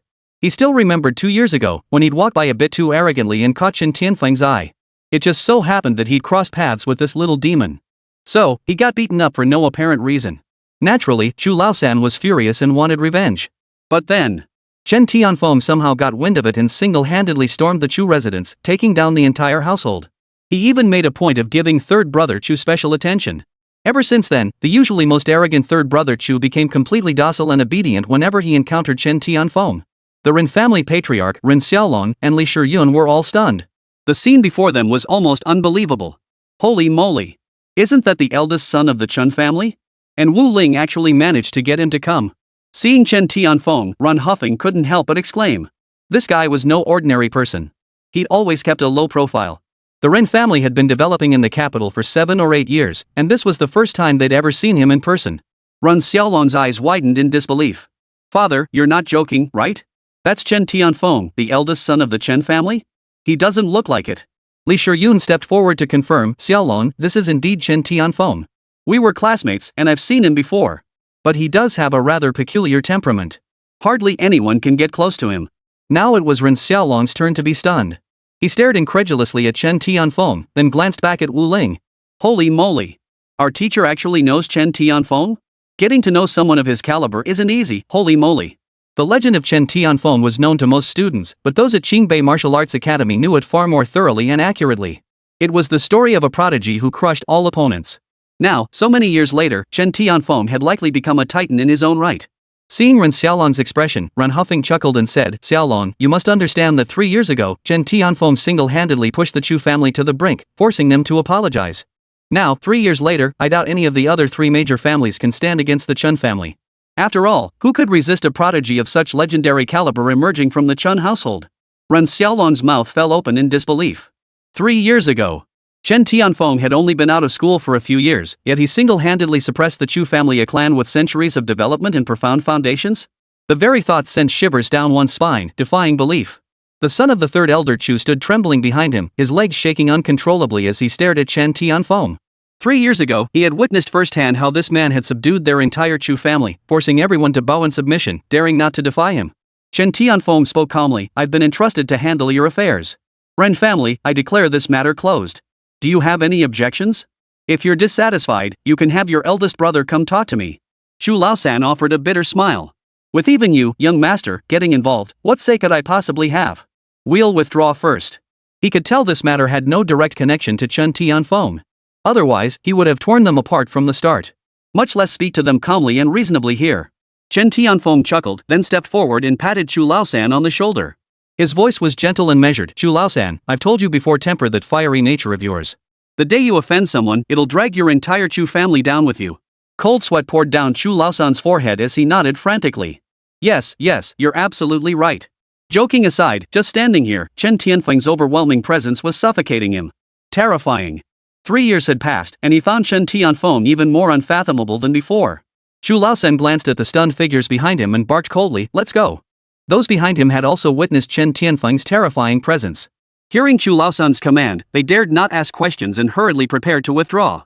Even after they departed, that oppressive, stifling dread lingered in their hearts, refusing to dissipate for a long time. Wu Ling stood rooted to the spot, somewhat surprised by the scene. Chen Tianfeng approached Wu Ling with a smile. Well, my leadership skills aren't half bad, huh? Handling things for you is no problem at all. Wu Ling smiled faintly. I've certainly heard of the 4 great families of the imperial capital.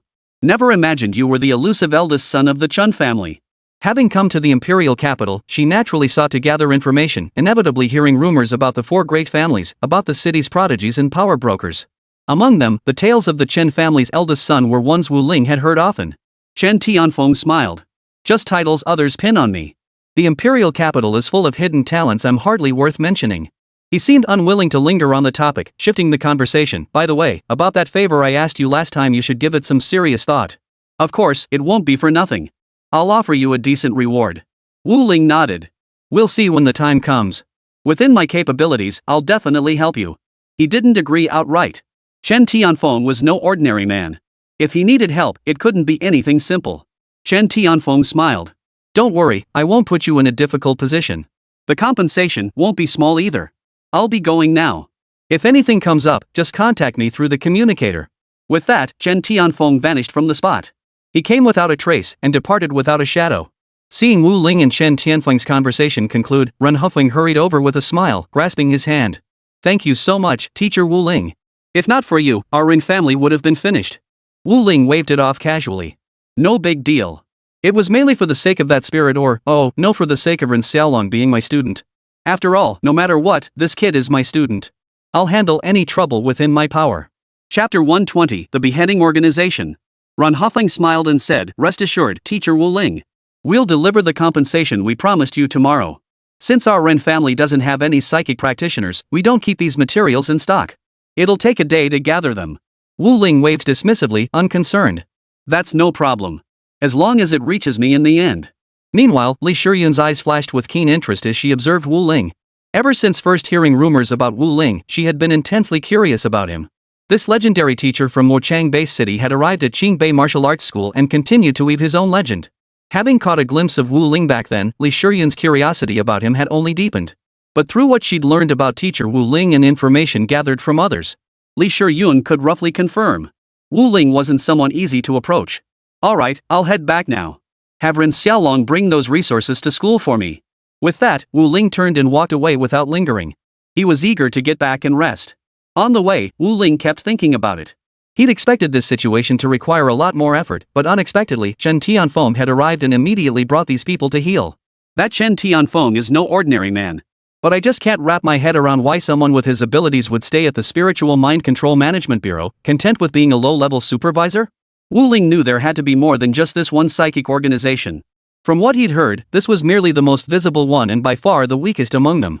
The hidden ones, known to only a select few, demanded exceptionally high qualifications but offered far more in return. Wu Ling understood that a prodigy of Chen Tianfeng's caliber must have ulterior motives. Whatever he needed help with was bound to be no simple matter. Still, Wu Ling didn't dwell on it. If he could help, he would. If not, then so be it. Next, it's about time to expand. We can start teaching at various universities. Wu Ling thought to himself. He had already taught students from several top-tier universities, and his special teacher aura had taken effect on them. Devoting all his time to them alone yielded limited results. By teaching at more universities, he would gain far more valuable feedback to enhance his own abilities. His current combat strength was decent enough, but if he wanted to make significant further improvements, he would inevitably need to teach at various schools and gain more students. Just as he arrived home, Wu Ling received a text from Ren Xiaolong, expressing gratitude and similar sentiments. This left Wu Ling somewhat bewildered. How did this guy even get his communicator number? Still, he sent a perfunctory reply. Just then, a knock sounded at Wu Ling's door. This time, Wu Ling was genuinely startled. He hadn't sensed anything. Even if Chen Tianfeng himself had come, Wu Ling would have detected his approach. Is it a martial sovereign or martial emperor level powerhouse? Or a spirit mind master transcending the 9th tier? Such thoughts flashed through Wu Ling's mind. He approached the door and opened it. Before him stood a woman of icy beauty. Her beauty was breathtaking, yet she radiated an icy aura that could repel anyone from 1,000 miles away. Yet, she offered Wu Ling a smile. Hello, Teacher Wu Ling. I'm the squad leader of the Zhan organization. We've come hoping you'll join us. The Zhan organization? This statement genuinely stunned Wu Ling. In all his years, he had scarcely heard anything about this organization. He hadn't even heard the name before. Yet judging by her terrifying strength, this organization was likely no ordinary group. If even a squad leader possessed such terrifying, astonishing power, how formidable must the higher-ups or even the organization's leader be? Our organization, the Slayers, was founded with one mission, to slay the leaders of the monstrous beasts, the 6-star monsters. 6-star monsters? This revelation truly stunned Wu Ling. A 6-star fiend beast. That equated to a powerhouse of the nation-defending tier. Was this execution organization merely spouting empty boasts, or did it genuinely possess such formidable strength? The coldly beautiful woman smiled. I know you might be a bit skeptical right now, but let me tell you, the execution organization has a saint-level psionicist at its helm.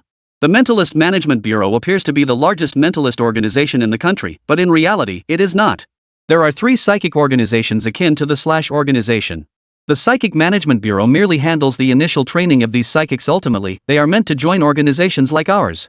You may consider this carefully. Here is a communication stone. Contact me when you've made your decision. Her cold demeanor paired with that smile struck Wu Ling as oddly unsettling. After speaking, the woman departed without delay. Even after the woman departed, Wu Ling hadn't fully processed the situation when a flood of information suddenly overwhelmed him. At that moment, Chen Tianfeng materialized in Wu Ling's home, his expression grave.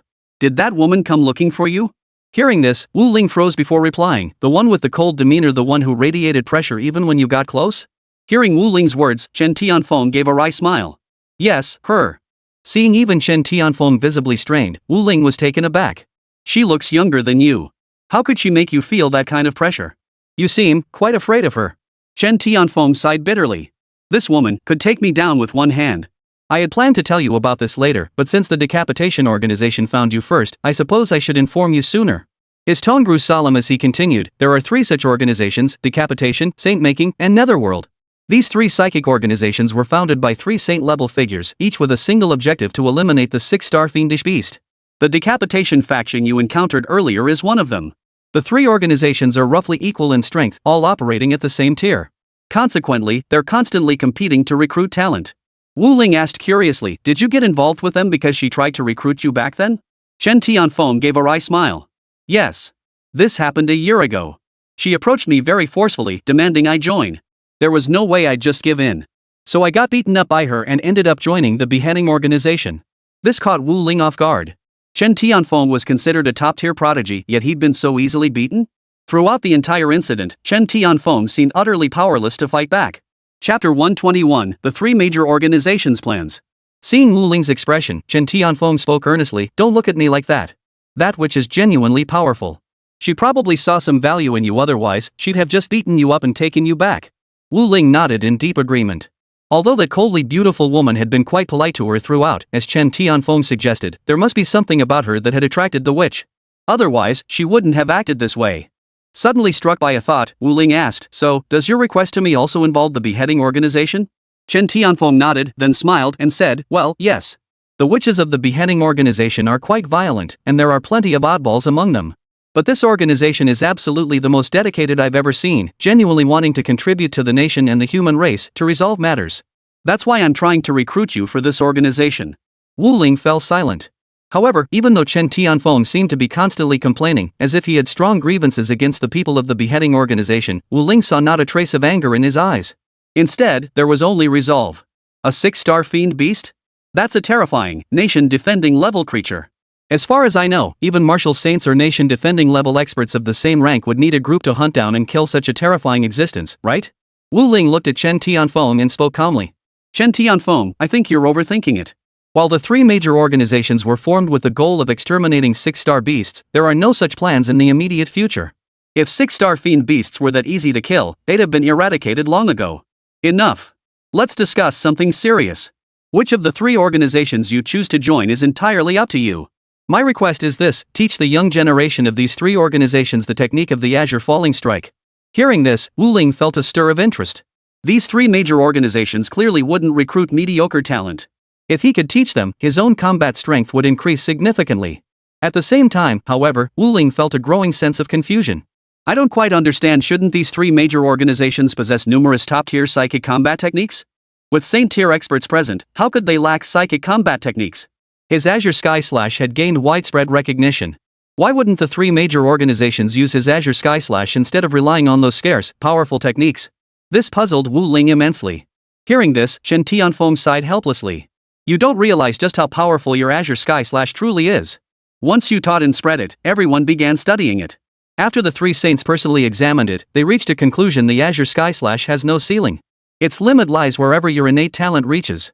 Chen Tianfeng added with a hint of resignation, but to be fair, you really have a knack for this. Aside from the students you personally taught, no one else has been able to master this martial art. Wu Ling felt helpless inside. There was nothing to be done. The system was simply too powerful. Even a saint-level powerhouse likely couldn't achieve this level of control. Wu Ling then turned to Chen Tianfeng. I'll come by in a while. But I've got some things to take care of for now. Chen Tianfeng nodded. No problem. With that, he vanished from Wu Ling's home. Wu Ling closed the door, feeling a touch of resignation. Chen Tianfeng had become something of a regular visitor to her home.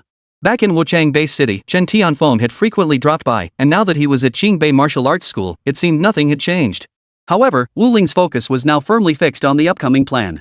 Ever since I took that group of students from the elite class into the primeval forest last time, quite a few students at the academy have strengthened their resolve. They want to fight ferocious beasts to enhance their strength. The Minister of Education wants me to oversee this initiative, but I simply can't handle it all. Still, I could personally select some promising candidates to mentor. Wu Ling pondered, reaching a decision. His primary teaching duties involved distributing materials, instructing martial arts techniques, and ensuring students benefited from the classroom's aura enhancement. Once these tasks were completed, excessive intervention on his part served little purpose. He was certainly capable of individualized training, identifying students' weaknesses, matching them with suitable martial arts techniques, and so on. The problem was that he currently had too many students to handle such personalized attention one-on-one. Occasionally, he could do this for promising students, but naturally, he couldn't treat every student this way. Take on another batch. Wu Ling made his decision. Only by helping students overcome their fear of ferocious beasts and solidify their Dao hearts could their future cultivation paths become smoother. As the elite of the nation's top universities, enjoying state support and abundant resources, confronting ferocious beasts was a path they would inevitably tread. At that moment, Wu Ling sent a message to Feng Zhengde. Seconds later, the phone chimed with an incoming message. Wu Ling glanced at it. Feng Zhengde had replied with a single sentence, I'll organize it. The next day, early morning. Wu Ling arrived at school right on time. On the way, Ren Xiaolong happened to come by, jogging over and asking, Teacher Wu Ling, are you taking students out for training again? Wu Ling nodded. Yes. Ren Xiaolong looked a bit downcast. Too bad. I was hoping to join your team, Teacher Wu Ling, but this time it's only open to first-year students who've reached stage 5 or above. I can't go. Wu Ling smiled. Keep pushing forward. With that, he departed. It was almost time now. The students should all be waiting for him in the classroom. Upon entering the classroom, Wu Ling noticed several faces from the last training session, the strongest among those he'd taken. Lu Miaoshi stood at the very front, smiling directly at Wu Ling. Feng Zhengde stood beside the lectern, waiting patiently for Wu Ling's arrival. Seeing Wu Ling arrive, Feng Zhengde smiled and hurried forward. Teacher Wu Ling, you're here. This time, the Ministry of Education has decided to have some experienced, stronger students accompany us. They can also lead the team. These students had all trained under Wu Ling before and knew his capabilities. Upon hearing he would be leading the team, each insisted on joining to mentor the inexperienced trainees. After all, within the entire Qingbei Martial Arts Academy, not a single soul questioned Wu Ling's teaching abilities. Upon hearing Feng Zhengde's words, Wu Ling nodded. That's fine. This didn't disrupt Wu Ling's plans. Even the experienced students were only relatively seasoned, they couldn't shield the others from danger. However, they possessed greater insight into confronting ferocious beasts. Under Wu Ling's guidance, the group returned to the outskirts of the primeval forest. Chapter 122, The Source of Beasts. This time, however, they did not head to the same location as before. Wu Ling had led his students to the forest's edge before, where they'd slain quite a few beasts. He himself had even taken down a 2-star giant ape. He suspected powerful beasts within the perimeter had marked them, but Wu Ling wasn't overly concerned. At the edge of the primeval forest, there were currently no beasts capable of threatening his life. If he couldn't defeat them, he could always outrun them. The real challenge lay in ensuring his students could undergo proper training. Upon entering the primeval forest, Wu Ling frowned, sensing something amiss. The aura of ferocious beasts was overwhelmingly dense. It felt as though they had all gathered here. However, Wu Ling could sense that they weren't targeting him or his trainees. Otherwise, they would have already surged over. Ding ling ling, the communicator suddenly chimed. He glanced at it, a message from Feng Zhengde. Feng Zhengde, Teacher Wu Ling, we made a mistake over here. We ended up at the place where the beast source originated. You can take care of it while you're there. If you want to come back, you won't be able to for now, because the teleportation array suddenly needs repairs. Wu Ling. This, he hadn't expected to be outmaneuvered by that old fox Feng Zhengde. The origin of beasts high school lecturers would explain this to students. It was an incredibly precious substance for ferocious beasts, capable of altering their constitution to achieve terrifying levels of power. It's graded from 1 to 6 stars, with each higher tier yielding increasingly potent effects. It also had notable effects on humans. Feng Zhengde must have done this deliberately. Still, for those who need it, the value of a beast source is incredibly high. If I can secure it, I could trade it for some much-needed resources. Wu Ling resolved to seize the beast source. There was no way around it. Feng Zhengde had deliberately trapped him here. Even if he wanted to slip away, he couldn't. Just then, a message suddenly appeared in Wu Ling's mind. Emergency mission, secure the 3-star beast source. Mission reward, unknown. Upon seeing this notification, Wu Ling's resolve solidified. A 3-star beast source. This was already an extremely valuable beast source. Wu Ling enveloped it with his psychic senses, probing the essence of the beast source. He found the aura to be indeed faint and weak. Without the system, I would have immediately classified it as a 1-star beast source. After all, its characteristics are strikingly similar to those of a 1-star beast source. Typically, a 3-star beast source would emit an intensely potent aura. Merely standing within 60 li of such a source would draw one into its gravitational pull, accelerating cultivation at an extraordinary rate. But this beast source lacked that characteristic, and the aura it emitted was noticeably weak. Seeing Wu Ling deep in thought, the students grew puzzled. I just received an urgent notification. Wu Ling's expression turned grave. Taking students to seize a beast source would be an extremely dangerous endeavor for them. There was no telling, they might perish amidst the beast horde. Although the aura emanating from it was only that of a first-tier beast source, it would still attract 1-star and 2-star ferocious beasts like moths to a flame.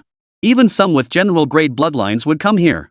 As she finished speaking, all eyes turned to Wu Ling. They waited for Wu Ling's next words. Yet they understood that a notice capable of eliciting such an expression from teacher Wu Ling could not be trivial.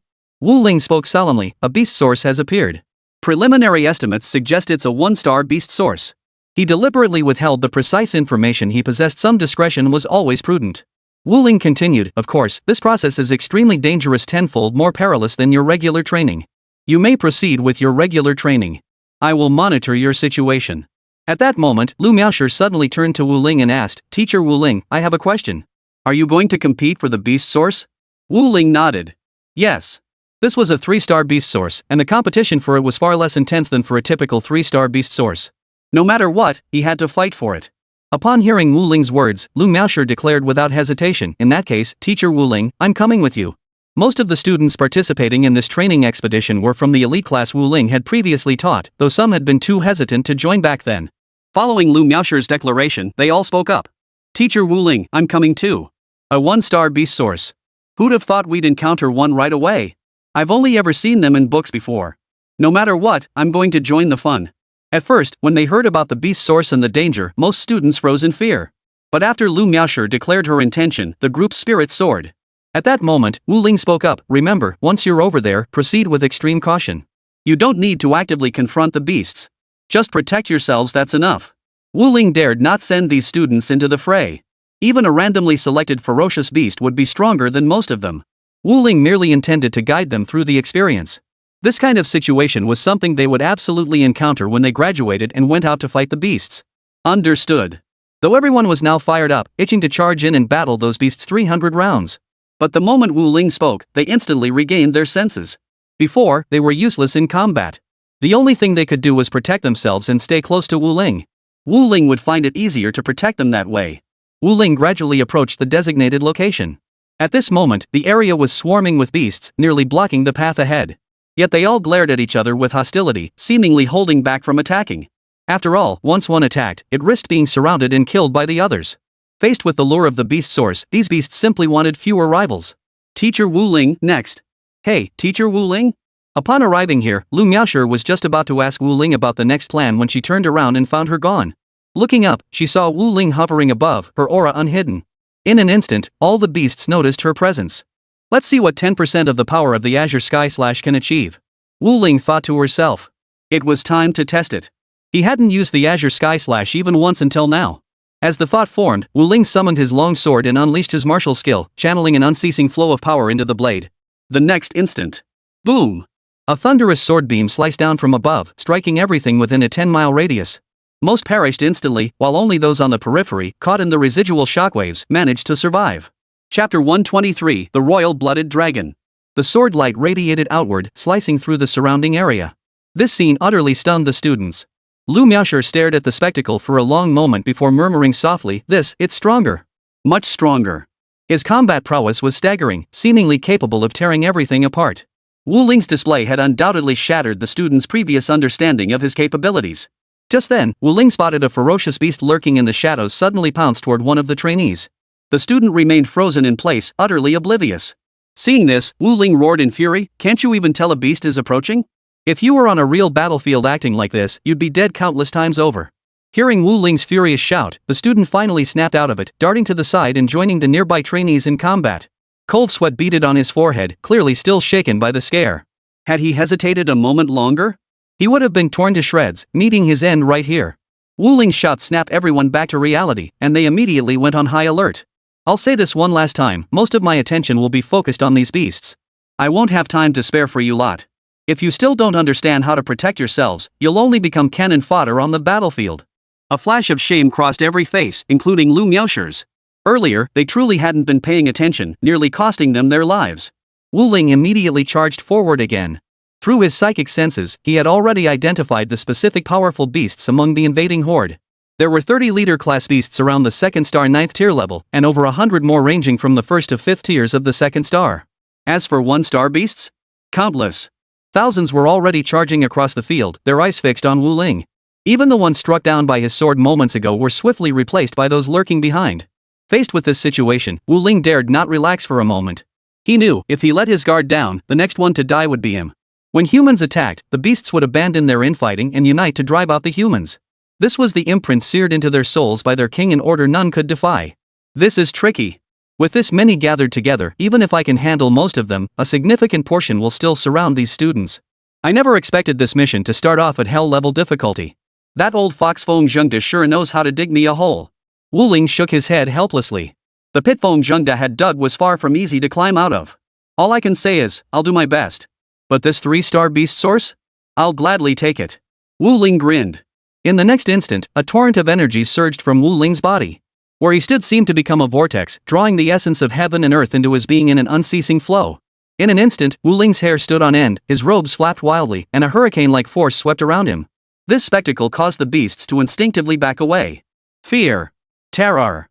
Wu Ling now stood towering against the sky, like an unyielding war god poised to face a million armies alone. Below, the students froze in stunned silence, their minds momentarily blank. But in the next instant, Lu Miaosher's thunderous shout snapped them all back to reality. Have you all lost your minds? Losing focus in a situation like this is no different from courting death. As she spoke, Lu Miaosher relentlessly channeled her spiritual energy, slaying the ferocious beasts surrounding them. Jolted awake by her voice, the others dared not slacken their vigilance. They began to defend against the beast's attacks with full force and unwavering focus. Wu Ling swung his sword again and again. With each strike, he advanced several paces. The sheer number of beasts was terrifying, and they fought with utter disregard for their own lives. Any gap that opened up was instantly filled, ensuring Wu Ling's front was perpetually packed. Completely swamped by the beast tide. But Wu Ling paid no heed, striking blow after blow, his face smeared with blood. At that moment, a dragon-headed beast leader roared from the rear of the horde, "Human! You seek death. The beast source belongs to us demonic beings. For a mere human to covet it is nothing short of courting death." His eyes blazed with fury as he continued, "Withdraw now, and I may command my men to spare your lives. But if you persist in your stubborn folly, clinging to what does not belong to you, then leave your lives here." Wu Ling observed this, smiled, and said nothing. This dragon possessed a 2-star, 9th-tier royal class bloodline. Moreover, from the dragon's gaze, Wu Ling felt an illusion. This guy seems to know this beast source is 3-star, not 1-star. The greed and fervor in his eyes shouldn't be directed at a 1-star beast source by a king-level bloodline beast. Wu Ling sensed something was amiss. As he swung his sword, he sent a telepathic message, "The portal remains open. Be ready to depart at any moment. Unexpected events may arise." The moment the message was sent, Wu Ling sensed the portal activate. He could depart at any time. However, if a 3-star beast source fell into the hands of the demonic beasts, it would be like adding wings to a tiger for them. This was not an outcome Wu Ling wished to see. Without delay, Wu Ling addressed the dragon-headed leader, "Well then, I happen to be quite interested in the beast source as well. Let's see who has a better chance of claiming it." At these words, the dragon's face twisted with fury. "Damned humans! You don't know your place. Since you're so eager to die, then die here together." The dragon roared furiously, immediately commanding all the ferocious beasts to launch a fierce assault. Wu Ling stared at the dragon, brewing a plan in his mind. A plan, one that would end swiftly and decisively, preventing the dragon from leaking any information. To instantly eliminate the dragon along with its entire leadership. The remaining beast tide, though possessing some sentience, was certainly not highly intelligent. With this thought, Wu Ling pushed his power to its absolute limit, channeling the celestial cleave to its peak. Yet this sword did not radiate terrifying power, as if it were about to devour everything. Wu Ling deliberately diverted a portion of her mental energy to conceal the aura of this power. At first, the dragon was clearly startled when Wu Ling swung his sword. Yet as wave after wave of sword energy erupted, it realized this seemed rather insignificant. The dragon now existed in this state of complacency. As long as the concealment held, Wu Ling's power would utterly shred the dragon in an instant, leaving it no chance to relay any warning to the other beasts. The dragon eyed Wu Ling with disdain while addressing the other demonic leaders. "We'll just wait for this damned fool to exhaust his power. Then we'll see how he dares challenge us." The words had barely left its mouth when it turned its head. Suddenly, a surging sword beam, seemingly intent on annihilating everything in its path, tore through the air in an instant. Chapter 124, Seizing the Beast Source. The sword was magnificent and dazzling. In the blink of an eye, it vaporized every ferocious beast in its path. This beast too was instantly dissolved. In that instant, both the ferocious beasts and the prodigy class brought by Wu Ling froze in place for a moment. This was terrifying. The aura of that sword beam Wu Ling had unleashed earlier was beyond their comprehension. They couldn't fathom what level it represented. Yet they witnessed it, every ferocious beast dissolved without even a chance to struggle before that single strike. Lu Miaoshi snapped back to her senses, yet terror still gripped her heart. Could this truly be the power of someone Wu Ling's age? Even the prodigies of the three major organizations, at Wu Ling's age, would likely fall far short of this level of power. Seizing the moment of their stunned silence, Wu Ling swiftly approached the beast source, retrieved the lotus-like core, and hurried away. Using his psychic powers, he lifted his students into the air and traversed the teleportation array at astonishing speed. Throughout this entire sequence, the ferocious beasts witnessed the scene unfold before their very eyes. They dared not step forward to stop him. Joking aside, the terrifying power Wu Ling had unleashed had completely intimidated them. The beasts' leaders had long been shattered and dissolved by Wu Ling's sword aura. For them to approach, that would be suicide. At that moment, several high-ranking officials from the Ministry of Education and the Demon Suppression Bureau had gathered together. The Demon Suppression Bureau officials frowned, watching the scene unfold with disbelief. "The surveillance cameras we deployed are gone. The last image captured was Wu Ling's final slash of sword energy. Its might and power were flawless, reaching the pinnacle. Even the surveillance system couldn't withstand it, it simply vanished." The Demon Suppression Bureau official spoke, his voice trembling with disbelief. What terrifying power was this? Even though they only caught the final instant on camera, the sheer magnitude of that force still sent shivers down their spines. At that moment, Principal Feng Zhengde of Qingbei Martial Arts Academy frowned and spoke solemnly, "This power, I estimate it has reached the martial sovereign level. Probably around the initial stage of martial sovereign. Judging by Wu Ling's stance, he must have unleashed his full power holding nothing back." Following Feng Zhengde's words, the others nodded in agreement. A martial sovereign of this age is truly terrifying. Even the legendary war god Song Bai didn't possess such power at this age, did he? Indeed. At this age, war god Song Bai was at the 8th stage of martial sovereign. That record remains unbroken to this day, neither within our nation nor across the Western realms. For it to be shattered by a mere teacher, truly astonishing. Song Bai once stood alone with his sword, guarding the nation's gates. That abandoned city, no one believed it could survive. Three-headed, six-star monstrous beasts descended together, accompanied by hundreds of five-star beasts and countless four-star and lower-ranked ones. As the beast tide encircled the city, Song Bai stood his ground, resolutely remaining at the city gates to protect its inhabitants. In the end, he achieved the impossible. He gravely wounded two six-star beasts and slew one. As for the five-star and four-star beasts, their corpses littered the land for thousands of miles around. It was a miracle. Because of Song Bai's existence among the human race, no fiendish beast has dared to openly challenge or attempt to forcibly occupy the city to this day. They know, when this god of war goes berserk, he can turn the heavens and earth crimson with blood. Though the beasts continued to gather strength, not a single one dared to underestimate Song Bai. Yet this legendary, peerless figure, a man whose youthful records were unmatched, had his achievements surpassed by Wu Ling. At that moment, the Minister of Education suddenly turned to Feng Zhengde, offering a meaningful smile. "Zhengde, from what I know of Wu Ling's past, he absolutely detests being manipulated. By doing this, I suspect his trust in you will plummet dramatically. He might even leave Qingbei Martial Arts Academy altogether." Feng Zhengde gave a helpless chuckle. There was no other choice. That place is the most suitable for Wu Ling. After all, once a martial sovereign level martial artist enters the outer perimeter of the primordial forest, it will inevitably alert some of the stronger beasts. While Wu Ling appears to be only at the martial master level on the surface, his true strength far surpasses that rank. Sending him is the most fitting decision possible. Feng Zhengde continued, "This leaked information, though it only mentions a tier 1 beast source, still feels off somehow. According to expert analysis, this beast source could very well possess the effects of a second tier or even third tier source. Should it fall into the hands of a ferocious beast, it could very well spawn another formidable creature. In recent years, heretical organizations have grown increasingly brazen, particularly the Evolution Association. They stubbornly believe that only by worshipping ferocious beasts can one achieve the most perfect evolution. As he spoke, Feng Zhengde's eyes filled with profound resignation. And what's more, the initiator of this scheme is none other than a state guardian-level powerhouse. Silence fell over the group. Indeed, faced with such circumstances, they had resorted to scheming and deception. Because they had to stop it. They had to prevent the beasts from posing an overwhelming threat to humanity, from shattering the delicate balance. Once that equilibrium was shattered, it would unleash another wave of bloodshed and carnage. Feng Zhengde glanced at the communication data before turning to the others. Wu Ling has emerged. It went smoothly. The beast source was retrieved as well. The Minister of Education smiled. In that case, go find him. I'd rather not. That guy doesn't play by the rules. Even though I've never dealt with him, I'm a bit wary. These days, even the Minister of Education couldn't boss Wu Ling around, they practically had to cater to him. Joking aside, if Wu Ling got truly pissed off, forget his current prestige among students, just the people backing him showing up would be more trouble than he could handle. Everyone present here held positions of considerable influence and were well aware that Wu Ling had caught the attention of the three major organizations. Wu Ling led his students back to Qingbei Martial Arts Academy. The students looked battered and disheveled, covered in dust, with torn clothing and visible wounds. They had clearly endured a fierce battle. Only upon seeing the familiar campus did they seem to snap back to reality, letting out a slight sigh of relief. Terrifying. Extremely terrifying. They never imagined that confronting the ferocious beasts would prove so terrifying and relentless. They were just moments away from being swept up in the tide of beasts. Finally back. I thought I'd never make it. As someone stepped onto the grounds of Qingbei Martial Arts Academy, tears welled up in their eyes. The life and death struggle had finally made them understand just how terrifying the ferocious beasts truly were. Chapter 125, Hot Potato. The reason they had been able to kill those beasts so easily before was simply because they were fighting at a lower level.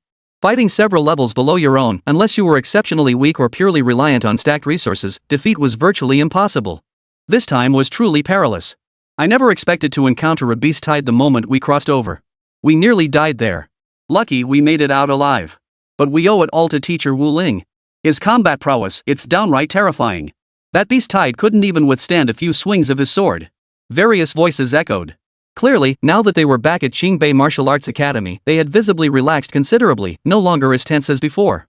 After all, this place offered the familiar comfort of safety. Lu Miaoshi, however, remained relatively composed.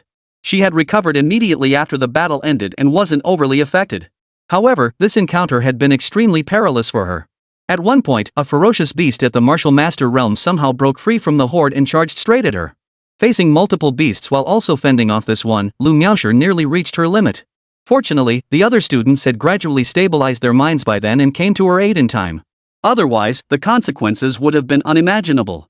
At that moment, Feng Zhengde appeared at the entrance of Qingbei Martial Arts School, walking toward Wu Ling with a smile. Teacher Wu Ling, your students' training journey has gone smoothly this time. I see the youthful naivety has faded from their faces, replaced by maturity and resolve. Wu Ling shot Feng Zhengde a cold glance. Feng Zhengde felt a chill run through him, followed by profound shock. He was, after all, a martial sovereign-level powerhouse. Yet, Wu Ling's gaze alone made his hair stand on end? He couldn't shake the feeling that Wu Ling was far from ordinary. It felt as though everything she was revealing now was merely what she chose to show. Teacher Wu Ling, the items. Feng Zhengde managed to speak, swallowing hard as he met Wu Ling's gaze. After all, such a beast source would inevitably be confiscated by the Demon Suppression Bureau. He dreaded the thought of it falling into the hands of malevolent factions like the Fierce Beast Cult or the Evolution Association. If it ended up with those scoundrels, it would spell serious trouble. Upon hearing this, Wu Ling replied indifferently, the item is mine to keep since I obtained it. As for what compensation you owe me, you'd better think it through carefully. With that, Wu Ling turned and left, heading home. This encounter had taken a significant toll. Though she'd only expended about 1/30th of her power, she still needed to return home for proper recuperation. Feng Zhengde watched the scene unfold with helpless resignation. This was bad. Wu Ling had confiscated the items, and he genuinely had no idea how to explain this to the Demon Suppression Bureau. Yi Bai was fearless by nature, never bowing or scraping before anyone. Under his influence and selection, his subordinates were almost all cut from the same cloth. They knew nothing of fear, secure in the knowledge that Yi Bai would always have their backs. They paid no heed to Feng Zhengde's status whatsoever. As for Wu Ling refusing to hand it over, that was Feng Zhengde's problem. Eventually, the Demon Suppression Bureau would come for Wu Ling, but he himself would suffer first. This guy, even if I wanted to snatch it from him, I'd have to be able to outmaneuver him first. Feng Zhengde sighed helplessly. He could only watch as Wu Ling walked away like that. Overhearing Feng Zhengde and Wu Ling's exchange, the students heading out for their trials all looked puzzled. What? What item? They now sensed that this matter was not as straightforward as they had imagined. But as Principal Feng turned and walked away, they dared not rush forward to ask questions. They weren't Wu Ling, they couldn't afford to disrespect Principal Feng. Seeing this, Lu Miaoshi also refrained from asking questions. She planned to return and consult her father. As the deputy director of the Mentalist Management Bureau, he should be able to uncover these details. Back home, Wu Ling had just lain down on her bed when she rose again with a sigh of resignation. Opening the door, she looked at Chen Tianfeng standing there. Seriously, why do you keep showing up? Can't you just contact me through the communicator? You have mine, don't you? Chen Tianfeng didn't seem annoyed by Wu Ling's remark. Instead, he chuckled, it's just a habit. A habit. Some things are better discussed in person. Changing the subject abruptly, Chen Tianfeng added with surprise, I never expected you'd reach the martial sovereign realm already. Your progress is truly remarkable. Wu Ling responded coolly, even with martial sovereign level combat power, I still can't fathom your true strength. You're hiding quite a few secrets, aren't you? He genuinely couldn't fathom Chen Tianfeng's true strength.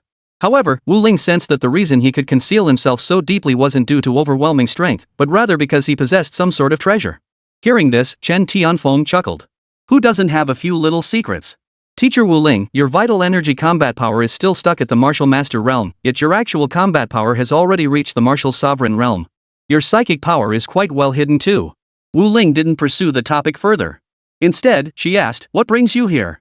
Chen Tianfeng finally grew serious, his expression turning grave. That beast source of yours is third tier, not first tier, right?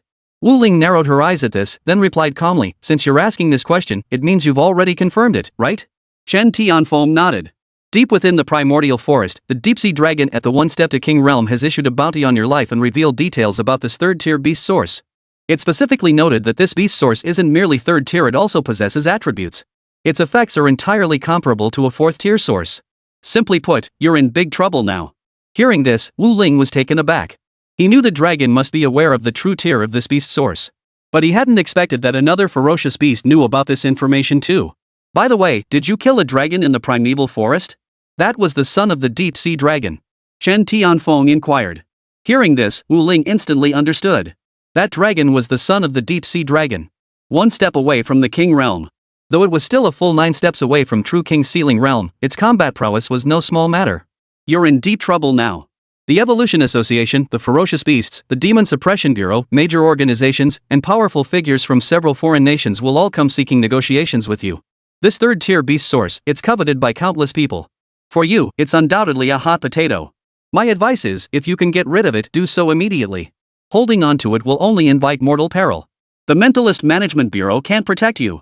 Unless you join one of the 3 major organizations, no one can shield you from these formidable enemies. Even if you join one of the 3 major organizations, they'll only help you exchange this beast source for something of equal value. Chapter 126, Sale. Wu Ling heard this but didn't seem too concerned. I don't care much for these things. They hold no significance to me. I have my own way of dealing with the beast source. If that's what you came for, you needn't stay any longer. Wu Ling said with a smile. Chen Tianfeng had spoken at length, but ultimately, it all boiled down to the beast source in his possession. Of course, it was also possible that someone behind Chen Tianfeng had sent him here. A first-tier beast source? They could easily dismiss it with a sneer. But a third-tier beast source, that was something they couldn't remain indifferent to. After all, if a human found a compatible third-tier beast source, they could potentially elevate their power to unimaginable heights. No wonder so many were eager to vie for the beast source. Moments later, Chen Tianfeng suddenly gave an awkward smile. Wu Ling was genuinely surprised. He hadn't expected to see such an expression of shame on Chen Tianfeng's face. Well. I did come for this beast source. Of course, I'll make an offer. Don't worry, I certainly won't try to get this beast source for free. Hearing this, Wu Ling stopped trying to shoo him away and lay back on the bed. Name your price. If it's reasonable, I might consider selling it to you. 1,000 top-grade divine stones. Chen Tianfeng grew serious, stating his price. 1,000 top-grade divine stones held value comparable to an 8th-tier spirit mind weapon. Divine stones were entirely different from other cultivation-enhancing stones. They contained potent spiritual energy that could be directly infused into Wu Ling's body. Their value was truly staggering. Wu Ling, however, remained unmoved. He waved his hand dismissively. I understand. You may leave for now. I'm waiting to hear other offers. He had no clear understanding of the value of a third-tier beast source. He only knew it was incredibly precious. Therefore, he couldn't tell if this price was accurate. Consequently, Wu Ling decided to wait a little longer. He didn't believe Chen Tianfeng would be the only one to come knocking. Now, Chen Tianfeng grew anxious. Teacher Wu Ling, you should be well aware of the 1,000 divine stones price. If you miss this opportunity, there won't be another. I'm confident no one else will offer more than I have. Though the price offered by Chen Tianfeng's backer was far higher than that. But Chen Tianfeng also wanted to pocket some profit after all, those resources were undeniably tempting. Just then, a cold, elegant voice cut through the air, 3,000 spirit stones. Third-tier beast source mine. Just as Chen Tianfeng was trying to persuade Wu Ling to agree, that voice cut in. He froze instantly, then let out a bitter laugh. That witch is at it again. He knew that with her appearance, the third-tier beast source was essentially out of his reach. 3,000 divine stones. Even if he brought every last chip his backer had offered, he'd never outbid her. The woman glided in, swaying her captivating figure. She shot Chen Tianfeng a glance and sneered, "Old Gu gave you more than just this, didn't he? You're trying to make quite the profit margin here. 2,500 divine stones, yet you've only managed to extract 1,000. Chen Tianfeng's face flushed crimson as he stammered, "I was just testing the waters." But in truth, he genuinely intended to pocket the difference. Divine stones were incredibly useful, even for someone like him at this stage. You'd better hope Old Gu doesn't find out you were trying to make a profit. You won't get off easy if he does. The cold-eyed woman sneered disdainfully before turning her gaze to Wu Ling and flashing a smile.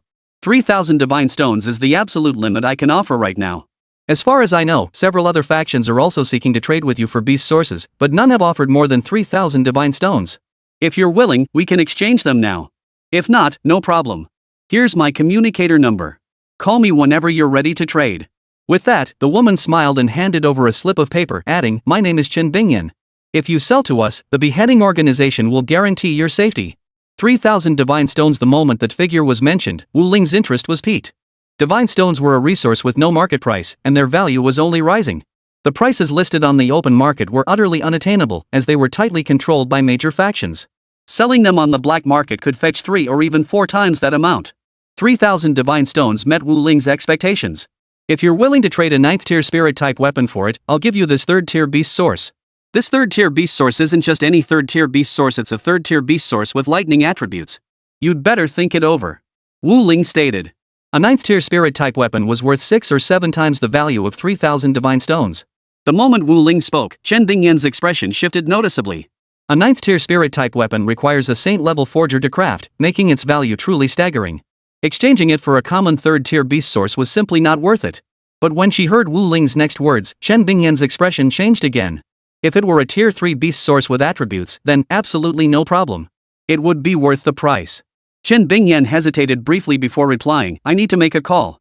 Please wait a moment." With that, she walked straight out the door. Seizing the moment, Chen Tianfeng remarked incredulously, "Teacher Wu Ling, your asking price is truly steep, jumping from 3,000 divine stones to nearly 20,000. Wu Ling lay on the bed, showing no intention of responding to Chen Tianfeng. Chen Tianfeng continued, his tone tinged with admiration, "But that 3rd-tier beast source actually carries an attribute, a rare lightning attribute, no less. Asking for that price is entirely justified. The decapitation organization has a top prodigy who can wield beast sources. The higher-ups hold him in high regard. Even though it's a 9th-tier psychic weapon, they'd likely be willing to secure it." Just then, Chen Bingyan pushed open the door and walked in, looking at Wu Ling agreed. "The 9th-tier psychic weapon will be delivered tomorrow. Just hand over the 3rd-tier beast source to me then." Wu Ling nodded. "All right. Better sooner than later. Otherwise, other factions might get here first." Chen Bingyan. Only then did she recall that members of other factions were currently keeping a close eye on Wu Ling's side. The moment she left, they might swoop in immediately. A 3rd-tier beast core with rare attributes, it wasn't just their decapitation organization willing to pay the price of a 9th-tier psychic weapon for it. Chapter 127, Teaching the Azure Falling Slash. Other organizations and factions would be willing to pay as well. "I understand," Chen Bingyan replied before turning and leaving immediately.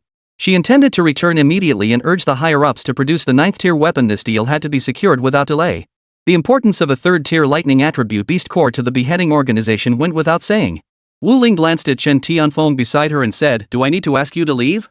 Chen Tianfeng gave an awkward chuckle before replying, "No need. I'll be going now." After he departed, Wu Ling watched his retreating figure and fell deep in thought. This Chen Tianfeng, she couldn't shake the feeling he was scheming something. Back in Wuchang Base City, Chen Tianfeng had personally approached her to recruit her. At the time, Wu Ling had assumed he was just a minor leader.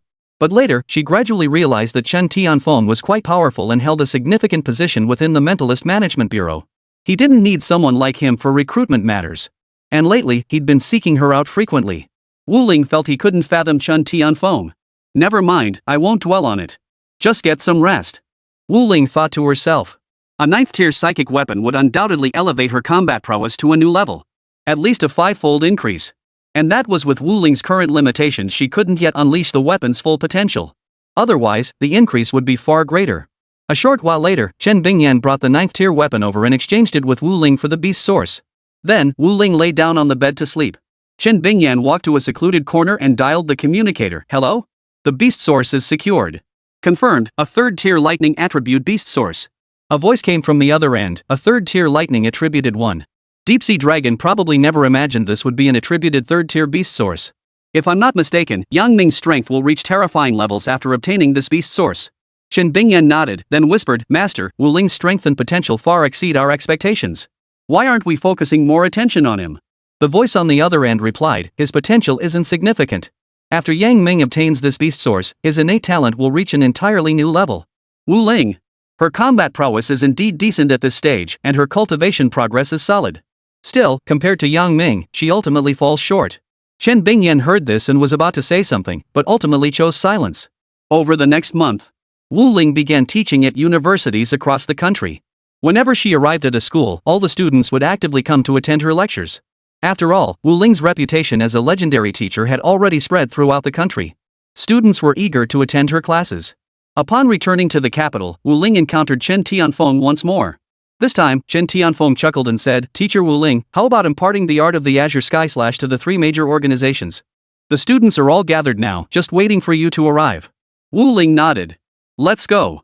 He hadn't expected Chen Tianfeng to appear so soon after his return to the capital. He must have tracked down her whereabouts. But teaching the Azure Sky Slash to the 3 major organizations was precisely what Wu Ling intended to do. Once these top prodigies became his students, how much further could their psychic abilities advance? This was precisely what Wu Ling anticipated. Upon arriving at the beheading organization, these prodigies had already gathered together. They harbored not a shred of contempt for Wu Ling, renowned as the nation's foremost instructor. Clearly, these prodigies were well aware of Wu Ling's prowess and understood the terrifying power of the Azure Sky Slash. After arriving, Wu Ling took a quick glance and found over 500 individuals present. Among them, the strongest had already reached the 9th tier Spirit Mind Master level. This level of strength, truly formidable. Wu Ling remarked with admiration. A 9th tier spiritualist could easily match a martial sovereign level powerhouse. However, once one reached the martial sovereign realm, the gap between each subsequent tier, even a minor one, far exceeded the difference between ordinary martial artists and martial sovereigns. Therefore, those who could still defeat foes of higher tiers after reaching martial sovereign would be regarded as top tier prodigies. Wu Ling's gaze finally settled on a man clad in robes, his expression haughty. He was exceptionally powerful. Wu Ling estimated that this man's combat prowess had already surpassed that of some martial sovereigns. Moreover, he sensed a familiar aura emanating from this man. A 3rd tier thunder attribute beast source. To spend such a great cost acquiring a beast source for this man, his innate talent must be exceptional. Wu Ling mused inwardly. However, he couldn't discern anything particularly special about this person. Just then, an elderly man stepped forward with a smile. Dressed in a gray robe and wearing a faint smile, the old man approached Wu Ling and said, Young friend Wu Ling, thank you for coming to teach the Azure Falling Strike to these youngsters.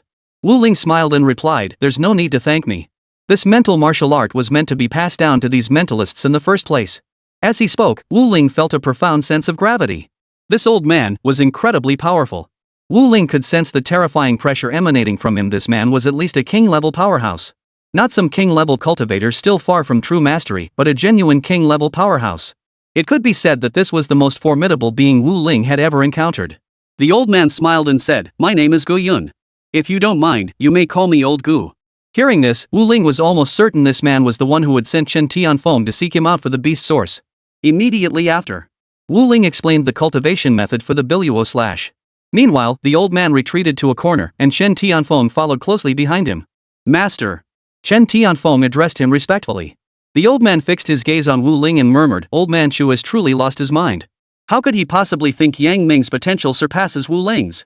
It's only by relying on the decapitation organization's vast resources and even the 3rd tier lightning attribute beast source old man Chu procured with a 9th tier weapon that he's barely reached his current level.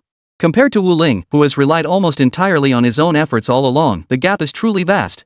Chen Tianfeng glanced at Yang Ming nearby and added with disdain, too much reliance on resources will severely limit his future combat potential. At that moment, old Gu chuckled, Tianfeng, I hear you offered Wu Ling 1,000 divine stones? Chen Tianfeng felt a pang of awkwardness before replying, just testing the waters. Old Gu replied calmly, for geniuses of Wu Ling's caliber, there's no need for such petty tricks in the future. If you need divine stones for cultivation, I'll provide them. No need to worry too much. Chapter 128, Momentum. Hearing this, Chen Tianfeng replied with a touch of shame, my apologies, master. Lately, I've had this vague sense that I'm about to touch upon the momentum realm of spiritual psychic power. If I could obtain more divine consciousness, I believe reaching that realm would come much sooner. The moment these words left his mouth, Old Gu immediately grew restless, abruptly grabbing Chen Tianfeng's shoulder in astonishment. Momentum? Are you serious? If that's truly the case, then achieving the realm of the saint will become far simpler for you. At that moment, Elder Gu was visibly agitated. Momentum might not be essential for attaining the realm of the saint, but possessing it would make the path to the saint realm considerably easier. Moreover, one's combat prowess would also be significantly enhanced. Of course, the exact extent of that strength would depend on one's understanding of momentum. Immediately after, Elder Gu inquired again, what type of momentum are you about to touch upon? Though it must be said, momentum, once grasped, even in its most common forms, grants terrifying combat prowess and innate talent. But if one could grasp a rare type, the sheer terror it brings is beyond imagination. After all, to reach such a realm while possessing a rare attribute is proof enough of one's innate talent. Moreover, upon attaining the realm of the saint, their combat prowess would be elevated beyond measure. Upon hearing this, Chen Tianfeng spoke up, it's light. Old Gu froze upon hearing this, then erupted with wild joy, light? Release your current embryonic form for me to see. Chen Tianfeng complied, releasing the nascent form that was gradually taking shape within him. The power wasn't exceptionally strong, but Old Gu could sense the faint yet discernible light energy within it. Ha ha ha ha. I never imagined you concealed such extraordinary talent. All those old fools, fighting over this, and that they likely never suspected that within the entire beheading organization, you are the one with the highest innate potential. Hearing this, Chen Tianfeng felt a bit embarrassed. The concept of momentum had been briefly touched upon during the organization's lectures, but not in great detail. They only hinted that what he was gathering might be momentum. But its true meaning and the challenges it presented? The instructors merely brushed over it, often not even bothering to mention it at all. Old Gu smiled. You must be wondering why the instructors barely touched upon it, even skipping it entirely, only letting you know it existed. Because, very few managed to grasp the concept of momentum before reaching the saint realm. The most renowned among them is Yi Bai. Grasping momentum is extraordinarily difficult. Whether you choose the path of martial arts or that of a spirit mind master, you need momentum to advance further. Very good. From now on, focus solely on solidifying this nascent form into a tangible entity. Whatever resources you require, just tell me directly. I will do everything in my power to secure them for you. Chen Tianfeng paused, taken aback. In recent years, he had been considered Elder Ji's most favored disciple, but never to this extent. Resources were freely available upon request. Had it been like this earlier, he wouldn't have had to pay Wu Ling 1,000 spirit stones. But Chen Tianfeng knew, all of this was likely due to momentum. This thing is no simple matter. If Chen Tianfeng's guess was correct, he reckoned that one capable of comprehending momentum should possess even greater innate talent than Yang Ming. Despite Yang Ming's lack of outstanding combat prowess or cultivation speed thus far, the higher-ups still held him in high regard. That's because Yang Ming seemed to possess some kind of special constitution. But this information had always been concealed, never leaked to the outside world. Thus, Chen Tianfeng possessed no concrete details. Then, Guyun spoke calmly, Tianfeng, don't tell old man Chu and the others about your sudden grasp of momentum. Keep this matter concealed, understand? Chen Tianfeng nodded. After a moment's hesitation, he finally voiced the question that had troubled him for so long, Master, I wish to ask, why do old Chu and the others hold Yang Ming in such high regard? Even now, he hasn't shown anything particularly outstanding, yet they continue to seek resources for him relentlessly even at great cost. After Chen Tianfeng voiced his question, Guyun smiled faintly before replying calmly, why? Because, they believe Yang Ming possesses a legendary physique, one that exists only in theory, never witnessed in reality. Therefore, they see Yang Ming as the prime candidate to fulfill the beheading organization's objectives.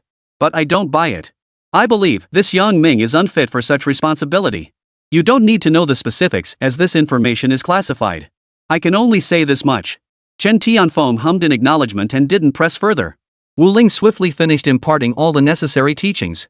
Below, Yang Ming gazed at Wu Ling with an air of arrogance before speaking indifferently, Master Yang Ming, I hear your below slash has reached a level of mastery beyond compare. I'd like to challenge you to a spar. What do you say? As the words fell, the other prodigies in the arena shot astonished glances toward Yang Ming. They knew Yang Ming had been receiving intensive cultivation for so long, but his combat strength had never ranked among the top 3. However, after recently fusing with a third-tier thunder attribute beast source, they had no idea what level his combat strength had reached. Wu Ling glanced at Yang Ming before speaking. I fear you might perish outright. The remark sent shockwaves through the crowd. The young men in the arena never imagined Wu Ling would say such a thing.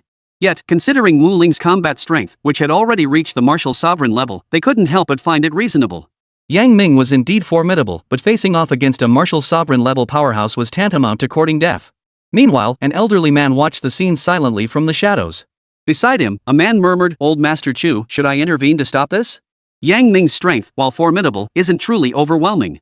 If he were to face Wu Ling, the loser would undoubtedly be him. Even after fusing with a third-tier thunder attribute beast source, he doesn't seem to have reached the terrifying level we anticipated. On the contrary, he appears only marginally stronger. Facing Wu Ling, he has absolutely no chance of victory, he might even die. Old Chu shook his head. The legendary Taotai physique requires devouring vast resources. Its power only erupts when stored to a certain threshold within the body. As for this battle, we'll intervene only when Yang Ming realizes the gap between himself and Wu Ling, or when he faces a life-threatening crisis. He's become far too arrogant. We must strike down his arrogance and dampen his spirit. Chapter 129, Yang Ming's Provocation. Hearing this, the man fell silent before replying, agreed. At that moment, Yang Ming, who was on the field, froze upon hearing these words. Ever since being favored by Elder Chu, he'd grown somewhat arrogant, which made others dislike him. Yet, because of Old Master Chu, he dared not show off too much. Immediately, Yang Ming's anger boiled over. He coldly retorted, Wu Ling, don't you dare look down on people. Rumors outside claim you possess martial sovereign strength. Did you deliberately spread that news? Today, I'll see just what kind of strength you, Wu Ling, truly possess. Ever since Wu Ling's name had become widely known domestically and within the three major organizations, Yang Ming had harbored deep resentment toward him, convinced Wu Ling was all show and no substance. He had been waiting for an opportunity to test Wu Ling's true abilities. Immediately, Yang Ming drew his 9th-tier weapon and axe.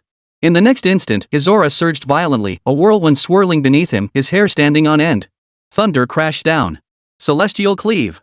Yang Ming roared in fury, channeling psychic energy to control the axe as he swung it wildly. Seeing this, Wu Ling summoned her 9th-tier psychic weapon. It seems I haven't used this weapon yet. Perfect, I'm curious to see just how much power it can amplify for me. Wu Ling murmured to himself. At the same time, he was deeply curious, after these three major organizations' members became his disciples and cultivated the Azure Sky Slash. What level of power could they possibly reach? Wu Ling made no effort to conceal his aura, instantly channeling his power to its absolute limit. Hurricane force winds surged, surpassing Yang Ming's power by an immeasurable margin. A terrifying aura began to spread, filling everyone present with dread and fear. None dared to approach Wu Ling. But what they didn't know was, this was merely the beginning. Is this the power of Teacher Wu Ling? The rumors were true after all. I can barely stand steady now. It's normal. My legs are shaking. I'm barely holding on with sheer willpower. Thankfully, Wu Ling isn't targeting us, or we'd have been blown away already. The group murmured among themselves. The imposing aura Yang Ming had unleashed earlier was completely shattered the instant Wu Ling's power erupted. Yang Ming froze, his face twisted with frustration. He growled, Why? Why is this happening? This shouldn't be. This can't be right. How could he possibly possess the strength of a martial sovereign? Chu Lao and Gu Yun, observing from the shadows, were both profoundly shocked. Rumors could never match the shock of witnessing it firsthand. At that moment, a message suddenly flashed through Wu Ling's mind. Mission reward issued, Thunderous Might Grand Perfection. Thunderous Might? Seeing this message, Wu Ling froze in surprise. He knew absolutely nothing about Thunderous Might. Momentum, it wasn't something taught in university or high school. In fact, knowledge of it was confined solely to the major elite organizations. For instance, the three great organizations. At this moment, Wu Ling's power continued to surge relentlessly, reaching the pinnacle. Suddenly, a hurricane force gale erupted. The violent winds unleashed by Wu Ling's momentum shattered the psychic barriers erected by everyone present. Just as they were about to be blown away, Chu Lao, lurking in the shadows, suddenly spoke to the man beside him, Protect her. It's quite fitting for them to witness this battle. The man immediately replied, Yes. In the next instant, everyone present felt an invisible force shielding them from Wu Ling's overwhelming might. Yang Ming was still gathering his power, but under the impact of Wu Ling's momentum, he was struggling to stay on his feet. He stared intently at Wu Ling, his eyes filled with resentment. Why is he so strong? Yang Ming couldn't comprehend it. He had been hailed as a prodigy by Elder Chu and even possessed a third-tier thunder attribute beast source. By all accounts, he should be formidable. Yet, why did he feel so utterly insignificant before Wu Ling? Driven by this intense frustration, Yang Ming's body seemed to undergo a transformation. His aura and power began to surge upward, level by level. Finally, he leaped over two entire major realms.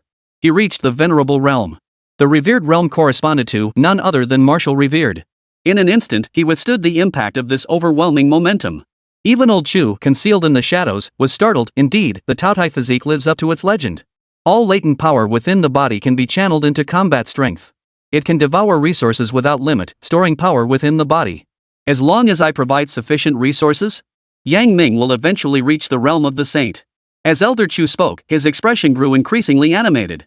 He had been cultivating Yang Ming for 3 full years now, dedicating half of the resources allocated annually for cultivating disciples to him alone. Finally, this moment had arrived. Gu Yun, witnessing this scene, was startled. The Taotai physique. Could the rumors be true? Chen Tianfeng, standing nearby, overheard the remark. The moment he heard those 4 words, he froze. The Taotai physique? Isn't that the legendary physique? Gu Yun nodded. Yes, but the Taotai physique in legend wasn't this weak. If I recall correctly, the legend states, the Taotai physique can devour resources without limit, but Yang Ming can't. Half the resources meant for cultivating new generations each year were squandered by that old fool Chu on Yang Ming. But that's already pushed Yang Ming to his limit. If he tries to devour any more, he'll explode. The legends say it can devour endlessly, no matter the circumstances. So I suspect Yang Ming's constitution shares a similar essence with the Taotai physique, but only to a limited degree. That's why old man Chu mistakenly identified it as the Taotai physique. At that moment, Chen Tianfeng, observing Yang Ming's overwhelming and terrifying aura, suddenly asked Gu Yun, Master, who do you think will win? Gu Yun answered without hesitation, Wu Ling. This guy is too mysterious. And when it comes to innate talent, neither Yi Bai nor any of the other top-tier figures can match him. At these words, Chen Tianfeng froze for a moment, but ultimately said nothing more. Within Wu Ling's body, power continued to erupt uncontrollably. Simultaneously, a vast domain seemed to form around him. An overwhelming aura, accompanied by intertwining thunderbolts, instantly suppressed the entire arena. Within hundreds of miles of Wu Ling, it felt as though he commanded absolute control. Yang Ming's smile had barely appeared when he was instantly pinned to the ground by this overwhelming aura. He couldn't even shift his head an inch.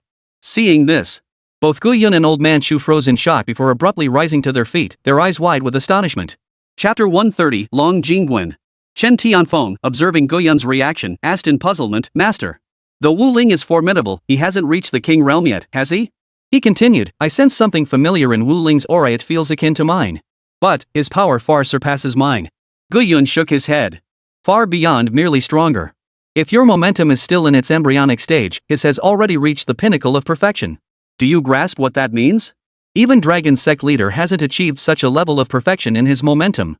If his momentum has truly reached perfection, he could easily slay a 6-star ferocious beast. This was Chen Tianfeng's first encounter with momentum. In the past, even the strongest individuals he had encountered had failed to grasp the essence of momentum, much less the level of perfection. Moreover, not even the Dragon Patriarch possessed a grand perfection level momentum. Remember, Dragon Sect leader was the sole saint level supreme being within their entire decapitation organization, the most powerful figure among them. At that moment, Gu Yun's expression suddenly changed. Master Dragon is here. At that moment, on the other side, the man beside Elder Chu wore a look of utter shock. After a long moment, he finally managed to speak. That's the aura of a grand perfection. Within the nation, only the war god Yi Bai has attained the grand perfection of power. That year, he achieved the rank of nation guardian level powerhouse for over a decade. That year, he was 126 years old. Elder Chu's body trembled slightly, overcome by disbelief.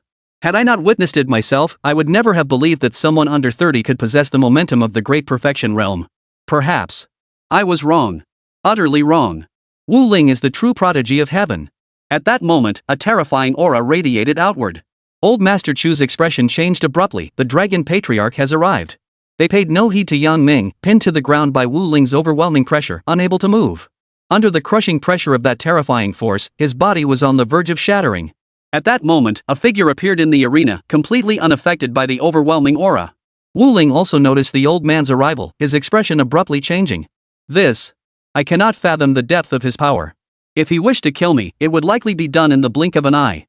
This was the most powerful, terrifying, and utterly overwhelming opponent Wu Ling had ever encountered. Though Wu Ling had never encountered a king-sealing realm powerhouse, he suspected even such a being could not instill such profound dread. The old man first looked at Wu Ling, then spoke, How about becoming my disciple? I, Long Jingwen, will pour every resource into you. Whatever you need, I will do everything in my power to obtain it for you. Fervor flickered in Long Jingwen's eyes. Gu Yun and Old Chu, witnessing Long Jingwen's state, weren't overly surprised. They understood just how deep the Dragon Sect master's obsession ran with cultivating someone capable of slaying a 6-star fiend beast. The moment Long Jingwen finished speaking, Ke Yun, watching from the shadows, turned to Chen Tianfeng and asked curiously, how likely do you think Wu Ling is to accept? A saint-level figure personally stepping in to take on a disciple, willing to pour every resource into cultivating Wu Ling. For anyone else presented with such an offer, refusal would be nearly impossible, wouldn't it? Chen Tianfeng answered almost without hesitation, Wu Ling would refuse. He has one defining trait, stubbornness. He has his own ideas. Though to this day, I still don't know what exactly those ideas are. Ke Yun chuckled heartily before replying, actually, I spent some time trying to understand this Wu Ling fellow myself. My conclusion is pretty much the same as yours. Such talent wasted on teaching. Long Jingwen looked at Wu Ling with eager anticipation. But Wu Ling shook his head apologetically.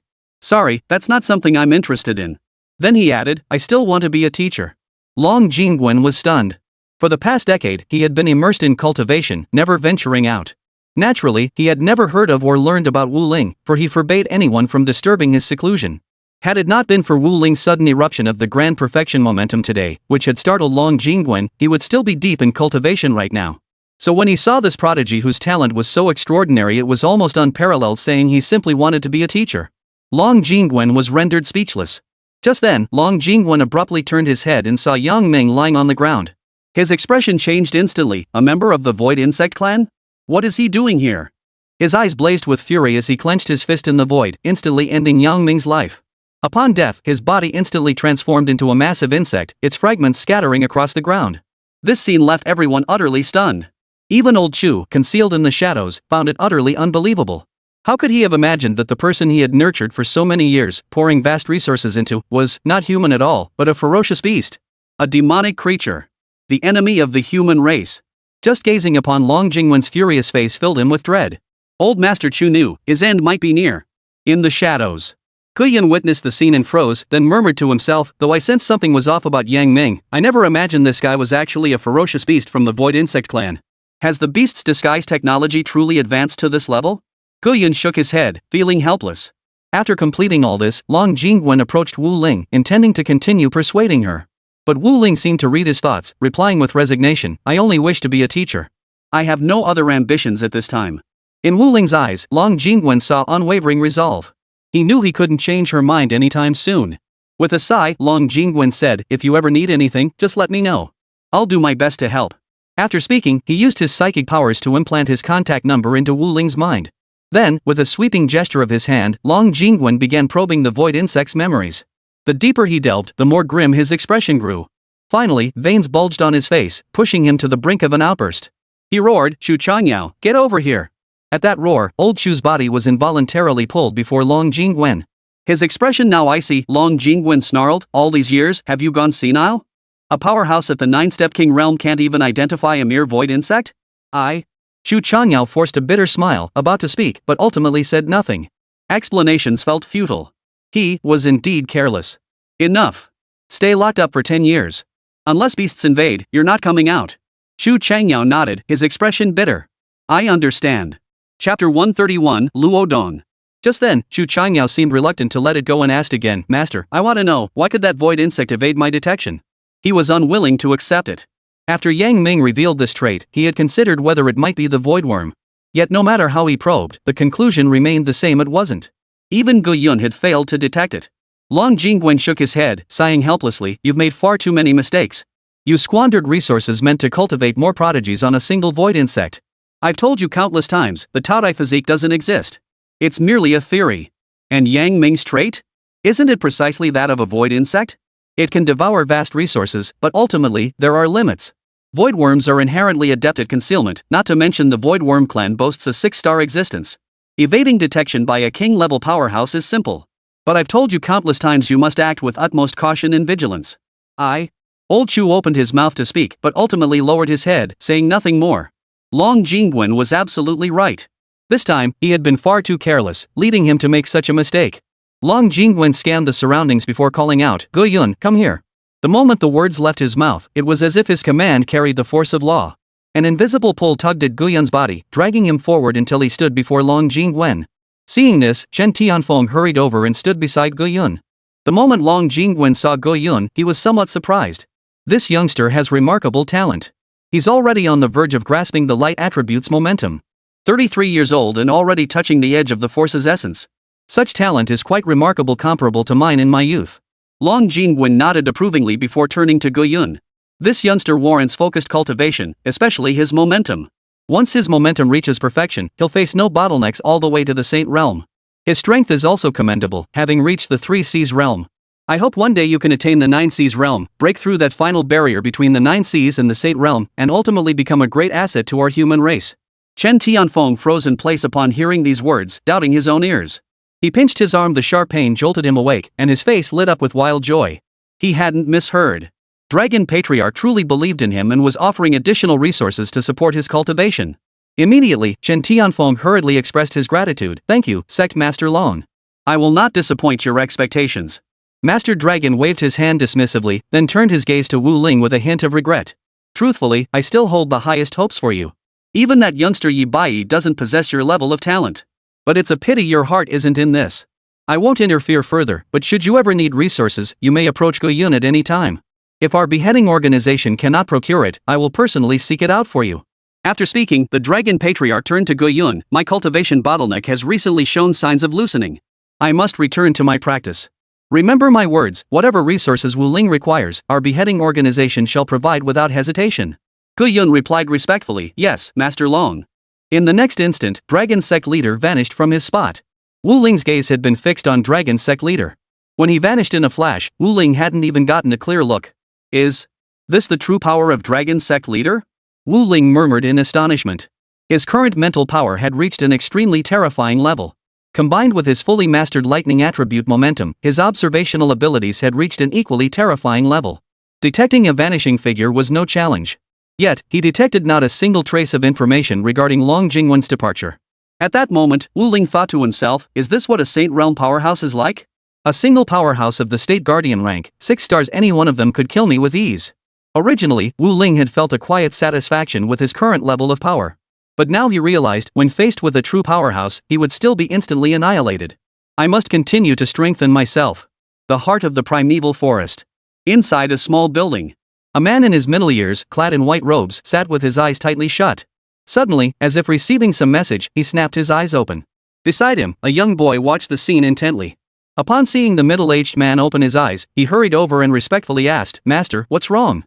The middle-aged man had maintained this state for nearly a year, so his sudden awakening puzzled the youth. The middle-aged man shook his head and said, that old codger, Long Jingwen, says a prodigy has appeared in the imperial capital. Truth be told, I'm curious too. That old codger Long Jingwen has always been extremely discerning, hardly anyone ever meets his standards. For him to praise someone so highly now, well, it piques my interest. Hearing this, the youth furrowed his brow and began to ponder. After a moment, as if arriving at an answer, he looked up at the middle-aged man and asked, Master, is Long Jingwen the same old gentleman from before? The middle-aged man chuckled. Yes. Back then, getting that old codger to help you lay the foundation for your spiritual power was a real slog. He dragged his feet, and in the end, I had to pay him a little something extra just to get him to agree. Don't ever let me catch him asking me for favors again. Otherwise, I'll make that old codger pay dearly. Shadong, how long have you been training under me? Luodong thought carefully before answering, Master, it's been 13 years now. I've been by your side since I was 5. Hearing this, the middle-aged man rose and gazed out the window, murmuring to himself, 13 years, huh? The world claims I, Yi Bai, am incapable of teaching disciples, that no one will ever inherit my position. It's about time they saw otherwise. The disciple I, Yi Bai, have trained, can crush the world's prodigies, slay ferocious beasts, and battle beast emperors. And, he's only 18. Yi Bai then turned his gaze to Luodong and declared, the clash between the beasts and the young generation of humanity, a contest held once every 10 years, is about to begin. Little Dong, I hope you will stand out in this event. There will be many human participants over 10 years your senior, but I expect you not to be weaker than them. Let everyone in this world see your true strength. Chapter 132, 5 Seas Realm. Understood? Luodong clenched his fists tightly, his eyes blazing with unwavering resolve. He answered with unwavering conviction, Understood, Master. Imperial Capital. Wu Ling spent a full 2 months instructing every high school student and martial arts academy student in the country. Of course, visiting every school individually would have been impossible, there simply wasn't enough time. Instead, Wu Ling gathered large groups of students together for simultaneous instruction. He felt the power within him. It had reached its peak. His chi and blood had surged to the level of a martial sovereign, while his spiritual power had nearly reached the 4 Seas realm. The primary reason for such rapid advancement in spiritual power was the emergence of the Great Perfection momentum, which had propelled his progress in a short time. However, upon reaching the 5C's realm, the pace of improvement instantly slowed. According to Wu Ling's speculation, this was likely related to the mental energy required beyond the 5C's realm.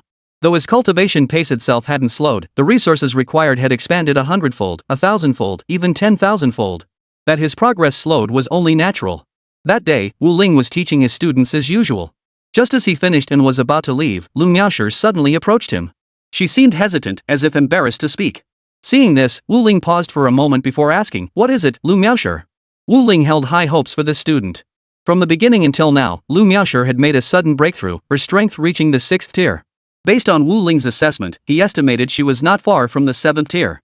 "Teacher Wu Ling, could you release your momentum for me to sense it? My father mentioned you've already grasped the concept of momentum and at the grand perfection level, no less." Lu Miaoshi seemed to have been preparing for a long time before finally speaking up. Hearing this, Wu Ling paused in surprise. Deputy Director Lu said that? But Wu Ling quickly regained her composure. After all, Deputy Director Lu was the deputy head of the Management Bureau. Perhaps he was affiliated with one of the 3 major organizations. Receiving such information was hardly surprising. Wu Ling thought for a moment and said, "You can release a little bit, because with your current strength, releasing even slightly more would directly shatter your spirit. So, you mustn't rush it." Lu Miaoshi, hearing this, said excitedly, "Thank you, Teacher Wu Ling." The next instant, Wu Ling released the force but only a tiny fraction. The moment it was unleashed, Lu Miaoshi was instantly overwhelmed. Just as the pressure prepared to surge forward, Wu Ling quickly withdrew the force. "Are you okay?" Wu Ling stepped forward and helped Lu Miaoshi to her feet. Pale as a sheet, Lu Miaoshi stammered in disbelief, "Is this what momentum feels like? I could feel you only released a fraction of it, but it was so close, my mental energy nearly shattered." Hearing this, Wu Ling patted Lu Miaoshi's shoulder and said slowly, "At your current level, don't even think about the force yet. Trying to grasp it through observation will most likely end with you collapsing." With that, Wu Ling departed. After he departed, Lu Miaoshi didn't leave immediately. Instead, she remained where she stood, deep in thought. At that moment, Lu Zhengyun appeared beside Lu Miaoshi. "Miaoshi, forget about momentum for now. What Wu Ling showed you just now was likely less than 1/10,000th, 100,000th of his true power. Under such circumstances, staying immersed for even a single second longer would shatter your spirit. I needn't elaborate on how terrifying that power truly is, right?"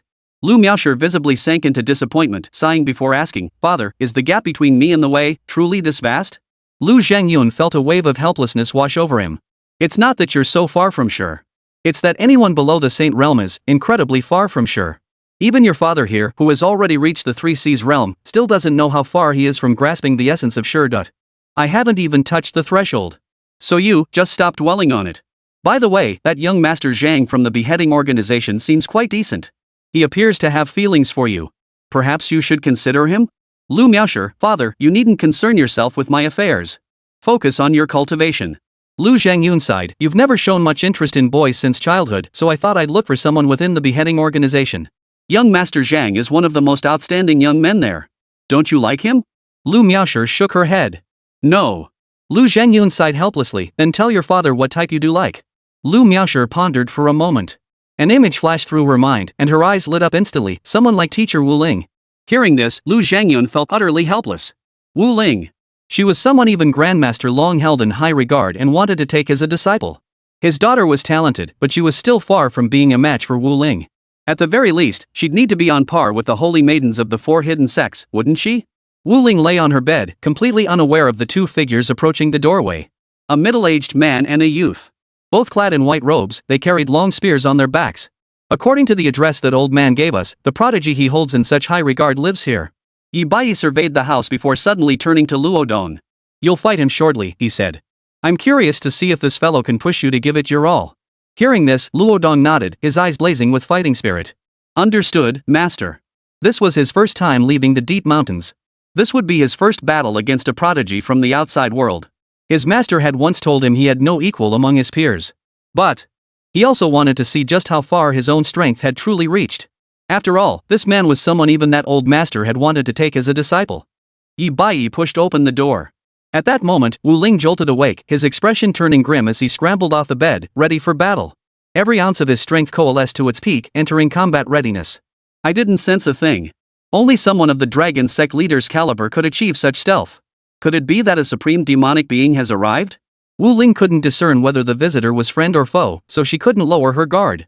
The figure outside effortlessly pushed open the door and stepped inside.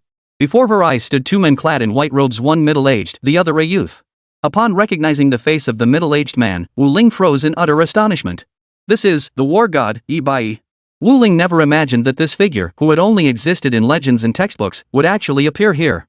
He couldn't describe his emotions: shocked, bewildered, but above all, relieved. Chapter 133, Yi Bai. For now, there was no immediate danger. If a 6-star ferocious beast had come personally today, Wu Ling knew he would likely be finished. The moment Yi Bai saw Wu Ling, all traces of his earlier disdain and scorn toward Long Jingwen vanished. All that remained was astonishment. Old Dragon really wasn't lying. This kid he found is no ordinary fellow. Yi Bai remarked with admiration. He could sense that Wu Ling had grasped the concept of momentum, though he couldn't gauge the exact depth of her understanding.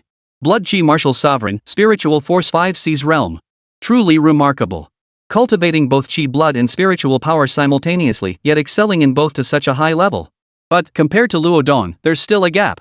Wu Ling's displayed talent was already enough to catch Yi Bai's attention. Yet Yi Bai still believed Luo Dong's talent and strength surpassed hers. At that moment, Yi Bai spoke slowly. Wu Ling, I heard from Old Dragon that you're the most prodigiously gifted young talent in the country. At these words, Wu Ling's mind was filled with nothing but question marks. Wait. What's going on with Long Jingwen? Why did he go and tell Yi Bai that I'm the nation's top prodigy? Master Long flatters me. There are far more prodigies in the country who are more extraordinary than I am. Wu Ling replied. Yi Bai smiled, then gestured toward Luo Dong beside him. This is my disciple. Here's the deal, fight him. If you win, I'll find you a revered grade spiritual weapon. If you lose, well, that's no big deal either. What do you say? At first, upon hearing he was to fight the master's disciple, Wu Ling was about to refuse. He was ready for bed. But the mention of a venerable grade weapon if he won instantly perked him up. He looked at Luo Dong. Wu Ling sensed a powerful aura masking Luo Dong's strength. If he guessed correctly, this was likely Yi Bai's doing. 18 years old, and he's already reached the martial sovereign realm. Wu Ling thought to himself. Facing this youth before him, Wu Ling felt a sense of gravity in his heart. He would not underestimate him simply because he was 18. This was the disciple of the war god, Yi Bai. Yi Bai could easily discern Wu Ling's cultivation level and combat prowess, yet he remained utterly composed. That meant, he believed defeating this 18-year-old youth would be simple. The only detail I haven't revealed to Yi Bai is that my momentum has already reached the great perfection realm. Wu Ling thought to himself. This was his sole advantage. Everything else had already been laid bare before Yi Bai's eyes. Seeing Wu Ling agree, Yi Bai smiled. He then turned to Luo Dong and said, Luo Dong, give it a try. Luo Dong nodded, then fixed Wu Ling with a gaze brimming with fighting spirit. In the next instant, Luo Dong vanished from his spot. His aura erupted violently, enveloping the surroundings in a swirling mass of black light. His aura surged wildly. Power surged. He abruptly drew his spear, leaping upward as he prepared to strike down with fury. A terrifying force filled the air, raging unchecked. Wu Ling sensed this force and thought to himself, indeed, this guy is incredibly powerful. But I wonder how it will fare against the momentum of the great perfection. In the next instant, Wu Ling pushed his thunder attribute momentum to its absolute limit. Within a 500-mile radius, the area seemed to become his domain, with thunder and lightning raging through the skies. It was merely a thought. Luo Dong, poised mid-air to unleash his terrifying power, was abruptly slammed into the ground. No matter how hard he struggled, his body remained utterly immobilized. Only Yi Bai remained unfettered within Wu Ling's domain, unaffected by its power. Yet even he now stared in utter astonishment, his eyes filled with disbelief. Is this the momentum of great perfection? Yi Bai stood frozen in place, utterly dumbfounded. For so long, almost nothing could disturb his composure. Yet when Wu Ling unleashed the grand perfection momentum of the thunder attribute, the calm waters of his heart, untroubled for so many years, were suddenly churned into a raging storm. He was the first in this world to attain the grand perfection Qi. That year, at 98, he was hailed as the sole being with the potential to shatter the final barrier and ascend beyond the realm of a nation guardian. Had he not witnessed it with his own eyes, he would never have imagined anyone could possess the momentum of grand perfection in their 20s. Before witnessing Wu Ling unleash his grand perfection momentum, had anyone told Yi Bai that someone could comprehend such a state in their 20s, he would have deemed them utterly mad. Then Yi Bai intervened, dispersing Wu Ling's momentum. Old Dragon was right. This guy truly is the world's greatest prodigy to date. Yi Bai regarded Wu Ling with a complex expression. He desperately wanted to approach and take Wu Ling as his disciple, but ultimately suppressed the urge. He remembered Dragon Jingwen mentioning that Wu Ling was stubborn as a mule, only wanting to teach. At most, he could offer resource support. Taking him as a disciple would be incredibly difficult. Then, Long Jingwen turned to Wu Ling and spoke slowly, a sovereign grade weapon. Someone will deliver it to you tomorrow. Oh, and the World Prodigy competition is about to begin. I hope you'll participate. This time, the ferocious beasts will be participating as well. This is a contest between the human and beast clans, with resource points as the ultimate prize. Upon hearing this, Wu Ling fell silent for a moment before replying, "I'll think it over." This matter seemed far from straightforward. Better to take a roundabout approach for now. Just then, a voice suddenly echoed in Wu Ling's mind. Emergency mission, capture 3 resource points for the human race. Reward, unknown. He was still trying to beat around the bush, his words already spoken, when the system issued another mission. At that moment, Yi Bai spoke up, "If you're willing to participate, I'll provide resources equivalent to a revered grade weapon. Should you successfully reclaim the resource points for the human race, the reward would be something else entirely." Agreed. Wu Ling agreed. Even without the system's task, he would have accepted Yi Bai's offer. He had amassed a huge pile of resources that he hadn't used yet. Moreover, Wu Ling had already taken on numerous students. Virtually every high school and college student nationwide was now his disciple. Relying on recruiting more students to further refine his skills was actually a difficult task for him.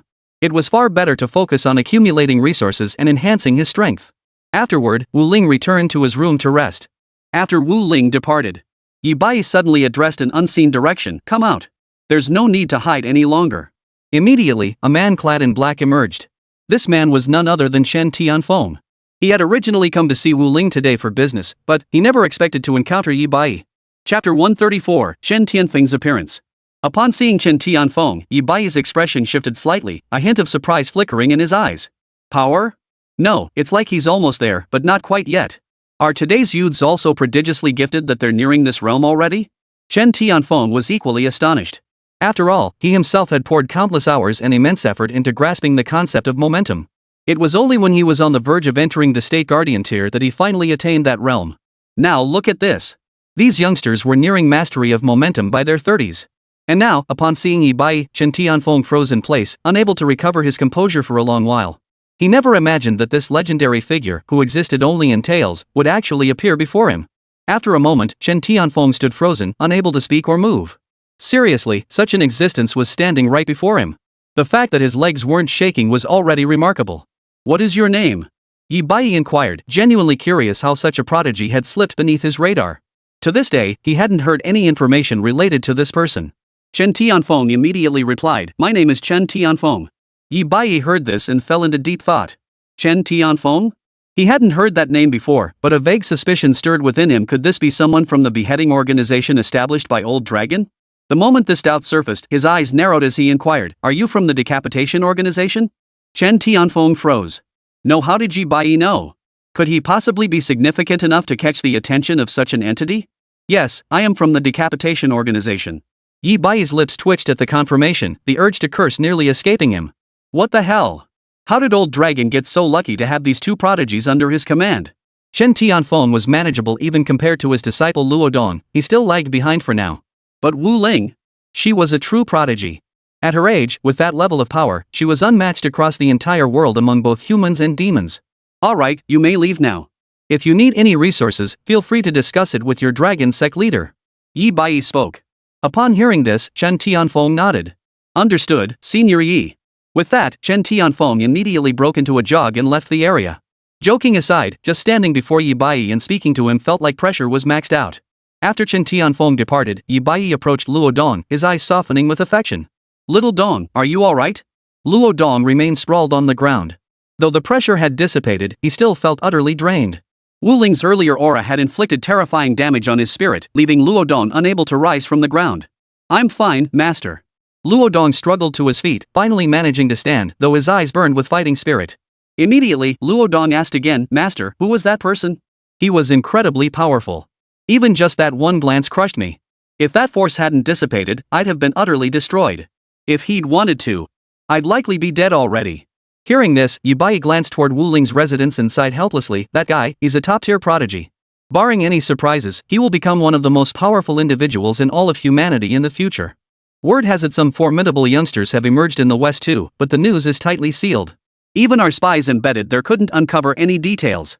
But one thing is certain, the man who defeated you just now will undoubtedly stand atop the world. Luo Dong froze, then asked, "Like you?" Yi Bai smiled at the question. "Me? No. As long as he doesn't perish, he will undoubtedly surpass me. If the fierce beasts learn of his existence, they will undoubtedly send their mightiest warriors to eliminate him. But beyond 6-star beasts, no other fiend can hold him back." Luo Dong hummed in acknowledgement, then fell silent.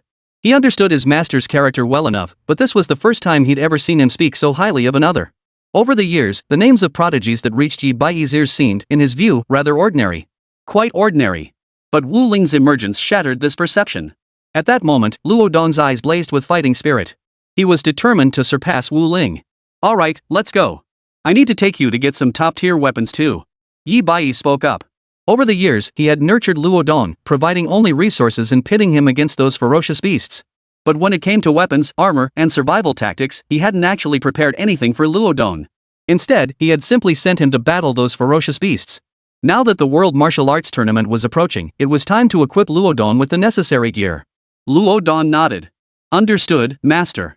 In the time that followed, Wu Ling primarily taught at Tsinghua Martial Arts Academy.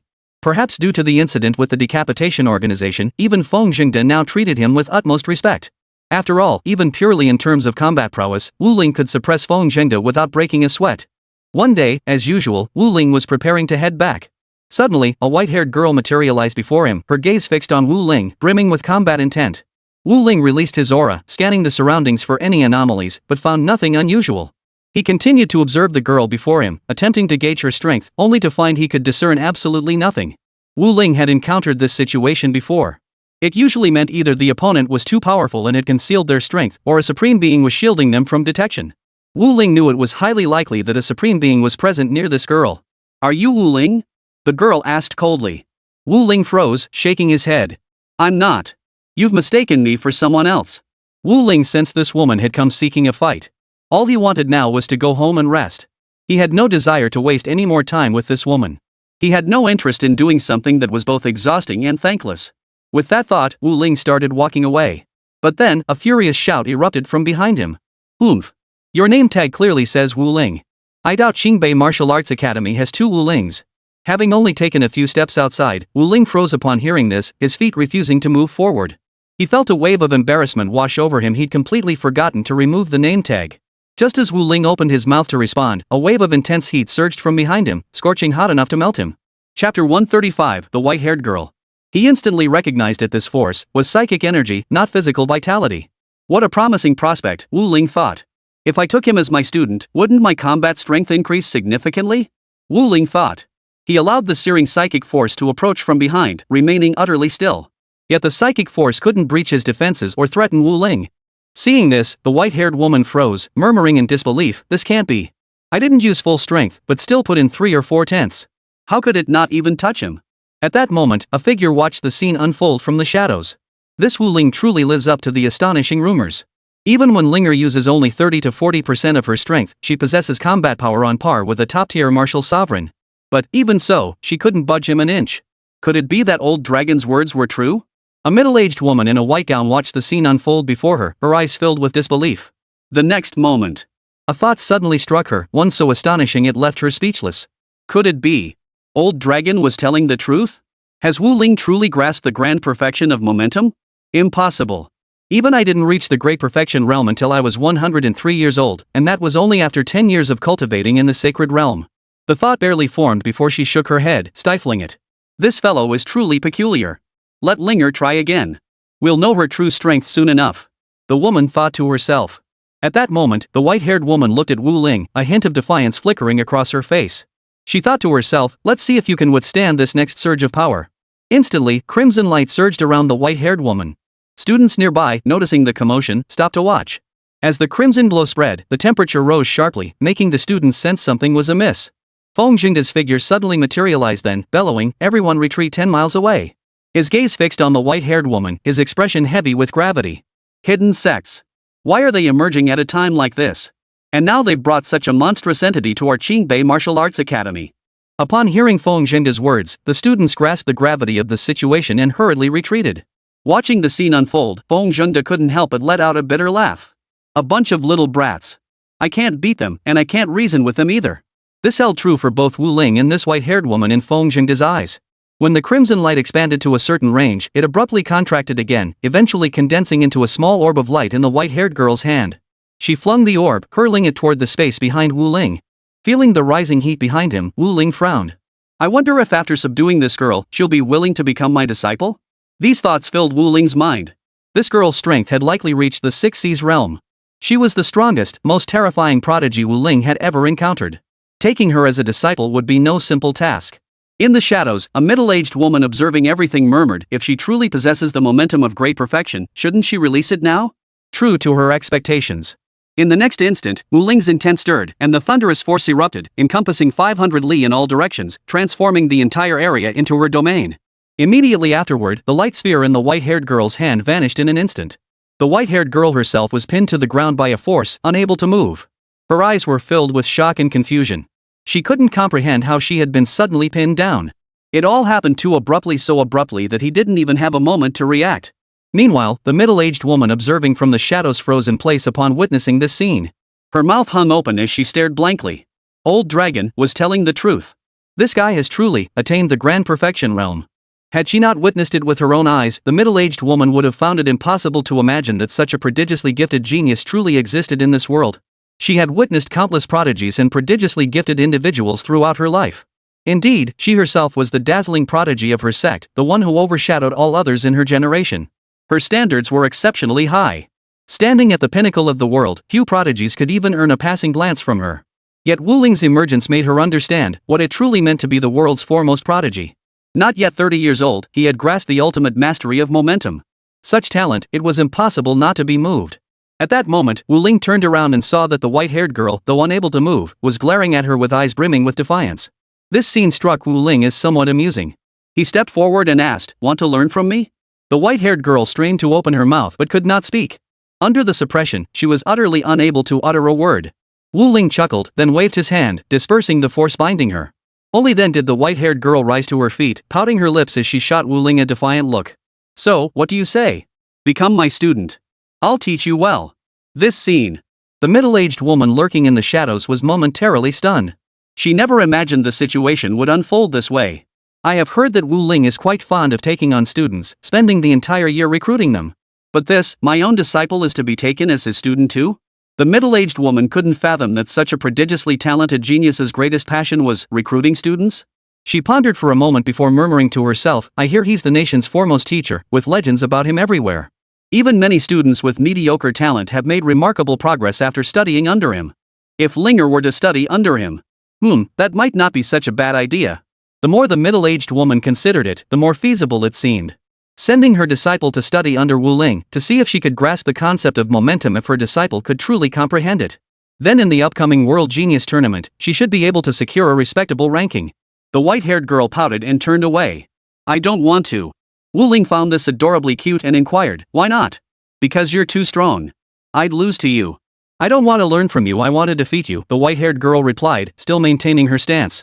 Wu Ling pondered for a moment before suggesting, "How about this, you study under me, and I'll teach you how to defeat me. What do you say?" Chapter 136, Taking on a Student. The white-haired girl froze, then shot Wu Ling a skeptical look before pouting, "How can I trust you?" Wu Ling smiled. "I'm a teacher. My duty is to teach students." The white-haired girl hesitated before saying, "Then I need to ask my aunt." But the words had barely left her mouth when a voice echoed in her mind. "Linger, you may study under him." Upon hearing this, the white-haired girl turned to Wu Ling and said, "My aunt says I can study with you." Wu Ling smiled. "In that case, you may study under me for the time being." A month passed in the blink of an eye. Wu Ling discovered that since mastering the supreme level of momentum, he had gained much deeper insights into teaching students. At that moment, Wu Ling was instructing Yun Linger on the way and how to better comprehend it. Beside the middle-aged woman who had been watching over Yun Linger, a man had appeared at some point. He wore a white robe. The middle-aged woman shot him a cold stare and remarked, "Yi Bai, is the legendary war god of the nation really this idol? You've been watching here for nearly 10 days now. Don't you have your own affairs to attend to?" The man in the white robe was none other than Yi Bai. Upon hearing the woman's words, Yi Bai merely smiled faintly. "Idol? I wouldn't exactly call it that. But when it comes to that little rascal Wu Ling, I'm happy to spend extra time on him." The middle-aged woman chuckled. "Is that so? But I must admit, when it comes to teaching, this kid under 30 far surpasses us. Ever since Yun Linger was born, I've been teaching her the way of force. Yet in 18 years, she made no progress whatsoever. But in just 1 month with Wu Ling, she's nearly grasped it." Yi Bai sighed and said, "While our strength surpasses his, when it comes to teaching, we truly fall short." Suddenly, Yi Bai seemed to think of something and murmured to herself, "What if I had that guy Luo Dong come learn from Wu Ling? That might actually be a good idea." Over the past month, Wu Ling had imparted the art of the Azure Abyss slash to this young girl. He discovered she was the only one among his students capable of pushing this martial art to its absolute peak. This delighted Wu Ling immensely. For the remainder of the time, he focused almost entirely on teaching her momentum. The reason was simple: for this girl, beyond this concept, the potential for further combat enhancement was already quite limited. After a month, Wu Ling observed that the girl was nearing the threshold of grasping momentum. This astonished him. Is it because the girl possesses extraordinary talent, or is it due to my teaching skills? Wu Ling couldn't help but fall into deep thought. This truly left him at a loss for how to judge the situation. After pondering for a moment, he arrived at a conclusion. It must be that his teaching skills were strong, and Yunlinger's talent was also high. Just then, Yunlinger sidled up to Wu Ling, clinging to his side. She tugged at his hand playfully. "Teacher, why don't you take me out to play? For 18 years, my aunt has only ever made me practice cultivation and never let me go out to have fun. I want to see what the outside world is like too." Wu Ling felt utterly helpless at this. When he first began teaching Yunlinger cultivation, she had been incredibly diligent, never slacking off. She spent practically every waking moment comprehending his teachings. But, after a few days, things took a sudden turn. Yunlinger pestered him daily to take her out, insisting she come down the mountain just to play. But Wu Ling was determined to properly cultivate this young girl, so naturally, he refused. So, after each day's training, she would say things like this. An 18-year-old girl, still so pure and innocent. It seems these past 18 years were truly spent solely on cultivation, without any exposure to the outside world. Wu Ling sighed inwardly, thinking to himself. At that moment, Yi Bai, who had been observing everything from the shadows, suddenly turned to the middle-aged woman and said with a smile, "You've certainly protected Yun Xianzi's daughter well. All these years, she probably hasn't had any contact with the outside world, has she?" At the mention of immortal Yun, Yi Bai's eyes darkened momentarily, just an instant, fleeting as a shadow. The middle-aged woman shook her head and replied, "Of course I protected my sister's child well. After all, they've been missing for 15 years. This is their daughter, inheriting their talents. I believe Linger's future achievements will surely surpass theirs. But didn't you also protect your disciple well? Remember how the revered one once praised your disciple as an exceptionally pure martial artist?" Yi Bai murmured, "No trace for 15 years. But he quickly snapped back to reality and replied, "That youngster Luo Dong is indeed a pure martial artist. And I believe that in the future, he will carve out his own place in the entire martial arts world. After all, to be honest, I've only just barely managed to set foot into the true realm of martial arts myself." As he spoke, a look of resignation flashed in Yi Bai's eyes. The middle-aged woman chuckled. "After all, you once tried to pursue my sister, but in the end, you recognized the gap between us." Yi Bai said no more. "By the way, I've received word that the World Genius competition will officially commence in 15 days. This time, both the Demon Clan and the Human Clan have each contributed 52 resource points." Yi Bai frowned, incredulous. 52 resource points? Is it still 1 resource point per match? The sheer number of points mentioned genuinely startled Yi Bai. After all, if such a large number of resource points were staked and not just 1 per match, but the entire pool for victory or defeat, the losing side would face a devastating blow in the aftermath. This was something he found hard to accept. The middle-aged woman shook her head. "No, don't overthink it. This time, it's based on the final rankings. The victorious side will claim all 52 resource points from the losing side." Hearing this, Yi Bai was stunned, then growled, "Have they lost their minds? Sacrificing 52 resource points? Can the human race afford such a loss?" The middle-aged woman smiled. "They're overconfident. Those 8 true rulers, I hear they've secretly cultivated a terrifying prodigy. The intel just surfaced. As for how prodigious, well, roughly on par with that little rascal Wu Ling. Only slightly younger in age." Yi Bai's expression softened slightly upon hearing this. Then he murmured, "But this is far too risky. Who knows what level of prodigy the demon race has produced this year?" Chapter 137, Yunlinger grasps the essence. You must understand, the demon race possesses innate, unparalleled advantages. For us, to catch up is exceedingly difficult. Only truly monstrously gifted beings can surpass those exceptionally monstrous beasts within the same tier. The middle-aged woman sighed. "It doesn't matter. We have no choice but to trust them." Over the next fortnight, Wu Ling eventually relented, taking Yunlinger sightseeing across the mountains and rivers. During these outings, he taught her the principles of momentum. What surprised Wu Ling, however, was that the person behind Yunlinger never showed up. To him, this seemed highly unusual. Yunlinger was so enchanting yet innocent, proof she'd been shielded all her life. There had to be someone behind her. Yet he had neither seen nor sensed them, a sign that this person was truly terrifying. But he didn't dwell on it much. After all, taking Yunlinger sightseeing was a system quest. For the reward, he chose to compromise. At that moment, Wu Ling and Yunlinger stood atop the mountain, gazing at the starry sky in the dead of night. Yunlinger suddenly sighed. "Actually, I have a night sky like this back home too. But my aunt always makes me practice cultivation, leaving me no spare time to appreciate it." Sometimes I wish I could pause too to take in these views. But I don't want to disappoint my aunt. Wu Ling smiled and said, sometimes, taking a moment to appreciate the beauty around you is actually quite a nice thing to do. Yun Linger nodded. I feel the same way, but my aunt's expectations for me are just too high. I know. There are so many prodigiously talented geniuses in this world. If I ever stop, I'll be surpassed. I don't want to see that happen. Hearing this, Wu Ling gazed up at the sky before smiling and saying, sometimes, you just need to take a proper break. Yun Linger nodded like a chick pecking at grain. Yes, sometimes you really need to rest properly.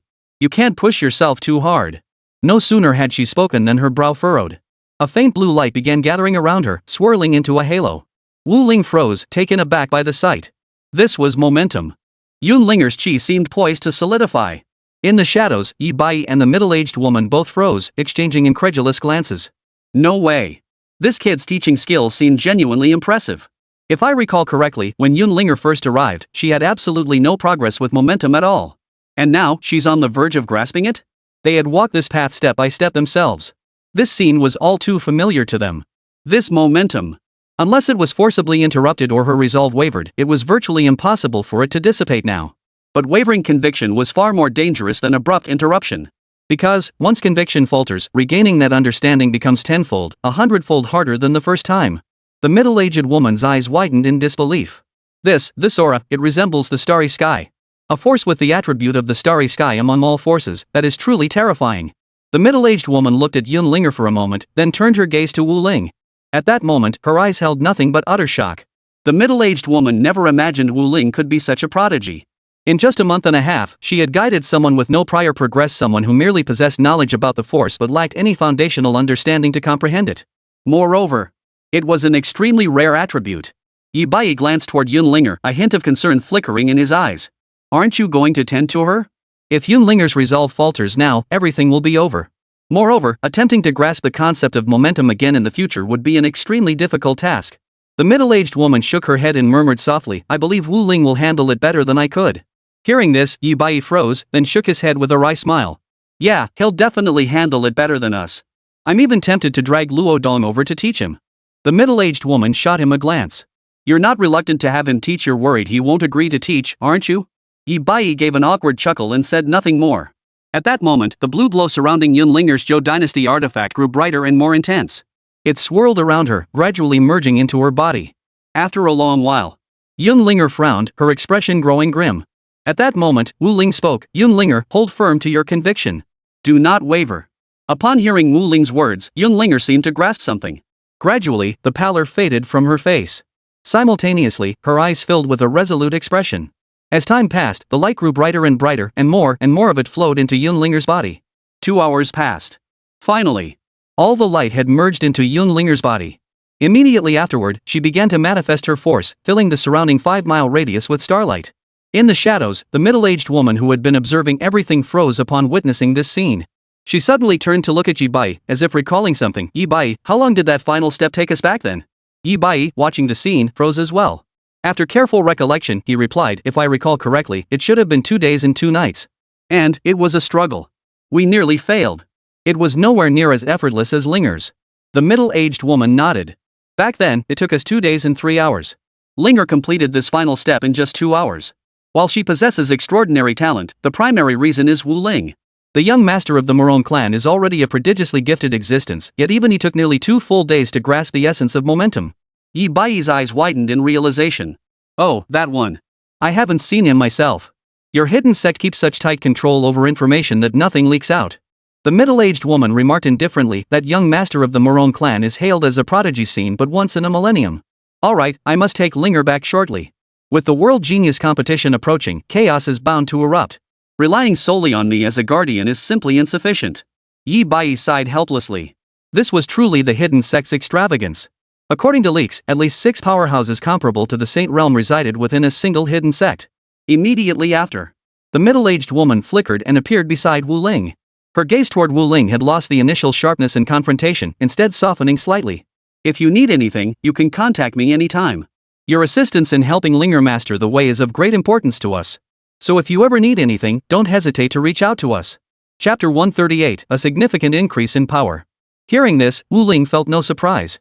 After all this time, his understanding of momentum had clearly deepened. He now grasped just how vital it was to the human race. The middle-aged woman's reaction didn't surprise Wu Ling in the slightest.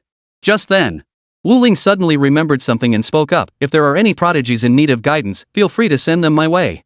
He hadn't forgotten his primary vocation: teaching students. After all, his strength was the combined sum of all his students. Hearing this, the middle-aged woman paused, taken aback. After all, when they took on disciples and taught students, they placed great emphasis on the students' cultivation levels and innate talent. Beyond that, they also paid close attention to numbers. After all, teaching too many at once could easily lead to insufficient energy. But he noticed that Wu Ling seemed to have no such problem. From what he'd gathered during his time here, nearly every high school and university student in the country had already taken Wu Ling's classes. The middle-aged woman couldn't help but exclaim, she truly loves teaching students. Then, turning to Wu Ling, she said slowly, no problem. If I have any students, I'll bring them over.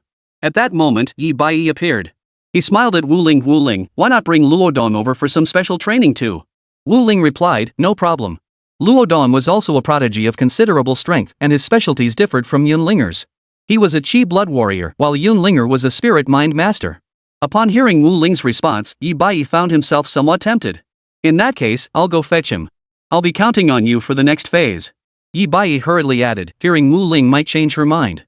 What truly astonished him was witnessing Wu Ling guide Yunlinger through the entire process, and within a month and a half, she had grasped the concept of momentum. Having Luodong come to study under Wu Ling will yield significant benefits, even if he can't avoid making mistakes. We can recruit more students. Before the World Genius competition begins, I'll take responsibility for teaching them. Wu Ling spoke up. Yi Bai smiled. No problem. A month passed in the blink of an eye. Wu Ling looked at the 30-plus students before her and couldn't help but feel a sense of awe. A month ago, the middle-aged woman and Yi Bai had indeed brought him over 30 students. Aside from Luodong, none of them were particularly convinced. But now, Teacher Wu Ling, is it really over? I want to keep learning from you. Yeah, I don't want to go back. Being controlled like that every day is unbearable, and I feel like I'm progressing faster here with you. By now, these students had completely bonded with Wu Ling. Of course, it wasn't just Wu Ling entertaining them. Their abilities had also surged dramatically during this period. Luodong and 5 other prodigies, blessed with immense talent and formidable strength, had successfully grasped the concept of momentum. As for the rest, they had all reached the threshold of understanding it. In the shadows, the middle-aged woman and Yi Bai continued to observe everything. Aren't you going back to look after your precious Linger? Are you planning to stay here for a whole month? Yi Bai looked at the middle-aged woman and said with a smile. The middle-aged woman glanced at Yi Bai before replying indifferently, she's already capable of handling things on her own. Besides, the sect master and the others want to impart some knowledge to Linger. Since I have some free time these days, I thought I'd come observe these youngsters. Yi Bai surveyed the group of youths, particularly Luodong at their head, and remarked with a smile, Luodong must be the most gifted among them. The middle-aged woman shot Yi Bai a glance. Of course. Those old fools treat their disciples like precious treasures, holding them close. Why would they send them here? At that moment, Wu Ling gazed at the group of youths, a smile playing on her lips. These youths possessed formidable strength. Luodong, for instance, had already reached the revered realm. Several others had just broken through to the revered realm. All of these youths specialized in martial arts cultivation, focusing primarily on Qi and blood, while their spiritual powers were completely neglected. Truthfully, every single one of them possesses innate psychic talent. I can sense their mental energy. Yet they ultimately chose to focus on martial cultivation, likely because their aptitude for martial arts surpasses their mental abilities. Wu Ling's strength has now reached the peak of the martial sovereign realm. Her Qi and blood reserves had reached a truly terrifying level. To rapidly enhance my strength, I must recruit these hidden prodigies as disciples, channeling their power back into myself. Wu Ling thought to himself. If the strength of those hidden prodigies could be channeled into him, the surge in his combat power would be beyond imagination. After all, some of them possessed potential that would at the very least reach the level of a nation guardian. Seeing Wu Ling fall silent, seemingly deep in thought, the students grew anxious. Teacher Wu Ling, please say something. I don't want to go back. Training with you is so much faster. Going back to train with my old man is boring and slow. One of the youths stood up and spoke, his tone tinged with pleading. Hearing this, Wu Ling couldn't help but feel a bit helpless. This kid's old man was no ordinary figure, a true nation guardian level powerhouse. Countless prodigies would kill to have such an existence guide their cultivation, yet here he was, practically complaining about it. The preliminary matches are about to begin. You all need to participate. So don't overthink things during this period. Just focus on cultivating properly. As for the preliminary matches, I hope you survive. Wu Ling said, his voice heavy with gravity. This World Genius competition wouldn't feature battles between humans or demons. Instead, it would be humans versus demons. This very fact meant that once they met on the battlefield, it would be a fight to the death. A battle to the death. While some might intervene to help, when the true killing blows come, no one will even notice. When Wu Ling spoke these words, the mood among the group grew somber. Conversation grew noticeably less cheerful than before. Because Wu Ling had ripped open the impending problem and laid it bare before everyone. Suddenly, one of them sighed helplessly, "Well, there's nothing we can do about it. It's all down to luck. If we run into the fifth prince of the demon clan, there's really no point in even trying. Yeah, besides the successors of those 5 old men, who else could possibly fight against them? They won't let these prodigies clash at the start. They'll definitely save it for the end. Both our human clan and the demon clan will send out waves of cannon fodder." The crowd sighed helplessly, seemingly resigned to this inescapable situation. All they could do was pray not to encounter those terrifying beings. Otherwise, their deaths would be certain. Chapter 139, Divine Void Mountain. Wu Ling saw this and said nothing more. Because it was the truth. In the upcoming genius competition, such encounters would be frequent and unavoidable. After all, neither the human clan nor the demon clan wished to pit their ace against the opponent's ace right from the start. Having reached this understanding, they would send cannon fodder to fight the other side's aces first. Suddenly, Wu Ling seemed to recall something and inquired, "By the way, can't you refuse to participate? With your strength, if you continue cultivating, you will surely reach the state guardian level in the future. Refusing to fight would prevent you from facing this kind of situation." This was a point that puzzled Wu Ling. Over the past month, they'd discussed this privately. Wu Ling had picked up bits and pieces, but never asked for details, just harbored this lingering doubt. Upon hearing Wu Ling's words, most of the others looked troubled. Clearly, this was a difficult question to answer. Just then, one of them snorted coldly, "What's there to fear? The reason is simple enough. Those old fools are using us to make a killing. If we refuse, our fathers will pay the price. What choice do we have? We have no option but to refuse." Hearing this, Wu Ling was somewhat surprised. He hadn't anticipated it would be like this. Recently, Wu Ling had learned a bit about those few individuals. As some of the strongest among the human race, they controlled nearly everything. A sudden doubt crossed Wu Ling's mind. Once you grow into state-level powerhouses and seize a few resource points, wouldn't that be much simpler? They wouldn't need to rush things like this, would they? Wu Ling found this perplexing as well. Resource points weren't actually that difficult to obtain. Once there are more nation guardian-level powerhouses, wouldn't it be easier to seize a few resource points back? Hearing this, the youth shook his head, replying with a hint of resignation, "It's not that simple. It's not just about the resource points. This time, both the human clan and the demon clan have put up a crucial resource as collateral for the wager. I don't know about the human clans, but the demon clans, a 9th-tier light attribute beast source. One of the elders here is the head of the Situ family. From what I understand, he has an exceptionally gifted offspring. If that child were to obtain this 9th-tier light attribute beast source, their power would reach terrifying heights. He might even surpass these elders and become one of the 3 great immortals of Shinshu Mountain." Shinshu Mountain, the 3 great immortals. These suddenly introduced terms left Wu Ling utterly bewildered once more. Hearing this, he realized just how shallow his understanding of this world truly was. He had no clue what this world truly was. But one thing became clear. Within this world genius competition, there were crucial resources that the human race needed to obtain. Given this situation, Wu Ling roughly understood that all of this probably wasn't going to be simple. I wonder what level I'd be at in the world genius competition now. This was the matter that currently piqued Wu Ling's curiosity the most. Based on the reactions of the middle-aged woman and Yi Bai, he had a rough idea of his current level. It could be said he was not weak. But if he were to compete in the World Genius Tournament, could he hold his own against the offspring or disciples of those few? Wu Ling was actually quite eager to find out. Just then, Yi Bai suddenly appeared beside Wu Ling. The moment he saw her, the teenager who had been holding his head high and voicing his discontent immediately shrunk back, seeming somewhat afraid. Yi Bai smiled at the scene but said nothing more. The decisions made collectively by those elders, though met with discontent by many clans and whispered complaints behind closed doors, were an extremely common occurrence. Teacher Wu Ling, the warm-up matches are about to begin. Prepare yourself, we depart for Shinshu Mountain the day after tomorrow. Yi Bai said. Hearing this, Wu Ling froze. This was only the second time he'd heard the name Divine Void Mountain, the first being when that youngster had mentioned it earlier. Seeing Wu Ling's blank expression, Yi Bai smiled and said, "You're probably thinking about Shinshu Mountain, aren't you? This place is jointly guarded by the 3 great immortals of the human race and the 3 great beast gods of the demon race. I've heard that here lies the secret to reviving spiritual energy. The location was chosen here precisely to avoid any disputes. Though Beast God and Supreme Immortal are merely titles, they represent the pinnacle of combat power for the human and demon races respectively. Neither humans nor beasts would dare provoke such a conflict.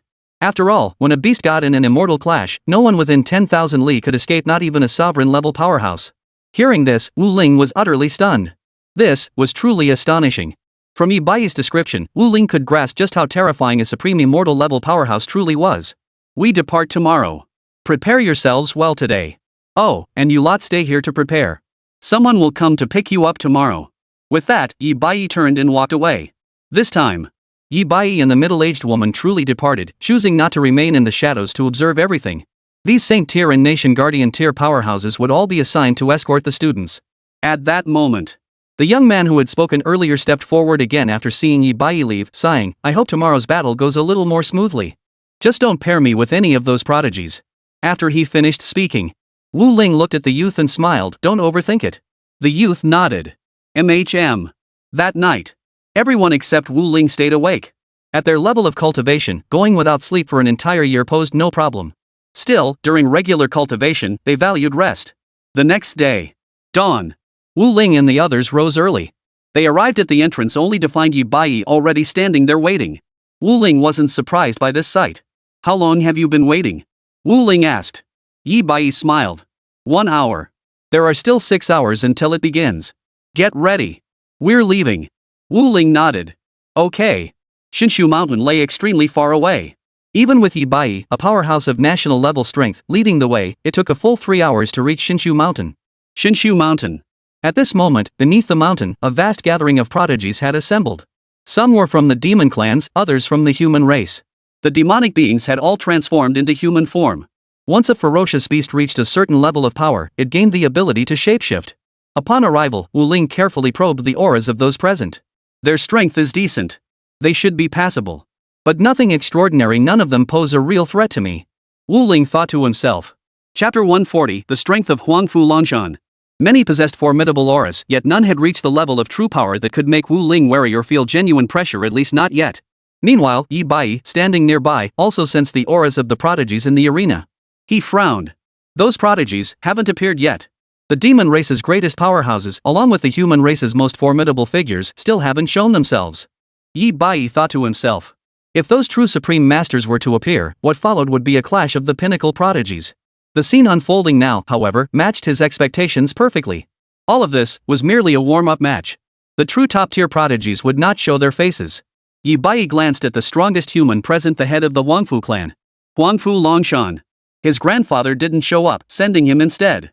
Huangfu Longshan's grandfather was one of the 6 greatest powerhouses of the human race, possessing terrifying strength. He scanned the assembled crowd. Aside from Huangfu Longshan, none of the other 5 supreme masters had sent their juniors to fight. It seems Huangfu Longshan is the one presiding over this gathering, the most powerful figure here. Yi Baiyi's gaze shifted to the group of demonic beings, his curiosity piqued.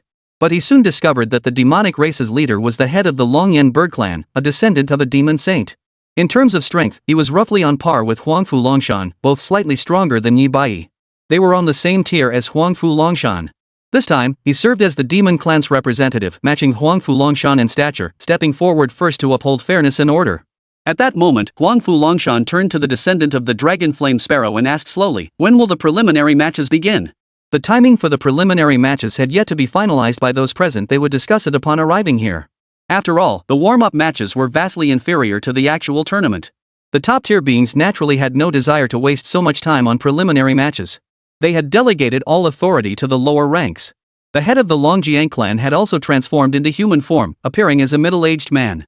He looked at Huangfu Longshan with a condescending gaze and sneered coldly, so the current head of the Huangfu family is a worthless piece of trash like you?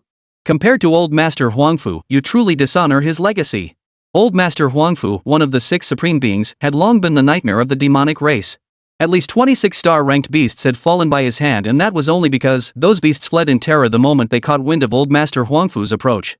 Otherwise, killing them would have been as easy as turning his hand over. Huangfu Longshan didn't seem angered by this. He merely smiled faintly and said, I've heard quite a bit lately about how the clan chief of the Longyan Sparrows was apparently beaten by the clan chief of the Winter Tigers, wasn't that so? I also heard that you came here because everyone else shunned the job, refusing to take it on, leaving you with no choice? At these words, the Dragon Flame Sparrow clan chief's expression darkened, followed by a sudden burst of icy chill. Huangfu Longshan, you're courting death. The clan chief of the Dragon Flame Sparrows showed no fear whatsoever. In that instant, he unleashed every ounce of energy within him. A terrifying, awe-inspiring power threatened to engulf the entire sky in a single moment. It intended to make Huangfu Longshan pay a terrible price for his words and actions. Power erupted, aura spread, flames surged upward. Finally, a vast, blazing inferno arched across the sky, tracing the silhouette of a phoenix. Huangfu Longshan watched the scene unfold, his expression unchanged. Think carefully before you act. We are both the top combatants sent by our respective clans. If you were to fall here, I would have a hard time explaining it to your demon clan. At these words, the Dragon Yen clan chief's expression hardened slightly. He spoke coldly, Huangfu Longshan, you're too arrogant. In the next instant, terrifying waves of flame erupted, reaching Huangfu Longshan in the blink of an eye. Witnessing this, Huangfu Longshan suddenly smiled. With a flick of his thoughts, the surroundings seemed to dissolve into nothingness. The Dragon Flame Sparrow clan chief vanished into nothingness in an instant, so swiftly that no one could react. Yi Bai, watching from the side, froze in shock. Clearly, he hadn't anticipated such suddenness nor that Huangfu Longshan's power was far more terrifying and awe-inspiring than usual. So Huangfu Longshan had been hiding his strength all along. Yi Bai murmured to himself. At that moment, Wu Ling, standing nearby, heard his words and asked with some confusion, hidden strength? Isn't the power he displays outwardly already far beyond this? Though Wu Ling had sensed something from their earlier conversation. After all, Huangfu Longshan had been chosen to represent the human race here, so his strength must be truly terrifying. That he could display such combat prowess didn't surprise him. Yi Bai shook his head and replied, his void force was originally at the great perfection stage, matching the strength of that previous opponent. But the power he displayed just now wasn't mere momentum anymore, it was the way. He killed the demonic leaders sent by the demonic race outright. Wu Ling's expression betrayed his surprise. Huangfu Longshan had directly killed the representative sent by the other side. Wasn't that tantamount to slapping the demon clan in the face? This should provoke conflict between the human and demon clans. As if reading Wu Ling's confusion, Yi Bai smiled. Open and covert struggles are perfectly normal. That demonic leader, though a rare combat talent within their ranks, was ultimately just that, nothing special. Huangfu Longshan's killing him will draw at most a mild inquiry from the demon clan. After all, they only sent 2 representatives this time, and secretly, they had their approval. Upon hearing this, Wu Ling nodded in understanding. The demon clan, previously buzzing with conversation, now fell deathly silent. All eyes turned toward Huangfu Longshan. A wave of fear spread through the demon clan. They never imagined Huangfu Longshan could be this powerful. Even more astonishing, he dared to kill the demon clan leader outright. At that moment, Huangfu Longshan spoke calmly, those of you in positions of authority among the demon clan may contact the demon clan's higher-ups and have a new one sent over. However, it would be best not to provoke me. Otherwise, I cannot guarantee you'll be able to summon another. Huangfu Longshan's voice remained utterly unruffled. As his words fell, the demon clan fell silent for a moment. Soon after, one of them could be seen establishing a mental connection. After a moment, the beast-form creature, now transformed into human shape, spoke slowly, Senior Huangfu, we have contacted the new one and can guarantee we won't provoke you. Chapter 141, The Nine Nether Phoenix Clan, Yu Wuing. Just then, the demonic powerhouse abruptly shifted his tone, his voice growing solemn, but, Senior Huangfu Longshan, please do not harbor any further grievances that might lead our demonic clan's warriors to take more lives. I have already consulted with the great sage of the demon clan. He stated that this matter ends here. Should it continue, he will seek an audience with the 6 elders of your human clan. Upon hearing this, Huangfu Longshan smiled indifferently before replying, naturally. However, should any blind fools from your demon clan come looking for trouble, don't blame us for being ruthless and merciless. Hearing this, a terrifying, ruthless glint flashed in the demon beast's eyes. But in the blink of an eye, it regained its composure, of course. The warm-up match came to an abrupt halt. On the human side, spirits were running high. Those demonic beasts always strut around like they're so powerful, but look at them now, wiped out in one fell swoop by our human clan. Ha ha ha ha. Senior Huangfu Longshan truly showed his mettle. Let's see who dares underestimate us humans now. Deep within the primeval forest's core region, 4 humanoid beasts gathered around a crystal table. What's your take on the current situation? Huangfu Longshan's strength far exceeds what our records indicate. With the human race growing increasingly rampant, it's as if they've delivered a stinging slap to our demonic clan. In my view, we should dispatch the Grand Elder of the 9 Nether Phoenix clan. Above the might of the human race lies the Tao. And the Tao corresponds precisely to our demon clan's spiritual power. The entire 9 Nether Phoenix clan is utterly loyal to us 4, harboring no dissenting thoughts. Mobilizing them should pose no difficulty. After these words were spoken, the others fell into silence. Dealing with Huangfu Longshan was somewhat unexpected, but confronting him would be a breeze. The real challenge lay in what hidden tactics the human clan might still have in store for them. Had Huangfu Longshan truly revealed his full strength? At that moment, a middle-aged woman-like demonic being frowned and murmured, word has come from over there. They've already announced that our demonic race has sent representatives. This preliminary match, while billed as a contest among insignificant prodigies, is really a competition between the 2 leaders. Upon hearing this remark, several top-tier demonic beings found themselves torn. On one hand, they feared the human clan might have some trap waiting for them. On the other hand, they feared unforeseen complications might arise. But what troubled them most was the unwillingness to lose face for the demon race. Throughout history, the demon race had always held the upper hand against the human race, their reputation formidable and awe-inspiring. Yet now, Huangfu Longshan's move clearly aimed to shatter this status quo. It felt more like the human race was attempting to galvanize the confidence of its entire populace. At that moment, an elder-looking man spoke in a solemn voice, "Huangfu Longshan, no matter how powerful he is, this is all he can do. We demons should alter the competition rules immediately and send the Grand Elder of the Nine Nether Phoenix clan to confront Huangfu Longshan. Simultaneously, we shall unleash those hidden prodigies, those whose power exceeds the balance, to slaughter those human prodigies. I'd like to see if the human race can continue to be so arrogant." As he spoke, the elder's expression grew stern. As he spoke, the other three gazed at him with profound respect. It was clear this elder held the greatest prestige, possessed the strongest power, and wielded the ultimate authority among them. The words of the ancestor of the netherworld are wise. I support this course of action. If we truly allow the humans to suppress our momentum, then for the next decade, our demonic race will be utterly unable to hold our heads high. The old ancestor of the netherworld then turned to the other two and asked calmly, "What are your thoughts?" "We concur with the patriarch." The two responded in unison. Seeing this, the ancestor of the netherworld nodded. His expression turned cold as he declared, "Very well. Let us begin. This preliminary match will undoubtedly be the most spectacular one in history." At that moment, Huangfu Longshan observed the demonic being serving as the temporary leader before him. The middle-aged looking demonic being seemed to receive some information, nodding repeatedly before turning his gaze toward Huangfu Longshan with a faint expression. "Our leader will be here shortly. However, he asked me to pass along a message. You'd best be careful. Otherwise, if you bring trouble upon yourself, don't blame him. Behave yourself, and you might just keep your life. If you don't, you'll lose it all right here." The stark shift in attitude didn't surprise Huangfu Longshan all that much. Suddenly, his intent surged outward, encompassing 500 li in every direction.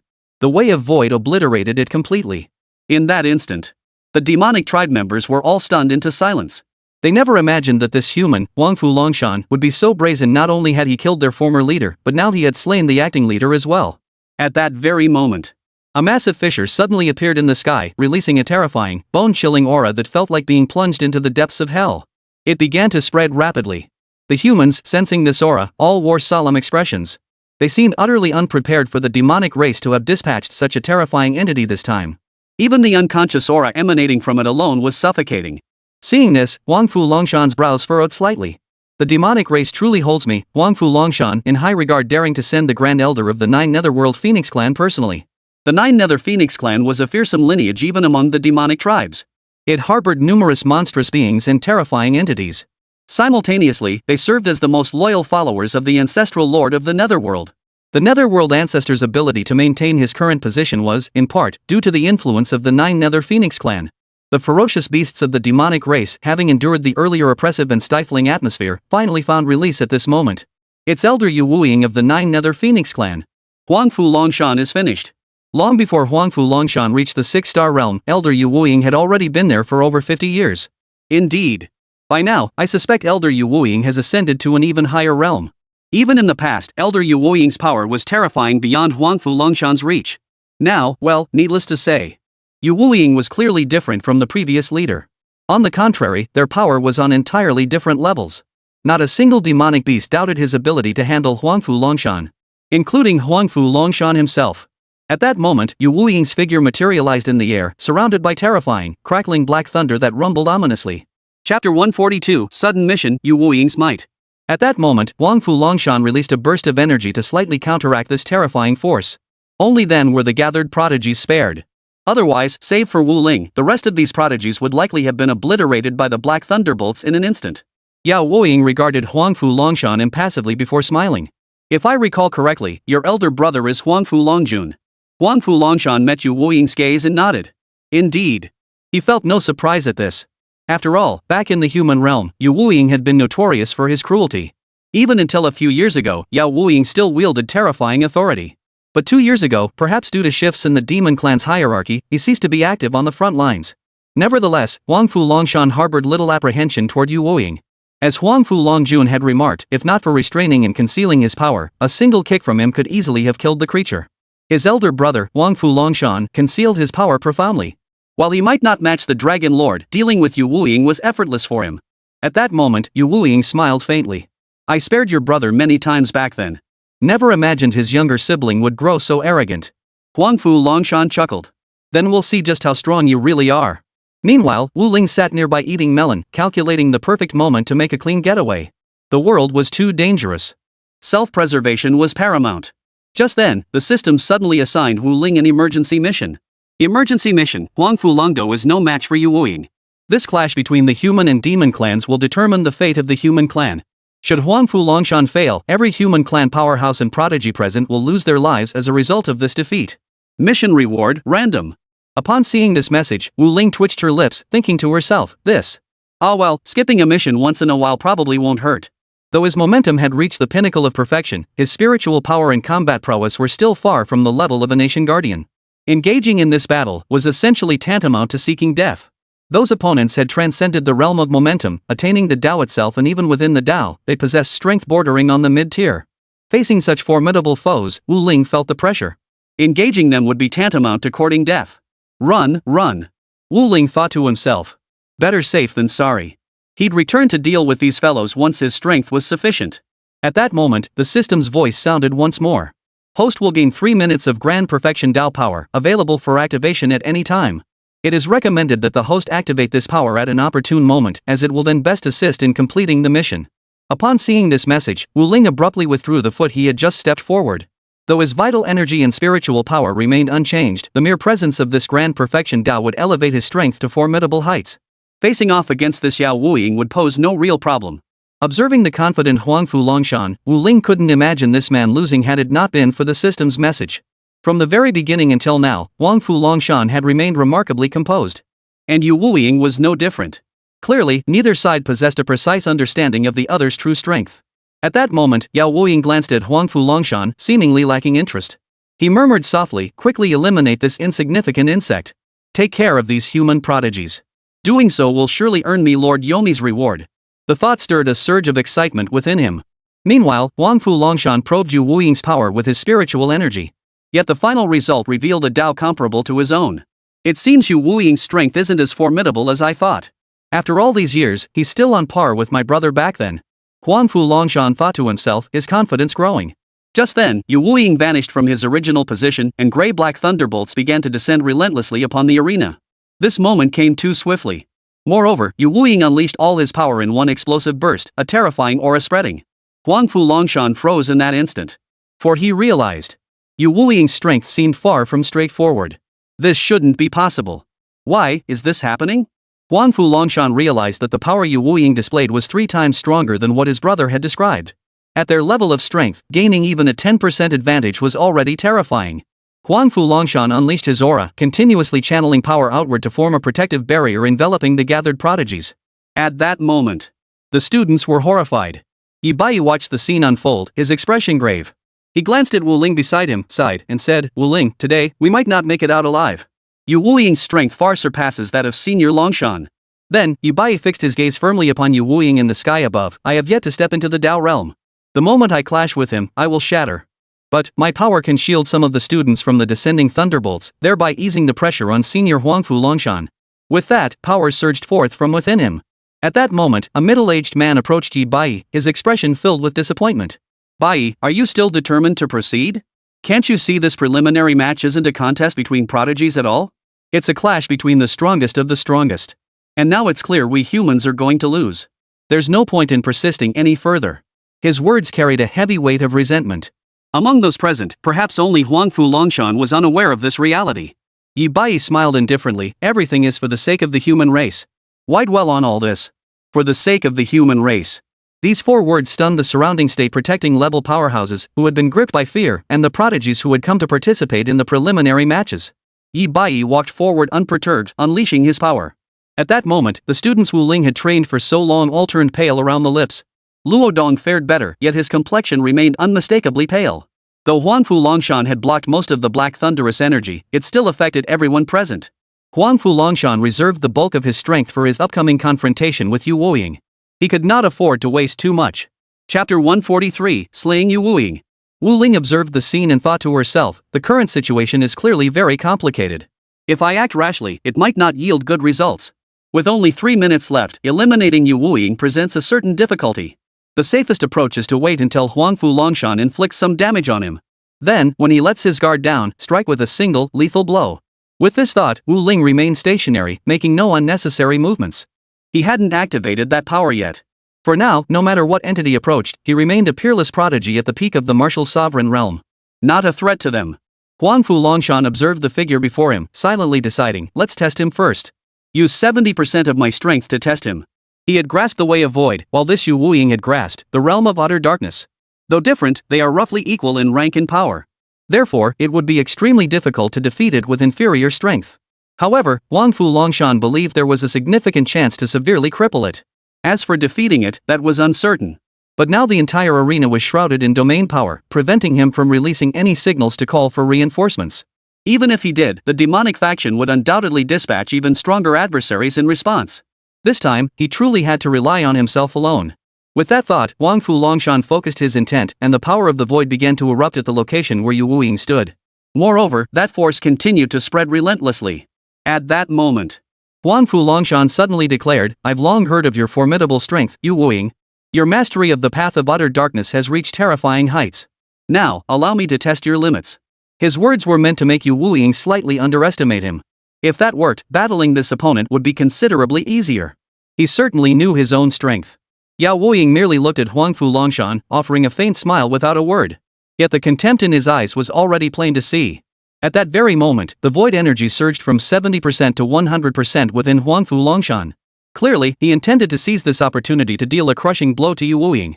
As if sensing this surge of power, Yao Wuying seemed to anticipate it. He merely shook his head and smiled faintly. Confidence is commendable, but it's a pity your power holds no threat in my eyes. No sooner had the words left his lips than the thunder pillars, which had been erupting and tumbling through the air, suddenly plummeted downward. The surrounding void energy was invisible and intangible, perceptible only as a palpable sense of dread and fear. Yet as the thunder descended, this force vanished instantly, leaving no trace behind. Witnessing this, Huangfu Longshan froze. He sensed that Yu Wuying's path of utter darkness was no ordinary manifestation of darkness. In fact, it could be described as utterly terrifying. For in this single strike, Huangfu Longshan could sense that this path of utter darkness had even overshadowed his own path of void. Had it been the typical kind, it would have been on par with the path of void, incapable of producing such a terrifyingly overwhelming effect. Enough. It seems you and your brother, Huangfu Longjun, have both been concealing your true strength. Had someone else come today, they might truly have fallen at your hands. But alas, today it is me. Yu Wuying chuckled, his gaze toward Huangfu Longshan brimming with contempt and disdain. He continued, had you sent your brother, he might have stood a chance against me today. But you don't even inspire me to lift a finger. After speaking, his aura surged violently, the rolling thunderous energy growing ever more terrifying. Boom! Boom! He did not strike to kill Huangfu Longshan immediately, but continued to wait, seemingly intent on crushing Huangfu Longshan psychologically. Each rolling wave of thunderous energy grew more terrifying than the last. The next moment, all defenses Huangfu Longshan had erected were utterly shattered. At that moment, Huangfu Longshan looked at Yu Wuying and smiled faintly. Today, I've fallen at your hands. But don't underestimate my brother. He'll handle someone like you with ease. After all, he is our Huangfu family's prodigy, a genius born once every 100 years. Yu Wuying smiled faintly. Now that you mention it, I find myself rather intrigued. It's just a pity you won't be able to witness your brother being crushed by me. Seeming bored, Yu Wuying waved his hand dismissively and stretched lazily. Enough. I won't waste any more time on you. I'll dispose of you swiftly so I can collect the rewards from the ancestor of the netherworld. At this mention, excitement filled Yu Wuying's eyes. Just as he prepared to strike, his expression abruptly changed. He sensed an extremely dangerous, terrifying aura locking onto him. He roared, who's there? This aura. Impossible. Absolutely impossible. Why would an entity of this caliber come after me? He instantly channeled all his power into a thick protective barrier around himself. Fear and dread washed over his face. At that moment, a golden giant sword clearly appeared in the sky, plunging straight downward. Golden light spread out. The sword measured hundreds of meters in length and over 200 meters in width. With each downward stroke, it grew larger and more terrifying. Meanwhile, the protective barrier that Yu Wuying, who had been utterly confident in his own invincibility, had erected with every ounce of strength, even at the cost of draining his life force, was pierced clean through by this colossal blade. Until his consciousness faded, he remained utterly incredulous, murmuring to himself, why did this happen? How could the demonic race fail to detect such an existence? Yes. The one who unleashed this attack was Wu Ling. After activating that power, he immediately channeled all of it into the holy sword, summoning it down from the heavens. The entire process unfolded with astonishing speed. Moreover, Wu Ling had concealed his actions exceptionally well. It shouldn't have been exposed. Wu Ling silently reassured himself. If he had been exposed, he would face relentless pursuit from the demonic tribes, while also drawing the attention of truly terrifying entities within the human race. If his power were truly formidable, such a situation wouldn't warrant concern. But the problem was, this power could only be used for 3 minutes. Better to play it safe. Drawing the attention of certain individuals now was clearly inadvisable. Huangfu Longshan was stunned by this sudden turn of events, feeling profound shock. However, he quickly regained his composure. Chapter 144, Concealment. It must be a powerful human cultivator who doesn't wish to reveal their true strength, thus hiding in the shadows. The moment this thought formed, Huangfu Longshan instantly found it plausible. After all, no matter how one looked at it, this was the only plausible explanation. The way of holy light, and at the great perfection level? Why have I never heard of such an existence? Then, Huangfu Longshan began to recall the terrifying scene from moments before. After all, that was holy light, a terrifying force no ordinary mortal could withstand. Moreover, the way of holy light transcended light, darkness, and void itself. It could purify all things, yet also annihilate all things. It belonged to the realm of the divine. Those who could comprehend this Tao in this world could be counted on one hand. And those who could comprehend it and cultivate it to the great perfection were exceedingly rare. Each such being was renowned throughout the human race, figures so legendary that Huangfu Longshan could not possibly be unaware of them. The human race truly harbors hidden dragons and crouching tigers. Many supreme beings likely lurk in the shadows. After this battle, Huangfu Longshan's previously arrogant heart, convinced of his own overwhelming strength, gradually calmed. He no longer believed himself to be unstoppable, as he had before. There are simply too many powerful beings. This time, I nearly fell here. These demonic race powerhouses are likely no ordinary foes. Huangfu Longshan sighed.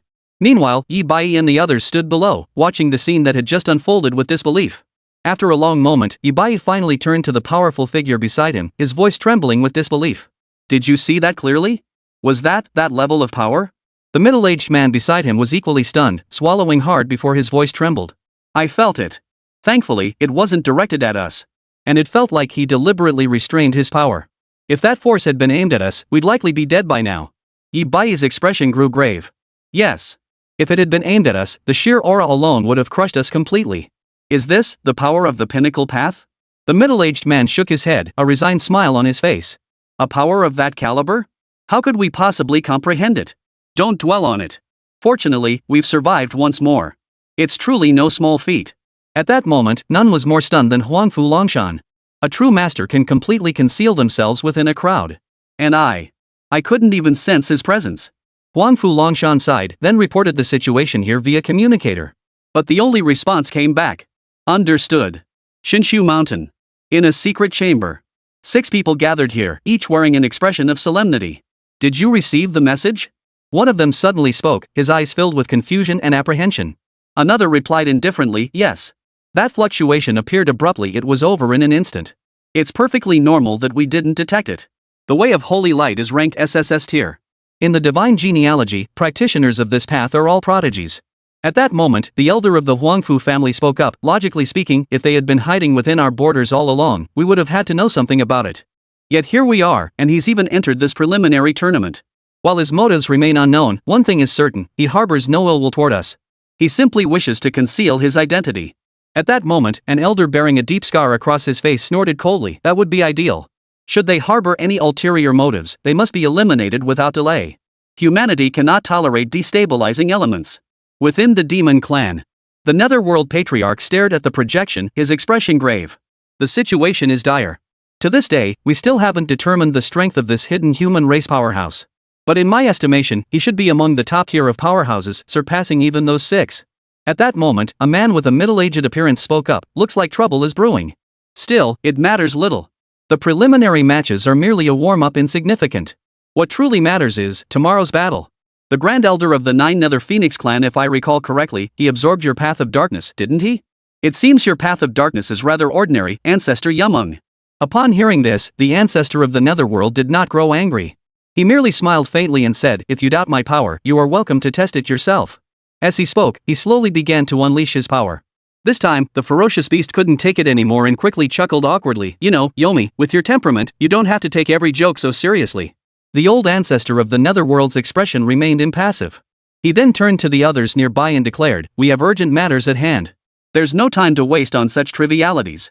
Prepare yourselves for this grand competition with the human race's prodigies. Dragon Phoenix and I will personally lead the teams. I'm eager to see who the human race will send. The moment these words left his mouth, the middle-aged man froze, his surprise evident. You're serious, Yamung? The true dragon and the Divine Phoenix are the two strongest combatants besides you.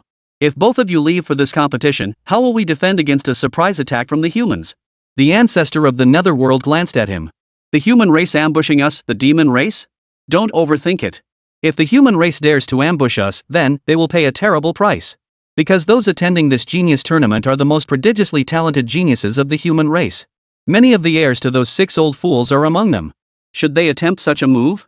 Dragon and Phoenix and I will make them pay. As his words fell, the others fell silent. Then, a man with a fierce expression suddenly spoke up. If the humans dare come, we'll wipe out their entire younger generation. Wu Ling stared at the information in his mind, falling silent. Sudden quest completed. Rewards acquired: minor mastery of the way of holy light, minor mastery of the way of thunder. Seeing this message, Wu Ling was somewhat surprised. Based on what he'd gleaned from the powerful figure's conversation, Wu Ling knew that this minor bottleneck transitioning from mastery to enlightenment had stumped countless practitioners. Yi Bai approached Wu Ling and whispered, "Nothing should happen tonight.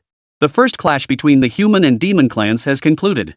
Tomorrow, the real battle begins." Chapter 145, Huangfu Longshan. Upon hearing this, Wu Ling nodded before voicing his confusion. Among the younger generations of both the human and demon clans, are there any who have already grasped the Tao? This question truly stumped Yi Bai. He stood frozen for a long moment, unable to respond. You've truly stumped me with that question. But, if pressed, we truly cannot confirm that none among those currently in the mortal world have reached the level you describe. But, the disciples of those 6 elders have never appeared. I suspect, among them, there must already be prodigies who have reached the Tao realm. The same holds true for the demonic race. Upon hearing this, Wu Ling nodded. You now possess the qualifications to comprehend the Tao. Shouldn't some information have appeared in your mind? Information about these Tao classifications. Wu Ling nodded in response. After Yi Bai finished speaking, she carefully examined the information in her mind and discovered it was indeed there. He simply hadn't noticed it before. He briefly reviewed the details. The way of thunder belonged to the 2nd tier. The way of holy light, however, belonged among the top 3. Yi Bai then spoke slowly once more. Only those 6 individuals, along with the 8 great powerhouses of the demonic race, possess the potential to attain the pinnacle of the top 5 Tao. But among these powerhouses, at most 1/3 can comprehend it. Moreover, they cannot master it to the advanced stage. Yet even at the lowest tier, it can already crush the intermediate tier. Approaching the mid-tier is already sufficient to stand toe-to-toe with the high tier.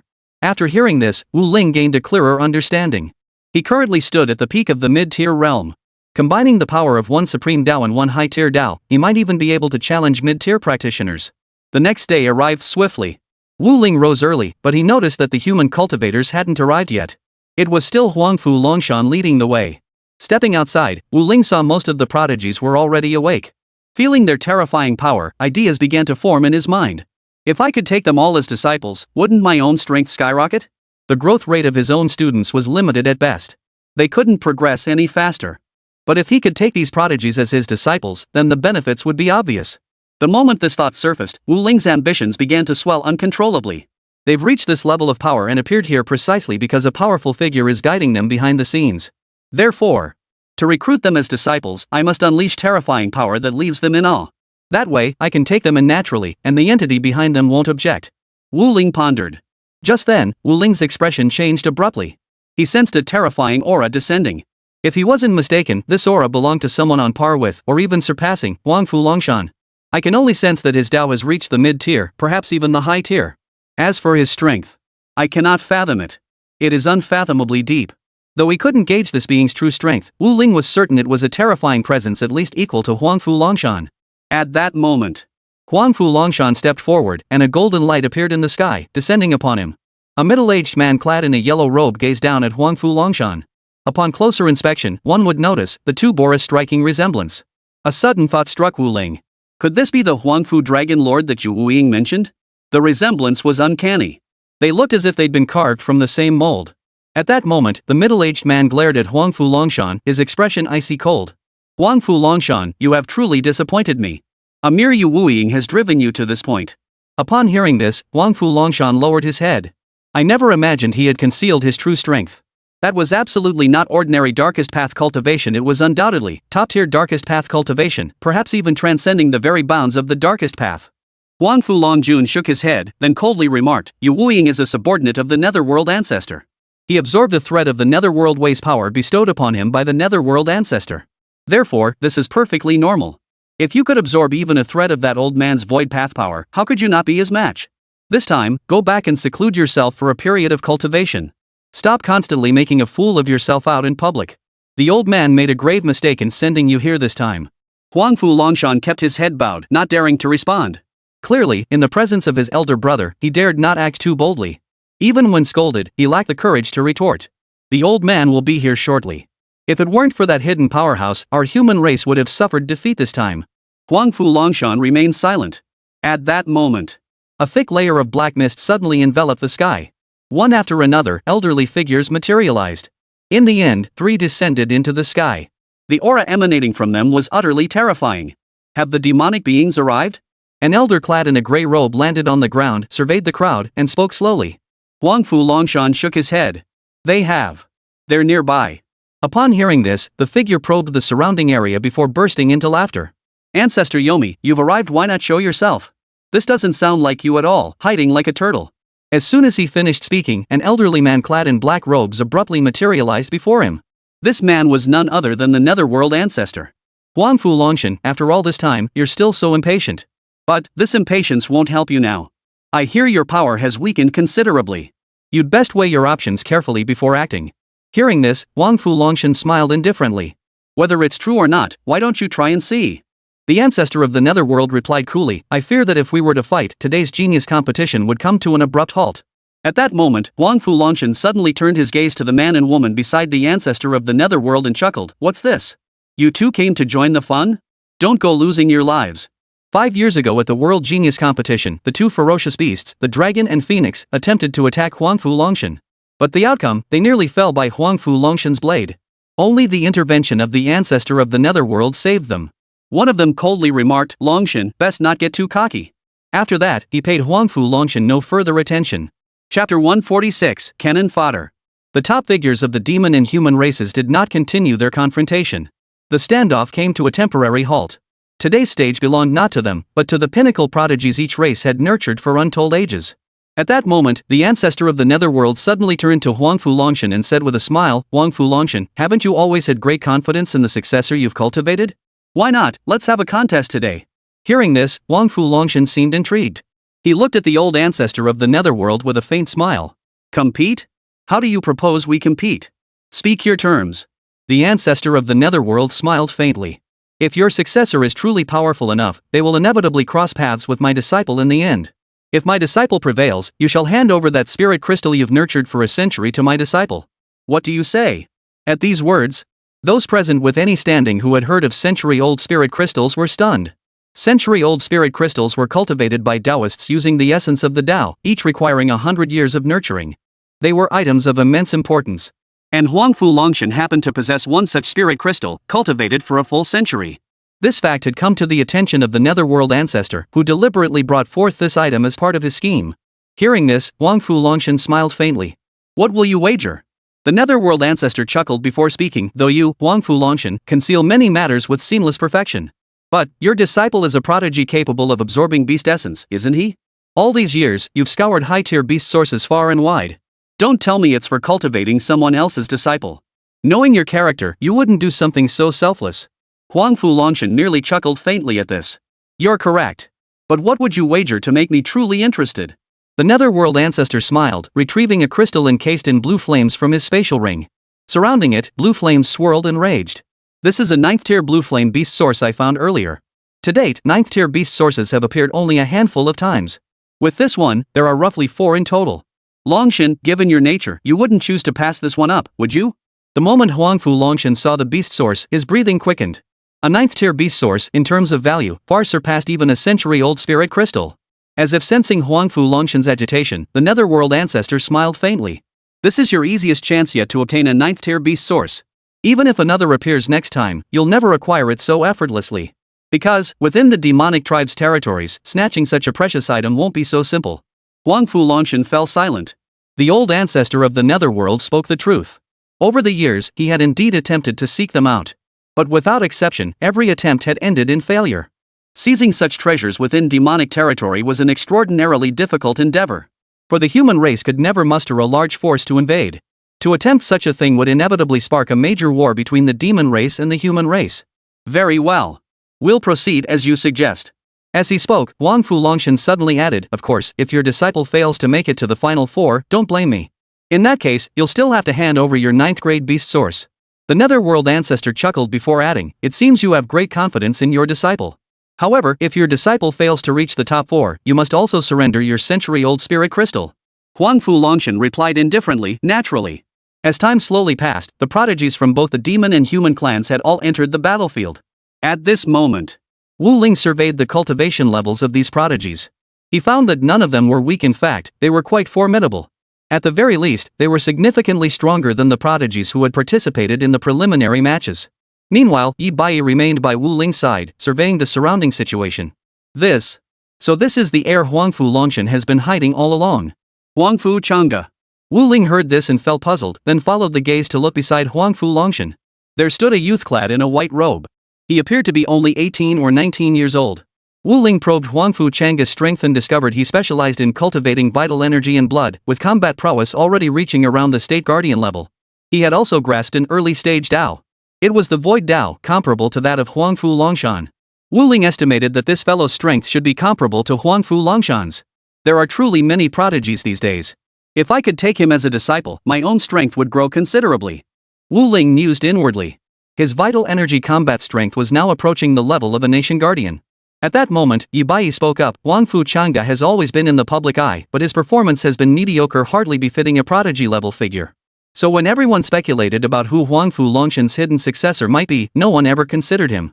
Yet unexpectedly, the heir hidden by Huang Fu Longshan truly is this Huang Fu Chang'e. Yi Bai remarked with a sigh. It wasn't that no one had speculated whether Huang Fu Chang'e had deliberately concealed his strength. But with Huang Fu Longshan personally concealing his strength, very few could truly gauge it. At this moment, Yi Bai spoke again. The others are still hiding their true strength quite deeply. It's likely they won't reveal their capabilities until they actually step onto the stage. After all, if their strengths were known too early, they'd be vulnerable to targeting. Even though this competition is meant to stop short of serious injury, there's still room for sabotage if someone really wanted to cause trouble. At these words, Wu Ling nodded in agreement. The successors of those 6 elders possess terrifying strength. If I could recruit them as my students, wouldn't my combat power increase significantly? The thought barely formed in Wu Ling's mind before he deemed it feasible. This world genius competition demanded no more restraint. He must demonstrate absolute strength and see if he could win over a few of the prodigies present. The heirs of those 6 elders would likely be the most difficult to win over and recruit as disciples. The others should be more manageable. At that moment, an elder in the sky suddenly spoke. For the first round of competition, the 3rd heir apparent of the Thunder Lion clan will face Wu Ling of the Human clan. Upon hearing this, Wu Ling froze. No way. They're pitting him against her right off the bat? At that moment, Yi Bai beside him glanced at Wu Ling and offered a faint smile. Looks like you've been marked as cannon fodder. As far as I know, all participants in the first 3 rounds of the World Genius competition are cannon fodder. Chapter 147, The Shocked Crowd. Wu Ling. Granted, his strength didn't seem particularly formidable or outstanding. But surely he wasn't meant to be cannon fodder? At this moment, the 3 powerful human realm experts and the 3 demon saint level experts from the demon realm watched the scene unfold without much reaction. Only when the truly formidable talents clashed would it slightly pique their interest. At that moment, Huang Fu Longshan suddenly turned to Huang Fu Longjun beside him and spoke indifferently. Wu Ling? The name sounds familiar. How strong is he? Huang Fu Longjun's expression remained haughty as he replied indifferently, extremely mediocre. It's merely that he's a reclusive powerhouse with exceptional teaching talent, which has earned him a decent standing and reputation among the human race. Huang Fu Longshan heard this and said no more. Such strength, it seemed, truly failed to pique his interest. Huang Fu Longshan suddenly interjected. I've heard his strength is quite impressive. He's already grasped the grand perfection of momentum, and it's of the thunder attribute. Apart from the 6 of you heirs and those trained by reclusive old masters, he should be among the top-tier prodigies. Huang Fu Longshan merely nodded slightly upon hearing this. Not bad. From start to finish, neither Huang Fu Longshan nor Huang Fu Longjun showed any other expression on their faces. Clearly, Wu Ling's talent might be considered passable in the eyes of others. But in the eyes of these 6 elders and the reclusive old monsters, it was merely average. At that moment, Huang Fu Longjun suddenly spoke up. This Wu Ling has rather poor luck. Right off the bat, he encounters the 3rd heir apparent of the Thunder Lion clan. With a bit more luck, he might survive. With a bit less luck, he'd be finished. The Thunder Lion King clan is ruthless, every strike is lethal. We cannot intervene until one side surrenders. And Wu Ling might not last that long. Huangfu Longshan remained silent, his gaze unflinching and impassive throughout. By now, Wu Ling and the Thunder Lion clan's third heir apparent had both stepped onto the arena.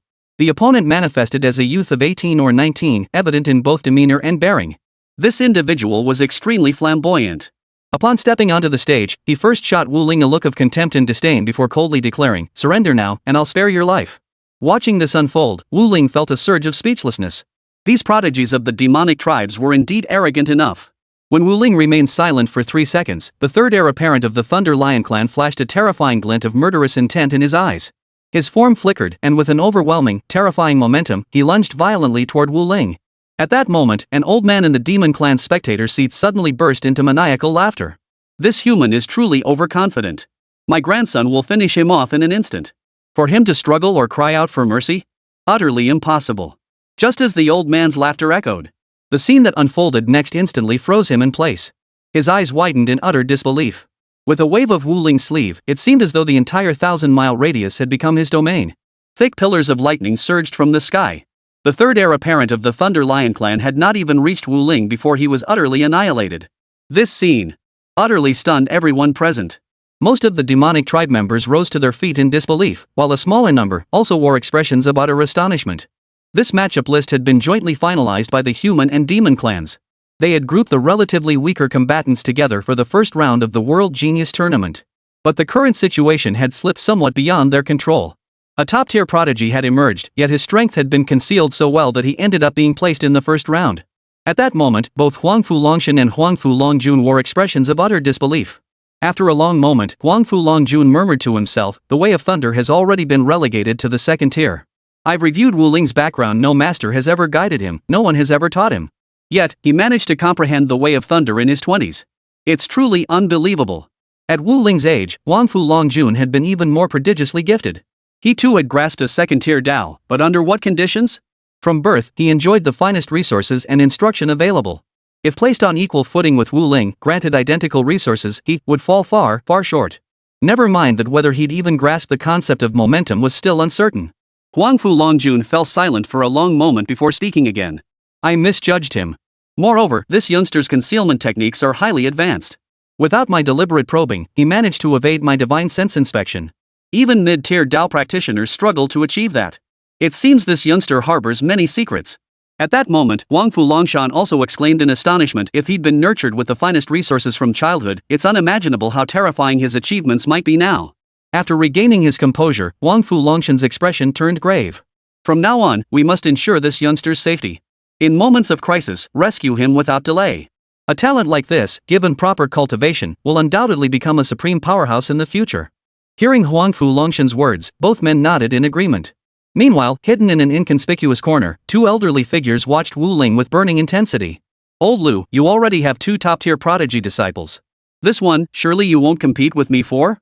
One of the elders chuckled indifferently. Hearing this, the other elder retorted coldly, "You have the nerve to say that? You currently have 4 disciples, one of whom is on par with Huangfu Changge. I absolutely must take this prodigy as my disciple. In my estimation, his potential far exceeds even Huangfu Changge's. His potential is destined to be that one's disciple." Hearing this, the other elder froze momentarily, his voice tinged with doubt. "Have you placed too much faith in this youngster? To be that one's disciple, only the prodigies cultivated by the Demon Clan's Divine Void Mountain might stand a chance." The elder shook his head, his gaze unwavering. "You simply cannot fathom the true potential this youth holds. Rest assured, you'll soon see. Within 5 years, he will become a force the Demon Clan's fear. This is a true prodigy." Chapter 148, Shinchangsheng. Hearing this, the elder paused, then remarked with interest, "This is the first time I've seen someone earn such high praise from Old Shin. Behind the demonic tribe." Watching the scene unfold, the ancient ancestor of the Netherworld wore a face of shifting expressions. At that moment, the divine phoenix approached his side and whispered, "Yuming, could this be a scheme orchestrated by the human clan?" Hearing this, the ancestor of the Netherworld frowned, then shook his head. "Though I too have such suspicions. I must admit, this is not the case. The humans wouldn't conceal their prodigies only to sacrifice them as cannon fodder in the first round. We demons wouldn't do that either. After all, both the human clan and our demon clan exerted tremendous effort to finalize this roster." The divine phoenix nodded upon hearing this, then turned to look in Wu Ling's direction. He's hiding his true nature quite well. Should I take care of him? If this boy isn't eliminated, he will surely become a grave threat to our demon clan in the future. Hearing this, the ancestral lord of the netherworld shook his head. No need to rush. Let him remain for now. Now that his strength has been revealed, Huangfu Longshan and those two mysterious old men have also arrived. Eliminating him now would be exceedingly difficult. You might just end up sacrificing yourself in the process. Upon hearing this, the divine phoenix paused, then fell silent. Her gaze shifted warily toward the unassuming old man in the corner, who emitted not a trace of cultivation energy. Had they not known the true nature of these two elders, they might well have been deceived by this very scene. These two elders were even more mysterious than Huangfu Longshan, possessing terrifying power. The netherworld ancestor spoke again. This situation is likely an anomaly. The tournament will continue shortly, but a situation like this one should not occur again. Shen Huan nodded. When Wu Ling unleashed her power, the prodigies who had been listless and whispering among themselves froze instantly. Clearly, none had anticipated that Wu Ling's concealed strength far surpassed their expectations. At that moment, Yi Bai had already slipped silently to Wu Ling's side. Surprised, he spoke, Wu Ling, you were still at the great perfection stage just moments ago. How long has it been? Have you already grasped the Tao? His expression was complex. Yi Bai could never have imagined that this prodigy, who had been merely at the momentum stage not long ago, would directly comprehend the way in just a month's time. Wu Ling looked at Yi Bai but said nothing. Yi Bai continued speaking to himself, you prodigies truly defy all logic. For us, breaking through from the great perfection realm to grasp the Tao requires at least 100 years. Yet you lot, in such a short time, you've shattered that bottleneck outright. Wu Ling watched as Yi Bai spoke thus. Just then, Wu Ling suddenly felt a tap on his shoulder. Puzzled, he turned to see a white-haired elder smiling at him. Young friend Wu Ling, is it? Wu Ling instantly felt immense pressure. Only when the old man touched him did he become aware of his presence. Throughout the old man's approach, Wu Ling had remained utterly unaware. Only an existence of Huangfu Longshan's caliber could remain undetected by him. Which meant, this old man was a terrifying being on par with Huangfu Longshan. The old man then revealed a gentle smile and spoke, allow me to introduce myself. My surname is Shin, and my given name is Shin Changsheng. I see great potential in you. If you're willing to train under me, I'll impart all my knowledge. Within a decade at most, I'll guide you to master the Tao at an advanced level. Hearing this, Wu Ling was momentarily stunned. Though he couldn't gauge the old man's exact strength, Wu Ling understood from the other's solemn and confident expression that he likely possessed such prowess. However, Wu Ling hesitated before replying, Old master, my heart lies in teaching. Therefore, I must decline your kind offer. Shin Changsheng was taken aback by Wu Ling's response. Clearly, he hadn't anticipated Wu Ling's refusal. And, his reason was teaching. This left Shin Changsheng bewildered for a moment before he sighed helplessly with a wry smile. Very well, very well. Since that is the case, this old man won't force the issue. However, should you ever require resources or change your mind, you may contact me. With that, Shin Changsheng turned to leave. At that moment, Wu Ling felt a string of communication codes transmit into her mind. It was Shin Changsheng's contact code. Shin Changsheng quickly retreated. Just then, the elderly man who had spoken with him earlier suddenly approached and chuckled, Old Shin, your reputation doesn't mean much these days. The younger generation hasn't even heard of you. Shin Changsheng shook his head and replied, you're mistaken, old Wu. He didn't refuse to be my disciple because he hadn't heard of my name. You didn't follow him just now, otherwise you would have seen the determination in that boy's eyes. If he disdained my strength, thinking I wasn't qualified to be his master, I would have known. Seeing Shin Changsheng's serious, solemn expression, Wu Feng's eyes shifted, and he froze in surprise. How astonishing. The war god of Divine Void Mountain from a century ago, Shin Changsheng, taking on a disciple and actually being rejected? Though, back in our era, hardly anyone even knew about it. Shin Changsheng smiled and said, let's go back and rest. I'm actually quite looking forward to this youngster's next match. I have a vague feeling he might surprise us. He might surpass Huangfu Changge and those other prodigies. Hearing this, Wu Feng froze, then questioned, that can't be possible. I don't think that scenario is likely. Shin Changsheng glanced at Wu Ling's reaction and smiled faintly. Well then, we'll just have to wait and see. The subsequent rounds of competition were essentially battles between cannon fodder from both clans. With little disparity in strength, the matches concluded swiftly. The supreme masters like Huangfu Longshan paid little attention to these matches. Just then, an elderly voice echoed from above, next match Huangfu Changge versus Yuzhou. The moment these words were spoken, excitement erupted instantly on both sides among the humans and the demons alike. The atmosphere began to boil. From the demonic side, a prodigy shouted, Prince 9, crush that human trash.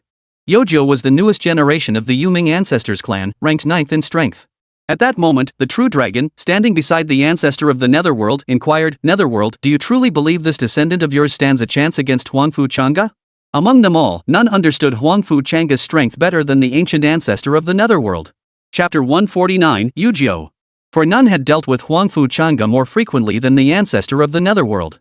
As for the other demon saints, they scarcely interacted with Huangfu Changa. Each harbored their own formidable foe, sparing little attention for others. After hearing this, the ancestor of the netherworld fell silent for a moment before slowly speaking. Hard to say. I don't know the exact extent of Huangfu Changa's power, but judging by how seriously that old man takes him, one can get a rough idea. The wager just now required him to face Yue in combat. Victory would grant the prize, but defeat would cost a century's worth of spirit crystals. Frankly, I don't believe this fellow would casually treat a century's worth of spirit crystals as worthless, tossing them away as a wager. Upon hearing this, the true dragon also fell into deep thought. After a long moment, the true dragon finally sighed with resignation. In that case, Yao Yi's battle is likely as good as lost. Yu Wuiying shook his head. To be precise, he's already half defeated. The divine phoenix silently observed the scene from the side, yet remained silent. She understood the situation well enough. At that moment, Yujio suddenly approached the ancestral lord of the netherworld. Looking at him with a haughty expression, he declared, "Ancestral lord, today I will personally defeat this prodigy from the human clan and restore the dignity you once lost before that old villain Huangfu."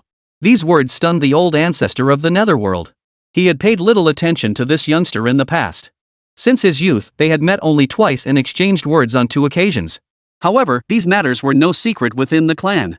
Yet, for Yujio to come before him personally and declare such words left the ancestor of the netherworld somewhat speechless. Yet, mindful that this youth was his own descendant, he ultimately refrained from saying anything. Both the true dragon and the divine phoenix glanced at the ancestor of the netherworld. Only after confirming he wasn't angry did they relax. This matter was known to many within the demonic clan's high command, and it had almost become a thorn in the ancestor of the netherworld's side. Yet, to walk boldly before him and bring it up, Yujio was truly one of a kind. Just as Yujio was about to speak further, Huangfu Changa arrived on the scene. He hurriedly declared, "Ancestor, witness how I shall slay this creature." With that, he vanished from his spot in a flash, reappearing instantly on the battlefield. Both the true dragon and the divine phoenix watched the ancestor of the netherworld beside them with a hint of alarm, not daring to utter a word. As if sensing their gazes, the ancestor of the netherworld suddenly smiled. "Do you truly believe that incident left a deep imprint on my heart?" Hearing this, the two remained silent, merely staring at the ancestor of the netherworld. After all, the ancestor of the netherworld was famously unpredictable. Seeing no response, the ancestor of the netherworld smiled faintly. "Back then, though I suffered a significant setback at the hands of Huangfu Longshan, if I had allowed that to fester into a grudge, I would never have reached where I am today. But rest assured, today I shall make Huangfu Longshan pay the price." The true dragon and the divine phoenix nodded in agreement. "Under your tutelage, Yu Yi's power has long surpassed that of ordinary beings. Only disciples trained by the ancestors of the divine void mountain might possibly rival him." The true dragon spoke up at this moment. The netherworld ancestor maintained his faint smile. "Even Huangfu Changa, among the human race, holds such an assessment." Suddenly, he added meaningfully, "However, today's protagonists are not Huangfu Changa and Yudi, but someone else entirely." At these words, both of them froze in surprise. Though they treated the ancestor of the netherworld with utmost respect, their status within the demonic race was exceptionally high. They were equals to the ancestor of the netherworld. They should have been privy to such information. Seeing their curiosity, the ancestral lord of the netherworld merely said, "Rest assured, you'll find out soon enough." After Huangfu Changa ascended the stage, a cloth sack he had placed below it suddenly began to violently tremble. The surrounding prodigies witnessed this scene and murmured in confusion. "Look! What is that? Is it Huangfu Changa's? No idea. Wait, no, look! The sack is glowing. The light is about to spill out." Amidst the stunned gazes of the crowd, golden light suddenly burst forth from the sack, and a long sword shot out from within. The sword shot straight toward the heavens, its blinding golden light illuminating the entire sky in an instant. Only those with greater strength could barely keep their eyes open amidst the pervasive radiance. Soon, the golden light gradually faded, and the crowd finally saw clearly. It was Huangfu Changa's sword. During the blinding burst of light, even Yujio couldn't keep his eyes open. The moment he saw the sword fall into Huangfu Changa's hands, his expression changed instantly. Only then did he suddenly realize how often he had underestimated the opponent's strength. At that moment, Yomi ancestor, seated among the demonic spectators, furrowed his brow. The true dragon and the divine phoenix were utterly shocked by this scene. In that instant, they instinctively glanced at the old ancestor of the netherworld beside them. Seeing his expression, they couldn't help but feel a slight sense of pressure. "It's as I anticipated, though what surpasses my expectations is that Huangfu Changa's strength seems to be even greater than imagined. I hope Yujio survives." At that moment, Yao Jiu gazed at Huangfu Changa before him, feeling immense pressure. This pressure, it feels like my elder brother's. No, even my elder brother's pressure wasn't this terrifying. Huangfu Chang'e. Is this truly the ordinary human prodigy spoken of in the legends? Yu Jiao could distinctly feel his body trembling slightly. No matter how hard he tried to suppress it, he couldn't calm himself. His voice trembled slightly as he uttered the great yin yang art. He channeled the ancient master's ultimate technique, a power that had once struck fear into countless souls.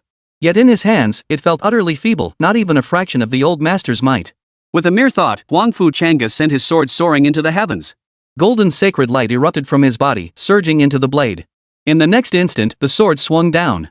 A terrifying blade aura, carrying boundless Tao essence, tore through the netherworld great technique Yao Jiao had unleashed. Just as the blade was about to pierce through Yu Jiao's body, sealing his fate forever. Suddenly, the elder of the netherworld sighed. With a wave of his sleeve, he dispersed Huangfu Chang'e's attack. In this battle, we demons have been defeated. The nether elder declared. Upon hearing these words, Huangfu Chang'e immediately turned and leapt off the stage. He did not linger on the field. It was clear the elder of the netherworld had broken the rules. Huangfu Longshan watched the scene unfold without uttering another word. Chapter 150, Xin Changqing's youngest disciple. His objective had been achieved. He had weakened the old man of the netherworld's momentum. Moreover, should any human prodigy face imminent defeat or mortal peril later on, Huangfu Longshan could intervene to stop it.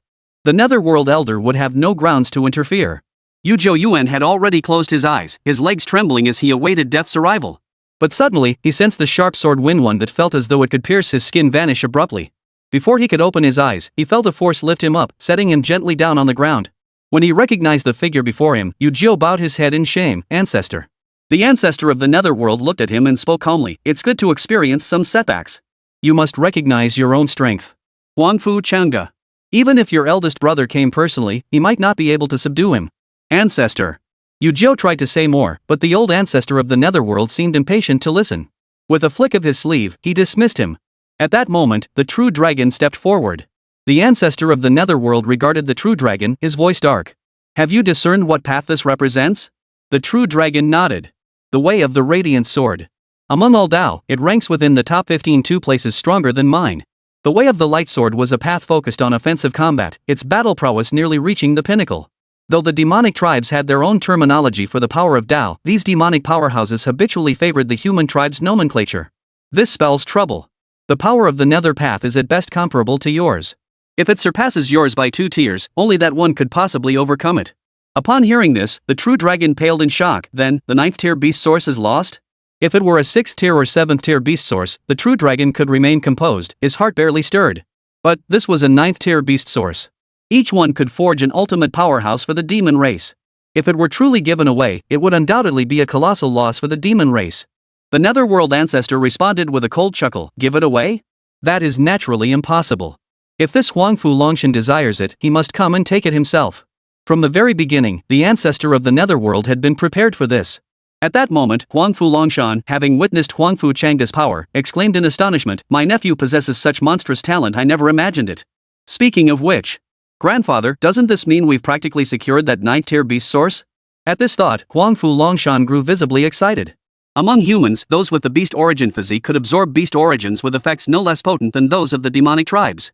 Huangfu Longshan shook his head. You're overthinking it. If that old codger from the netherworld is willing to hand it over, I'll still need to carefully consider whether there might be some kind of trap. After all, even if Yui wins, there's no way I'm handing over my century-old spirit crystal. Huangfu Longshan paused at this, then nodded. I see. But it seems today's world genius competition will be won by our human race. Huangfu Longshan smiled faintly. That's not certain yet. After all, the true top-tier prodigies of both the human and demon clans haven't even stepped forward to compete. This remark genuinely stunned Huangfu Longshan. He asked in confusion, Grandfather, are they not all present yet? Huangfu Longshan shook his head. They won't all appear until the semi-finals. You'll see then. Meanwhile, Shen Changsheng and Wu Feng remained nearby, watching the battle unfold beside Wu Ling. Old Shen, that Huangfu Longshan really knows how to train disciples. TSK. His skills were the weakest among the 6 of us. Who'd have thought he'd become the strongest when it comes to training disciples? Shen Changsheng heard this and smiled faintly. Well, Huangfu Longshan demonstrated that talent long ago. Apart from those 3 disciples he personally trained, there's probably no one else who could stand against this youngster. Wu Feng seemed suddenly curious and inquired, then, do you think Wu Ling could exchange a few blows with Huangfu Chang'e? Shin Changqing answered without hesitation. With Wu Ling's current strength, if she were to face Huangfu Changde, she'd likely be utterly crushed in an instant. After all, even the demonic cultivator Yu Jiu, who was instantly killed by Huangfu Changde, was stronger than Wu Ling. But if we wait another couple of years, well, that's anyone's guess. It was clear that Shin Changsheng was also brimming with confidence in Wu Ling's potential. Upon hearing this, Wu Feng nodded in agreement. You're absolutely right. But, it seems this youngster Wu Ling isn't keen on becoming your disciple. Shin Changsheng smiled faintly. I'll work harder. Such promising talent, it would be a shame not to take her on as a disciple. Over the next few rounds of competition, the human and demon clans split their victories evenly. While the prodigies on both sides watched with blood boiling, figures like Huangfu Longshan, Shin Changsheng, and the ancestor of the Netherworld found little interest. At that moment, the ancestor of the Netherworld suddenly turned to the true dragon beside him and inquired, "Is it time for Yue to make his appearance next?" The true dragon nodded. Yes. His opponent is Shin Changqing's young disciple. Shin Changqing's junior disciple, ha! That poor lad has terrible luck. He's going to get crushed right off the bat. The ancestor of the Netherworld smiled faintly, seeing no suspense in the upcoming contest. Had Shin Changqing's senior disciple come instead, there might have been a chance. But the junior disciple? That would be a battle with no suspense whatsoever. At that moment, Shin Changsheng, who had just received the news, wore an expression of calm composure. Beside him, Wu Feng chuckled, "You've always cultivated an invincible Tao heart in your disciples. Aren't you afraid this setback will crush your apprentice's spirit and leave him broken forever? Yui's strength may not match Huangfu Changde's, but it's not far off. Your junior disciple simply isn't a match." Hearing this, Shin Changsheng merely smiled faintly. This is merely the beginning. If they cannot endure this, how will they ever stabilize their cultivation at the advanced stage, let alone reach the peak or the pinnacle? Wu Feng fell silent. At that moment, a figure emerged from the demonic crowd, a youth clad in black robes, his entire being radiating a sinister aura. At that moment, Huangfu Changde, standing within the crowd, lifted his eyes briefly to glance at the figure before closing them once more. Huangfu Longshan observed this and smiled faintly. What? Not interested? Huangfu Changde shook her head, then spoke calmly, "This fellow is no match for me." After a pause, he added, "But he can hold out for 6 or 7 moves without issue." Chapter 151, Wu Ling vs. Yu Air. 6 or 7 moves? Seems you hold Yue in rather high regard.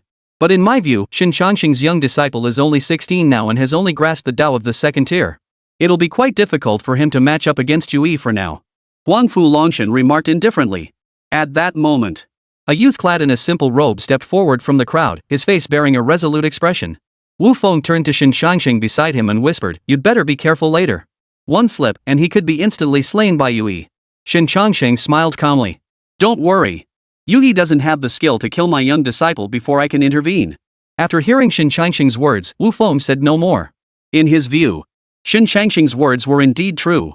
At that moment, the prodigies of the human and demon clans met on the arena stage. Their gazes locked, and a fierce battle intent spread throughout the arena. Suddenly, Yue flashed forward, closing the distance to Shin Changqing's young disciple in an instant. A dense black light erupted from his body. At this moment, Shin Changqing frowned. This doesn't quite resemble the great yin-yang art. It feels more like a self-created martial art. Because it suits Yue so perfectly. Of course, who knows? It might also be something crafted specifically for him by some peerless master. Meanwhile, from the demonic spectator seats, the true dragon watched the scene unfold. With a hint of surprise, he turned to the Netherworld ancestor beside him and inquired, "Netherworld, is this martial art you developed for Yue? It seems far too perfectly suited. As if the great yin-yang art were meant for you." The ancestral lord of the Netherworld nodded and smiled. "Actually, this is a modified version of the great Netherworld art. I altered it to better suit Yue. This power, in Yue's hands, it will become incredibly strong. However, Shin Changqing's young disciple won't be killed. That old man is notoriously protective of his own. If I were to intervene, it would likely spark a fierce battle. So the wise choice is to stay out of it." The true dragon nodded. Though Shin Changqing may not be as skilled as Huangfu Longshan in teaching disciples, his power far surpasses Huangfu Longshan's. If that old man goes berserk, we won't stand a chance. Shin Changqing's young disciple, witnessing this scene, showed no panic. Instead, he unleashed his entire aura. Immediately, a layer of golden light gathered around him, forming a protective shield. But in the next instant, a wave of grayish-black light surged forward, transforming into a sharp blade. Before Shin Changqing's young disciple could even begin to defend, the protective barrier shattering completely. As the sword of netherworld energy closed in on him, Shin Changsheng, watching from below, could no longer remain seated. With a casual wave of his hand, the nether energy dissipated instantly, and Yue was sent tumbling back into the spectator seats. This match the human race has lost. Shin Changsheng stated calmly before leaping over to his disciple's side and leading him away. Yao Yi, who had been pushed into the spectator seats by the force, stared at the scene in disbelief. At that moment, the Netherworld Patriarch approached him. Yao Yi looked up at the Netherworld Patriarch and respectfully addressed him, Patriarch. The ancestor of the Netherworld remarked coolly, "Doesn't that old man seem a bit too powerful?" Yu Yi nodded. His ancestor could always effortlessly discern his thoughts, no matter the situation. What shocked Yuichi was that the aura emanating from the old man earlier seemed even stronger than his own ancestors. That heart-stopping power was something even the Patriarch likely had never possessed. Without projecting his aura, without exerting full strength, merely with a casual wave of his hand, such terrifying power emanated. It was almost beyond belief. Seeing Yu Yi's reaction, the ancestor of the Netherworld smiled faintly. Your surprise is understandable. After all, among the 6 of the human clan, Huang Fu Longshan is not the strongest. And among the few of the demon race, I am not the strongest either. At these words, Yu Yi froze, staring at the ancestor of the Netherworld in disbelief. Ancestor, among the 6 of the human clan, aside from Shinsu Mountain, could it be that Huang Fu Longshan isn't the strongest? This completely overturned Yu Yi's understanding. Up until now, he had always believed Huang Fu Longshan to be the strongest among the 6 of the human race. But now the Patriarch was telling him that the human race actually had many more powerful beings. Yes. Xin Changsheng alone could rank among the top 2 of the 6. It's just that those true powerhouses remain far too low-key. Those who witness their peak understand just how terrifying and awe-inspiring they truly are. Yu Yi let out an "oh," then stared blankly in the direction Xin Changsheng had departed, trying to spot this peerless human race powerhouse in the crowd. But no matter how hard he strained, he could find not a trace of information. At that moment, the Netherworld ancestor chuckled faintly, "There's no need to search. When Xin Changsheng doesn't want to be found, even if he's within 10 meters of you, it would take me considerable effort to detect him." Yu Yi nodded and ceased his search. At that moment, Huang Fu Chang'e, standing beside Huang Fu Longshan, suddenly sensed a palpable pressure. Her expression grew slightly grave. A hint of surprise also flashed across Huang Fu Longshan's face. Yu Yi's strength is truly unexpected. It seems all the intelligence we gathered earlier was merely a meticulously crafted cover-up. Huang Fu Chang'e spoke incredulously, "But earlier, didn't you overhear the conversation between the ancestor of the Netherworld and the true dragon? Their discussion seemed to suggest they also believed Yu Yi would be defeated." Huang Fu Longshan shook his head. "We were careless. Moreover, the fact that I could overhear their conversation so easily indicates that the ancestral lord of the Netherworld deliberately leaked this information to us. As things stand, the true extent of Yu Yi's power remains largely concealed, much like your own. Your confrontation with him will likely commence very soon." As Huang Fu Longshan spoke, boundless fighting spirit surged within him. He and the ancient ancestor of the Netherworld were old rivals. Huang Fu Longshan also wanted to see who truly excelled in cultivating successors. 2 hours passed. Suddenly, Wu Ling, who had been resting, heard her name called. Human Wu Ling versus Demon Clan Yu Er. Yu Er. He was the second-ranked young member of the old ancestor of the Netherworld's clan, his strength second only to Yu Yi. Moreover, it was said the gap between them wasn't significant, a being of terrifying power. At that moment, Yu Er was conversing beside Yu Yi. "Brother, are you confident about your battle with Huang Fu Chang'e?" Yu Er asked with a hint of concern. Yu Yi shook his head. "I'm not certain. Based on the strength Huang Fu Chang'e has displayed so far, I still don't know his true capabilities." Chapter 152, The Path of Holy Light. But one thing is certain, Huang Fu Chang'e is exceptionally powerful. If we were to face him in combat, I imagine it would be quite interesting. At that moment, Yu Er also heard the voices. Yu Yi spoke indifferently, "Second brother, go take care of this fellow. He's merely a human prodigy with somewhat decent strength." Meanwhile, the true dragon looked at the ancestor of the Netherworld and inquired, "Netherworld, this fellow is no ordinary opponent. Do you think Yu Er can secure a smooth victory?" The ancestor of the Netherworld replied indifferently, "As you said, he's merely somewhat extraordinary. To be precise, he poses no real threat to us. I've already carefully probed his strength. The thunder attribute Dao he displayed earlier represents the full extent of his power." At that moment, Wu Ling watched the arena, his mind beginning to calculate. This guy is no pushover. To win, I'll have to resort to the sacred light Dao. But doing so won't bring me much benefit, and worse, it'll expose my true strength to everyone. That would be troublesome. After deep contemplation, Wu Ling finally decided, play it safe. Find an opportune moment to surrender outright, then return to teaching. This World Genius Tournament wasn't about him. The protagonists were the heirs of the Supreme Masters. He'd already made his mark earlier, it was time to step back. Though this was Wu Ling's plan, the system in his mind chimed in once more. Emergency quest, defeat Yu Er and win the next 2 rounds of the tournament. Reward, unknown. Upon seeing this message, Wu Ling fell silent once more. He really did want to run away. But the system's mission rewards were always generous. Suddenly, he didn't want to run anymore. It's impossible for the Thunder Path to take down this guy. It seems I'll have to resort to the path of holy light. Though at this stage, Wu Ling still didn't want to fully expose his power to everyone's view. But if the demon truly insisted, there was no other choice. Besides, with a group of supreme beings nearby, demonstrating sufficient strength would naturally grant him adequate protection. What shocked Wu Ling most, however, was the terrifying power Shen Changsheng had displayed just moments ago. Even though Wu Ling had some initial expectations of his strength, when it was truly displayed, he realized he had still underestimated him. At that moment, Shen Changsheng suddenly appeared beside Wu Ling, smiling faintly. Don't feel pressured. If you fall, I'll step in to protect you. Hearing this, Wu Ling looked at Shen Changsheng and nodded. Thank you. However, since he had resolved to unleash the way of holy light, Yu'er was likely no match for him. Even Yui and Huangfu Chang'e might not withstand the terrifying power unleashed when his thunder and holy light Tao converged and coalesced simultaneously. With that, Wu Ling leapt onto the arena. Yu'er also ascended. Unlike Yu9, he wore no trace of arrogance on his face, his demeanor relatively composed. However, he showed no intention of conversing with Wu Ling, instead immediately releasing his aura. Wu Ling, too, saw no need for prolonged probing. He prepared to unleash the way of holy light immediately, aiming to settle the matter with Yu'er swiftly. At that moment, Huangfu Longshan glanced at Wu Ling, about to say something to his elder brother, Huangfu Longjun. But he noticed that Huangfu Longjun had closed his eyes at some point. It seemed as though he already knew the impending outcome, deeming even one more glance a waste of time. Huangfu Longshan glanced at Wu Ling on the battlefield and shook his head. What a pity. He was a promising young talent. At that moment, the shadowy aura of Yu'er spread wildly across the arena until it completely enveloped the entire sky. From above, countless black swords began to descend, all pointing directly at Wu Ling. Clearly, Yu'er's objective was to slay Wu Ling right here, leaving him no chance of survival. Shen Changsheng frowned. Yu'er really intends to kill him outright.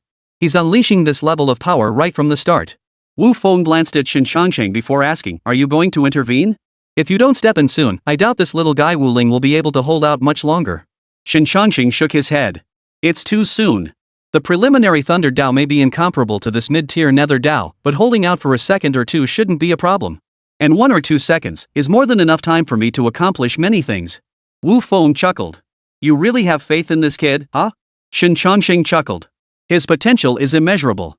At that moment, most of the human race's prodigies had ceased watching the scene unfolding on the field. For them, a contest with no suspense was hardly worth their attention. Yu'er, among the demon race, he was a prodigy second only to Yui in stature. How could Wu Ling possibly be his match? In contrast, the demon race was now filled with excitement. Ha ha ha ha. That human trash is doomed to lose against brother Yu'er. Lose? Without a powerhouse of Huangfu Longshan's caliber to intervene, this human is as good as dead. Watching the scene unfold from the sidelines, Yi Bai's expression was filled with profound regret. What a pity. Such a prodigy may well meet his end here. Regarding Wu Ling's talent, he shared Shen Changsheng's view this was a prodigy with boundless potential. But, no matter how you looked at it, Yi Bai was only a slightly stronger State Guardian level powerhouse. He was far, far below the caliber of Shen Changsheng and Huangfu Longshan. He simply couldn't intervene in a battle of this magnitude. Even if he insisted on intervening, he might not even be a match for this Yu'er. Wu Ling did not unleash the thunderous path. Instead, bursts of sacred light erupted from Wu Ling's body. Starting as a single point, they multiplied until the entire sky was enveloped in this radiance. The black light instantly dissipated as the holy light drew near. The swords formed from the black light and descending from the sky all vanished. Witnessing this, Yu'er froze in shock before exclaiming in disbelief, the third rank Dao, the way of holy light? How is this possible? How could this guy possibly master 2 Dao? This scene left Yu'er utterly stunned. It wasn't just Yuji. At that moment, every human and demon present stared in stunned silence. They were so stunned they couldn't even speak. The 3 who had kept their eyes closed, Huangfu Longshan, Huangfu Longjun, and Huangfu Chang'e, all opened their eyes at this moment. Even Huangfu Longshan, who had weathered countless storms. Chapter 153, The Tower of Stars. Stared wide-eyed in utter disbelief at the unfolding spectacle. Huangfu Longshan swallowed hard, his voice trembling with disbelief. This Wu Ling? How monstrous is she? The way of holy light. That's the 3rd-ranked Great Way. Surely only those 3 have mastered such a profound path? Once one entered the top 10 of the Great Path rankings, the gap between each position was as vast as heaven and earth. Even a powerhouse like Huangfu Longshan had only mastered the 7th-ranked Dao. As for the 3rd-ranked path, if Wu Ling's strength matched that of Huangfu Longshan, a single thought would be enough to effortlessly slay him. Huangfu Longshan stared at Wu Ling for a long while before sighing, why didn't I encounter this youngster sooner? Had I met him sooner, no one at today's World Genius competition would stand a chance against him. If the previous Wu Ling had merely caught Huangfu Longshan's passing attention, eliciting a few words of admiration, The Wu Ling of now was a terrifying prodigy worthy of Huangfu Longshan's utmost attention, one he would spare no effort to recruit as a disciple. Huangfu Changge watched Wu Ling on the stage, feeling the sacred light erupting and spreading across the sky. He could only feel if he were to face Wu Ling in battle, he would be utterly outmatched. Wu Ling. This is already crushing him on every front, though his grasp of the Tao lags more than a tear behind. But this is the path of holy light. What does a single tear matter? For Wu Ling, a gap of over 1 tear was easily bridged unless facing an equal opponent. Under the suppression of holy light, Yu'er had already fallen to his knees on the ground. At that moment, an idea suddenly struck Wu Ling. What if I combined the way of holy light with the way of thunder? What kind of power would that unleash? The thought barely formed before exploding uncontrollably within Wu Ling's mind. In the next instant, Wu Ling unleashed the power of the thunder Tao, causing it to erupt in the sky. The two terrifying forces merged. The flickering thunderous energy became utterly terrifying. At Wu Ling's mental command, the thunder suddenly materialized above Yu'er. It happened so swiftly, so fast that no one could react, as if it had appeared out of thin air. After the thunder struck, Yu'er's entire body shattered, his vital energy dissipating completely. Only then did the ancestor of the netherworld react. Had he been fully focused, he undoubtedly could have saved Yu'er. But Wu Ling had stunned him so profoundly just moments before that he'd momentarily lost his focus. Compounded by the overwhelming speed of Wu Ling's sacred light Tao force, it had instantly eliminated Yu'er. Thus, the ancestor of the netherworld was unable to save him either. At that moment, the true dragon suddenly turned to the old ancestor of the netherworld and whispered, "Ancestor, shall we deal with this fellow discreetly? The way of holy light.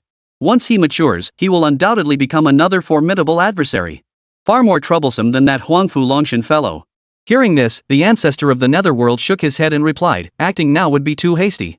Wu Ling, who has grasped the way of holy light, along with Xin Changsheng, Wu Feng, and Huangfu Longshan, will all do everything in their power to protect him. If we act rashly, do you think they won't notice? That would ignite a war between the human and demon clans. And it would be a conflict involving the mightiest of the mighty. At that point, neither you nor I might survive." Only then did the true dragon realize his own recklessness. Meanwhile, in the spectator seats, Yui watched the scene unfold, his expression grave. Huangfu Changge could never make me feel this kind of pressure. Yet this obscure figure named Wu Ling can. Before the way of holy light, I feel as though my power is being suppressed. If I were to actually fight him, I would likely suffer a crushing defeat. Hearing this, Shen Huan, standing beside him, sighed. Who would have thought the human race still harbored such a terrifying prodigy? What happens next depends entirely on those two. After the battle concluded, Wu Ling immediately descended from the arena and returned to her previous position. At that moment, Xin Changsheng and Wu Feng both stared at Wu Ling with a hint of fervor. "Wu Feng, it seems we underestimated this guy's potential after all. I thought I'd overestimated him, but it turns out I underestimated him. He is far more prodigious than I ever imagined." Without any old monster-level figures backing him, without vast resources, he managed to grasp the way of holy light. If he's willing to become my disciple, I'll give him every resource I possess. At that moment, Wu Ling descended the stage, seemingly unconcerned with the commotion. He simply flopped onto the spectator seats, ready to rest. The crowd, witnessing this scene, froze in stunned silence. This Wu Ling really doesn't care about such things at all. He doesn't seem to take it seriously. It feels like he doesn't even consider Yu'er a worthy opponent. The murmurs continued. Suddenly, Xin Changsheng appeared beside Wu Ling and said, "I am one of the human race's Star Tower disciples, ranked 2nd. If you're willing to become my disciple, I'll dedicate all my resources to your cultivation." Xin Changsheng showed no hesitation this time, even though he knew Wu Ling was highly unlikely to accept his offer. Still, he wanted to lay out all his advantages, grasping at any sliver of hope. Upon hearing this, Wu Ling slowly opened her eyes. "Ha? The Star Tower?" The mention of this name truly stunned Wu Ling. The Tower of Stars. He genuinely had no idea where that was. But beside him, Yi Bai was already overcome with excitement, speechless. Wu Ling, agree quickly. The Star Tower is where those 6 elders reside. Top 2 foot means his strength ranks among the top 2 within the Star Tower. You won't regret becoming his disciple. Yi Bai was even more excited than Wu Ling. Even the lowest ranked among the 6 of the Star Tower were beings Yi Bai could never hope to speak to. To have this opportunity now, he couldn't begin to describe how thrilled he was. Upon hearing this, Wu Ling roughly grasped the old man's status, yet he still replied, "Sorry, I only wish to teach." Xin Changsheng wasn't overly surprised by this outcome, though he added with a hint of regret, "Should you ever require resources for your cultivation, feel free to let me know. I'll use every resource at my disposal to secure them for you." Wu Ling nodded. "Thank you, Elder Shen." Xin Changsheng turned and departed. Wu Ling lay back down, intending to rest a little longer. Yi Bai watched Wu Ling beside him, his expression solemn. Chapter 154, White Rift Void. This guy really doesn't know how good he has it. If it were him, he'd be itching to agree right now and follow Shin Changxing to learn. After all, the second-ranked cultivator of the Star Tower was terrifyingly powerful. Wu Ling wanted to catch some sleep, but he sensed a persistent gaze fixed on him. He opened his eyes in confusion and looked over. "Why have you been staring at me? I'm resting. You go watch the match." With that, Wu Ling closed his eyes again. Watching this scene, Yi Bai couldn't help but feel a bit helpless. "Wu Ling, do you realize what you just turned down? That's the second-ranked cultivator in the Star Tower. Training under him would mean nearly all of humanity's resources would be poured into you." Hearing this, Wu Ling felt nothing. "Are you done?" "I'm going back to sleep." His strength came entirely from the system and recruiting disciples. What use would all those resources be? He could already foresee what becoming Shin Changxing's disciple would entail: endless cultivation. With that thought, Wu Ling drifted back to sleep. Yi Bai, watching from the side, shook his head helplessly and murmured to himself, but then again, he doesn't need anyone to guide his cultivation. He's already an exceptionally prodigious talent in his own right. If he cultivates on his own, his future remains limitless. Yi Bai had previously investigated Wu Ling's background. After all, the power Wu Ling had displayed back then was already astonishing. Though it was hard to believe, after thorough verification, he had no choice but to confirm this was indeed Wu Ling. Every step of the way, he had relied solely on himself. Shin Changxing had already returned, retreating to Wu Feng's side, though his expression betrayed an unmistakable sense of disappointment. Seeing Shin Changxing like this, Wu Feng smiled and said, "What's wrong? Got rejected?" Shin Changxing nodded. "Yeah. I have to admit, this kid is quite interesting. I even revealed my identity and told him what kind of prospects he could gain by training with me. But he still chose to refuse." Hearing this, Wu Feng smiled faintly. "I see. After all, comprehending a Tao of such caliber as the Way of Holy Light isn't something anyone can achieve by simply finding any master. Without top-tier talent and insight, how could anyone possibly achieve that?" At that moment, Shin Changxing sighed deeply. Still, the emergence of such a prodigy among the human race is truly a blessing for our kind. In the subsequent matches, Wu Ling remained undefeated. And figures of Yu Yi's caliber, or even Huangfu Changa's, never even took the field. At that moment, on the demon clan's side, the true dragon looked at the ancestor of the netherworld with some confusion and inquired, "Netherworld, why haven't the truly hidden prodigies of the human race and the demon clan taken the stage yet?" Though the true dragon was one of the few supreme beings, his access to information paled in comparison to the ancient ancestor of the netherworld. After all, both the true dragon and the divine phoenix ranked among the lowest tier supreme beings within the demonic race, and such matters were not meant for them to know. Hearing this, the ancient ancestor of the netherworld replied indifferently, "If they were to enter the fray now, it would merely be to crush these prodigies. But I can tell you this, our demonic clan's prodigy is nothing short of terrifying. The two from the human clan are no match for him. At best, they might be on par with the other one. But if they were to face that one, they'd only be crushed." At that moment, the true dragon inquired curiously, "What about Wu Ling? If Wu Ling were to personally intervene, could he be a match for that prodigy?" This question genuinely stumped the ancient ancestor of the netherworld. He paused for a moment before replying, "If Wu Ling were to display only the strength he has shown thus far, he would absolutely be no match for that one. But, before Wu Ling unleashed the Way of Holy Light, did any of you consider that his true strength might extend far beyond what he's shown?" The true dragon fell silent. Before Wu Ling unleashed his true power, he had dismissed him as nothing more than a human cannon fodder. It was only when Wu Ling unleashed the Way of Thunder that he gave him a slight glance. Yet even then, he had no inkling that this was not Wu Ling's limit. It wasn't until Wu Ling unleashed the Way of Holy Light that he realized this was an utterly terrifying prodigy. Seeing the true dragon's reaction, the ancestor of the netherworld finally smiled faintly. "So you see. Don't underestimate this fellow. He's no ordinary being. Truthfully speaking, he might not have fully revealed his strength yet, for we cannot see through his true power." By evening, nearly all the cannon fodder and ordinary prodigies had been eliminated. Those who remained were no longer simple foes. They were the most terrifying prodigies among both humans and demons. Huangfu Chang'e vs. Bai Laikong. The referee overseeing the event suddenly announced from above. This marked Huangfu Chang'e's first move after such a long interval. Emperor Longjun remained relatively composed. Chang'e should be able to secure another victory this time. He placed absolute trust in Huangfu Chang'e's abilities unless she faced a monster like Wu Ling. Only after speaking did Huangfu Longjun notice the grave expression on Huangfu Longshan's face. He asked with some confusion, "What's wrong?" Huangfu Longshan spoke solemnly, "Bai Laikong. While he may not match the terrifying demonic prodigies sent by the demon clan, he is still slightly stronger than Yui. If she were to clash with such a prodigy, Chang'e might well lose." Hearing this, Huangfu Longjun froze. He had always held unwavering confidence in Huangfu Chang'e. But after arriving here and witnessing Yui and Wu Ling, he realized even the prodigy Huangfu Chang'e seemed unable to dominate the world here. Had these words come from anyone else, Huangfu Longjun wouldn't have felt this way. On the contrary, he would have continued to hold unwavering confidence in Huangfu Chang'e. But the speaker was Huangfu Longshan, the one who knew Huangfu Chang'e best in this world. After a long silence, Huangfu Longshan continued, Chang'e's purpose in coming here was never to claim the championship. For over a decade of cultivation, he has endured in silence. This time, I simply wanted him to properly compete against other prodigies, to find his confidence, and to understand the strength of prodigies outside our circle. Upon hearing this, Huangfu Longjun nodded, then glanced at Bai Lai Kong, who was already on the field, a hint of resignation flickering across his face. Bai Lai Kong stood on the field, gazing across at Huangfu Chang'e. Dressed in a white robe, Bai Lai Kong suddenly spoke as he looked at Huangfu Chang'e before him. While cultivating among the demonic tribes, I often heard your name mentioned. Now that I see you in person, I find you rather unimpressive. Still, I hope you can surprise me. Chapter 155, The Defeated Huangfu Chang'e. Huangfu Chang'e regarded Bai Lai Kong before him with an unreadable expression. You are strong. Stronger than Yue. But only then can you truly ignite my desire to fight you. With that, Huangfu Chang'e lunged forward abruptly. A golden longsword coalesced in the air above. Suddenly, clang! The ringing of blades echoed as swords began summoning from all directions, even thousands of kilometers away, ascending into the sky.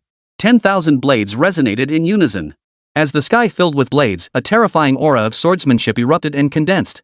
At that moment, Bai Lai Kong watched the scene unfold, a flicker of surprise crossing his face.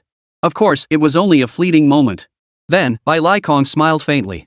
So you've not only grasped the sword path, but also the sword intent. You've even reached the point where you can summon 10,000 swords. I must admit, you surpass that fellow Yue in strength. It's a pity had you faced Yue today, then. I might truly have been no match for you. But today, you face me. In the next instant, Bai Lai Kong raised his right hand high and clenched it with force. Power surged and raged, a terrifying aura rampaging through the arena. The sky was enveloped in a crimson glow, filled with murderous intent and a terrifying aura. Watching this unfold, Huangfu Longshan murmured in surprise, it seems the rumors were true. Bai Lai Kong truly has mastered the way of slaughter. Though the way of slaughter ranks only one position higher than the way of the sword.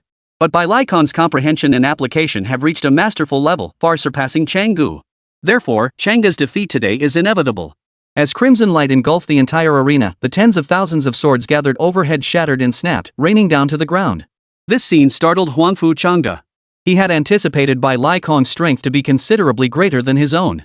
But he never imagined it would be this overwhelmingly superior. The moment their killing blows collided, Huangfu Chang'e was instantly defeated.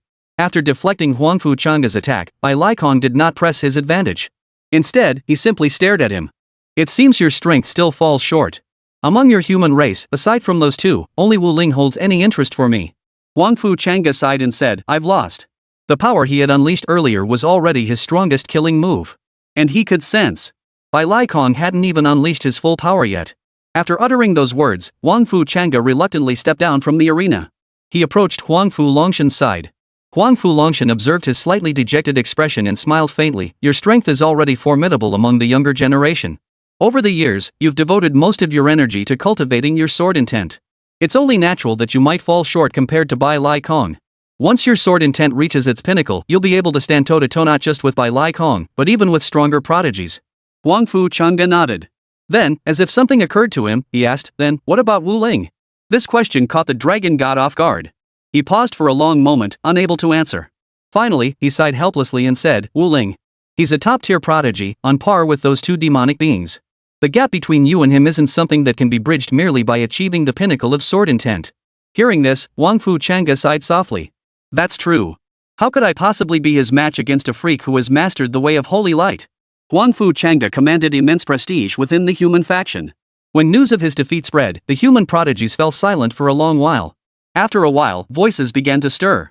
Bai Lai Kong's strength is simply too formidable. Who would have thought even someone as powerful as Huangfu Chang'e would fall to him? It can't be helped. In recent years, the demon race has surpassed us humans in terms of young prodigies. True. While our ordinary and mid-tier prodigies might hold their own against them, whenever the top-tier talents clash, we always lose. As more such murmurs spread, a palpable sense of defeat settled over the faces of the human clan's younger generation. Just then, someone suddenly spoke up, don't we still have Wu Ling among us humans? I'm certain Wu Ling can defeat Bai Lai Kong. His power is utterly terrifying. Bai Lai Kong is indeed formidable, but compared to Wu Ling, he still falls short. The moment these words were spoken, the previously despondent human race instantly surged with excitement. That's right. Wu Ling is far stronger than this Bai Lai Kong. Let's get Wu Ling and Bai Lai Kong to face off immediately. At that moment, Bai Lai Kong had just stepped off the arena platform when he faintly caught the murmurs drifting over from the human side. A sudden grin spread across his face as he murmured to himself, "Wu Ling, huh? I'm curious to see just how strong she really is. I'm really looking forward to it." Bai Lai Kong's eyes blazed with fighting spirit. Over the next 2 hours, only a handful of participants remained in the World Genius Tournament, those of Huangfu Changa's caliber. Wu Ling, having just won a match, returned to his seat. Suddenly, a system notification flashed through his mind. Mission complete. Rewards: Path of Holy Light upgraded to Intermediate Tier, Path of Thunder upgraded to Intermediate Tier. Intermediate Tier?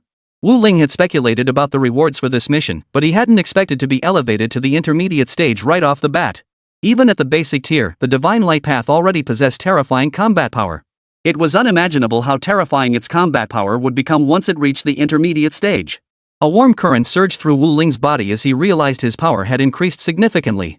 However, the exact extent of this increase could only be determined through actual combat. No sooner had Wu Ling stepped off the arena than the elder above announced, "Wu Ling versus Bai Lai Kong." At these words, both the human and demon tribes erupted in excitement. Finally, the match between Wu Ling and Bai Lai Kong? I can't wait. At last, we'll witness Wu Ling crush Bai Lai Kong. He's been dominating our human prodigies all this time. Look how frenzied those demonic beings are. Following Huangfu Changa's defeat, no one among the human race save Wu Ling could stand against Bai Lai Kong. Consequently, Yue and Bai Lai Kong began relentlessly crushing the human race's prodigies, leaving the human prodigies seething with rage. The true prodigies of both the human and demon clans had yet to emerge. Consequently, the human race remained in a state of decline, with only Wu Ling left to fight valiantly. No sooner had the old man finished speaking than Bai Lai Kong from the demonic race, unable to contain his eagerness, leapt onto the arena platform. Chapter 156, Phoenix. As if he had been anticipating this battle for an eternity. Immediately after, Wu Ling also ascended the arena. Bai Lai Kong looked at Wu Ling, his eyes blazing with fighting spirit, a faint smile playing on his lips. "Wu Ling, I've been waiting a long time to fight you. I'm looking forward to it." Hearing this, Wu Ling responded with a faint smile, "Let's begin." In the next instant, golden light erupted from Wu Ling's body, and the sacred light once again enveloped the entire sky. Only when Bai Lai Kong became Wu Ling's target, bearing the full weight of that divine pressure, did he grasp just how terrifying this being truly was. Bai Lai Kong's eyes turned crimson as a terrifying aura surged forth. Crimson light surged through the sky, but the moment it appeared, it was instantly suppressed by the golden radiance. Witnessing this, Bai Lai Kong's pupils abruptly contracted in shock. How is this possible? Has the power of the Way of Holy Light already grown strong enough to suppress me to this extent? Clearly, Bai Lai Kong was utterly shocked. How could he have imagined that his first clash with Wu Ling would end like this? Refusing to accept defeat, Bai Lai Kong muttered, "I refuse to believe it. I can still overpower this guy." The moment this thought surfaced, he began channeling his power to its absolute limit, unleashing a torrent of crimson light once more. The previously faltering light, sensing the surge of power infused by Bai Lai Kong, seemed to suddenly activate, relentlessly surging toward the heavens. Among the demonic spectators watching this scene, the ancestral lord of the netherworld wore a grave expression. The path of holy light is truly terrifying. Even a mid-tier path of slaughter cannot suppress it. It doesn't even stand a chance against it head-on. Yomi Ancestor felt profound helplessness at this spectacle. Watching from the sidelines, Yui remarked with a hint of resignation, Bai Lai Kong's strength is already quite formidable. He can still hold his own against Wu Ling. If it were me, I'd have been defeated by now. Hearing this, the ancestor of the netherworld shook his head and replied, truthfully, if Wu Ling had applied even a fraction of his true strength, Bai Lai Kong would have been defeated by now. Hearing this, Yui's pupils suddenly contracted sharply. Are you saying that Wu Ling isn't actually taking this seriously at all? The ancestor of the netherworld nodded and sighed. Yes. If he were serious, Bai Lai Kong would already be defeated. His words had barely fallen. Above, golden light blazed fiercely, instantly dispelling the crimson glow before it vanished entirely. A terrifying force surged forth, violently repelling Bai Lai Kong off the stage. Stumbling to his feet after crashing into the spectator seats, Bai Lai Kong wiped a trickle of blood from the corner of his mouth. Gazing skyward, he murmured, Is this the power of the Way of Holy Light?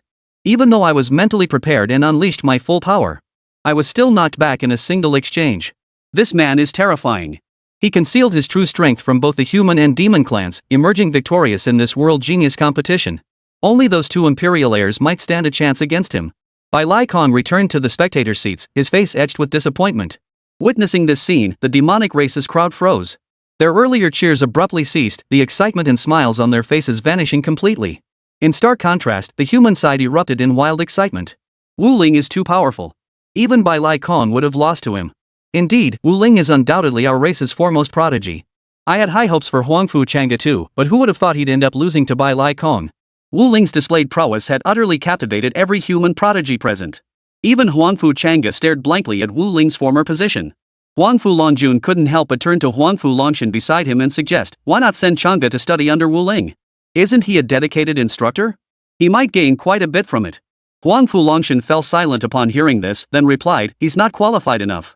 If my disciple, Huangfu Longshan, were to be taught by a junior, how would those old fools view me? For Huangfu Longshan, maintaining face was paramount in the presence of his peers.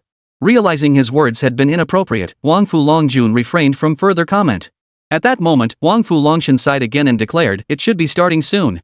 The true battle of the heavenly prodigies. By now, those like Yu Yi and Huangfu Chang'e were nearly all eliminated. The next to take the stage would be the true prodigies who remained. Several matches passed. Yu Yi and the others had all been completely eliminated. At that moment, the elder in the sky announced, human races Qin Changtian versus demon races Huang. At that moment, both the demon and human factions were momentarily stunned. Qin Changtian? Huang? Neither name seemed familiar to either the demonic or human clans. Just then, someone suddenly spoke up, Qin Changtian.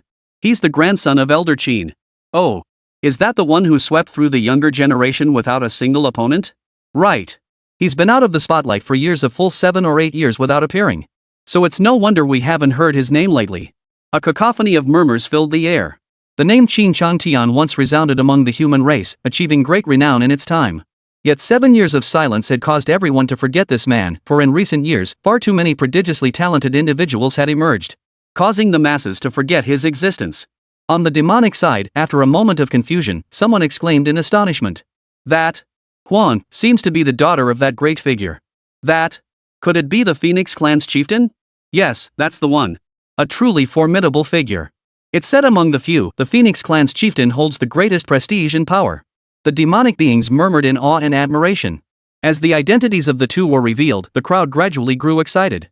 Qin Changtian stepped onto the arena, gazing at the stunningly beautiful woman before him, her figure alluring, her presence intensely sensual. His voice was cool as he spoke, Huang, this is our second encounter. Huang glanced at Qin Changtian, her voice cold. It's been far too long since we last fought. I'm genuinely curious, just how powerful are you now? Qin Changtian smiled faintly. How strong am I? We'll find out soon enough when we clash. With that, Huang instantly transformed into a crimson flame, appearing before Qin Changtian in the blink of an eye.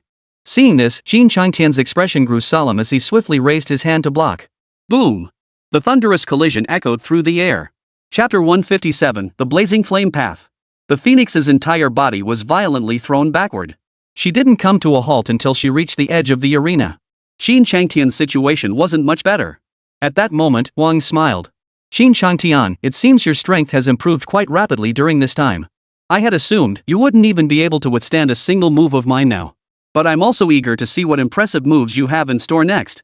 In the next instant, Huang's eyes instantly turned crimson, and flames began to burn across her body. At that moment, flames scorched and spread across hundreds of miles. Powerhouses from both the demon and human clans intervened, containing the force and preventing it from affecting the other prodigies. The path of blazing flames. High tier. Is this the extent of your current power? Qin Changtian watched the scene with a grave expression, silently musing to himself. The blazing flame Dao, high tier. Though his own Dao had also reached the high tier level, his Dao ranked slightly below the blazing flame Dao. Therefore, the pressure Phoenix could exert upon him remained utterly terrifying. Qin Changtian, in our past battle, I was defeated by your hand. But, now that I have mastered the true teachings of the Phoenix clan, you are no longer my match. Qin Changtian's eyes blazed with boundless fighting spirit as he drew the long sword from his back and pointed it toward the heavens. That remains to be seen. Phoenix, 6 years ago, you were no match for me. 6 years later, you still won't be my match. At that moment, the sky darkened with thunder, unleashing relentless bolts of lightning. The collision of blazing flames and thunderous energies sent terrifying aftershocks rippling outward.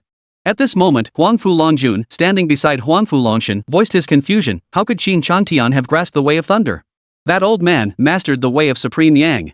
Compared to blazing flames, there's not much difference. This scene left Huangfu Longjun somewhat bewildered. He had, of course, heard of and understood the elders within the Star Tower. Hearing this, Huangfu Longshan glanced at him and smiled faintly. Isn't that quite normal? After all, who says one can only comprehend a single great Tao? It's just that Qin Changtian's mastery of the supreme Yang Wei is slightly weaker. Huangfu Longjun froze upon hearing this, then inquired, how deep is his mastery of the supreme Yang Dao? Huangfu Longshan replied, mid-tier. He still has some distance to go before reaching the high tier. Still, he'd likely struggle against this phoenix. These prodigies are all exceptionally powerful. Phoenix probably masters 2 great Daos as well. Huangfu Longjun fell silent. For ordinary prodigies like them, comprehending even 1 great Dao was already quite remarkable. Yet these top prodigies, one after another, each had grasped at least 2 great Daos. And now, on the arena stage, after the collision between blazing flame and thunder, Qin Changtian's thunder Dao instantly fell into a disadvantage. It was nearing collapse. Gritting his teeth, Qin Changtian declared, "This phoenix is truly monstrous now. It seems I have no choice but to invoke the way of Supreme Yang. I wonder what other Dao principles this phoenix still has up its sleeve." He had heard from the old master that the phoenix had grasped 2 Dao, but based on the information available, only the path of blazing flames was known. As for the other Dao, no intelligence had surfaced to date. Immediately after, the power of the Supreme Yang Dao surged directly into the heavens, merging with the Thunder Dao to begin suppressing the phoenix's might. What a pity! My Supreme Yang Dao only possesses mid-tier power. Though it's nearly broken through to the high tier, it still hasn't quite crossed the threshold. Qin Changtian sighed at this. A single tier's difference was too vast, especially among such top-tier prodigies. Soon, the phoenix's blazing flame Dao began to show signs of collapse. At that moment, both demonic and human prodigies watched the scene unfold, their faces frozen in disbelief. No way! Qin Changtian actually masters 2 Dao paths, and one of them has even reached the mid-tier, approaching the high tier. The gap between us and the top prodigies is indeed vast. He's mastered 2 Dao paths, and the power of either one alone far surpasses ours. High tier! His Thunder Dao has reached high tier, while his Supreme Yang Dao is already mid-tier. Qin Changtian is that one's successor truly gifted beyond measure. Even figures like Huangfu Chang'e, Yui, and Bai Likong pale in comparison here. Perhaps only Wu Linglai stands a chance against them. Whispers of various opinions echoed continuously. Meanwhile, Wu Feng and Xin Changsheng observed the scene from the shadows, their expressions impassive. Though the phoenix currently appeared to be on the defensive, Xin Changsheng and Wu Feng remained confident in her. Do you think Huang needs to unleash another form of Dao power to secure victory? Wu Feng inquired. Xin Changsheng shook his head. She hasn't even unleashed her full power yet. It's unlikely she'll lose. That old man's successor is indeed a prodigy, but Huang is the most prodigious member of the Divine Phoenix clan in nearly a century. Among the demonic clans, only that one hailed as capable of entering the Divine Void Mountain could surpass her. Wu Feng nodded, then suddenly seemed to recall something and inquired again, "Then do you think Wu Ling could handle Huang?" Xin Changsheng nodded. She can. Truthfully, many lack a precise understanding of the power of the top 3 Dao realms. It's not just about fighting across 1 minor stage, crossing 2 minor stages is no problem. The might of the path of holy light far exceeds your imagination. At that moment, Wu Ling lay resting, showing not the slightest curiosity about the battle unfolding before him. Emergency quest, defeat Huang. Reward, Thunder Path upgraded to Divine Thunder Path, advancing from intermediate to advanced tier. Path of Holy Light upgraded from intermediate to advanced tier. Upon completion, the quest system will be suspended for 6 months. The moment this mission appeared, Wu Ling froze. It was rare for the system to explicitly list specific rewards, and just looking at these, Wu Ling's fighting spirit surged once more. Suspended for half a year? This was something Wu Ling hadn't anticipated. However, once both his Dao Path powers reached the high tier level, and the Thunder Dao Path was upgraded to the Divine Thunder Dao Path, his combat strength would reach an extremely terrifying level. Wu Ling finally opened his eyes and began observing the ongoing battle on the arena. At that moment, Qin Changtian looked at the phoenix before him. Though she was clearly on the defensive, she remained as serene and composed as ever. "Huang, if you don't unleash the power of your other Dao now, you will fall here today." Huang's expression remained unreadable as a flicker of disdain crossed her beautiful eyes. Employ the power of another Dao? Chapter 158, True Power. Qin Changtian, O Qin Changtian, you are not yet qualified. Among all present here, only Chao Lai possesses the worthiness to warrant my invocation of the second Dao. Even if you wield the power of 2 Dao paths, so what? Wouldn't you still fall at my hands? With that, Huang channeled the power within her to its absolute limit, the blazing flames growing ever more terrifying. The temperature within the arena soared to an utterly terrifying level. Except for the few supreme beings of the demon race, the few from the human race's star tower, and the true prodigy yet to appear, everyone else found it unbearable. This was despite the supreme beings jointly casting a barrier to mitigate the effects of these energies on others. At that moment, Xin Changsheng murmured in admiration, "This phoenix is truly remarkable. She's not just a high-tier cultivator, she's already showing signs of approaching perfection. Her mastery of the blazing flame Dao does bear a resemblance to her ancestors' style." Qin Changtian's 2 Dao paths began retreating step by step after Huang unleashed her full might. Within a mere 10 seconds, his Dao power had been utterly driven back. Complete collapse was not far off. At that moment, Qin Changtian's face was twisted with bitter resentment. Why is this happening? He roared inwardly, relentlessly pushing his power to its limits, but ultimately, there was a ceiling. Only after reaching that limit did he realize he still wasn't a match for this man. Qin Changtian gave a faint, resigned smile. Finally, his Dao power collapsed entirely. Qin Changtian was sent flying off the stage, crashing into the spectator seats. At that moment, on the Demon Clan side, all the prodigies were overcome with excitement.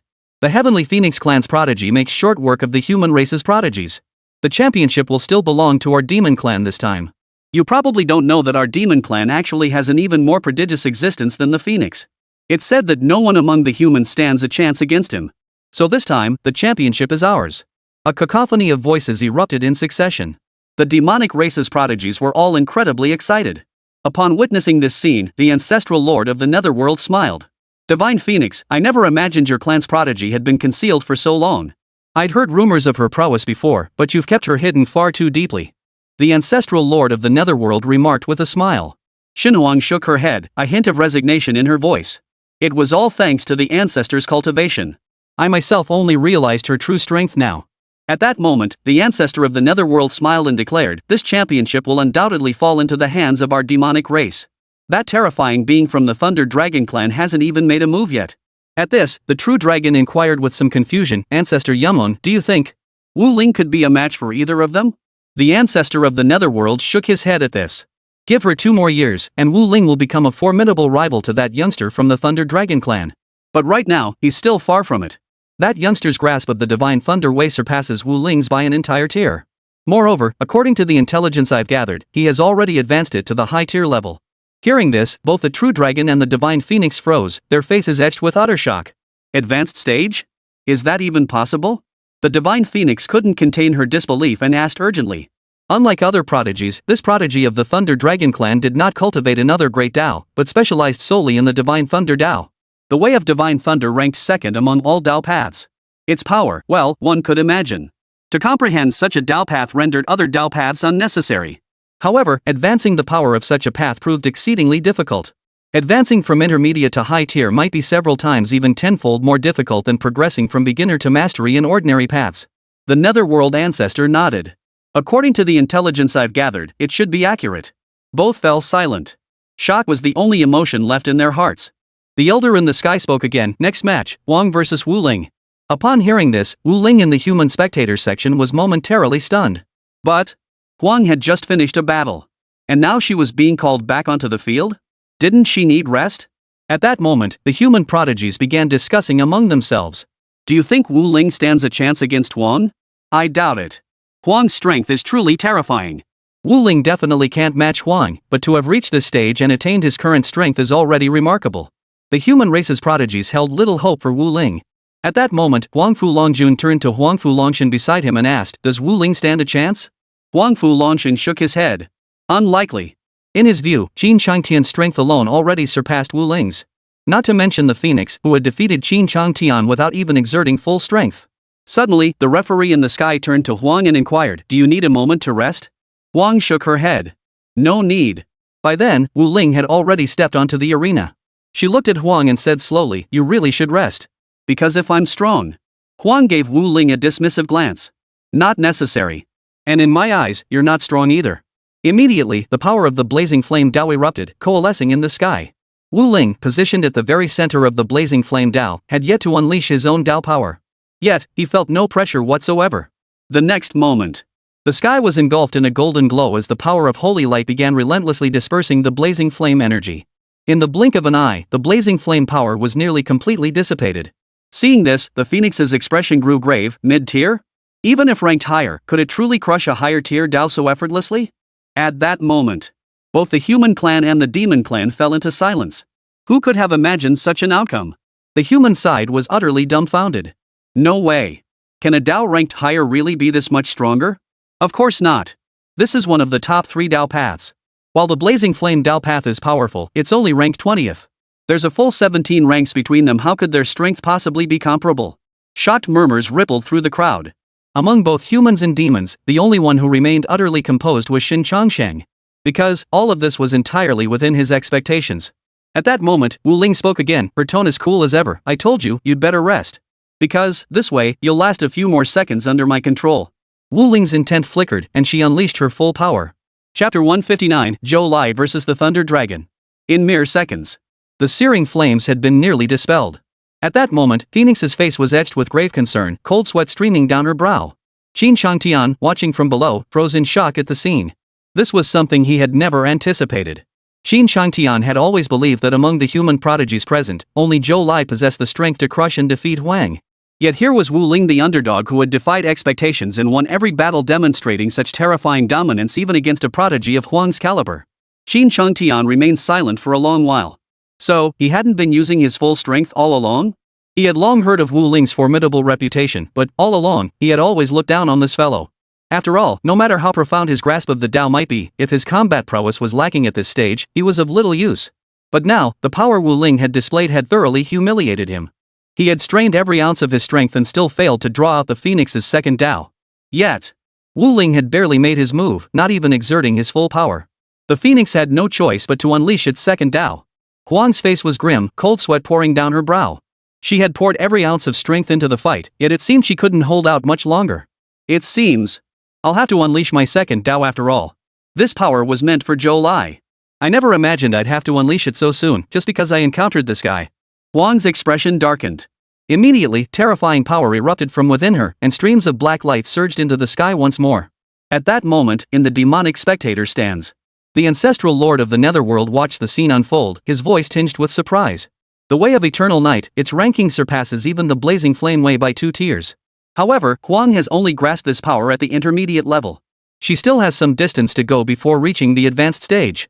Still, with this power infused, Wu Ling will likely find it taxing, won't she? The ancestral lord of the netherworld mused inwardly.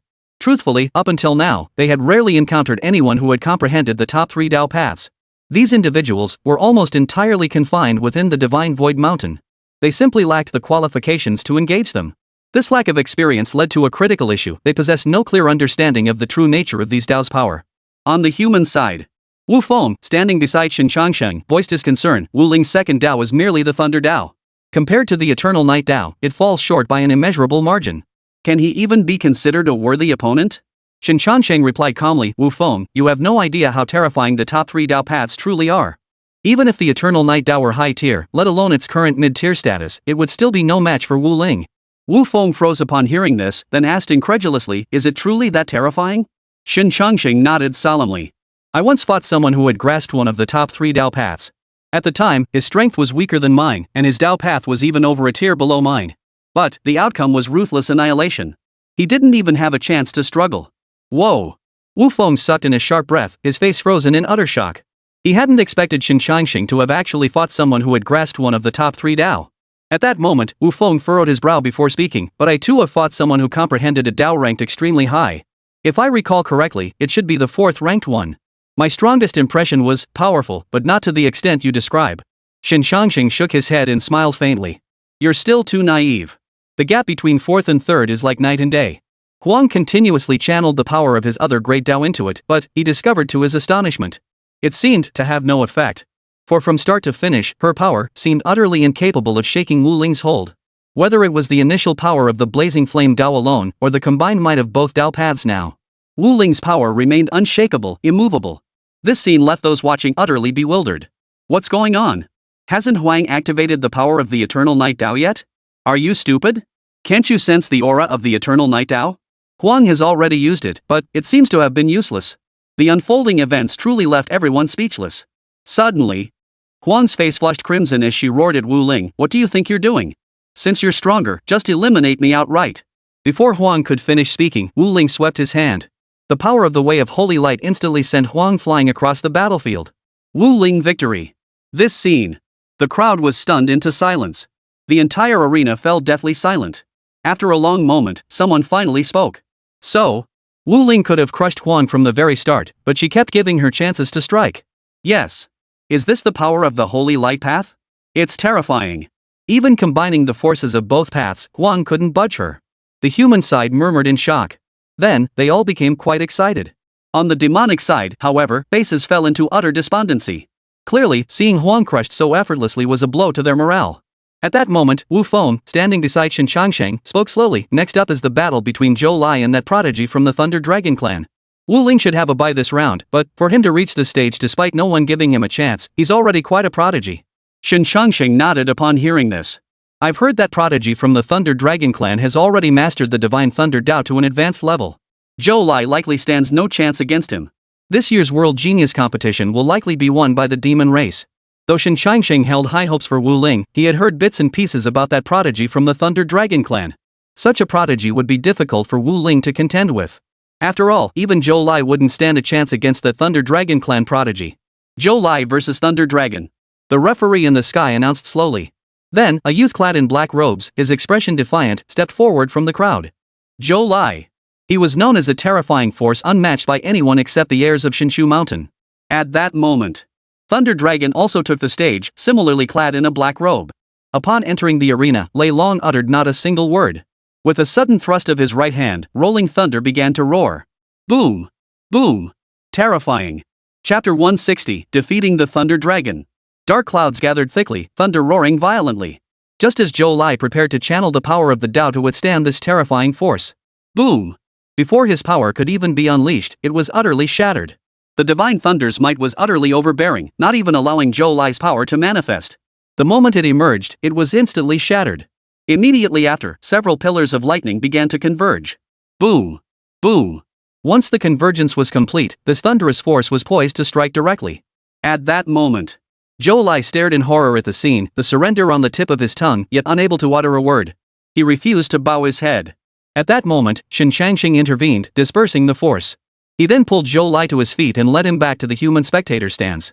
In this battle, we humans have lost. With that, Shen Changsheng led Zhou Lai away. At that moment, Zhou Lai glared at Shen Changsheng with a look of bitter resignation and murmured, Master Shen, I refuse to accept this. Shen Changsheng replied calmly, the Thunder Dragon's power is too overwhelming. It's only natural you couldn't match it. Do your best. This time, it's our human race that has lost. Zhou Lai nodded and said nothing more. The Thunder Dragon stood motionless, casting a cold glance over the crowd below before declaring, who else is missing from the human race? Step forward. This match, it's about time to end it. As the words fell, the referee in the sky announced indifferently the final match, Wu Ling versus Lei Long.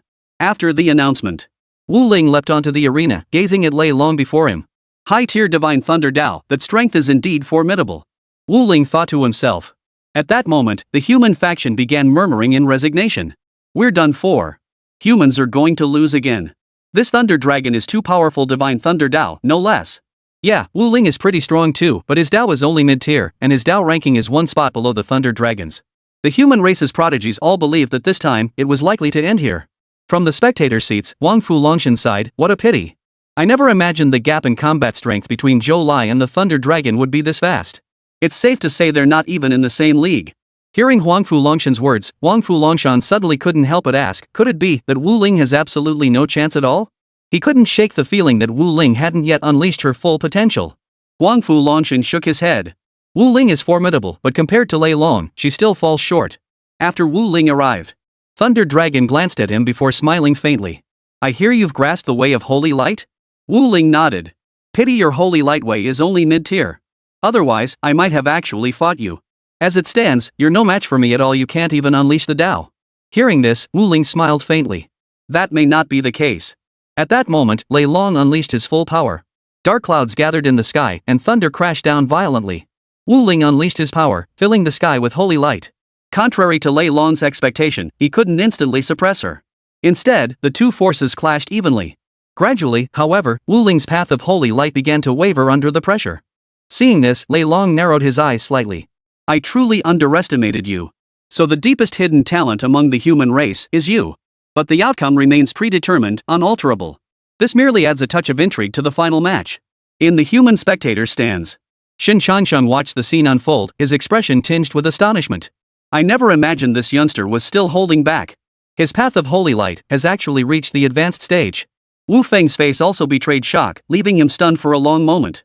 Huang Fu Longshan and the others were equally stunned. Wu Ling smiled faintly. That remains to be seen. The Divine Thunder Dao. I possess it too. Upon hearing this, Lei Long wondered if he had misheard. He recalled that Wu Ling's second Dao was the Thunder Dao. What unfolded next left him utterly stunned. In the sky, another surge of divine thunder power began colliding with Lei Long's own force. Suddenly, the entire crowd gasped in shock. The demonic clan spectators, who had been excited and confident of victory moments before, now gaped in disbelief. From the demonic spectator stands, the ancient ancestor of the netherworld abruptly rose to his feet, uttering in disbelief, "How is this possible? How could this be? Wasn't Wu Ling's other Dao the Thunder Dao? How did it become the Divine Thunder Dao? And both the Sacred Light Path and the Divine Thunder Path are high tier." Meanwhile, in the shadows, the Phoenix, who had been watching all this unfold, hoping to witness Wu Ling's crushing defeat, was also stunned. How is this possible? Only now did she realize. Wu Ling hadn't even come close to using her full strength during their battle. The human race's prodigies fell into complete silence. Moments later, the entire arena erupted in chaos. So this is Wu Ling's true power? I knew it, he must have been holding back all along. Divine Thunder Path. Holy Light Path. And all of them are high tier? It's truly unbelievable. A cacophony of voices erupted in succession. Shin Shangsheng stood stunned for a long moment before finally snapping back to reality. This kid, he's truly a prodigy. I thought we humans had lost this time, but who would have guessed Wu Ling was hiding so deeply? Wu Feng remained silent for a long while before speaking. It's hard to imagine this prodigy was raised without any guidance from ancient masters. But even among us at the Star Tower, few could have nurtured such a prodigy, right? The combined might of the path of holy light and the path of divine thunder was nothing short of terrifying. In the blink of an eye, it had expelled all the Thunder Dragon's power, and the terrifying force descended directly. It was about to strike the Thunder Dragon. Under this overwhelming pressure, the Thunder Dragon was utterly immobilized, forced to watch as the dreadful force descended. Seeing this, the Netherworld ancestor inwardly realized the dire situation. Quick! Act together! Rescue the Thunder Dragon at the fastest speed possible.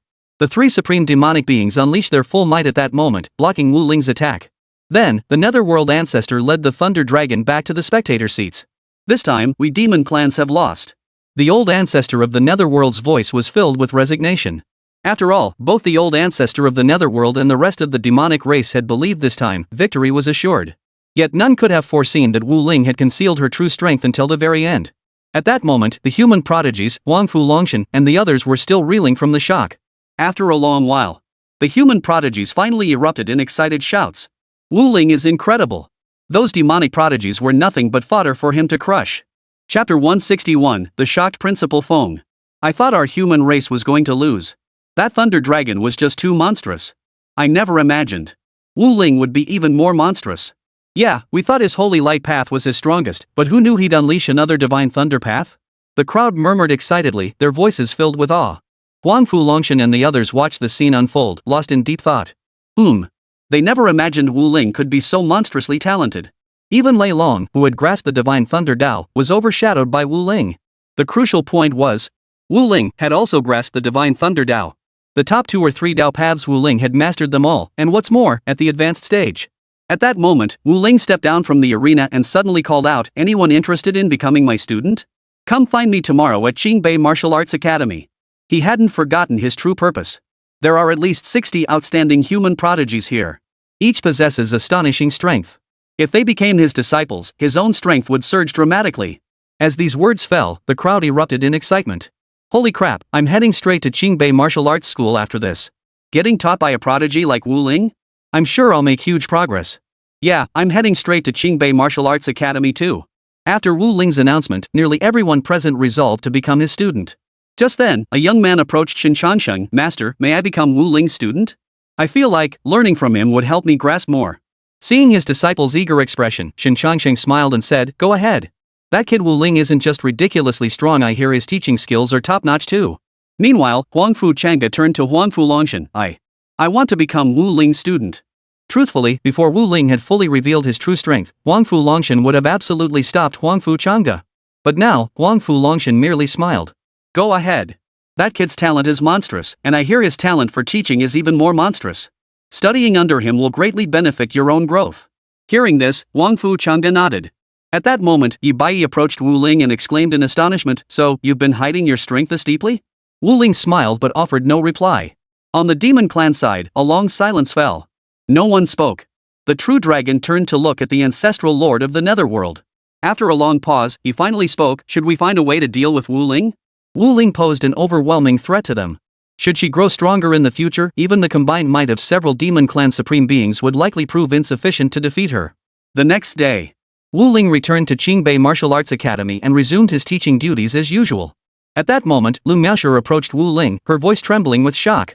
"Teacher, you won the World Genius Competition?" This news was unknown to most people.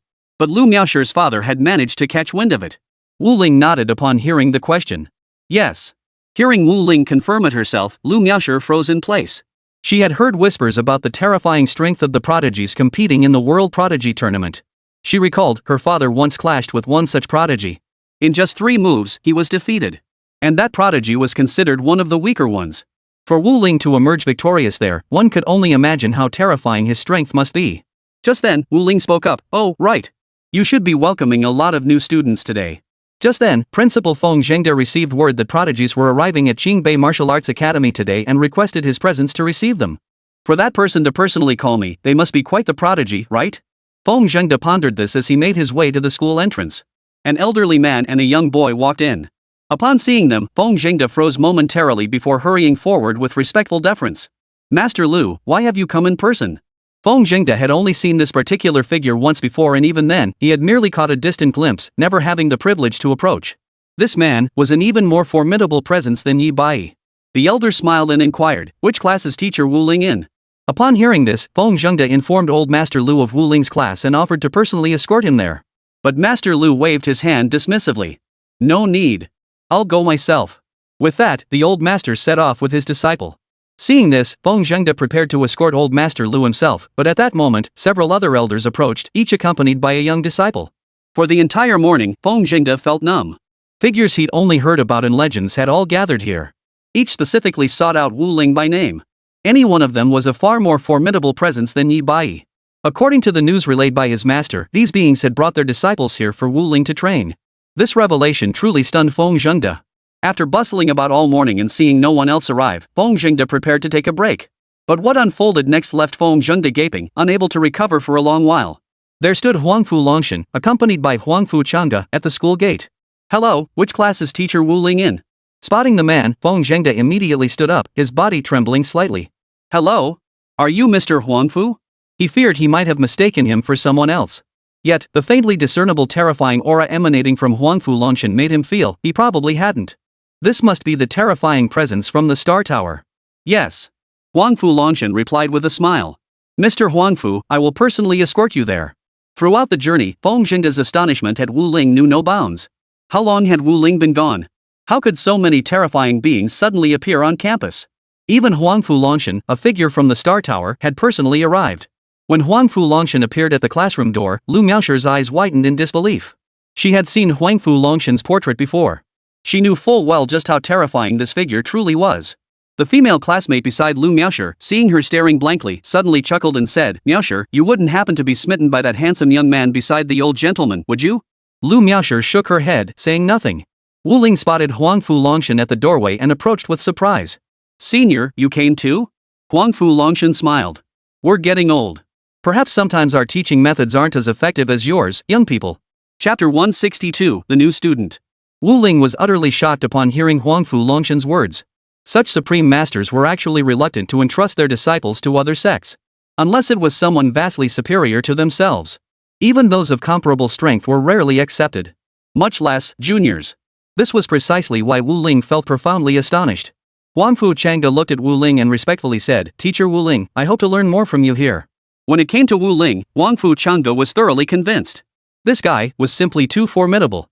A demonic prodigy who had left him utterly defenseless now found himself equally powerless against Wu Ling. When Wu Ling got serious, he was utterly crushed. "I will impart everything I know to you both." Huangfu Longshan stepped forward, smiling faintly. "Wu Ling, I entrust my disciple to you. I shall take my leave now." With that, Huangfu Longshan vanished from the spot. The classroom at Qingbei Martial Arts Academy was vast, yet now that this group of prodigies had arrived, it felt cramped with barely any space left. That day, Wu Ling delivered tailored lessons according to the students' different stages of training. After class, Wu Ling immediately left the classroom. The students were left feeling somewhat unsatisfied. At that moment, Huangfu Changde also rose to his feet, murmuring, "Teacher Wu Ling's understanding of the way is profound indeed. Listening to his lecture felt like a sudden enlightenment. My abilities have improved significantly." Several prodigies approached Huangfu Changde, smiling as they asked, "Huangfu Changde, how was your takeaway this time?" "Yeah, you're the most gifted among us here." Huangfu Chang'e smiled faintly before replying, overall, it's been quite good. My bottleneck seems to have loosened somewhat. Near the Star Tower. Qin Yunxiao looked at his disciple and remarked calmly, Zhang Tian, your strength is already quite good, but compared to prodigies like Wu Ling, you still fall far short. Would you be interested in studying under Wu Ling? Qin Changtian paused, a flicker of interest stirring within him. Upon returning, he had immediately investigated Wu Ling's background. The conclusion he reached was that Wu Ling had never been taught by any top-tier powerhouse. He had reached his current level entirely through self-cultivation. Upon learning this, Qin Changtian was utterly stunned. He couldn't fathom what kind of prodigiously gifted being could achieve such a feat. Divine Thunder Dao, high tier. Holy Light Dao, high tier. Mastery of either of these Dao alone was enough to crush all prodigies. Yet Wu Ling had already attained the high tier level in both of them. At that moment, Qin Yunxiao spoke again, Huangfu Chang'e and some of the younger ones have been taking lessons under Wu Ling for a whole day now. They've gained quite a lot from it. Hearing this, Qin Changtian felt a stir of interest. Changtian, your Supreme Yang Dao has been stuck at the intermediate stage for far too long. Going to study under Wu Ling for a while might just help you break through. Hearing this, Qin Changtian finally made up his mind, alright. Near the Star Tower. Since returning from the World Genius competition, Zhou Lai had sunk into a state of utter despondency. He'd been staring blankly in his room. Zhou Yi approached Zhou Lai and suggested, why not go study under Wu Ling for a while? Perhaps it could help elevate your understanding of the Tao. Hearing this, Zhou Lai suddenly felt a stir of interest and looked at Zhou Yi. Your path of the blazing sun has also hit a bottleneck. Because of the rankings, if you don't advance your Tao, you'll never be a match for Lei Long. And Lei Long is the most terrifying, prodigiously gifted demonic talent to emerge in recent years. You should give this some serious thought. At these words, Zhou Lai fell silent. He remembered vividly how Wu Ling had crushed both Lei Long and Huang that day, securing the championship of the World Prodigy competition. He remembered it all too clearly. That power was nothing short of terrifying. By the way, Wu Ling hasn't been taught by any supreme master along the way. He's reached this point entirely through his own efforts. Zhou Yi added. At that moment, Zhou Lai stood up and declared, I'm going. The next day, Wu Ling had intended to attend class as usual, but Qin Changsheng suddenly informed him that a reward would be distributed today. The human race had secured nearly 100 resource points from their victory in the World Genius competition. As the most crucial contributor, Wu Ling was naturally entitled to a reward. Thus, Wu Ling waited at home. At that moment, Qin Changsheng entered Wu Ling's room. Following behind him were Qin Changtian, Zhou Lai, Qin Yunxiao, and Zhou Yi. They entered the room. Qin Changtian and Zhou Lai looked at Wu Ling with complex expressions.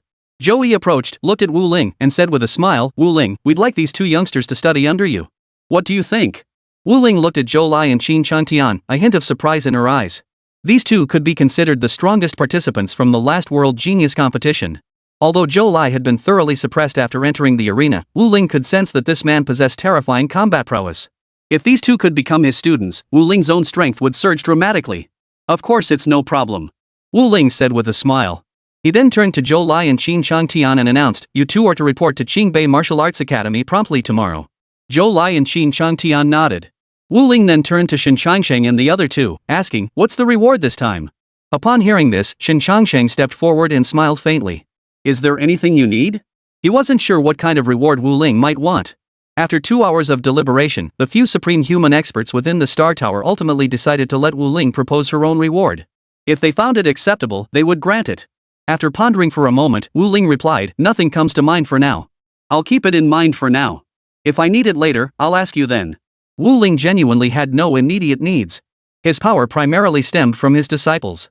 As for weapons? At the Dao realm level of combat, the enhancement provided by weapons became far less significant. Upon hearing this, the three fell silent for a moment. Finally, Qin Changsheng spoke up, alright then. If you ever need anything, just contact me directly. Wu Ling nodded. In the blink of an eye, 10 days had passed. During these 10 days, Zhou Lai, Qin Changtian, and Huangfu Chang'e all came to deeply respect Wu Ling. After class, Wu Ling left the classroom promptly. Zhou Lai and Qin Changtian, however, were noticeably more relaxed. Qin Changtian, how much has your Supreme Yang Dao advanced? Zhou Lai inquired of Qin Changtian. Chapter 163, 1006 Star Monsters. Qin Changtian smiled. I'm nearly breaking through to the high tier. 10 days of lessons from teacher Wu Ling here surpass 3 years of my arduous cultivation. His grasp of the Tao is truly profound, and what he explains, I can actually comprehend. Zhou Lai nodded. My flaming blade Tao shows faint signs of advancement. Hearing this, Qin Changtian exclaimed in surprise, could it be, your Tao is about to break through to the divine fire Tao? Zhou Lai nodded. Yes, it should be soon. The Divine Fire Dao ranks among the top 10.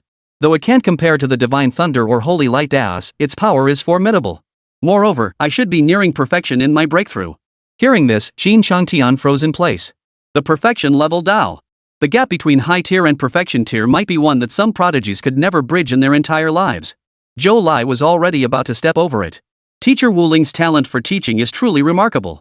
Xin Changtian remarked with admiration. After returning home, Wu Ling suddenly received a message from Feng Zhengde. Teacher Wu Ling, would it be possible for you to take a few students to the primeval forest tomorrow to hunt ferocious beasts? Upon seeing the message, Wu Ling paused in surprise. Then, he replied. Which part of the primeval forest? Feng Zhengde's reply came swiftly. Core area. An 8th tier beast source has appeared. The higher-ups want you to lead these prodigies to compete for it. An 8th tier beast source. Wu Ling was taken aback upon reading the message. 8th tier beast sources were extremely rare. They scarcely ever appeared. And whenever one did appear, countless demonic powerhouses would vie for it. Wu Ling replied with a simple got it, accepting the task. Immediately afterward, he sent a notice to the class group chat. He instructed the prodigies who had participated in the World Prodigy Competition to gather together tomorrow. As for the original students in the class, Wu Ling arranged for them to study under other teachers for a period. The core region of the primordial forest was no laughing matter. Under normal circumstances, it might be manageable. But now that an 8th tier beast source had emerged, who knew how many terrifying powerhouses would vie for it? Even sovereign level powerhouses would likely emerge in droves. The next day, beside the teleportation array, Wu Ling glanced at the 60 prodigies behind him, his expression grave as he declared, we must not be careless on this journey. Too many powerful beings will vie for the 8th tier beast source. We'll form squads of 20, with Zhou Lai, Xin Changtian, and Huangfu Changge serving as squad leaders respectively. Hearing this, the group nodded in agreement without objection. Demon Clan. Somewhere. The ancestral lord of the netherworld glanced at Yui beside him and remarked indifferently, the 8th tier beast source has emerged. We old fools can't intervene. The elders of the human clan won't intervene either. Therefore, you must vie for it. However, according to my intelligence, Wu Ling has also arrived. That one is no easy opponent. Yu Yi's expression darkened. Wu Ling is here too. This time, the demon clans Huang and Lei Long will also be stepping in. But if Wu Ling is here too, that spells trouble. The ancestral lord of the netherworld spoke again, his tone as calm as ever. One prodigy from Divine Void Mountain has stepped forward. Though he's the weakest among them, he should be able to hold his own against Wu Ling. Only upon hearing that someone would handle Wu Ling did Yui breathe a sigh of relief. At that moment, the ancestor of the netherworld remarked indifferently, you fully absorbed that 9th tier beast source during this period. Your strength should have increased considerably. This time, with several of you prodigies joining forces, securing this beast source should pose no major difficulty. Within the Star Tower, Huangfu Changge, Xin Changsheng, Qin Yunxiao, Wu Feng, and Zhou Yi gathered here. Where's Zhang Wei? Qin Yunxiao asked. Xin Changsheng replied, he's out training. He probably won't be back for a year or two. Wu Feng smiled faintly. Zhang Wei's strength keeps growing. The last time we met, I couldn't even gauge his true power. Truly unfathomable. Xin Changsheng smiled faintly. His strength. I doubt even the 5 of us together could match him. This time, in the battle for the 8th tier beast source, a prodigy has emerged within Divine Void Mountain. This one is among the weakest in strength, yet, from what I understand, he holds a subtle edge over Wu Ling. Huangfu Longshan's tone grew solemn. Have all the prodigies of Divine Void Mountain emerged? If not, let them withdraw first this time. Sacrificing one 8th tier beast source won't significantly impact our human race. From the 6th tier upward, beast sources contain the power of the Tao. Fully absorbing them can significantly enhance one's strength. As for 8th tier beast sources, they appear no more than 3 times a year. Each one is exceedingly precious. Upon hearing Huangfu Longshan's words, Xin Changsheng shook his head and said, these prodigies have spent the past decade or so almost entirely in cultivation, rarely engaging in life or death battles. Sending them to temper themselves in the core of the primordial forest will be immensely beneficial for them. Joey smiled faintly at this point. With Wu Ling leading the team, there's no need for excessive worry. After all, that girl is exceptionally gifted. Upon arriving at the primordial forest, Wu Ling first surveyed the surroundings, probing with his divine sense. Within 500 li, not a single ferocious beast. Nor did I detect the presence of any demonic prodigies. This surprised Wu Ling somewhat. At that moment, Wu Ling addressed the prodigies behind him, stay vigilant. The prodigies all nodded in agreement. Then, Wu Ling led the group of prodigies forward. Suddenly, numerous teleportation arrays appeared in the sky, and one by one, ferocious beasts descended from above. Each and every one was a 6th tier ferocious beast. Their numbers, at least 1,000. Prepare yourselves. Not every prodigy participating in the World Prodigy Competition had reached the Nation Guardian tier. Half of them lacked even that level of power. Under these circumstances, they would need protection from others just to barely survive. These demonic tribes really think highly of us, don't they? They send 1,000 6th-tier ferocious beasts to deal with us right off the bat. Then, Wu Ling unleashed all his power. The path of holy light and the path of divine thunder enveloped the sky. Terrifying power rained down relentlessly, slaughtering the beasts. Yet these beasts fought with reckless abandon, relentlessly charging at Wu Ling and his companions. Huangfu Chang'e, Zhou Lai, and Qin Shangtian held nothing back, unleashing their full power. The most powerful, those prodigies of the nation guardian tier, protected those with weaker strength. Wu Ling and her 3 companions focused solely on eliminating the ferocious beasts. An hour later, the corpses of the beasts littered the ground, and Wu Ling watched it all with a solemn expression. They had only just arrived here. Chapter 164, The Prodigy of the Divine Dragon Clan. These ferocious beasts had immediately ambushed them with 1,000 of their kind. This truly shocked Wu Ling and the others. Only after confirming no beasts remained nearby did Wu Ling relax. Zhou Lai approached him and remarked, "Teacher Wu Ling, none of these beasts wield the power of the Tao. They don't even possess momentum. I suspect they've been built purely through resource stacking." Wu Ling nodded in agreement. He too had sensed it. These beasts possessed only 6-star vitality energy. They don't possess truly formidable power. Otherwise, they wouldn't have been so effortless. Qin Shangtian suddenly approached, his expression grave. These are likely demonic beings forcibly elevated by supreme masters using secret arts, bolstered by vast resources. Because their strength and cultivation bases are unstable, their true combat power is only around the peak of 5 stars. Wu Ling gazed ahead and remarked calmly, "This time, the demonic race has likely dispatched numerous powerful beings to await us. Beyond the demonic prodigies we encountered at the World Prodigy Tournament, I suspect even stronger beings await us today." If it were prodigies like the Phoenix or the Thunder Dragon, Wu Ling wouldn't feel the slightest fear even if they attacked together. The demonic race's elite warriors would naturally be aware of this. Therefore, this time, there would inevitably be even more formidable beings present to command the situation. I can handle Huan, but Lei Long. I'm helpless against him. He's too powerful. If I were to face him, defeat would be the only outcome. Zhou Lai sighed helplessly. Though his strength had grown considerably lately, he still felt no confidence facing Lei Long. Leave Lei Long to me. But I fear, the demonic race might send some monstrous fiends. That would be trouble. If it were a prodigy comparable to Wu Ling in strength, he'd struggle to fend off the combined assault of 2 such foes. The group didn't dwell on the matter further and instead began moving forward. Before long, they arrived near the location where the 8th-tier beast source had appeared. There, Wu Ling spotted several familiar faces. The prodigies Lei Long, Wan, Yui, and others had all gathered nearby, their gazes fixed on Wu Ling. Wu Ling. Suddenly, Lei Long fixed his gaze on Wu Ling and called out. Wu Ling glanced at Lei Long and replied indifferently, "What? Want to have another go at me?" As he spoke, Wu Ling unleashed both the Divine Thunder Dao and the Holy Light Dao simultaneously, filling the sky with their presence. Immediately, a terrifying aura descended relentlessly. Seeing this, the Thunder Dragon swiftly unleashed his own Dao power, meeting it head-on in the sky. Boom! The two forces collided. In an instant, the Thunder Dragon was utterly crushed. His body recoiled violently as he spat out a mouthful of blood. Put! At this moment, Wu Ling did not relent. Instead, she channeled her power, pressing forward relentlessly. At that moment, the Thunder Dragon's expression changed abruptly. He scrambled backward several steps and shouted, "Divine Dragon, save me!" Immediately, 3 terrifying forces of the Dao surged forth, filling the sky. They collided head-on with Wu Ling's force. Boom! The 2 forces were evenly matched. At that moment, a man dressed in a blue robe, his face handsome, stepped forward. Wu Ling turned to look at him. A demon. He thought to himself. With just that glance, he could confirm this man was demonic, not human. No matter how well he concealed his aura, the unique essence of the demonic race was still detected by Wu Ling.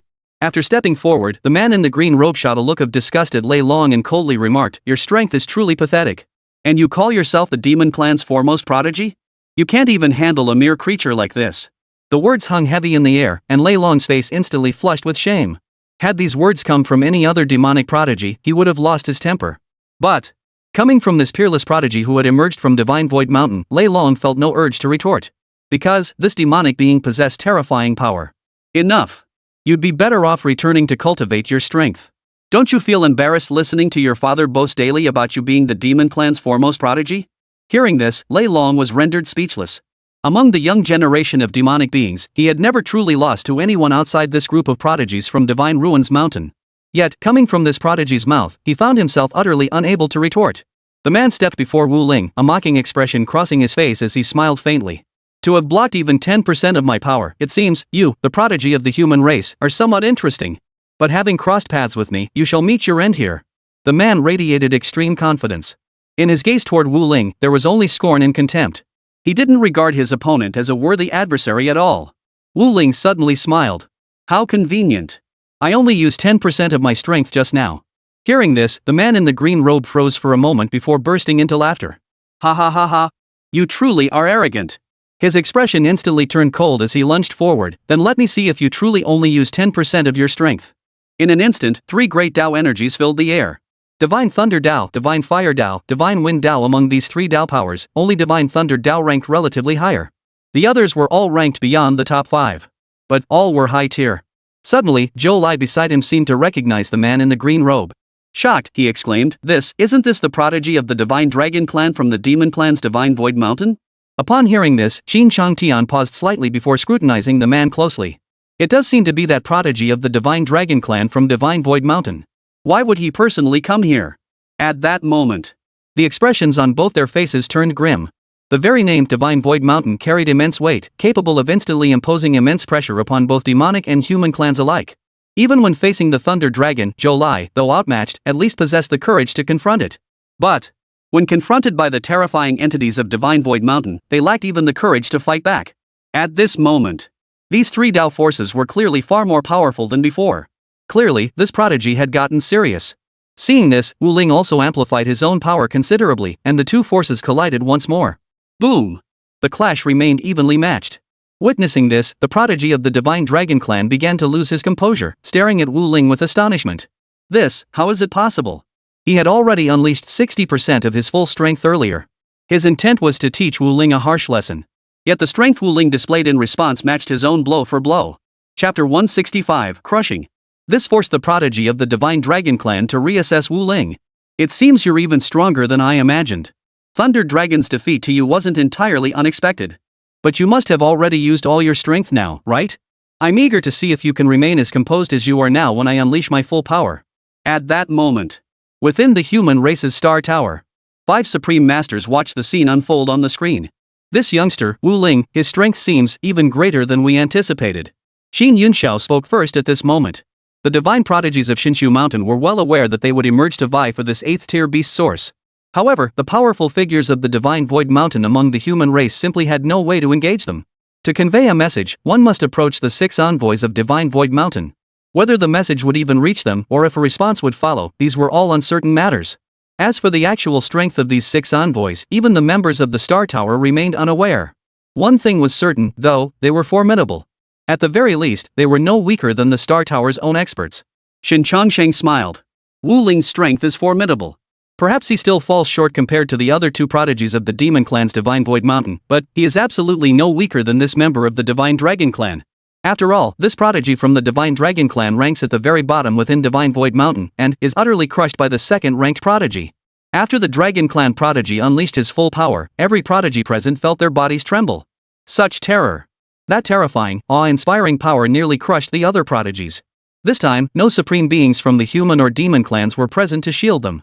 They could only rely on these prodigies to unite and defend themselves. Wu Ling's disciples gathered their entire strength together, coalescing it into a protective barrier. With this, they sought to withstand the onslaught. Thunder Dragon gazed at the prodigy of the Divine Dragon Clan and sighed. Is this the gap between us and him? It's too great, truly too great. Even the sheer pressure alone is almost unbearable. Fortunately, this pressure isn't directed at us. Otherwise, our protective barrier wouldn't stand a chance. Xin Changtian nodded solemnly. Indeed. Truthfully, the prodigies of the Divine Dragon Clan are far more terrifying than we ever imagined. And from what I understand, this particular prodigy ranks at the very bottom among all of Divine Void Mountain, trailing the 2nd-ranked individual by a considerable margin. Even so, he can crush us so effortlessly. I dare not imagine how powerful the other 2 must be. Hearing this, Lei Long sighed. True. But Teacher Wu Ling's strength is truly overwhelming. Standing at the very center of that pressure, he hasn't even unleashed his full power yet his expression remains calm, as if he feels not the slightest bit of pressure. Upon hearing this, Qin Changtian and Huangfu Changge also noticed the scene. Indeed. Wu Ling seems completely unaffected by this prodigy of the Divine Dragon Clan. His power is terrifying. Huangfu Changge exclaimed in astonishment. Qin Changtian pondered for a moment before speaking up. What do you think? Could it be that Teacher Wu Ling might actually defeat this prodigy of the Divine Dragon Clan? At this remark, the other 2 froze in surprise. After a long pause, Zhou Lai nodded. It's possible. The prodigy of the Divine Dragon Clan hovered in the air, surveying the scene below. Noticing Wu Ling's unruffled expression, he murmured in astonishment, how is it possible? How could he be so calm? Before he could ponder further. At that moment, Wu Ling also pushed the power of his two Dao paths to their absolute limit. Beyond these two Dao forces, countless lesser Dao energies lower in rank yet still potent smoldered in the air. This scene. Not only did it shock the prodigy of the Divine Dragon Clan, but even Wu Ling's disciples were stunned. Zhou Lai, Qin Changtian, and Huangfu Changge all froze in place. My Dao! How could Teacher Wu Ling have comprehended it too? Yes, Teacher Wu Ling has grasped my Dao path too. How did Teacher Wu Ling comprehend so many Dao paths? That's just too monstrously gifted. The students who had attained Dao realizations alongside Wu Ling were all stunned by this scene. Clearly, this was something they never could have imagined. After a moment of silence, Huangfu Changge, Zhou Lai, and Qin Changtian all spoke up. Teacher Wu Ling has grasped my Dao as well. Mine too. I am the same as you. The trio felt a wave of helplessness wash over them. They finally understood what it truly meant to be prodigiously gifted. Originally, Wu Ling's Divine Light Path combined with the Divine Thunder Path was already more than enough to crush the prodigy of the Divine Dragon Clan. But after absorbing so many additional Dao paths, this Divine Dragon Clan prodigy was utterly crushed. As the two forces collided, the Divine Dragon Clan's prodigy was sent flying backward, crashing onto the ground. At that moment, the prodigies of the demonic race were all stunned. They had seen individuals comprehend 1 Dao, 2 Daos, even 4 Daos, but never had they witnessed anyone master over 10 Daos. This sight left every single one of them utterly dumbfounded. Just then, Wu Ling suddenly turned her gaze toward the demonic clan's prodigies, preparing to act. Suddenly, Xin Changqing's telepathic voice echoed in Wu Ling's mind. Don't kill them. Though this prodigy of the Divine Dragon Clan isn't favored by that old monster at Divine Void Mountain, killing him would be slapping them in the face. Should that old monster from Divine Void Mountain personally intervene, everything would become exceedingly troublesome. Hearing this, Wu Ling ultimately held back. Upon witnessing this, Lei Long hurriedly shouted to those behind him, leave immediately. He had clearly seen Wu Ling was prepared to slaughter them all outright. And Wu Ling possessed the absolute capability to do so. If he had struck, no one could have stood against him. Though he didn't know why she ultimately held back, Lei Long feared she might change her mind later. He hurriedly led the demonic clan's elite away. At that moment, Lei Long and the others were all stunned by the scene. Clearly, they couldn't comprehend why Wu Ling had spared the demonic clans group. After the demonic clans group had withdrawn, Zhou Lai approached Wu Ling and asked with lingering reluctance, Teacher Wu Ling, why didn't you eliminate them all? Wu Ling looked at Zhou Lai and replied slowly, because Elder Shen suddenly sent me a telepathic message. He instructed me to spare them. Chapter 166, The Secret Realm of 10,000 Tribes. The words fell. Zhou Lai, Qin Changtian, and Huangfu Changge all froze, their faces clouded with confusion. Clearly, they had no idea why Elder Shen would do such a thing. Suddenly, Qin Changtian seemed to grasp something. He spoke up, it must be because of that prodigy from the Divine Dragon Clan. But we shouldn't overthink it. They must have their reasons for doing this. The other two nodded in agreement. At that moment, Wu Ling approached to retrieve the 8th tier beast source. Turning to the group, she said, let's go. It's time to head back. Wu Ling found this operation surprisingly effortless. But that was mainly because of his current formidable strength. Even the weakest prodigy from Divine Void Mountain couldn't stand against him. If the other two prodigies from Shinshu Mountain had come personally, he wasn't sure things would have gone so smoothly. Because those two seemed to possess far greater strength. After returning to Qingbei Martial Arts Academy, Wu Ling resumed his teaching duties as usual. Afternoon. Suddenly, Shen Changsheng and Wu Feng approached. At this hour, Wu Ling was taking a break, leaving only Zhou Lai and the other two in the classroom. Wu Ling, I never imagined you'd crush the prodigies of the Divine Dragon Clan like that. Shen Changsheng chuckled. At that moment, they all believed they had already formed a precise assessment of Wu Ling's strength. But when Wu Ling demonstrated his power, they finally understood this guy hadn't even revealed his true strength yet. In their eyes, Wu Ling's current display should have been his full potential. Yet, they still couldn't be certain. Who knew if Wu Ling might unleash even greater power? At this moment, Wu Ling stepped out of the classroom and looked at Shen Changsheng. Wu Ling, I assume you've successfully obtained that 8th tier beast source as well. Hearing this, Wu Ling paused for a moment before replying, yes. If you wish to purchase it, you may exchange it for suitable resources. For Wu Ling, that 8th tier beast source was actually of little use. Or rather, almost no resources could cause his strength to surge dramatically in the short term. Still, he would hoard decent resources, never knowing when they might prove useful later. Shen Changsheng smiled faintly at this. How about this? Wu Feng and I will give you the spirit crystals we've cultivated for 100 years. What do you say? They contain substantial Dao essence, profound insights into the great Dao, and diverse energies. Absorbing them would instantly boost your strength considerably. Wu Ling fell deep in thought upon hearing this. This seemed like a decent option. At that moment, Zhou Lai approached and addressed Wu Ling. Teacher Wu Ling, the utility of a century-old spirit crystal is immense. Even the most supreme cultivators who have grasped the Tao can only cultivate one such crystal over an entire 100 years. As for its effects, well, that goes without saying. By now, Wu Ling had a rough grasp of what the centennial spirit crystal entailed. After a moment's thought, he replied, no problem. Then, Wu Ling took out the 8th grade beast source and handed it to Xin Changsheng. Keeping this 8th tier beast source with him served no real purpose. Exchanging resources with Xin Changsheng would not only slightly enhance his own strength but also allow the beast source to be put to better use. The century-old spirit crystals from Wu Feng and me will take some time to deliver to you. They're still in the incubation phase.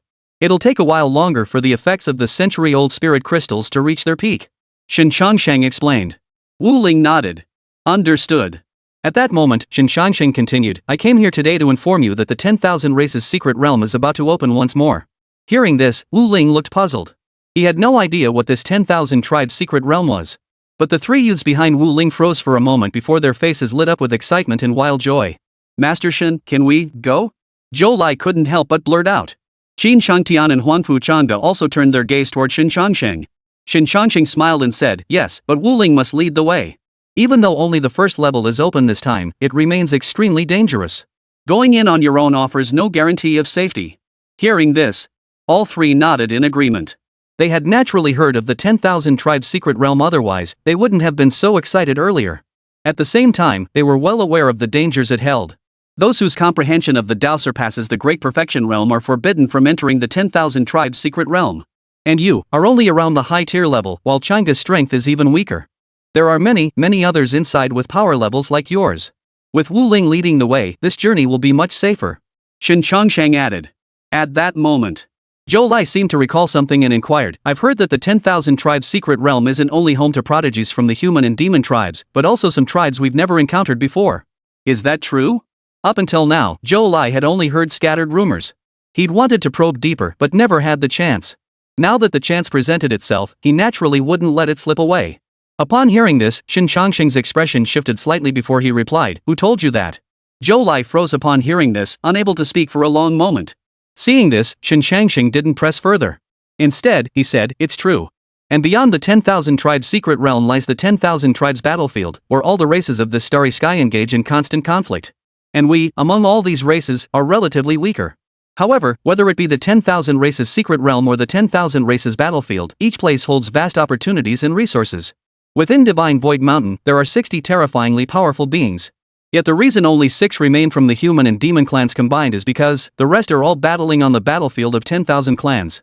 Upon hearing this, everyone, including Wu Ling, froze in shock. Clearly, none of them had ever imagined the truth to be this. At this moment, Xin Changsheng continued, once, I too journeyed to the battlefield of 10,000 races. There, I encountered a formidable warrior from one of the more powerful races in the cosmos. A single strike, just one strike nearly cost me my life. Had it not been for sheer luck, his sworn enemy arrived afterward, leaving him no time to spare for me. I would have perished without a doubt. Silence fell over the group, though they had no clear grasp of Xin Changsheng's exact strength. But one thing was certain, defeating them would be effortless for Xin Changsheng. Even Wu Ling, up to this point, couldn't gauge the true depth of Xin Changsheng's power. And yet this formidable figure had nearly been killed in a single strike on the battlefield of 10,000 tribes. Chapter 167, The Teleportation Array. This left them feeling rather conflicted at that moment. Seeing their expressions, Xin Changsheng offered a faint smile. There's no need for excessive worry. The first layer of the 10,000 races secret realm won't present any truly terrifying adversaries. Once we enter the 10,000 tribes secret realm, do not venture into the second layer. Stay put in the first layer. The others nodded in agreement. This time, 2 human prodigies and 2 demonic prodigies from Divine Void Mountain will be heading to the 10,000 races secret realm. The human and demon clans have already agreed that once we reach Divine Ruins Mountain, we won't interfere with each other and will go our separate ways. Upon hearing this, Zhou Lai and the others grew solemn. The prodigies of Divine Void Mountain. They had often heard of them, but their first encounter had been during the battle for the 8th tier beast source. That individual possessed strength sufficient to effortlessly annihilate them, although ultimately defeated by Wu Ling. But the gap between him and the other two was truly as vast as heaven and earth. Still, the agreement between the human and demon clans was a relief. At least within the 10,000 clans secret realm, they wouldn't have to slaughter each other. Among their group, only Wu Ling could stand against them. The rest would be instantly annihilated. Within Divine Void Mountain, those 2 prodigies of the human clan won't be traveling with you. They will venture into the 10,000 tribes secret realm on their own to seek resources and temper themselves. The others nodded. The passageway will open tomorrow afternoon. I will come to fetch you ahead of time. Hearing this, they nodded in agreement. Just then, Wu Ling asked curiously, Senior Shin, if there are 60 supreme experts within Divine Void Mountain, why are there only 6 prodigies? This was a point that puzzled Wu Ling. Because the rest have been training within the 10,000 tribes secret realm all along. The weaker ones are in the 5th layer, while the stronger ones are in the 7th layer. As for those remaining here, they are the weakest within Divine Void Mountain. Upon hearing this, Wu Ling nodded. At that moment, the 3 figures beside them froze in shock. To them, these prodigies within Divine Void Mountain were now figures they could only look up to. Yet, according to Shin Changsheng, these prodigies were merely the bottom-tier talents of Divine Void Mountain.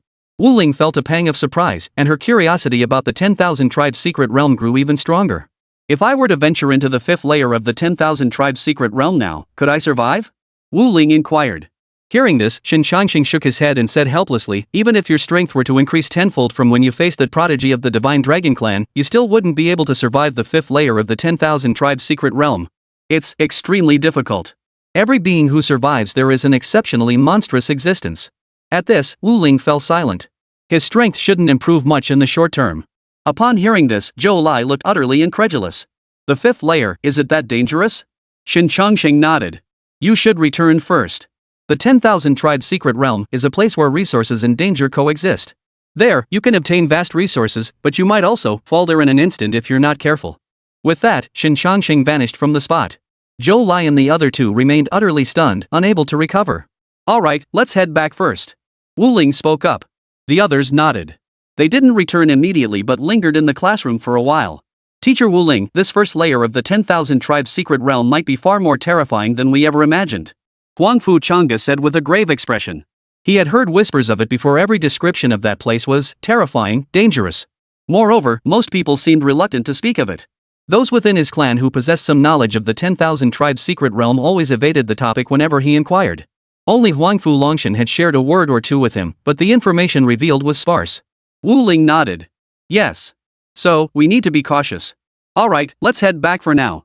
After returning, Wu Ling first notified her students that she would be away for a while. Then she waited until the following afternoon. Shin Changsheng arrived at his residence. Huangfu Chang'e and the other 2 had arrived early and were already waiting there. Shin Changsheng glanced at Wu Ling and the others before smiling. Follow me to the teleportation array. Zhou Lai inquired, where is the teleportation array? Shinshu Mountain. Shin Changsheng replied. At his answer, Wu Ling and the other 3 froze in surprise. Shinshu Mountain. It was an immense distance from here. Even with their abilities, reaching it would take at least half a day. Shin Changsheng seemed to sense what Wu Ling and the others were thinking. He smiled faintly, then swept his sleeve through the air. Suddenly, a force enveloped them all. The world spun violently. When they opened their eyes again, they found themselves standing at the edge of Shinshu Mountain. At that moment, Wu Ling and the others were all stunned. In just an instant, they had traveled from near Qingbei Martial Arts Academy to Divine Void Mountain? Shin Changsheng glanced at the stunned group, then smiled and said, the Tao I've awakened is the Tao of space. Therefore, I was able to bring you all here in an instant. The others fell silent. The way of space. This was a way ranked among the very highest, tied for first place with many other supreme paths. They never imagined Shin Changsheng's awakened Tao was of such caliber. Alright, hurry over to the teleportation array. If you delay any longer, you won't make it in time. Wu Ling glanced toward the teleportation array, where the surrounding area was now deserted. He and Zhou Lai hurried over, stepping into the teleportation array. After Wu Ling and the others vanished, Wu Feng suddenly appeared beside Shin Changsheng and asked, Changsheng, how far do you think they can go?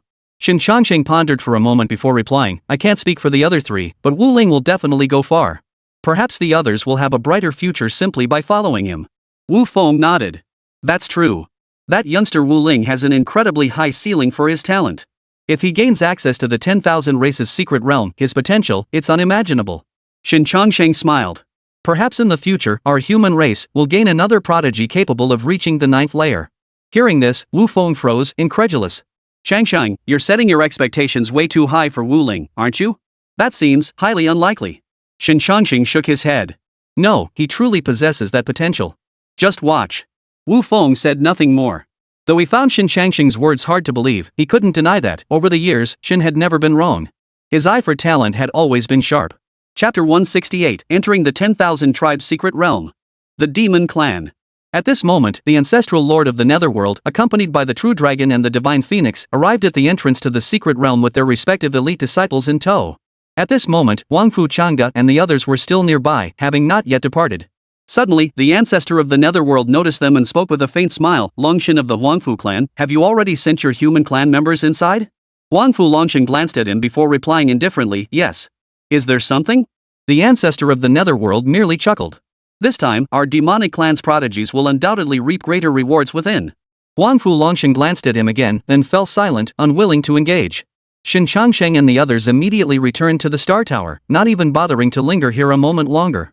The 10,000 Clan's Secret Realm, First Layer. After entering, Wu Ling and his 3 companions were transported into a dense forest. At that moment, a look of confusion flashed across Wu Ling's face before she turned to Zhou Lai beside her. What kind of place is this?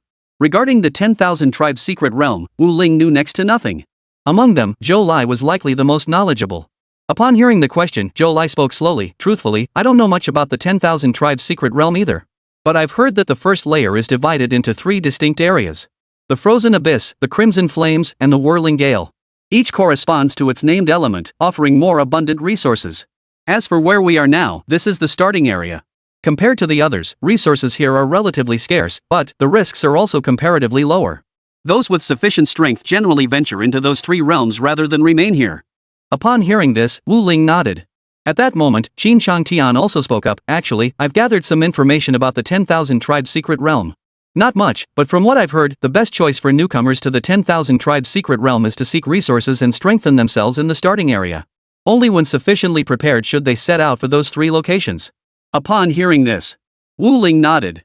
At that moment, Huangfu Chang'e spoke up. If you're in the starting area, you can follow me. I can sense nearby opportunities.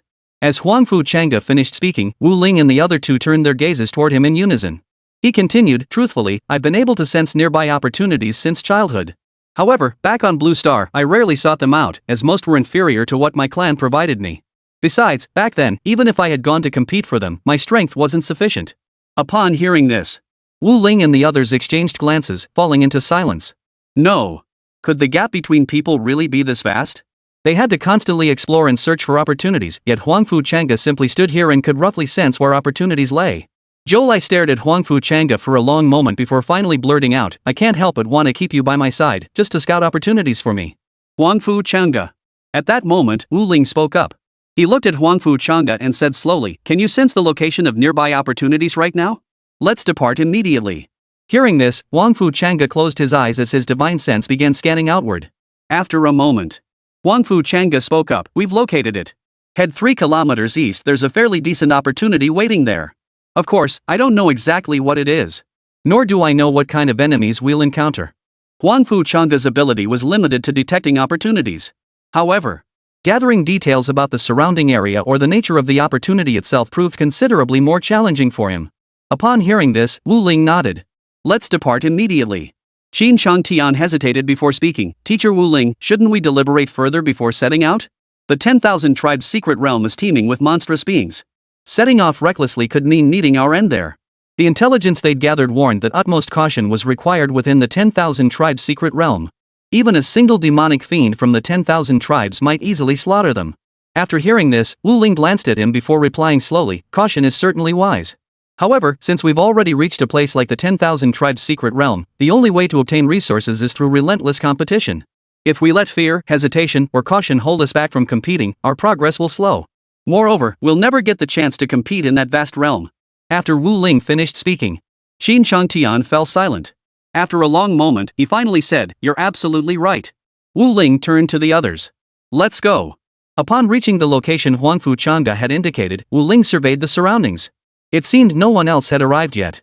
However, he also failed to detect the location where the opportunity lay. At that moment, Huangfu Chang'e pointed to a spot and said, Teacher Wu Ling, the exact location is right there. Let's proceed. Wu Ling nodded. Though he hadn't sensed any danger so far, something felt off. It was as if several pairs of eyes were watching them. Yet he couldn't detect anything. Wu Ling and the others pressed forward, but Wu Ling remained vigilant, channeling every ounce of his power to its absolute limit. He feared even the slightest mishap. Soon, they arrived at their destination, a tree beneath which lay 5 emerald green fruits scattered across the ground. Upon seeing this scene, Wu Ling's expression shifted slightly. As he drew near the fruit, he instantly sensed the aura emanating from it. It was intensely potent. If all went as expected, it must contain a vast amount of energy. Of course, Wu Ling didn't know the exact nature or properties of this energy. He would only know once he picked up the fruit and examined it. At that very moment, a terrifying force suddenly descended from the heavens. In that instant, Wu Ling sensed it and immediately unleashed her full aura, confronting the force head-on. The power of the Divine Thunder Path collided with this force. Boom! Wu Ling successfully withstood the attack. At that moment, 6 figures materialized around them, encircling Wu Ling and his 3 companions. They scrutinized Wu Ling and her companions from head to toe, then flashed a look of contempt. So it's just humans. I was hoping to lure some top-tier geniuses from the top 300 races, but instead, it's these lowly humans. Probably don't have much worth taking. Chapter 169, Opportunity. Yeah, resources from the human race are practically non-existent. Expecting to get anything worthwhile from them is unrealistic. In that case, why not just slaughter them all? The group exchanged glances, their eyes fixed on Wu Ling and her companions, brimming with scorn and contempt. At that moment, Zhou Lai, Qin Shangtian, and Huangfu Changde could barely contain the rage burning in their eyes. Zhou Lai immediately launched an attack at the 6. The 6 men looked at him, their expressions twisted into a sneer. The leader among them offered a faint, dismissive smile. You dare attack us, mere ants? Do you really think every one of us is Yi Kuangdao? With a flick of his sleeve, terrifying force instantly shattered Zhou Lai's attack. Another wave of dreadful power forced him backward. Zhou Lai flew backward, crashing into a tree before coming to a halt. Immediately afterward, he spat out a mouthful of blood. Put! Zhou Lai's face instantly drained of color. Xing, these ants have nothing of value. Why bother? Just kill them outright. A man turned to the leader and spoke with disdain. The man called Brother Xing nodded. Yeah, kill them. Continuing this is nothing but a waste of time. With that, he swept his sleeve and a surge of Dao power erupted from the heavens. The way of heavenly thunder. This Dao ranked significantly lower than the one Wu Ling had comprehended, but its power had already reached perfection.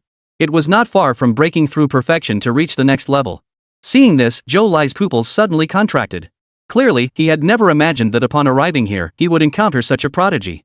Or perhaps, in a place like this, prodigies of this caliber were simply too common.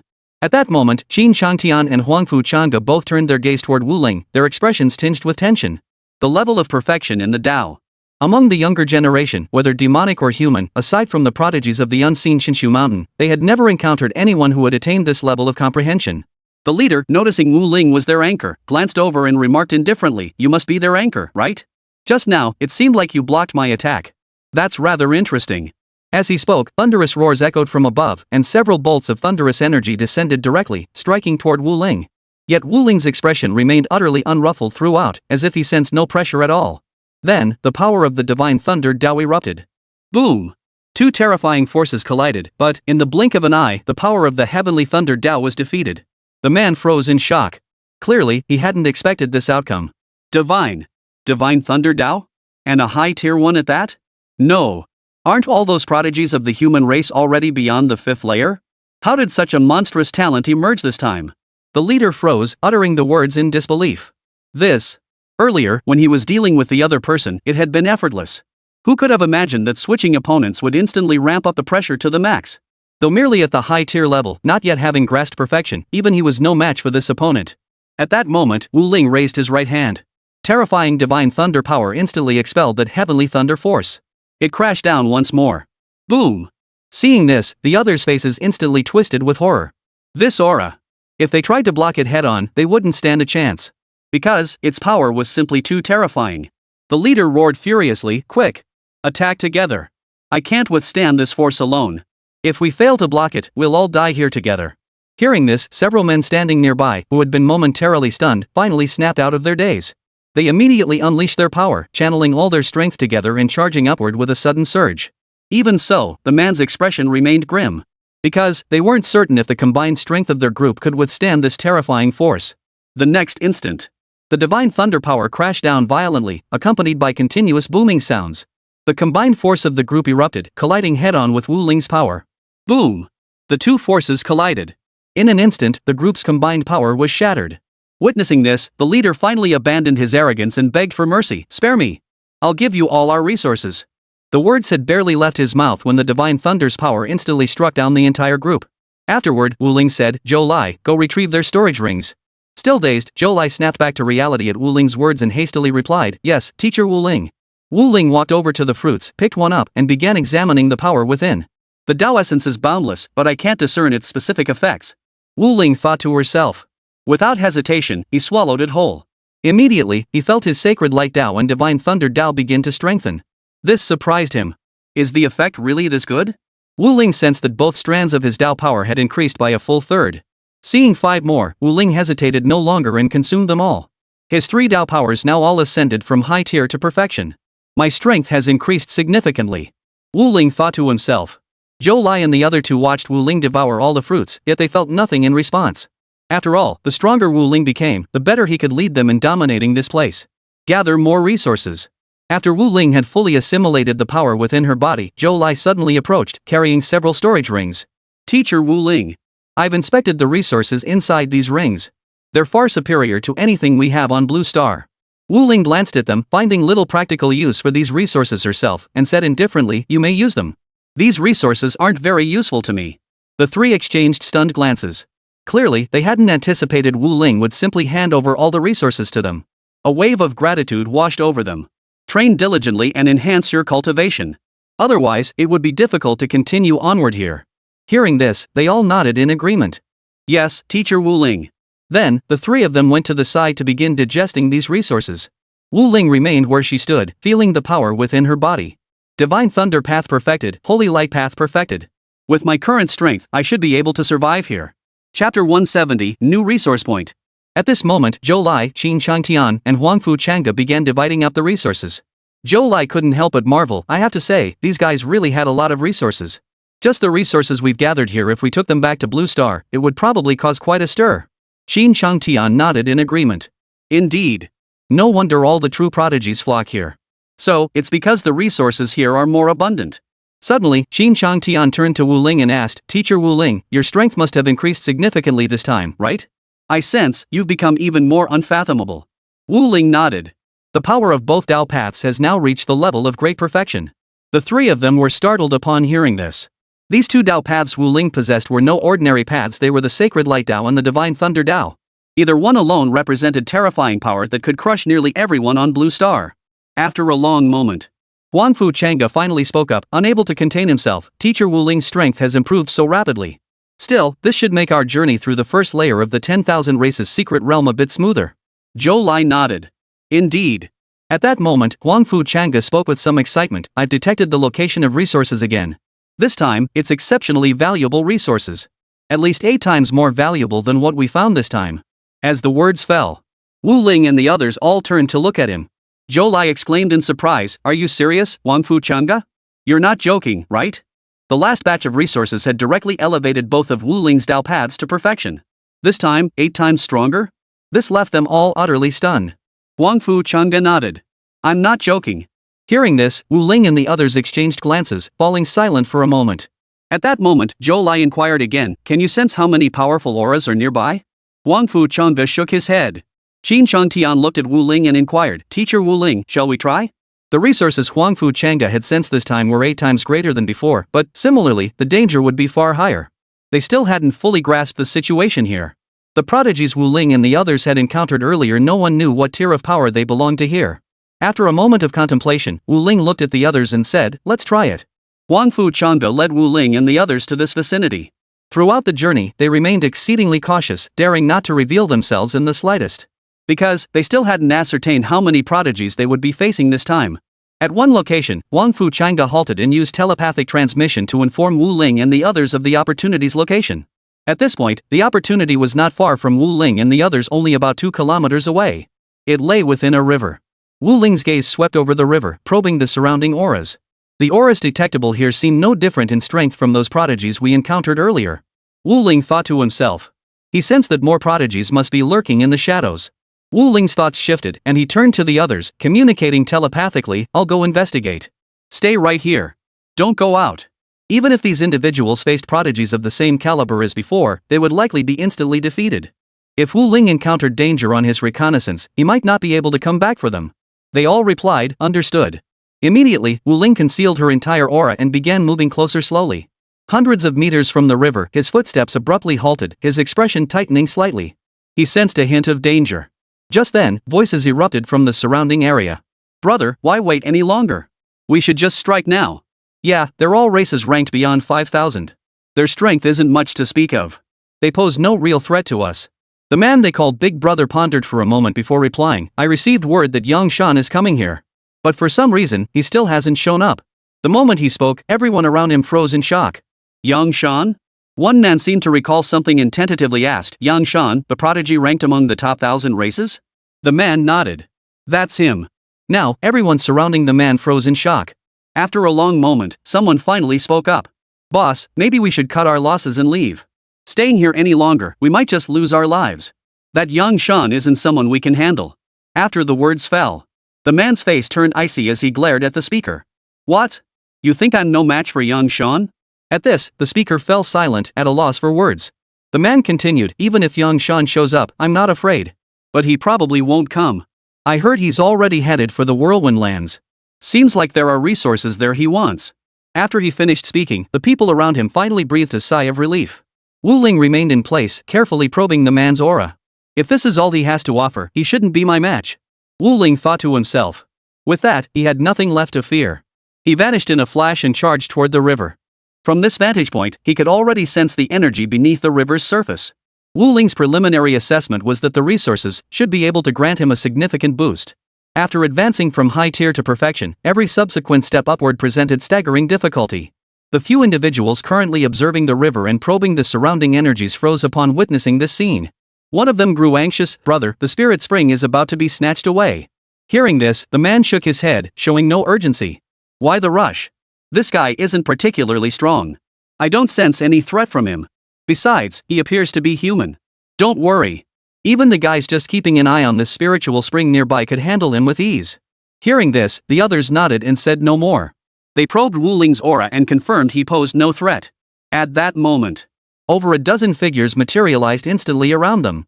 With such meager strength, you dare covet the spirit spring? Let's deal with this guy first. We'll decide who gets the spring later. The crowd closing in from all sides spoke with fury. Chapter 171, The Land of the Whirlwind. Wu Ling concealed much of his power, and the aura he revealed was, by the standards of this 10,000 tribe secret realm, extremely weak. This fueled the resentment of the other prodigies from the myriad races toward Wu Ling. An ant dares to vie for what isn't his. Wu Ling scanned his surroundings, noting that these individuals were all of average strength. Those he had previously detected as posing a threat had yet to make their move. Seeing this, Wu Ling's eyes narrowed slightly. Seems these fellows aren't ready to make their move yet. Then, Wu Ling unleashed his full power in an instant, the might of the divine thunder Dao and the holy light Dao instantly filling the sky. In an instant, those who had surged in from all directions instantly fell to their knees, unable to move. At that moment, those few still observing the events from the shadows were stunned. They never imagined Wu Ling possessed such terrifying power. They all instinctively turned their gaze toward the eldest brother standing nearby. Big brother, this human's strength is no joke. Should we still fight for the spirit spring? Yeah, big brother, this guy's way too strong. If we go head to head with him, we might be putting our lives on the line. Hearing these words from those around him, the man suddenly felt a surge of anger. Run, run, run, all you know how to do is run. The boost this spiritual spring could give our strength is immense. At this, the others fell silent. Then, someone asked, what should we do? This guy is just too powerful. After pondering for a moment, the speaker said, let's head back and rest up. Then we'll search for the next resource point. Everyone. They were all a bit stunned. But after a moment, they all nodded in agreement. After all, the monstrous talent this human had displayed was truly beyond belief. They certainly didn't want to clash head-on with him. Soon, Wu Ling had dealt with all these prodigies. But at that moment, a look of puzzlement flashed across his face. Where did that man from earlier disappear to? This puzzled him. He didn't dwell on it, however, and plunged directly into the river to retrieve the spiritual spring. Immediately afterward, Wu Ling removed the storage rings and departed from the location. At that moment, Huangfu Changda and the others waited anxiously. I wonder how teacher Wu Ling is doing over there.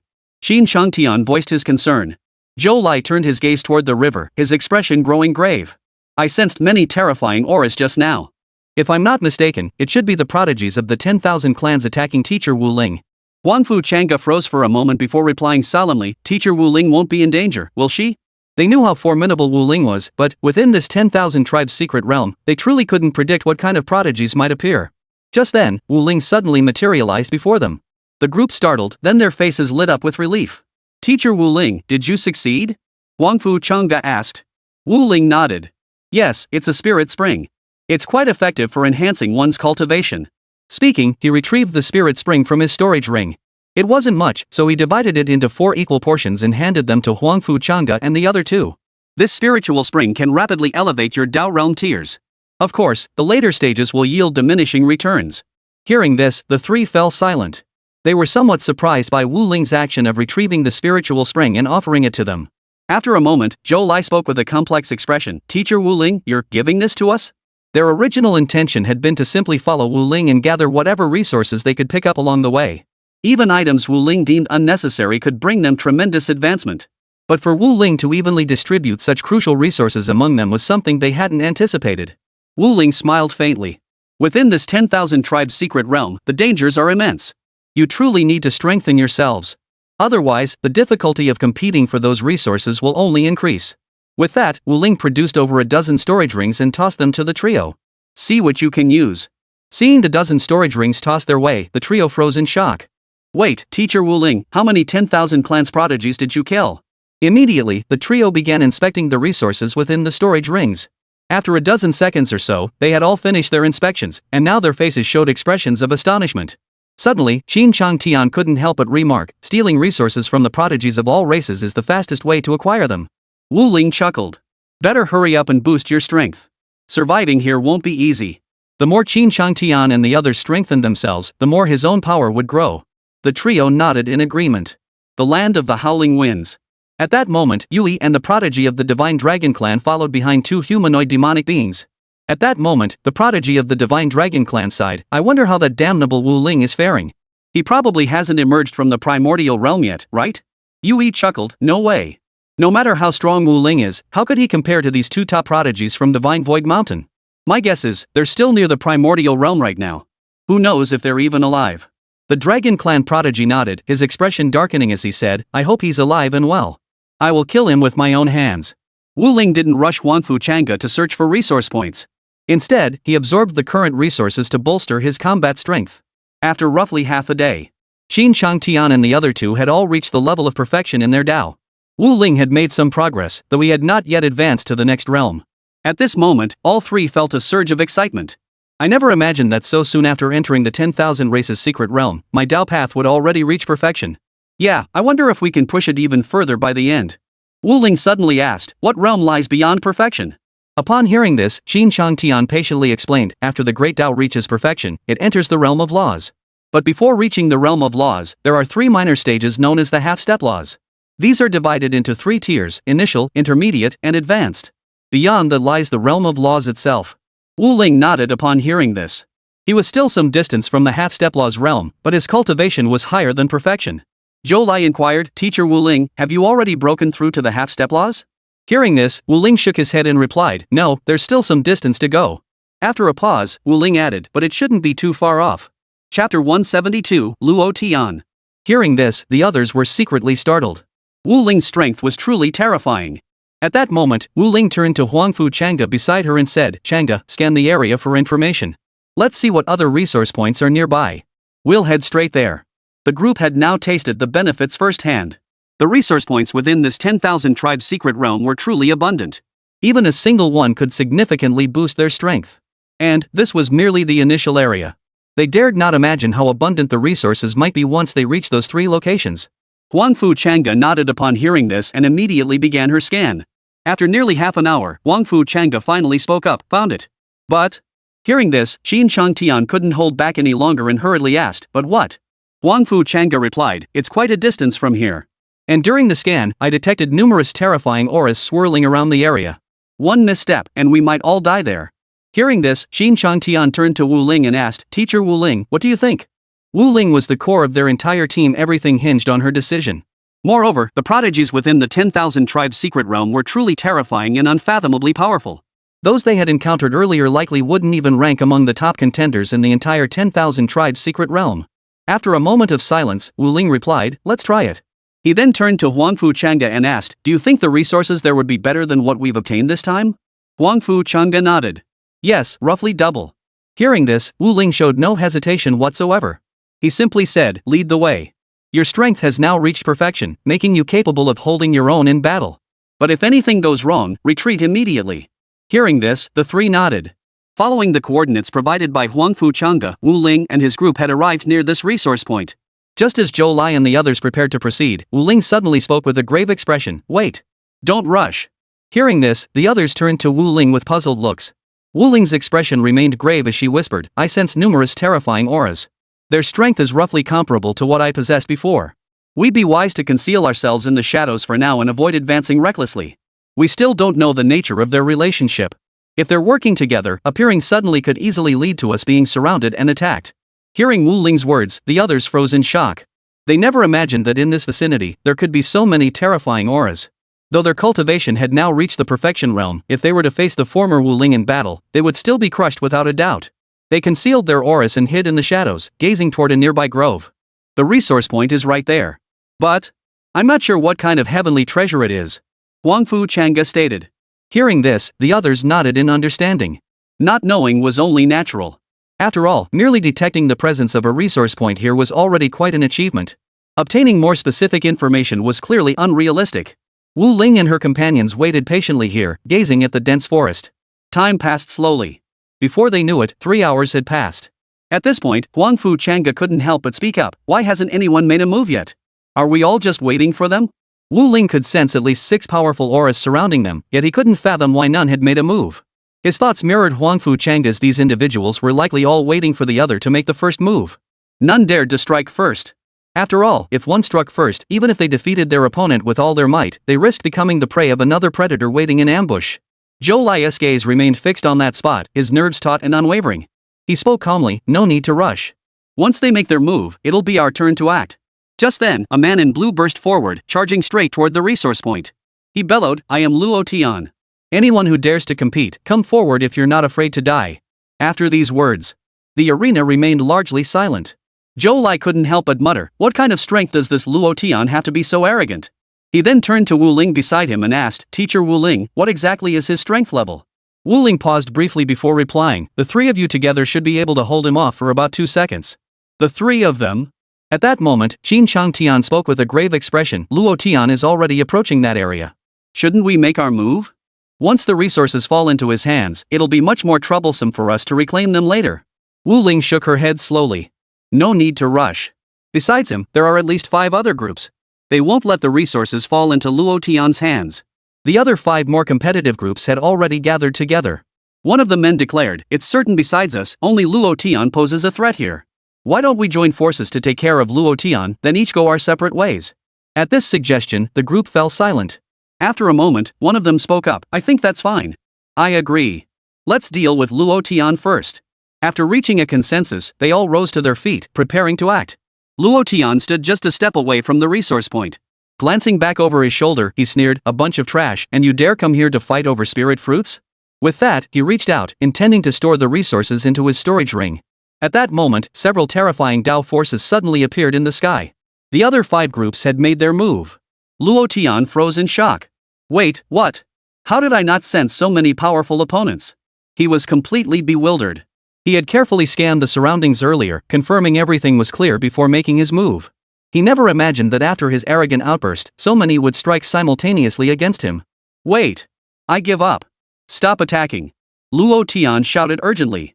He couldn't withstand the combined attacks of so many powerhouses at his level. But before his words could finish, terrifying force descended, utterly crushing and slaying Luo Tian. Immediately afterward, the 5 shifted positions, maintaining a safe distance from the others. Chapter 173, Spirit Fruit.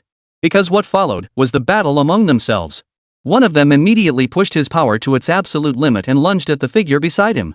Another froze in shock, utterly unprepared for such a swift strike, scrambling to block. Boom! 2 terrifying forces collided. Meanwhile, the remaining combatants also began their own engagements. Huangfu Changge and the other 2 were stunned by the overwhelming aura. If they were to face even one of these opponents, they wouldn't last 2 seconds. Huangfu Changge turned to Wu Ling, concern etched on his face. "Teacher Wu Ling, these opponents, they're far too powerful. Wouldn't it be dangerous for you to compete?" These individuals were all at least among the top 3 in the Dao realm, having broken through to perfection. Some were even at a cultivation level comparable to Wu Ling's. In such a chaotic battle, no one could predict if attacks would instantly converge on any single target. With such evenly matched power, facing a coordinated assault could lead to a swift demise, just like Luo Tian's. Hearing this, Wu Ling smiled faintly and said, "Don't worry. Even if they all attack together, they're no match for me. However, I'll wait until their battle concludes before making my move." Huang Fu Chang'e nodded. Their gazes remained fixed on this spot, watching every development. Soon, only 3 remained. 2 of them joined forces to take on the lone survivor. The last one didn't hold out for long before falling. At that moment, the 2 headed toward the resource point. As for Wu Ling, he was preparing to make his move. Getting rid of them is no easy task. One of the men glanced at his companion inside. The other nodded. If they team up, things could get really messy. But clearly, they have no intention of sharing these spirit fruits with anyone else. They've never even considered it. As they spoke, the 2 men drew closer to the resource point, their breathing growing increasingly ragged. These spirit fruits could significantly boost their strength. At that moment, Wu Ling appeared behind them and the 2 men remained utterly unaware. Suddenly, 2 surges of Tao energy filled the air above them. A terrifying force descended, striking toward the pair. Just as they prepared to store the resources into their storage rings, they suddenly sensed this terrifying force locking onto them. They froze instantly. This aura was too terrifying. They seemed utterly powerless to resist. Boom! The crushing force descended, instantly ending both their lives. After Wu Ling collected their storage rings, along with those of several others, he finally approached the resource site. These spirit fruits should be enough to help me break through to the early stage of the law realm. Wu Ling silently marveled as he sensed the aura emanating from the spirit fruits. However, he hadn't noticed that one of the men had crushed a communication stone before dying, as if he prepared it long ago. Just as Wu Ling finished stowing the spirit fruits, a terrifying aura suddenly erupted from the sky above, pressing down with overwhelming force. Wu Ling's expression instantly grew grave. This aura was no weaker than his own. He hadn't expected that just as he secured these resources, new arrivals would appear. The intruder fixed his gaze on Wu Ling, his expression impassive. "Hand over the spirit fruits, and I'll let you go. If you refuse, then die here." Hearing this, Wu Ling glanced at the man and smiled. "Then let me see what you're made of." His eyes narrowed slightly, his expression turning icy. "Human. I've already made the greatest concession possible. If you remain stubborn." With that, his power instantly coalesced above them. Wu Ling recognized this man as a formidable opponent. Without hesitation, she unleashed all the power within her body. The 2 forces collided. At that moment, the 3 figures lurking in the shadows froze upon witnessing this scene. They never imagined that, immediately after Wu Ling had gained the upper hand, a powerful figure would arrive here without anyone noticing. Zhou Lai turned to the other 2 and asked, "What do we do now?" Xin Changtian replied with a hint of resignation, "We have no choice but to watch from here. You must have sensed the terrifying power of that individual. If we go over there, we'll be instantly annihilated. We stand no chance against him." Hearing this, Zhou Lai nodded. "Indeed, that's true. Just that aura alone, if it were directed at me, I'd probably be lying on the ground right now." The battle raged on for over 10 minutes. Yet Wu Ling still hadn't been defeated, continuing to engage in relentless combat. The opponent, too, seemed somewhat surprised, clearly not expecting Wu Ling to possess such strength. "Your strength has surprised me," the man said solemnly. The next moment, he added, "How about this? We split these spirit fruits evenly, half for you, half for me. What do you say?" He knew he couldn't defeat Wu Ling. Continuing would likely be a waste of time. Thus, he chose to back down. Wu Ling looked at him and smiled faintly. "I want all of these spirit fruits. And your resources are also mine." Hearing Wu Ling's words, the man froze, then narrowed his eyes slightly, his voice icy cold. "Are you absolutely certain about this? Be clear, if I choose to fight you to the bitter end, none of this will end so easily. A situation where both sides are destroyed, I don't think you want to see that either, right?" Wu Ling smiled. In the next instant, he unleashed all the energy within his body, causing terrifying Tao power to surge violently in the air above. Just now, he hadn't unleashed his full power. Only now has he truly unleashed his full power. At that moment, he spoke slowly, "Don't get ahead of yourself. Dealing with you won't even leave a scratch on me." After speaking, his power surged to its peak in an instant, and a terrifying aura instantly descended. Thud!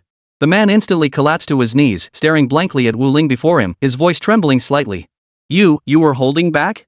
He was utterly bewildered. Wu Ling could have finished him off instantly, yet she chose to conceal her strength and drag things out until now. Wu Ling replied calmly, "Yes." With that, her power surged forth, crushing him completely. Then, Wu Ling stepped forward, collected all the storage rings, and departed. The 3 observers Huang Fu Chang'e and the others who had been watching from the shadows were utterly stunned by the scene. Chapter 174, The Land of the Whirlwind. They never imagined Wu Ling's combat prowess could reach such terrifying heights. Moments ago, they had assumed it was an evenly matched contest. Yet, the moment Wu Ling acted, she had instantly obliterated that terrifyingly powerful opponent. At that moment, Wu Ling returned to Zhou Lai and the others, carrying the spirit fruit. Teacher Wu Ling, just how powerful are you now? Zhou Lai couldn't help but ask. Hearing this, Wu Ling replied slowly, the power I displayed just now represents my full strength. Silence fell over the group. That being whose mere aura had left them gasping for breath, utterly powerless to resist, they never imagined that even when Wu Ling gave her absolute all, she couldn't last even a few seconds. Then, Wu Ling retrieved the storage rings and handed them over. These storage rings are yours now. These spirit fruits should allow me to reach the threshold of the law realm. Therefore, I shall keep these spirit fruits for myself. Hearing this, the three men nodded in agreement without objection. Yet, their hearts were filled with utter shock. How much time had passed? Wu Ling's strength was already approaching the threshold of the half-step law realm. This truly left them somewhat stunned. Immediately afterward, Wu Ling found a secluded spot, consumed the spirit fruit, and began her cultivation. In the blink of an eye, half a day had passed. At this point, both of Wu Ling's Dao paths had reached the initial stage of the half-step law realm. However, Wu Ling discovered that advancing his strength further now had become significantly more difficult. Advancing from the initial stage to the intermediate stage required at least a hundredfold increase in difficulty compared to the previous realm. Moreover, he noticed that the later the spiritual fruit was consumed, the weaker its effects became. Wu Ling estimated that if there were any more spiritual fruits left, the effect of the next one would be negligible. Wu Ling turned to Huangfu Chang'e beside him and asked, Chang'e, can you still detect resource points?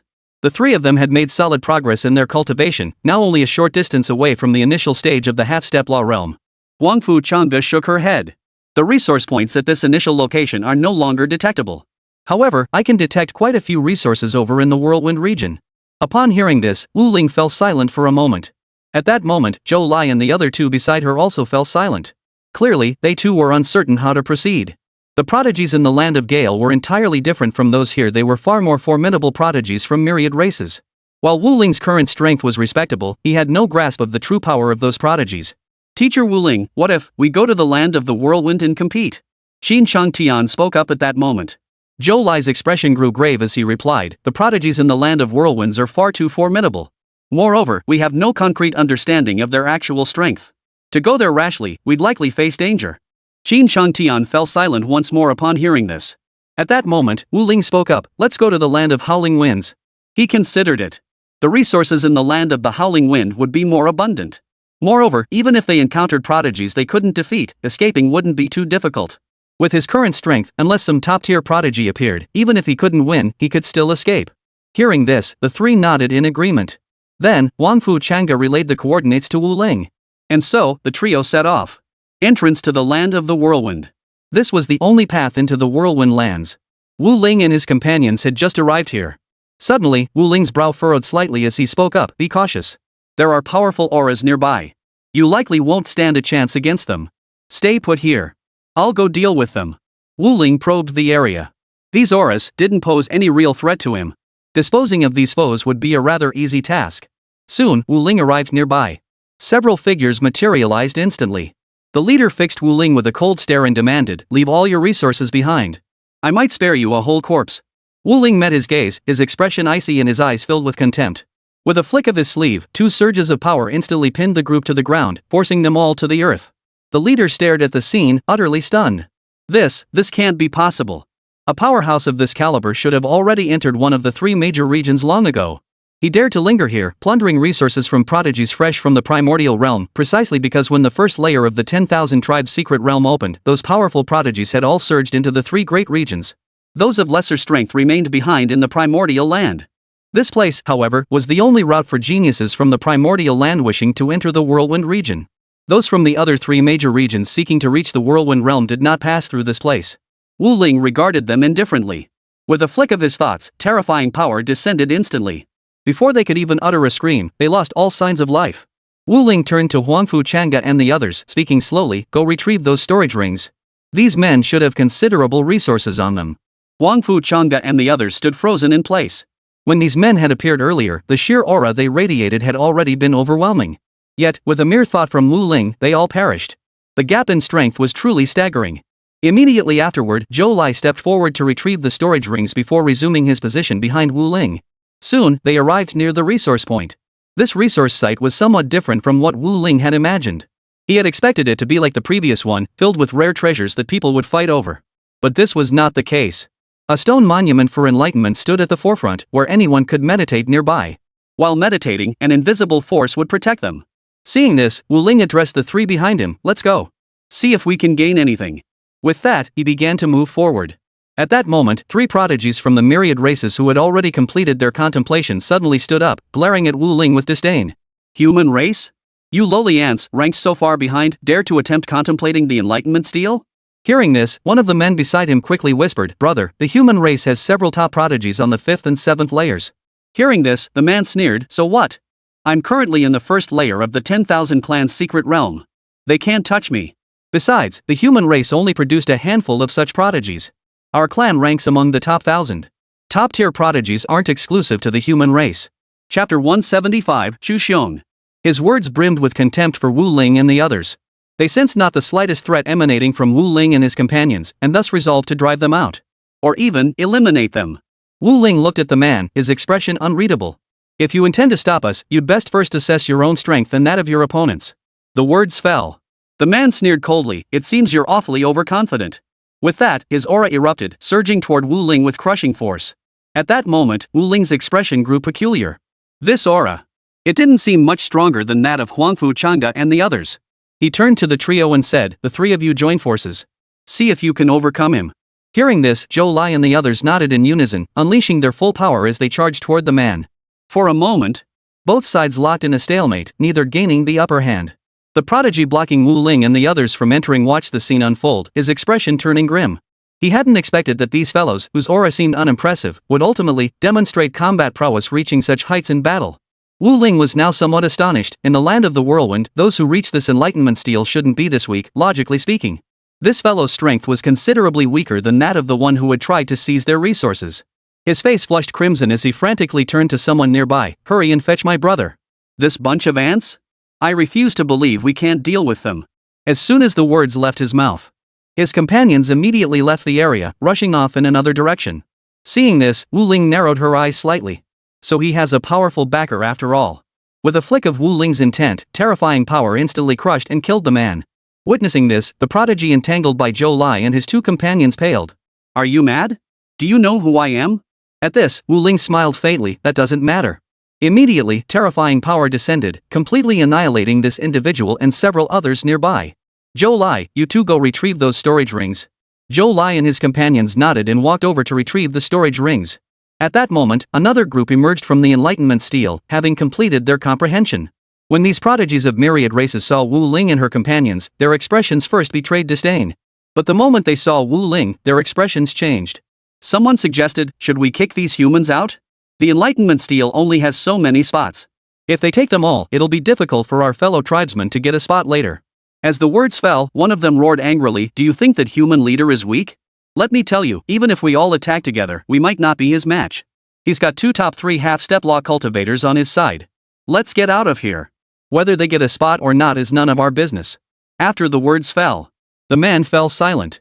His strength was slightly weaker than the others, preventing him from sensing just how terrifying Wu Ling's power truly was. But from their descriptions, he understood. Wu Ling's power was utterly terrifying. If they were to confront him or even attempt to drive him away, it would be utterly impossible. They might even pay a heavy price. Then, the others pretended nothing had happened and left immediately. Suddenly, a terrifying aura descended from above, causing their expressions to change instantly. "That's Chu Xiong? How did he get here?" One prodigy instantly recognized the aura upon sensing it, his astonishment palpable. This individual had long since completed his enlightenment within the Tao realization stele and departed this place. Why would he suddenly return? Suddenly, someone spotted a corpse nearby and cried out in shock. Chu Xiong's younger brother was killed by this group of humans. No wonder Chu Xiong came personally. The eyes of these prodigies turned toward Wu Ling and the others, filled with astonishment. Clearly, they hadn't expected Wu Ling and his group to dare to go this far. Suddenly, one prodigy remarked, "This is getting interesting. The leader of the human group is no weaker than Chu Xiong. It's hard to say who will win now." Wu Ling's demonstrated prowess was nearly on par with Chu Xiong's. If Chu Xiong wanted to kill Wu Ling, it wouldn't be so easy. At that moment, a furious Chu Xiong descended from the sky, roaring, "Who killed my brother?" The instant his brother fell to Wu Ling's strike, he sensed his death. He had pinpointed the location at lightning speed and rushed over. Wu Ling looked up at Chu Xiong in the sky, gestured toward the fallen prodigy he had just slain, and spoke slowly, "Are you referring to this one? The one I just dealt with?" Hearing this, Chu Xiong instantly calmed down. He narrowed his eyes and coldly asked, "Human? It seems you and the other humans are not of the same faction. You dared to kill my brother, Chu Xiong. Have you considered the consequences?" He sensed Wu Ling's aura, which put him under slight pressure. Xu Xiong made a sudden decision. He wouldn't seek revenge. He'd see if he could extract some benefit from Wu Ling instead. After all, he didn't want to go head-to-head with such a formidable opponent unless absolutely forced to. After all, he didn't know what kind of devastating price he might have to pay. Upon hearing Xu Xiong's words, Wu Ling shook her head. I haven't considered it. If you wish to avenge your brother, then strike now. At those words, Xu Xiong paused, startled. All he saw on Wu Ling's face was an expression of confidence. In fact, she didn't seem to regard him at all. This infuriated Xu Xiong. He coldly declared, you either pay the price, or I kill you. Choose one. At these words, the other prodigies all froze in surprise, clearly taken aback. After all, Xu Xiong was notoriously domineering in his daily demeanor. When had he ever hesitated like this? It seems even Xu Xiong fears the strength of this human prodigy, which is why he hesitates to act. They had roughly grasped Xu Xiong's reasoning. There was no other plausible explanation. Wu Ling turned to Xu Xiong, suddenly sneering, then come kill me. As he spoke, the aura within him shifted abruptly. Two streams of power, bordering on the realm of laws, spread out into the air above. A terrifying aura instantly pressed down upon Xu Xiong. Seeing this, Xu Xiong was momentarily stunned. This guy truly didn't hold him in any regard, choosing to strike directly? For a moment, Xu Xiong's expression shifted constantly. He couldn't decide whether he should strike back or hold his ground. Just as the attack was about to reach him, Xu Xiong finally couldn't hold back any longer. He left the area immediately, leaving behind a parting remark, next time, I'll come find you. Chapter 176, The Human Race's Prodigy. After Xu Xiong departed, Wu Ling made no move to pursue him. He had no desire to waste time in such places. His immediate priority was to gain useful insights before the Enlightenment Steel. As far as he understood, the Enlightenment Steel held the potential to catalyze a qualitative leap in his own Dao. If his insight proved sufficient, Wu Ling's Dao might ascend to an entirely new tier this time.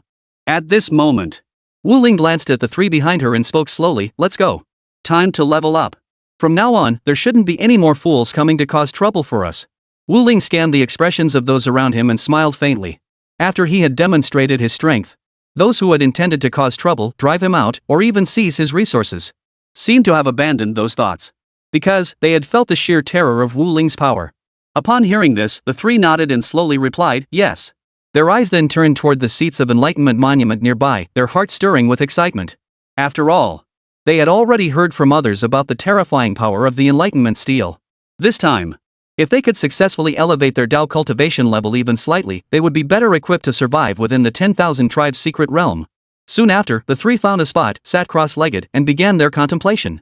Among the surrounding prodigies of myriad races, some even flashed murderous intent, but ultimately forced themselves to suppress it.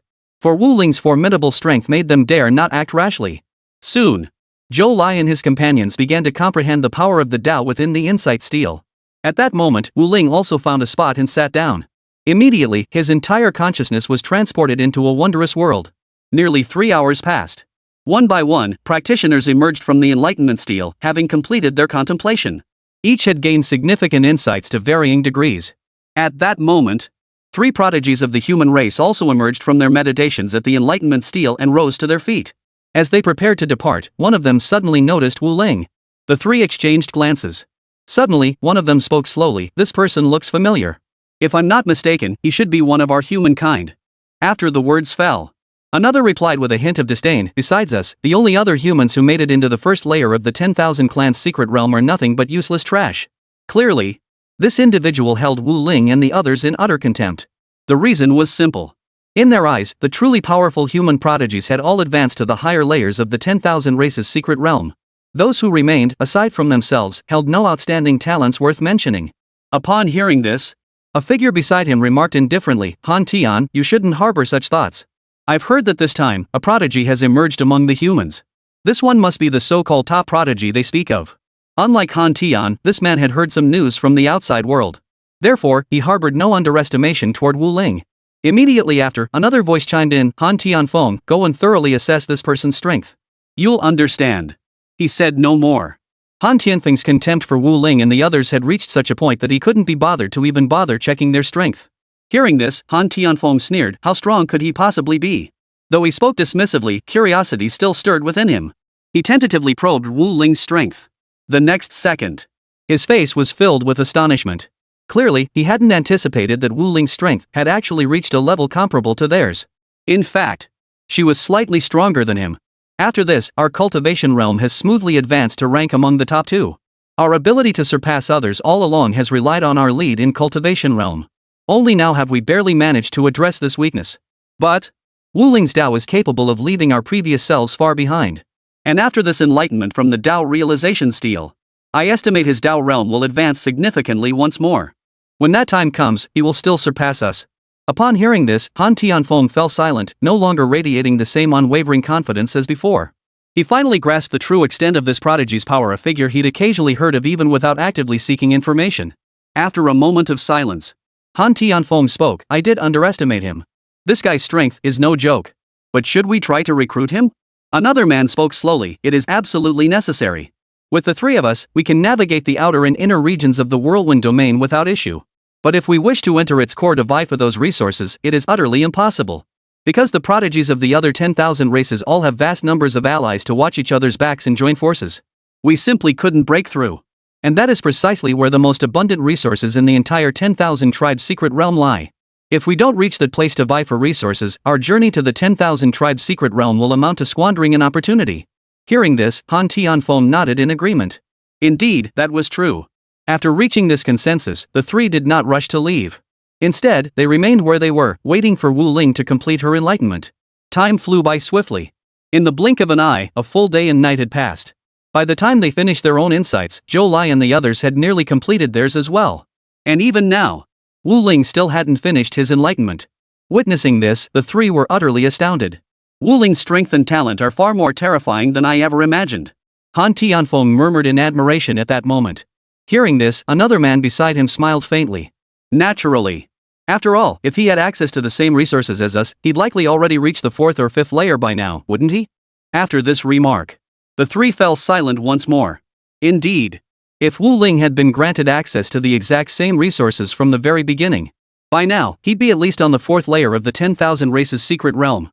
As the 3 spoke, Wu Ling slowly rose to his feet. A golden light shimmered in his eyes. At this moment, his aura was entirely different. The 3 human prodigies exchanged glances and suddenly fell silent. Because they could sense Wu Ling's aura had far surpassed their own. Chapter 177, Joining Forces. Wu Ling's current strength had reached a terrifying level. For a moment, they couldn't even gauge her true strength. But one thing was certain. Wu Ling's power was more than enough to crush them. Suddenly, a man from the human race stepped forward, looked at Wu Ling, and spoke slowly. You must be Wu Ling? His tone was friendly, his demeanor courteous. Seeing this, Wu Ling paused slightly before smiling and replying, I am. After a pause, he inquired again, you must be one of those prodigies from the Divine Void Tower, right? Wu Ling's strength had surged dramatically. He could now discern the strength of these prodigies, and at present, they posed no real threat to him. However, Wu Ling had never encountered prodigies of this caliber among the human race. And the only prodigies he hadn't seen were those 3 from the Divine Void Tower. Thus, he recognized them immediately. Hearing this, the prodigy smiled and nodded, replying, yes, my name is Luo Yun. Would you be willing to join us in entering the core region of the Whirlwind Lands? The resources there are quite abundant. After hearing this, Wu Ling fell silent for a moment before replying, I'll need to think it over. He did not agree immediately. At that moment, the man behind Luo Yun spoke slowly, Wu Ling, if you join us, you'll receive 70% of the resources. We'll only take 30%. After the words fell, the other 2 nodded in agreement. Though they weren't certain of Wu Ling's exact current strength, they knew he was a formidable presence. The Wu Ling of today was already qualified to advance to the 2nd layer. Just then, Zhou Lai and the other 2 arrived behind Wu Ling. They had overheard the earlier conversation. Zhou Lai spoke slowly, Teacher Wu Ling, perhaps we should follow his suggestion and venture deeper into the whirlwind realm. The resources there far surpass anything found outside. After hearing their words, Wu Ling pondered for a moment before replying, very well. Then let's go together. As Wu Ling's words fell, the 3 men's faces lit up with delight. They then declared, with you joining us, I'm confident that group of prodigies from the myriad races won't stand a chance against us. Wu Ling nodded. Then, he spoke slowly, when do we depart? Luo Yun replied calmly, now. We've already scouted out the exact locations of all the resource points. After a pause, he added, but there are too many powerful beings here. If all those prodigies of the myriad races unite, the 3 of us won't stand a chance. Those 3 from the demon clan have found a powerful group of 10,000 clans prodigies to back them up. At present, we have no chance of obtaining the resources deep within the whirlwind lands. At that moment, Luo Yun's face was filled with helplessness. Upon hearing this, Wu Ling nodded and said, if we already know the locations, let's set out immediately. The others froze. Wu Ling. Wasn't she going to inquire about the prodigy's strength first? At that moment, Luo Yun spoke up, Wu Ling, perhaps I should first tell you about the strength of those prodigies. Then, Luo Yun gave Wu Ling a rough overview of the prodigy's combat capabilities. After listening, Wu Ling said indifferently, let's proceed. Upon hearing this, Luo Yun and the others nodded. Soon, Wu Ling and her group set off toward the land of howling winds. Along the way, they encountered numerous prodigies from the 10,000 clans. Yet upon seeing Luo Yun and his companions, their expression shifted and they promptly departed.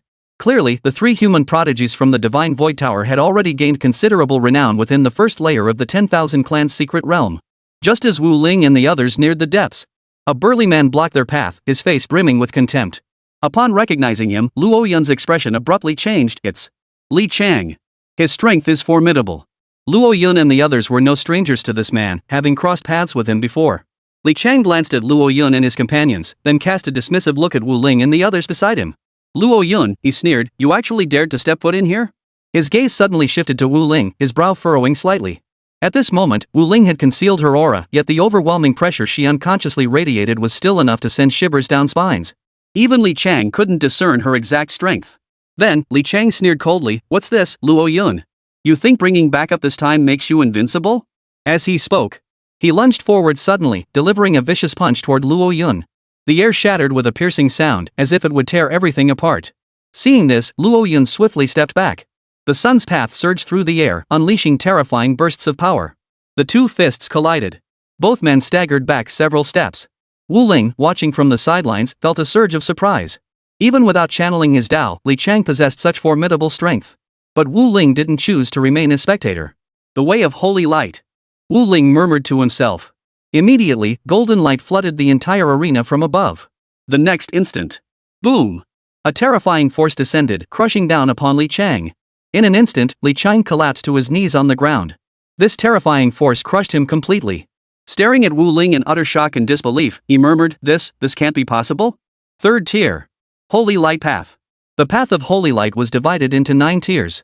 Even the first tier alone ranked as the second most powerful path. Each subsequent tier brings vastly greater power. And by the 3rd tier, even the top-ranked paths at the first tier would be utterly crushed by it. Only now did Luo Yun and the others finally grasp the sheer terror of Wu Ling's power. The 3rd tier path of Holy Light? Is this his true strength? Luo Yun spoke in disbelief. Back at the Enlightenment Stele, he had speculated about the extent of Wu Ling's power. At that time, he hadn't sensed Wu Ling's exact level of power. Back then, merely confronting Wu Ling's aura had caused his body to tremble uncontrollably. Until now, he finally understood just how formidable Wu Ling's power truly was. The 3rd tier of the Holy Light Path. Behind Luo Yun, the man stood frozen in place. He stepped forward, coming to Luo Yun's side, and murmured, Luo Yun, the 3rd tier of the Holy Light Path. In the entire first layer of the 10,000 tribes' secret realm, it should be hard to find anyone stronger than him, right? Luo Yun nodded, his expression complex. Hardly. He is already virtually unrivaled within the first layer of the 10,000 tribes' secret realm. At that moment, all 3 fell silent. Ever since those prodigies from the Divine Void Tower ascended to the 3rd, 4th, and even 5th layers. Chapter 78, Crushing Superiority. They believed they would never face a worthy opponent again. Until Wu Ling appeared.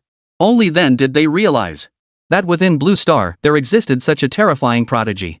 At that moment, Li Chang stared at Wu Ling, utterly speechless, his eyes filled with shock and disbelief. Clearly, he never imagined that this time, Luo Yun and the others would bring along such a monstrously talented individual. Wu Ling then disposed of him and seized his resources. Luo Yun and the others still hadn't recovered from the shock. Zhou Lai and the others, however, seemed utterly unfazed, as if such feats were commonplace. At that moment, Wu Ling suddenly grew curious. She turned to Luo Yun and inquired, why is this guy so powerful without using the Tao? Luo Yun replied slowly, because they cultivate physical strength. By honing their physical strength to its absolute limit, they too can attain terrifying power. Upon hearing this, Wu Ling nodded in understanding. He realized his knowledge of cultivation paths was indeed limited. Immediately after, Luo Yun added, Wu Ling, regarding this resource division, you take 80% and we take 20%. Because we contributed almost nothing. Wu Ling nodded and headed toward the resource point. At that moment, Luo Yun caught up and slowly remarked that Li Chang's leader is a formidable expert from the 10,000 clans. He's also a physical cultivator, roughly at the mid-stage of the half-step law realm, approaching the high stage. Half-step law realm, mid-stage, and approaching the high stage?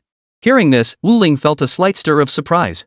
Though his holy light path had now reached the 3rd tier, his actual strength remained unchanged. He remained at the early stage of the half-step law realm. However, the combat enhancement the third-tier Holy Light Path could grant him was utterly terrifying. Hearing this, Zhou Lai and the others nearby were stunned.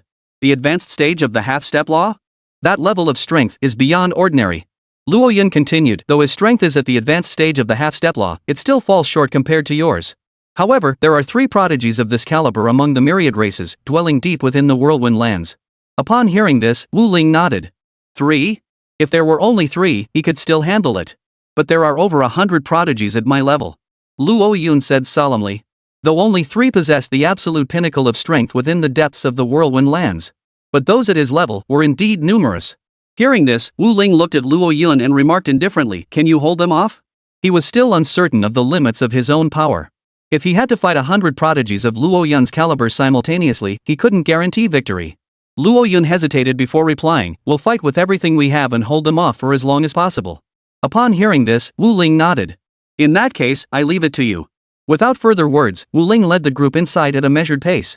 At that moment, the group of prodigies from the myriad races inside seemed to have already received word of Wu Ling's impending arrival.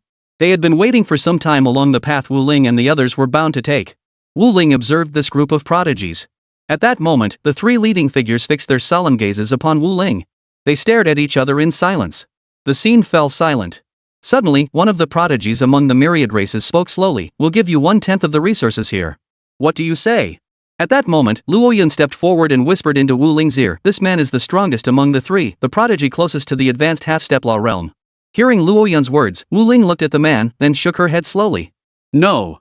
The words had barely left her lips when the man's expression darkened. His face turned grim as he retorted, then how much do you want?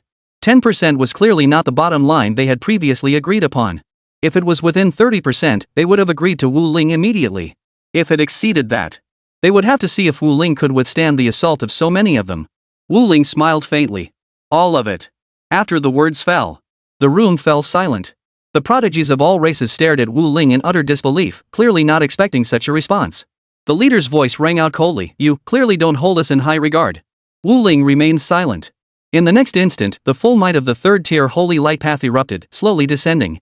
In an instant, the entire world was enveloped in golden light. The elite of the myriad races all fell to their knees on the ground, their faces twisted with pain and shock. None of them had anticipated this. That Wu Ling's strength had reached such heights. It could be said that within the entire first layer of the 10,000 tribes secret realm, Wu Ling was now a near invincible presence. Hardly anyone could stand against him. The demonic race's prodigies were also among this crowd. Yet, when facing Wu Ling, they were utterly crushed. The demonic race's prodigies stared at Wu Ling in utter shock, their mouths agape, unable to utter a word. Then, with a wave of his hand, Wu Ling annihilated them all. He then turned to Zhou Lai beside him and spoke slowly, Zhou Lai, go collect all these storage rings. Zhou Lai, still reeling from shock, nodded upon hearing Wu Ling's command. He stepped forward and began collecting the rings. During the process, he casually inspected the resources within a few rings, leaving him utterly speechless. Soon, Zhou Lai had gathered nearly all the resources in the area. The next moment, he arrived beside Wu Ling and said slowly, Teacher Wu Ling, I've collected all the resources. What should we do next? Upon hearing this, Wu Ling first scanned the stored resources with her divine sense before replying slowly, I'll take half of these resources. The rest is yours to divide. Hearing this, a look of surprise flashed across Zhou Lai's face. He replied with a hint of delight, thank you, Teacher Wu Ling. At that moment, Wu Ling turned to look at Luo Yun and said slowly, go retrieve the resources from this resource point. Luo Yun immediately replied, understood. A short while later, Luo Yun brought all the resources from this resource point. Moreover, he felt as though he had stepped into a dream. It all felt unreal. This feeling wasn't unique to Luo Yun, his other 2 companions felt the same way. Afterward, Luo Yun handed over the portion of resources belonging to Wu Ling to him. Chapter 179, The Frozen Wastes. Find a place to cultivate. Then prepare to head elsewhere. He planned to fully assimilate these resources before continuing on to new resource points. At that moment, Luo Yun hesitated for a moment before speaking. Wu Ling. Within the Whirlwind Lands, virtually all resource points with substantial reserves have already been discovered and completely stripped of their resources. The resource point we just secured is the last one remaining, and it holds the largest reserves in the entire Whirlwind region. After hearing this, Wu Ling pondered for a moment before asking, have the resource points in the other 2 major areas been taken as well? Wu Ling knew nothing about the situation in the other 2 major regions. Therefore, she needed to ask Luo Yun. Upon hearing this, Luo Yun shook his head, but a solemn expression crossed his face. Although the other two regions haven't been fully claimed, the resources there are far more abundant. At the same time, the competition there is even more terrifying. After a pause, Luo Yun added, while your strength would place you among the elite there, it's nearly impossible to find anyone stronger than you.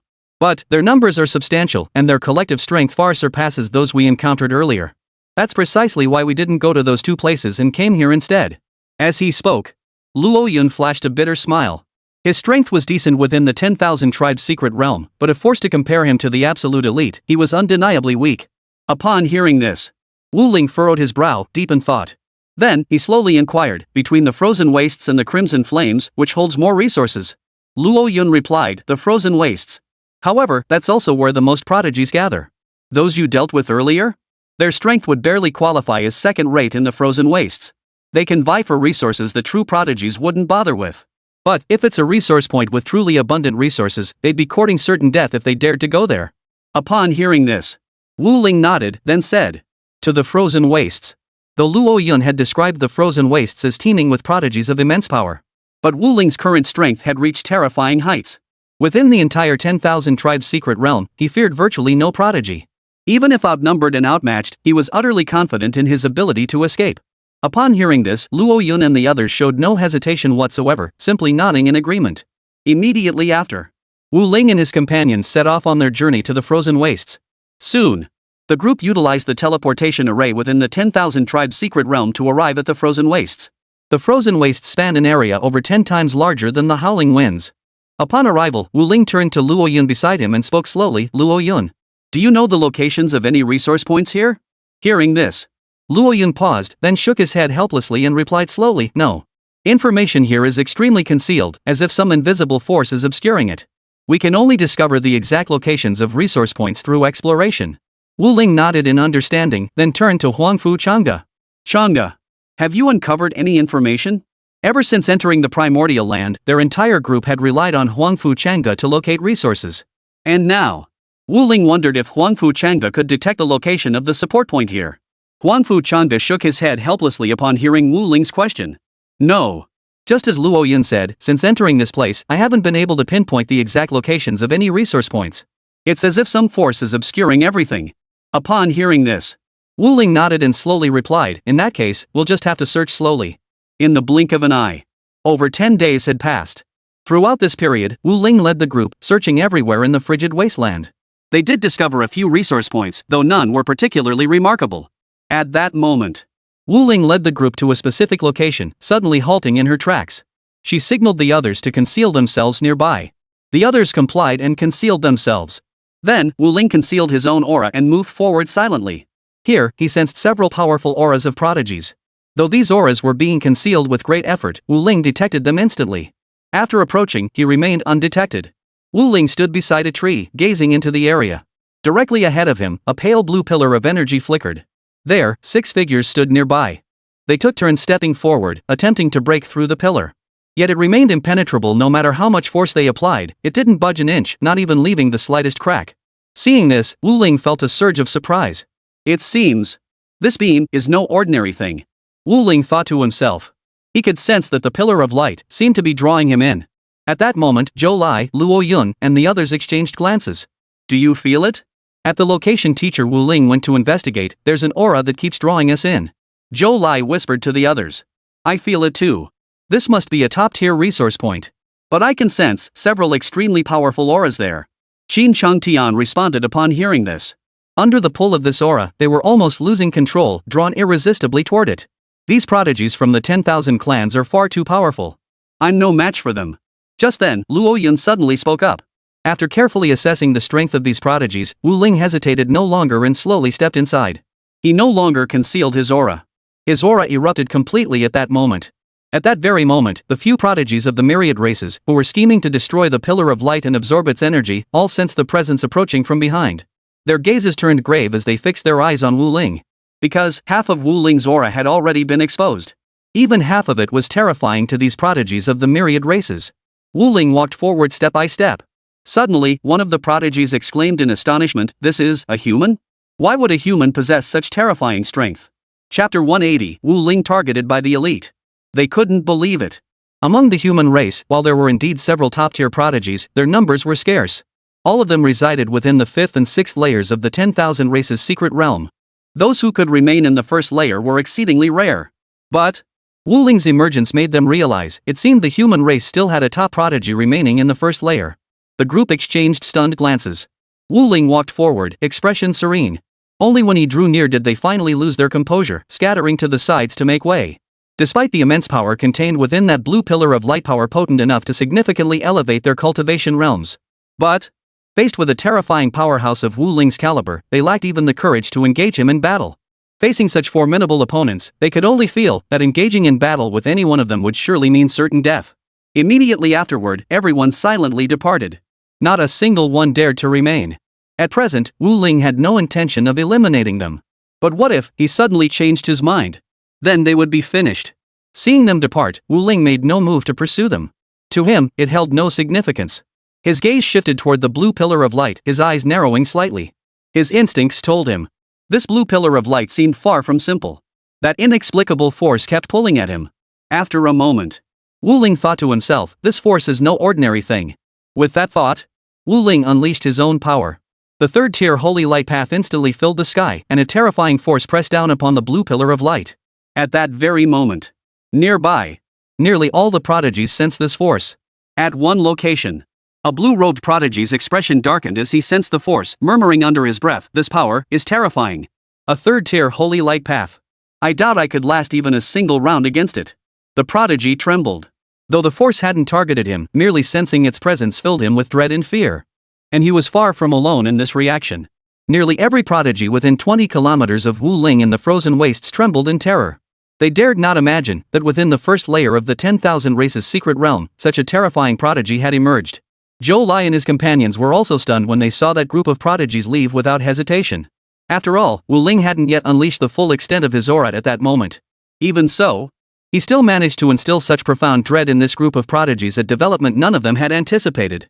At that moment, Wu Ling stepped forward and slammed a fist into the blue light pillar. The invisible shields enveloped in blue light shattered with a thunderous boom. Cracks spread like spiderwebs, and finally, light drifted out from within, all converging into Wu Ling's body. Wu Ling felt the power within her body begin to surge relentlessly upward, climbing all the way to the threshold of mid-tier law cultivation before halting just short of the high tier. Not only has my law cultivation advanced, but even my sacred light path is nearing the 4th tier. Wu Ling thought to himself. He was utterly astonished by this surge of power. Having already reached the 3rd tier of the holy light path, he understood all too well the immense distance between tiers 3 and 4. The difficulty of crossing that threshold was unimaginable. Yet now, it was bringing him close to that realm. The power contained within that blue light left Wu Ling utterly astonished. In a certain place within the frigid wasteland, a man sensed this power, his expression tightening. He turned to the person beside him and whispered, "Do you feel this aura? I suspect it contains immense power." Beside him lay a burly man, eyes closed. Upon hearing the words, he slowly opened them, turned to face Wu Ling, and replied indifferently, "Power?" After hearing this, he probed carefully with his divine sense. His expression shifted slightly as he replied, "Indeed it is. This power doesn't seem like anything we've encountered before. It feels more like something that could elevate the quality of our Tao. Let's go. We should vie for it." With that, the burly man rose and began walking toward the source. Seeing this, the other man hesitated slightly and asked, "Are you sure you want to fight for it? Didn't you sense it? There's another terrifying presence lurking nearby. I feel it's beyond what we can handle." Hearing this, the burly man smiled faintly. "What's there to fear? We'll use that technique, pay a small price, and seize that power for ourselves. Simple." Hearing this, the other man no longer hesitated. He spoke slowly, "Then let's go." If it were ordinary resources, these two might not have contested it. After all, invoking that power would demand a significant sacrifice from them. But this resource was far from ordinary. Its allure was terrifyingly potent. In the end, they too made their decision. Somewhere else, two sisters were battling several demonic beasts. Suddenly, the younger sister turned to the other and said, "Sister, I sense a powerful aura. And beside him, there are some excellent resources." Upon hearing this, the elder sister remained composed, replying without hesitation, "Let it go. We won't fight over it. This person is far too powerful. To challenge him would be no simple task. We might even pay a heavy price." Hearing this, the younger sister felt a pang of reluctance. Yet, upon catching her sister's gaze, she fell silent. What Wu Ling didn't realize was this. After he unleashed his aura and erupted with his power, many eyes had turned to him. They were all rushing over. He then sat cross-legged, beginning to assimilate this power. His third-tier holy light path also began to steadily advance at this moment. Just then, suddenly, Luo Yun's expression changed. He glanced at the others and whispered, "Did you feel that? A powerful aura is steadily approaching this location. And it's not just one, it's growing stronger. If this continues, Wu Ling is in danger." Upon hearing this, the others carefully probed the surroundings, their expressions darkening. These pursuers, driven by relentless pursuit, had no energy left to conceal their presence. Luo Yun's expression grew grave. It seems the resources here have drawn them in. Chapter 181, The Man in Gold Robes. The others nodded in agreement. "What should we do? Should we go help Wu Ling now?" The man behind Luo Yun spoke hesitantly, for these prodigies were far too powerful. Going over would only make them cannon fodder. Hearing this, Luo Yun shook his head and sighed helplessly. "Going over there won't help at all. Any one of these prodigies could defeat us with ease." After the words fell, the group fell into silence. At that moment, Wu Ling sensed numerous powerful auras converging toward him. Yet, he stood his ground without a trace of fear. Perfect. Someone's delivering resources. Wu Ling thought to himself. These prodigies from myriad races possessed formidable strength, representing the pinnacle of power. The resources they carried were bound to be substantial. Thus, Wu Ling made no haste to depart, choosing instead to remain where he stood, waiting. Another minute or so passed. Two men approached Wu Ling. Upon arriving here, they first turned their gaze toward Wu Ling before barking coldly, "Where are the resources?" One of them fixed his gaze on Wu Ling, his eyes darting around the vicinity. As they sensed Wu Ling's power, they couldn't help but tremble. Because Wu Ling was truly too powerful. Merely sensing that aura filled them with dread. Wu Ling looked at the two men, her expression calm as she spoke slowly. "I've already refined them." Hearing this, the two exchanged glances. Finally, without a moment's hesitation, they fled.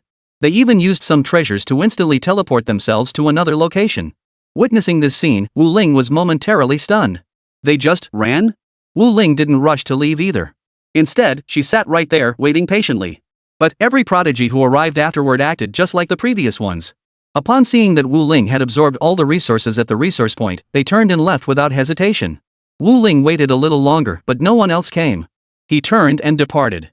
When Luo Yun and the others saw Wu Ling emerge, their expressions were incredibly complex. Earlier, they had witnessed several afterimages approach Wu Ling's side. Yet, before long, they emerged again. They knew full well why these individuals feared Wu Ling's power. But they had sensed her power earlier. Why they suddenly left? That they couldn't fathom. Once Wu Ling approached them, Luo Yun asked in confusion, "Wu Ling, why did those prodigies from the myriad races come over just now only to leave immediately?" As soon as the words left his mouth, all eyes turned to Wu Ling in unison, awaiting his response. Clearly, they were all deeply curious about this matter. Wu Ling sighed helplessly. "Perhaps it's because the resources there have already been absorbed by me." Upon hearing this, everyone suddenly understood. If that was the case, they could understand. After all, with the resources gone, who would want to fight such a terrifying presence? If the resources were still there, they might have dared to fight for them.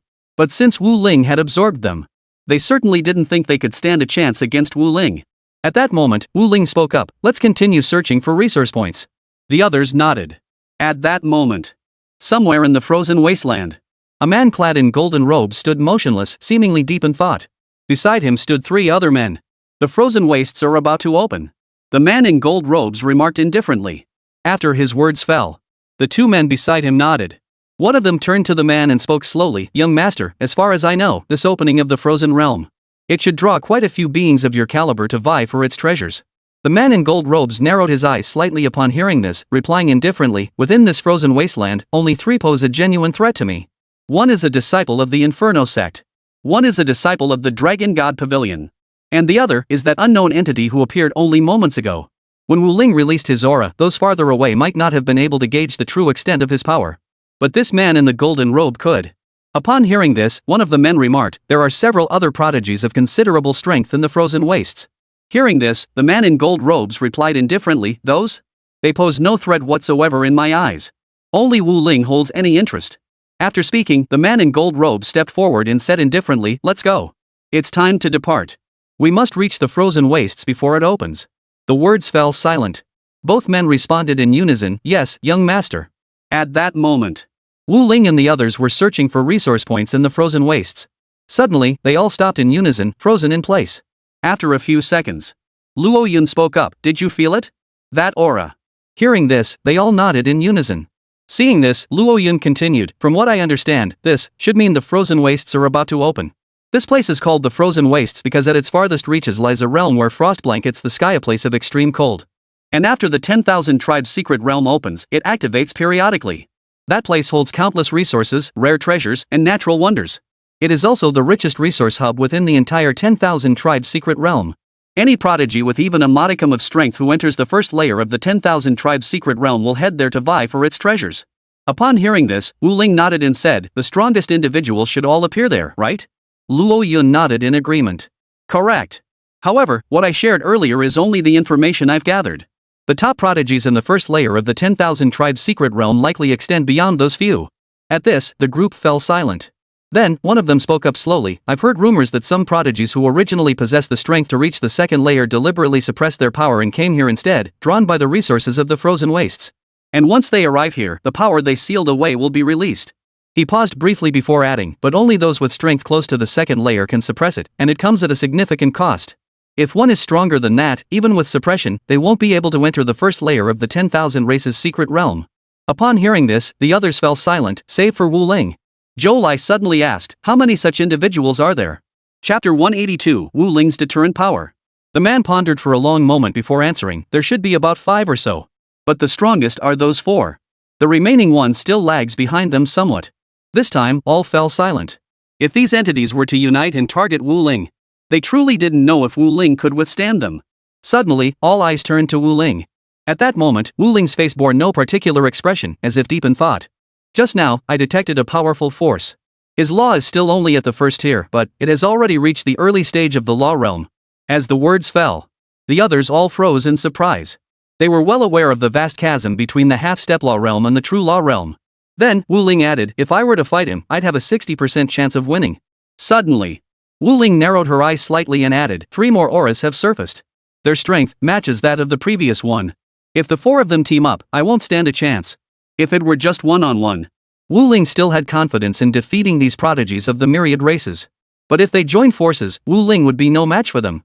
Upon hearing this, Luo Yun and the others were stunned.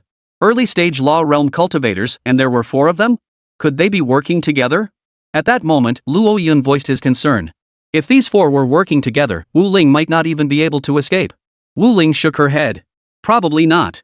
But these individuals must have sensed my aura and deliberately projected their own. Otherwise, if they intended to conceal themselves, I wouldn't have been able to detect their presence. Hearing this, the others nodded in agreement. "All right, let's go," Wu Ling declared. The Frozen Wastes. This place was vast. Those with slightly weaker abilities would shiver uncontrollably from the blinding frost the moment they entered. Their full strength was impossible to wield. At that moment, a man clad in golden robes walked in slowly, accompanied by 2 other men. Many prodigies from various races instinctively took several steps back the moment they saw him get too close. This guy is powerful and has a terrible temper. If we accidentally provoke him, we're finished. Better to play it safe and keep our distance. Right. There was a prodigy earlier who got instantly killed just for glancing at him. Don't get too close. Even after the golden-robed man had walked far away, the crowd still didn't stop retreating, continuing to keep their distance from him. These prodigies were well aware of the top-tier geniuses lurking within this frigid wasteland. They generally avoided these prodigies whenever possible. After all, they merely sought to gather resources in this frigid land that the top prodigies deemed unworthy. They certainly didn't want to leave their lives behind here. In the blink of an eye, the man in the golden robe had already reached the depths. He spoke calmly, "Those 3 fellows, it seems they haven't arrived here yet." Hearing this, the other 2 men nodded. With the golden-robed man's level of power, if he chose to conceal his aura, even other experts of equal standing would be unable to detect him. "Young master, it should take about 5 more days before this location activates. The resource points outside will open one after another. We might as well go secure some of the better resource points first." One of the men spoke slowly. Hearing this, the man in the golden robe shook his head and replied, "Those resource points hold little value for me now. Let those others fight over them. In the entire Frozen Wastes, this is the only place that truly catches my eye." After that, the 2 men fell silent. Soon, Wu Ling led Luo Yun and the others to the Frozen Wastes. Throughout the journey, he deliberately exposed his entire aura. This caused many who saw him to feel immense apprehension, keeping their distance from Wu Ling. There's no need to search for resource points here. Information on points of varying strengths is already marked out. We simply need to select the appropriate ones and secure them. Luo Yun spoke slowly at this moment. Upon hearing this, Wu Ling nodded and then asked, "When will the deepest resource point open?" Luo Yun replied, "In 5 days. 5 days from now, the deepest resource point will open. By then, all the top prodigies will gather here. Those with the strength to compete won't want to miss out on that resource point. Upon hearing this, Wu Ling nodded. Let's head to the resource point that's about to open first. He could sense that not far from here, a resource point was about to open. Though it ranked among the poorest in the entire frozen wastes, it could still provide a significant boost to Luo Yun and the others. Upon hearing this, Luo Yun and the others all nodded in agreement. The first resource point to open in the frozen wastes was located at the very edge of the entire region. When Wu Ling and the others arrived, dozens of prodigies were already waiting there. Their strength was relatively weak. At this moment, Wu Ling concealed her aura, keeping it hidden. As the group of prodigies noticed Wu Ling approaching, their expressions darkened. Clearly, they were not eager to welcome another competitor. 30 prodigies gathered together, and discussions began among them. This group doesn't seem particularly strong. Why don't we team up and take them out first? I think it's feasible. Otherwise, these guys hanging around here are just too much of a nuisance. Suddenly, someone noticed a pale-faced figure beside them, trembling uncontrollably. Seeing this, curiosity began to stir among them. What's wrong with you? Could these guys really scare you this badly? One of the prodigies asked in confusion. In his eyes, Wu Ling and his group were merely average in strength to them, they were practically ants. Luo Yun and his 2 companions possessed decent strength, but compared to these individuals, they were still too weak. Therefore, they didn't take Wu Ling and his group seriously at all. Did you see the one standing at the very front? He's the 3rd-tier Holy Light Path expert. No way. I'm outta here. Killing us would be as easy as pie for him. With that, the man immediately fled the scene, not daring to linger for even a second. Hearing his words, the others froze in shock, staring at Wu Ling, their leader, in disbelief. Suddenly, someone spoke up. Chapter 183, The Alliance of Heavenly Prodigies. If he truly possesses the 3rd-tier Holy Light Pathway, then we are doomed. They harbored no doubt about the overwhelming power of the 3rd-tier Holy Light Path. But without confirmation that this man was indeed the holder of the 3rd-tier Holy Light Path, they were unwilling to simply leave. After all, while the resources here were scarce for those top-tier prodigies, so scarce they wouldn't even bother competing for them. But, for prodigies like themselves, these resources were incredibly precious. Therefore, they were unwilling to simply give up. Is this guy really a 3rd-tier Holy Light Path master? I don't think so. Why would someone of that caliber bother competing for such resources? Yeah, these resources might be plentiful for us, but for that caliber of powerhouse, they're practically non-existent. I just don't buy it. I can't see a powerhouse of that caliber competing for this kind of resource. These prodigies of myriad races discussed among themselves. In the end, not a single one believed this man possessed the 3rd-tier Holy Light Path. Across from them, another group of prodigies from the myriad races watched Wu Ling. Among them, one had also abruptly departed, declaring that Wu Ling possessed the 3rd-tier Holy Light Path. Is this man truly a master of the 3rd-tier Holy Light Path? It doesn't seem likely to me. Probably not. Didn't you see that one guy from the other side just ran off too? But the rest stayed here. They must not believe this guy is a 3rd-tier Holy Light Path master either. In the end, not a single one of these prodigies from the myriad races departed. They simply stared at Wu Ling, radiating murderous intent, ready to eliminate him at any moment. At this moment, however, Luo Yun and the others showed no signs of panic. Instead, they stood firmly by Wu Ling's side. Despite the fact that each of these 50-plus prodigies from the myriad races possessed strength far surpassing his own. But for Wu Ling, dealing with these prodigies would be as easy as turning his hand. As Wu Ling's footsteps drew nearer, one of the elites could no longer contain himself. His voice was cold as ice. Hold on. If you take another step forward, we will strike. What lies here is not something you can lay your hands on. Do you understand? Hearing this, Wu Ling smiled faintly. So what if you do? As Wu Ling's words fell, over 50 prodigies of the myriad races instantly flashed murderous intent, fixing their gaze on Wu Ling. Then, as if coordinated by an unspoken pact, the 50-plus prodigies of the myriad races launched their attacks simultaneously. Over 50 terrifying attacks converged in the sky above, their combined might radiating outward in all directions. At that moment, those prodigies who lacked sufficient strength yet had still come here, hoping to seize opportunities and acquire resources, paled under the crushing pressure of this force. Because this oppressive force was utterly terrifying. Even when they mustered every ounce of their strength, they could barely maintain their footing under its weight. Hidden in the shadows, they watched the scene unfold. Suddenly, someone spoke up, over 50 people attacking this man simultaneously. Do you think he can survive? He seemed to have already seen the outcome. Hearing this, someone shook their head and slowly replied, impossible. This power is too terrifying. Aside from those 4 and that 3rd-tier Holy Light Path expert, no one could possibly withstand it. These prodigies are the absolute elite, second only to those 4 top-tier geniuses and that 3rd-tier Holy Light Path prodigy. So it's highly unlikely anyone could survive against the combined might of over 50 opponents. After the words fell, the others nodded in complete agreement. Yeah, that guy would probably be reduced to ashes in an instant. I've seen those individuals before. They're prodigies from the human race.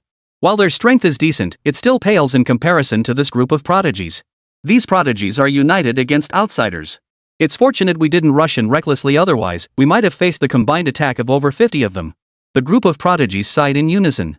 At that moment, deep within the frozen wastes, the man in the golden robe had found a spot and was resting with his eyes closed. 5 days remained. Then, the time would come to formally vie for the resources deep within this frozen wasteland. Until then, he intended to do nothing. Suddenly, he sensed a surge of power. After probing with his divine sense, he opened his eyes and sneered, nothing but a bunch of ants. Even if they joined forces, so what? The combined might unleashed by over 50 prodigies from myriad races failed to even flicker a trace of emotion across his face. Because it posed no threat whatsoever to him. Suddenly, the prodigy's divine sense swept across the scene. He discovered that the target of this combined attack by the prodigies of myriad races was none other than Wu Ling. Upon witnessing this, a flicker of astonishment crossed his face. It seems they have no idea what kind of terrifying existence they're facing. Regarding Wu Ling, this golden-robed man did not believe that this group of ants, even united, could shake him. Turning to the two men beside him, the golden-robed man spoke slowly. Do you have any information on those four? For the man in gold robes, the only threats he perceived were those four individuals and Wu Ling. Now that he had Wu Ling's location, he was also keenly interested in the whereabouts of the remaining four. The two men beside him were personally selected by his father, two prodigies with considerable expertise in reconnaissance. Upon hearing the man in gold robes' question, they shook their heads. Young master, so far, we have no information on the other four. Based on my assessment, they likely haven't arrived here yet. Unless they possess hidden methods and have not yet revealed their full strength. One of them spoke slowly. Immediately after, the other added, the strength and tactics they displayed earlier couldn't have escaped our detection. Within a 5,000-kilometer radius, we can detect their presence. But now, there's not a single trace. This means either they never entered the frozen wastes at all, or they possess even more powerful means to evade our detection. After hearing their words, the man in the golden robe nodded and slowly replied, understood. Stay vigilant. Report any information immediately. As soon as he finished speaking, the two men promptly replied, yes, young master. Then, the man in the golden robe slowly closed his eyes once more, beginning to meditate. Chapter 184, Wu Ling's terrifying power. At that very moment, at the outskirts of the frozen wastes, four figures stood gathered. Suddenly, one of the men spoke slowly, let's not enter the frozen wastes just yet. Let's wait until the resource points deep within the frozen wastes open before we go in. Hearing this, one of them asked in confusion, why? We've been waiting here this long already. Are we supposed to keep waiting? After his words fell, the man who had spoken earlier replied slowly, we wait. Before we came here, my father told me that Guy has two people with him, each possessing remarkably powerful detection abilities. The moment we step into the edge of the frozen wastes, he'll detect our presence instantly. Hearing this, the four fell instantly silent. Clearly, if that was the case, it would be best for them not to enter the frozen wastes first. Just then, one of the men, seemingly having held back for far too long, snapped impatiently, but that guy's strength is roughly on par with ours, isn't it? With the four of us teaming up, what's there to fear? Hiding here like cowards, afraid he might even spot us. After his words fell, the man who had spoken earlier replied calmly, you may not know much about this guy. He's got plenty of tricks up his sleeve. He could easily use any of these tactics to give us a run for our money. If we enter the frozen wastes prematurely and let him know our location, it's highly likely we'll fall into his trap. At that point, everything will become extremely complicated. Your previous position may have been farther from him, so you haven't heard about him. But I want to tell you his true strength hasn't been fully revealed yet. It's best to proceed with caution. Upon hearing this, the man's temperament softened considerably. He gradually calmed down. Though he hadn't clashed with the golden-robed man many times, upon reflection, it seemed the man speaking was indeed correct. He was quite a handful.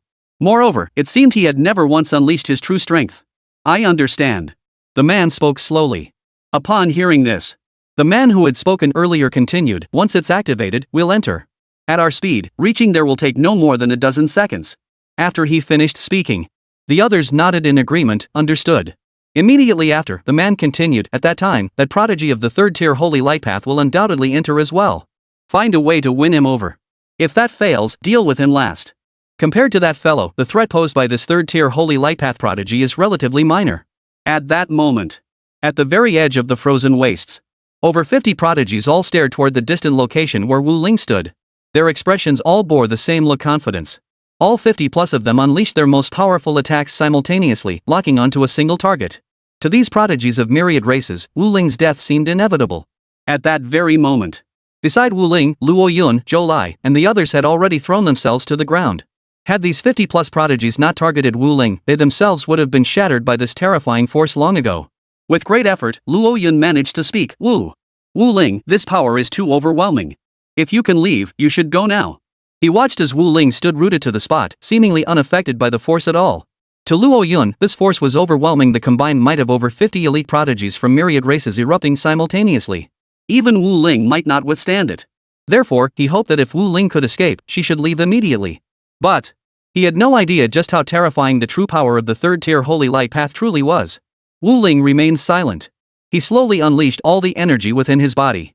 Above, the sacred light pathway materialized. In the instant it materialized, the combined might unleashed by over 50 elite prodigies of the myriad races dissipated in an instant. In that instant, the group of prodigies from the myriad races froze in shock. They stared at Wu Ling in disbelief, frozen in place, unable to recover for a long while. At that moment, they finally understood. It turned out, those two who had left earlier had spoken the truth. This person was indeed the bearer of the third-tier holy light path. Immediately, the power of the holy light path descended. All 50 plus prodigies of the myriad races were utterly annihilated. Afterward, Wu Ling turned to the few people beside him and spoke slowly. Go collect the storage rings from these prodigies of the myriad races. Their storage rings should contain resources that will be useful to you. At that moment, Luo Yun and the others stared at Wu Ling in utter disbelief. They never imagined Wu Ling's power had grown to such staggering levels. Suddenly, Luo Yun asked, Wu Ling, just how powerful are you now? He couldn't gauge it. Even when she had just withstood the attacks of over 50 prodigies from the myriad races, Wu Ling seemed to have exerted little effort at all. Hearing this, Wu Ling shook her head and replied slowly, I don't know the limits of my own power either. Upon hearing this, the others didn't press further. They all set about collecting the storage rings. Wu Ling soon arrived at the edge of the resource point. The resources within this resource point seem rather useless to me. Wu Ling murmured after scanning them with her divine sense. The resources here couldn't offer him any meaningful advancement. Ever since his path of holy light reached the third tier, advancing his strength had become significantly more difficult. Then, Wu Ling turned to look at Luo Yun and the others behind him and said slowly, you may distribute the resources here among yourselves. Immediately after, Wu Ling moved to a nearby spot and sat down. How long until the next resource point opens? Upon hearing this, Luo Yun replied, 3 hours. This time, 3 resource points will open simultaneously. Upon hearing Luo Yun's words, Wu Ling nodded, then closed her eyes and began to rest. At that moment, the prodigies concealed nearby, upon witnessing this scene, remained frozen in shock for a long while. After a long while, someone finally spoke up, this man, he's the one who possesses the third-tier holy light path. Who would have thought he'd come to vie for resources at this resource point? The crowd found this utterly unbelievable. Chapter 185, Wu Ling's Moves. In their eyes, a prodigy of this caliber should have no interest in such a resource point. Therefore, they had never considered whether this man could be the possessor of the third-tier holy light path. After a long while, suddenly, someone spoke up, what if this prodigy claims every single resource point from here on out? Then, wouldn't we have made a wasted trip? The words fell. The scene fell silent once more. Only after 3 minutes passed did someone sigh and say, if this prodigy takes all these resource points, then, we'll have no choice but to step aside. You wouldn't actually want to compete with such a prodigy for resource points, would you? At that moment, another voice spoke slowly, I think we should just stay right here. See if there are any resource points this prodigy doesn't want, then we can go take them. After all, we're already here, might as well linger a bit longer. After the words fell, the other prodigies chimed in one after another. Yeah, since we're already here, let's stick around a bit longer. As long as there are resource points these human prodigies don't want, we can go take them. Finally, these prodigies have also reached a consensus. Whenever a resource point Wu Ling didn't want became available, they immediately moved to seize it.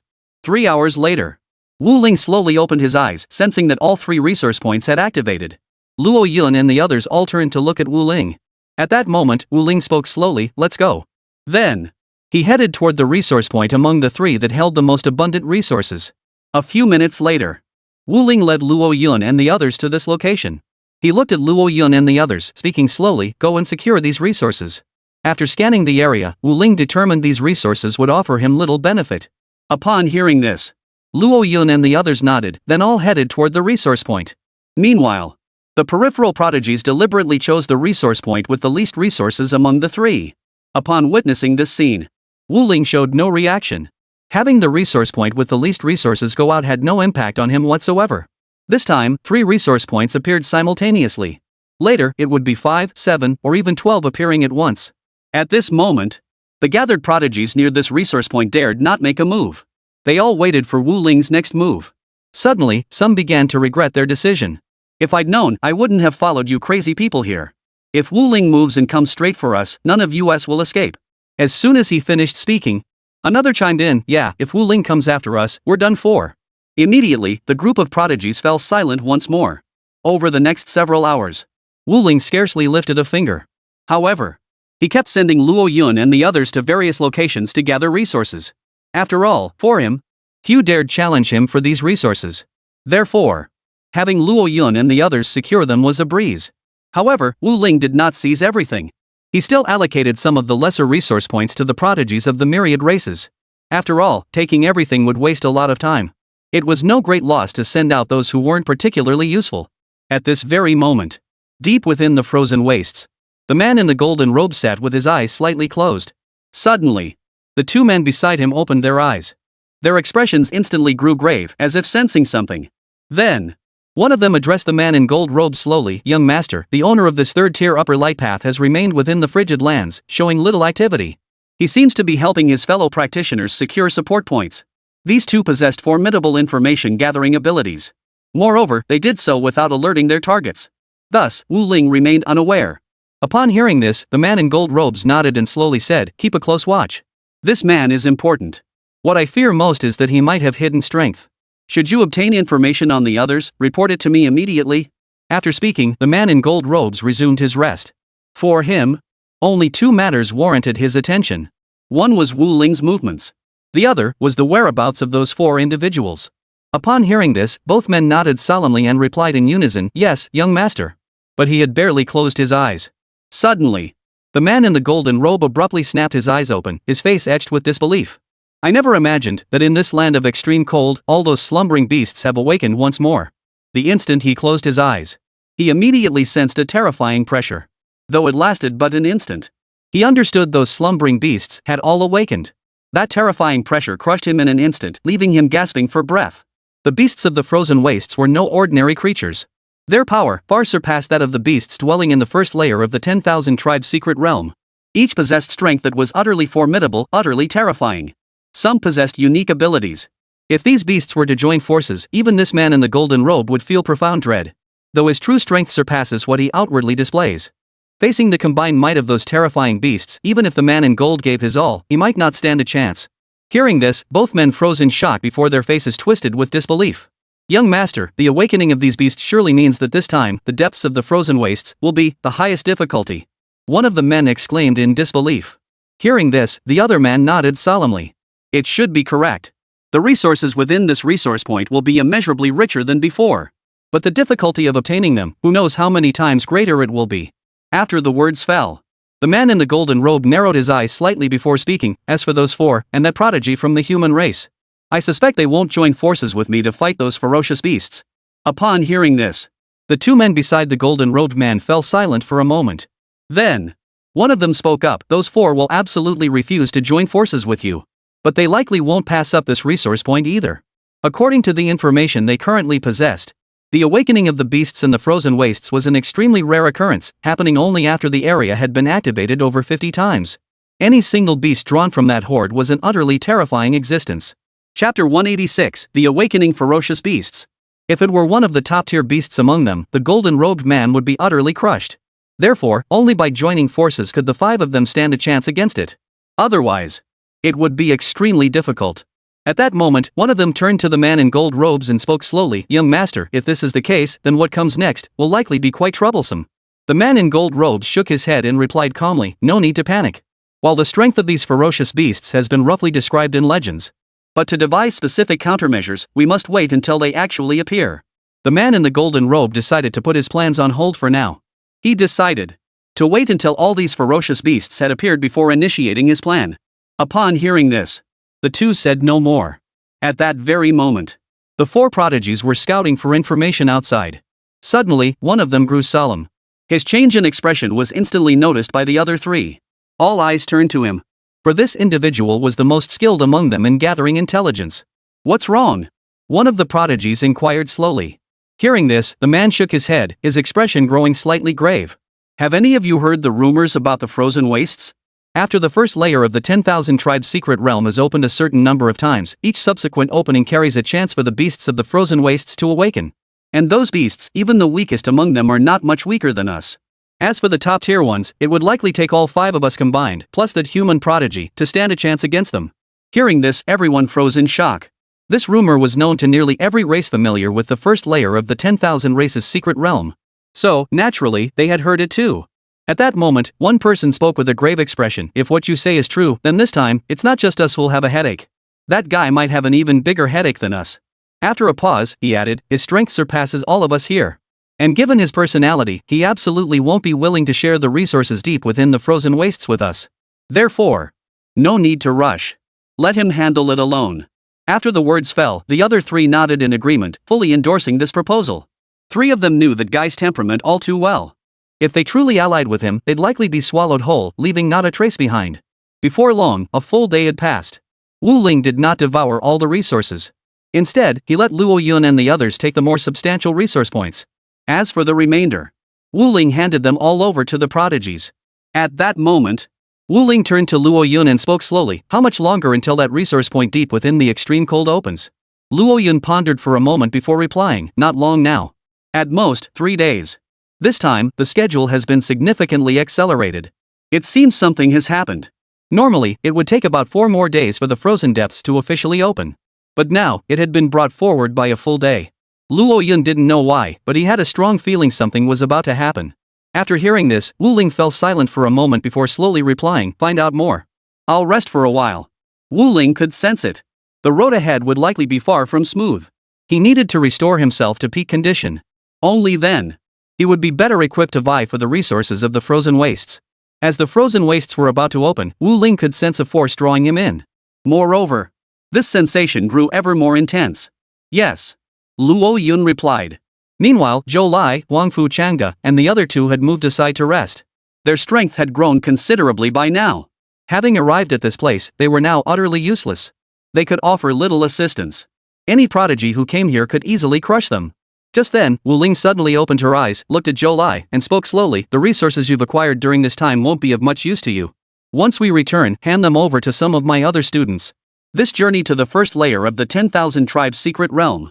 Wu Ling had amassed an unknown quantity of resources. But most of it had been placed upon Zhou Lai and the others. Once they were brought back, he planned to select gifted prodigies and elevate their strength. Upon hearing this, Zhou Lai nodded and replied, "Understood, Teacher Wu Ling." Immediately afterward, Wu Ling closed her eyes once more, settling into rest. Yet his mind was in turmoil. Because a faint yet palpable aura of authority lingered in the air. He couldn't shake the feeling that all this wasn't quite as straightforward as it seemed. Each time this oppressive presence surfaced, it brought immense pressure upon him. Yet, it vanished in an instant. Yet it kept surfacing from time to time. Moments later, Luo Yun seemed to recall something, his expression suddenly turning shocked as he exclaimed, "I remember now. I know why the opening of the frozen wastes was moved up by a day this time." Upon hearing this, Wu Ling glanced at him. Rumor has it that in the 50th, 51st, or subsequent openings of the 10,000 tribes secret realm, the awakening of ferocious beasts may occur. These beasts are those imbued with the primordial power of the first layer of the 10,000 tribes secret realm. Their strength is terrifying beyond measure. Even the weakest among them wouldn't be much weaker than you. He paused. A look of gravity and fear spread across Luo Yun's face, and the most powerful among them are significantly stronger than you. Of course, these are the absolute pinnacle. However, I obtained this information from some of the stronger prodigies within the Divine Void Tower earlier. Upon hearing this, Wu Ling nodded. His expression had grown slightly grave. Then, Wu Ling spoke slowly, "Based on what you've said so far, it seems the difficulty of obtaining resources in the frozen wastes has increased significantly. However, once the frozen wastes open, the one who'll face the most headaches first should be that prodigy currently residing there." After finishing his words, he slowly closed his eyes and began to rest. "We'll formulate our plans once the frozen wastes are opened." After his words fell, Luo Yun and the others nodded in agreement. In the blink of an eye, 3 days had passed. And at this very moment, the frozen wastes have officially opened. Chapter 187, Resource Points Open in the Frozen Wastes. At this moment, at the outskirts of the frozen wastes, The four prodigies who had arrived here from the very beginning but had yet to enter fixed their gaze ahead. Suddenly, one of them spoke up, "Shouldn't we prepare to enter the frozen wastes? This time, all the beasts will awaken. I doubt that fellow will have the energy to deal with us. He likely won't have the energy to spare for this." After the words fell, one of them shook his head and spoke slowly, "Don't underestimate that man. Even while dealing with those beasts, he'll still have the energy to come after us." Hearing this, the other three fell silent once more. Except for one who was unaware of the golden-robed man's terrifying capabilities, the rest were all too familiar with such matters. Before entering the first layer of the 10,000 tribes' secret realm, they had already gathered extensive intelligence on the 10,000 tribes' prodigies.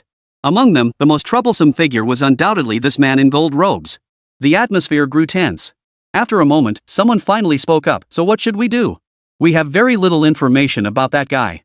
He's accompanied by two experts exceptionally skilled in detection." After these words fell, the group fell silent once more.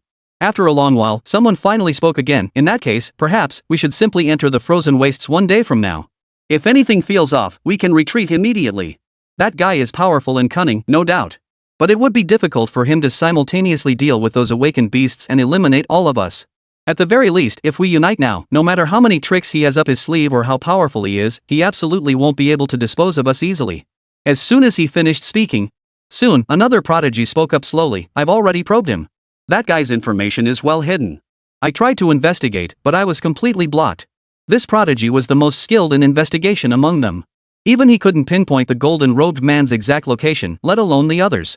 At that very moment, one prodigy inquired, "The two individuals accompanying that man aren't particularly formidable. But their prowess in detection is truly terrifying. Given the situation, we have no choice but to follow his advice and enter the frozen wastes one day later. If anything seems amiss then, we must withdraw immediately. Under no circumstances should we linger." The others nodded in agreement. They agreed with this plan. Suddenly, someone spoke up, "That human prodigy who possesses the third-tier path of sound and light, his aura remains completely unhidden, still active within the frozen wastes. What if we could recruit him to our side?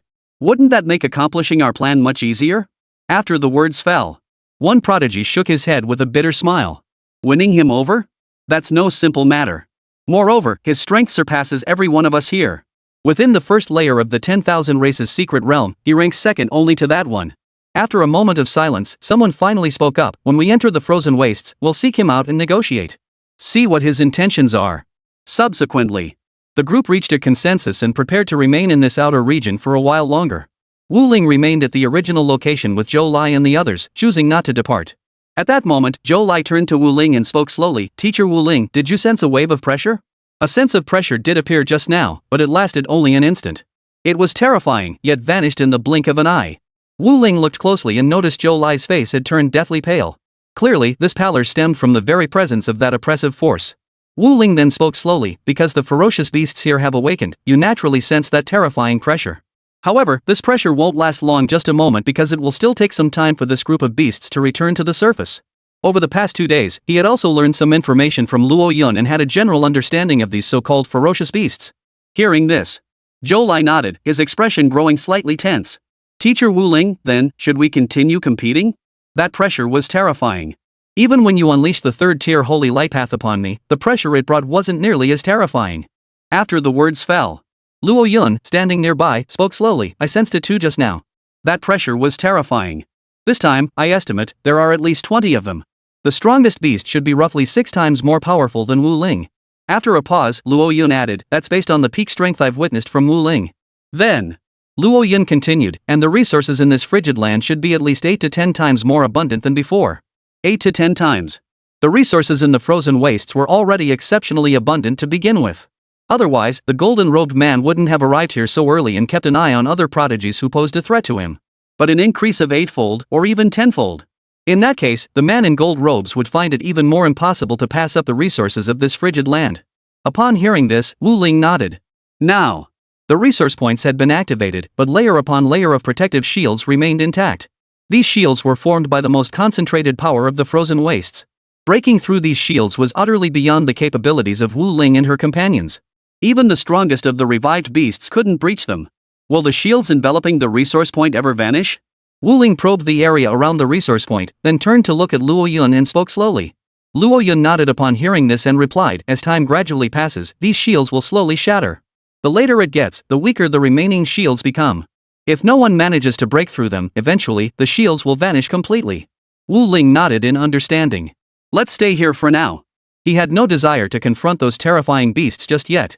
For the current Wu Ling, it held little significance. Even if he defeated those beasts, several prodigies of his own caliber and even some stronger than him were watching him intently. Chapter 188, The Man in the Green Robe. The Frozen Wastes. The golden-robed man's location was the closest to the resource point. The group of ferocious beasts was nearby. Here, one could almost feel the full weight of their collective pressure. The golden-robed man's expression was grave, beads of sweat forming on his forehead. He was exerting nearly all his strength, using every ounce to resist this overwhelming pressure. Of course, he wasn't solely relying on his own strength to withstand the pressure. His two subordinates were also present. They possessed terrifying expertise in the art of detection. However, their combat prowess was not particularly formidable. Compared to Wu Ling and the others, they were even somewhat lacking. Therefore, the man in gold robes had to divert considerable energy to assist them. At that moment, the man in gold robes spoke in a deep voice. Any news on them yet? Those four fellows? I doubt they'll ever join forces with me. They're all waiting for me to make my move. They'll only come in once I've dealt with all these beasts. Hearing this, one of the men shook his head and replied slowly, We haven't received any word from them yet. I estimate they won't enter for at least another day. The man in gold robes narrowed his eyes and said, A day from now? By then, these beasts will have been out for an unknown period, and they'll be at the peak of their strength. If I engage these beasts now, by the time they arrive a day later, I'll be at my weakest. After the words fell, the man in gold robes' expression darkened as he turned to the other two, his voice cold. For now, let's find a place to rest. We'll return when they're ready to vie for the resources of this frozen wasteland. I refuse to believe they'll simply abandon the resources of this frozen wasteland. Even the most ordinary resources from the frozen wastes would be impossible for these prodigies to pass up. Especially now that the rewards had increased 7 or 8-fold. Hearing this, the two men under the golden-robed figure nodded in agreement. Understood. At that moment, in the Crimson Flame realm, suddenly, a spatial fissure opened wide. A man clad in a blue-green robe emerged slowly from within. He surveyed his surroundings before murmuring to himself, the resources of the first layer of the 10,000 races secret realm are indeed rather mediocre. Could the information brother obtained be wrong? I went through so much trouble to come here from the third layer of the 10,000 races secret realm. There can be no mistakes. Then, the man's divine sense instantly spread out, completely enveloping the entire Crimson Flame land. But moments later, his expression darkened, his voice turning icy. The information was indeed wrong. It still hasn't appeared. According to the intelligence, that force should have manifested by now at this precise moment. Suddenly, several prodigies passed by, each casting a puzzled glance at the man in the green robe. They were well aware of which prodigies remained in the Crimson Flame land after such a long period. But this man, they had never seen him before. He seemed to have appeared out of nowhere. At that moment, the man in green robes turned his gaze toward them and spoke in a deep voice. Within the first layer of the 10,000 tribes secret realm, which area currently holds the most abundant resources, the frozen wastes or the Crimson Flames? As the words fell, the young prodigies exchanged glances, their eyes flashing with disdain. Anyone who had reached the first layer of the 10,000 races secret realm would surely know this. Why ask them? In their eyes, this sudden intruder was likely just another ordinary prodigy who lacked the qualifications to enter the Crimson Flame realm and had stumbled here by accident. In an instant, the apprehension vanished from their faces. Then, one of the arrogant prodigies sneered contemptuously, How about this? Kneel down and kowtow to me 1,000 times, and I'll tell you. How does that sound? As the words fell, the other prodigies all burst into laughter. Ha ha ha ha. These guys really have no clue about their own strength. They probably don't even qualify to compete for the most basic resource points in the Crimson Flame region, and now they want to go to the Frozen Wastes? He doesn't even know the Frozen Wastes are the richest resource point. What strength could he possibly have? I bet he'll get kicked out by those guys before he even sets foot in there. The man in the green robe stared at the prodigy who had humiliated him, then scanned the surrounding crowd, now laughing wildly. Suddenly, a smile spread across his face. The next instant, a terrifying aura descended. The prodigy who had humiliated the green-robed man earlier instantly exploded into a mist of blood. In the blink of an eye, the expressions of these prodigies froze. Their eyes filled with terror, utterly unable to believe what had just occurred. Clearly, they had never imagined that this man in green robes, whom they had scarcely regarded, possessed such terrifying strength. At that moment, the expression on the man in the blue robe vanished. His face became impassive as he stared at the prodigies and coldly asked, Which place has the most resources? As the words fell, one of them swallowed hard and stammered, the Frozen Wastes. In the next instant, the man in the green robe vanished from his spot. Only minutes after his departure did someone tremble and whisper, How come we've never encountered such a monstrously powerful being before? That level of power, it must be among the absolute elite within the entire first layer of the 10,000 tribes secret realm, right? After the words fell, another voice trembled, absolutely. That guy is terrifying. Soon, the man in the green robe arrived near the frigid wasteland. It seems they were right after all. That thing truly exists within the first layer of the 10,000 races secret realm.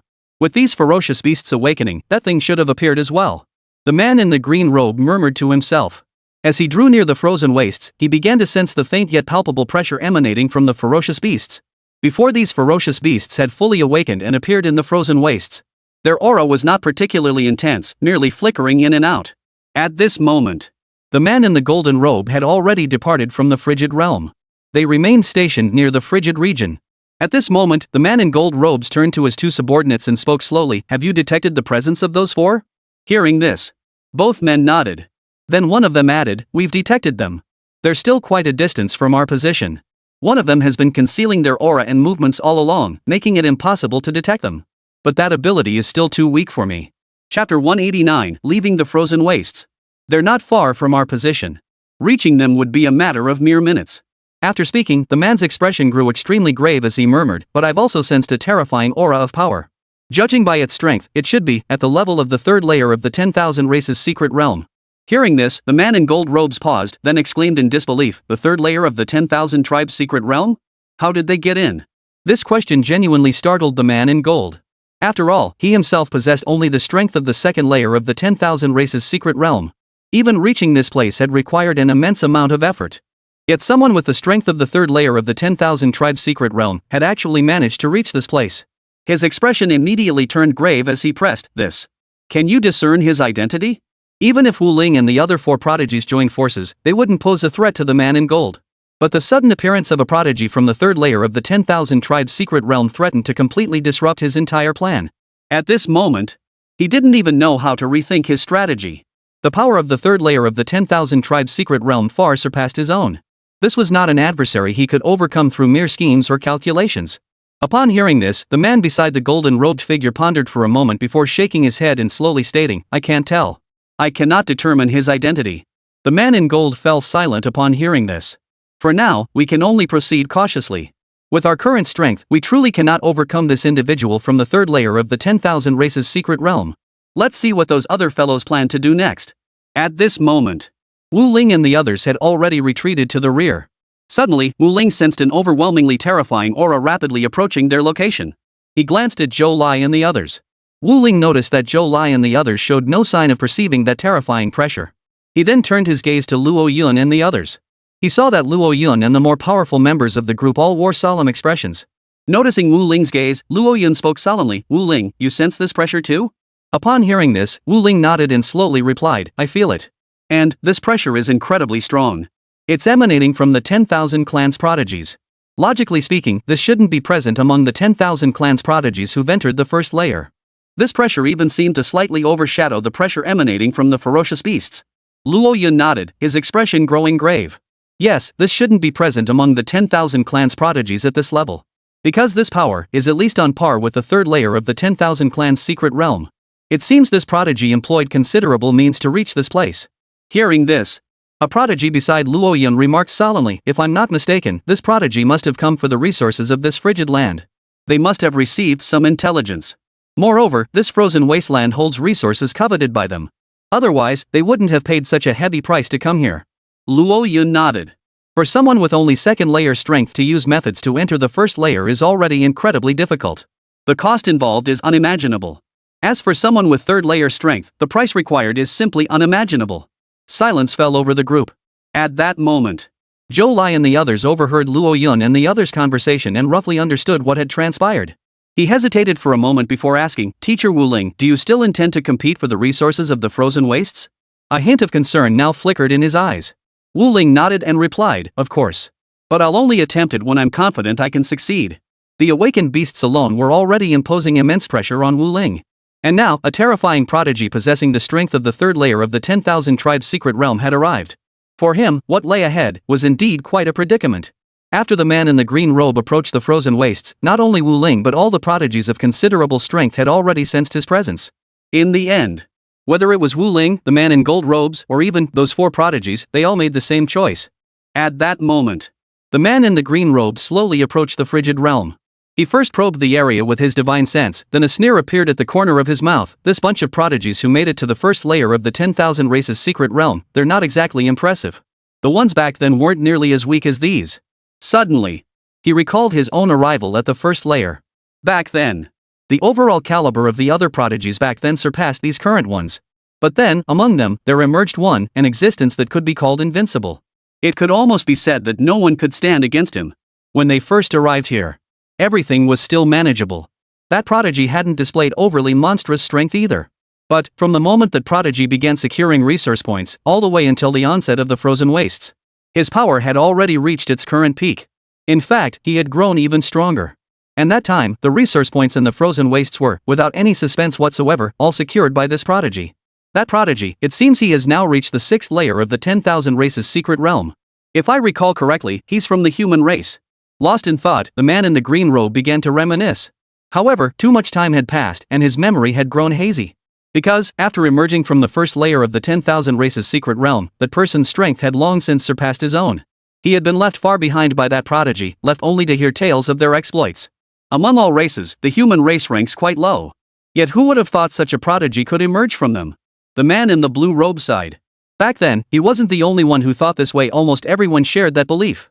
Suddenly, as if struck by a thought, he murmured to himself, I wonder if there are any top-tier prodigies among the human race this time? After arriving in this frigid land, he hadn't even bothered to expend much energy probing the other prodigies. After all, to him, those so-called prodigies weren't even worthy of his scrutiny. Chapter 190, The Green-Robed Man Battles the Ferocious Beast. But now, he found himself growing curious. Immediately, his divine sense enveloped the entire area. Soon, he discovered Wu Ling. His cultivation is average, but he possesses a third-tier holy light path. That level of strength is actually quite respectable. The man in the green robe thought to himself. In his view, the Wu Ling lagged significantly behind that human prodigy. After all, that prodigy was a once-in-a-generation phenomenon. For Wu Ling to have cultivated to this level was already a prodigious feat in its own right. The man in the green robe murmured to himself, this time, I only have 2 hours here. I must resolve everything within that time. He employed certain methods to temporarily linger for 2 hours. And within these 2 hours, the man in the green robe must obtain that item. At that very moment, a man beside the golden-robed man kept a close watch on the movements of the green-robed man. His mutterings were overheard by this man. At that moment, the man turned to the golden-robed man beside him and spoke slowly, Young master, his time here is limited only 2 hours. Meaning that after 2 hours, he will be teleported away and will not remain here any longer. Hearing this, the man in gold robe seemed slightly surprised before nodding. In that case, accomplishing our plan will become considerably easier and simpler. We'll remain here for now, avoiding any display of threat. Once he's dealt with all these ferocious beasts, we'll make our move. By then, we won't even need to defeat him. We just need to keep him occupied until the time runs out. Upon learning this information, the man in gold robes visibly relaxed. He possessed numerous tactics and formidable strength. But, facing a terrifying presence at the 3rd layer of the 10,000 races secret realm, he still lacked absolute certainty. After all, anyone who had reached the 3rd layer of the 10,000 tribes secret realm surely possessed hidden techniques. Moreover, the disparity in their power was simply too great. And now, whether it was Wu Ling or the other 4 prodigies, were all observing everything in the shadows. Of course, the man in the green robe showed no hint of concealment. After all, in his eyes, these individuals posed no threat whatsoever. At that moment, from the depths of the frigid wasteland, a series of furious roars erupted. Roar! Roar! The furious roar echoed throughout the entire first layer of the 10,000 races secret realm, sending shockwaves through every prodigy present. The terrifying pressure carried within that roar shook them to their cores. At that moment, Wu Ling remained unflinching, simultaneously using his own power to help the others withstand this terrifying pressure. The man in the golden robe did the same. At that moment, prodigies from the land of Gale, the land of Crimson Flame, and the land of Origin were all startled by the successive roars. Despite the vast distance separating them, the roars forced them to prostrate themselves on the ground, utterly immobilized. This pressure is terrifying. I can't even move now. It must be coming from the frozen wastes, right? Definitely. The frozen wastes hold the most resources and the most terrifying beasts.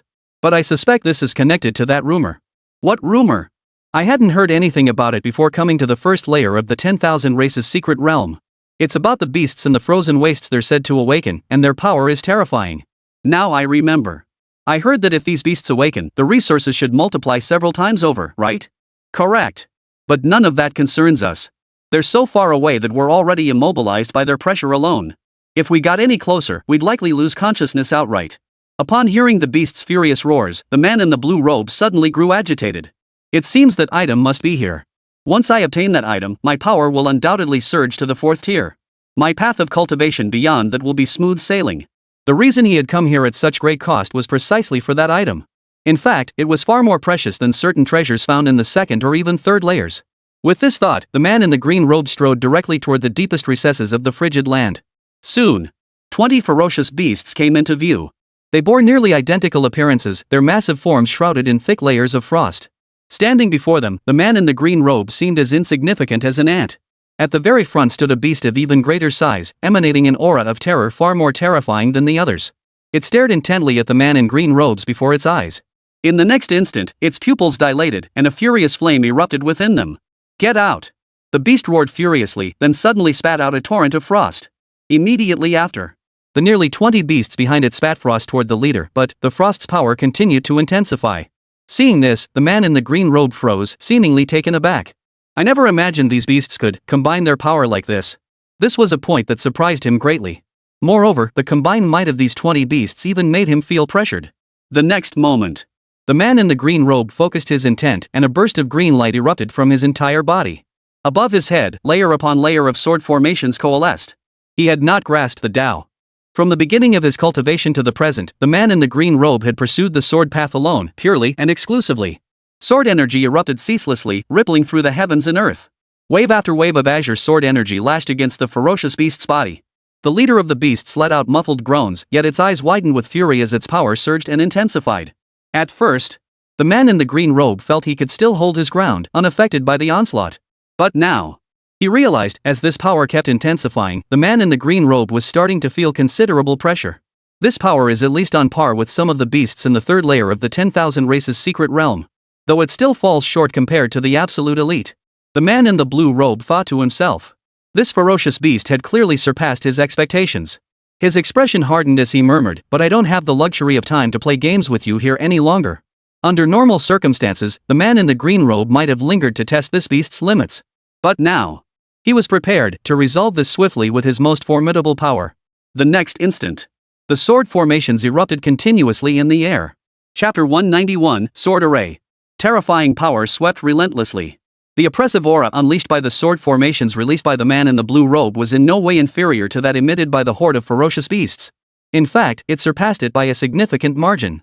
At that moment, the ferocious beast at the very front wore a solemn expression. Clearly, it too was taken aback by the strength the man in the blue robe had demonstrated. He now posed a genuine threat. With a solemn expression, the beast spoke in a deep voice, "You shouldn't have entered here. How did you get in?" The beast was well acquainted with the conditions of the 1st layer of the 10,000 races secret realm. It was certain that the man in the green robe before it had forcibly entered the 1st layer of the 10,000 races secret realm by some other means. Hearing this, the man in the blue robe remained silent. As time ticked by, he grew increasingly anxious. If he failed to retrieve that object today, then all the sacrifices he had made to come here would be for naught. Immediately after, the man in green robes relentlessly amplified the power of his sword formation. He pushed until he reached his absolute limit before finally stopping. At that moment, the expression on the face of the leading ferocious beast turned extremely grim, twisted with agony. The power of the sword formation unleashed by the man in the green robe was terrifying. Every second unleashed an immense volume of sword energy. These beasts were renowned for their defensive prowess. Yet even with the combined strength of 20 beasts pooling together to withstand wave after wave of sword energy, they still suffered such agony. At that moment, the golden-robed man, Wu Ling, and other prodigies were all observing the situation here. At one point, the man beside the golden-robed man spoke with a grave expression, "This blue-robed man's strength far exceeds what we anticipated. The sword formation he's unleashed now with your strength, young master, you should be able to withstand at most 300 strikes. But the attack frequency of this sword formation, it delivers a full 300 strikes per minute." Upon hearing this, the man in gold fell silent. His subordinate was not wrong. It was indeed true. If the man in the green robe had targeted him, it would likely take only a minute to tear him to shreds. From what I understand, such power ranks above average in the 3rd layer of the 10,000 races secret realm. It would be extremely difficult for us to delay him until that critical moment. We would need to join forces with the other 4 individuals, along with that human race prodigy, to stand a chance. Hearing this, the man in gold robes nodded. He had no objection to joining forces with the other four, but the other prodigies likely wouldn't be willing. The man in gold robes fell deep in thought. Let's wait a little longer. I'll go negotiate with them. Currently, the resources within the frozen wastes remain sealed off by an energy barrier. They could not ascertain exactly what resources lay within. Yet, the man in gold robes could faintly sense that within lay rare treasures and natural wonders, drawing him in. Therefore, he was also preparing to test whether he could draw these prodigies into his camp. At that moment, four prodigies stood at the outer edge of the frigid wasteland, observing the situation within. The four exchanged glances. They too felt immense pressure. Suddenly, one of them spoke, his voice tinged with reluctance. Are we really going to give up like this? Opportunities like this are far too rare. If we give up now, our journey here will yield very little. Silence fell over the group. They were well aware that the man in the green robe could only remain here for 2 hours. Yet relying solely on their own strength to hold him back for even an hour, let alone longer, was impossible. At that moment, one prodigy sighed helplessly. Those sword energies, just 10 of them would be enough to tear me apart completely. We don't want to give up, but it seems we have no choice. Unless we join forces with that guy. As the words fell, the group exchanged glances. Team up with that guy? This was indeed the last thing they wanted to do at present. They couldn't fathom that man's true intentions. And even if they succeeded in stopping the man in the green robe, once the threat was eliminated, that man would have no further reservations. He would inevitably find a way to eliminate them all, thereby monopolizing the resources of the frozen wastes for himself. This time, the resources of the frozen wastes were simply too abundant. One could even say, such an opportunity would likely never arise again for decades to come. Thus, the four prodigies were deeply conflicted, for they too were unwilling to simply give up. At that moment, the man in the golden robe appeared behind them, silently and unnoticed. The four didn't even realize he was there at first. It wasn't until one of the prodigies glanced back and spotted him that they exclaimed in surprise, "This guy, how did he get here?" In an instant, all four recoiled as if facing a formidable foe, retreating several paces and preparing for battle at any moment. The man in gold robes looked at them and spoke calmly. "I've come here to ask if you might be interested in working together?" The group exchanged glances. Then, one of the prodigies coldly retorted, "Cooperate with you? Wouldn't the first thing you do after succeeding be to eliminate us?" Hearing this, the man in gold robes shook his head. "If you agree to cooperate, I can guarantee that after success, you will receive at least 20% of the resources." After a pause, he added, "Of course, if you're unwilling to accept that, you're free to compete for it later. But then, the 20% share will be gone." Hearing this, the four prodigies exchanged glances, lost in thought. 20% of the resources was no small sum to them. It already met their expectations.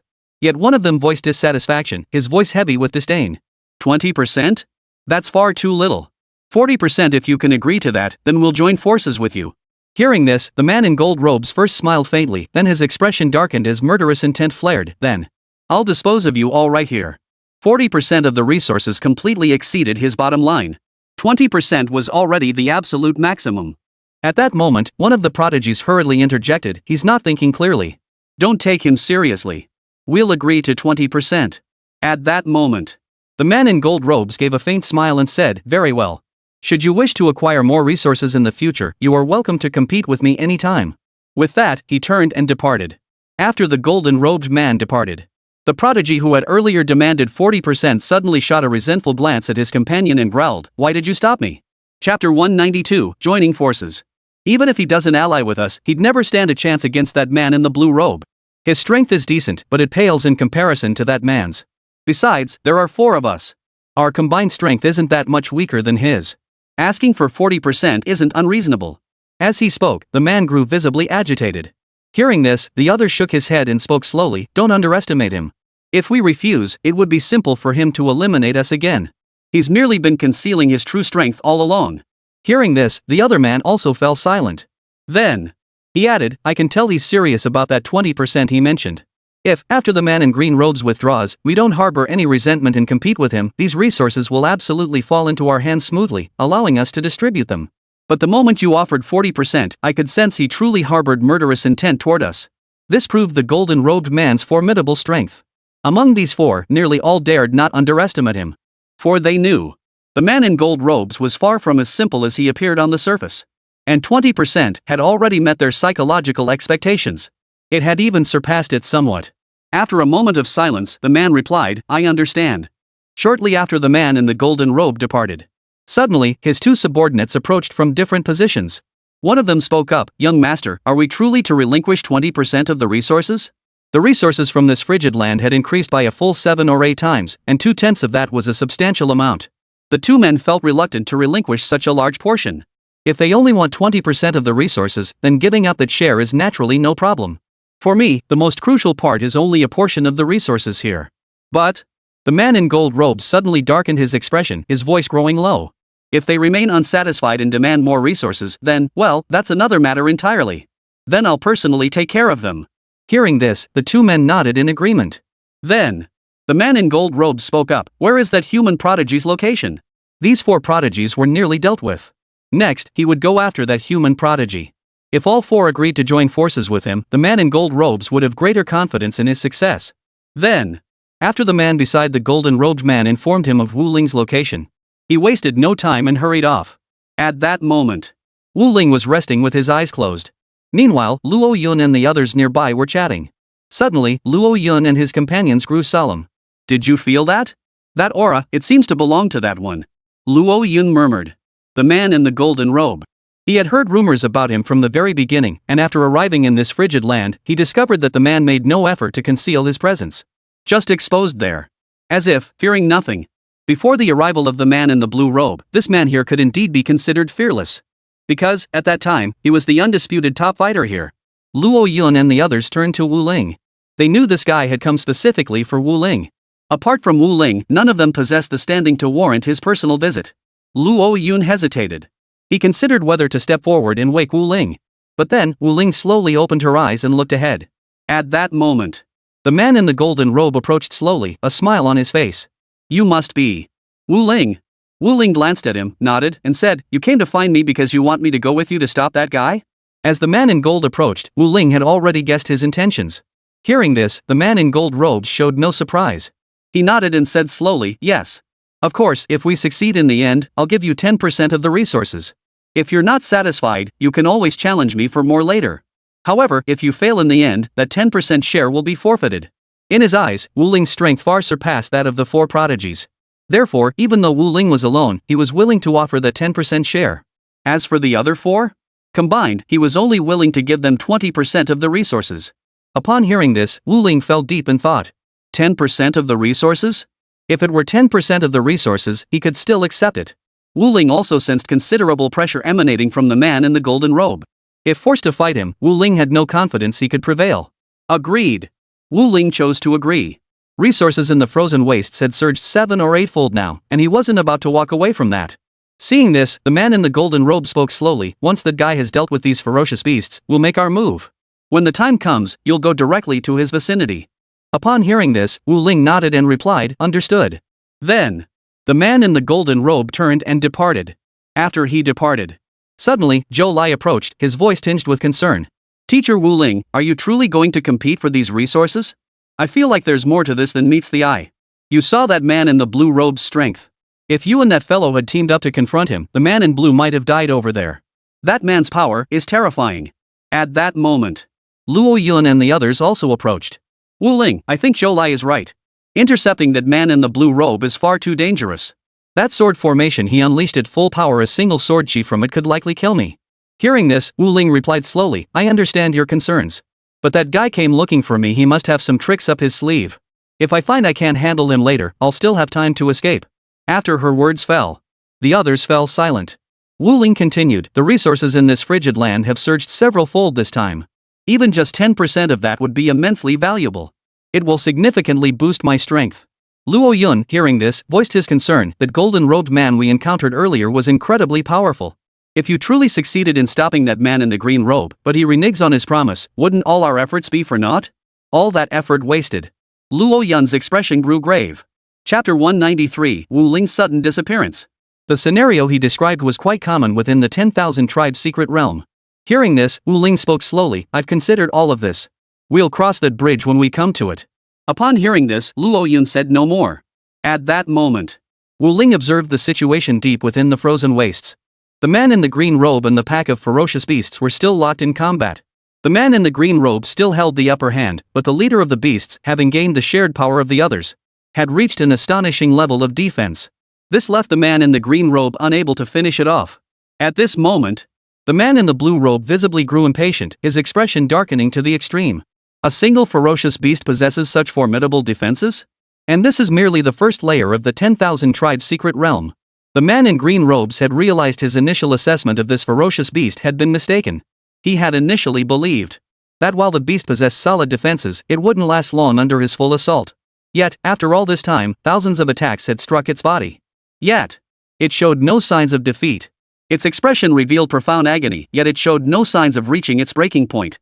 At this moment, the man in the green robe grew visibly enraged. Do you intend to hold out here until the very end? If you keep this up, you'll surely die. During this period, this was the third time he had attempted to negotiate with the beast, urging it to leave. But now, the beast stared coldly at the man in green robes before him and growled, "Get lost."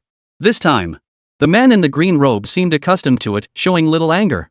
After all, the beast had responded in exactly the same manner during the previous 2 attempts. Immediately after, the man in green robes maintained his maximum output, murmuring under his breath, "I'm quite curious to see just how long you can hold out." At that moment, both the man in gold robes and Wu Ling and the others remained outside, not daring to enter.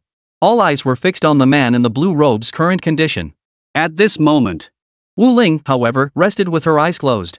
Regarding Luo Ouyun's warning that if they succeeded, the man in the golden robe might renege and turn against them.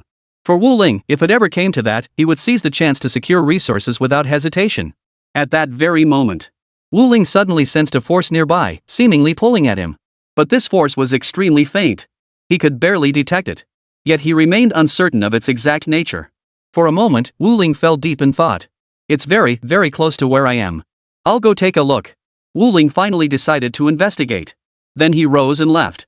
Luo Yun and the others saw this and did not ask any questions. After Wu Ling departed, suddenly, Zhou Lai spoke with puzzlement. What is teacher Wu Ling going to do now that she's left? That powerful individual seems to be nearly finished with that ferocious beast. And it doesn't seem like much time remains until his agreed upon meeting with that prodigy. Luo Yun shook his head. I don't know either. We should just wait here. The battle ahead is beyond the reach of those with our level of strength. The man in the golden robe watched intently as the man in the green robe battled the ferocious beast. He dared not miss a single moment. The moment the man in green robes defeated the beast, he would immediately charge forward to block his path. At that moment, the man beside the golden-robed man spoke up. Young master, that human prodigy suddenly left, but he hasn't gone far. I wonder what he went to do. Hearing this, the man in the golden robe frowned, then shook his head. Leave him be. Once that powerful individual has dealt with the ferocious beast, he should reappear. In his view, Wu Ling's departure this time shouldn't keep him away for long. Hearing this, the man nodded and said no more. Meanwhile, on the other side, the 4 prodigies kept a close watch on the movements of the man in the green robe. The moment the man in green robes dealt with the ferocious beast, they would all charge forward. One of them periodically checked Wu Ling's movements. Suddenly, his brow furrowed as he remarked, that human prodigy has temporarily departed. Who knows what he's up to? But surely he must have made arrangements with that other one. When the golden-robed man sought out Wu Ling to discuss the matter, those 2 men had employed methods to conceal the entire process. Consequently, these 4 prodigies remained unaware of the specifics. Judging by the golden-robed man's demeanor after his departure, it seemed the matter had been successfully concluded. At that moment, another man spoke slowly. None of that matters. Focus first on that outsider powerhouse. As for that human prodigy, don't waste too much time on him. Upon hearing this, the man nodded and ceased paying attention to Wu Ling. Guided by the aura, Wu Ling arrived at a certain location. Here, everything was covered in frost. He began scanning his surroundings, but no matter how he looked, he couldn't discern any resources here. Have I not gone far enough? Suddenly, Wu Ling had this thought. For he realized that upon reaching this spot, the aura that had been guiding him vanished instantly. With this confusion lingering, Wu Ling took a few more steps forward. Suddenly, he saw a golden pillar of energy standing tall ahead. Instantly, that alluring aura returned, and this time, it grew intensely powerful. He walked forward, approaching the pillar of energy. Wu Ling gently placed his hand upon the pillar. Suddenly, a surge of energy flooded into his body. His body was enveloped in a layer of golden light. Wu Ling realized his 3rd-tier holy light path was steadily advancing. Even after reaching the 4th tier, it showed no signs of stopping. At that moment, the man beside the golden-robed figure suddenly wore a look of astonishment. He turned to the golden-robed man and spoke slowly. Young master, I can no longer sense the aura of that human prodigy. It's as if he vanished without a trace. As he spoke, the man's expression grew grave. Upon hearing this, the man in gold robes paused, then pondered for a moment before saying, it seems this human prodigy has secrets of his own. Leave him be for now. Upon hearing this, the man nodded and replied, understood. After a moment, the ferocious beast before the man in the green robe was nearing the brink of collapse. Chapter 194, The Golden-Robed Man Intervenes. It swayed precariously. Step aside. The man in the green robe estimated that the ferocious beast could hold on for another 3 or 4 minutes. But for him at this moment, time was of the essence. He had only 2 hours, and now, nearly half of that time had already passed. Hearing this, the beast remained as cold as ever. Get out. Seeing this, the man in the green robe wasted no more words. Power poured down relentlessly, lashing against the beast's body. At that moment, the man in gold robes turned to the 2 men beside him and spoke slowly, "It's time to move. This beast won't hold out much longer." He intended to strike the instant it fell. For at that moment, the man in the blue robe would be at his most exhausted. If he were given time to rest and recover some of his strength, it would make their task even more difficult. Hearing this, the man nodded and replied, "Understood." At that moment, the man in gold robes turned to the other man and said, "Go notify those 4 to come over. They must keep up with my pace the moment we move." "Yes, young master." Upon hearing this, the man promptly replied. The man in gold robes then turned to another man and said slowly, "You investigate the movements of that human prodigy." He had already used his divine sense to probe for clues himself. But the result was no trace of Wu Ling whatsoever. The man in gold robes did not believe Wu Ling would simply leave like that. Therefore, he instructed his subordinate beside him, one with exceptional skill in investigation, to track Wu Ling's whereabouts. Moments later, the man frowned, his expression grave as he reported, "Young master, I cannot find any trace of that human prodigy. I've thoroughly searched every area near the frozen wastes, the crimson flames, the whirlwind lands, and the primordial realm using every means at my disposal. Yet there's not a single trace of this human prodigy. It's as if he vanished into thin air within the first layer of the 10,000 races' secret realm." Hearing this, the man in the golden robe was also taken aback. Clearly, he hadn't anticipated that Wu Ling could vanish into thin air. Moreover, the first layer of the 10,000 races' secret realm hadn't yet reached its closing time, so Wu Ling must still be here. It seems Wu Ling possesses quite a few tricks up his sleeve. I underestimated him earlier. The golden-robed man remarked with a sigh. Immediately after, he added, "If Wu Ling intends to come, he will come. If he chooses not to, we needn't waste our time searching for him." However, the man in the golden robe had a vague feeling that Wu Ling would definitely come, and he would absolutely not be satisfied with just 10%. At that moment, the 4 prodigies followed the golden-robed man's subordinates to this location. The man in gold robes looked at the 4 and spoke slowly, "That beast won't last much longer. When the time comes, we move. Remember, we absolutely cannot give this man any time to rest. As soon as it ends, we move in." With that, the 4 nodded in agreement. Suddenly, one of them voiced a puzzled question, "If we're not giving him any time to rest, why don't we just go straight into the frigid zone and wait near him? The moment he finishes with the beast, we strike immediately. Wouldn't that be faster?" Hearing this, the man in gold robes replied calmly, "If we enter the frozen wastes, he will detect us instantly. He'd likely deal with us first before turning his attention to the beast. The moment we set foot in the frozen wastes, he'll know we're after the resources." Hearing this, the prodigy nodded and said no more. Suddenly, another prodigy spoke up, "That human prodigy, have you negotiated with him? He has grasped the 3rd-tier holy light pathway and is immensely powerful. Having him with us would greatly increase our chances of success." Upon hearing this, the man in gold robes nodded and replied, "He has agreed. But we don't know where he is right now. If he's coming, he should arrive shortly." Hearing this, the prodigy glanced at the man in gold robes with some surprise, then looked at his 2 subordinates. He knew full well just how terrifying the investigative abilities of the golden-robed man's 2 subordinates truly were.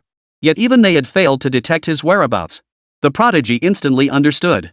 That Wu Ling was likely no ordinary figure. At that moment, the man in gold robes declared, "It's almost over." The sword array of the man in the blue robe continuously erupted with sword chi, all of it lashing against the ferocious beast. Now, the ferocious beast was nearing its limit. Suddenly, the man in the blue robe roared furiously, "Die!" Immediately after, the sword formation he unleashed erupted with an overwhelming surge of sword energy in an instant, all striking the ferocious beast. Finally, the ferocious beast collapsed to the ground. The other beasts behind it also collapsed, unable to continue fighting. Seeing this, the man in the green robe wasted no time and rushed forward. He must quickly secure all the resources. Time is running out. I must secure these resources quickly. The man in the green robe thought to himself. However, he was clearly much more relaxed now. After all, the greatest threat to him had been nothing more than this pack of ferocious beasts. Now that he had eliminated them all, nothing could stand in his way now. Just as he took his first step forward, a figure suddenly materialized before him. This person was the man in the golden robe. He had only just arrived, barely a few seconds passed, when the other 4 prodigies matched his speed and appeared beside the man in gold. All 5 turned their gaze toward the man in the blue robe. Seeing this, the man in the blue robe narrowed his eyes and coldly remarked, "What? You lot, who've only just entered the 10,000 races secret realm for the first time and are still stuck on the first layer, think you can snatch these resources from me? Witnessing this scene, he couldn't help but laugh. He had noticed these prodigies the moment they entered the 10,000 races secret realm, but at that time, the man in the green robe hadn't given them a second thought. Even if they came to compete with him for these resources, so what? For the man in green robes, eliminating this group would be an extremely simple matter. It would require no effort whatsoever. The man in gold robes chuckled indifferently, naturally. After all, these resources have us quite tempted. The green-robed man narrowed his eyes, a murderous aura erupting from him. I'll spare you 10%. Now get out of my way, or else. You'll all die. He had no intention of wasting any more time here. Besides, the only resource truly important to him was that one thing. Chapter 195, The Morong Clan. Leaving them 10% of the resources wouldn't hurt. Hearing this, the man in gold robes chuckled, then his expression turned cold. If you could remain here indefinitely, we truly wouldn't dare come to compete for these resources. But it seems you can't stay here long either, right? Once you're forcibly expelled from this place, all these resources will be ours. After the words fell, the man in the blue robe stared intently at the man in gold for several seconds before suddenly bursting into a cold laugh. Ha ha ha. It seems you still don't grasp the vast difference between merely entering the first layer of the 10,000 races secret realm and actually reaching its third layer. You must have seen how much energy I've expended, so you thought this was your chance to strike, right? Pity, you're still far too naive. Immediately, the blue-robed man's killing intent erupted. His face contorted into a ferocious grimace as he declared in a deep voice, even if I'm severely drained, slaughtering a bunch of useless trash like you would be a piece of cake. As the words fell, with a flick of his intent, a terrifying sword formation instantly coalesced in the sky above, its power pouring down ceaselessly. At that moment, the man in gold robes glanced around. Noticing Wu Ling still hadn't arrived, his expression darkened. It seems he has no intention of coming.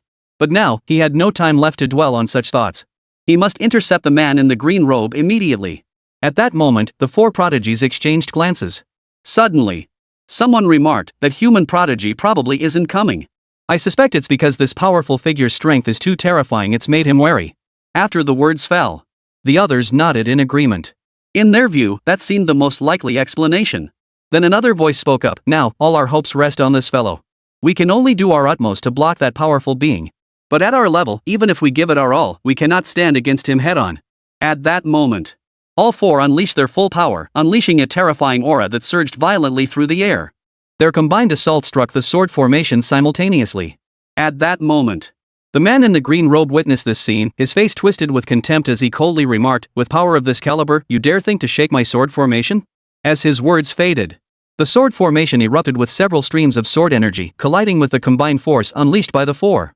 In an instant, the combined force was utterly annihilated. In fact, their combined attack hadn't even touched the sword formation before it was neutralized. Seeing this, the four prodigies showed no surprise. They had long anticipated the terrifying strength of this man in the green robe. They exchanged glances. There's no way we can break through this sword formation. As long as it remains, we're completely useless. Indeed. The array effortlessly unleashed two sword energies, instantly dispersing the combined force we unleashed. What can we possibly do? At this moment, these four prodigies were all on the verge of losing their will to fight. The man in the blue robe shot them a glance, his eyes brimming with contempt. Immediately after, he activated the sword formation once more, unleashing a surge of sword energy toward the man in gold. In his eyes, these four men posed no threat whatsoever. Therefore, he focused all his attention on the man in gold. As the relentless waves of sword energy swept toward him, the man in gold robes showed no panic. Instead, he focused his intent. The next moment, he abruptly retrieved a stone from his storage ring and hurled it violently toward the man in the blue robe. Upon witnessing this, the man in the blue robe froze momentarily, looking puzzled. He sensed no threat emanating from the stone, nor did he detect any lethal potential whatsoever. Step aside now. There's still time. The man in green robes said indifferently. He didn't even bother to glance at the stone hurtling toward him. Seeing this, the man in gold robes merely smiled faintly. I need not step aside. Because I will never surrender the resources here to you. The man in the blue robe's expression darkened, then he coldly declared, then you shall die here. At that moment, the stone had already reached his vicinity. Seeing this, the man in the blue robe was about to casually wave his hand to strike it away.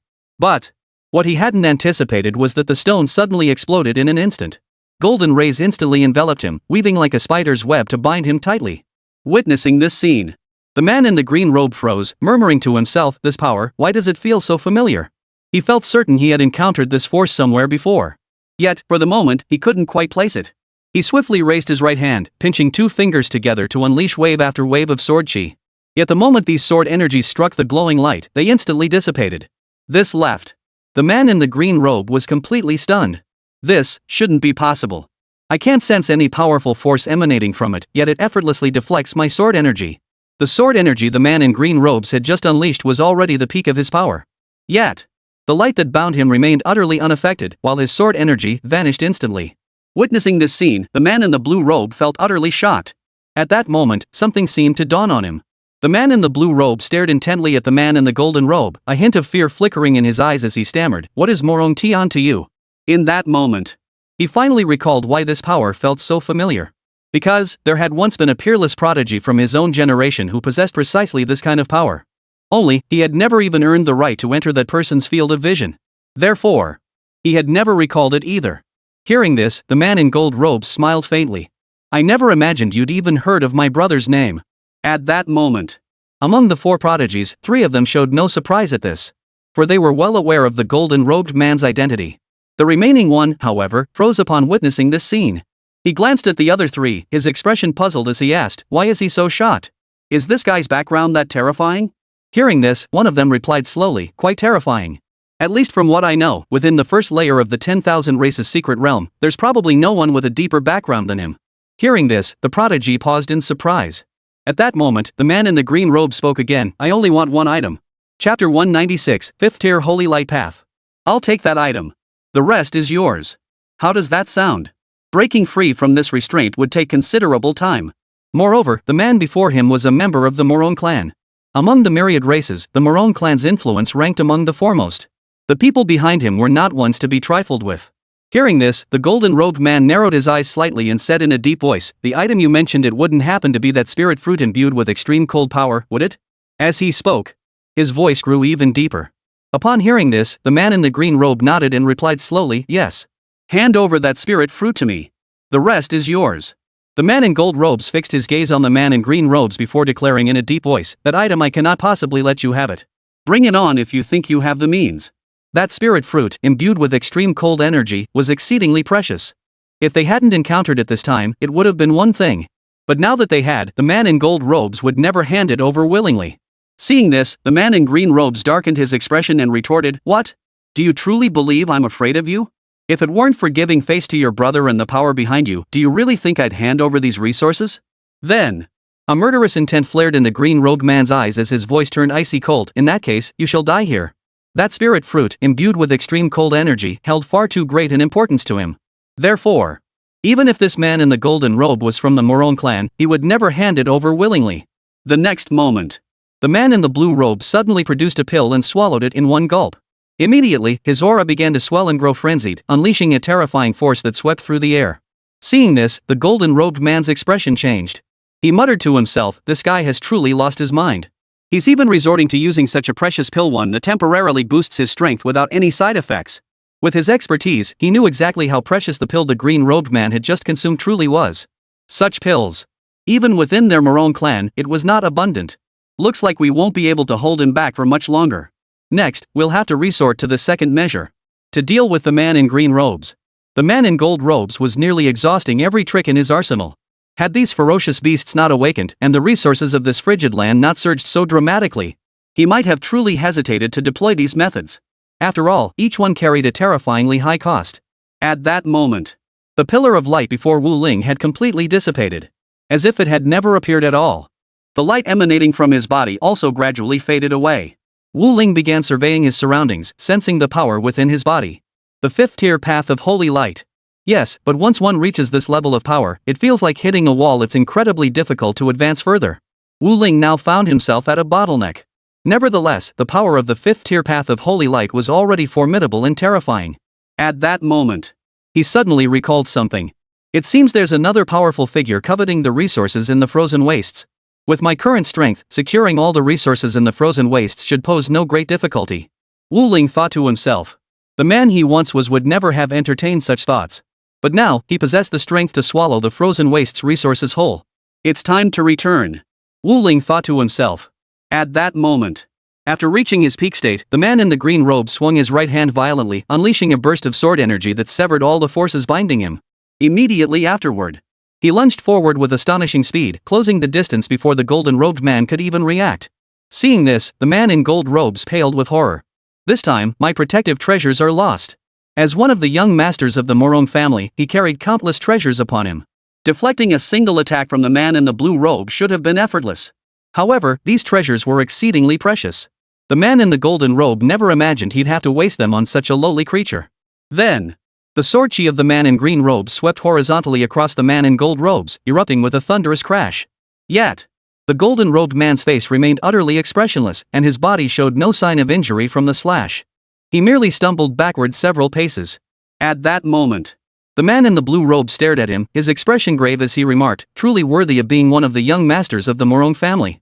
You possess an astonishing number of treasures. Without pausing, he prepared to unleash another strike. After all, the young masters of the Morong family possessed countless techniques. Who knew what tactics he might unleash next? Seeing this, the man in the golden robe swiftly retrieved a stone bead from his storage ring and flicked it forcefully toward the man in the blue robe before him. After hurling the stone bead, he could sense the entire first layer of the 10,000 races' secret realm tremble. Seeing this, the green-robed man froze in shock, scrambling to dodge aside as he exclaimed in disbelief, the power of a third-tier law realm expert, even if it's only 1/10 of their full strength, how could you possibly bring such power into this place? This turn of events had even him taken aback. To enter the 10,000 races' secret realm, one undergoes layer upon layer of scrutiny. The power of the 10,000 tribes' secret realm would strip away any techniques exceeding or even vastly surpassing the realm's inherent limitations. He had already expended untold effort just to gain entry. Bringing power of this caliber inside was utterly impossible. At that moment, the golden-robed man simply watched him. At that very moment, the stone bead that had already flown out suddenly changed course, locking onto the position of the man in the green robe. It flew straight back. The man in the green robe noticed the stone sphere hurtling toward him from behind and instinctively tried to dodge. Only to discover he was utterly immobilized at that very moment. He couldn't even move a muscle. Only when the stone bead struck the man in the green robe did a thunderous boom erupt, followed by a burst of azure light. After the light dissipated, the man in the green robe was nowhere to be seen, and his presence was completely gone. Only after completing all this did the man in gold turn his gaze toward the resource point behind him. I never imagined that seizing these resources would come at such a tremendous cost. The man in gold robes sighed. After all, in his original plan, he hadn't anticipated needing to use this stone bead. His father's generation had employed every means possible to ensure he brought this stone bead inside. All for the sake of giving him a means to protect his life here. Chapter 197, Pointed Confrontation. At that moment, the four prodigies all froze in shock. They knew the man in gold possessed numerous skills and formidable strength. But what they hadn't anticipated was that his methods were so numerous, he could eliminate a powerhouse of the blue-robed man's caliber. After all, even with his formidable family background, bringing techniques that completely surpassed the power restrictions of the first layer of the 10,000 tribes' secret realm was no ordinary feat. The four stood frozen, staring at the man in gold.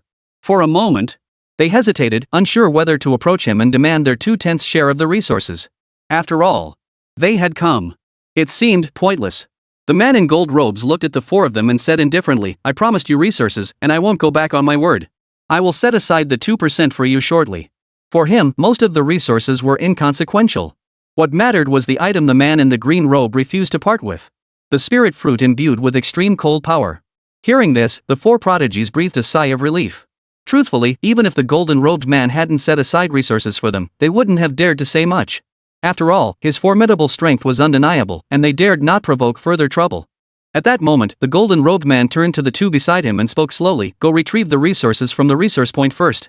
This time, to secure these resources, the man in the golden robe had practically exhausted every trick in his arsenal. He had utilized every treasure and technique bestowed upon him by the Morong clan. But with that spirit fruit containing the power of extreme cold, it was all worth it. Now, no one else should come to contest them. The golden-robed man thought to himself. The reason he was willing to expend all these resources was precisely because of that spirit fruit. That spirit fruit held immense value and could grant him tremendous enhancement. Otherwise, the man in the green robe wouldn't have paid such a heavy price to seize it. Yes, young master. After the two men acknowledged the order, they turned to head toward the resource point. At that moment, Wu Ling suddenly appeared before the group. Upon witnessing this, the man in gold robes and his two subordinates were utterly taken aback. They never imagined Wu Ling had managed to appear beside them without them noticing. The man in the golden robe was well aware of the investigative abilities of the two individuals beside him. Typically, a prodigy of Wu Ling's caliber should have been impossible for them to miss. Soon, he understood. Wu Ling's current strength likely far exceeded what he had previously revealed. The man in the golden robe looked at Wu Ling and asked in a deep voice, "Why didn't you come earlier?" Wu Ling remained silent. The man in gold robes continued to observe Wu Ling before speaking slowly. "Your purpose in coming here must be to vie for the resources at stake, correct?" Wu Ling met the man's gaze and nodded. Hearing this, the man's expression turned icy cold as he said in a deep voice, "Originally, I promised you 10% of the resources. As long as you came here, even if you didn't take action, I would have given you these resources. But now that everything has been settled, you suddenly appear, wanting to vie for resources?"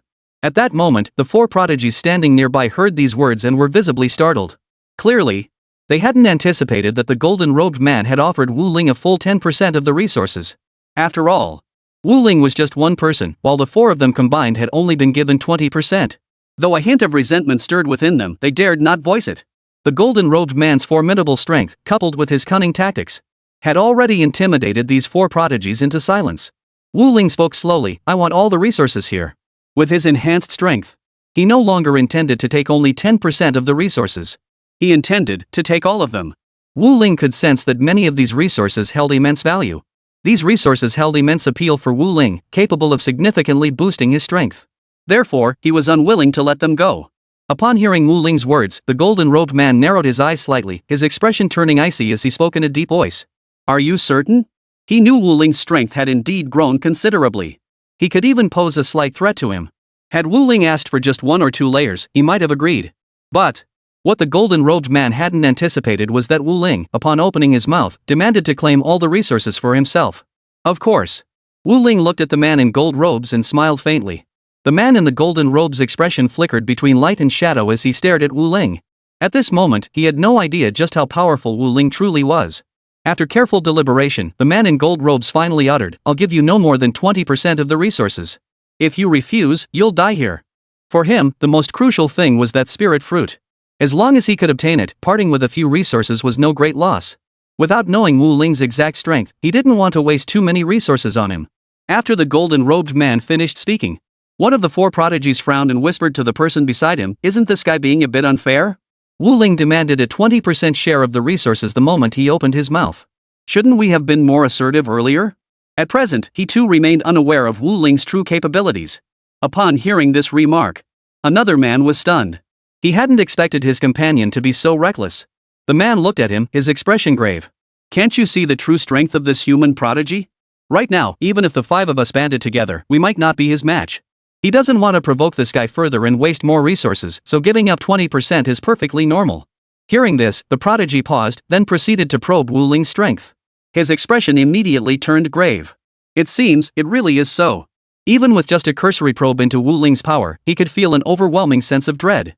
Even so, Wu Ling hadn't even actively projected her aura.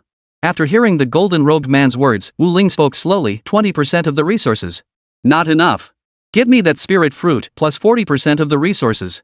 Wu Ling's sole purpose for coming here was that spirit fruit imbued with extreme cold energy. Chapter 198, The Golden-Robed Man's Ace in the Hole. Upon hearing this, the golden-robed man's eyes narrowed slightly. Killing intent flared within him. He stared intently at Wu Ling. "I'll give you 30% of the resources, but that spirit fruit is mine. That's my final bottom line." No sooner had the words left his mouth than the man in gold robes added, "If you refuse." After speaking, the man in gold robes unleashed all the energy within his body, his eyes blazing with murderous intent. He would never relinquish this spirit fruit. At this moment, he was prepared to engage Wu Ling in battle at any instant. For now, however, he preferred not to resort to such extreme measures. Instead, he would first test Wu Ling's limits using his own strength. Upon hearing this, Wu Ling smiled faintly and spoke slowly, "Since you refuse to relinquish it, there's little more to discuss." He was determined to possess the spirit fruit at all costs and would never yield it to the man in gold. The next moment, Wu Ling unleashed his entire aura, fully displaying the power of his 5th-tier holy light path. The power of the 5th-tier holy light Tao surged wildly. Feeling this terrifying aura, as if it were about to crush him to the ground, the man in gold robes narrowed his eyes, his gaze filled with apprehension. "It seems you've been hiding your true strength quite well, only revealing it now. None of us had noticed it before this moment." The man in gold robes naturally had no way of knowing, nor would he ever believe it. In truth, it was within that brief span of less than an hour that Wu Ling had elevated his own strength to this level. At that moment, one of the golden-robed man's subordinates approached him with a grave expression and whispered, "Young master, perhaps we should hold back for now. This fellow possesses the power of a 5th-tier holy light path, even stronger than the previous one. The methods the family had entrusted you with are nearly exhausted. Even what you have left might not be enough to handle him. At this moment, the blue-robed man's subordinate was also deeply shocked. Ever since being taken in by the Morong family head, he had devoted himself daily to mastering the art of detection. How could he have imagined that the youth before them had so effortlessly evaded the detection of both of them? At that moment, the man in the golden robe's face darkened to the extreme, his eyes filled with unwillingness. For a moment, he suddenly recalled countless scenes from the past. His father constantly compared him to his older brother, and every voice around him echoed that he fell far short of his sibling. From the beginning, he was arrogant and overbearing. Later, he gradually grew calm, skilled in calculation and scheming, but he never took any resources from the family again. Because his elder brother, Morong Tian, had not taken any resources from the Morong family since he turned 18. The man in the golden robe had always sought to prove that he was no less than his elder brother. He stared at Wu Ling like that, his gaze gradually consumed by rage after a moment of silence. Then he growled, "So what if it's the 5th-tier holy light path? That trump card my father gave me, is it not enough to kill this bastard?" Throughout the first layer of the 10,000 races secret realm, the man in the golden robe had always believed himself to be the one orchestrating everything. Yet how could he have imagined that he would be outmaneuvered by someone he had never taken seriously, someone he had always treated as a mere pawn? Hearing this, the man's expression darkened instantly. He hurriedly grabbed the golden-robed man's arm and whispered urgently, "Young master, you mustn't lose your composure. This man is truly beyond our capabilities." Wu Ling glanced at them. Seeing the golden-robed man hesitating to act, he turned and walked toward the resource point. As far as he was concerned, the golden-robed man possessed considerable skill. If the other party showed no intention of fighting, Wu Ling had no desire to engage him. Just as Wu Ling neared the resource point, the golden-robed man shed his usual composure. His eyes blazed crimson as he growled, "I'll make you pay with your life." The two men beside him tried to stop him, but it was too late. The man in gold robes swiftly retrieved a stone bead from his storage ring, an object seemingly ordinary in appearance. He hurled it forward with force, sending it hurtling toward Wu Ling. Simultaneously, a terrifying aura erupted, boiling and surging violently. A wave of heat rippled across the area as the stone bead transformed into a crimson flame, hurtling toward Wu Ling. The four prodigies exchanged stunned glances upon witnessing this. The scorching heat radiating from the wave felt as though it would consume them entirely, even from the sidelines. Had they not harnessed their own power to form protective shields? They would likely have been endangered by the very aftereffects of this heat wave today. At that moment, the two men beside the golden-robed man wore solemn expressions. They knew full well the true extent of Wu Ling's power. Even if Wu Ling, possessing the 5th-tier holy light path, suffered injuries from this force's assault, he would never be gravely wounded. In other words, the man in gold could, at most, pose only a slight threat to Wu Ling. One of the men sighed and said, "Truthfully, you shouldn't have gone this far. While this spirit fruit is indeed precious, within the entire Morong clan, it's really nothing special." By now, the man in gold had largely lost his reason. For the man in gold robes at this moment, it seemed he could no longer hear any words. Rage consumed his reason. After hearing the man's words, he growled hoarsely, "The family has it, the family has it. What else do my father and the others do besides compare me to my brother? Today, I will obtain this spirit fruit imbued with extreme cold power at all costs. How dare this mere human prodigy challenge the Morong clan?" The man in the golden robe was now utterly resolved this spirit fruit must be in his hands. As for Wu Ling, he looked down on him from the bottom of his heart. After all, across the entire human race, the top-tier prodigies among all races numbered only a handful. And among those few, was there any he did not know? Consumed by rage, the man in the golden robe shed his facade almost entirely. The two men beside him sighed at the sight, their eyes filled with resignation. They exchanged glances. They communicated through divine sense transmission. "Young master's temperament seems unchanged. After all these years, I truly believed he had heeded the family head's words." One of them sighed and said. The other man, however, sounded resigned, his voice thick with disappointment. "The family head entrusted the young master to us. Yet even now, he still believes the family head favors others. Never mind. Let the young master go. Once he's departed, we'll inform the head of the family about this matter." Chapter 199, Departure. Hearing this, the other man replied gravely, "But the young master stands no chance against him. Should anything go wrong, we'll have no choice but to use the teleportation stone left behind by the family." After the words fell, the other man sighed helplessly, "What choice do we have? The young master won't listen to reason now. We have no choice but to use that stone." Truthfully, they could see that although the man in gold robes possessed formidable strength, if he were to engage Wu Ling in battle, defeat was inevitable. It might even cost him his life.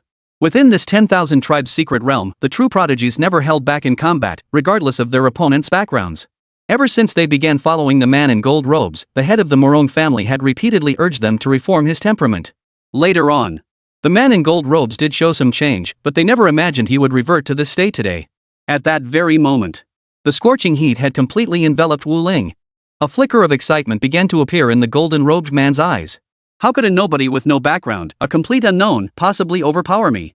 The man in the golden robe growled. Beside him, two men sighed upon hearing these words, ultimately choosing to remain silent. The two began communicating through their divine senses. Ever since the family had reprimanded him last time, he's been like this. Though he tries to hide it normally, whenever he encounters his older brother, he always murmurs about surpassing him. He says his brother doesn't take a single resource from the family, and he doesn't want any either. That's why his strength has only reached this level so far. The two began reminiscing. The man in the golden robe possessed extraordinary talent within the Morong clan, second only to his elder brother. Had he not stopped utilizing the family's resources midway, his current strength should be twice as formidable. Yet compared to Wu Ling, who had already grasped the 5th-tier holy light path, he still fell significantly short. Perhaps having been constantly compared since childhood had instilled in him a burning desire to surpass the prodigy of the Morong clan, hailed as a once-in-a-century talent. At this moment, the heat wave continued to spread relentlessly, its scorching intensity pushing the other 4 prodigies to their limits.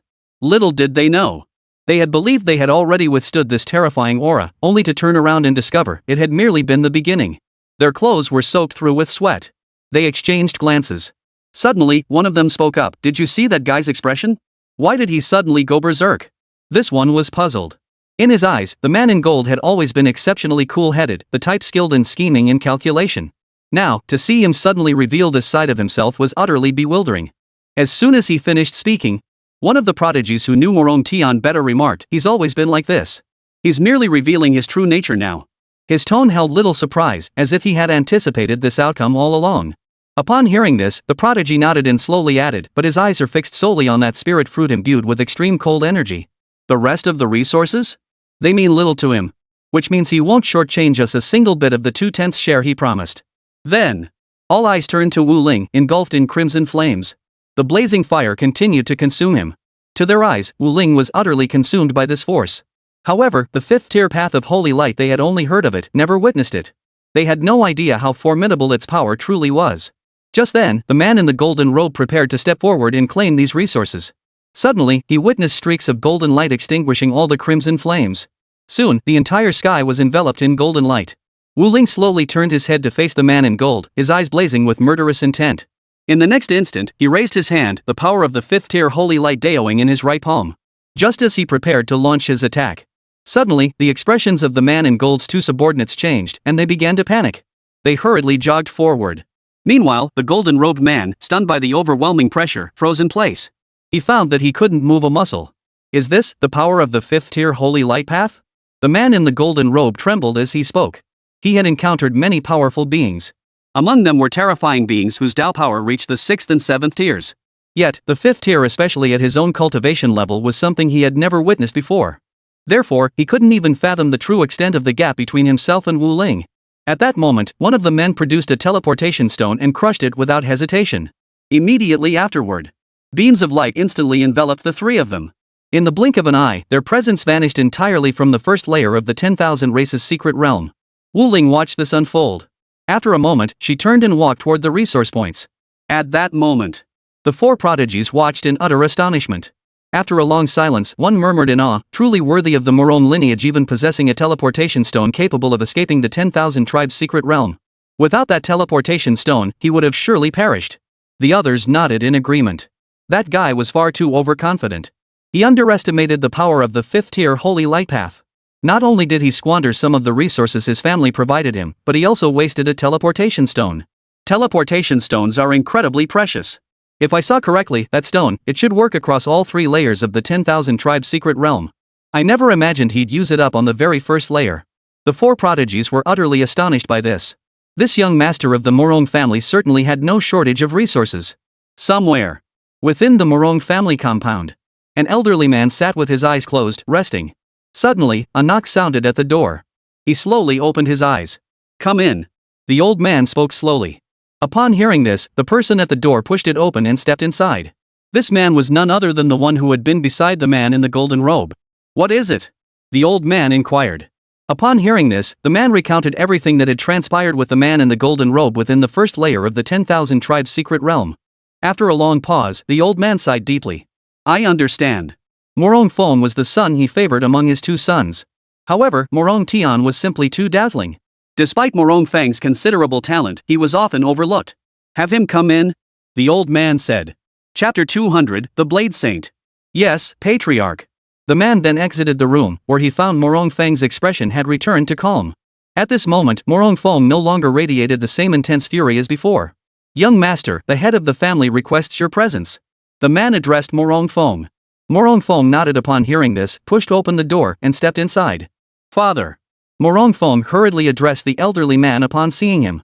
Hearing this, the old man looked at Morong Feng and slowly said, "Xiao Feng, you were too reckless this time. If I hadn't placed that teleportation stone on them, you would likely have perished in the first layer of the 10,000 tribes secret realm by now." Morong Feng nodded in acknowledgement.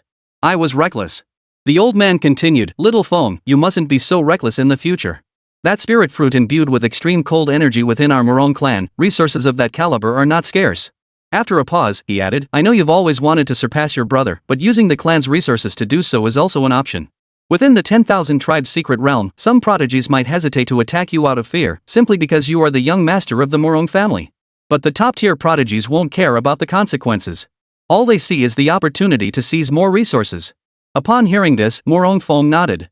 Among the human race, while there are only a handful of truly elite prodigies, but don't underestimate that youth named Wu Ling. His rise has been far too swift. After a moment of silence, Morong Feng spoke, "Grandfather, haven't you always wanted me to return to the clan to cultivate? If you help me kill Wu Ling, I'll return."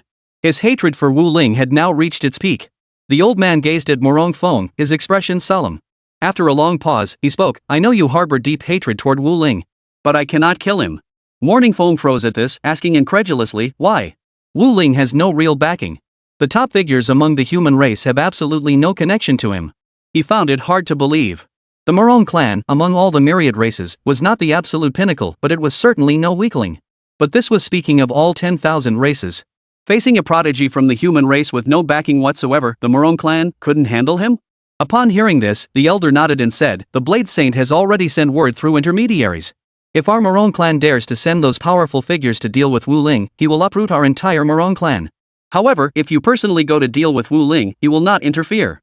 Hearing this, Morong Feng froze for a moment before sinking into deep thought. The name felt strangely familiar. Yet he couldn't quite place who it belonged to. The Blade Saint. Morong Feng murmured to himself. Suddenly, as if struck by a realization, his eyes widened in surprise. Could it be the master of that human prodigy who defeated my brother back then? The title Sword Saint was rarely bestowed among the myriad races. Yet among the truly powerful, hearing that name alone would instill immense pressure.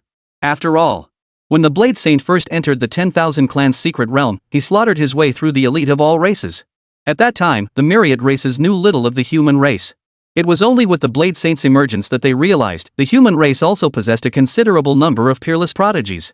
Later, more and more terrifying human race prodigies emerged. Now, though the truly elite are few, each one still sends tremors through the ranks of the myriad race's mighty warriors. Hearing this, the elder nodded. Indeed. If our Morong clan were to cross paths with the Blade Saint, he alone could wipe us all out. Therefore, you should return to the clan and focus on cultivating your own strength. Upon hearing this, Morong Feng fell silent for a moment, his expression darkening.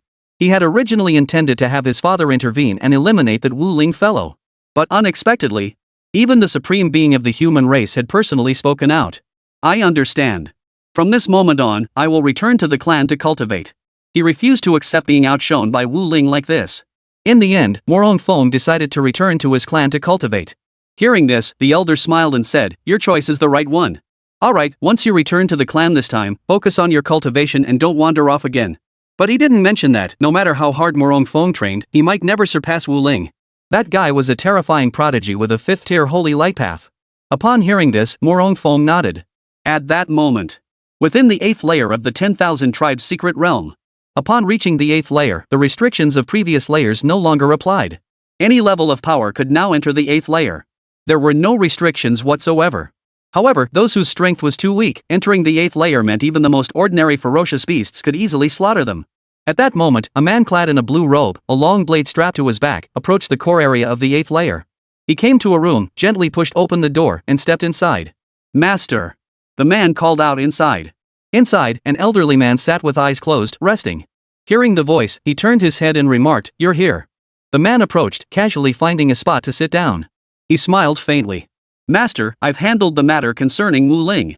However, I've looked into it.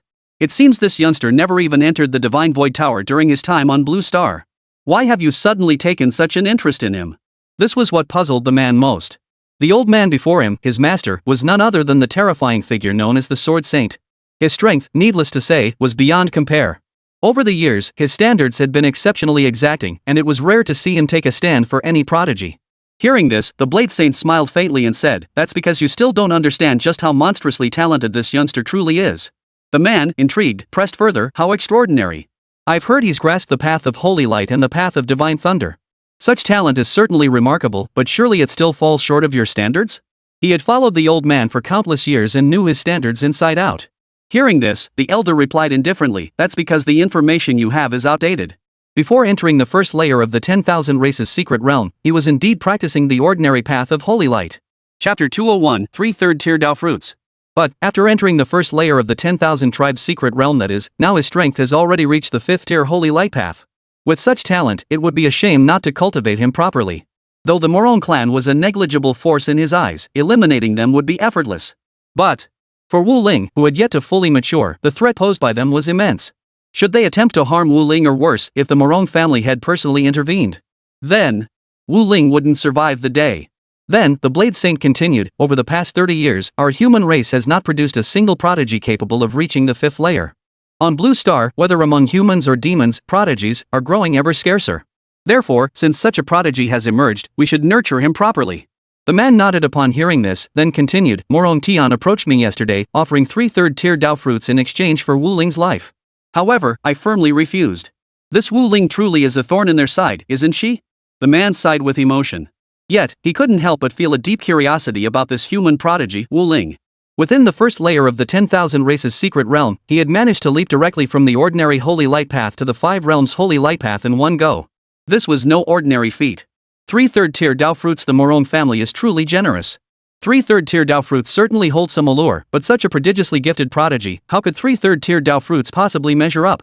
The old man remarked indifferently, then added, "Back then, Morong Tian was defeated by you. I suspect he still harbors some resentment toward you to this day. After all, back then, you were truly monstrously talented. Morong Tian, a top prodigy praised by countless people at the time, was effortlessly crushed under your feet." The old man continued, his tone tinged with disdain. "The Morong clan? Amongst all the races, they're nothing more than an insignificant minor family. The word is out. Once that youngster Wu Ling emerges, bring him to me." Regarding Wu Ling, the old man was quite eager to meet him. A prodigy who, upon entering the first layer of the 10,000 clans secret realm, had leaped from mastering ordinary holy light Dao to comprehending 5th tier holy light Dao. Such a talent deserved his attention. Understood. Countless entrances led into the 10,000 tribe secret realm, but if one wished to emerge from it, there was only one exit. Therefore, those who wish to target prodigies currently within the 10,000 tribe secret realm will find it remarkably easy. This time, the exit from the first layer of the 10,000 tribe secret realm lies on a certain continent. At this very moment, a prodigy who appeared young yet radiated an overwhelming aura of power was waiting here. Beside him stood a man of similar age, his expression grave as he urged, "Morong Tian, return now. Lu Yun has already made it clear if you target Wu Ling, they will strike directly against your Morong clan. If it were only Lu Yun, your Morong family could ignore this matter and treat it lightly. But, this time, it's not just Lu Yun's own decision. It's also the will of the Blade Saint behind him. Don't let the Morong clan be wiped out by the Blade Saint himself over this matter." Hearing this, Morong Tian's face darkened. His voice grew deep and cold. "Rest assured, I won't strike him down harshly. I merely intend to seize every resource he acquired in the frozen wastes." After the words fell, the man was stunned. "For you, those resources, aren't they something you could obtain effortlessly? Why bother coming here personally for them?" Morong Tian shook his head. "No. My brother coveted them. Since he failed to obtain them, I shall retrieve them for him." Man. He felt utterly helpless about this. Morong Tian had suddenly summoned him to accompany this trip, and he'd assumed it was about securing some vital resource. But this was it? Worse still, there was the risk of offending the Blade Saint. Forget the Blade Saint, even Lu Yun, the one under his command, could give him a run for his money. The man stared at Morong Tian for a moment before slowly saying, "I'm not going to waste my time messing with this with you. If you want to fight for it, go fight for it yourself. I'm not about to risk offending the Blade Saint over something like this." With that, he turned and walked away without hesitation. Are you kidding? If he offended the Blade Saint, it wouldn't just be him who was finished. His entire clan would be dragged down with him. Watching the figure walk away, Morong Tian's expression turned icy. Yet for a long while, he remained silent. Just then, suddenly, a man appeared behind Morong Tian. Yet, despite the short distance, Morong Tian failed to notice him, his gaze fixed on the exit, waiting for Wu Ling's appearance. Then, the man stepped forward abruptly, placing a hand on Morong Tian's shoulder. His expression turned icy. When Morong Tian finally sensed the presence and turned his head, his face instantly drained of color, nearly causing him to collapse to the ground. Lu Yun. Morong Tian stammered, then managed to ask, how did you get here? He never imagined Lu Yun would personally come here. Lu Yun looked at Morong Tian and said indifferently, what are you doing here? Could it be, to deal with Wu Ling? Before Morong Tian could respond, Lu Yun stepped forward, seized his throat with one hand, and hoisted him off the ground. Seeing this, Morong Tian's entire body began to tremble. Stammering, he looked at Lu Yun and said, let me go. I won't bother Wu Ling anymore. After investigating Wu Ling's background and her connections to figures like the Blade Saint, Morong Tian discovered that there appeared to be no significant ties between them. Therefore, Morong Tian concluded that the Blade Saint likely valued Wu Ling's talent above all else. As long as she remained alive and wasn't targeted excessively, he probably wouldn't intervene. This was why Morong Tian dared to come here to deal with Wu Ling. His intent was to seize all the resources she had acquired in the frozen wastes. But he never imagined that the Blade Saint's regard for Wu Ling was far more profound than he had anticipated. Even Lu Yun had personally come. Lu Yun stared at Morong Tian, his expression darkening to the extreme. He coldly declared, remember this, do not come looking for trouble with Wu Ling. This time, I'm merely giving you a simple lesson. Next time, I'll make sure you and your entire Morong clan vanish. Is that clear? Chapter 202, Lu Yun. At that moment, Lu Yun tightened his grip even further. Morong Tian was speechless, nodding frantically. Seeing this, Lu Yun finally released him and coldly ordered, get out. Hearing this, Morong Tian didn't hesitate for a moment, scrambling away as fast as he could. He, a top prodigy renowned even among the myriad races. After encountering Lu Yun Kai, he was utterly crushed. Meanwhile, Lu Yun remained standing there, waiting for Wu Ling. Somewhere else, an elderly man was preparing resources for Morong Fong, who stood silently by his side. At that moment, the old man's expression suddenly darkened, growing grave as he asked in a deep voice, who did you say? Morong Tian went to cause trouble for Wu Ling and was warned by Lu Yun? Hearing this, the old man's expression darkened to the extreme. He slammed his fist hard against the wooden door beside him and growled, Morong Tian is utterly outrageous. The Blade Saint has already issued a warning, yet he still dares to cause trouble for Wu Ling? If he wants to die, don't drag our Morong family into it. Order him to return immediately. Seeing the elder's fury, the other man grew flustered and stammered, Master, Morong Tian was taught a lesson by Lu Yun. He's on his way back to the Morong residence now. Hearing this, the old man nodded and said in a deep voice, tell him to hurry back. Yes, master, the other replied hastily. Meanwhile, Morong Fong, who had overheard the exchange nearby, was utterly bewildered. Father, what happened to my brother? Morong Fong asked in confusion. From the fragments of the conversation, he could tell something had happened to his brother. Hearing this, the old man shot him a cold glance and said in a deep voice, what else could have happened? It's all because your brother went looking for trouble with Wu Ling and got caught and taught a lesson by the Sword Saint's disciple. After a pause, he sighed helplessly, your brother simply doesn't grasp the gravity of the situation. Though the Blade Saint is known to protect his own, in all these years, I've never heard of him actively shielding any prodigy unrelated to him. Based on all the information we've gathered, Wu Ling truly has no connection whatsoever to the Blade Saint. The Blade Saint likely chose to protect him solely because of his extraordinary talent. Your brother likely realized this too, thinking the Blade Saint would merely offer protection. As long as Wu Ling wasn't killed or severely injured, the Blade Saint would basically turn a blind eye and not get involved. But he still doesn't understand the Blade Saint. Anyone the Blade Saint publicly pledges to protect, if you dare touch a single hair on their head, he'll come looking for you. Then the old man added, if you still wish to trouble Wu Ling, then train diligently and seek him out yourself. Don't waste resources hiring powerful individuals to act on your behalf. If the Blade Saint comes looking for you, I will expel you. Upon hearing this, Morong Fong nodded. Without lingering, the old man turned to leave. He glanced at the middle-aged man who had remained nearby all along and spoke slowly, Lu Peng, I entrust my son to you. Help him formulate a cultivation plan. For the time being, let her stay by your side. Lu Peng smiled and nodded in response. Yes, Patriarch. His strength was not formidable.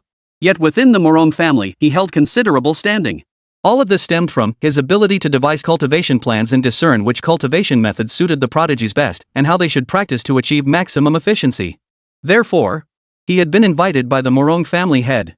After that, the old man departed. Lu Peng turned his gaze toward Morong Fong, who remained lost in thought, seemingly still in a daze. After a moment, Lu Peng suddenly spoke up, young master. Only then did Morong Fong snap back to reality. He looked at Lu Peng and said, Uncle Lu, let's go cultivate. Morong Fong held Lu Pang in high regard. When he was born, Lu Feng had already been part of the Morong family. Back then, every aspect of his cultivation plan had been meticulously designed by Lu Pang. Moreover, Morong Fong had made significant progress, quickly rising to become a renowned prodigy. Later, however, after he left the resources of the Morong family, Lu Pang was no longer by his side to oversee his progress. Young master, though you've cultivated according to your own methods these past years, the results haven't been bad. Your current foundation is quite solid. Moving forward, follow the cultivation plan I've devised for you. Lu Pang began explaining to Morong Fong. Morong Fong listened patiently. After the old man departed, he made his way to a secluded spot. The moment he entered, he began frantically searching for something. Suddenly, a voice drifted softly from beside him. Morong Yunxiong, is this what you're searching for? Hearing the voice, Morong Yunxiong's body trembled uncontrollably, his eyes filled with utter disbelief. His gaze slowly shifted toward the man. The next moment, he nearly stumbled backward. Lei. Young Master Lei, how did you get here? Morong Yunxiong stammered. The man addressed as Young Master Lei looked at Morong Yunxiong and replied indifferently, why, can't I come? Hearing this, Morong Yunxiong hastily shook his head and forced a smile. What nonsense are you talking about? Young Master Lei is welcome to visit any time. After a pause, he added, it's just that Young Master Lei rarely visits our Morong family. I wonder what brings you here today. For Morong Yunxiong, opportunities to see the young master of the Lei family before him were exceedingly rare. It was practically impossible. Therefore, seeing him today felt quite extraordinary. Moreover, Morong Yunxiong knew that the young master of the Lei family had come in person for a specific reason. The young man glanced at Morong Yunxiong before replying indifferently, alright. I came to see you today because I have something to ask. I heard, the Blade Saint instructed your Morong family not to touch a certain prodigy. Is that true? Hearing this, Morong Yunxiong froze. Clearly, he hadn't anticipated why young Master Lei would ask him about this matter.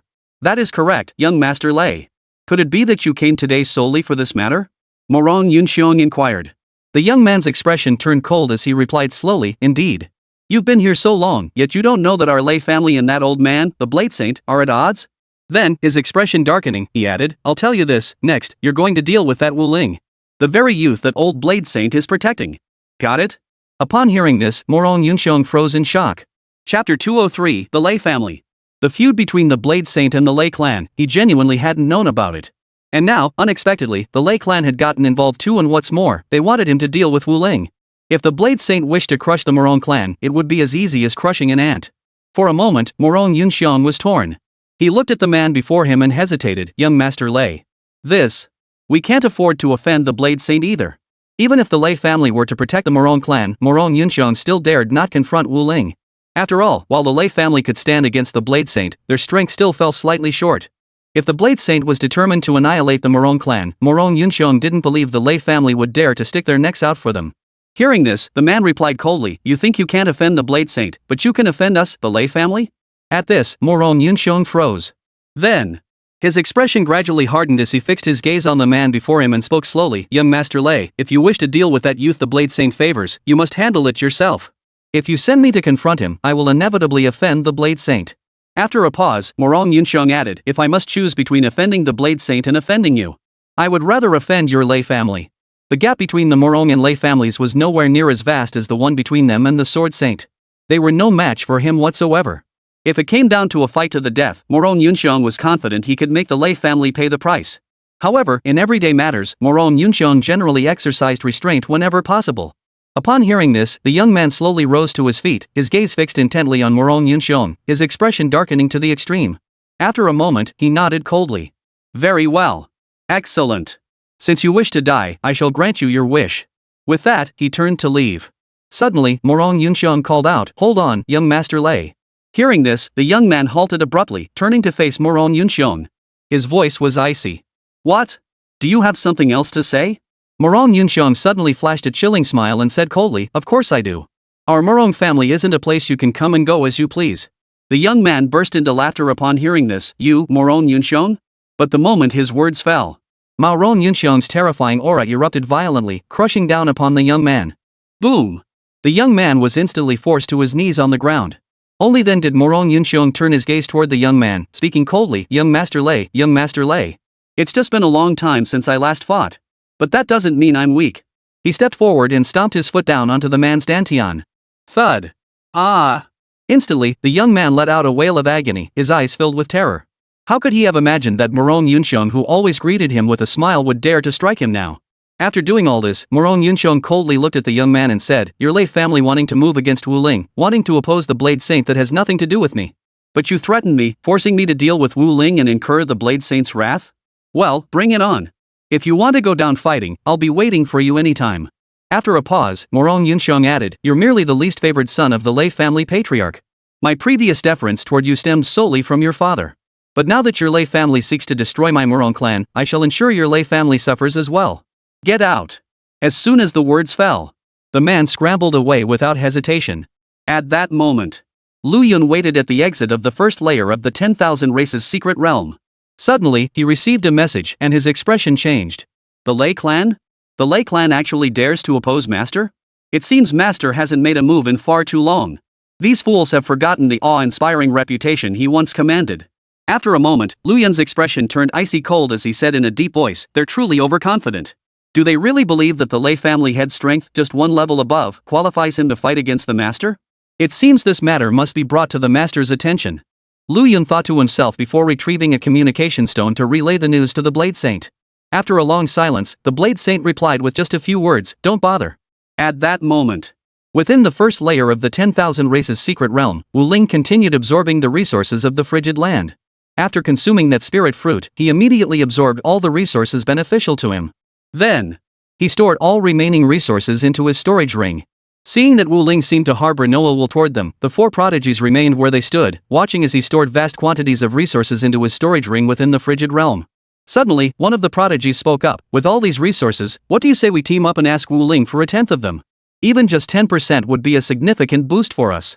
Upon hearing this, another fell silent for a moment before replying, "Do you think Wu Ling is the same as that Morong Feng from before? A fifth-tier holy light path cultivator? Even the four of us together wouldn't stand a chance against him in a single round. Stop entertaining such thoughts. He is beyond our capabilities." Wu Ling had already demonstrated his strength. Even Morong Feng, with all the resources his clan had given him, couldn't handle Wu Ling. Much less them. Attacking together as four would only lead to instant defeat. Hearing this, the prodigy who had spoken earlier fell silent. Though moments ago, he too had felt a tinge of envy, tempted to join the fray and claim his share of the glory. But upon hearing this and recalling Wu Ling's terrifying strength, he ultimately abandoned the idea. Then, another prodigy remarked with a hint of resignation, "This time, in the first layer of the 10,000 Races secret realm, our gains were rather meager. The most resource-rich frozen abyss has been claimed entirely by that single human prodigy." After the words fell, another prodigy remarked indifferently, "We should be content. After all, who could have imagined that such a prodigiously talented prodigy would appear in the first layer of the 10,000 Races secret realm this time? Besides, our haul from the first layer of the 10,000 Races secret realm is already quite substantial." At that moment, Wu Ling had nearly exhausted all the resources beneficial to his cultivation. He slowly emerged, while Zhou Lai and the others immediately approached. "Teacher Wu Ling, when shall we depart from here?" Chapter 204, Lei Kai. Zhou Lai approached Wu Ling and inquired. This time, they had reached the first layer of the 10,000 Races secret realm. Under Wu Ling's guidance, they had achieved quite substantial gains. Therefore, they were now contemplating when to depart. Hearing this, Wu Ling looked at Zhou Lai and said slowly, "It should be soon." He didn't know the exact timing. At that moment, Luo Yun interjected, "I overheard the 10,000 clans prodigies saying that once all resources in the frozen wastes are depleted, the first layer of the 10,000 clans secret realm will close. Moreover, the exit from the 10,000 clans secret realm is unified in one location." After a pause, Luo Yun added with a grave expression, "That golden-robed man you defeated earlier, the one who escaped the 10,000 clans secret realm, is the young master of the Morong clan of the 10,000 clans. His background is terrifying. I suspect he will likely mobilize the powerful figures within his clan to come after you." At first, Luo Yun was unaware of this information. After all, the only difference between him and Wu Ling and the others was that he cultivated within the Divine Void Tower. He had slightly more insight into the secrets of the 10,000 clans sacred realm. He had only picked up fragments of it by overhearing the discussions among the 10,000 clans prodigies. Upon hearing this, Wu Ling nodded and slowly replied, "When it's time to leave the 10,000 tribes secret realm, one is forcibly teleported out, correct?" Upon hearing this, Luo Yun nodded and replied, "Yes, they will be forcibly teleported out. There's no way to stay here." Wu Ling nodded again before adding, "We'll see once we're out." At that moment, Luo Yun sighed and said, "Here, we have no means to contact the outside world. Otherwise, if only we could contact those beings within the Divine Void Tower. The powerful beings left behind in the Divine Void Tower on Blue Star, perhaps their strength wasn't as terrifying as it seemed." but they possessed the means to contact those supreme human beings. Just then, suddenly, faint blue flashes flickered across the sky. Upon witnessing this, the surrounding prodigies all cried out in unison, "The secret realm is ending!" Immediately after, before Wu Ling and the others could react, the light enveloped them, swallowing them whole. After a moment, Wu Ling and the others appeared at the exit. At that moment, only one person remained at the exit. All the prodigies turned to look. Some failed to recognize the figure, while others froze in disbelief. Isn't that Lu Yun? He seems to have reached the 5th layer of the 10,000 tribes secret realm already, and he's among the absolute elite there. Yeah, how could such a prodigy have time to show up here? The prodigies murmured in disbelief. Meanwhile, Luo Yun beside Wu Ling paused for a moment before speaking with some excitement. "Wu Ling, this man is one of our human race's top prodigies. His master is none other than the Blade Saint, one of the strongest figures in the human race." After a pause, he added with renewed fervor, "The Blade Saint's power could easily crush the entire Morone clan. His presence here now most likely means the Blade Saint has already protected you. With that, the Morone family won't dare to come after you anymore. But as far as I know, the Blade Saint and his kind don't typically protect prodigies they have no connection to. His presence here today puzzles me too, but they must have come to aid you." Upon hearing this, Wu Ling also probed the strength of the man before him. He discovered this Lu Yun possessed power that could be described as unfathomably deep. Merely probing his strength alone, he could sense that if he were to engage in combat, he would be utterly crushed and defeated in an instant. Lu Yun swept his gaze across the gathering of prodigies, quickly identifying Wu Ling. He walked slowly over, came to Wu Ling's side, patted his shoulder, and smiled indifferently. "Wu Ling, my master wishes to see you. As for the Morone family matter, you needn't worry. We've already taken care of it for you." Hearing this, Wu Ling nodded, then asked with a hint of confusion, "Why, did you help me?" Throughout his journey, he had never imagined any connection with Lu Yun. Wu Ling didn't even have the standing to come into contact with Lu Yun or the Blade Saint. Upon hearing this, Lu Yun smiled faintly. "Because you are the most gifted prodigy my master has encountered in all these years. He wouldn't want to see you fall to the Morone family like this." Hearing this, Wu Ling fell silent. He knew that without Lu Yun and the Blade Saint today, he would have been utterly helpless against the Morone clan's assault. Then, Lu Yun spoke again, "Now, come with me to meet my master." Wu Ling nodded. "All right." He then glanced at Zhou Lai and the others. At that moment, Lu Yun added, "You needn't worry about these people. I'll have them safely escorted back to Blue Star shortly." "All right." Wu Ling nodded. At that moment, above, a terrifying aura suddenly descended slowly. Seeing this, Lu Yun lifted his gaze skyward. Suddenly, his expression darkened, his voice turning icy. "Lei Kai, the Lei family truly dares to come." As his words faded, a figure abruptly descended from the sky, landing steadily before Lu Yun. A cold smile touched his lips. "Well, Lu Yun, do you truly believe your master, the Blade Saint, is invincible? That no one among the myriad races dares oppose him?" His expression turned grim as he declared in a deep voice, "My father has spoken. Today, Wu Ling must die. If the Blade Saint wishes to avenge him, he is welcome to come to the Lei family." Lu Yun stared intently at Lei Kai before him.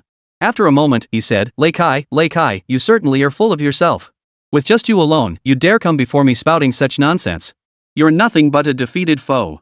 After speaking, Lei Kai's expression darkened to the extreme. At that moment, among the surrounding prodigies, some recognized Lei Kai's identity. Lei Kai, the 6th son of the Lei family patriarch. Exceptionally gifted. "As far as I know, he fought Lu Yun a year ago," one prodigy remarked. As soon as the words fell, another voice inquired, "And what was the outcome?" The young prodigy who had spoken earlier fell silent for a moment before continuing. The result, he was utterly crushed. A year has passed since then, so Lei Kai's strength should have grown considerably. Still, I don't think he stands a chance against Lu Yun. It'll likely be the same as before, an instant crushing defeat. Then, the other prodigies began discussing among themselves. At that moment, Lei Kai's expression darkened to the extreme. Chapter 205, Sparring. Immediately after, Lei Kai fixed his gaze on Lu Yun and coldly remarked, Lu Yun, I hope you'll still be so cocky when the time comes." With that, in the next instant, the energy within Lei Kai erupted violently, a terrifying aura swirling in the air above. The Divine Thunder Dao. Standing nearby, Wu Ling sensed this power. Having also grasped the Divine Thunder Dao, he recognized it instantly. Immediately after, the power of the Divine Thunder Dao began to surge upward. From the 1st tier all the way to the 7th tier. At that moment, Lei Kai turned to Lu Yun and said coldly, "Lu Yun, when we clashed before, my Divine Thunder Dao was only at the 5th tier. Now, it has reached the 7th tier. In our battle today, I will make you understand that even you, once hailed as one of the top 3 prodigies in the 5th layer of the 10,000 tribes secret realm, are nothing special." Lei Kai and Lu Yun had ascended together from the 1st layer to the 5th layer. But back then, Lei Kai had always been weaker than Lu Yun. Lu Yun, on the other hand, had always been among the most outstanding prodigies. He easily ranked among the top 3. Lei Kai, on the other hand, couldn't even guarantee a spot in the top 20. Compounded by his father's feud with the Blade Saint, Lu Yun became the target Lei Kai constantly sought to surpass. Hearing this, Lu Yun turned to Lei Kai, sensing the terrifying power radiating from him, his expression calm. Back then, I didn't even use 10% of my strength against you. Now that your Divine Thunder Dao has reached the 7th tier, you still pose no threat in my eyes. With that, Lu Yun's intent flickered, and a long blade materialized in his right hand. He swung it forward with a fierce strike. A jet-black blade aura instantly streaked toward Lei Kai. Lei Kai had believed that with his Divine Thunder Great Sword now at the 7th tier, he should be able to match Lu Yun blow for blow. But, upon sensing the terrifying aura emanating from Lu Yun, Lei Kai realized it seemed to be just as before. Moreover, the blade aura slashing toward him from Lu Yun made his body tremble involuntarily. Terrifying. Too terrifying. Lei Kai had believed that now, when facing Lu Yun, he could be more relaxed and composed, even matching her blow for blow. But he hadn't expected, he had overestimated himself. The blade's aura swiftly closed in on Lei Kai, its terrifying force descending like a devastating blow. Lei Kai unleashed every ounce of strength within him, blocking the blade's path before him, determined to withstand this attack with all his might. Simultaneously, he drew a teleportation stone. If the blade's edge proved too much to withstand, Lei Kai would crush it instantly and teleport away from this place. Lu Yun merely watched the scene unfold with a detached expression. Then, the blade's edge shattered the moment it touched Lei Kai's defenses. In that very instant, Lei Kai's expression changed drastically. He hastily crushed the teleportation stone and vanished from his original position. At that moment, Lu Yun turned to Wu Ling beside him and said slowly, "Let's go." Wu Ling nodded. "All right." Then, Lu Yun turned to Luo Yun and the others beside him and said slowly, "I've already sent some people over. They'll be here shortly and will escort you back to Blue Star. Don't worry too much. Whether it's the Lei family or the Morong family who previously targeted Wu Ling, their primary objective remains Wu Ling. They won't waste much time on you." After speaking, Lu Yun focused his mind, and a beam of light enveloped him and Wu Ling. In the next instant, the light dissipated, and the two vanished from their original spot. Suddenly, 10 middle-aged men arrived and surrounded Luo Yun and the others. "We will escort you back to Blue Star," one of them stated. At that moment, Lu Yun led Wu Ling to the room where the Blade Saint resided. "The Blade Saint is inside. Go in." Lu Yun pointed at the room and looked at Wu Ling as he spoke slowly. Upon hearing this, Wu Ling nodded, then slowly pushed open the door and stepped inside. An elderly man sat in a chair. As Wu Ling entered, he lifted his gaze, looked at her, and smiled. "You've come? The human race hasn't seen a prodigy like you in ages. Nearly in the first layer of the 10,000 races secret realm, you managed to elevate an ordinary holy light path to a 5th-tier holy light path." The old man continued, "I summoned you here primarily to share some news. Recently, several factions have requested sparring matches with my disciples. However, due to age and strength restrictions, I haven't found suitable candidates. You, however, are quite suitable. If you can distinguish yourself in these sparring matches, the rewards awaiting you will be quite generous. Interested?" Upon hearing this, Wu Ling looked at the Blade Saint, pondered for a moment, then said, "So this is why you rescued me from the Morong family?" He had never met the Blade Saint before. And the Blade Saint had done him such an immense favor. Wu Ling simply couldn't fathom why such a terrifyingly powerful figure would help him. Merely standing before the Blade Saint made Wu Ling's entire body tremble. At the Blade Saint's level of power, they could effortlessly conceal their aura. Yet, standing before him, Wu Ling still found his body trembling uncontrollably. Hearing this, the Blade Saint smiled faintly. "Not exactly. Saving you from the Morong family was simply because I felt it would be a pity if such a prodigy of the human race were to perish so easily. I simply believe that if you can distinguish yourself this time, you stand to gain considerable resources." Wu Ling nodded thoughtfully, then fell deep in contemplation. The Blade Saint. Though he knew little about him, Wu Ling understood this must be an utterly terrifying existence. And among the factions powerful enough to pit their disciples against his, which one could possibly be insignificant? At that moment, the Blade Saint looked at Wu Ling and continued, "Your physical body is already far from keeping pace with the power of the laws. If you continue like this, you will soon reach a dead end." After a pause, the Blade Saint added, "This time, if you can secure a top 3 finish, you will obtain rare treasures capable of enhancing your physical prowess. These treasures could significantly boost your physical prowess. However, the opponents you'll face are all exceptionally powerful. I only know of a fraction of them, those I don't know might be even more terrifying. Are you going or not?" Upon hearing this, Wu Ling fell silent for a moment before looking at the Blade Saint and saying, "I'll go." Indeed, as his path of holy light had reached the 5th tier, Wu Ling could clearly sense that his physical strength was no longer sufficient. Now, with an opportunity to enhance his physical strength, he was eager to give it a try. Chapter 206, The Blade Saint Takes a Disciple. Upon hearing this, The Blade Saint's lips curved into a faint smile. He looked at Wu Ling and said lightly, "Since you've made up your mind to go, you'll stay here with me for the next 5 days. During this time, I will assist you in enhancing your physical strength as much as possible." Hearing this, Wu Ling nodded and said, "Thank you, Blade Saint." At that moment, outside the door, Lu Yun overheard their conversation and a look of astonishment flashed across her face. Master actually offering to personally help Wu Ling strengthen her abilities? That's truly rare. Having served by the Blade Saint's side for countless years, Lu Yun understood his temperament well. Even with the disciple he had taken in last time, he had never once mentioned personally helping them lay a solid foundation or consolidate their strength. Yet Wu Ling, a prodigy he had only just met, was receiving such special treatment from the Blade Saint. This fact left Lu Yun utterly astonished. Hearing this, Wu Ling nodded, feeling somewhat overwhelmed by the honor. She quickly replied, "Thank you, Blade Saint." Immediately afterward, the Blade Saint rose to his feet and slowly approached Wu Ling. His gaze remained fixed on Wu Ling. After a moment, the Blade Saint reached beside Wu Ling, extending his hand to rest it gently upon his shoulder. In the next instant, waves of power surged through the Blade Saint's hand and into Wu Ling's body. Time passed slowly. Wu Ling had now slowly closed his eyes, mobilizing every ounce of his strength to absorb as much of the energy the Blade Saint was channeling into him as possible. After about 10 minutes, Wu Ling sensed he had reached his limit. The Blade Saint, noticing this, withdrew his hand and looked at Wu Ling with a faint smile. "Impressive.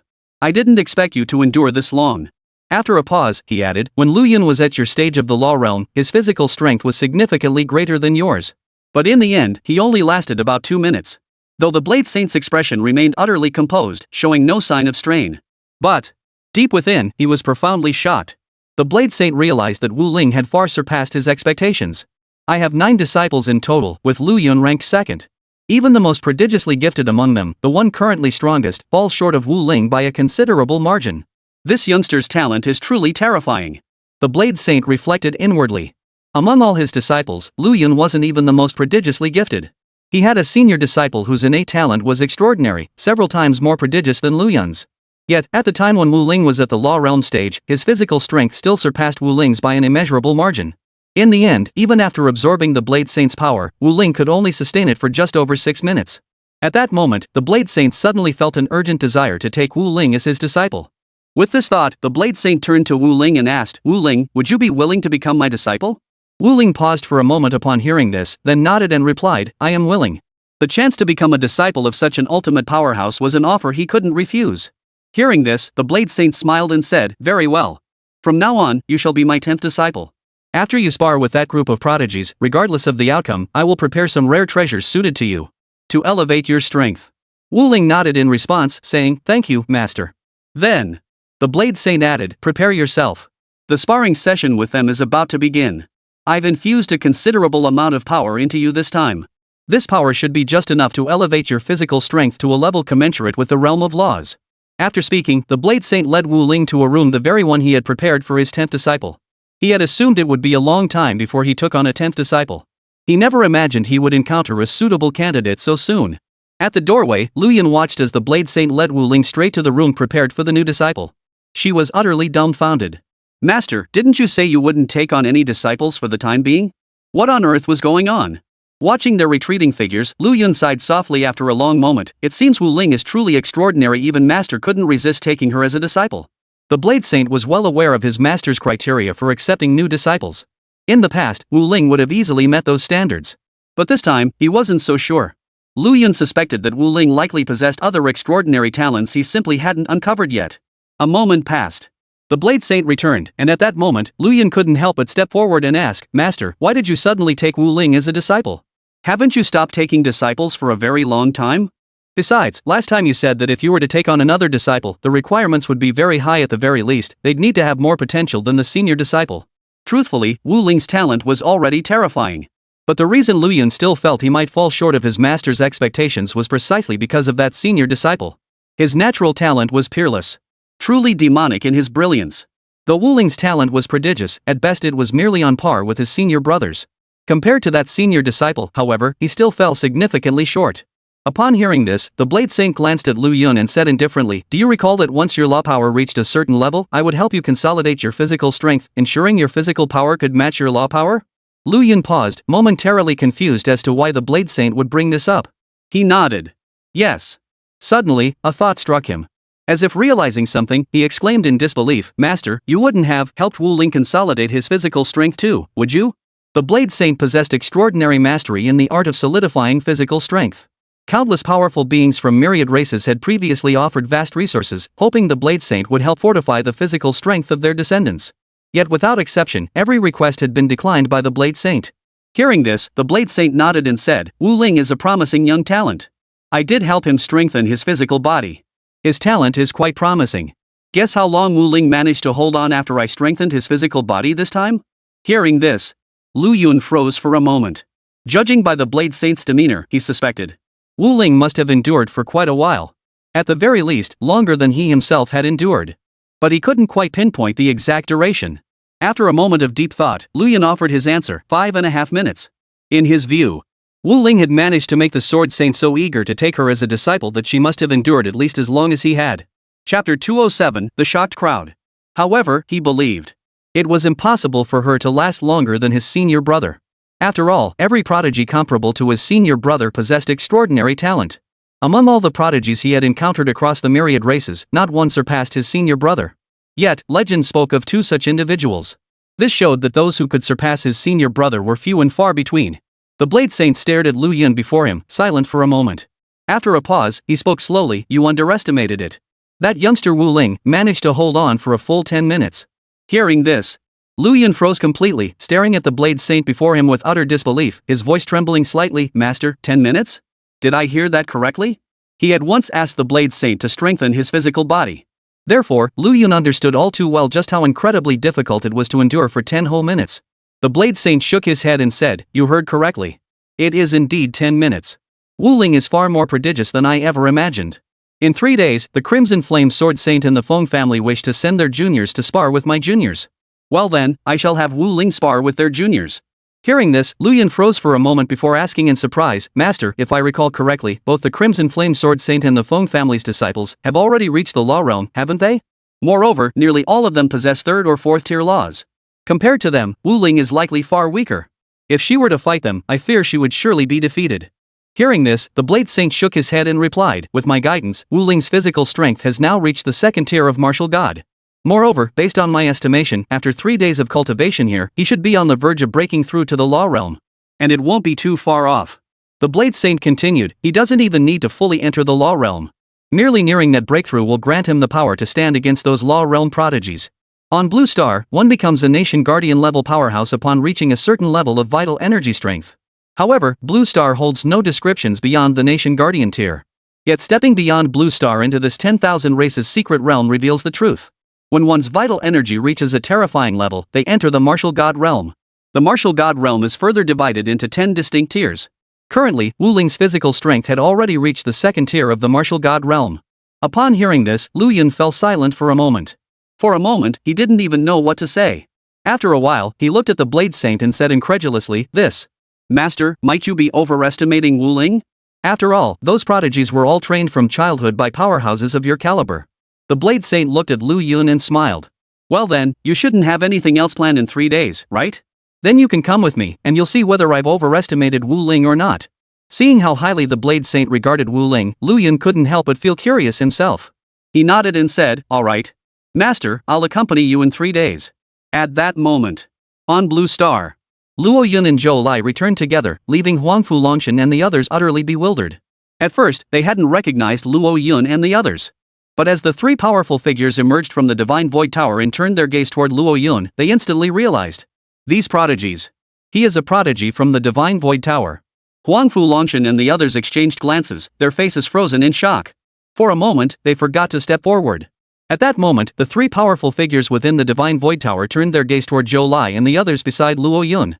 Suddenly, one of them spoke up, "Luo Yun, it seems your expedition to the first layer of the 10,000 races secret realm yielded substantial gains, and your strength has grown considerably. Who are these prodigies by your side?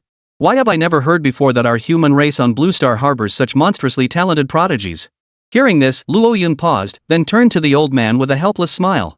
"Master, these are the prodigies of our Blue Star human race."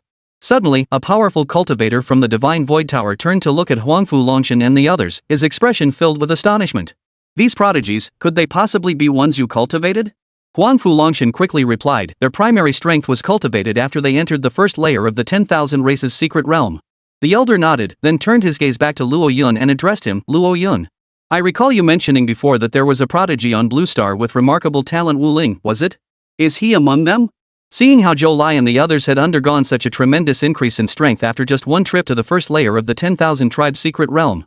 For a moment, the old man found himself growing curious about Wu Ling. What realm had this prodigy, once renowned across Blue Star, attained? Upon hearing this, Luo Yun paused for a moment before replying. Wu Ling did not return. After the words fell, Huang Fulongshan and the others froze, then grew anxious. What happened to Wu Ling? Huang Fulongshan urgently inquired. Wu Ling was taken away by the Sword Saint's disciple.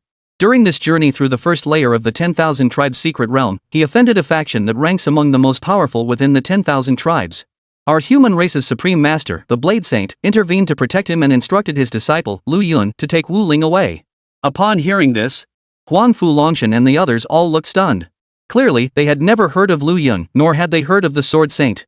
Yet the three powerhouses from the Divine Void Tower beside them wore expressions of astonishment and disbelief. One of them spoke in disbelief. The Blade Saint actually spared Wu Ling? Evidently, these three powerhouses from the Divine Void Tower had heard of the Blade Saint's reputation. Immediately after, the other two chimed in.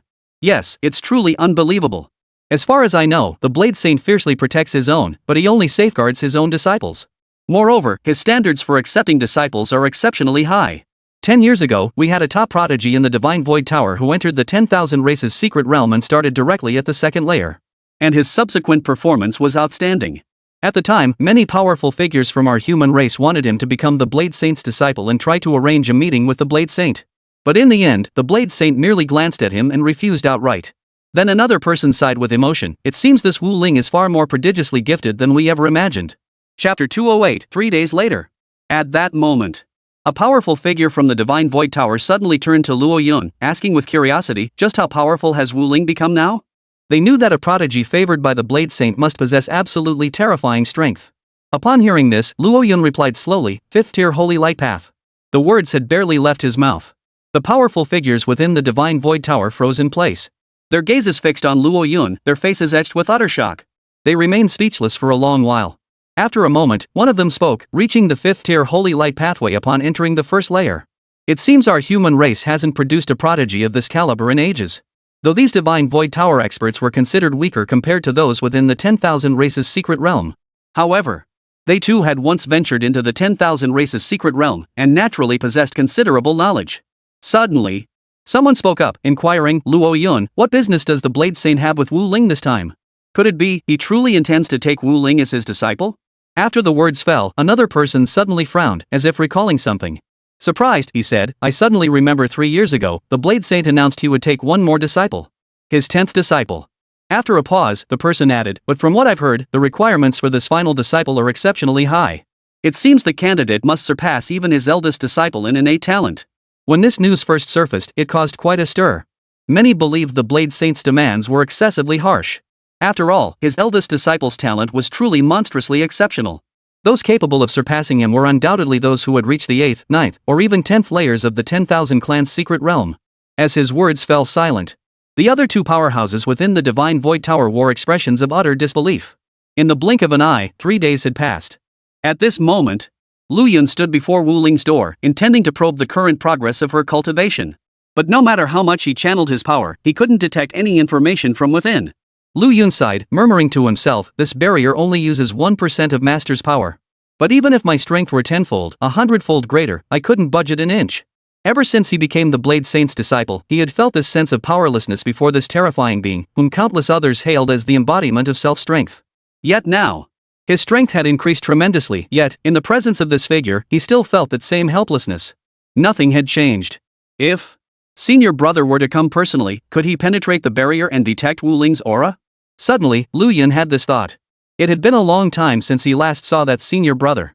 Ever since becoming a disciple of the Blade Saint, his opportunities to see the Senior Brother had become exceedingly rare. Yet each time they met, he sensed the Senior Brother's aura had grown immeasurably more terrifying. And now, Lu Yun wasn't certain, but in his estimation, the senior disciple's strength had likely reached 1% of the Sword Saint's level.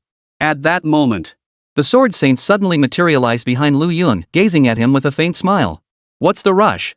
So eager to test your junior brother's strength? Hearing this, Lu Yun gave a slightly awkward chuckle. I merely wish to test how far I still am from the barrier master has set up. Upon hearing this, the Blade Saint chuckled. Though this barrier was merely casually erected by me, it nonetheless possesses at least 1% of my power. The gap between you and the barrier I set is still a very, very long way. After hesitating for a long moment, Lu Yun finally asked, Master, if the eldest senior brother were to come, could he break through your barrier?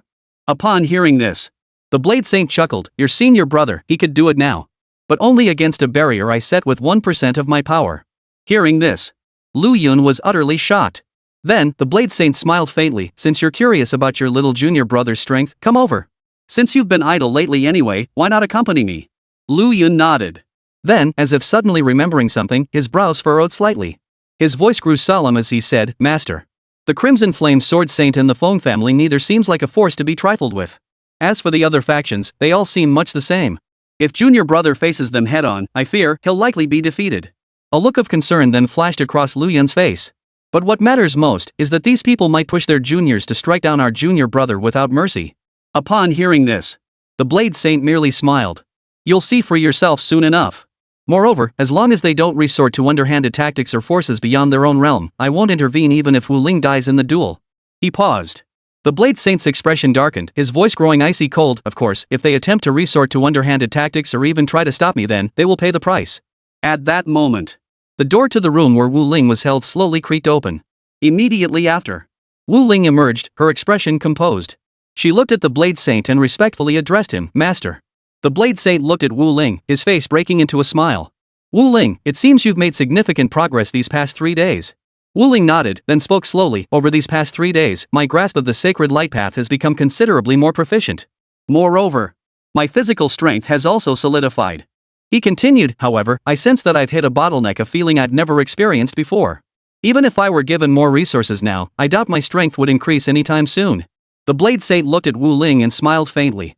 That's normal. Your journey has been too swift, and you've encountered almost no obstacles. It's only natural to feel this way now. Then, the Blade Saint added, however, what surprised me last time was that your realm of laws showed not a trace of instability, it was remarkably solid. If it were anyone else. Chapter 209, Lei Ming. By now, they'd likely be suffering from headaches due to their unstable cultivation. When Wu Ling demonstrated such cultivation speed, the Blade Saint had already prepared to take him as a disciple. Back then, had already prepared to help Wu Ling solidify her cultivation base.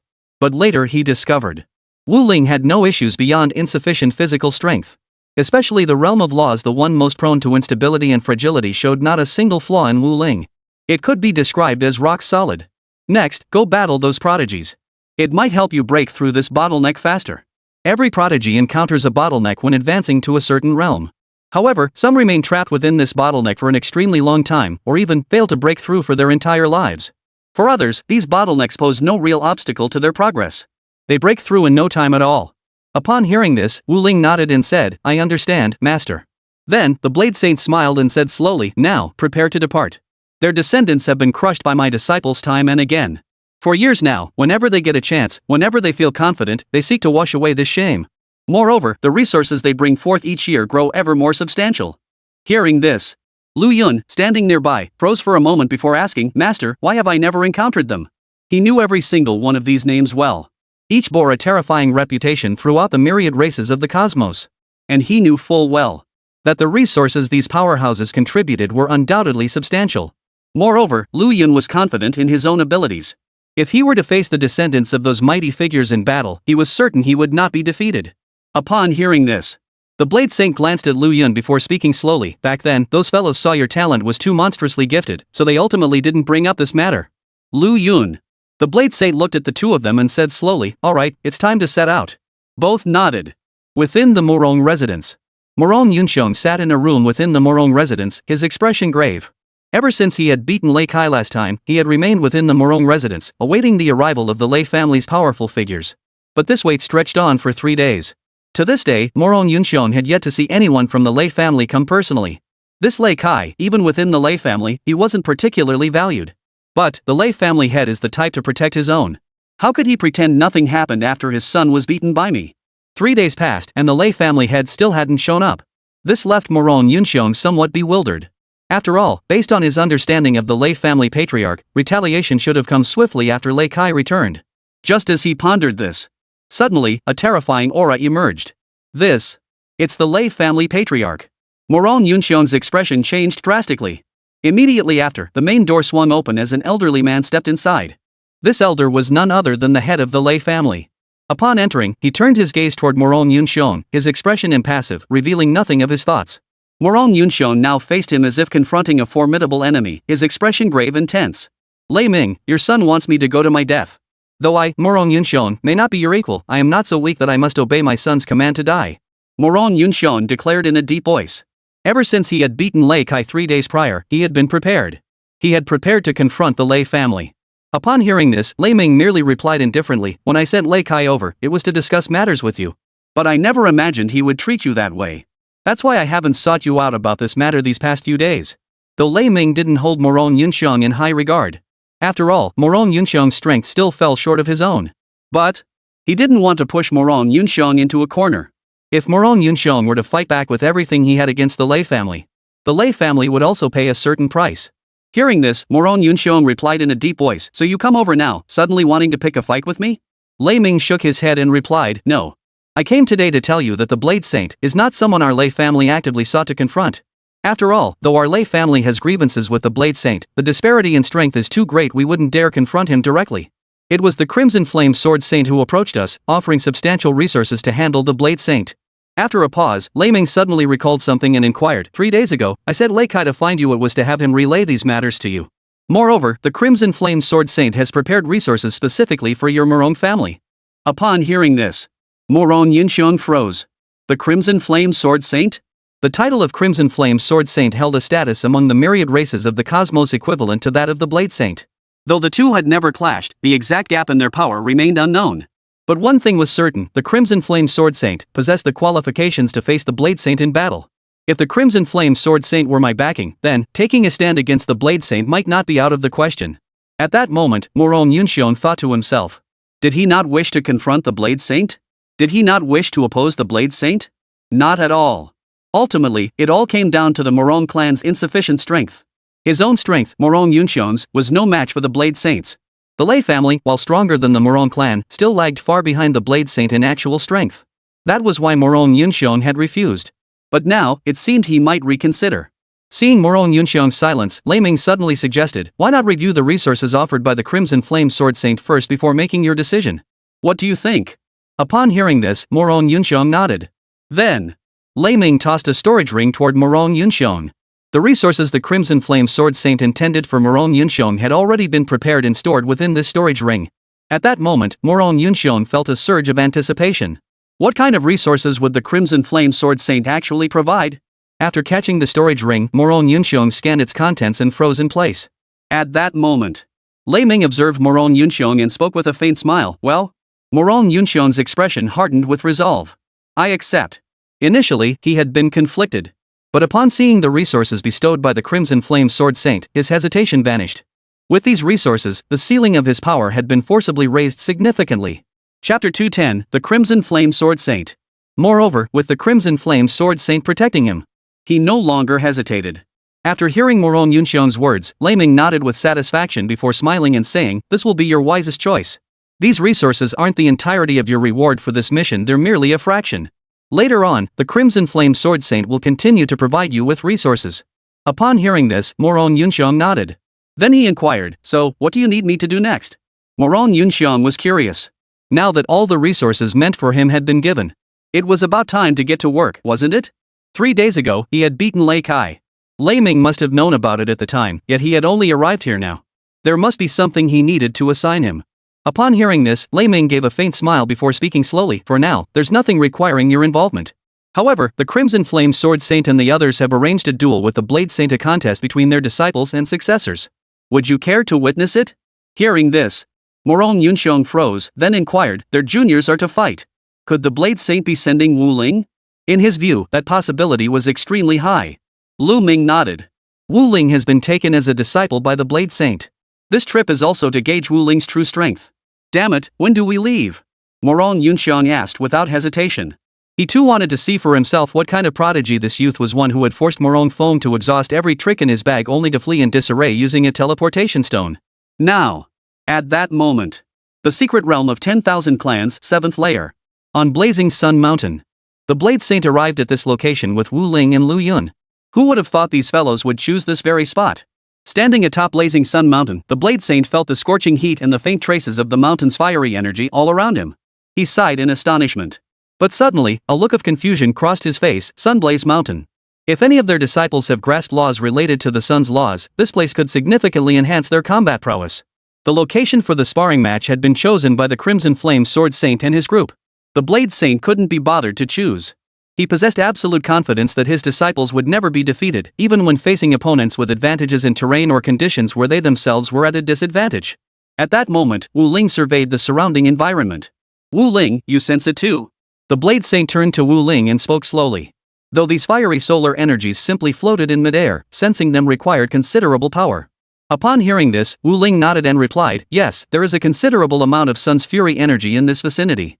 If any of these opponents have grasped the Blazing Sun Law or a similar law, their combat power could likely be amplified by half. This sunfire energy was too dense. So dense that it could even boost the combat power of those who grasp the sun's laws by half.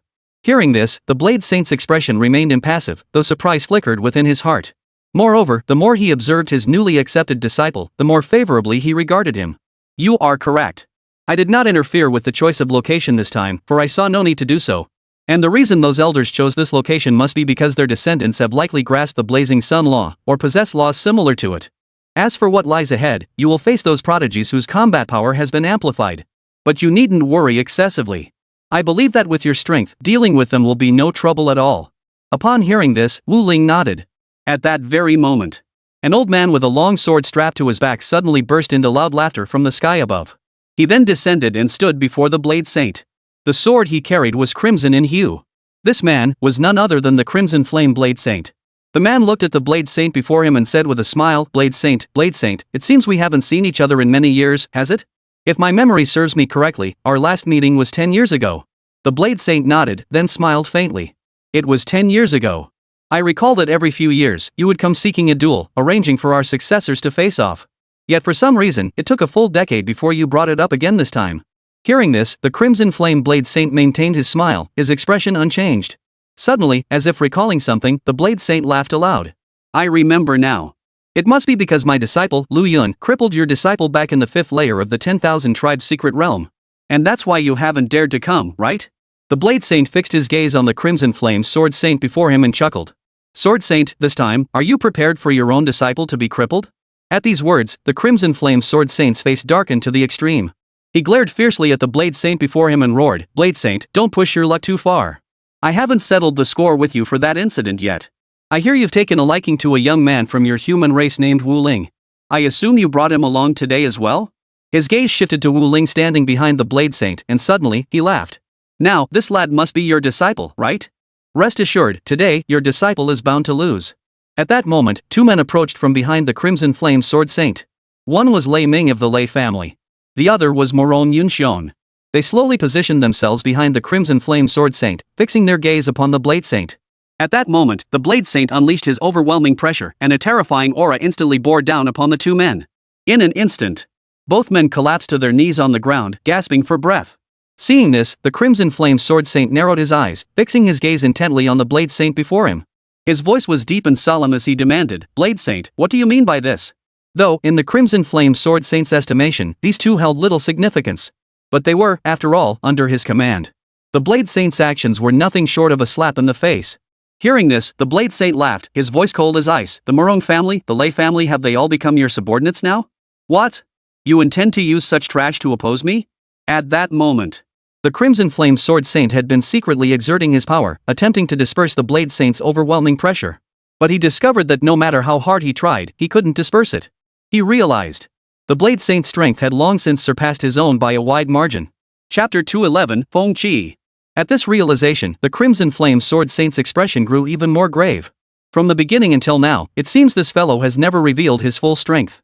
The Crimson Flame Sword Saint reflected carefully and realized it seemed to be true. This Blade Saint had always concealed his power exceptionally well.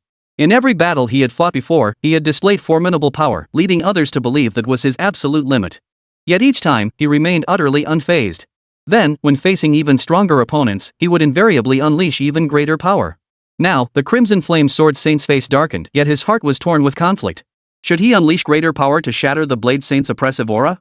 In the end, he decided against it. The Crimson Flame Sword Saint glared at the Blade Saint, clenching his jaw as if to speak. At that moment, the Blade Saint slowly withdrew his aura. He then turned to the Crimson Flame Sword Saint and said coldly, "Next time, don't bring such a rabble with you." His gaze then shifted to Lei Ming and Moron Yunxiang as he declared in a deep voice, "Do you intend to remain here, follow this fool in opposing me, or die here?" The Blade Saint had lost all patience. Lei Ming and Moron Yunxiang only now slowly rose from the ground. Hearing the Blade Saint's words, they froze, exchanged glances, and fell into deep conflict. Initially, they had come here primarily because they believed the Crimson Flame Sword Saint possessed formidable strength. At the very least, they believed he wouldn't cower before the Blade Saint. Second, it was the vast resources the Crimson Flame Sword Saint had promised them. But what they hadn't anticipated was that the Crimson Flame Sword Saint would lose his nerve the moment they arrived. Now, the Crimson Flame Sword Saint's icy gaze swept over them, filled with murderous intent. Seeing this, the two retreated behind the Crimson Flame Sword Saint. Though they harbored thoughts of leaving, they dared not withdraw. After all, they had pledged their allegiance to the Crimson Flame Sword Saint and received their rewards. To leave now, they would face the Crimson Flame Sword Saint's endless vengeance. They couldn't afford to offend the Blade Saint, nor could they afford to offend the Crimson Flame Sword Saint. Then, a youth approached from the distance, clad in a gray robe with a long sword strapped to his back. His expression was utterly cold. Upon arriving, he first scanned Wu Ling before turning his gaze to the Crimson Flame Sword Saint. Slowly, he spoke, "Master, is this fellow my opponent this time?" Then the youth added, "A mere newcomer from the 10,000 Tribe Secret Realm is unworthy to be my opponent." This youth was the Crimson Flame Sword Saint's newly accepted disciple. The Crimson Flame Sword Saint held him in exceptionally high regard. Though roughly the same age as Wu Ling, he had already emerged from the fourth layer of the 10,000 Races Secret Realm. In the Crimson Flame Sword Saint's estimation, it wouldn't be long before he reached the fifth layer.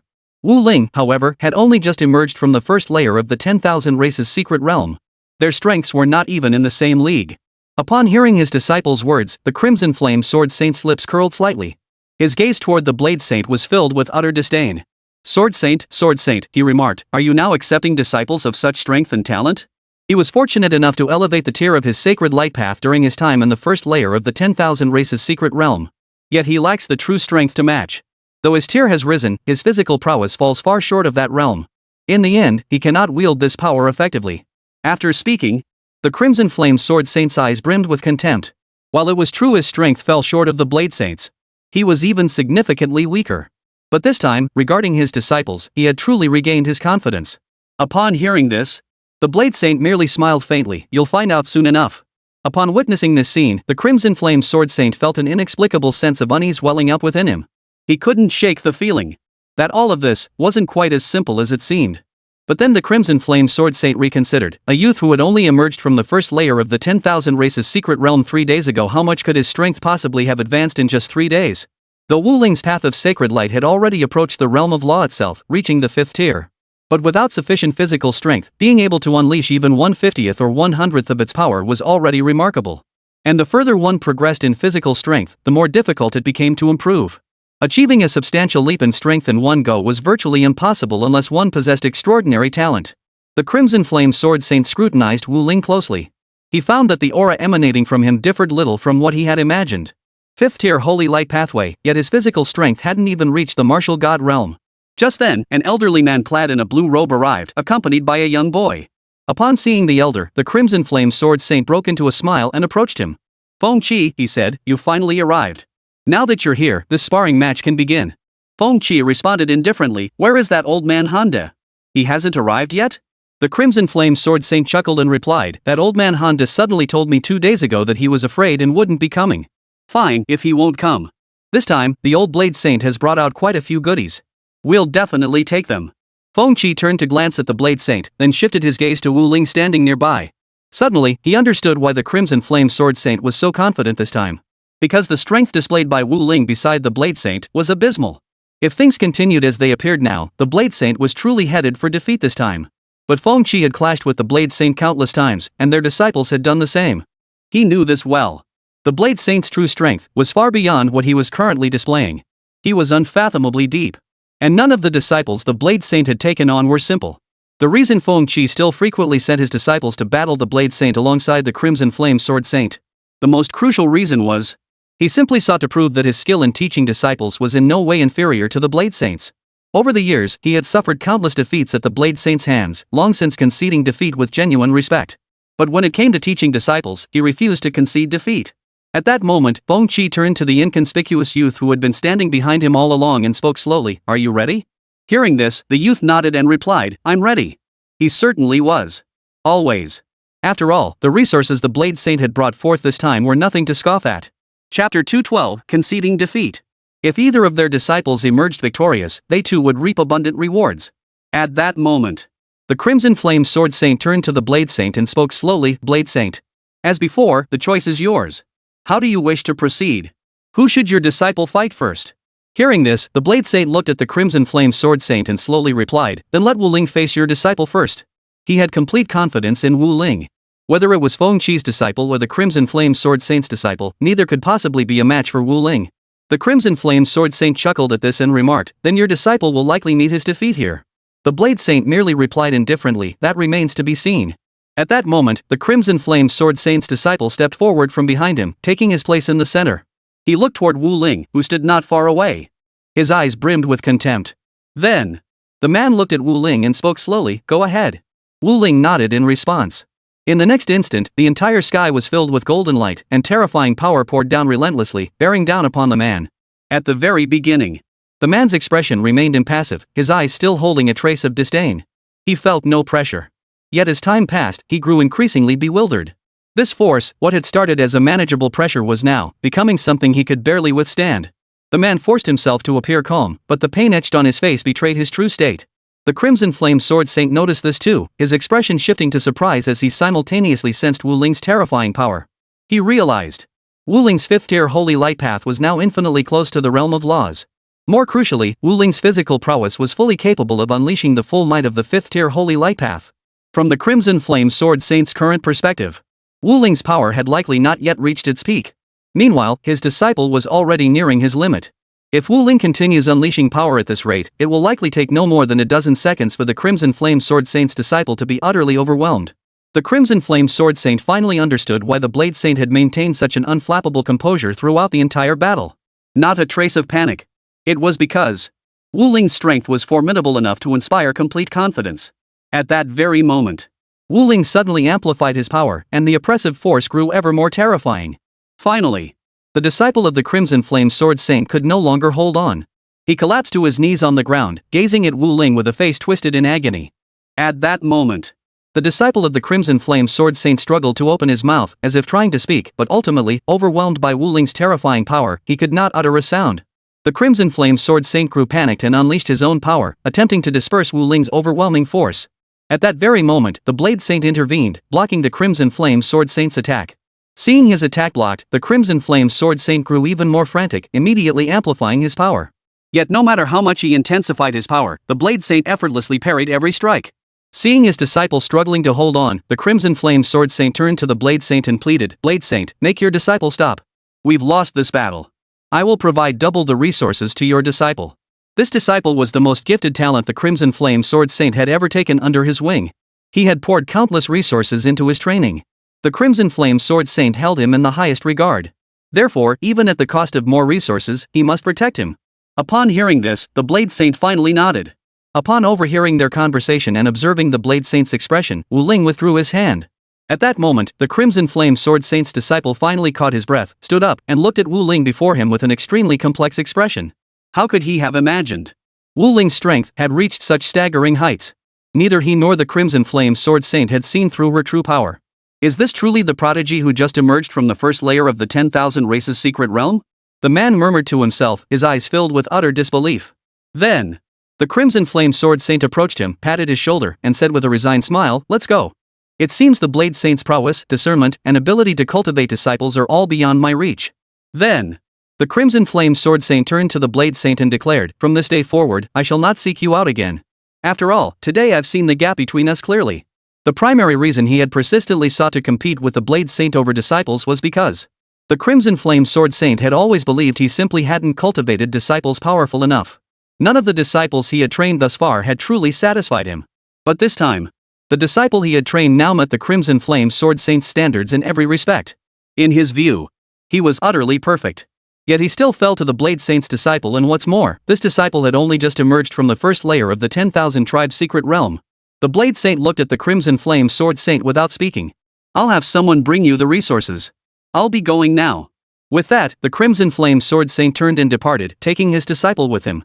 The Blade Saint merely watched his departing figure, saying nothing.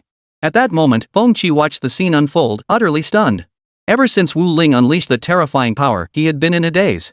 Even now, he still hadn't regained his composure. Suddenly, he glanced at his apprentice beside him and saw fear etched across the young man's face.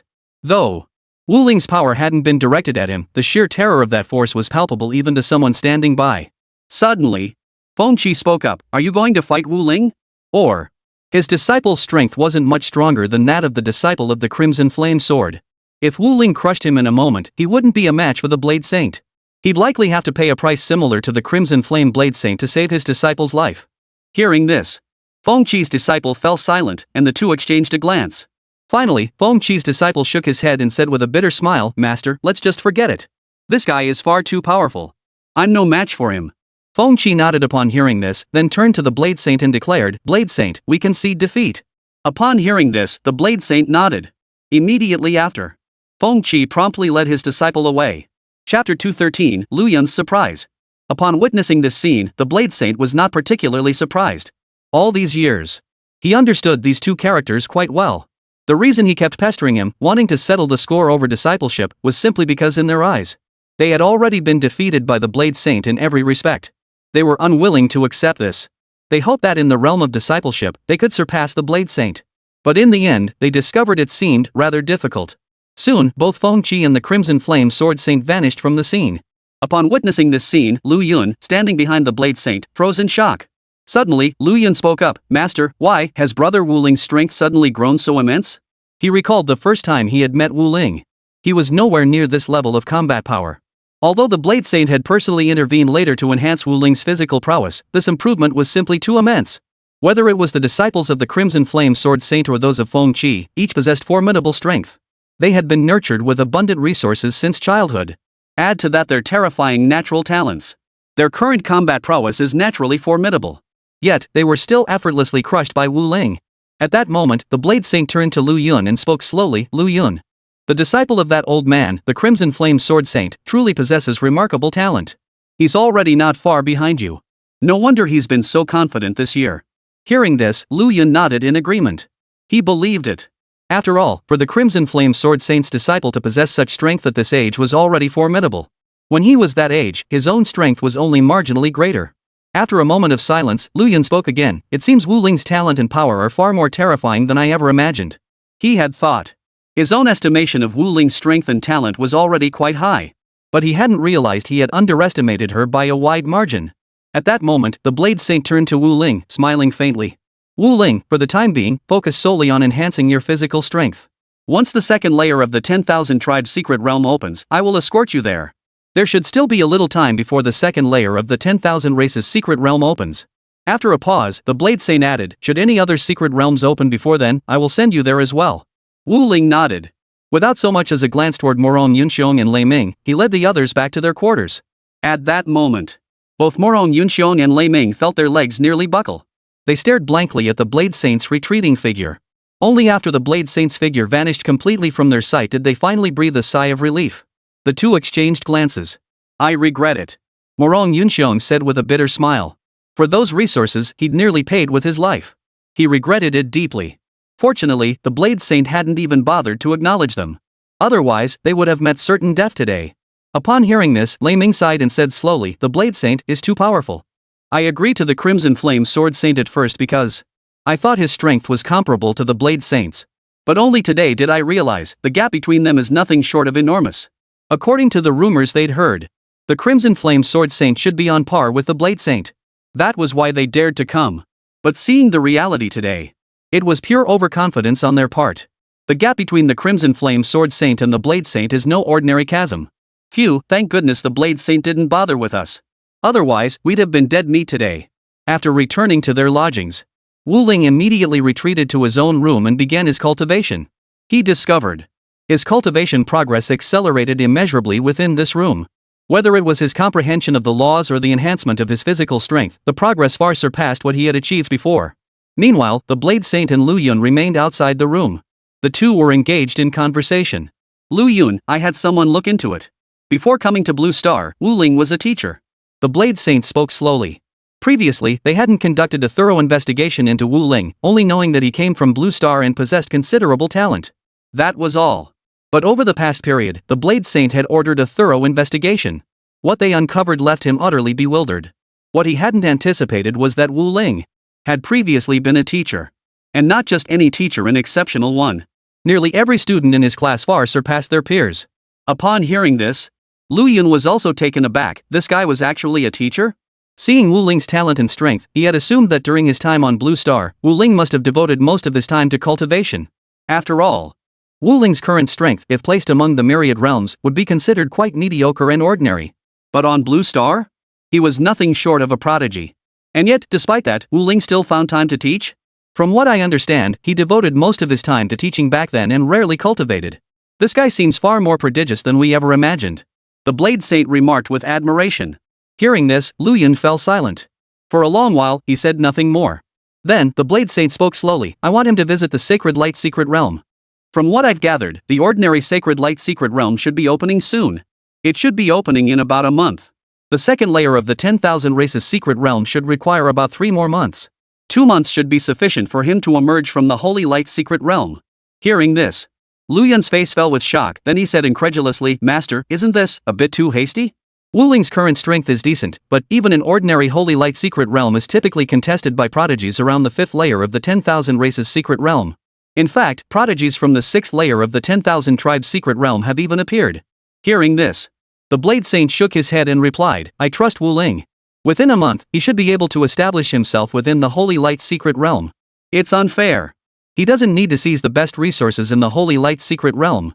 If he can secure even a portion of the resources, that would already be a significant achievement. It'll also give him a chance to test himself against those prodigies who've grasped the Holy Light path. This way, he can accumulate more experience, which will greatly benefit his future advancement. Lu Yun sighed upon hearing this and said, Master, as far as I know, quite a few disciples of your former enemies are heading to the Holy Light Secret Realm this time. If those fellows band together, Wu Ling will be finished. Chapter 214, The Holy Light Secret Realm. Perhaps, upon learning that Wu Ling's master is the Blade Saint, the other prodigies might show some deference. They wouldn't strike him down without mercy. But, the disciples of those who were once enemies of the Blade Saint won't show any mercy. Nor did they fear the Blade Saint. Upon hearing Lu Yun's words, the Blade Saint merely smiled and slowly replied, You needn't worry about these matters. I trust Wu Ling. Seeing this, Lu Yun said no more. Though he didn't hold much hope for Wu Ling at the moment, a sudden thought flashed through his mind. Could it be? Could Wu Ling truly establish herself within the Sacred Light Secret Realm? After that, Lu Yun pushed the thought aside. Every disciple of the Blade Saint, including himself, had walked the path between life and death. Once inside the 10,000 Tribes Secret Realm, the truly elite prodigies would care not a whit about your background when competing for resources. At that moment, Lei Ming and Morong Yunxiong returned to the Morong family estate together. Then, Lei Ming suddenly spoke, his voice tinged with resignation. I never imagined the Crimson Flame Sword Saint would be utterly crushed before the Blade Saint, without even the strength to resist. A hint of fear flashed across Morong Yunxiong's face as he murmured, Do you think the Blade Saint really won't cause us trouble anymore? Even now, he still feared the Blade Saint. After all, an entity of that caliber, even if he hadn't targeted them, then could command countless powerful beings to act on his behalf with a single word later on. For the Blade Saint to annihilate their Lei and Morong clans would be as easy as uttering a single command. Hearing this, Lei Ming shook his head and replied, Rest assured. Even if the Blade Saint wanted to trouble us now, we wouldn't be able to return here anyway. He continued, Back then, the Bai family joined our Lei family in opposing the Blade Saint. But at that time, I was only preparing to take action. The Bai family, however, expended vast resources to recruit several top prodigies to hunt down the Blade Saint's disciple, Lu Yun. In the end, Lu Yun eliminated every single one of those prodigies. At the same time, Lu Yun suffered severe injuries. As for the Bai family, they vanished overnight. After a pause, Lei Ming continued, I was terrified back then. It was only then that I truly grasped the Blade Saint's power. Later, the Blade Saint never came after me. Back then, he demanded the Blade Saint hand over Lu Yun because his clan's prodigy had been crippled. At that time, the Blade Saint was renowned far and wide, a formidable powerhouse. But that was merely the tip of the iceberg. Neither Lei Ming nor the head of the Bai family could have imagined that the Blade Saint was truly terrifying to such an extent. The Bai clan, whose own prodigy had also been crippled, joined forces with Lei Ming to confront the Blade Saint. After much deliberation, Lei Ming chose not to act immediately. The Bai family, however, acted immediately. In the end, the Bai family vanished overnight. To this day, very few across the myriad realms know of this event. They only know this much. The Lei family had a grudge against the Blade Saint, and so did the Bai family. They also knew the Bai family had vanished suddenly. But no one knew it was the Blade Saint's doing. Later, the Crimson Flame Sword Saint sought him out, bestowed abundant resources upon him, and assured him that matters concerning the Blade Saint would be handled. Yet Lei Ming never imagined that despite gaining fame outside, being hailed as an existence on par with the Blade Saint, would ultimately depart without a trace? Upon hearing this, Morong Yunxiang pondered for a moment before saying, "What if we take the resources the Crimson Flame Sword Saint gave us and give them to Wu Ling instead?" Upon hearing this, Lei Ming considered it for a moment before replying, "I think that's acceptable." At that moment, the 9 layers of the 10,000 clans' secret realm.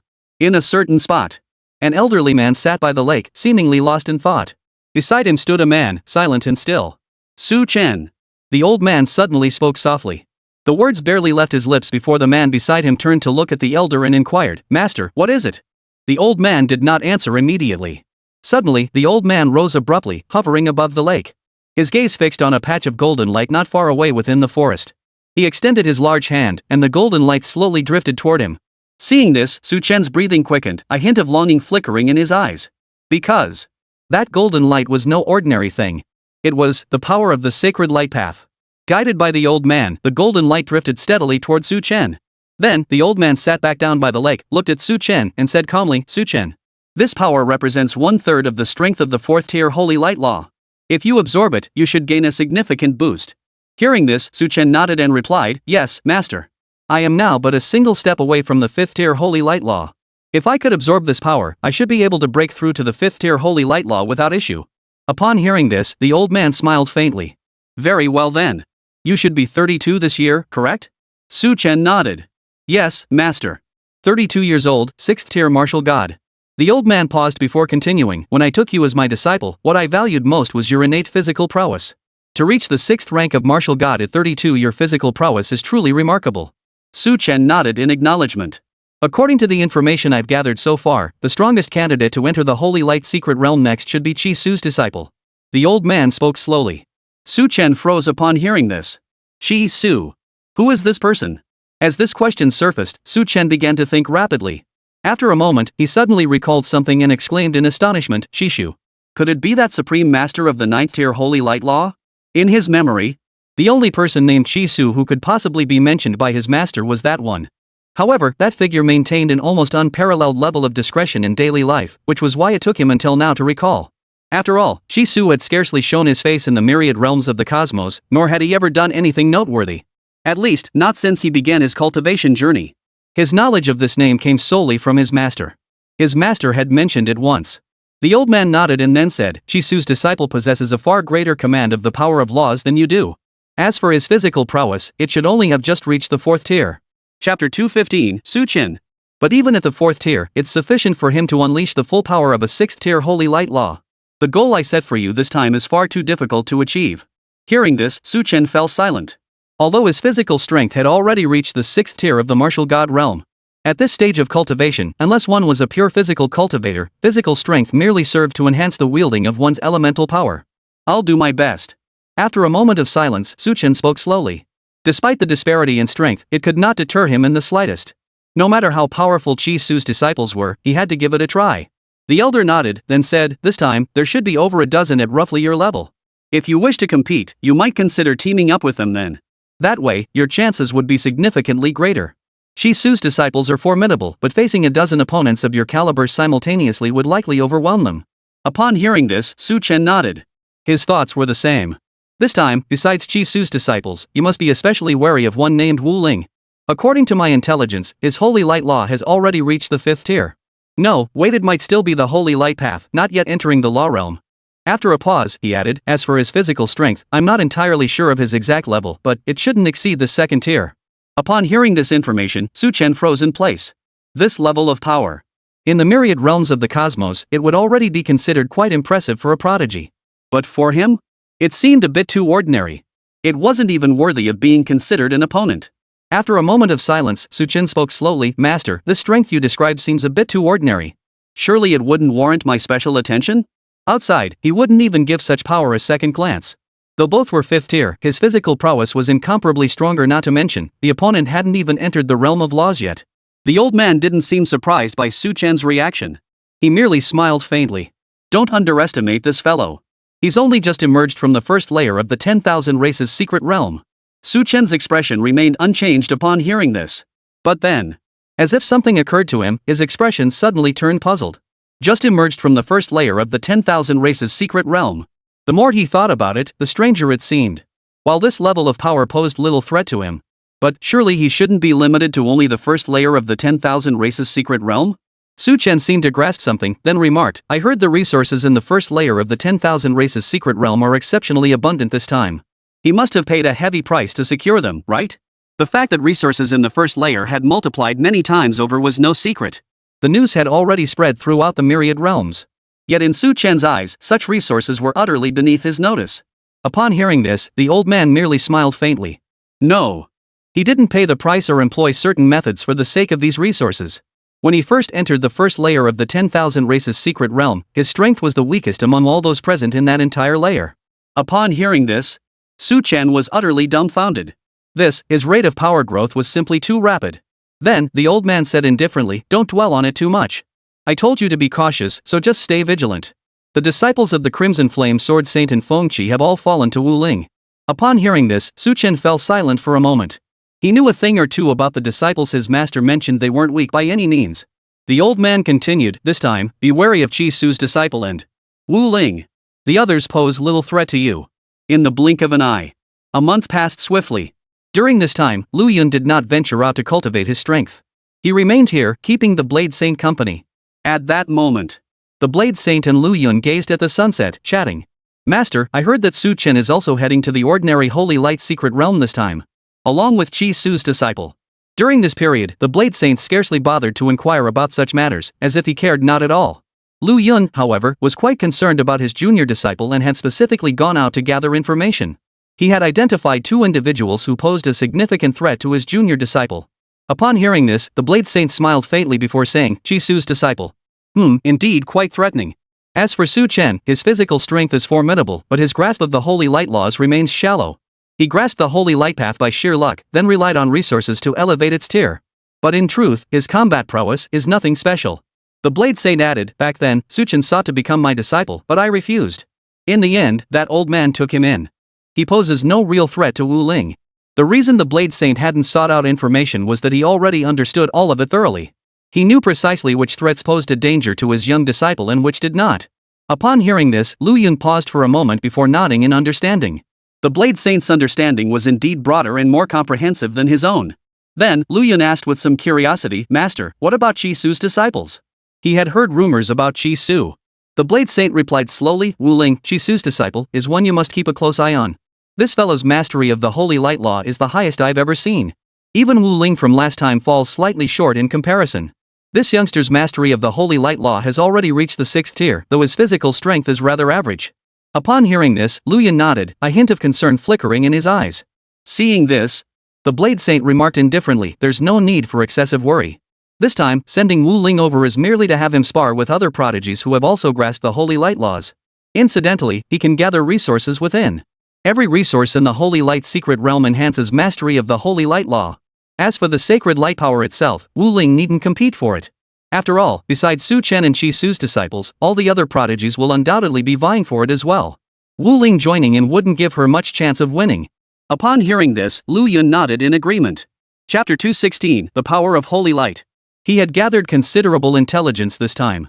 Besides Qi Su's disciple and Suchen, there were over a dozen prodigies whose strength rivaled Suchen's. Compared to Suchen, this group of prodigies lagged only slightly behind.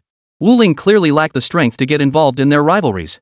Lost in thought, Lu Yun suddenly voiced his confusion. Master, is the power of Holy Light something that can only be encountered within the secret realm? Could it also appear randomly? The Blade Saint, though puzzled, nodded and replied, yes, but the probability is extremely low. Why ask this suddenly? Up until now, he had only heard of Qi Su being suddenly enveloped by the Holy Light's power, and that had happened only once. The probability was extremely low. Only within the sacred light secret realm could one be guaranteed to be enveloped by the power of the sacred light, and only once. This very fact drove everyone who entered the sacred light secret realm to vie for that divine light, even at the cost of their lives. Upon hearing this, Lu Yun hesitated for a moment before saying, "Master, do you think it's possible that our junior brother encountered the holy light power back in the first layer of the 10,000 races secret realm?" In his view, this probability was quite high. Otherwise, how else could one explain Wu Ling's holy light Dao instantly advancing to the 5th tier the moment he emerged from the first layer of the 10,000 races secret realm? Hearing this, the Blade Saint paused slightly before nodding. "It's possible," he said. He immediately added, "but the probability is low. First, there's been no news of such an occurrence. Second, Chi Su's innate talent with the holy light laws is terrifyingly formidable. Wu Ling likely falls short of him in that regard." Upon hearing this, Lu Yun nodded in agreement. At that moment, Wu Ling suddenly pushed open the door and slowly walked out, approaching Lu Yun and the Blade Saint. "Senior brother, master," Wu Ling said. The Blade Saint looked at Wu Ling and began to probe his aura. After a moment, he spoke slowly, "Your physical strength has increased. You've now reached the 4th tier of martial god." Wu Ling nodded and replied, "Yes, but I don't think I can advance any further in the short term." The Blade Saint nodded and continued, "Next, you may begin cultivating your sacred light path. Your current physical strength will suffice until your holy light path reaches the 7th tier." Wu Ling nodded. The Blade Saint then proceeded to detail all the potential opponents Wu Ling might face in the future. After finishing, the Blade Saint slowly stated, "In my view, Chi Su's disciple poses the greatest threat to you.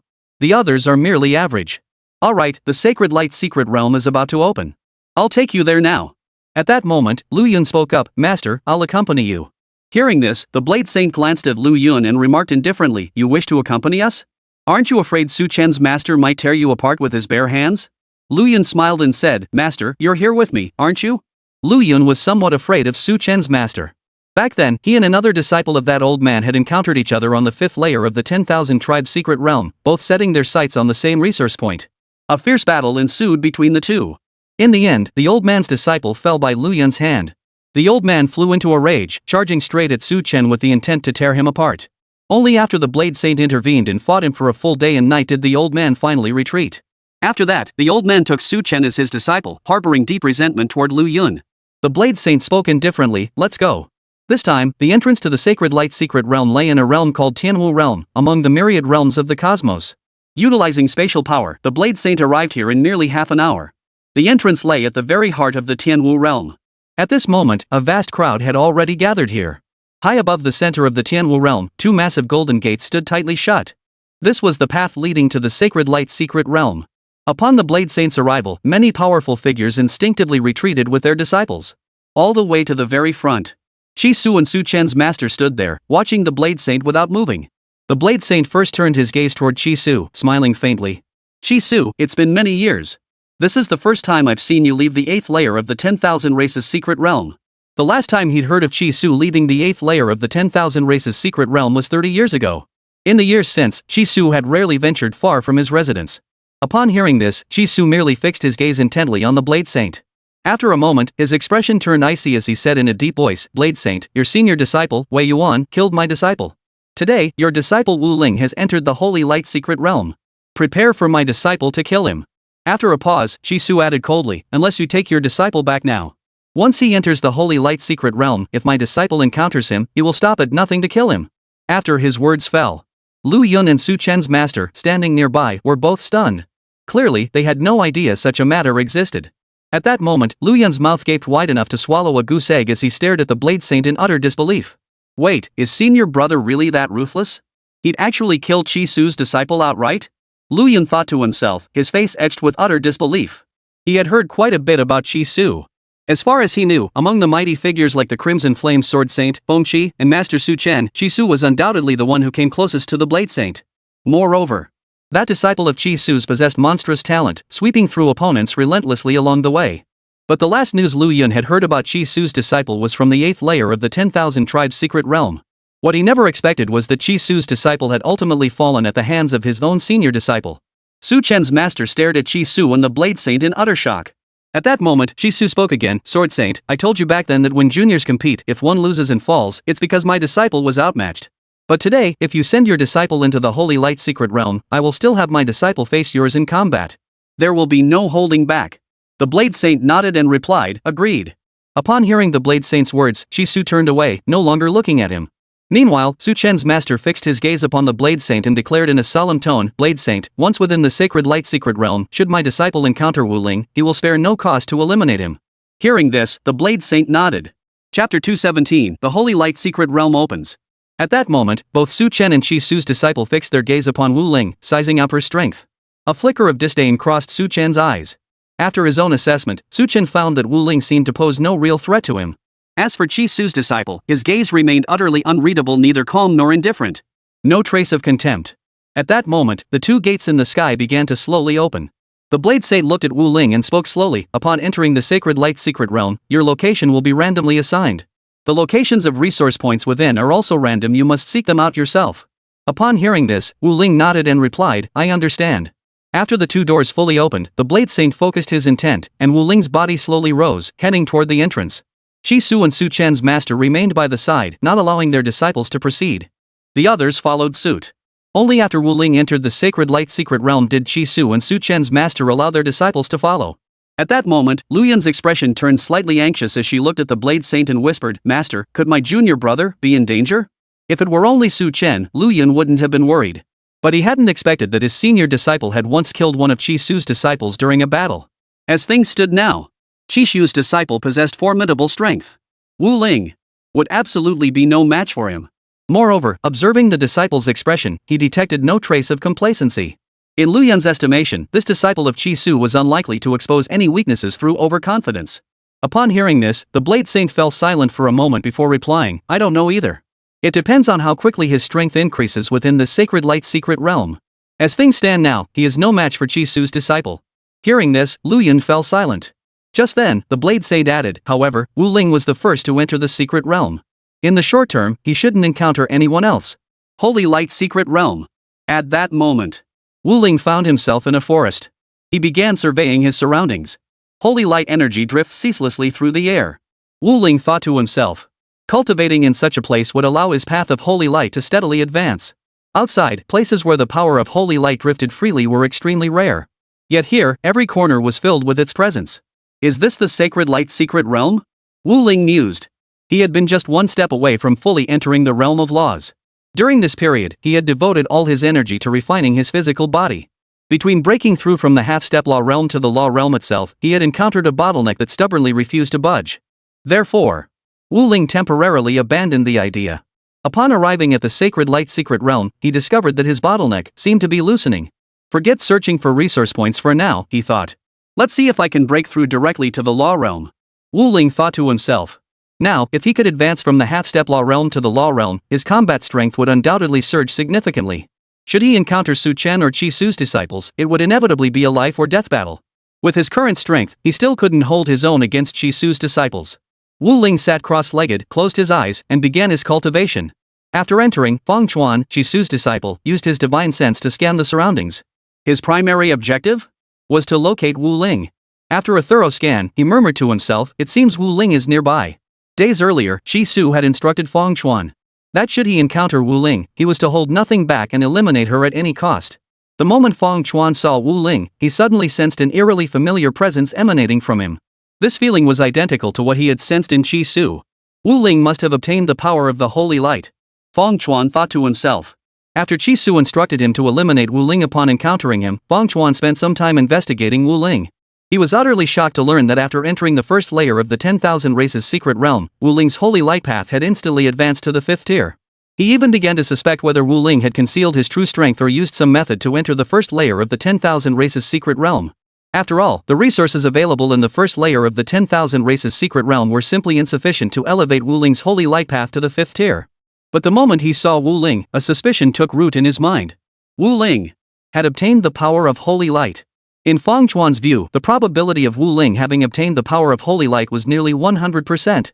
How intriguing, he murmured to himself. What kind of strength does a prodigy who has obtained the power of holy light truly possess? Fang Chuan murmured to himself. In his view, Wu Ling's true strength was far more profound than what she had revealed. Upon entering the sacred light secret realm, Su Chen immediately scanned the surrounding area. Seems Wu Ling isn't nearby. Su Chen thought to himself. Master said that if I could kill Wu Ling this time, he would give me 3/4 tier Dao fruits. Su Chen murmured to himself. At that moment, he was filled with overwhelming excitement. Fourth-tier Dao fruits were an extremely precious resource even for his master. If he could obtain 3 fourth-tier Dao fruits, his strength would surge dramatically in a short time. My master warned me not to underestimate my opponent, but, in my view, that Wu Ling poses no real threat to me. Su Chen murmured to himself. The only one who could make him feel pressure was Feng Chuan. In the blink of an eye, half a day had already passed. At that moment, Wu Ling slowly opened her eyes, sensing the power within her body. I've reached the law realm. After reaching the law realm, Wu Ling sensed that her subsequent progress in cultivating strength would become extremely slow. Unless, of course, she had access to vast resources. After reaching the law realm, advancing in strength becomes far more difficult than before. Wu Ling thought to himself. Advancing even a single minor realm now would likely prove dozens of times harder than his leap from the half-step law realm to the law realm itself. Next, I'll seek out some resource points to bolster my strength.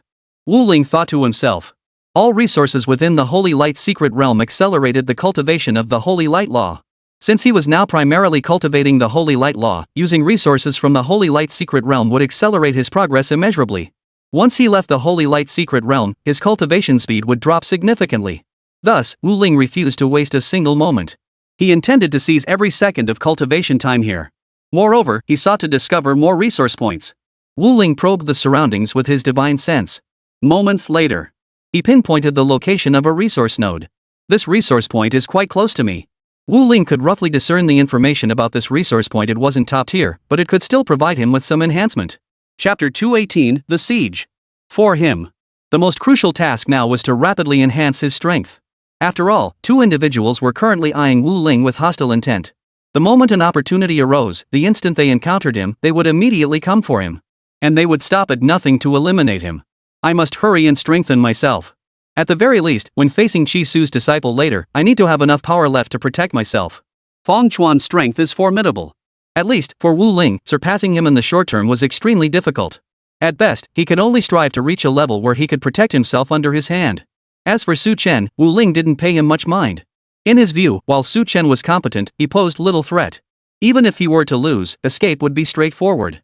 Unlike Feng Chuan, whose overwhelming power meant escape might be impossible if defeated. A moment passed. Wu Ling had now arrived near this resource point. Several prodigies were watching him, deep in thought. Suddenly, someone murmured, "Look, isn't this the one Chi Su mentioned?" As the words fell, all eyes turned toward Wu Ling. It's him, no doubt. Wu Ling, the Blade Saint's disciple. Chi Su said that killing Wu Ling would grant us vast resources. Someone exclaimed excitedly. At these words, the crowd grew excited. Yeah, who'd have thought we'd run into him? If we take this guy out, Chi Su promised we could pick whatever resources we want from his stash. Let's team up and take this guy down. We'll split the resources evenly afterward. At that moment, the group was deep in discussion. They seemed to have already envisioned the wealth of resources they could obtain after eliminating Wu Ling. Chi Su's resolve to kill Wu Ling this time was unwavering. After all, the Blade Saint's foremost disciple had slain Chi Su's only disciple, the one he cherished most. This grudge, Chi Su had never forgotten. Not only had he sent his own disciple, Feng Chuan, to confront Wu Ling, but he had also offered substantial resources to entice the prodigies within the secret realm to take action against her. This alone demonstrated just how unwavering Chi Su's resolve truly was. After deliberating, they resolved to join forces and eliminate Wu Ling. Though their masters and patrons lacked the Blade Saint's formidable strength. But Chi Su had made it clear that once Wu Ling was dealt with, he would take full responsibility for any consequences. Should the Blade Saint seek to trouble them, Chi Su would undoubtedly step forward. Approaching the resource point, Wu Ling suddenly sensed eyes fixed upon him. Turning his head, he saw 5 prodigies staring at him. Their expressions held murderous intent. Wu Ling stared back at the 5, and for a moment, both sides stood frozen in place. Suddenly, Wu Ling spoke slowly. "You just want to kill me?" A flicker of disdain crossed his eyes as he spoke. Though he had only recently emerged from the first layer of the 10,000 Races secret realm, Wu Ling had already assessed the auras of these men. In his estimation, these men possessed no strength capable of threatening him whatsoever. After hearing Wu Ling's words, one of them coldly replied, "Wu Ling, I've investigated you. You've only just emerged from the first layer of the 10,000 Races secret realm. You only became a disciple of the Blade Saint by sheer luck. Killing you would be as easy as turning our hands." Wu Ling had kept his aura concealed the entire time, revealing less than 1% of his true power. Compounded by his recent emergence from the first layer of the 10,000 tribes secret realm. This led the prodigies to underestimate him tremendously. Hearing this, Wu Ling merely smiled faintly. "Since you're so confident, bring it on." At this, the young prodigy sneered coldly, poised to strike. Suddenly, another prodigy behind him grabbed his arm and whispered urgently, "Hold on. Wu Ling isn't as simple as you think. Hearing this, the young prodigy glanced back at him before retorting. He just emerged from the first layer of the 10,000 tribes secret realm and defeated Morong Fong. While his strength has increased considerably now, there's still a significant gap between him and us, right? Apart from whatever techniques the Blade Saint might have given him which warrants a bit of caution, the rest isn't worth worrying about at all. Hearing this, the prodigy murmured, haven't you heard? Wu Ling previously defeated the disciples of the Crimson Flame Sword Saint and Feng Qi. Both of those disciples are exceptionally powerful. While they may not match up to Feng Chuan and Su Chen, still, crushing us would be no problem at all. After the words fell, all 5 prodigies fell silent. Clearly, among the 5, some had not heard this news. After all, the battles between the Crimson Flame Sword Saint and Feng Qi's disciples against Wu Ling had never been made public. Only a select few were aware. Meanwhile, Wu Ling, observing from a short distance away, grew curious as the group suddenly fell silent. At that moment, one of the prodigies spoke solemnly, if it's truly as you say, then, the 5 of us must join forces. Otherwise, we absolutely cannot be this guy's match.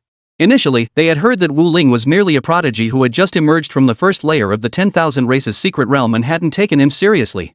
After all, how powerful could someone who had just emerged from the first layer of the 10,000 races secret realm possibly be?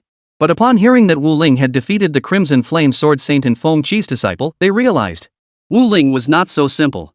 Upon hearing this, the other 4 prodigies nodded in agreement. Then, one of them spoke slowly. Let's go together. Hold nothing back. This guy, if we hold back even slightly, we might not be able to take him down. As the words fell, the others responded in unison. Agreed. Then, the gazes of these 5 prodigies once again fell upon Wu Ling. At this moment, their eyes were filled with solemnity. They dared not underestimate this prodigiously talented young genius any longer. In the next instant, the 5 prodigies unleashed their full power simultaneously. 5 streams of third-tier holy light laws spread across the sky, their terrifying might erupting and spreading. It pressed down upon Wu Ling. At this moment, the gazes of all 5 prodigies were fixed intently upon Wu Ling. In their eyes, the combined pressure unleashed by the 5 of them should be impossible for Wu Ling, no matter how prodigiously gifted, to remain utterly unfazed and unaffected. But they discovered that Wu Ling remained utterly unaffected. He stood there calmly, gazing back at them. Chapter 219, Effortless Crushing. This can't be possible.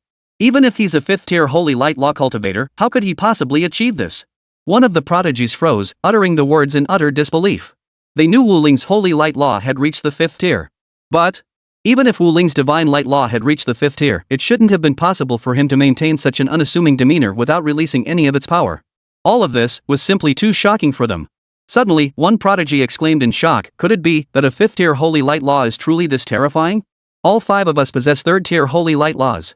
Moreover, our physical strength has already reached the 4th tier of martial god. Yet, even with all 5 of us combined, we couldn't pose a threat to this guy. After the words fell, the other 4 prodigies fell into silence. At that moment, Wu Ling merely observed them indifferently before speaking slowly, is this the extent of your strength? After a pause, he added, far too weak. The next moment, he unleashed the power of the 5th-tier holy light law.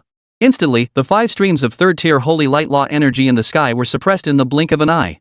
After several seconds, these 5 3rd-tier holy light laws were directly shattered by Wu Ling's power. Witnessing this, the 5 prodigies froze in utter shock. At that moment, they felt an utterly terrifying force bearing down upon them. They were barely able to stand upright, using every ounce of their strength to prevent themselves from collapsing to the ground. Yet, they could distinctly sense that the force Wu Ling had unleashed was steadily intensifying. Once this force reached a certain threshold, they would be unable to remain standing. Time ticked by. Wu Ling simply watched these 5 prodigies. Several minutes passed. Finally, the 5 prodigies could no longer hold themselves up. They collapsed to their knees on the ground, their faces contorted with agony. Seeing this, Wu Ling saw no point in wasting any more time here. He couldn't be certain when he might encounter Su Chen, Feng Chuan. Moreover, he had discovered that within this sacred light secret realm, any prodigy who encountered him would inevitably seek to kill him. After all, killing him meant gaining vast resources. Wu Ling then arrived at this resource point. Here stood a tree bearing a single spirit fruit. Wu Ling could sense the profoundly potent holy light energy within this spirit fruit. If he could consume and refine this spirit fruit, his mastery of the holy light law would greatly improve. Wu Ling scanned the surroundings with his divine sense. After confirming no one was nearby, he walked straight over. At that moment, somewhere within the holy light secret realm, Feng Chuan sat cross-legged on the ground, eyes closed, deep in cultivation. Suddenly, he slowly opened his eyes. Dozens of figures stood facing him, their gazes fixed upon him. At that moment, the leader among them looked at Feng Chuan and coldly declared, "Feng Chuan, hand over those 2 spirit fruits you just obtained. Otherwise, don't blame us for being impolite." If Wu Ling were here, he would undoubtedly notice that the divine light energy in this area was more than 10 times denser than where he currently stood.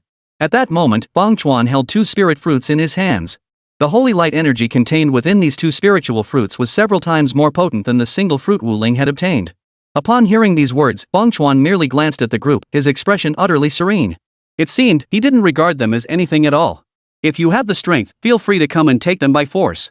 Feng Chuan gazed at the group of prodigies and spoke slowly. After speaking, he closed his eyes once more, preparing to swallow the spirit fruits and begin his cultivation. Seeing this, the leader of the prodigies, along with all the others behind him, were completely stunned. The allure of these 2 spirit fruits was simply too great for them to resist. However, their opponent was Feng Chuan. Even if several of them, or even a dozen, joined forces, it was highly unlikely they could defeat him. The most likely outcome was that Feng Chuan would eliminate them all. Finally, over 50 prodigies in the vicinity resolved to join forces and seize these 2 spirit fruits. Yet they never imagined that even with their combined efforts, Feng Chuan could remain so utterly unfazed. He didn't seem to regard them at all. At that moment, the prodigies exchanged glances, clearly bewildered by the current situation. Immediately afterward, anger surged across their faces. "This Feng Chuan is getting way too cocky. Does he really think he can take on all 50 plus of us by himself? I agree. Feng Chuan is utterly arrogant. Let's move. I'm eager to see if this Feng Chuan can withstand the combined might of over 50 of us." The prodigies spoke angrily. The leader, though his face flushed with anger, remained silent. Instead, he simply stared at Feng Chuan. They had heard much about Feng Chuan's prowess through rumors. But those accounts were mostly from the past. Because it had been a very long time since Feng Chuan had last shown his hand. This man couldn't be certain just how powerful Feng Chuan had become now. He stared at Feng Chuan, took a deep breath, and then shouted, "Feng Chuan, hand over 1 spirit fruit and we'll withdraw. How about it?" After careful consideration, the man ultimately decided to concede. Though they outnumbered him over 50 men strong, confronting Feng Chuan alone would prove extremely troublesome. In his view, with over 50 men united, Feng Chuan should also consider backing down. Upon hearing the man's proposal, the prodigies behind him froze in surprise. Clearly, they hadn't anticipated the man backing down so readily. However, the mere thought of Feng Chuan's terrifying strength silenced them all. After all, if they were to fight Feng Chuan to the bitter end, casualties were inevitable. Yet, upon hearing this, Feng Chuan didn't even lift his gaze. He merely replied coldly, "Get out. Leave this place within 1 minute. Do not appear before my eyes again. Otherwise, death." At these words, all 50-odd prodigies froze in place. It took them a long while to recover. The leader, staring intently at Feng Chuan, remained silent for a moment before his voice turned icy. "Move." As his words fell, everyone's thoughts snapped back to reality. Simultaneously, the rage on their faces was impossible to contain. At that moment, over 50 prodigies simultaneously unleashed their power. The leader among them had mastered the holy light law to the 4th tier, while the rest had all reached the 3rd tier. Chapter 220, Feng Chuan's True Strength. The terrifying power converged, radiating an overwhelming aura that pressed down directly upon Feng Chuan. Seeing this, Feng Chuan frowned. The simultaneous eruption of power from over 50 prodigies, coalescing into a unified force, radiated an overwhelming pressure. For him, it still had a certain impact. He rose slowly to his feet. At that moment, the man at the forefront spoke in a deep voice, "Feng Chuan, you can still hand over 1 spirit fruit now. We can still back down." Up to this point, the leader still did not wish to push things to the bitter end with Feng Chuan. He had no idea of Feng Chuan's true strength. Nor did he know the terrifying power Feng Chuan could unleash. If they pushed this to the bitter end, they would likely pay a heavy price. Hearing this, Feng Chuan's expression grew cold as he replied in a deep voice, "No need." After a pause, he added slowly, "Since you wish to play, then I shall play along until the very end."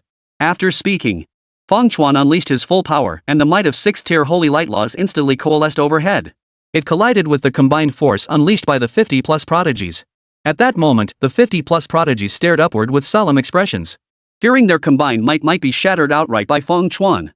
For a moment, the two forces reached a stalemate. Amidst this collision of forces, Feng Chuan held the upper hand. Witnessing this scene, the expressions of the 50-plus prodigies grew even more solemn. They were profoundly astonished by Feng Chuan's strength. Despite their combined efforts, they couldn't suppress Feng Chuan. In fact, he still held the upper hand. Feng Chuan now fixed his gaze on the leader and spoke coldly, "Even united, you are no match for me. Originally, I didn't want to waste my time on you lot. But, now, you've angered me. Since you wish to seize the spirit fruit from my grasp, I shall oblige you. I'll make you understand that numerical superiority cannot bridge the chasm of true power." As his words fell, The 50-plus prodigies all froze in shock. Could it be Feng Chuan hadn't even unleashed his full power yet? The thought barely formed in their minds. Terrifying power erupted once more from within Feng Chuan's body. Above, while Feng Chuan had held the upper hand from the start, it had been a barely maintained advantage, not a crushing dominance. Now, the battle was turning into a one-sided slaughter. Witnessing this scene, all 50-plus prodigies were stunned into silence. Only now did they realize Feng Chuan hadn't even unleashed his full strength. The expressions of these 50-plus prodigies darkened as beads of sweat formed on their foreheads. They poured every ounce of their strength into their attacks, barely holding their ground against this overwhelming force. Yet no matter how fiercely they resisted, they could not halt Feng Chuan's advance. Moments later, the combined force unleashed by these 50-plus individuals was utterly shattered by Feng Chuan. They collapsed to their knees on the ground. At that moment, regret filled the hearts of all 50-plus men. The leader stared blankly at Feng Chuan. This is too powerful. Even with all 50 of us combined, we couldn't possibly stand a chance against him. With a wave of his hand, Feng Chuan struck down all of them. Only after completing this did he sit cross-legged, begin consuming the spirit fruit, and commence his cultivation.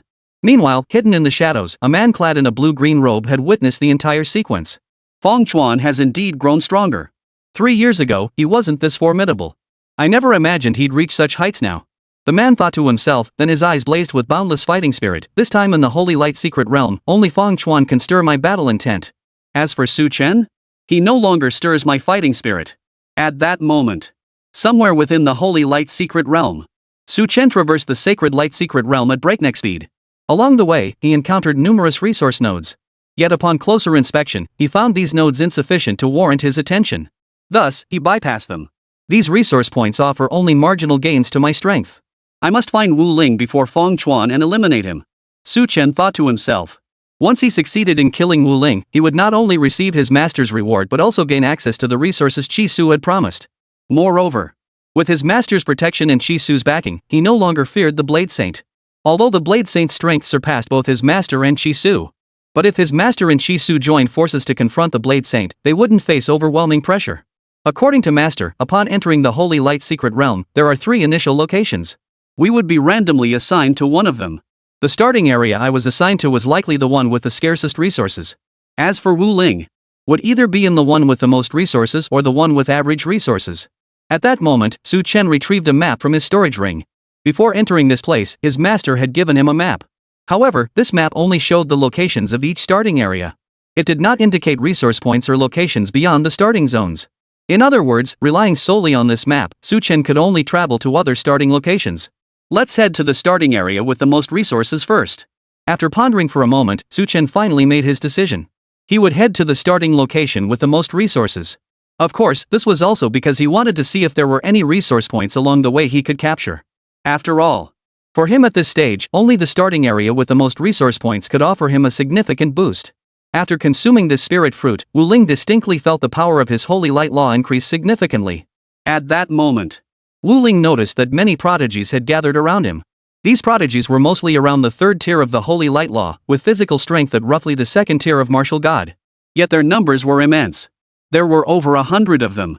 Wu Ling's gaze swept over them. He hadn't noticed them earlier during his cultivation. Though numerous, these prodigies posed little threat due to their insufficient strength.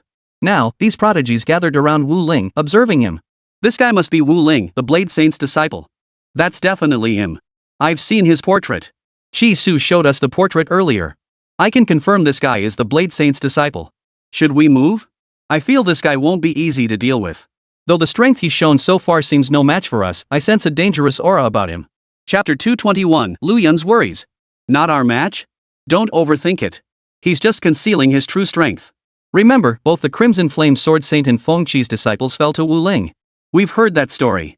Don't underestimate Wu Ling, he's far stronger than you imagine. From what I know, the disciples of the Crimson Flame Sword Saint and Feng Qi were utterly crushed by him. The 100+ prodigies confirmed Wu Ling's identity and resumed discussing his strength.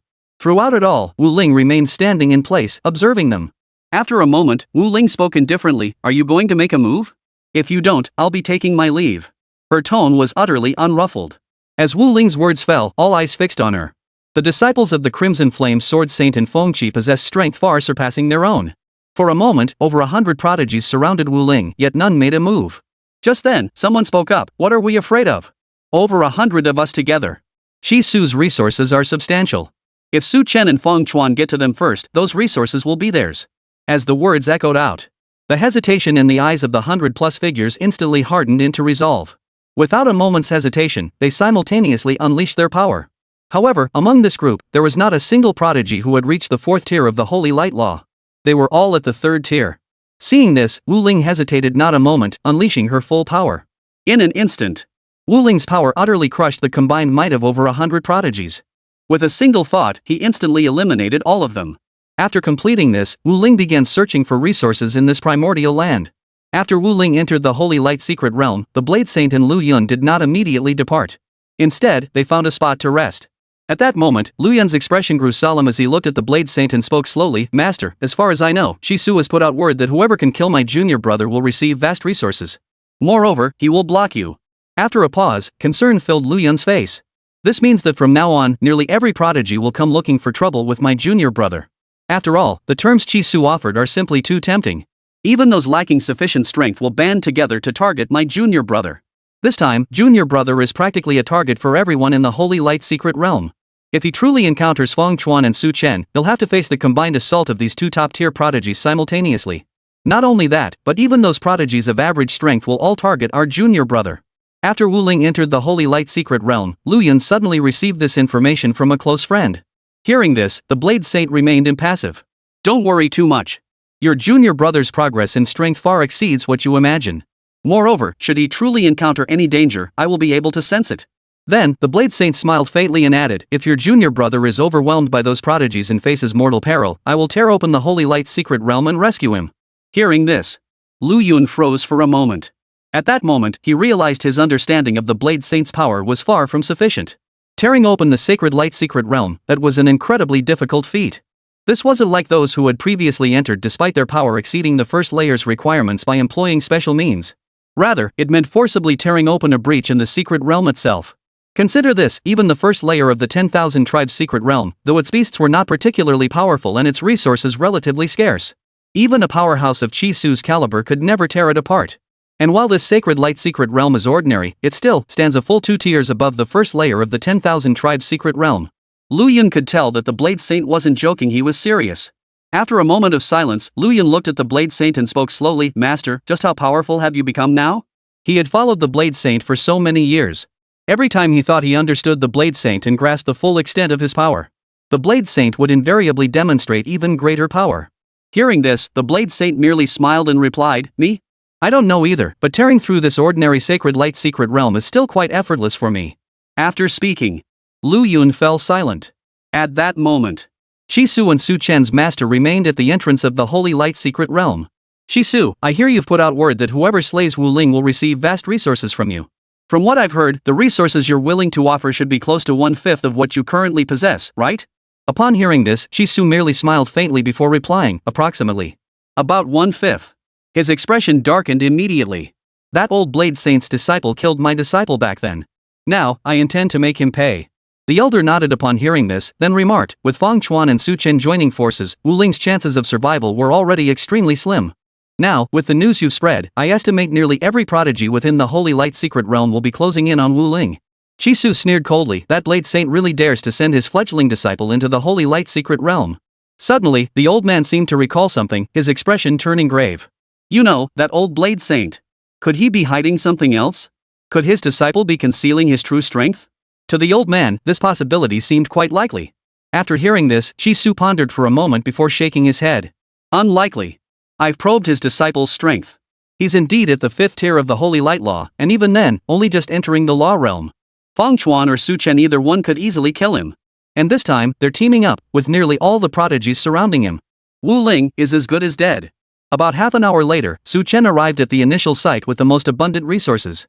The moment he arrived, he detected Feng Chuan's aura. Without hesitation, Su Chen rushed toward the location at top speed. At that moment, Feng Chuan sat with eyes closed, deep in cultivation. Suddenly, he sensed a presence materialize before him. Feng Chuan slowly opened his eyes. Chapter 222, Joining Forces. There stood Su Chen, staring directly at Feng Chuan. Seeing this, Feng Chuan frowned, his voice slightly cold. "What?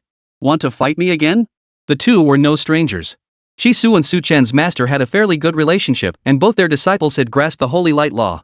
Therefore, Jisoo and Su Chen's master often arranged sparring sessions between their disciples. However, from the very beginning, Su Chen had consistently been defeated by Feng Chuan. Ever since, he had made defeating Feng Chuan his goal, frequently challenging him. Su Chen shook his head and spoke slowly, challenging you now would be no small feat for me. Unless my holy light laws reach the 6th tier, I'll never stand a chance against you. Su Chen had already gained a thorough understanding of Feng Chuan's strength. Though his physical strength was weaker than Su Chen's, he could still fully unleash the power of his 6th tier holy light law without issue. Su Chen, however, was only at the 5th tier. While he wouldn't be defeated instantly, he wouldn't last long either. Hearing Su Chen's words, Feng Chuan merely replied indifferently, then what brings you here this time? In his memory, every time Su Chen sought him out, it was solely to challenge him. He couldn't imagine Su Chen having any other reason to seek him out besides a challenge. Su Chen smiled at this and replied, are you confident you can kill Wu Ling? Feng Chuan paused, then shook his head after a moment's thought. I can't say for certain. Wu Ling isn't particularly strong, but I have no idea how adept he is at escaping. And the Blade Saint will definitely equip him with some means. So, trying to kill him alone is a bit difficult for me. Su Chen nodded in understanding. Whether the Blade Saint had equipped Wu Ling with escape methods was something they didn't know. But they had heard stories about Lu Yun and his senior brother, who had faced life-threatening crises multiple times. Yet he always managed to pull countless tricks to escape. Therefore, they couldn't be certain just how many tricks Wu Ling had up his sleeve. Suddenly, Su Chen smiled and said, why don't we team up? After we take down Wu Ling, we split the resources evenly. Hearing this, Feng Chuan sneered coldly, split evenly? In my opinion, you don't have the strength for that.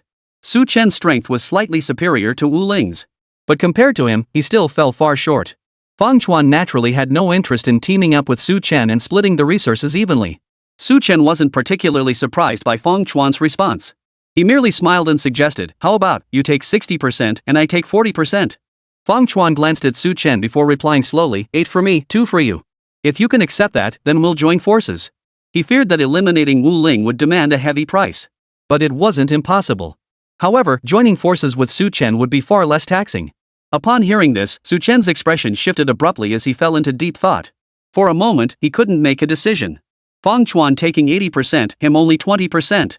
That disparity felt far too great. Though Su Chen knew his strength was considerably weaker than Feng Chuan's, he felt reluctant to accept only 20% of the resources. Su Chen stared at Feng Chuan for a moment before speaking in a low voice, 30%. If you're willing to give 30%, we'll cooperate. If you're unwilling. Before Su Chen could finish, Feng Chuan turned and walked away. Seeing this, Su Chen gritted his teeth and said, 2/10 it is. He recognized that he truly had no way to eliminate Wu Ling. He needed to join forces with Feng Chuan. Hearing this, Feng Chuan finally paused, turned to look at Su Chen, and said indifferently, then let's join forces. From now on, my divine sense will blanket the entire primordial land, where resources are most abundant. The moment Wu Ling sets foot here, we'll immediately detect his presence. When that happens, you and I will join forces and eliminate him. Feng Chuan had no intention of searching for Wu Ling in other starting zones. The abundant resources within this primary domain held immense potential for his cultivation advancement. And for Wu Ling to leave the primordial realm and enter the most resource-rich area of the Holy Light Secret Realm, he would have to pass through this very route. At that moment, Feng Chuan would be able to track Wu Ling's whereabouts with ease. After hearing this, Su Chen fell silent for a moment. He then looked at Feng Chuan and said solemnly, according to the information I obtained earlier, Wu Ling's strength is increasing at an extremely rapid pace. Why don't we join forces and eliminate him first? Currently, neither we nor the other prodigies can enter the depths of the Holy Light Secret Realm. Once we return after dealing with Wu Ling, we'll be able to enter just as well. That way, those resources won't be completely claimed by the other prodigies. After pondering, Su Chen concluded that eliminating Wu Ling first was indeed the better course of action. Any prodigy deemed worthy of the Blade Saint's attention was no ordinary talent. Especially after learning about Wu Ling's background, his concerns deepened. Hearing this, Feng Chuan shot Su Chen a glance before snorting derisively. Su Chen, since when did you become so cautious? Wu Ling's current strength is vastly inferior to mine. At best, he can only cultivate in a starting area with average resources. During this period, we will also cultivate in the starting area with the most resources. How could he possibly surpass us? After a pause, Feng Chuan added indifferently, if you wish to go kill Wu Ling first, then go ahead. In my view, he poses little threat to us. The time spent searching for him could be better used to significantly enhance my own strength. After speaking, Feng Chuan resumed his cultivation, paying no further attention to Su Chen. Upon hearing this, Su Chen pondered for a moment. Then, he murmured to himself, true. Wu Ling really can't put much pressure on us. Better to cultivate first. The resources in this initial location were plentiful. If he went to kill Wu Ling first, the time wasted would mean countless resources could be snatched away by other prodigies. With that thought, Su Chen turned and began searching the vicinity for resources, preparing to enhance his strength. At that moment, Feng Chuan watched Su Chen's departing figure and muttered disdainfully, "So what if his physical strength is formidable? Physical strength is only sufficient if it can fully unleash the power of the laws. True power lies in the force of laws." Feng Chuan held no regard for Su Chen in his heart. For while the outside world often compared the two of them, in Feng Chuan's eyes, Su Chen fell far short of him. They were simply not on the same level. Chapter 223, Wu Ling's Situation. After departing, Su Chen began searching for resource points. "Feng Chuan, once this sacred light secret realm concludes, I will surpass you. You may lead me by one tier in holy light laws, but in physical strength, I surpass you by a wide margin. Once I break through to the 6th tier of holy light laws within this realm and defeat you, it will be effortless." Su Chen thought to himself, his voice cold as ice. He could clearly tell that Feng Chuan didn't hold him in the slightest regard. His previous normal treatment of Su Chen had been nothing more than a courtesy extended for the sake of his master. This time, when he sought Feng Chuan's alliance, Feng Chuan had offered him only a 20% share of the resources. "If it weren't for fearing what tricks Wu Ling might have up his sleeve, I could handle him single-handedly. Why would I need him?" Su Chen chose not to confront Feng Chuan openly but agreed to the deal, even with the meager 20% share. Ultimately, it was because his current strength was insufficient. He feared he couldn't handle Wu Ling alone. For now, Feng Chuan didn't want to confront Wu Ling immediately. Instead, he planned to stay here and bolster his strength. Su Chen resolved to accelerate his own cultivation as well. Otherwise, the gap between him and Feng Chuan would only widen as they progressed. In the blink of an eye, 3 days passed. During these 3 days, Wu Ling had claimed roughly 70% of the resources in her designated starting area.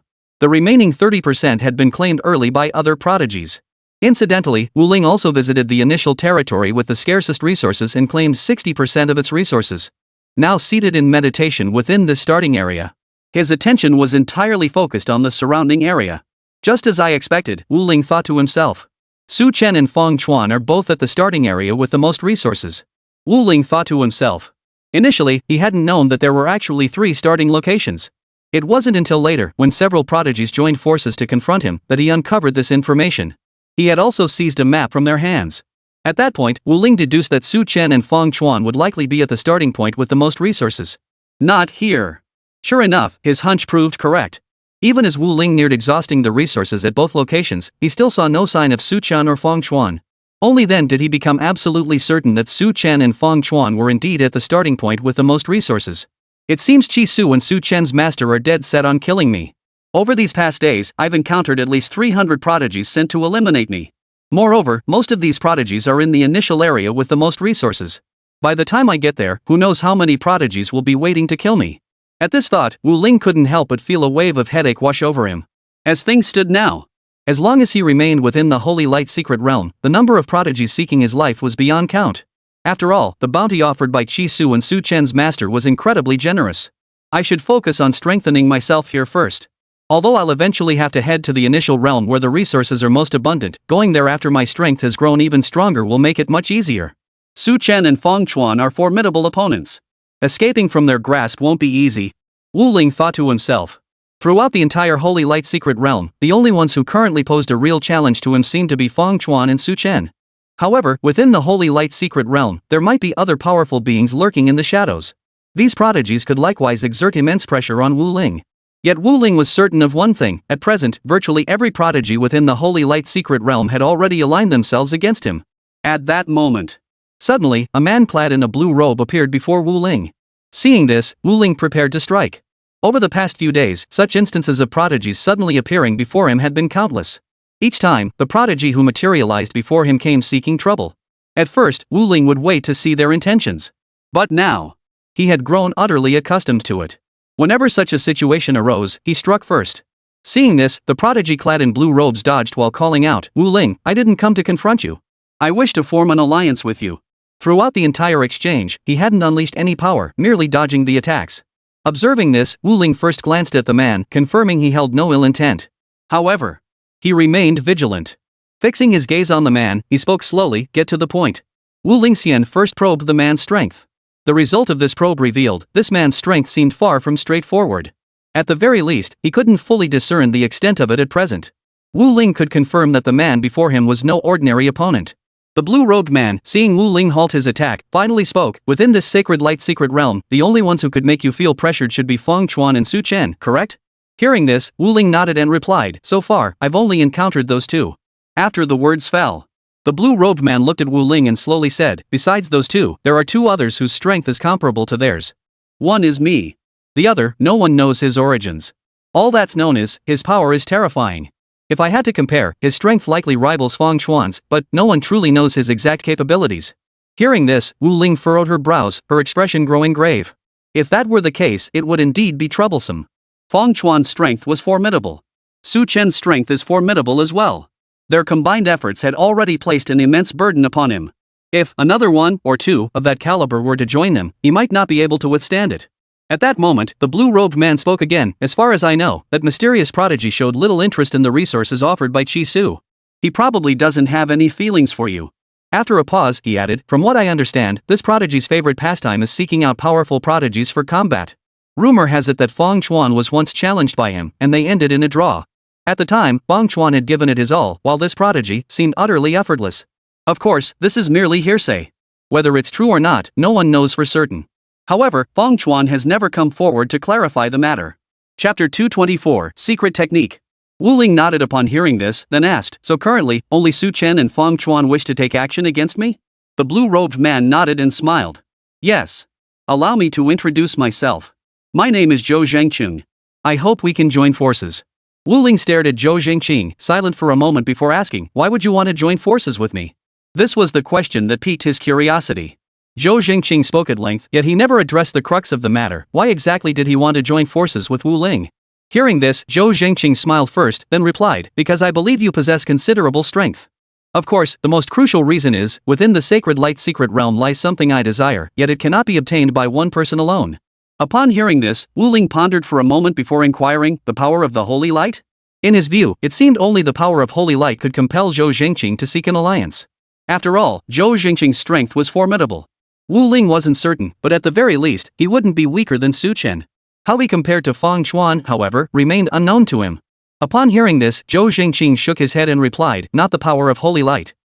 I, and that mysterious prodigy we've all absorbed the power of the holy light before. My primary reason for coming to this sacred light secret realm is because a secret technique has appeared within it. Possessing this secret technique allows one to unleash at least 5 times their original power. After reaching the law realm, the martial arts techniques cultivated before become largely ineffective. Secret techniques, however, enable one to unleash even greater power. They are, however, extremely rare. If one comprehends the holy light law, they must use a secret technique with holy light attributes. Moreover, each secret technique can only be used by one person. To pass it on to another, the original possessor must consciously detach and relinquish it. After hearing Zhou Zhengqing's words, Wu Ling fell silent for a moment before speaking. If we acquire this secret technique together, does it belong to you, or to me? He had heard about secret techniques from the Blade Saint. However, the Blade Saint had told him that he would not encounter a secret realm containing such a technique anytime soon, and that obtaining one with the holy light attribute was exceedingly difficult. Therefore, Wu Ling had not given it much thought. What he hadn't anticipated was that this very secret realm contained a secret technique of the holy light attribute. Upon hearing this, Zhou Zhengqing showed no surprise, merely smiling faintly. Wu Ling, if we truly manage to obtain this secret technique, I will give you a vast amount of resources. At the very least, the value would be worth half the technique's worth. Or, if you also desire this secret technique, you may compete with me for it. Even if you ultimately lose, those resources will still be yours. Upon hearing this, Wu Ling fell deep in thought. Zhou Zhengqing's proposal seemed feasible to him. Moreover, if he joined forces with Zhou Zhengqing, facing Feng Chuan and Su Chen would be less daunting. Wu Ling looked at Zhou Zhengqing and inquired, Zhou Zhengqing, if you were to face Feng Chuan, what are your chances of winning? Zhou Zhengqing smiled faintly at the question. 50%. Even if I can't defeat him outright, I can still hold my own. Wu Ling studied Zhou Zhengqing for a moment before asking, why choose to team up with me? My current strength doesn't even match Su Chen's. His strength simply wasn't sufficient. In Wu Ling's view, Zhou Zhengqing would have a better chance of obtaining this secret technique if he allied with Su Chen or Feng Chuan instead. Hearing this, Zhou Zhengqing merely smiled and replied slowly, Su Chen and Feng Chuan are significantly older than you. In my view, their potential pales in comparison to yours. Besides, teaming up with them holds little appeal. After a pause, Zhou Zhengqing added, in my eyes, the most threatening figure is that mysterious prodigy of unknown origin. Wu Ling pondered for a moment before replying, alright, I agree. We'll join forces. After weighing his options. In the end, Wu Ling decided to join forces with Zhou Jingqing. Moreover, he could sense Zhou Jingqing's formidable strength, a power he couldn't fully fathom. If they could join forces, he could secure more resources within the Holy Light Secret Realm. At that moment, Zhou Jingqing added, including all resources we encounter within the Holy Light Secret Realm from now on, they're yours. Of course, I will help you seize them.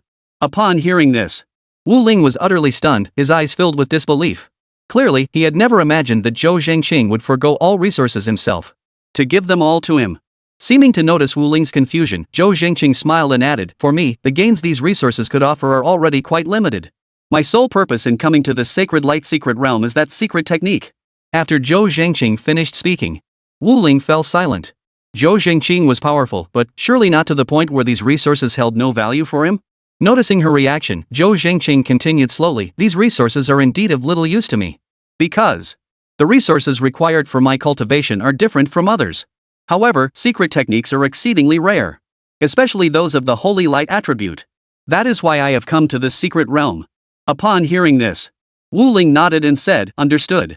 At that moment, Zhou Jingqing spoke slowly, next, we'll help you secure the resources in this vicinity. Then, when the time is right, we'll set out and prepare to leave the starting area. Alright, Wu Ling replied. Time passed bit by bit. Another 5 days or so passed. Wu Ling had secured nearly 70% of the resources from the starting point with the least resources and the starting point with the second most resources. At this moment, Wu Ling was still searching for resources in the surrounding area. At that moment, Zhou Jingqing spoke slowly, it's about time we left the starting area. By now, Feng Chuan and the others should be preparing. Wu Ling nodded upon hearing this, then asked, do Feng Chuan and Su Chen know about this secret technique hidden within the Holy Light Secret Realm? This was what piqued his curiosity. Hearing this, Zhou Jingqing replied slowly, Su Chen doesn't know. As for Feng Chuan, I'm not sure, he might know, or he might not. After all, Shisu's abilities far surpass those of Su Chen's master. However, that mysterious prodigy definitely knows about this secret technique. In fact, I suspect he came here specifically for it. Upon hearing this, Wu Ling nodded. Chapter 225, Shisu's Confidence. The allure of secret techniques is truly terrifying. What's more, it just so happens to be a Holy Light attributed secret technique that they can use. Even secret techniques of other attributes, if obtained and sold, could yield a substantial amount of resources. At that moment, Zhou Jingqing turned to Wu Ling and spoke slowly, as far as I know, both Feng Chuan and Su Chen are currently in the area with the most resources. As for that mysterious prodigy, I haven't heard anything about him yet, but he shouldn't be too far away either. After all, one must reach the core of the Holy Light Secret Realm to obtain that secret technique. I believe this guy absolutely won't give it up without a fight. When mentioning Feng Chuan and Su Chen, Zhou Jingqing's face showed not a trace of fear, nor any hint of pressure. Only when speaking of that mysterious prodigy did a solemn expression appear on his face. Clearly, in his eyes, only that mysterious prodigy posed a genuine threat to him. Upon hearing this, Wu Ling nodded and inquired, what is the specific strength of that mysterious prodigy? After a pause, Wu Ling added, I noticed your expression grew solemn when you mentioned this prodigy. You seem to hold some apprehension toward him. Yet when you speak of Feng Chuan and Su Chen, your expression is calm and relaxed, as if they pose no pressure whatsoever. Hearing Wu Ling's words, Zhou Jingqing smiled faintly. Su Chen, Feng Chuan. Of the two, only Feng Chuan has reached the 6th tier of the Holy Light Law. While I, and that mysterious prodigy, are also at the 6th tier of the Holy Light Law, you must understand that even within the 6th tier, there are distinctions. If Feng Chuan barely scraped into this realm, then I stand at its pinnacle. After uttering these words, Zhou Jingqing paused. Seeing this, Wu Ling asked curiously, then, what about that mysterious prodigy? He noticed Zhou Jingqing had mentioned both Feng Chuan and himself. Yet at the end, his expression had grown grave, and he had stopped speaking. Zhou Jingqing replied solemnly, from what I understand, that mysterious prodigy, within the 6th tier of the Holy Light Law, he is likely the absolute pinnacle. Although he deliberately restrains his power each time he acts, making himself appear not much stronger than Feng Chuan, but... Hearing this, Wu Ling inquired, but what? But... I can sense that his true strength far surpasses Feng Chuan's. Zhou Jingqing said solemnly. He continued, therefore, we absolutely cannot underestimate this prodigy. Immediately after, Zhou Jingqing added, alright, Wu Ling, it's time for us to depart. With that, Zhou Jingqing led Wu Ling toward the primordial land, where resources were most abundant. At that moment, at the entrance to the Sacred Light Secret Realm, the figures of the Blade Saint and Lu Yun had long vanished from this place. Shisu and Su Chen's master remained nearby, keeping a watchful eye on the entrance. Suddenly, Shisu turned to Su Chen's master and spoke slowly, can you see the scenes within the Sacred Light Secret Realm? Can you discern what's happening inside through the divine sense you placed within Su Chen? Shisu knew. This elder had placed a strand of divine sense within Su Chen precisely to observe the events unfolding within. But it was merely an experiment. After all, a secret realm like the Holy Light Secret Realm, though not of the highest grade, contained power of unimaginable terror. Even with their formidable strength, it was still an extremely difficult task to fully capture the information within. Hearing this, the old man shook his head, a hint of resignation in his voice. Impossible. I cannot grasp any information from within. Moreover, I can no longer connect to my own strand of divine consciousness. It was likely severed completely the moment Su Chen entered the secret realm. He was absolutely certain. The thread of divine sense he had placed within Su Chen had been severed completely. This left the old man feeling utterly helpless. After hearing this, Shisu fell silent for a moment before saying, I never imagined even you couldn't achieve this. Su Chen's master sighed, then added with a hint of resignation, among the powerful figures I know, I doubt anyone could achieve this. To overcome the barriers of these secret realms' primordial forces and peer into their depths, one would need unimaginable power to achieve that.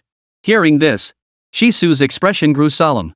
He then said in a deep voice, perhaps, there truly is one person who could. A figure flashed through his mind. For a moment, his eyes held a multitude of emotions. Anger. Hatred. But in the end, it all boiled down to helplessness. Upon hearing this, Su Chen's master furrowed his brow and asked with some confusion, who? Yet the moment he caught the shift in Shisu's gaze, understanding suddenly dawned. His voice trembled slightly as he spoke, Shisu. You wouldn't be referring to the Blade Saint, would you? That old man couldn't possibly possess such power. Though, Su Chen's master knew Shisu was far stronger than himself. But, he never imagined Shisu could actually pierce through the barrier of primordial energy within the secret realm, thereby gaining the ability to directly observe its inner workings. In his view, Shisu must have overestimated the Blade Saint's power. Hearing this, Shisu shook his head and replied solemnly, I'm not deceiving you. The Blade Saint truly possesses that level of power. The reason you refuse to fight the Blade Saint to the death, ultimately, isn't it because you fear his power and dare not risk mutual destruction?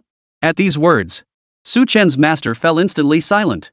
It was indeed true. Then, Shisu continued slowly, but don't worry. Though the Blade Saint is powerful, his current disciple hasn't fully matured yet. He poses no significant threat to Feng Chuan or Su Chen. Add to that the rumors I've spread this time, Wu Ling is as good as dead within the Holy Light Secret Realm. Shisu was supremely confident. In his view, Wu Ling had virtually no chance of survival. After all, he was essentially positioning himself against every prodigy within the Holy Light Secret Realm. If he possessed 6th tier Holy Light Law cultivation, there might still be a chance. But with only 5th tier power. Chapter 226, Zhou Jingqing's shock. At this moment, the Blade Saint and Lu Yun were in a location quite distant from the Holy Light Secret Realm. Lu Yun paced back and forth, his face etched with worry. In contrast, the Blade Saint's expression remained utterly impassive.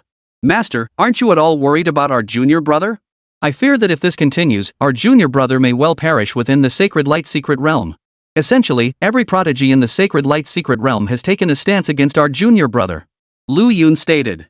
Upon hearing this, the Blade Saint merely looked at Lu Yun indifferently and slowly replied, there's no need to worry so much.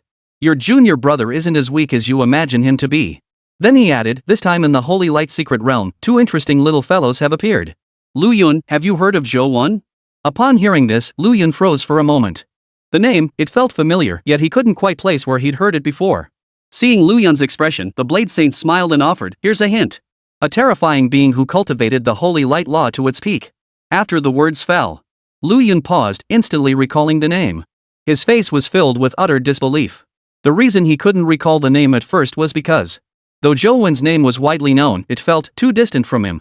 Compared to this man, the masters of Shisu and Su Chen paled in comparison. As for the Blade Saint?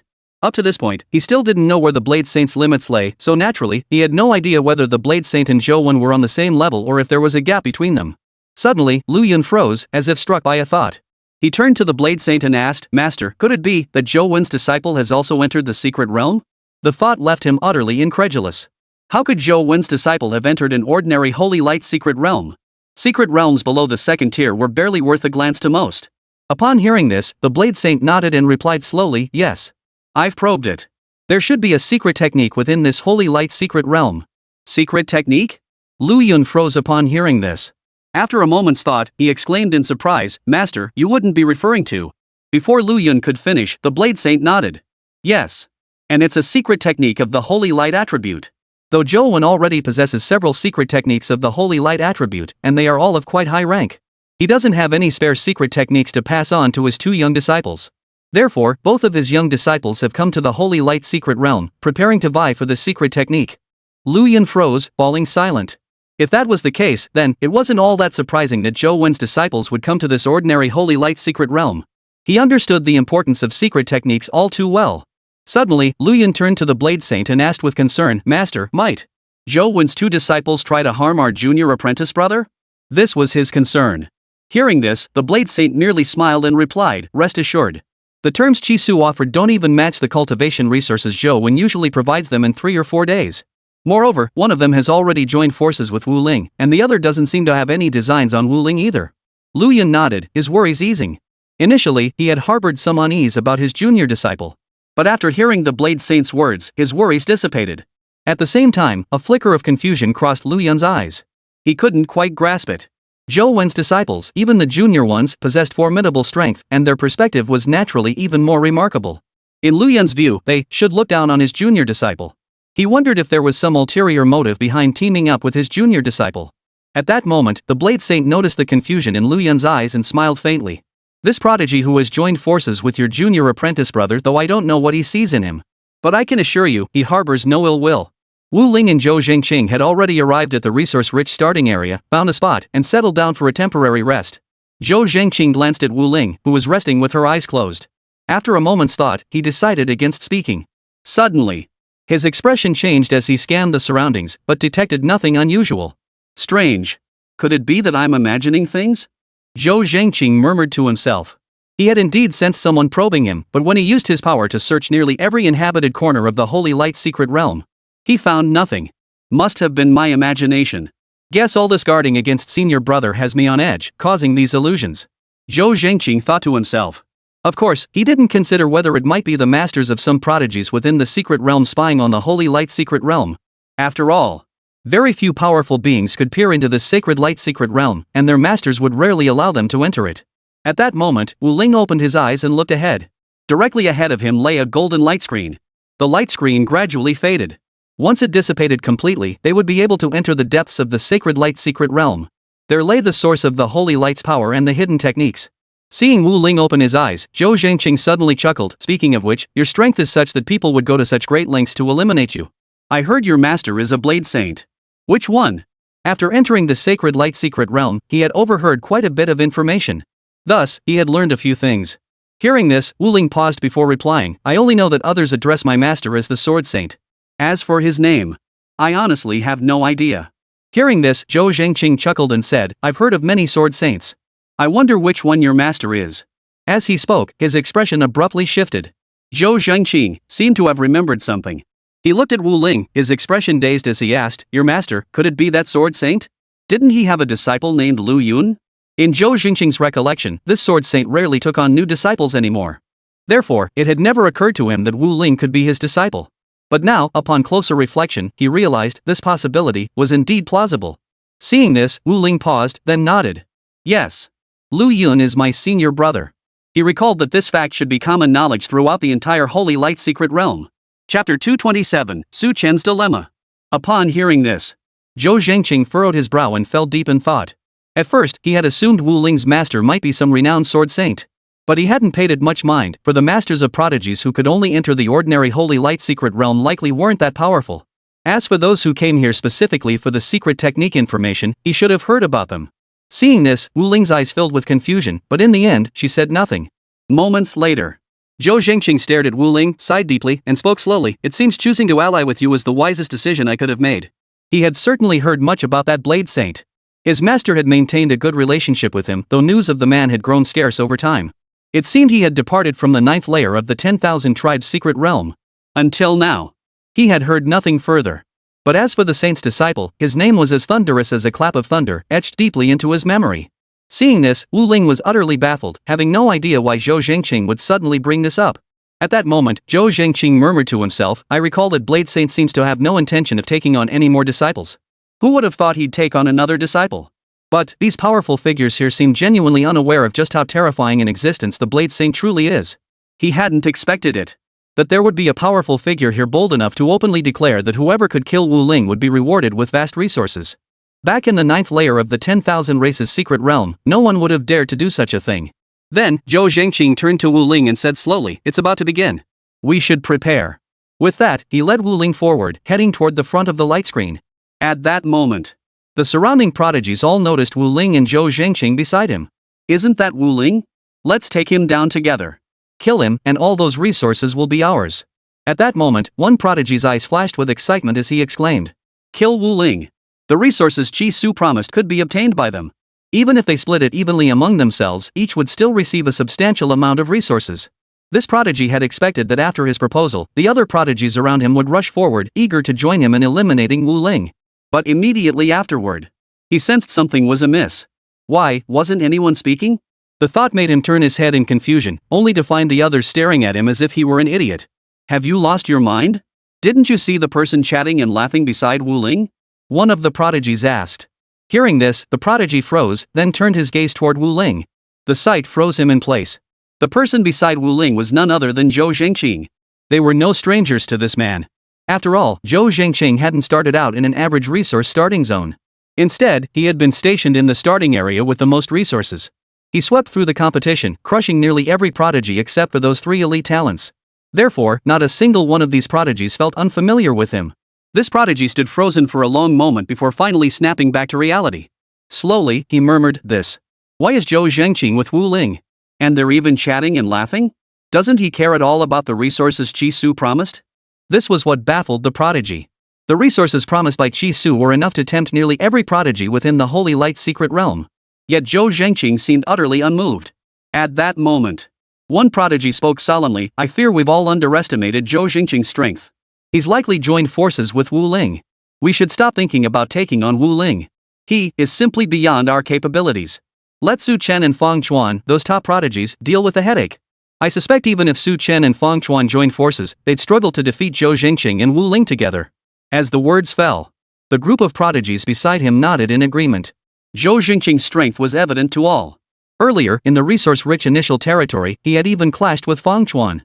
It ended in a stalemate. At that time, Fang Chuan had already exhausted nearly all his techniques. Zhou Zhengqing, however, remained utterly composed, seemingly holding back his full power. The prodigies blocking Zhou Zhengqing and Wu Ling's path immediately stepped aside upon recognizing Zhou Zhengqing's face, daring not to obstruct his advance. Only when Zhou Zhengqing and Wu Ling drew ever closer to the light barrier did. Only then did Su Chen and Fang Chuan, positioned closest to the light barrier, finally notice the situation unfolding behind them. They probed the area with their divine sense. The moment they finished, their expressions turned grim. Fang Chuan and Su Chen exchanged a glance. Su Chen spoke slowly. Zhou Zhengqing and Wu Ling have joined forces. I won't fight him. Hearing this, Fang Chuan looked at Su Chen and said in a deep voice, You don't want the resources my master promised you? Hearing this, Su Chen felt a pang of helplessness. Fang Chuan's strength likely still fell slightly short of Zhou Zhengqing's. As for Wu Ling, while he was confident he could defeat her, her strength was no slouch either. Moreover, how many resources would he gain by teaming up with Fang Chuan? Su Chen naturally wasn't willing to take that risk. You know Zhou Zhengqing's strength. With Zhou Zhengqing backing Wu Ling, it would be extremely difficult for the two of us to kill Wu Ling even if we joined forces. Su Chen spoke slowly. Hearing this, Fang Chuan instantly grasped Su Chen's meaning. After a moment of silence, he looked at Su Chen and said slowly, The resources we gained from killing Wu Ling we split them 50-50. Without Zhou Zhengqing's backing, eliminating Wu Ling would pose little difficulty for Fang Chuan. Therefore, when Su Chen had teamed up with him back then, Fang Chuan naturally refused to give up more resources. But now, things were different. Wu Ling and Zhou Zhengqing were working together. If he were alone, he would have no chance of defeating Wu Ling. After hearing this, Su Chen fell silent for a moment before replying, I'll need to think it over. This light barrier may seem like it's about to dissipate, but it still needs a little more time. He hadn't expected Fang Chuan to be willing to hand over half the resources outright. This had already stirred some interest in Su Chen. Still, he decided to think it over. After all, Zhou Zhengqing's strength was truly terrifying. Fang Chuan nodded upon hearing this and said, All right, but you must give your answer before the light barrier completely dissipates. Otherwise, once we leave the starting ground, there won't be such a favorable opportunity again. Chapter 228, The Pressure of Zhou Zhengqing. For a moment, Su Chen was caught in a dilemma, unable to make a decision. At that moment, Zhou Zhengqing's gaze swept over Su Chen and Fang Chuan before scanning the surroundings. Neither Fang Chuan nor Su Chen could exert any significant pressure on him. They were no match for that one. Su Chen and Fang Chuan noticed this shift in focus, their expressions darkening noticeably. Clearly, they hadn't anticipated Zhou Zhengqing would hold them in such utter contempt. Suddenly, Su Chen turned to Fang Chuan and spoke slowly. Fang Chuan, when you fought Zhou Zhengqing back then, how much do you think the gap in strength between you and him was? After hearing this, Fang Chuan fell silent for a moment before replying with a hint of resignation, A lot. If it came down to a life or death fight, the odds between us would be 1 to 9. 1 for me, 9 for him. That day's battle had driven home the sheer terror of Zhou Jingqing's power. They were simply not in the same league. If Zhou Jingqing had wanted to defeat him, he could have crushed him completely in mere moments. After hearing Feng Chuan's words, Su Chen fell silent. In his memory, Feng Chuan was an extremely proud man. Unless the gap between them was truly vast, he would never utter such words. Then, Su Chen also fell silent. At that moment, Feng Chuan spoke again. I never imagined that such a prodigy would appear within the Holy Light Secret Realm. In my experience, prodigies of this caliber would typically only appear in third-tier or higher Sacred Light Secret Realms.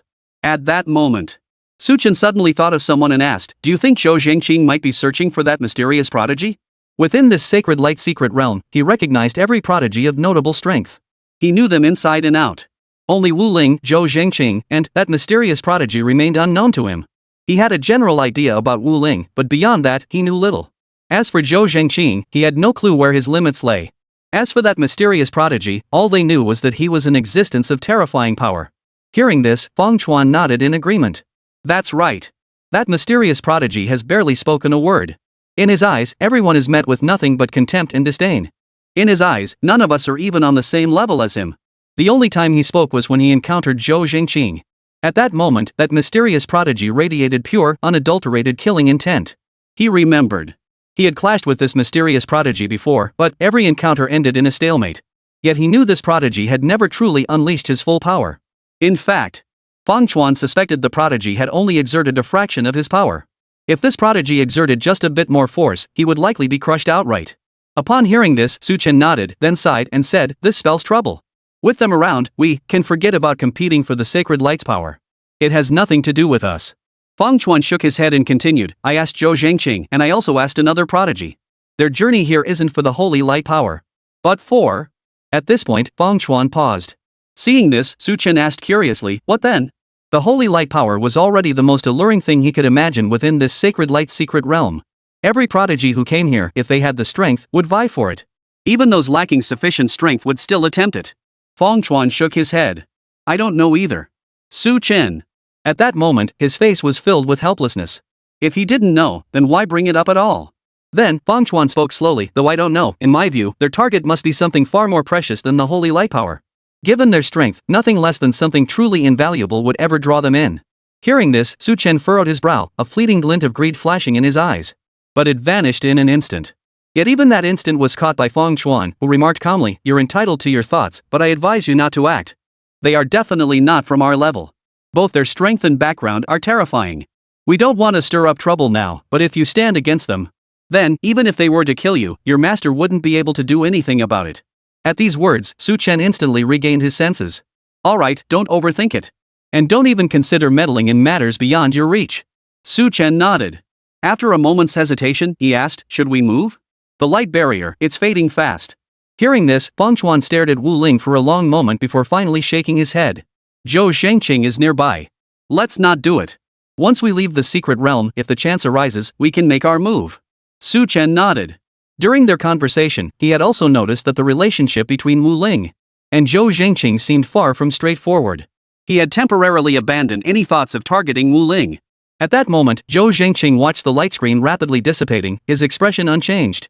But suddenly, he sensed a fleeting aura, and his expression instantly grew agitated. Wu Ling also noticed this change. He surmised that Zhou Jingqing must have detected the information about that secret technique. Suddenly, Zhou Jingqing turned his gaze to the right, where a man stood with his eyes closed. At that moment, Zhou Jingqing's face was filled with solemnity.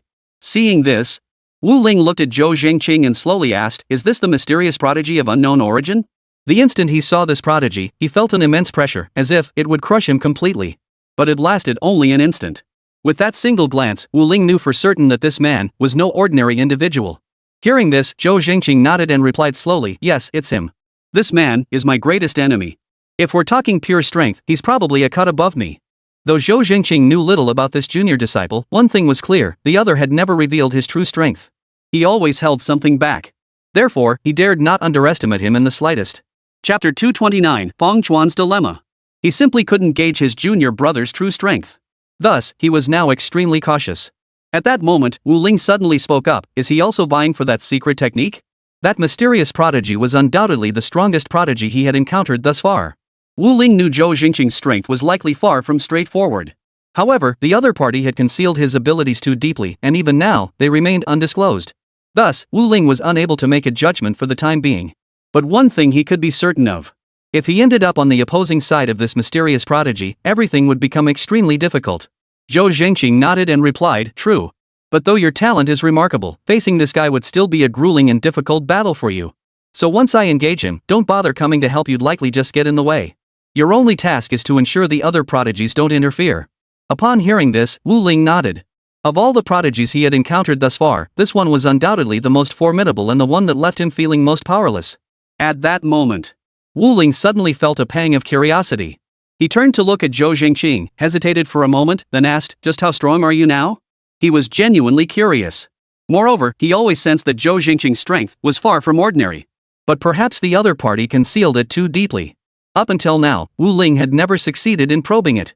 Upon hearing this, Zhou Jingqing pondered for a moment before replying, "You'll learn the specifics later. All I can tell you now is, compared to this guy, I'm not far behind." Wu Ling nodded and said nothing more. Both Zhou Jingqing and Wu Ling turned their heads away, no longer paying attention to the situation over there. Just then, the prodigy looked at Zhou Jingqing and said in a flat tone, "Senior brother, it's been a long time." At these words, Wu Ling, Fang Chuan, and Su Chen nearby all froze. They glanced at Zhou Jingqing first, then turned their gaze to the prodigy. This scene left them utterly astonished. Zhou Jingqing and this mysterious prodigy had always been adversaries, and their interactions had never suggested they knew each other. Yet, with this sudden greeting, everything clicked into place. So, Zhou Jingqing and this prodigy were actually master and disciple. Wu Ling also stared at Zhou Jingqing with a look of bewilderment. At that moment, Zhou Jingqing fixed his gaze upon his junior disciple, his expression darkening. After a brief pause, he let out a cold chuckle and spoke slowly, "It seems like it's been a long time since I last heard you call me senior disciple. Not even my name." Pausing, Zhou Jingqing turned his head, waiting for the light screen to dissipate while leaving a final statement, "Don't even think about making me back down, because, this secret technique, I will never give it to you." As the words fell, the light screen faded away. Without a moment's hesitation, Zhou Jingqing led Wu Ling directly into the void. He wouldn't waste another minute conversing with that prodigy. Seeing this, the prodigy's expression darkened considerably. After a moment, he coldly declared, "Zhou Jingqing, you will regret this. You cannot stop me." As he spoke, a murderous intent flared in the prodigy's eyes. Zhou Jingqing and Wu Ling continued walking down the path, their steps unbroken. Moments later, Zhou Jingqing, now out of sight of the prodigy, spoke, his voice drifting back slowly. "If you can kill me, then come. Between us, a life or death reckoning has long been overdue." Not a trace of fear colored his words. The prodigy stood rooted to the spot, staring in the direction his senior brother had departed, unable to snap out of his daze for a long time. His mind refused to settle. At that moment, Fang Chuan and Su Chen exchanged a glance, saying nothing. Suddenly, Fang Chuan made up his mind. He stepped forward and approached the prodigy. This prodigy had long detected Fang Chuan through his divine sense, but, in his eyes, Fang Chuan wasn't even worth his guard. If he truly dared to strike him down, it would take but an instant for him to utterly annihilate Fang Chuan. At that moment, Fang Chuan looked at the prodigy and spoke slowly, "The one beside your senior brother is Wu Ling. Killing him will yield vast resources. Are you interested?" After conferring with Su Chen, they knew they couldn't possibly kill Wu Ling. But, even if they couldn't kill Wu Ling, others could. Even if they weren't the ones to do it, as long as Wu Ling died, their master would be delighted. He would surely reward them with even more resources. Hearing this, the prodigy shot a glance at Su Chen and Fang Chuan, no longer bothering to hide his disdain as before. "If you have the ability, go kill him yourselves." With that, he turned and walked away. Zhou Jingqing hadn't investigated Wu Ling, but before entering the secret realm, he had already looked into Wu Ling's master. The Blade Saint. That was a being regarded as utterly terrifying even at their level. A being not to be provoked. With no major conflict between them and no threat posed to him, this prodigy naturally saw no reason to stir up trouble. After he departed, Fang Chuan's expression darkened to an extreme, but after a moment, it shifted to one of resignation. For the gap in strength between him and that prodigy was simply too vast.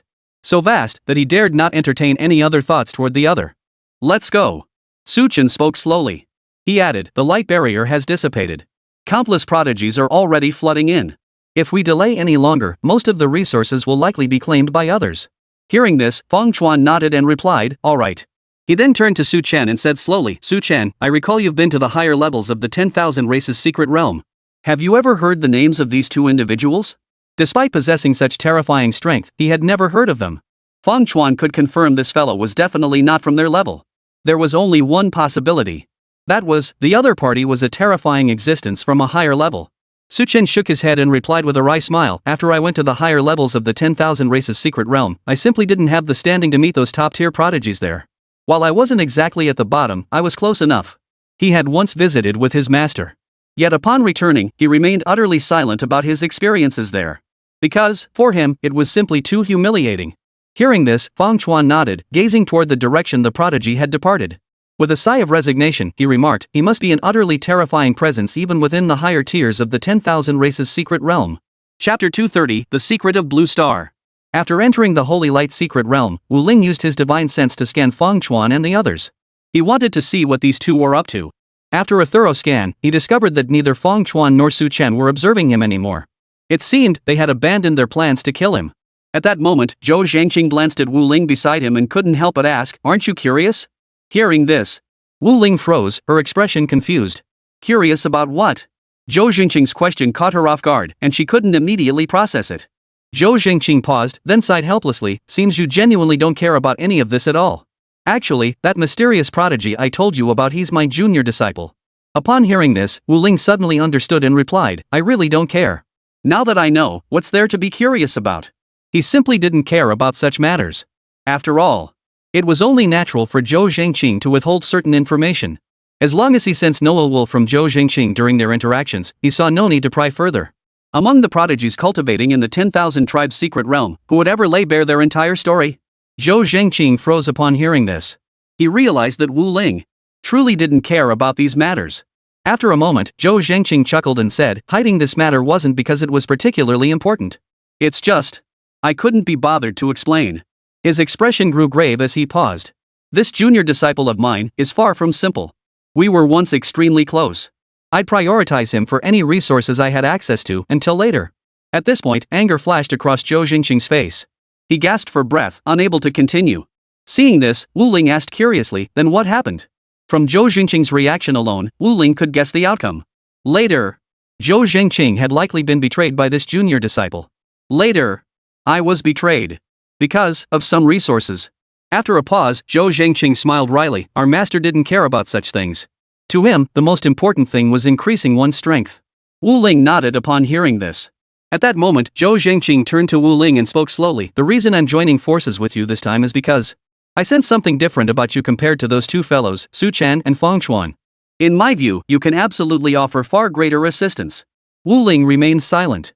His current combat strength was indeed limited, falling short even of Fang Chuan and Su Chen. Wu Ling believed that in terms of combat strength, he probably couldn't offer Zhou Zhangqing much assistance. Suddenly, Zhou Zhangqing seemed to recall something and asked, "You are also from Blue Star, right?" At this, Wu Ling froze. From Blue Star too? Could it be Zhou Zhangqing was also from Blue Star? Wu Ling nodded. Yes. Hearing this, Zhou Zhangqing spoke slowly. Since you're also from Blue Star, I suppose we'll meet again before long. Because I too am from Blue Star. Or rather, nearly all the prodigies you've encountered so far in the 10,000 races secret realm originate from Blue Star. At these words, Wu Ling was utterly stunned. According to the information he possessed, many of those encountered in the 10,000 races secret realm should have originated from the myriad races across the heavens. After all, he had lived on Blue Star for so long and had never encountered such powerful beings. As far as he knew, any one of these prodigies in the 10,000 races secret realm could easily crush all the prodigies of Blue Star. Even Blue Star's strongest warriors would be crushed before them. Seeming to notice Wu Ling's confusion, Zhou Zhangqing smiled and said, "It seems you're not aware of these matters yet. I can give you a general idea, but the specifics, I imagine the Blade Saint will explain them to you once you return." Wu Ling looked at Zhou Zhangqing, waiting for him to continue. Then, Zhou Zhangqing spoke slowly. "Truthfully, Blue Star is vast. So far, you've only encountered the human clan and the demon clan, including some hidden clans. But in truth, these are merely the tip of the iceberg. Within Blue Star lie countless opportunities. The 10,000 races secret realm is merely one such place of opportunity. It's just that currently, there are no restrictions here. From what I understand, Blue Star currently has 9 layers of restrictions. The first layer is about to be lifted soon. All these years, whenever my master mentioned any place, his expression remained utterly calm. Not a trace of pressure could be seen on his face. But whenever he speaks of Blue Star, I can sense immense pressure weighing upon him. And from his words, I gather that once Blue Star's restrictions are lifted, he will likely send me there as well." Upon hearing these words, Wu Ling froze in place. This is completely different from what he knows about Blue Star. After a moment, Zhou Zhangqing smiled and said, "All right, don't overthink it. Once you return, the Blade Saint will explain everything to you. Next, let's head to the location of the secret technique and take a look. After the light screen dissipated and they departed the starting point, Zhou Zhengqing had immediately sensed the presence of the secret technique. At the time, he had wondered why the secret technique was so blatantly exposed to everyone's view. Because detecting it had been effortless for him. Anyone else would have been able to do the same. But soon, Zhou Zhengqing sensed a layer of power enveloping the secret technique.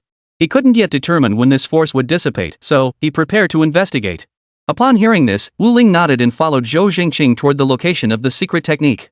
After Zhou Zhengqing and Wu Ling departed, Zhou Zhengqing's junior disciple appeared at their previous spot, watching Wu Ling's retreating figure. His expression grew solemn. The Blade Saint's disciple, looks like this guy is untouchable. The man sighed softly as he spoke. He recalled his master's warning 3 years prior. Under no circumstances was he to harm the Blade Saint's disciple. Otherwise, he would bear the consequences. He had heard countless tales about the Sword Saint and harbored immense apprehension toward him. Still, this fellow's power is ultimately limited. He can't really affect me too much. So, there's no need to worry. Chapter 231, 6th Tier. He was inherently ruthless, acting with brutal decisiveness. To obtain the resources he needed, he spared no effort and resorted to any means necessary. Yet, when confronted with certain specific entities, fear and dread would involuntarily surge within him, instantly tempering his usual arrogance. Take, for instance, Wu Ling, the disciple of the Blade Saint. Though his master had repeatedly warned him never to provoke the disciples of powerful figures, he always relied on his own judgment to decide whether to act. Yet whenever his master mentioned the Sword Saint, the terror and dread in his eyes were utterly impossible to conceal, a raw emotion stemming from the deepest recesses of his being. Precisely because of this prodigy held Wu Ling in extreme apprehension. He understood the Blade Saint's terror all too well, daring not to provoke him in the slightest. At this critical moment, Zhou Zhengqing suddenly turned around without warning. Yet in that instant, the prodigy's expression changed abruptly. His form vanished like a ghost, disappearing from his original spot in the blink of an eye. Upon seeing the empty space behind him, devoid of any lingering presence, Zhou Zhengqing furrowed his brow in puzzlement. He then turned to leave. Wu Ling, witnessing this, couldn't help but ask with a hint of confusion, "What's wrong? Did you see something?" After all, Zhou Zhengqing had been in such a hurry just moments ago, turning around without any warning. To Wu Ling, it seemed likely that some supremely powerful being had just appeared. Otherwise, nothing could possibly cause Zhou Zhengqing to react like that. Hearing this, Zhou Zhengqing shook his head and slowly replied, "Nothing. I must have seen wrong." Wu Ling nodded in understanding and didn't press further. The two continued walking side by side. Zhou Zhengqing kept his brow tightly furrowed, thinking to himself, that aura was definitely real, it was my junior disciple. But, if it really is him, his current strength must have reached unimaginable heights. To erase every trace he left behind the instant I turned away. It seems my junior disciple is far stronger than I ever imagined. Zhou Zhengqing silently mused to himself. Though he possessed no concrete evidence to prove his junior disciple had indeed appeared behind him moments ago. But, relying on his intuition and deep understanding of that junior disciple, Zhou Zhengqing was utterly certain this must be the case. After Zhou Zhengqing turned back, his junior disciple reappeared at his original spot, staring at his retreating figure and murmuring to himself, "It seems senior brother's strength is growing ever stronger. After comprehending that secret technique, my ability to conceal myself has reached an incredibly powerful level." Yet, unexpectedly, senior brother still managed to detect it. The man thought silently to himself. He watched Zhou Zhengqing's retreating figure, lost in thought for a very long time. This time, obtaining that secret technique from senior brother's hands will likely prove extremely difficult. Neither master brother truly understood the other's true strength. But one thing they could be certain of. The other's power was absolutely not to be underestimated. At this moment, the man carefully probed the location of the secret technique. After successfully pinpointing its exact position, he hesitated not a moment. With a flick of his thoughts, he vanished from his original spot. Soon, Zhou Zhengqing arrived at the location he had painstakingly pinpointed through his investigations, bringing Wu Ling with him. That is to say, the location of that secret technique. During his powerful psychic probe, Zhou Zhengqing had sensed something peculiar about this place, as if he couldn't clearly discern its true nature. But upon actually arriving here, Zhou Zhengqing froze instantly. All his previous doubts were instantly resolved in that moment. No wonder I couldn't get a clear picture of this place before. It turns out, it's enveloped by powerful holy light. Wu Ling followed closely beside Zhou Zhengqing. When Zhou's gaze fell upon this spot, Wu Ling followed suit only to freeze in place the instant he saw it. An intensely blinding golden light, utterly unbearable to look at directly, enveloped the entire area. Wu Ling tried to force himself to look directly at it, but no matter how hard he tried, he still couldn't manage it. The instant his gaze met the light, he was instantly repelled by its overwhelming force. Wu Ling glanced at Zhou Zhengqing and realized the latter was faring no better. Whenever Zhou Jingqing's gaze touched the light, he too was instantly forced back. Zhou Jingqing looked back at Wu Ling, his expression growing grave. Seeing this, Wu Ling opened his mouth to ask, but after a moment's thought, he held his tongue. Wu Ling. Zhou Jingqing spoke slowly. Hearing this, Wu Ling looked at him in confusion and asked, "What's wrong?" Zhou Jingqing's expression was grave. This secret technique is far more powerful than I ever imagined. Every secret technique, at its inception, is enveloped by layers of light. Some begin as first tier, others as second tier.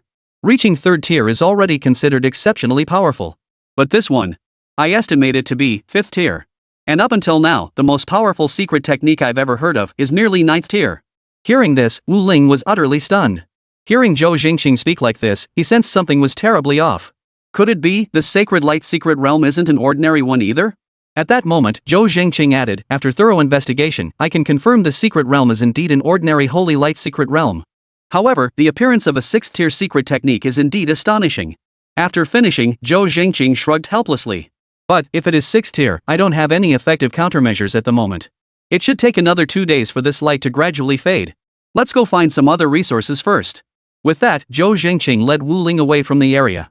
It was only after Zhou Jingqing had been gone for quite some time. His junior disciple hurriedly arrived. Upon arriving, his junior disciple didn't immediately investigate the secret technique. Instead, he carefully examined the lingering traces on the ground. After a thorough investigation, he discovered that Zhou Jingqing had already been here. Senior brother really is quick. He detected this place the moment he arrived. The junior disciple thought to himself. After speaking, he looked up and noticed something was amiss. He quickly scanned his surroundings. But in the end, he realized the secret technique. Where had it gone? The location where he had detected the secret technique was indeed here. As the junior disciple pondered, his gaze suddenly fell upon the spot before him, enveloped in holy light. Could it be here? The thought had barely formed in his mind. The junior disciple froze instantly. Usually, when their master imparted such information, this junior disciple paid little attention, while Zhou Jingqing listened intently and committed it to memory. This very habit meant that Zhou Jingqing was able to grasp the situation here at a glance. But his junior disciple could not.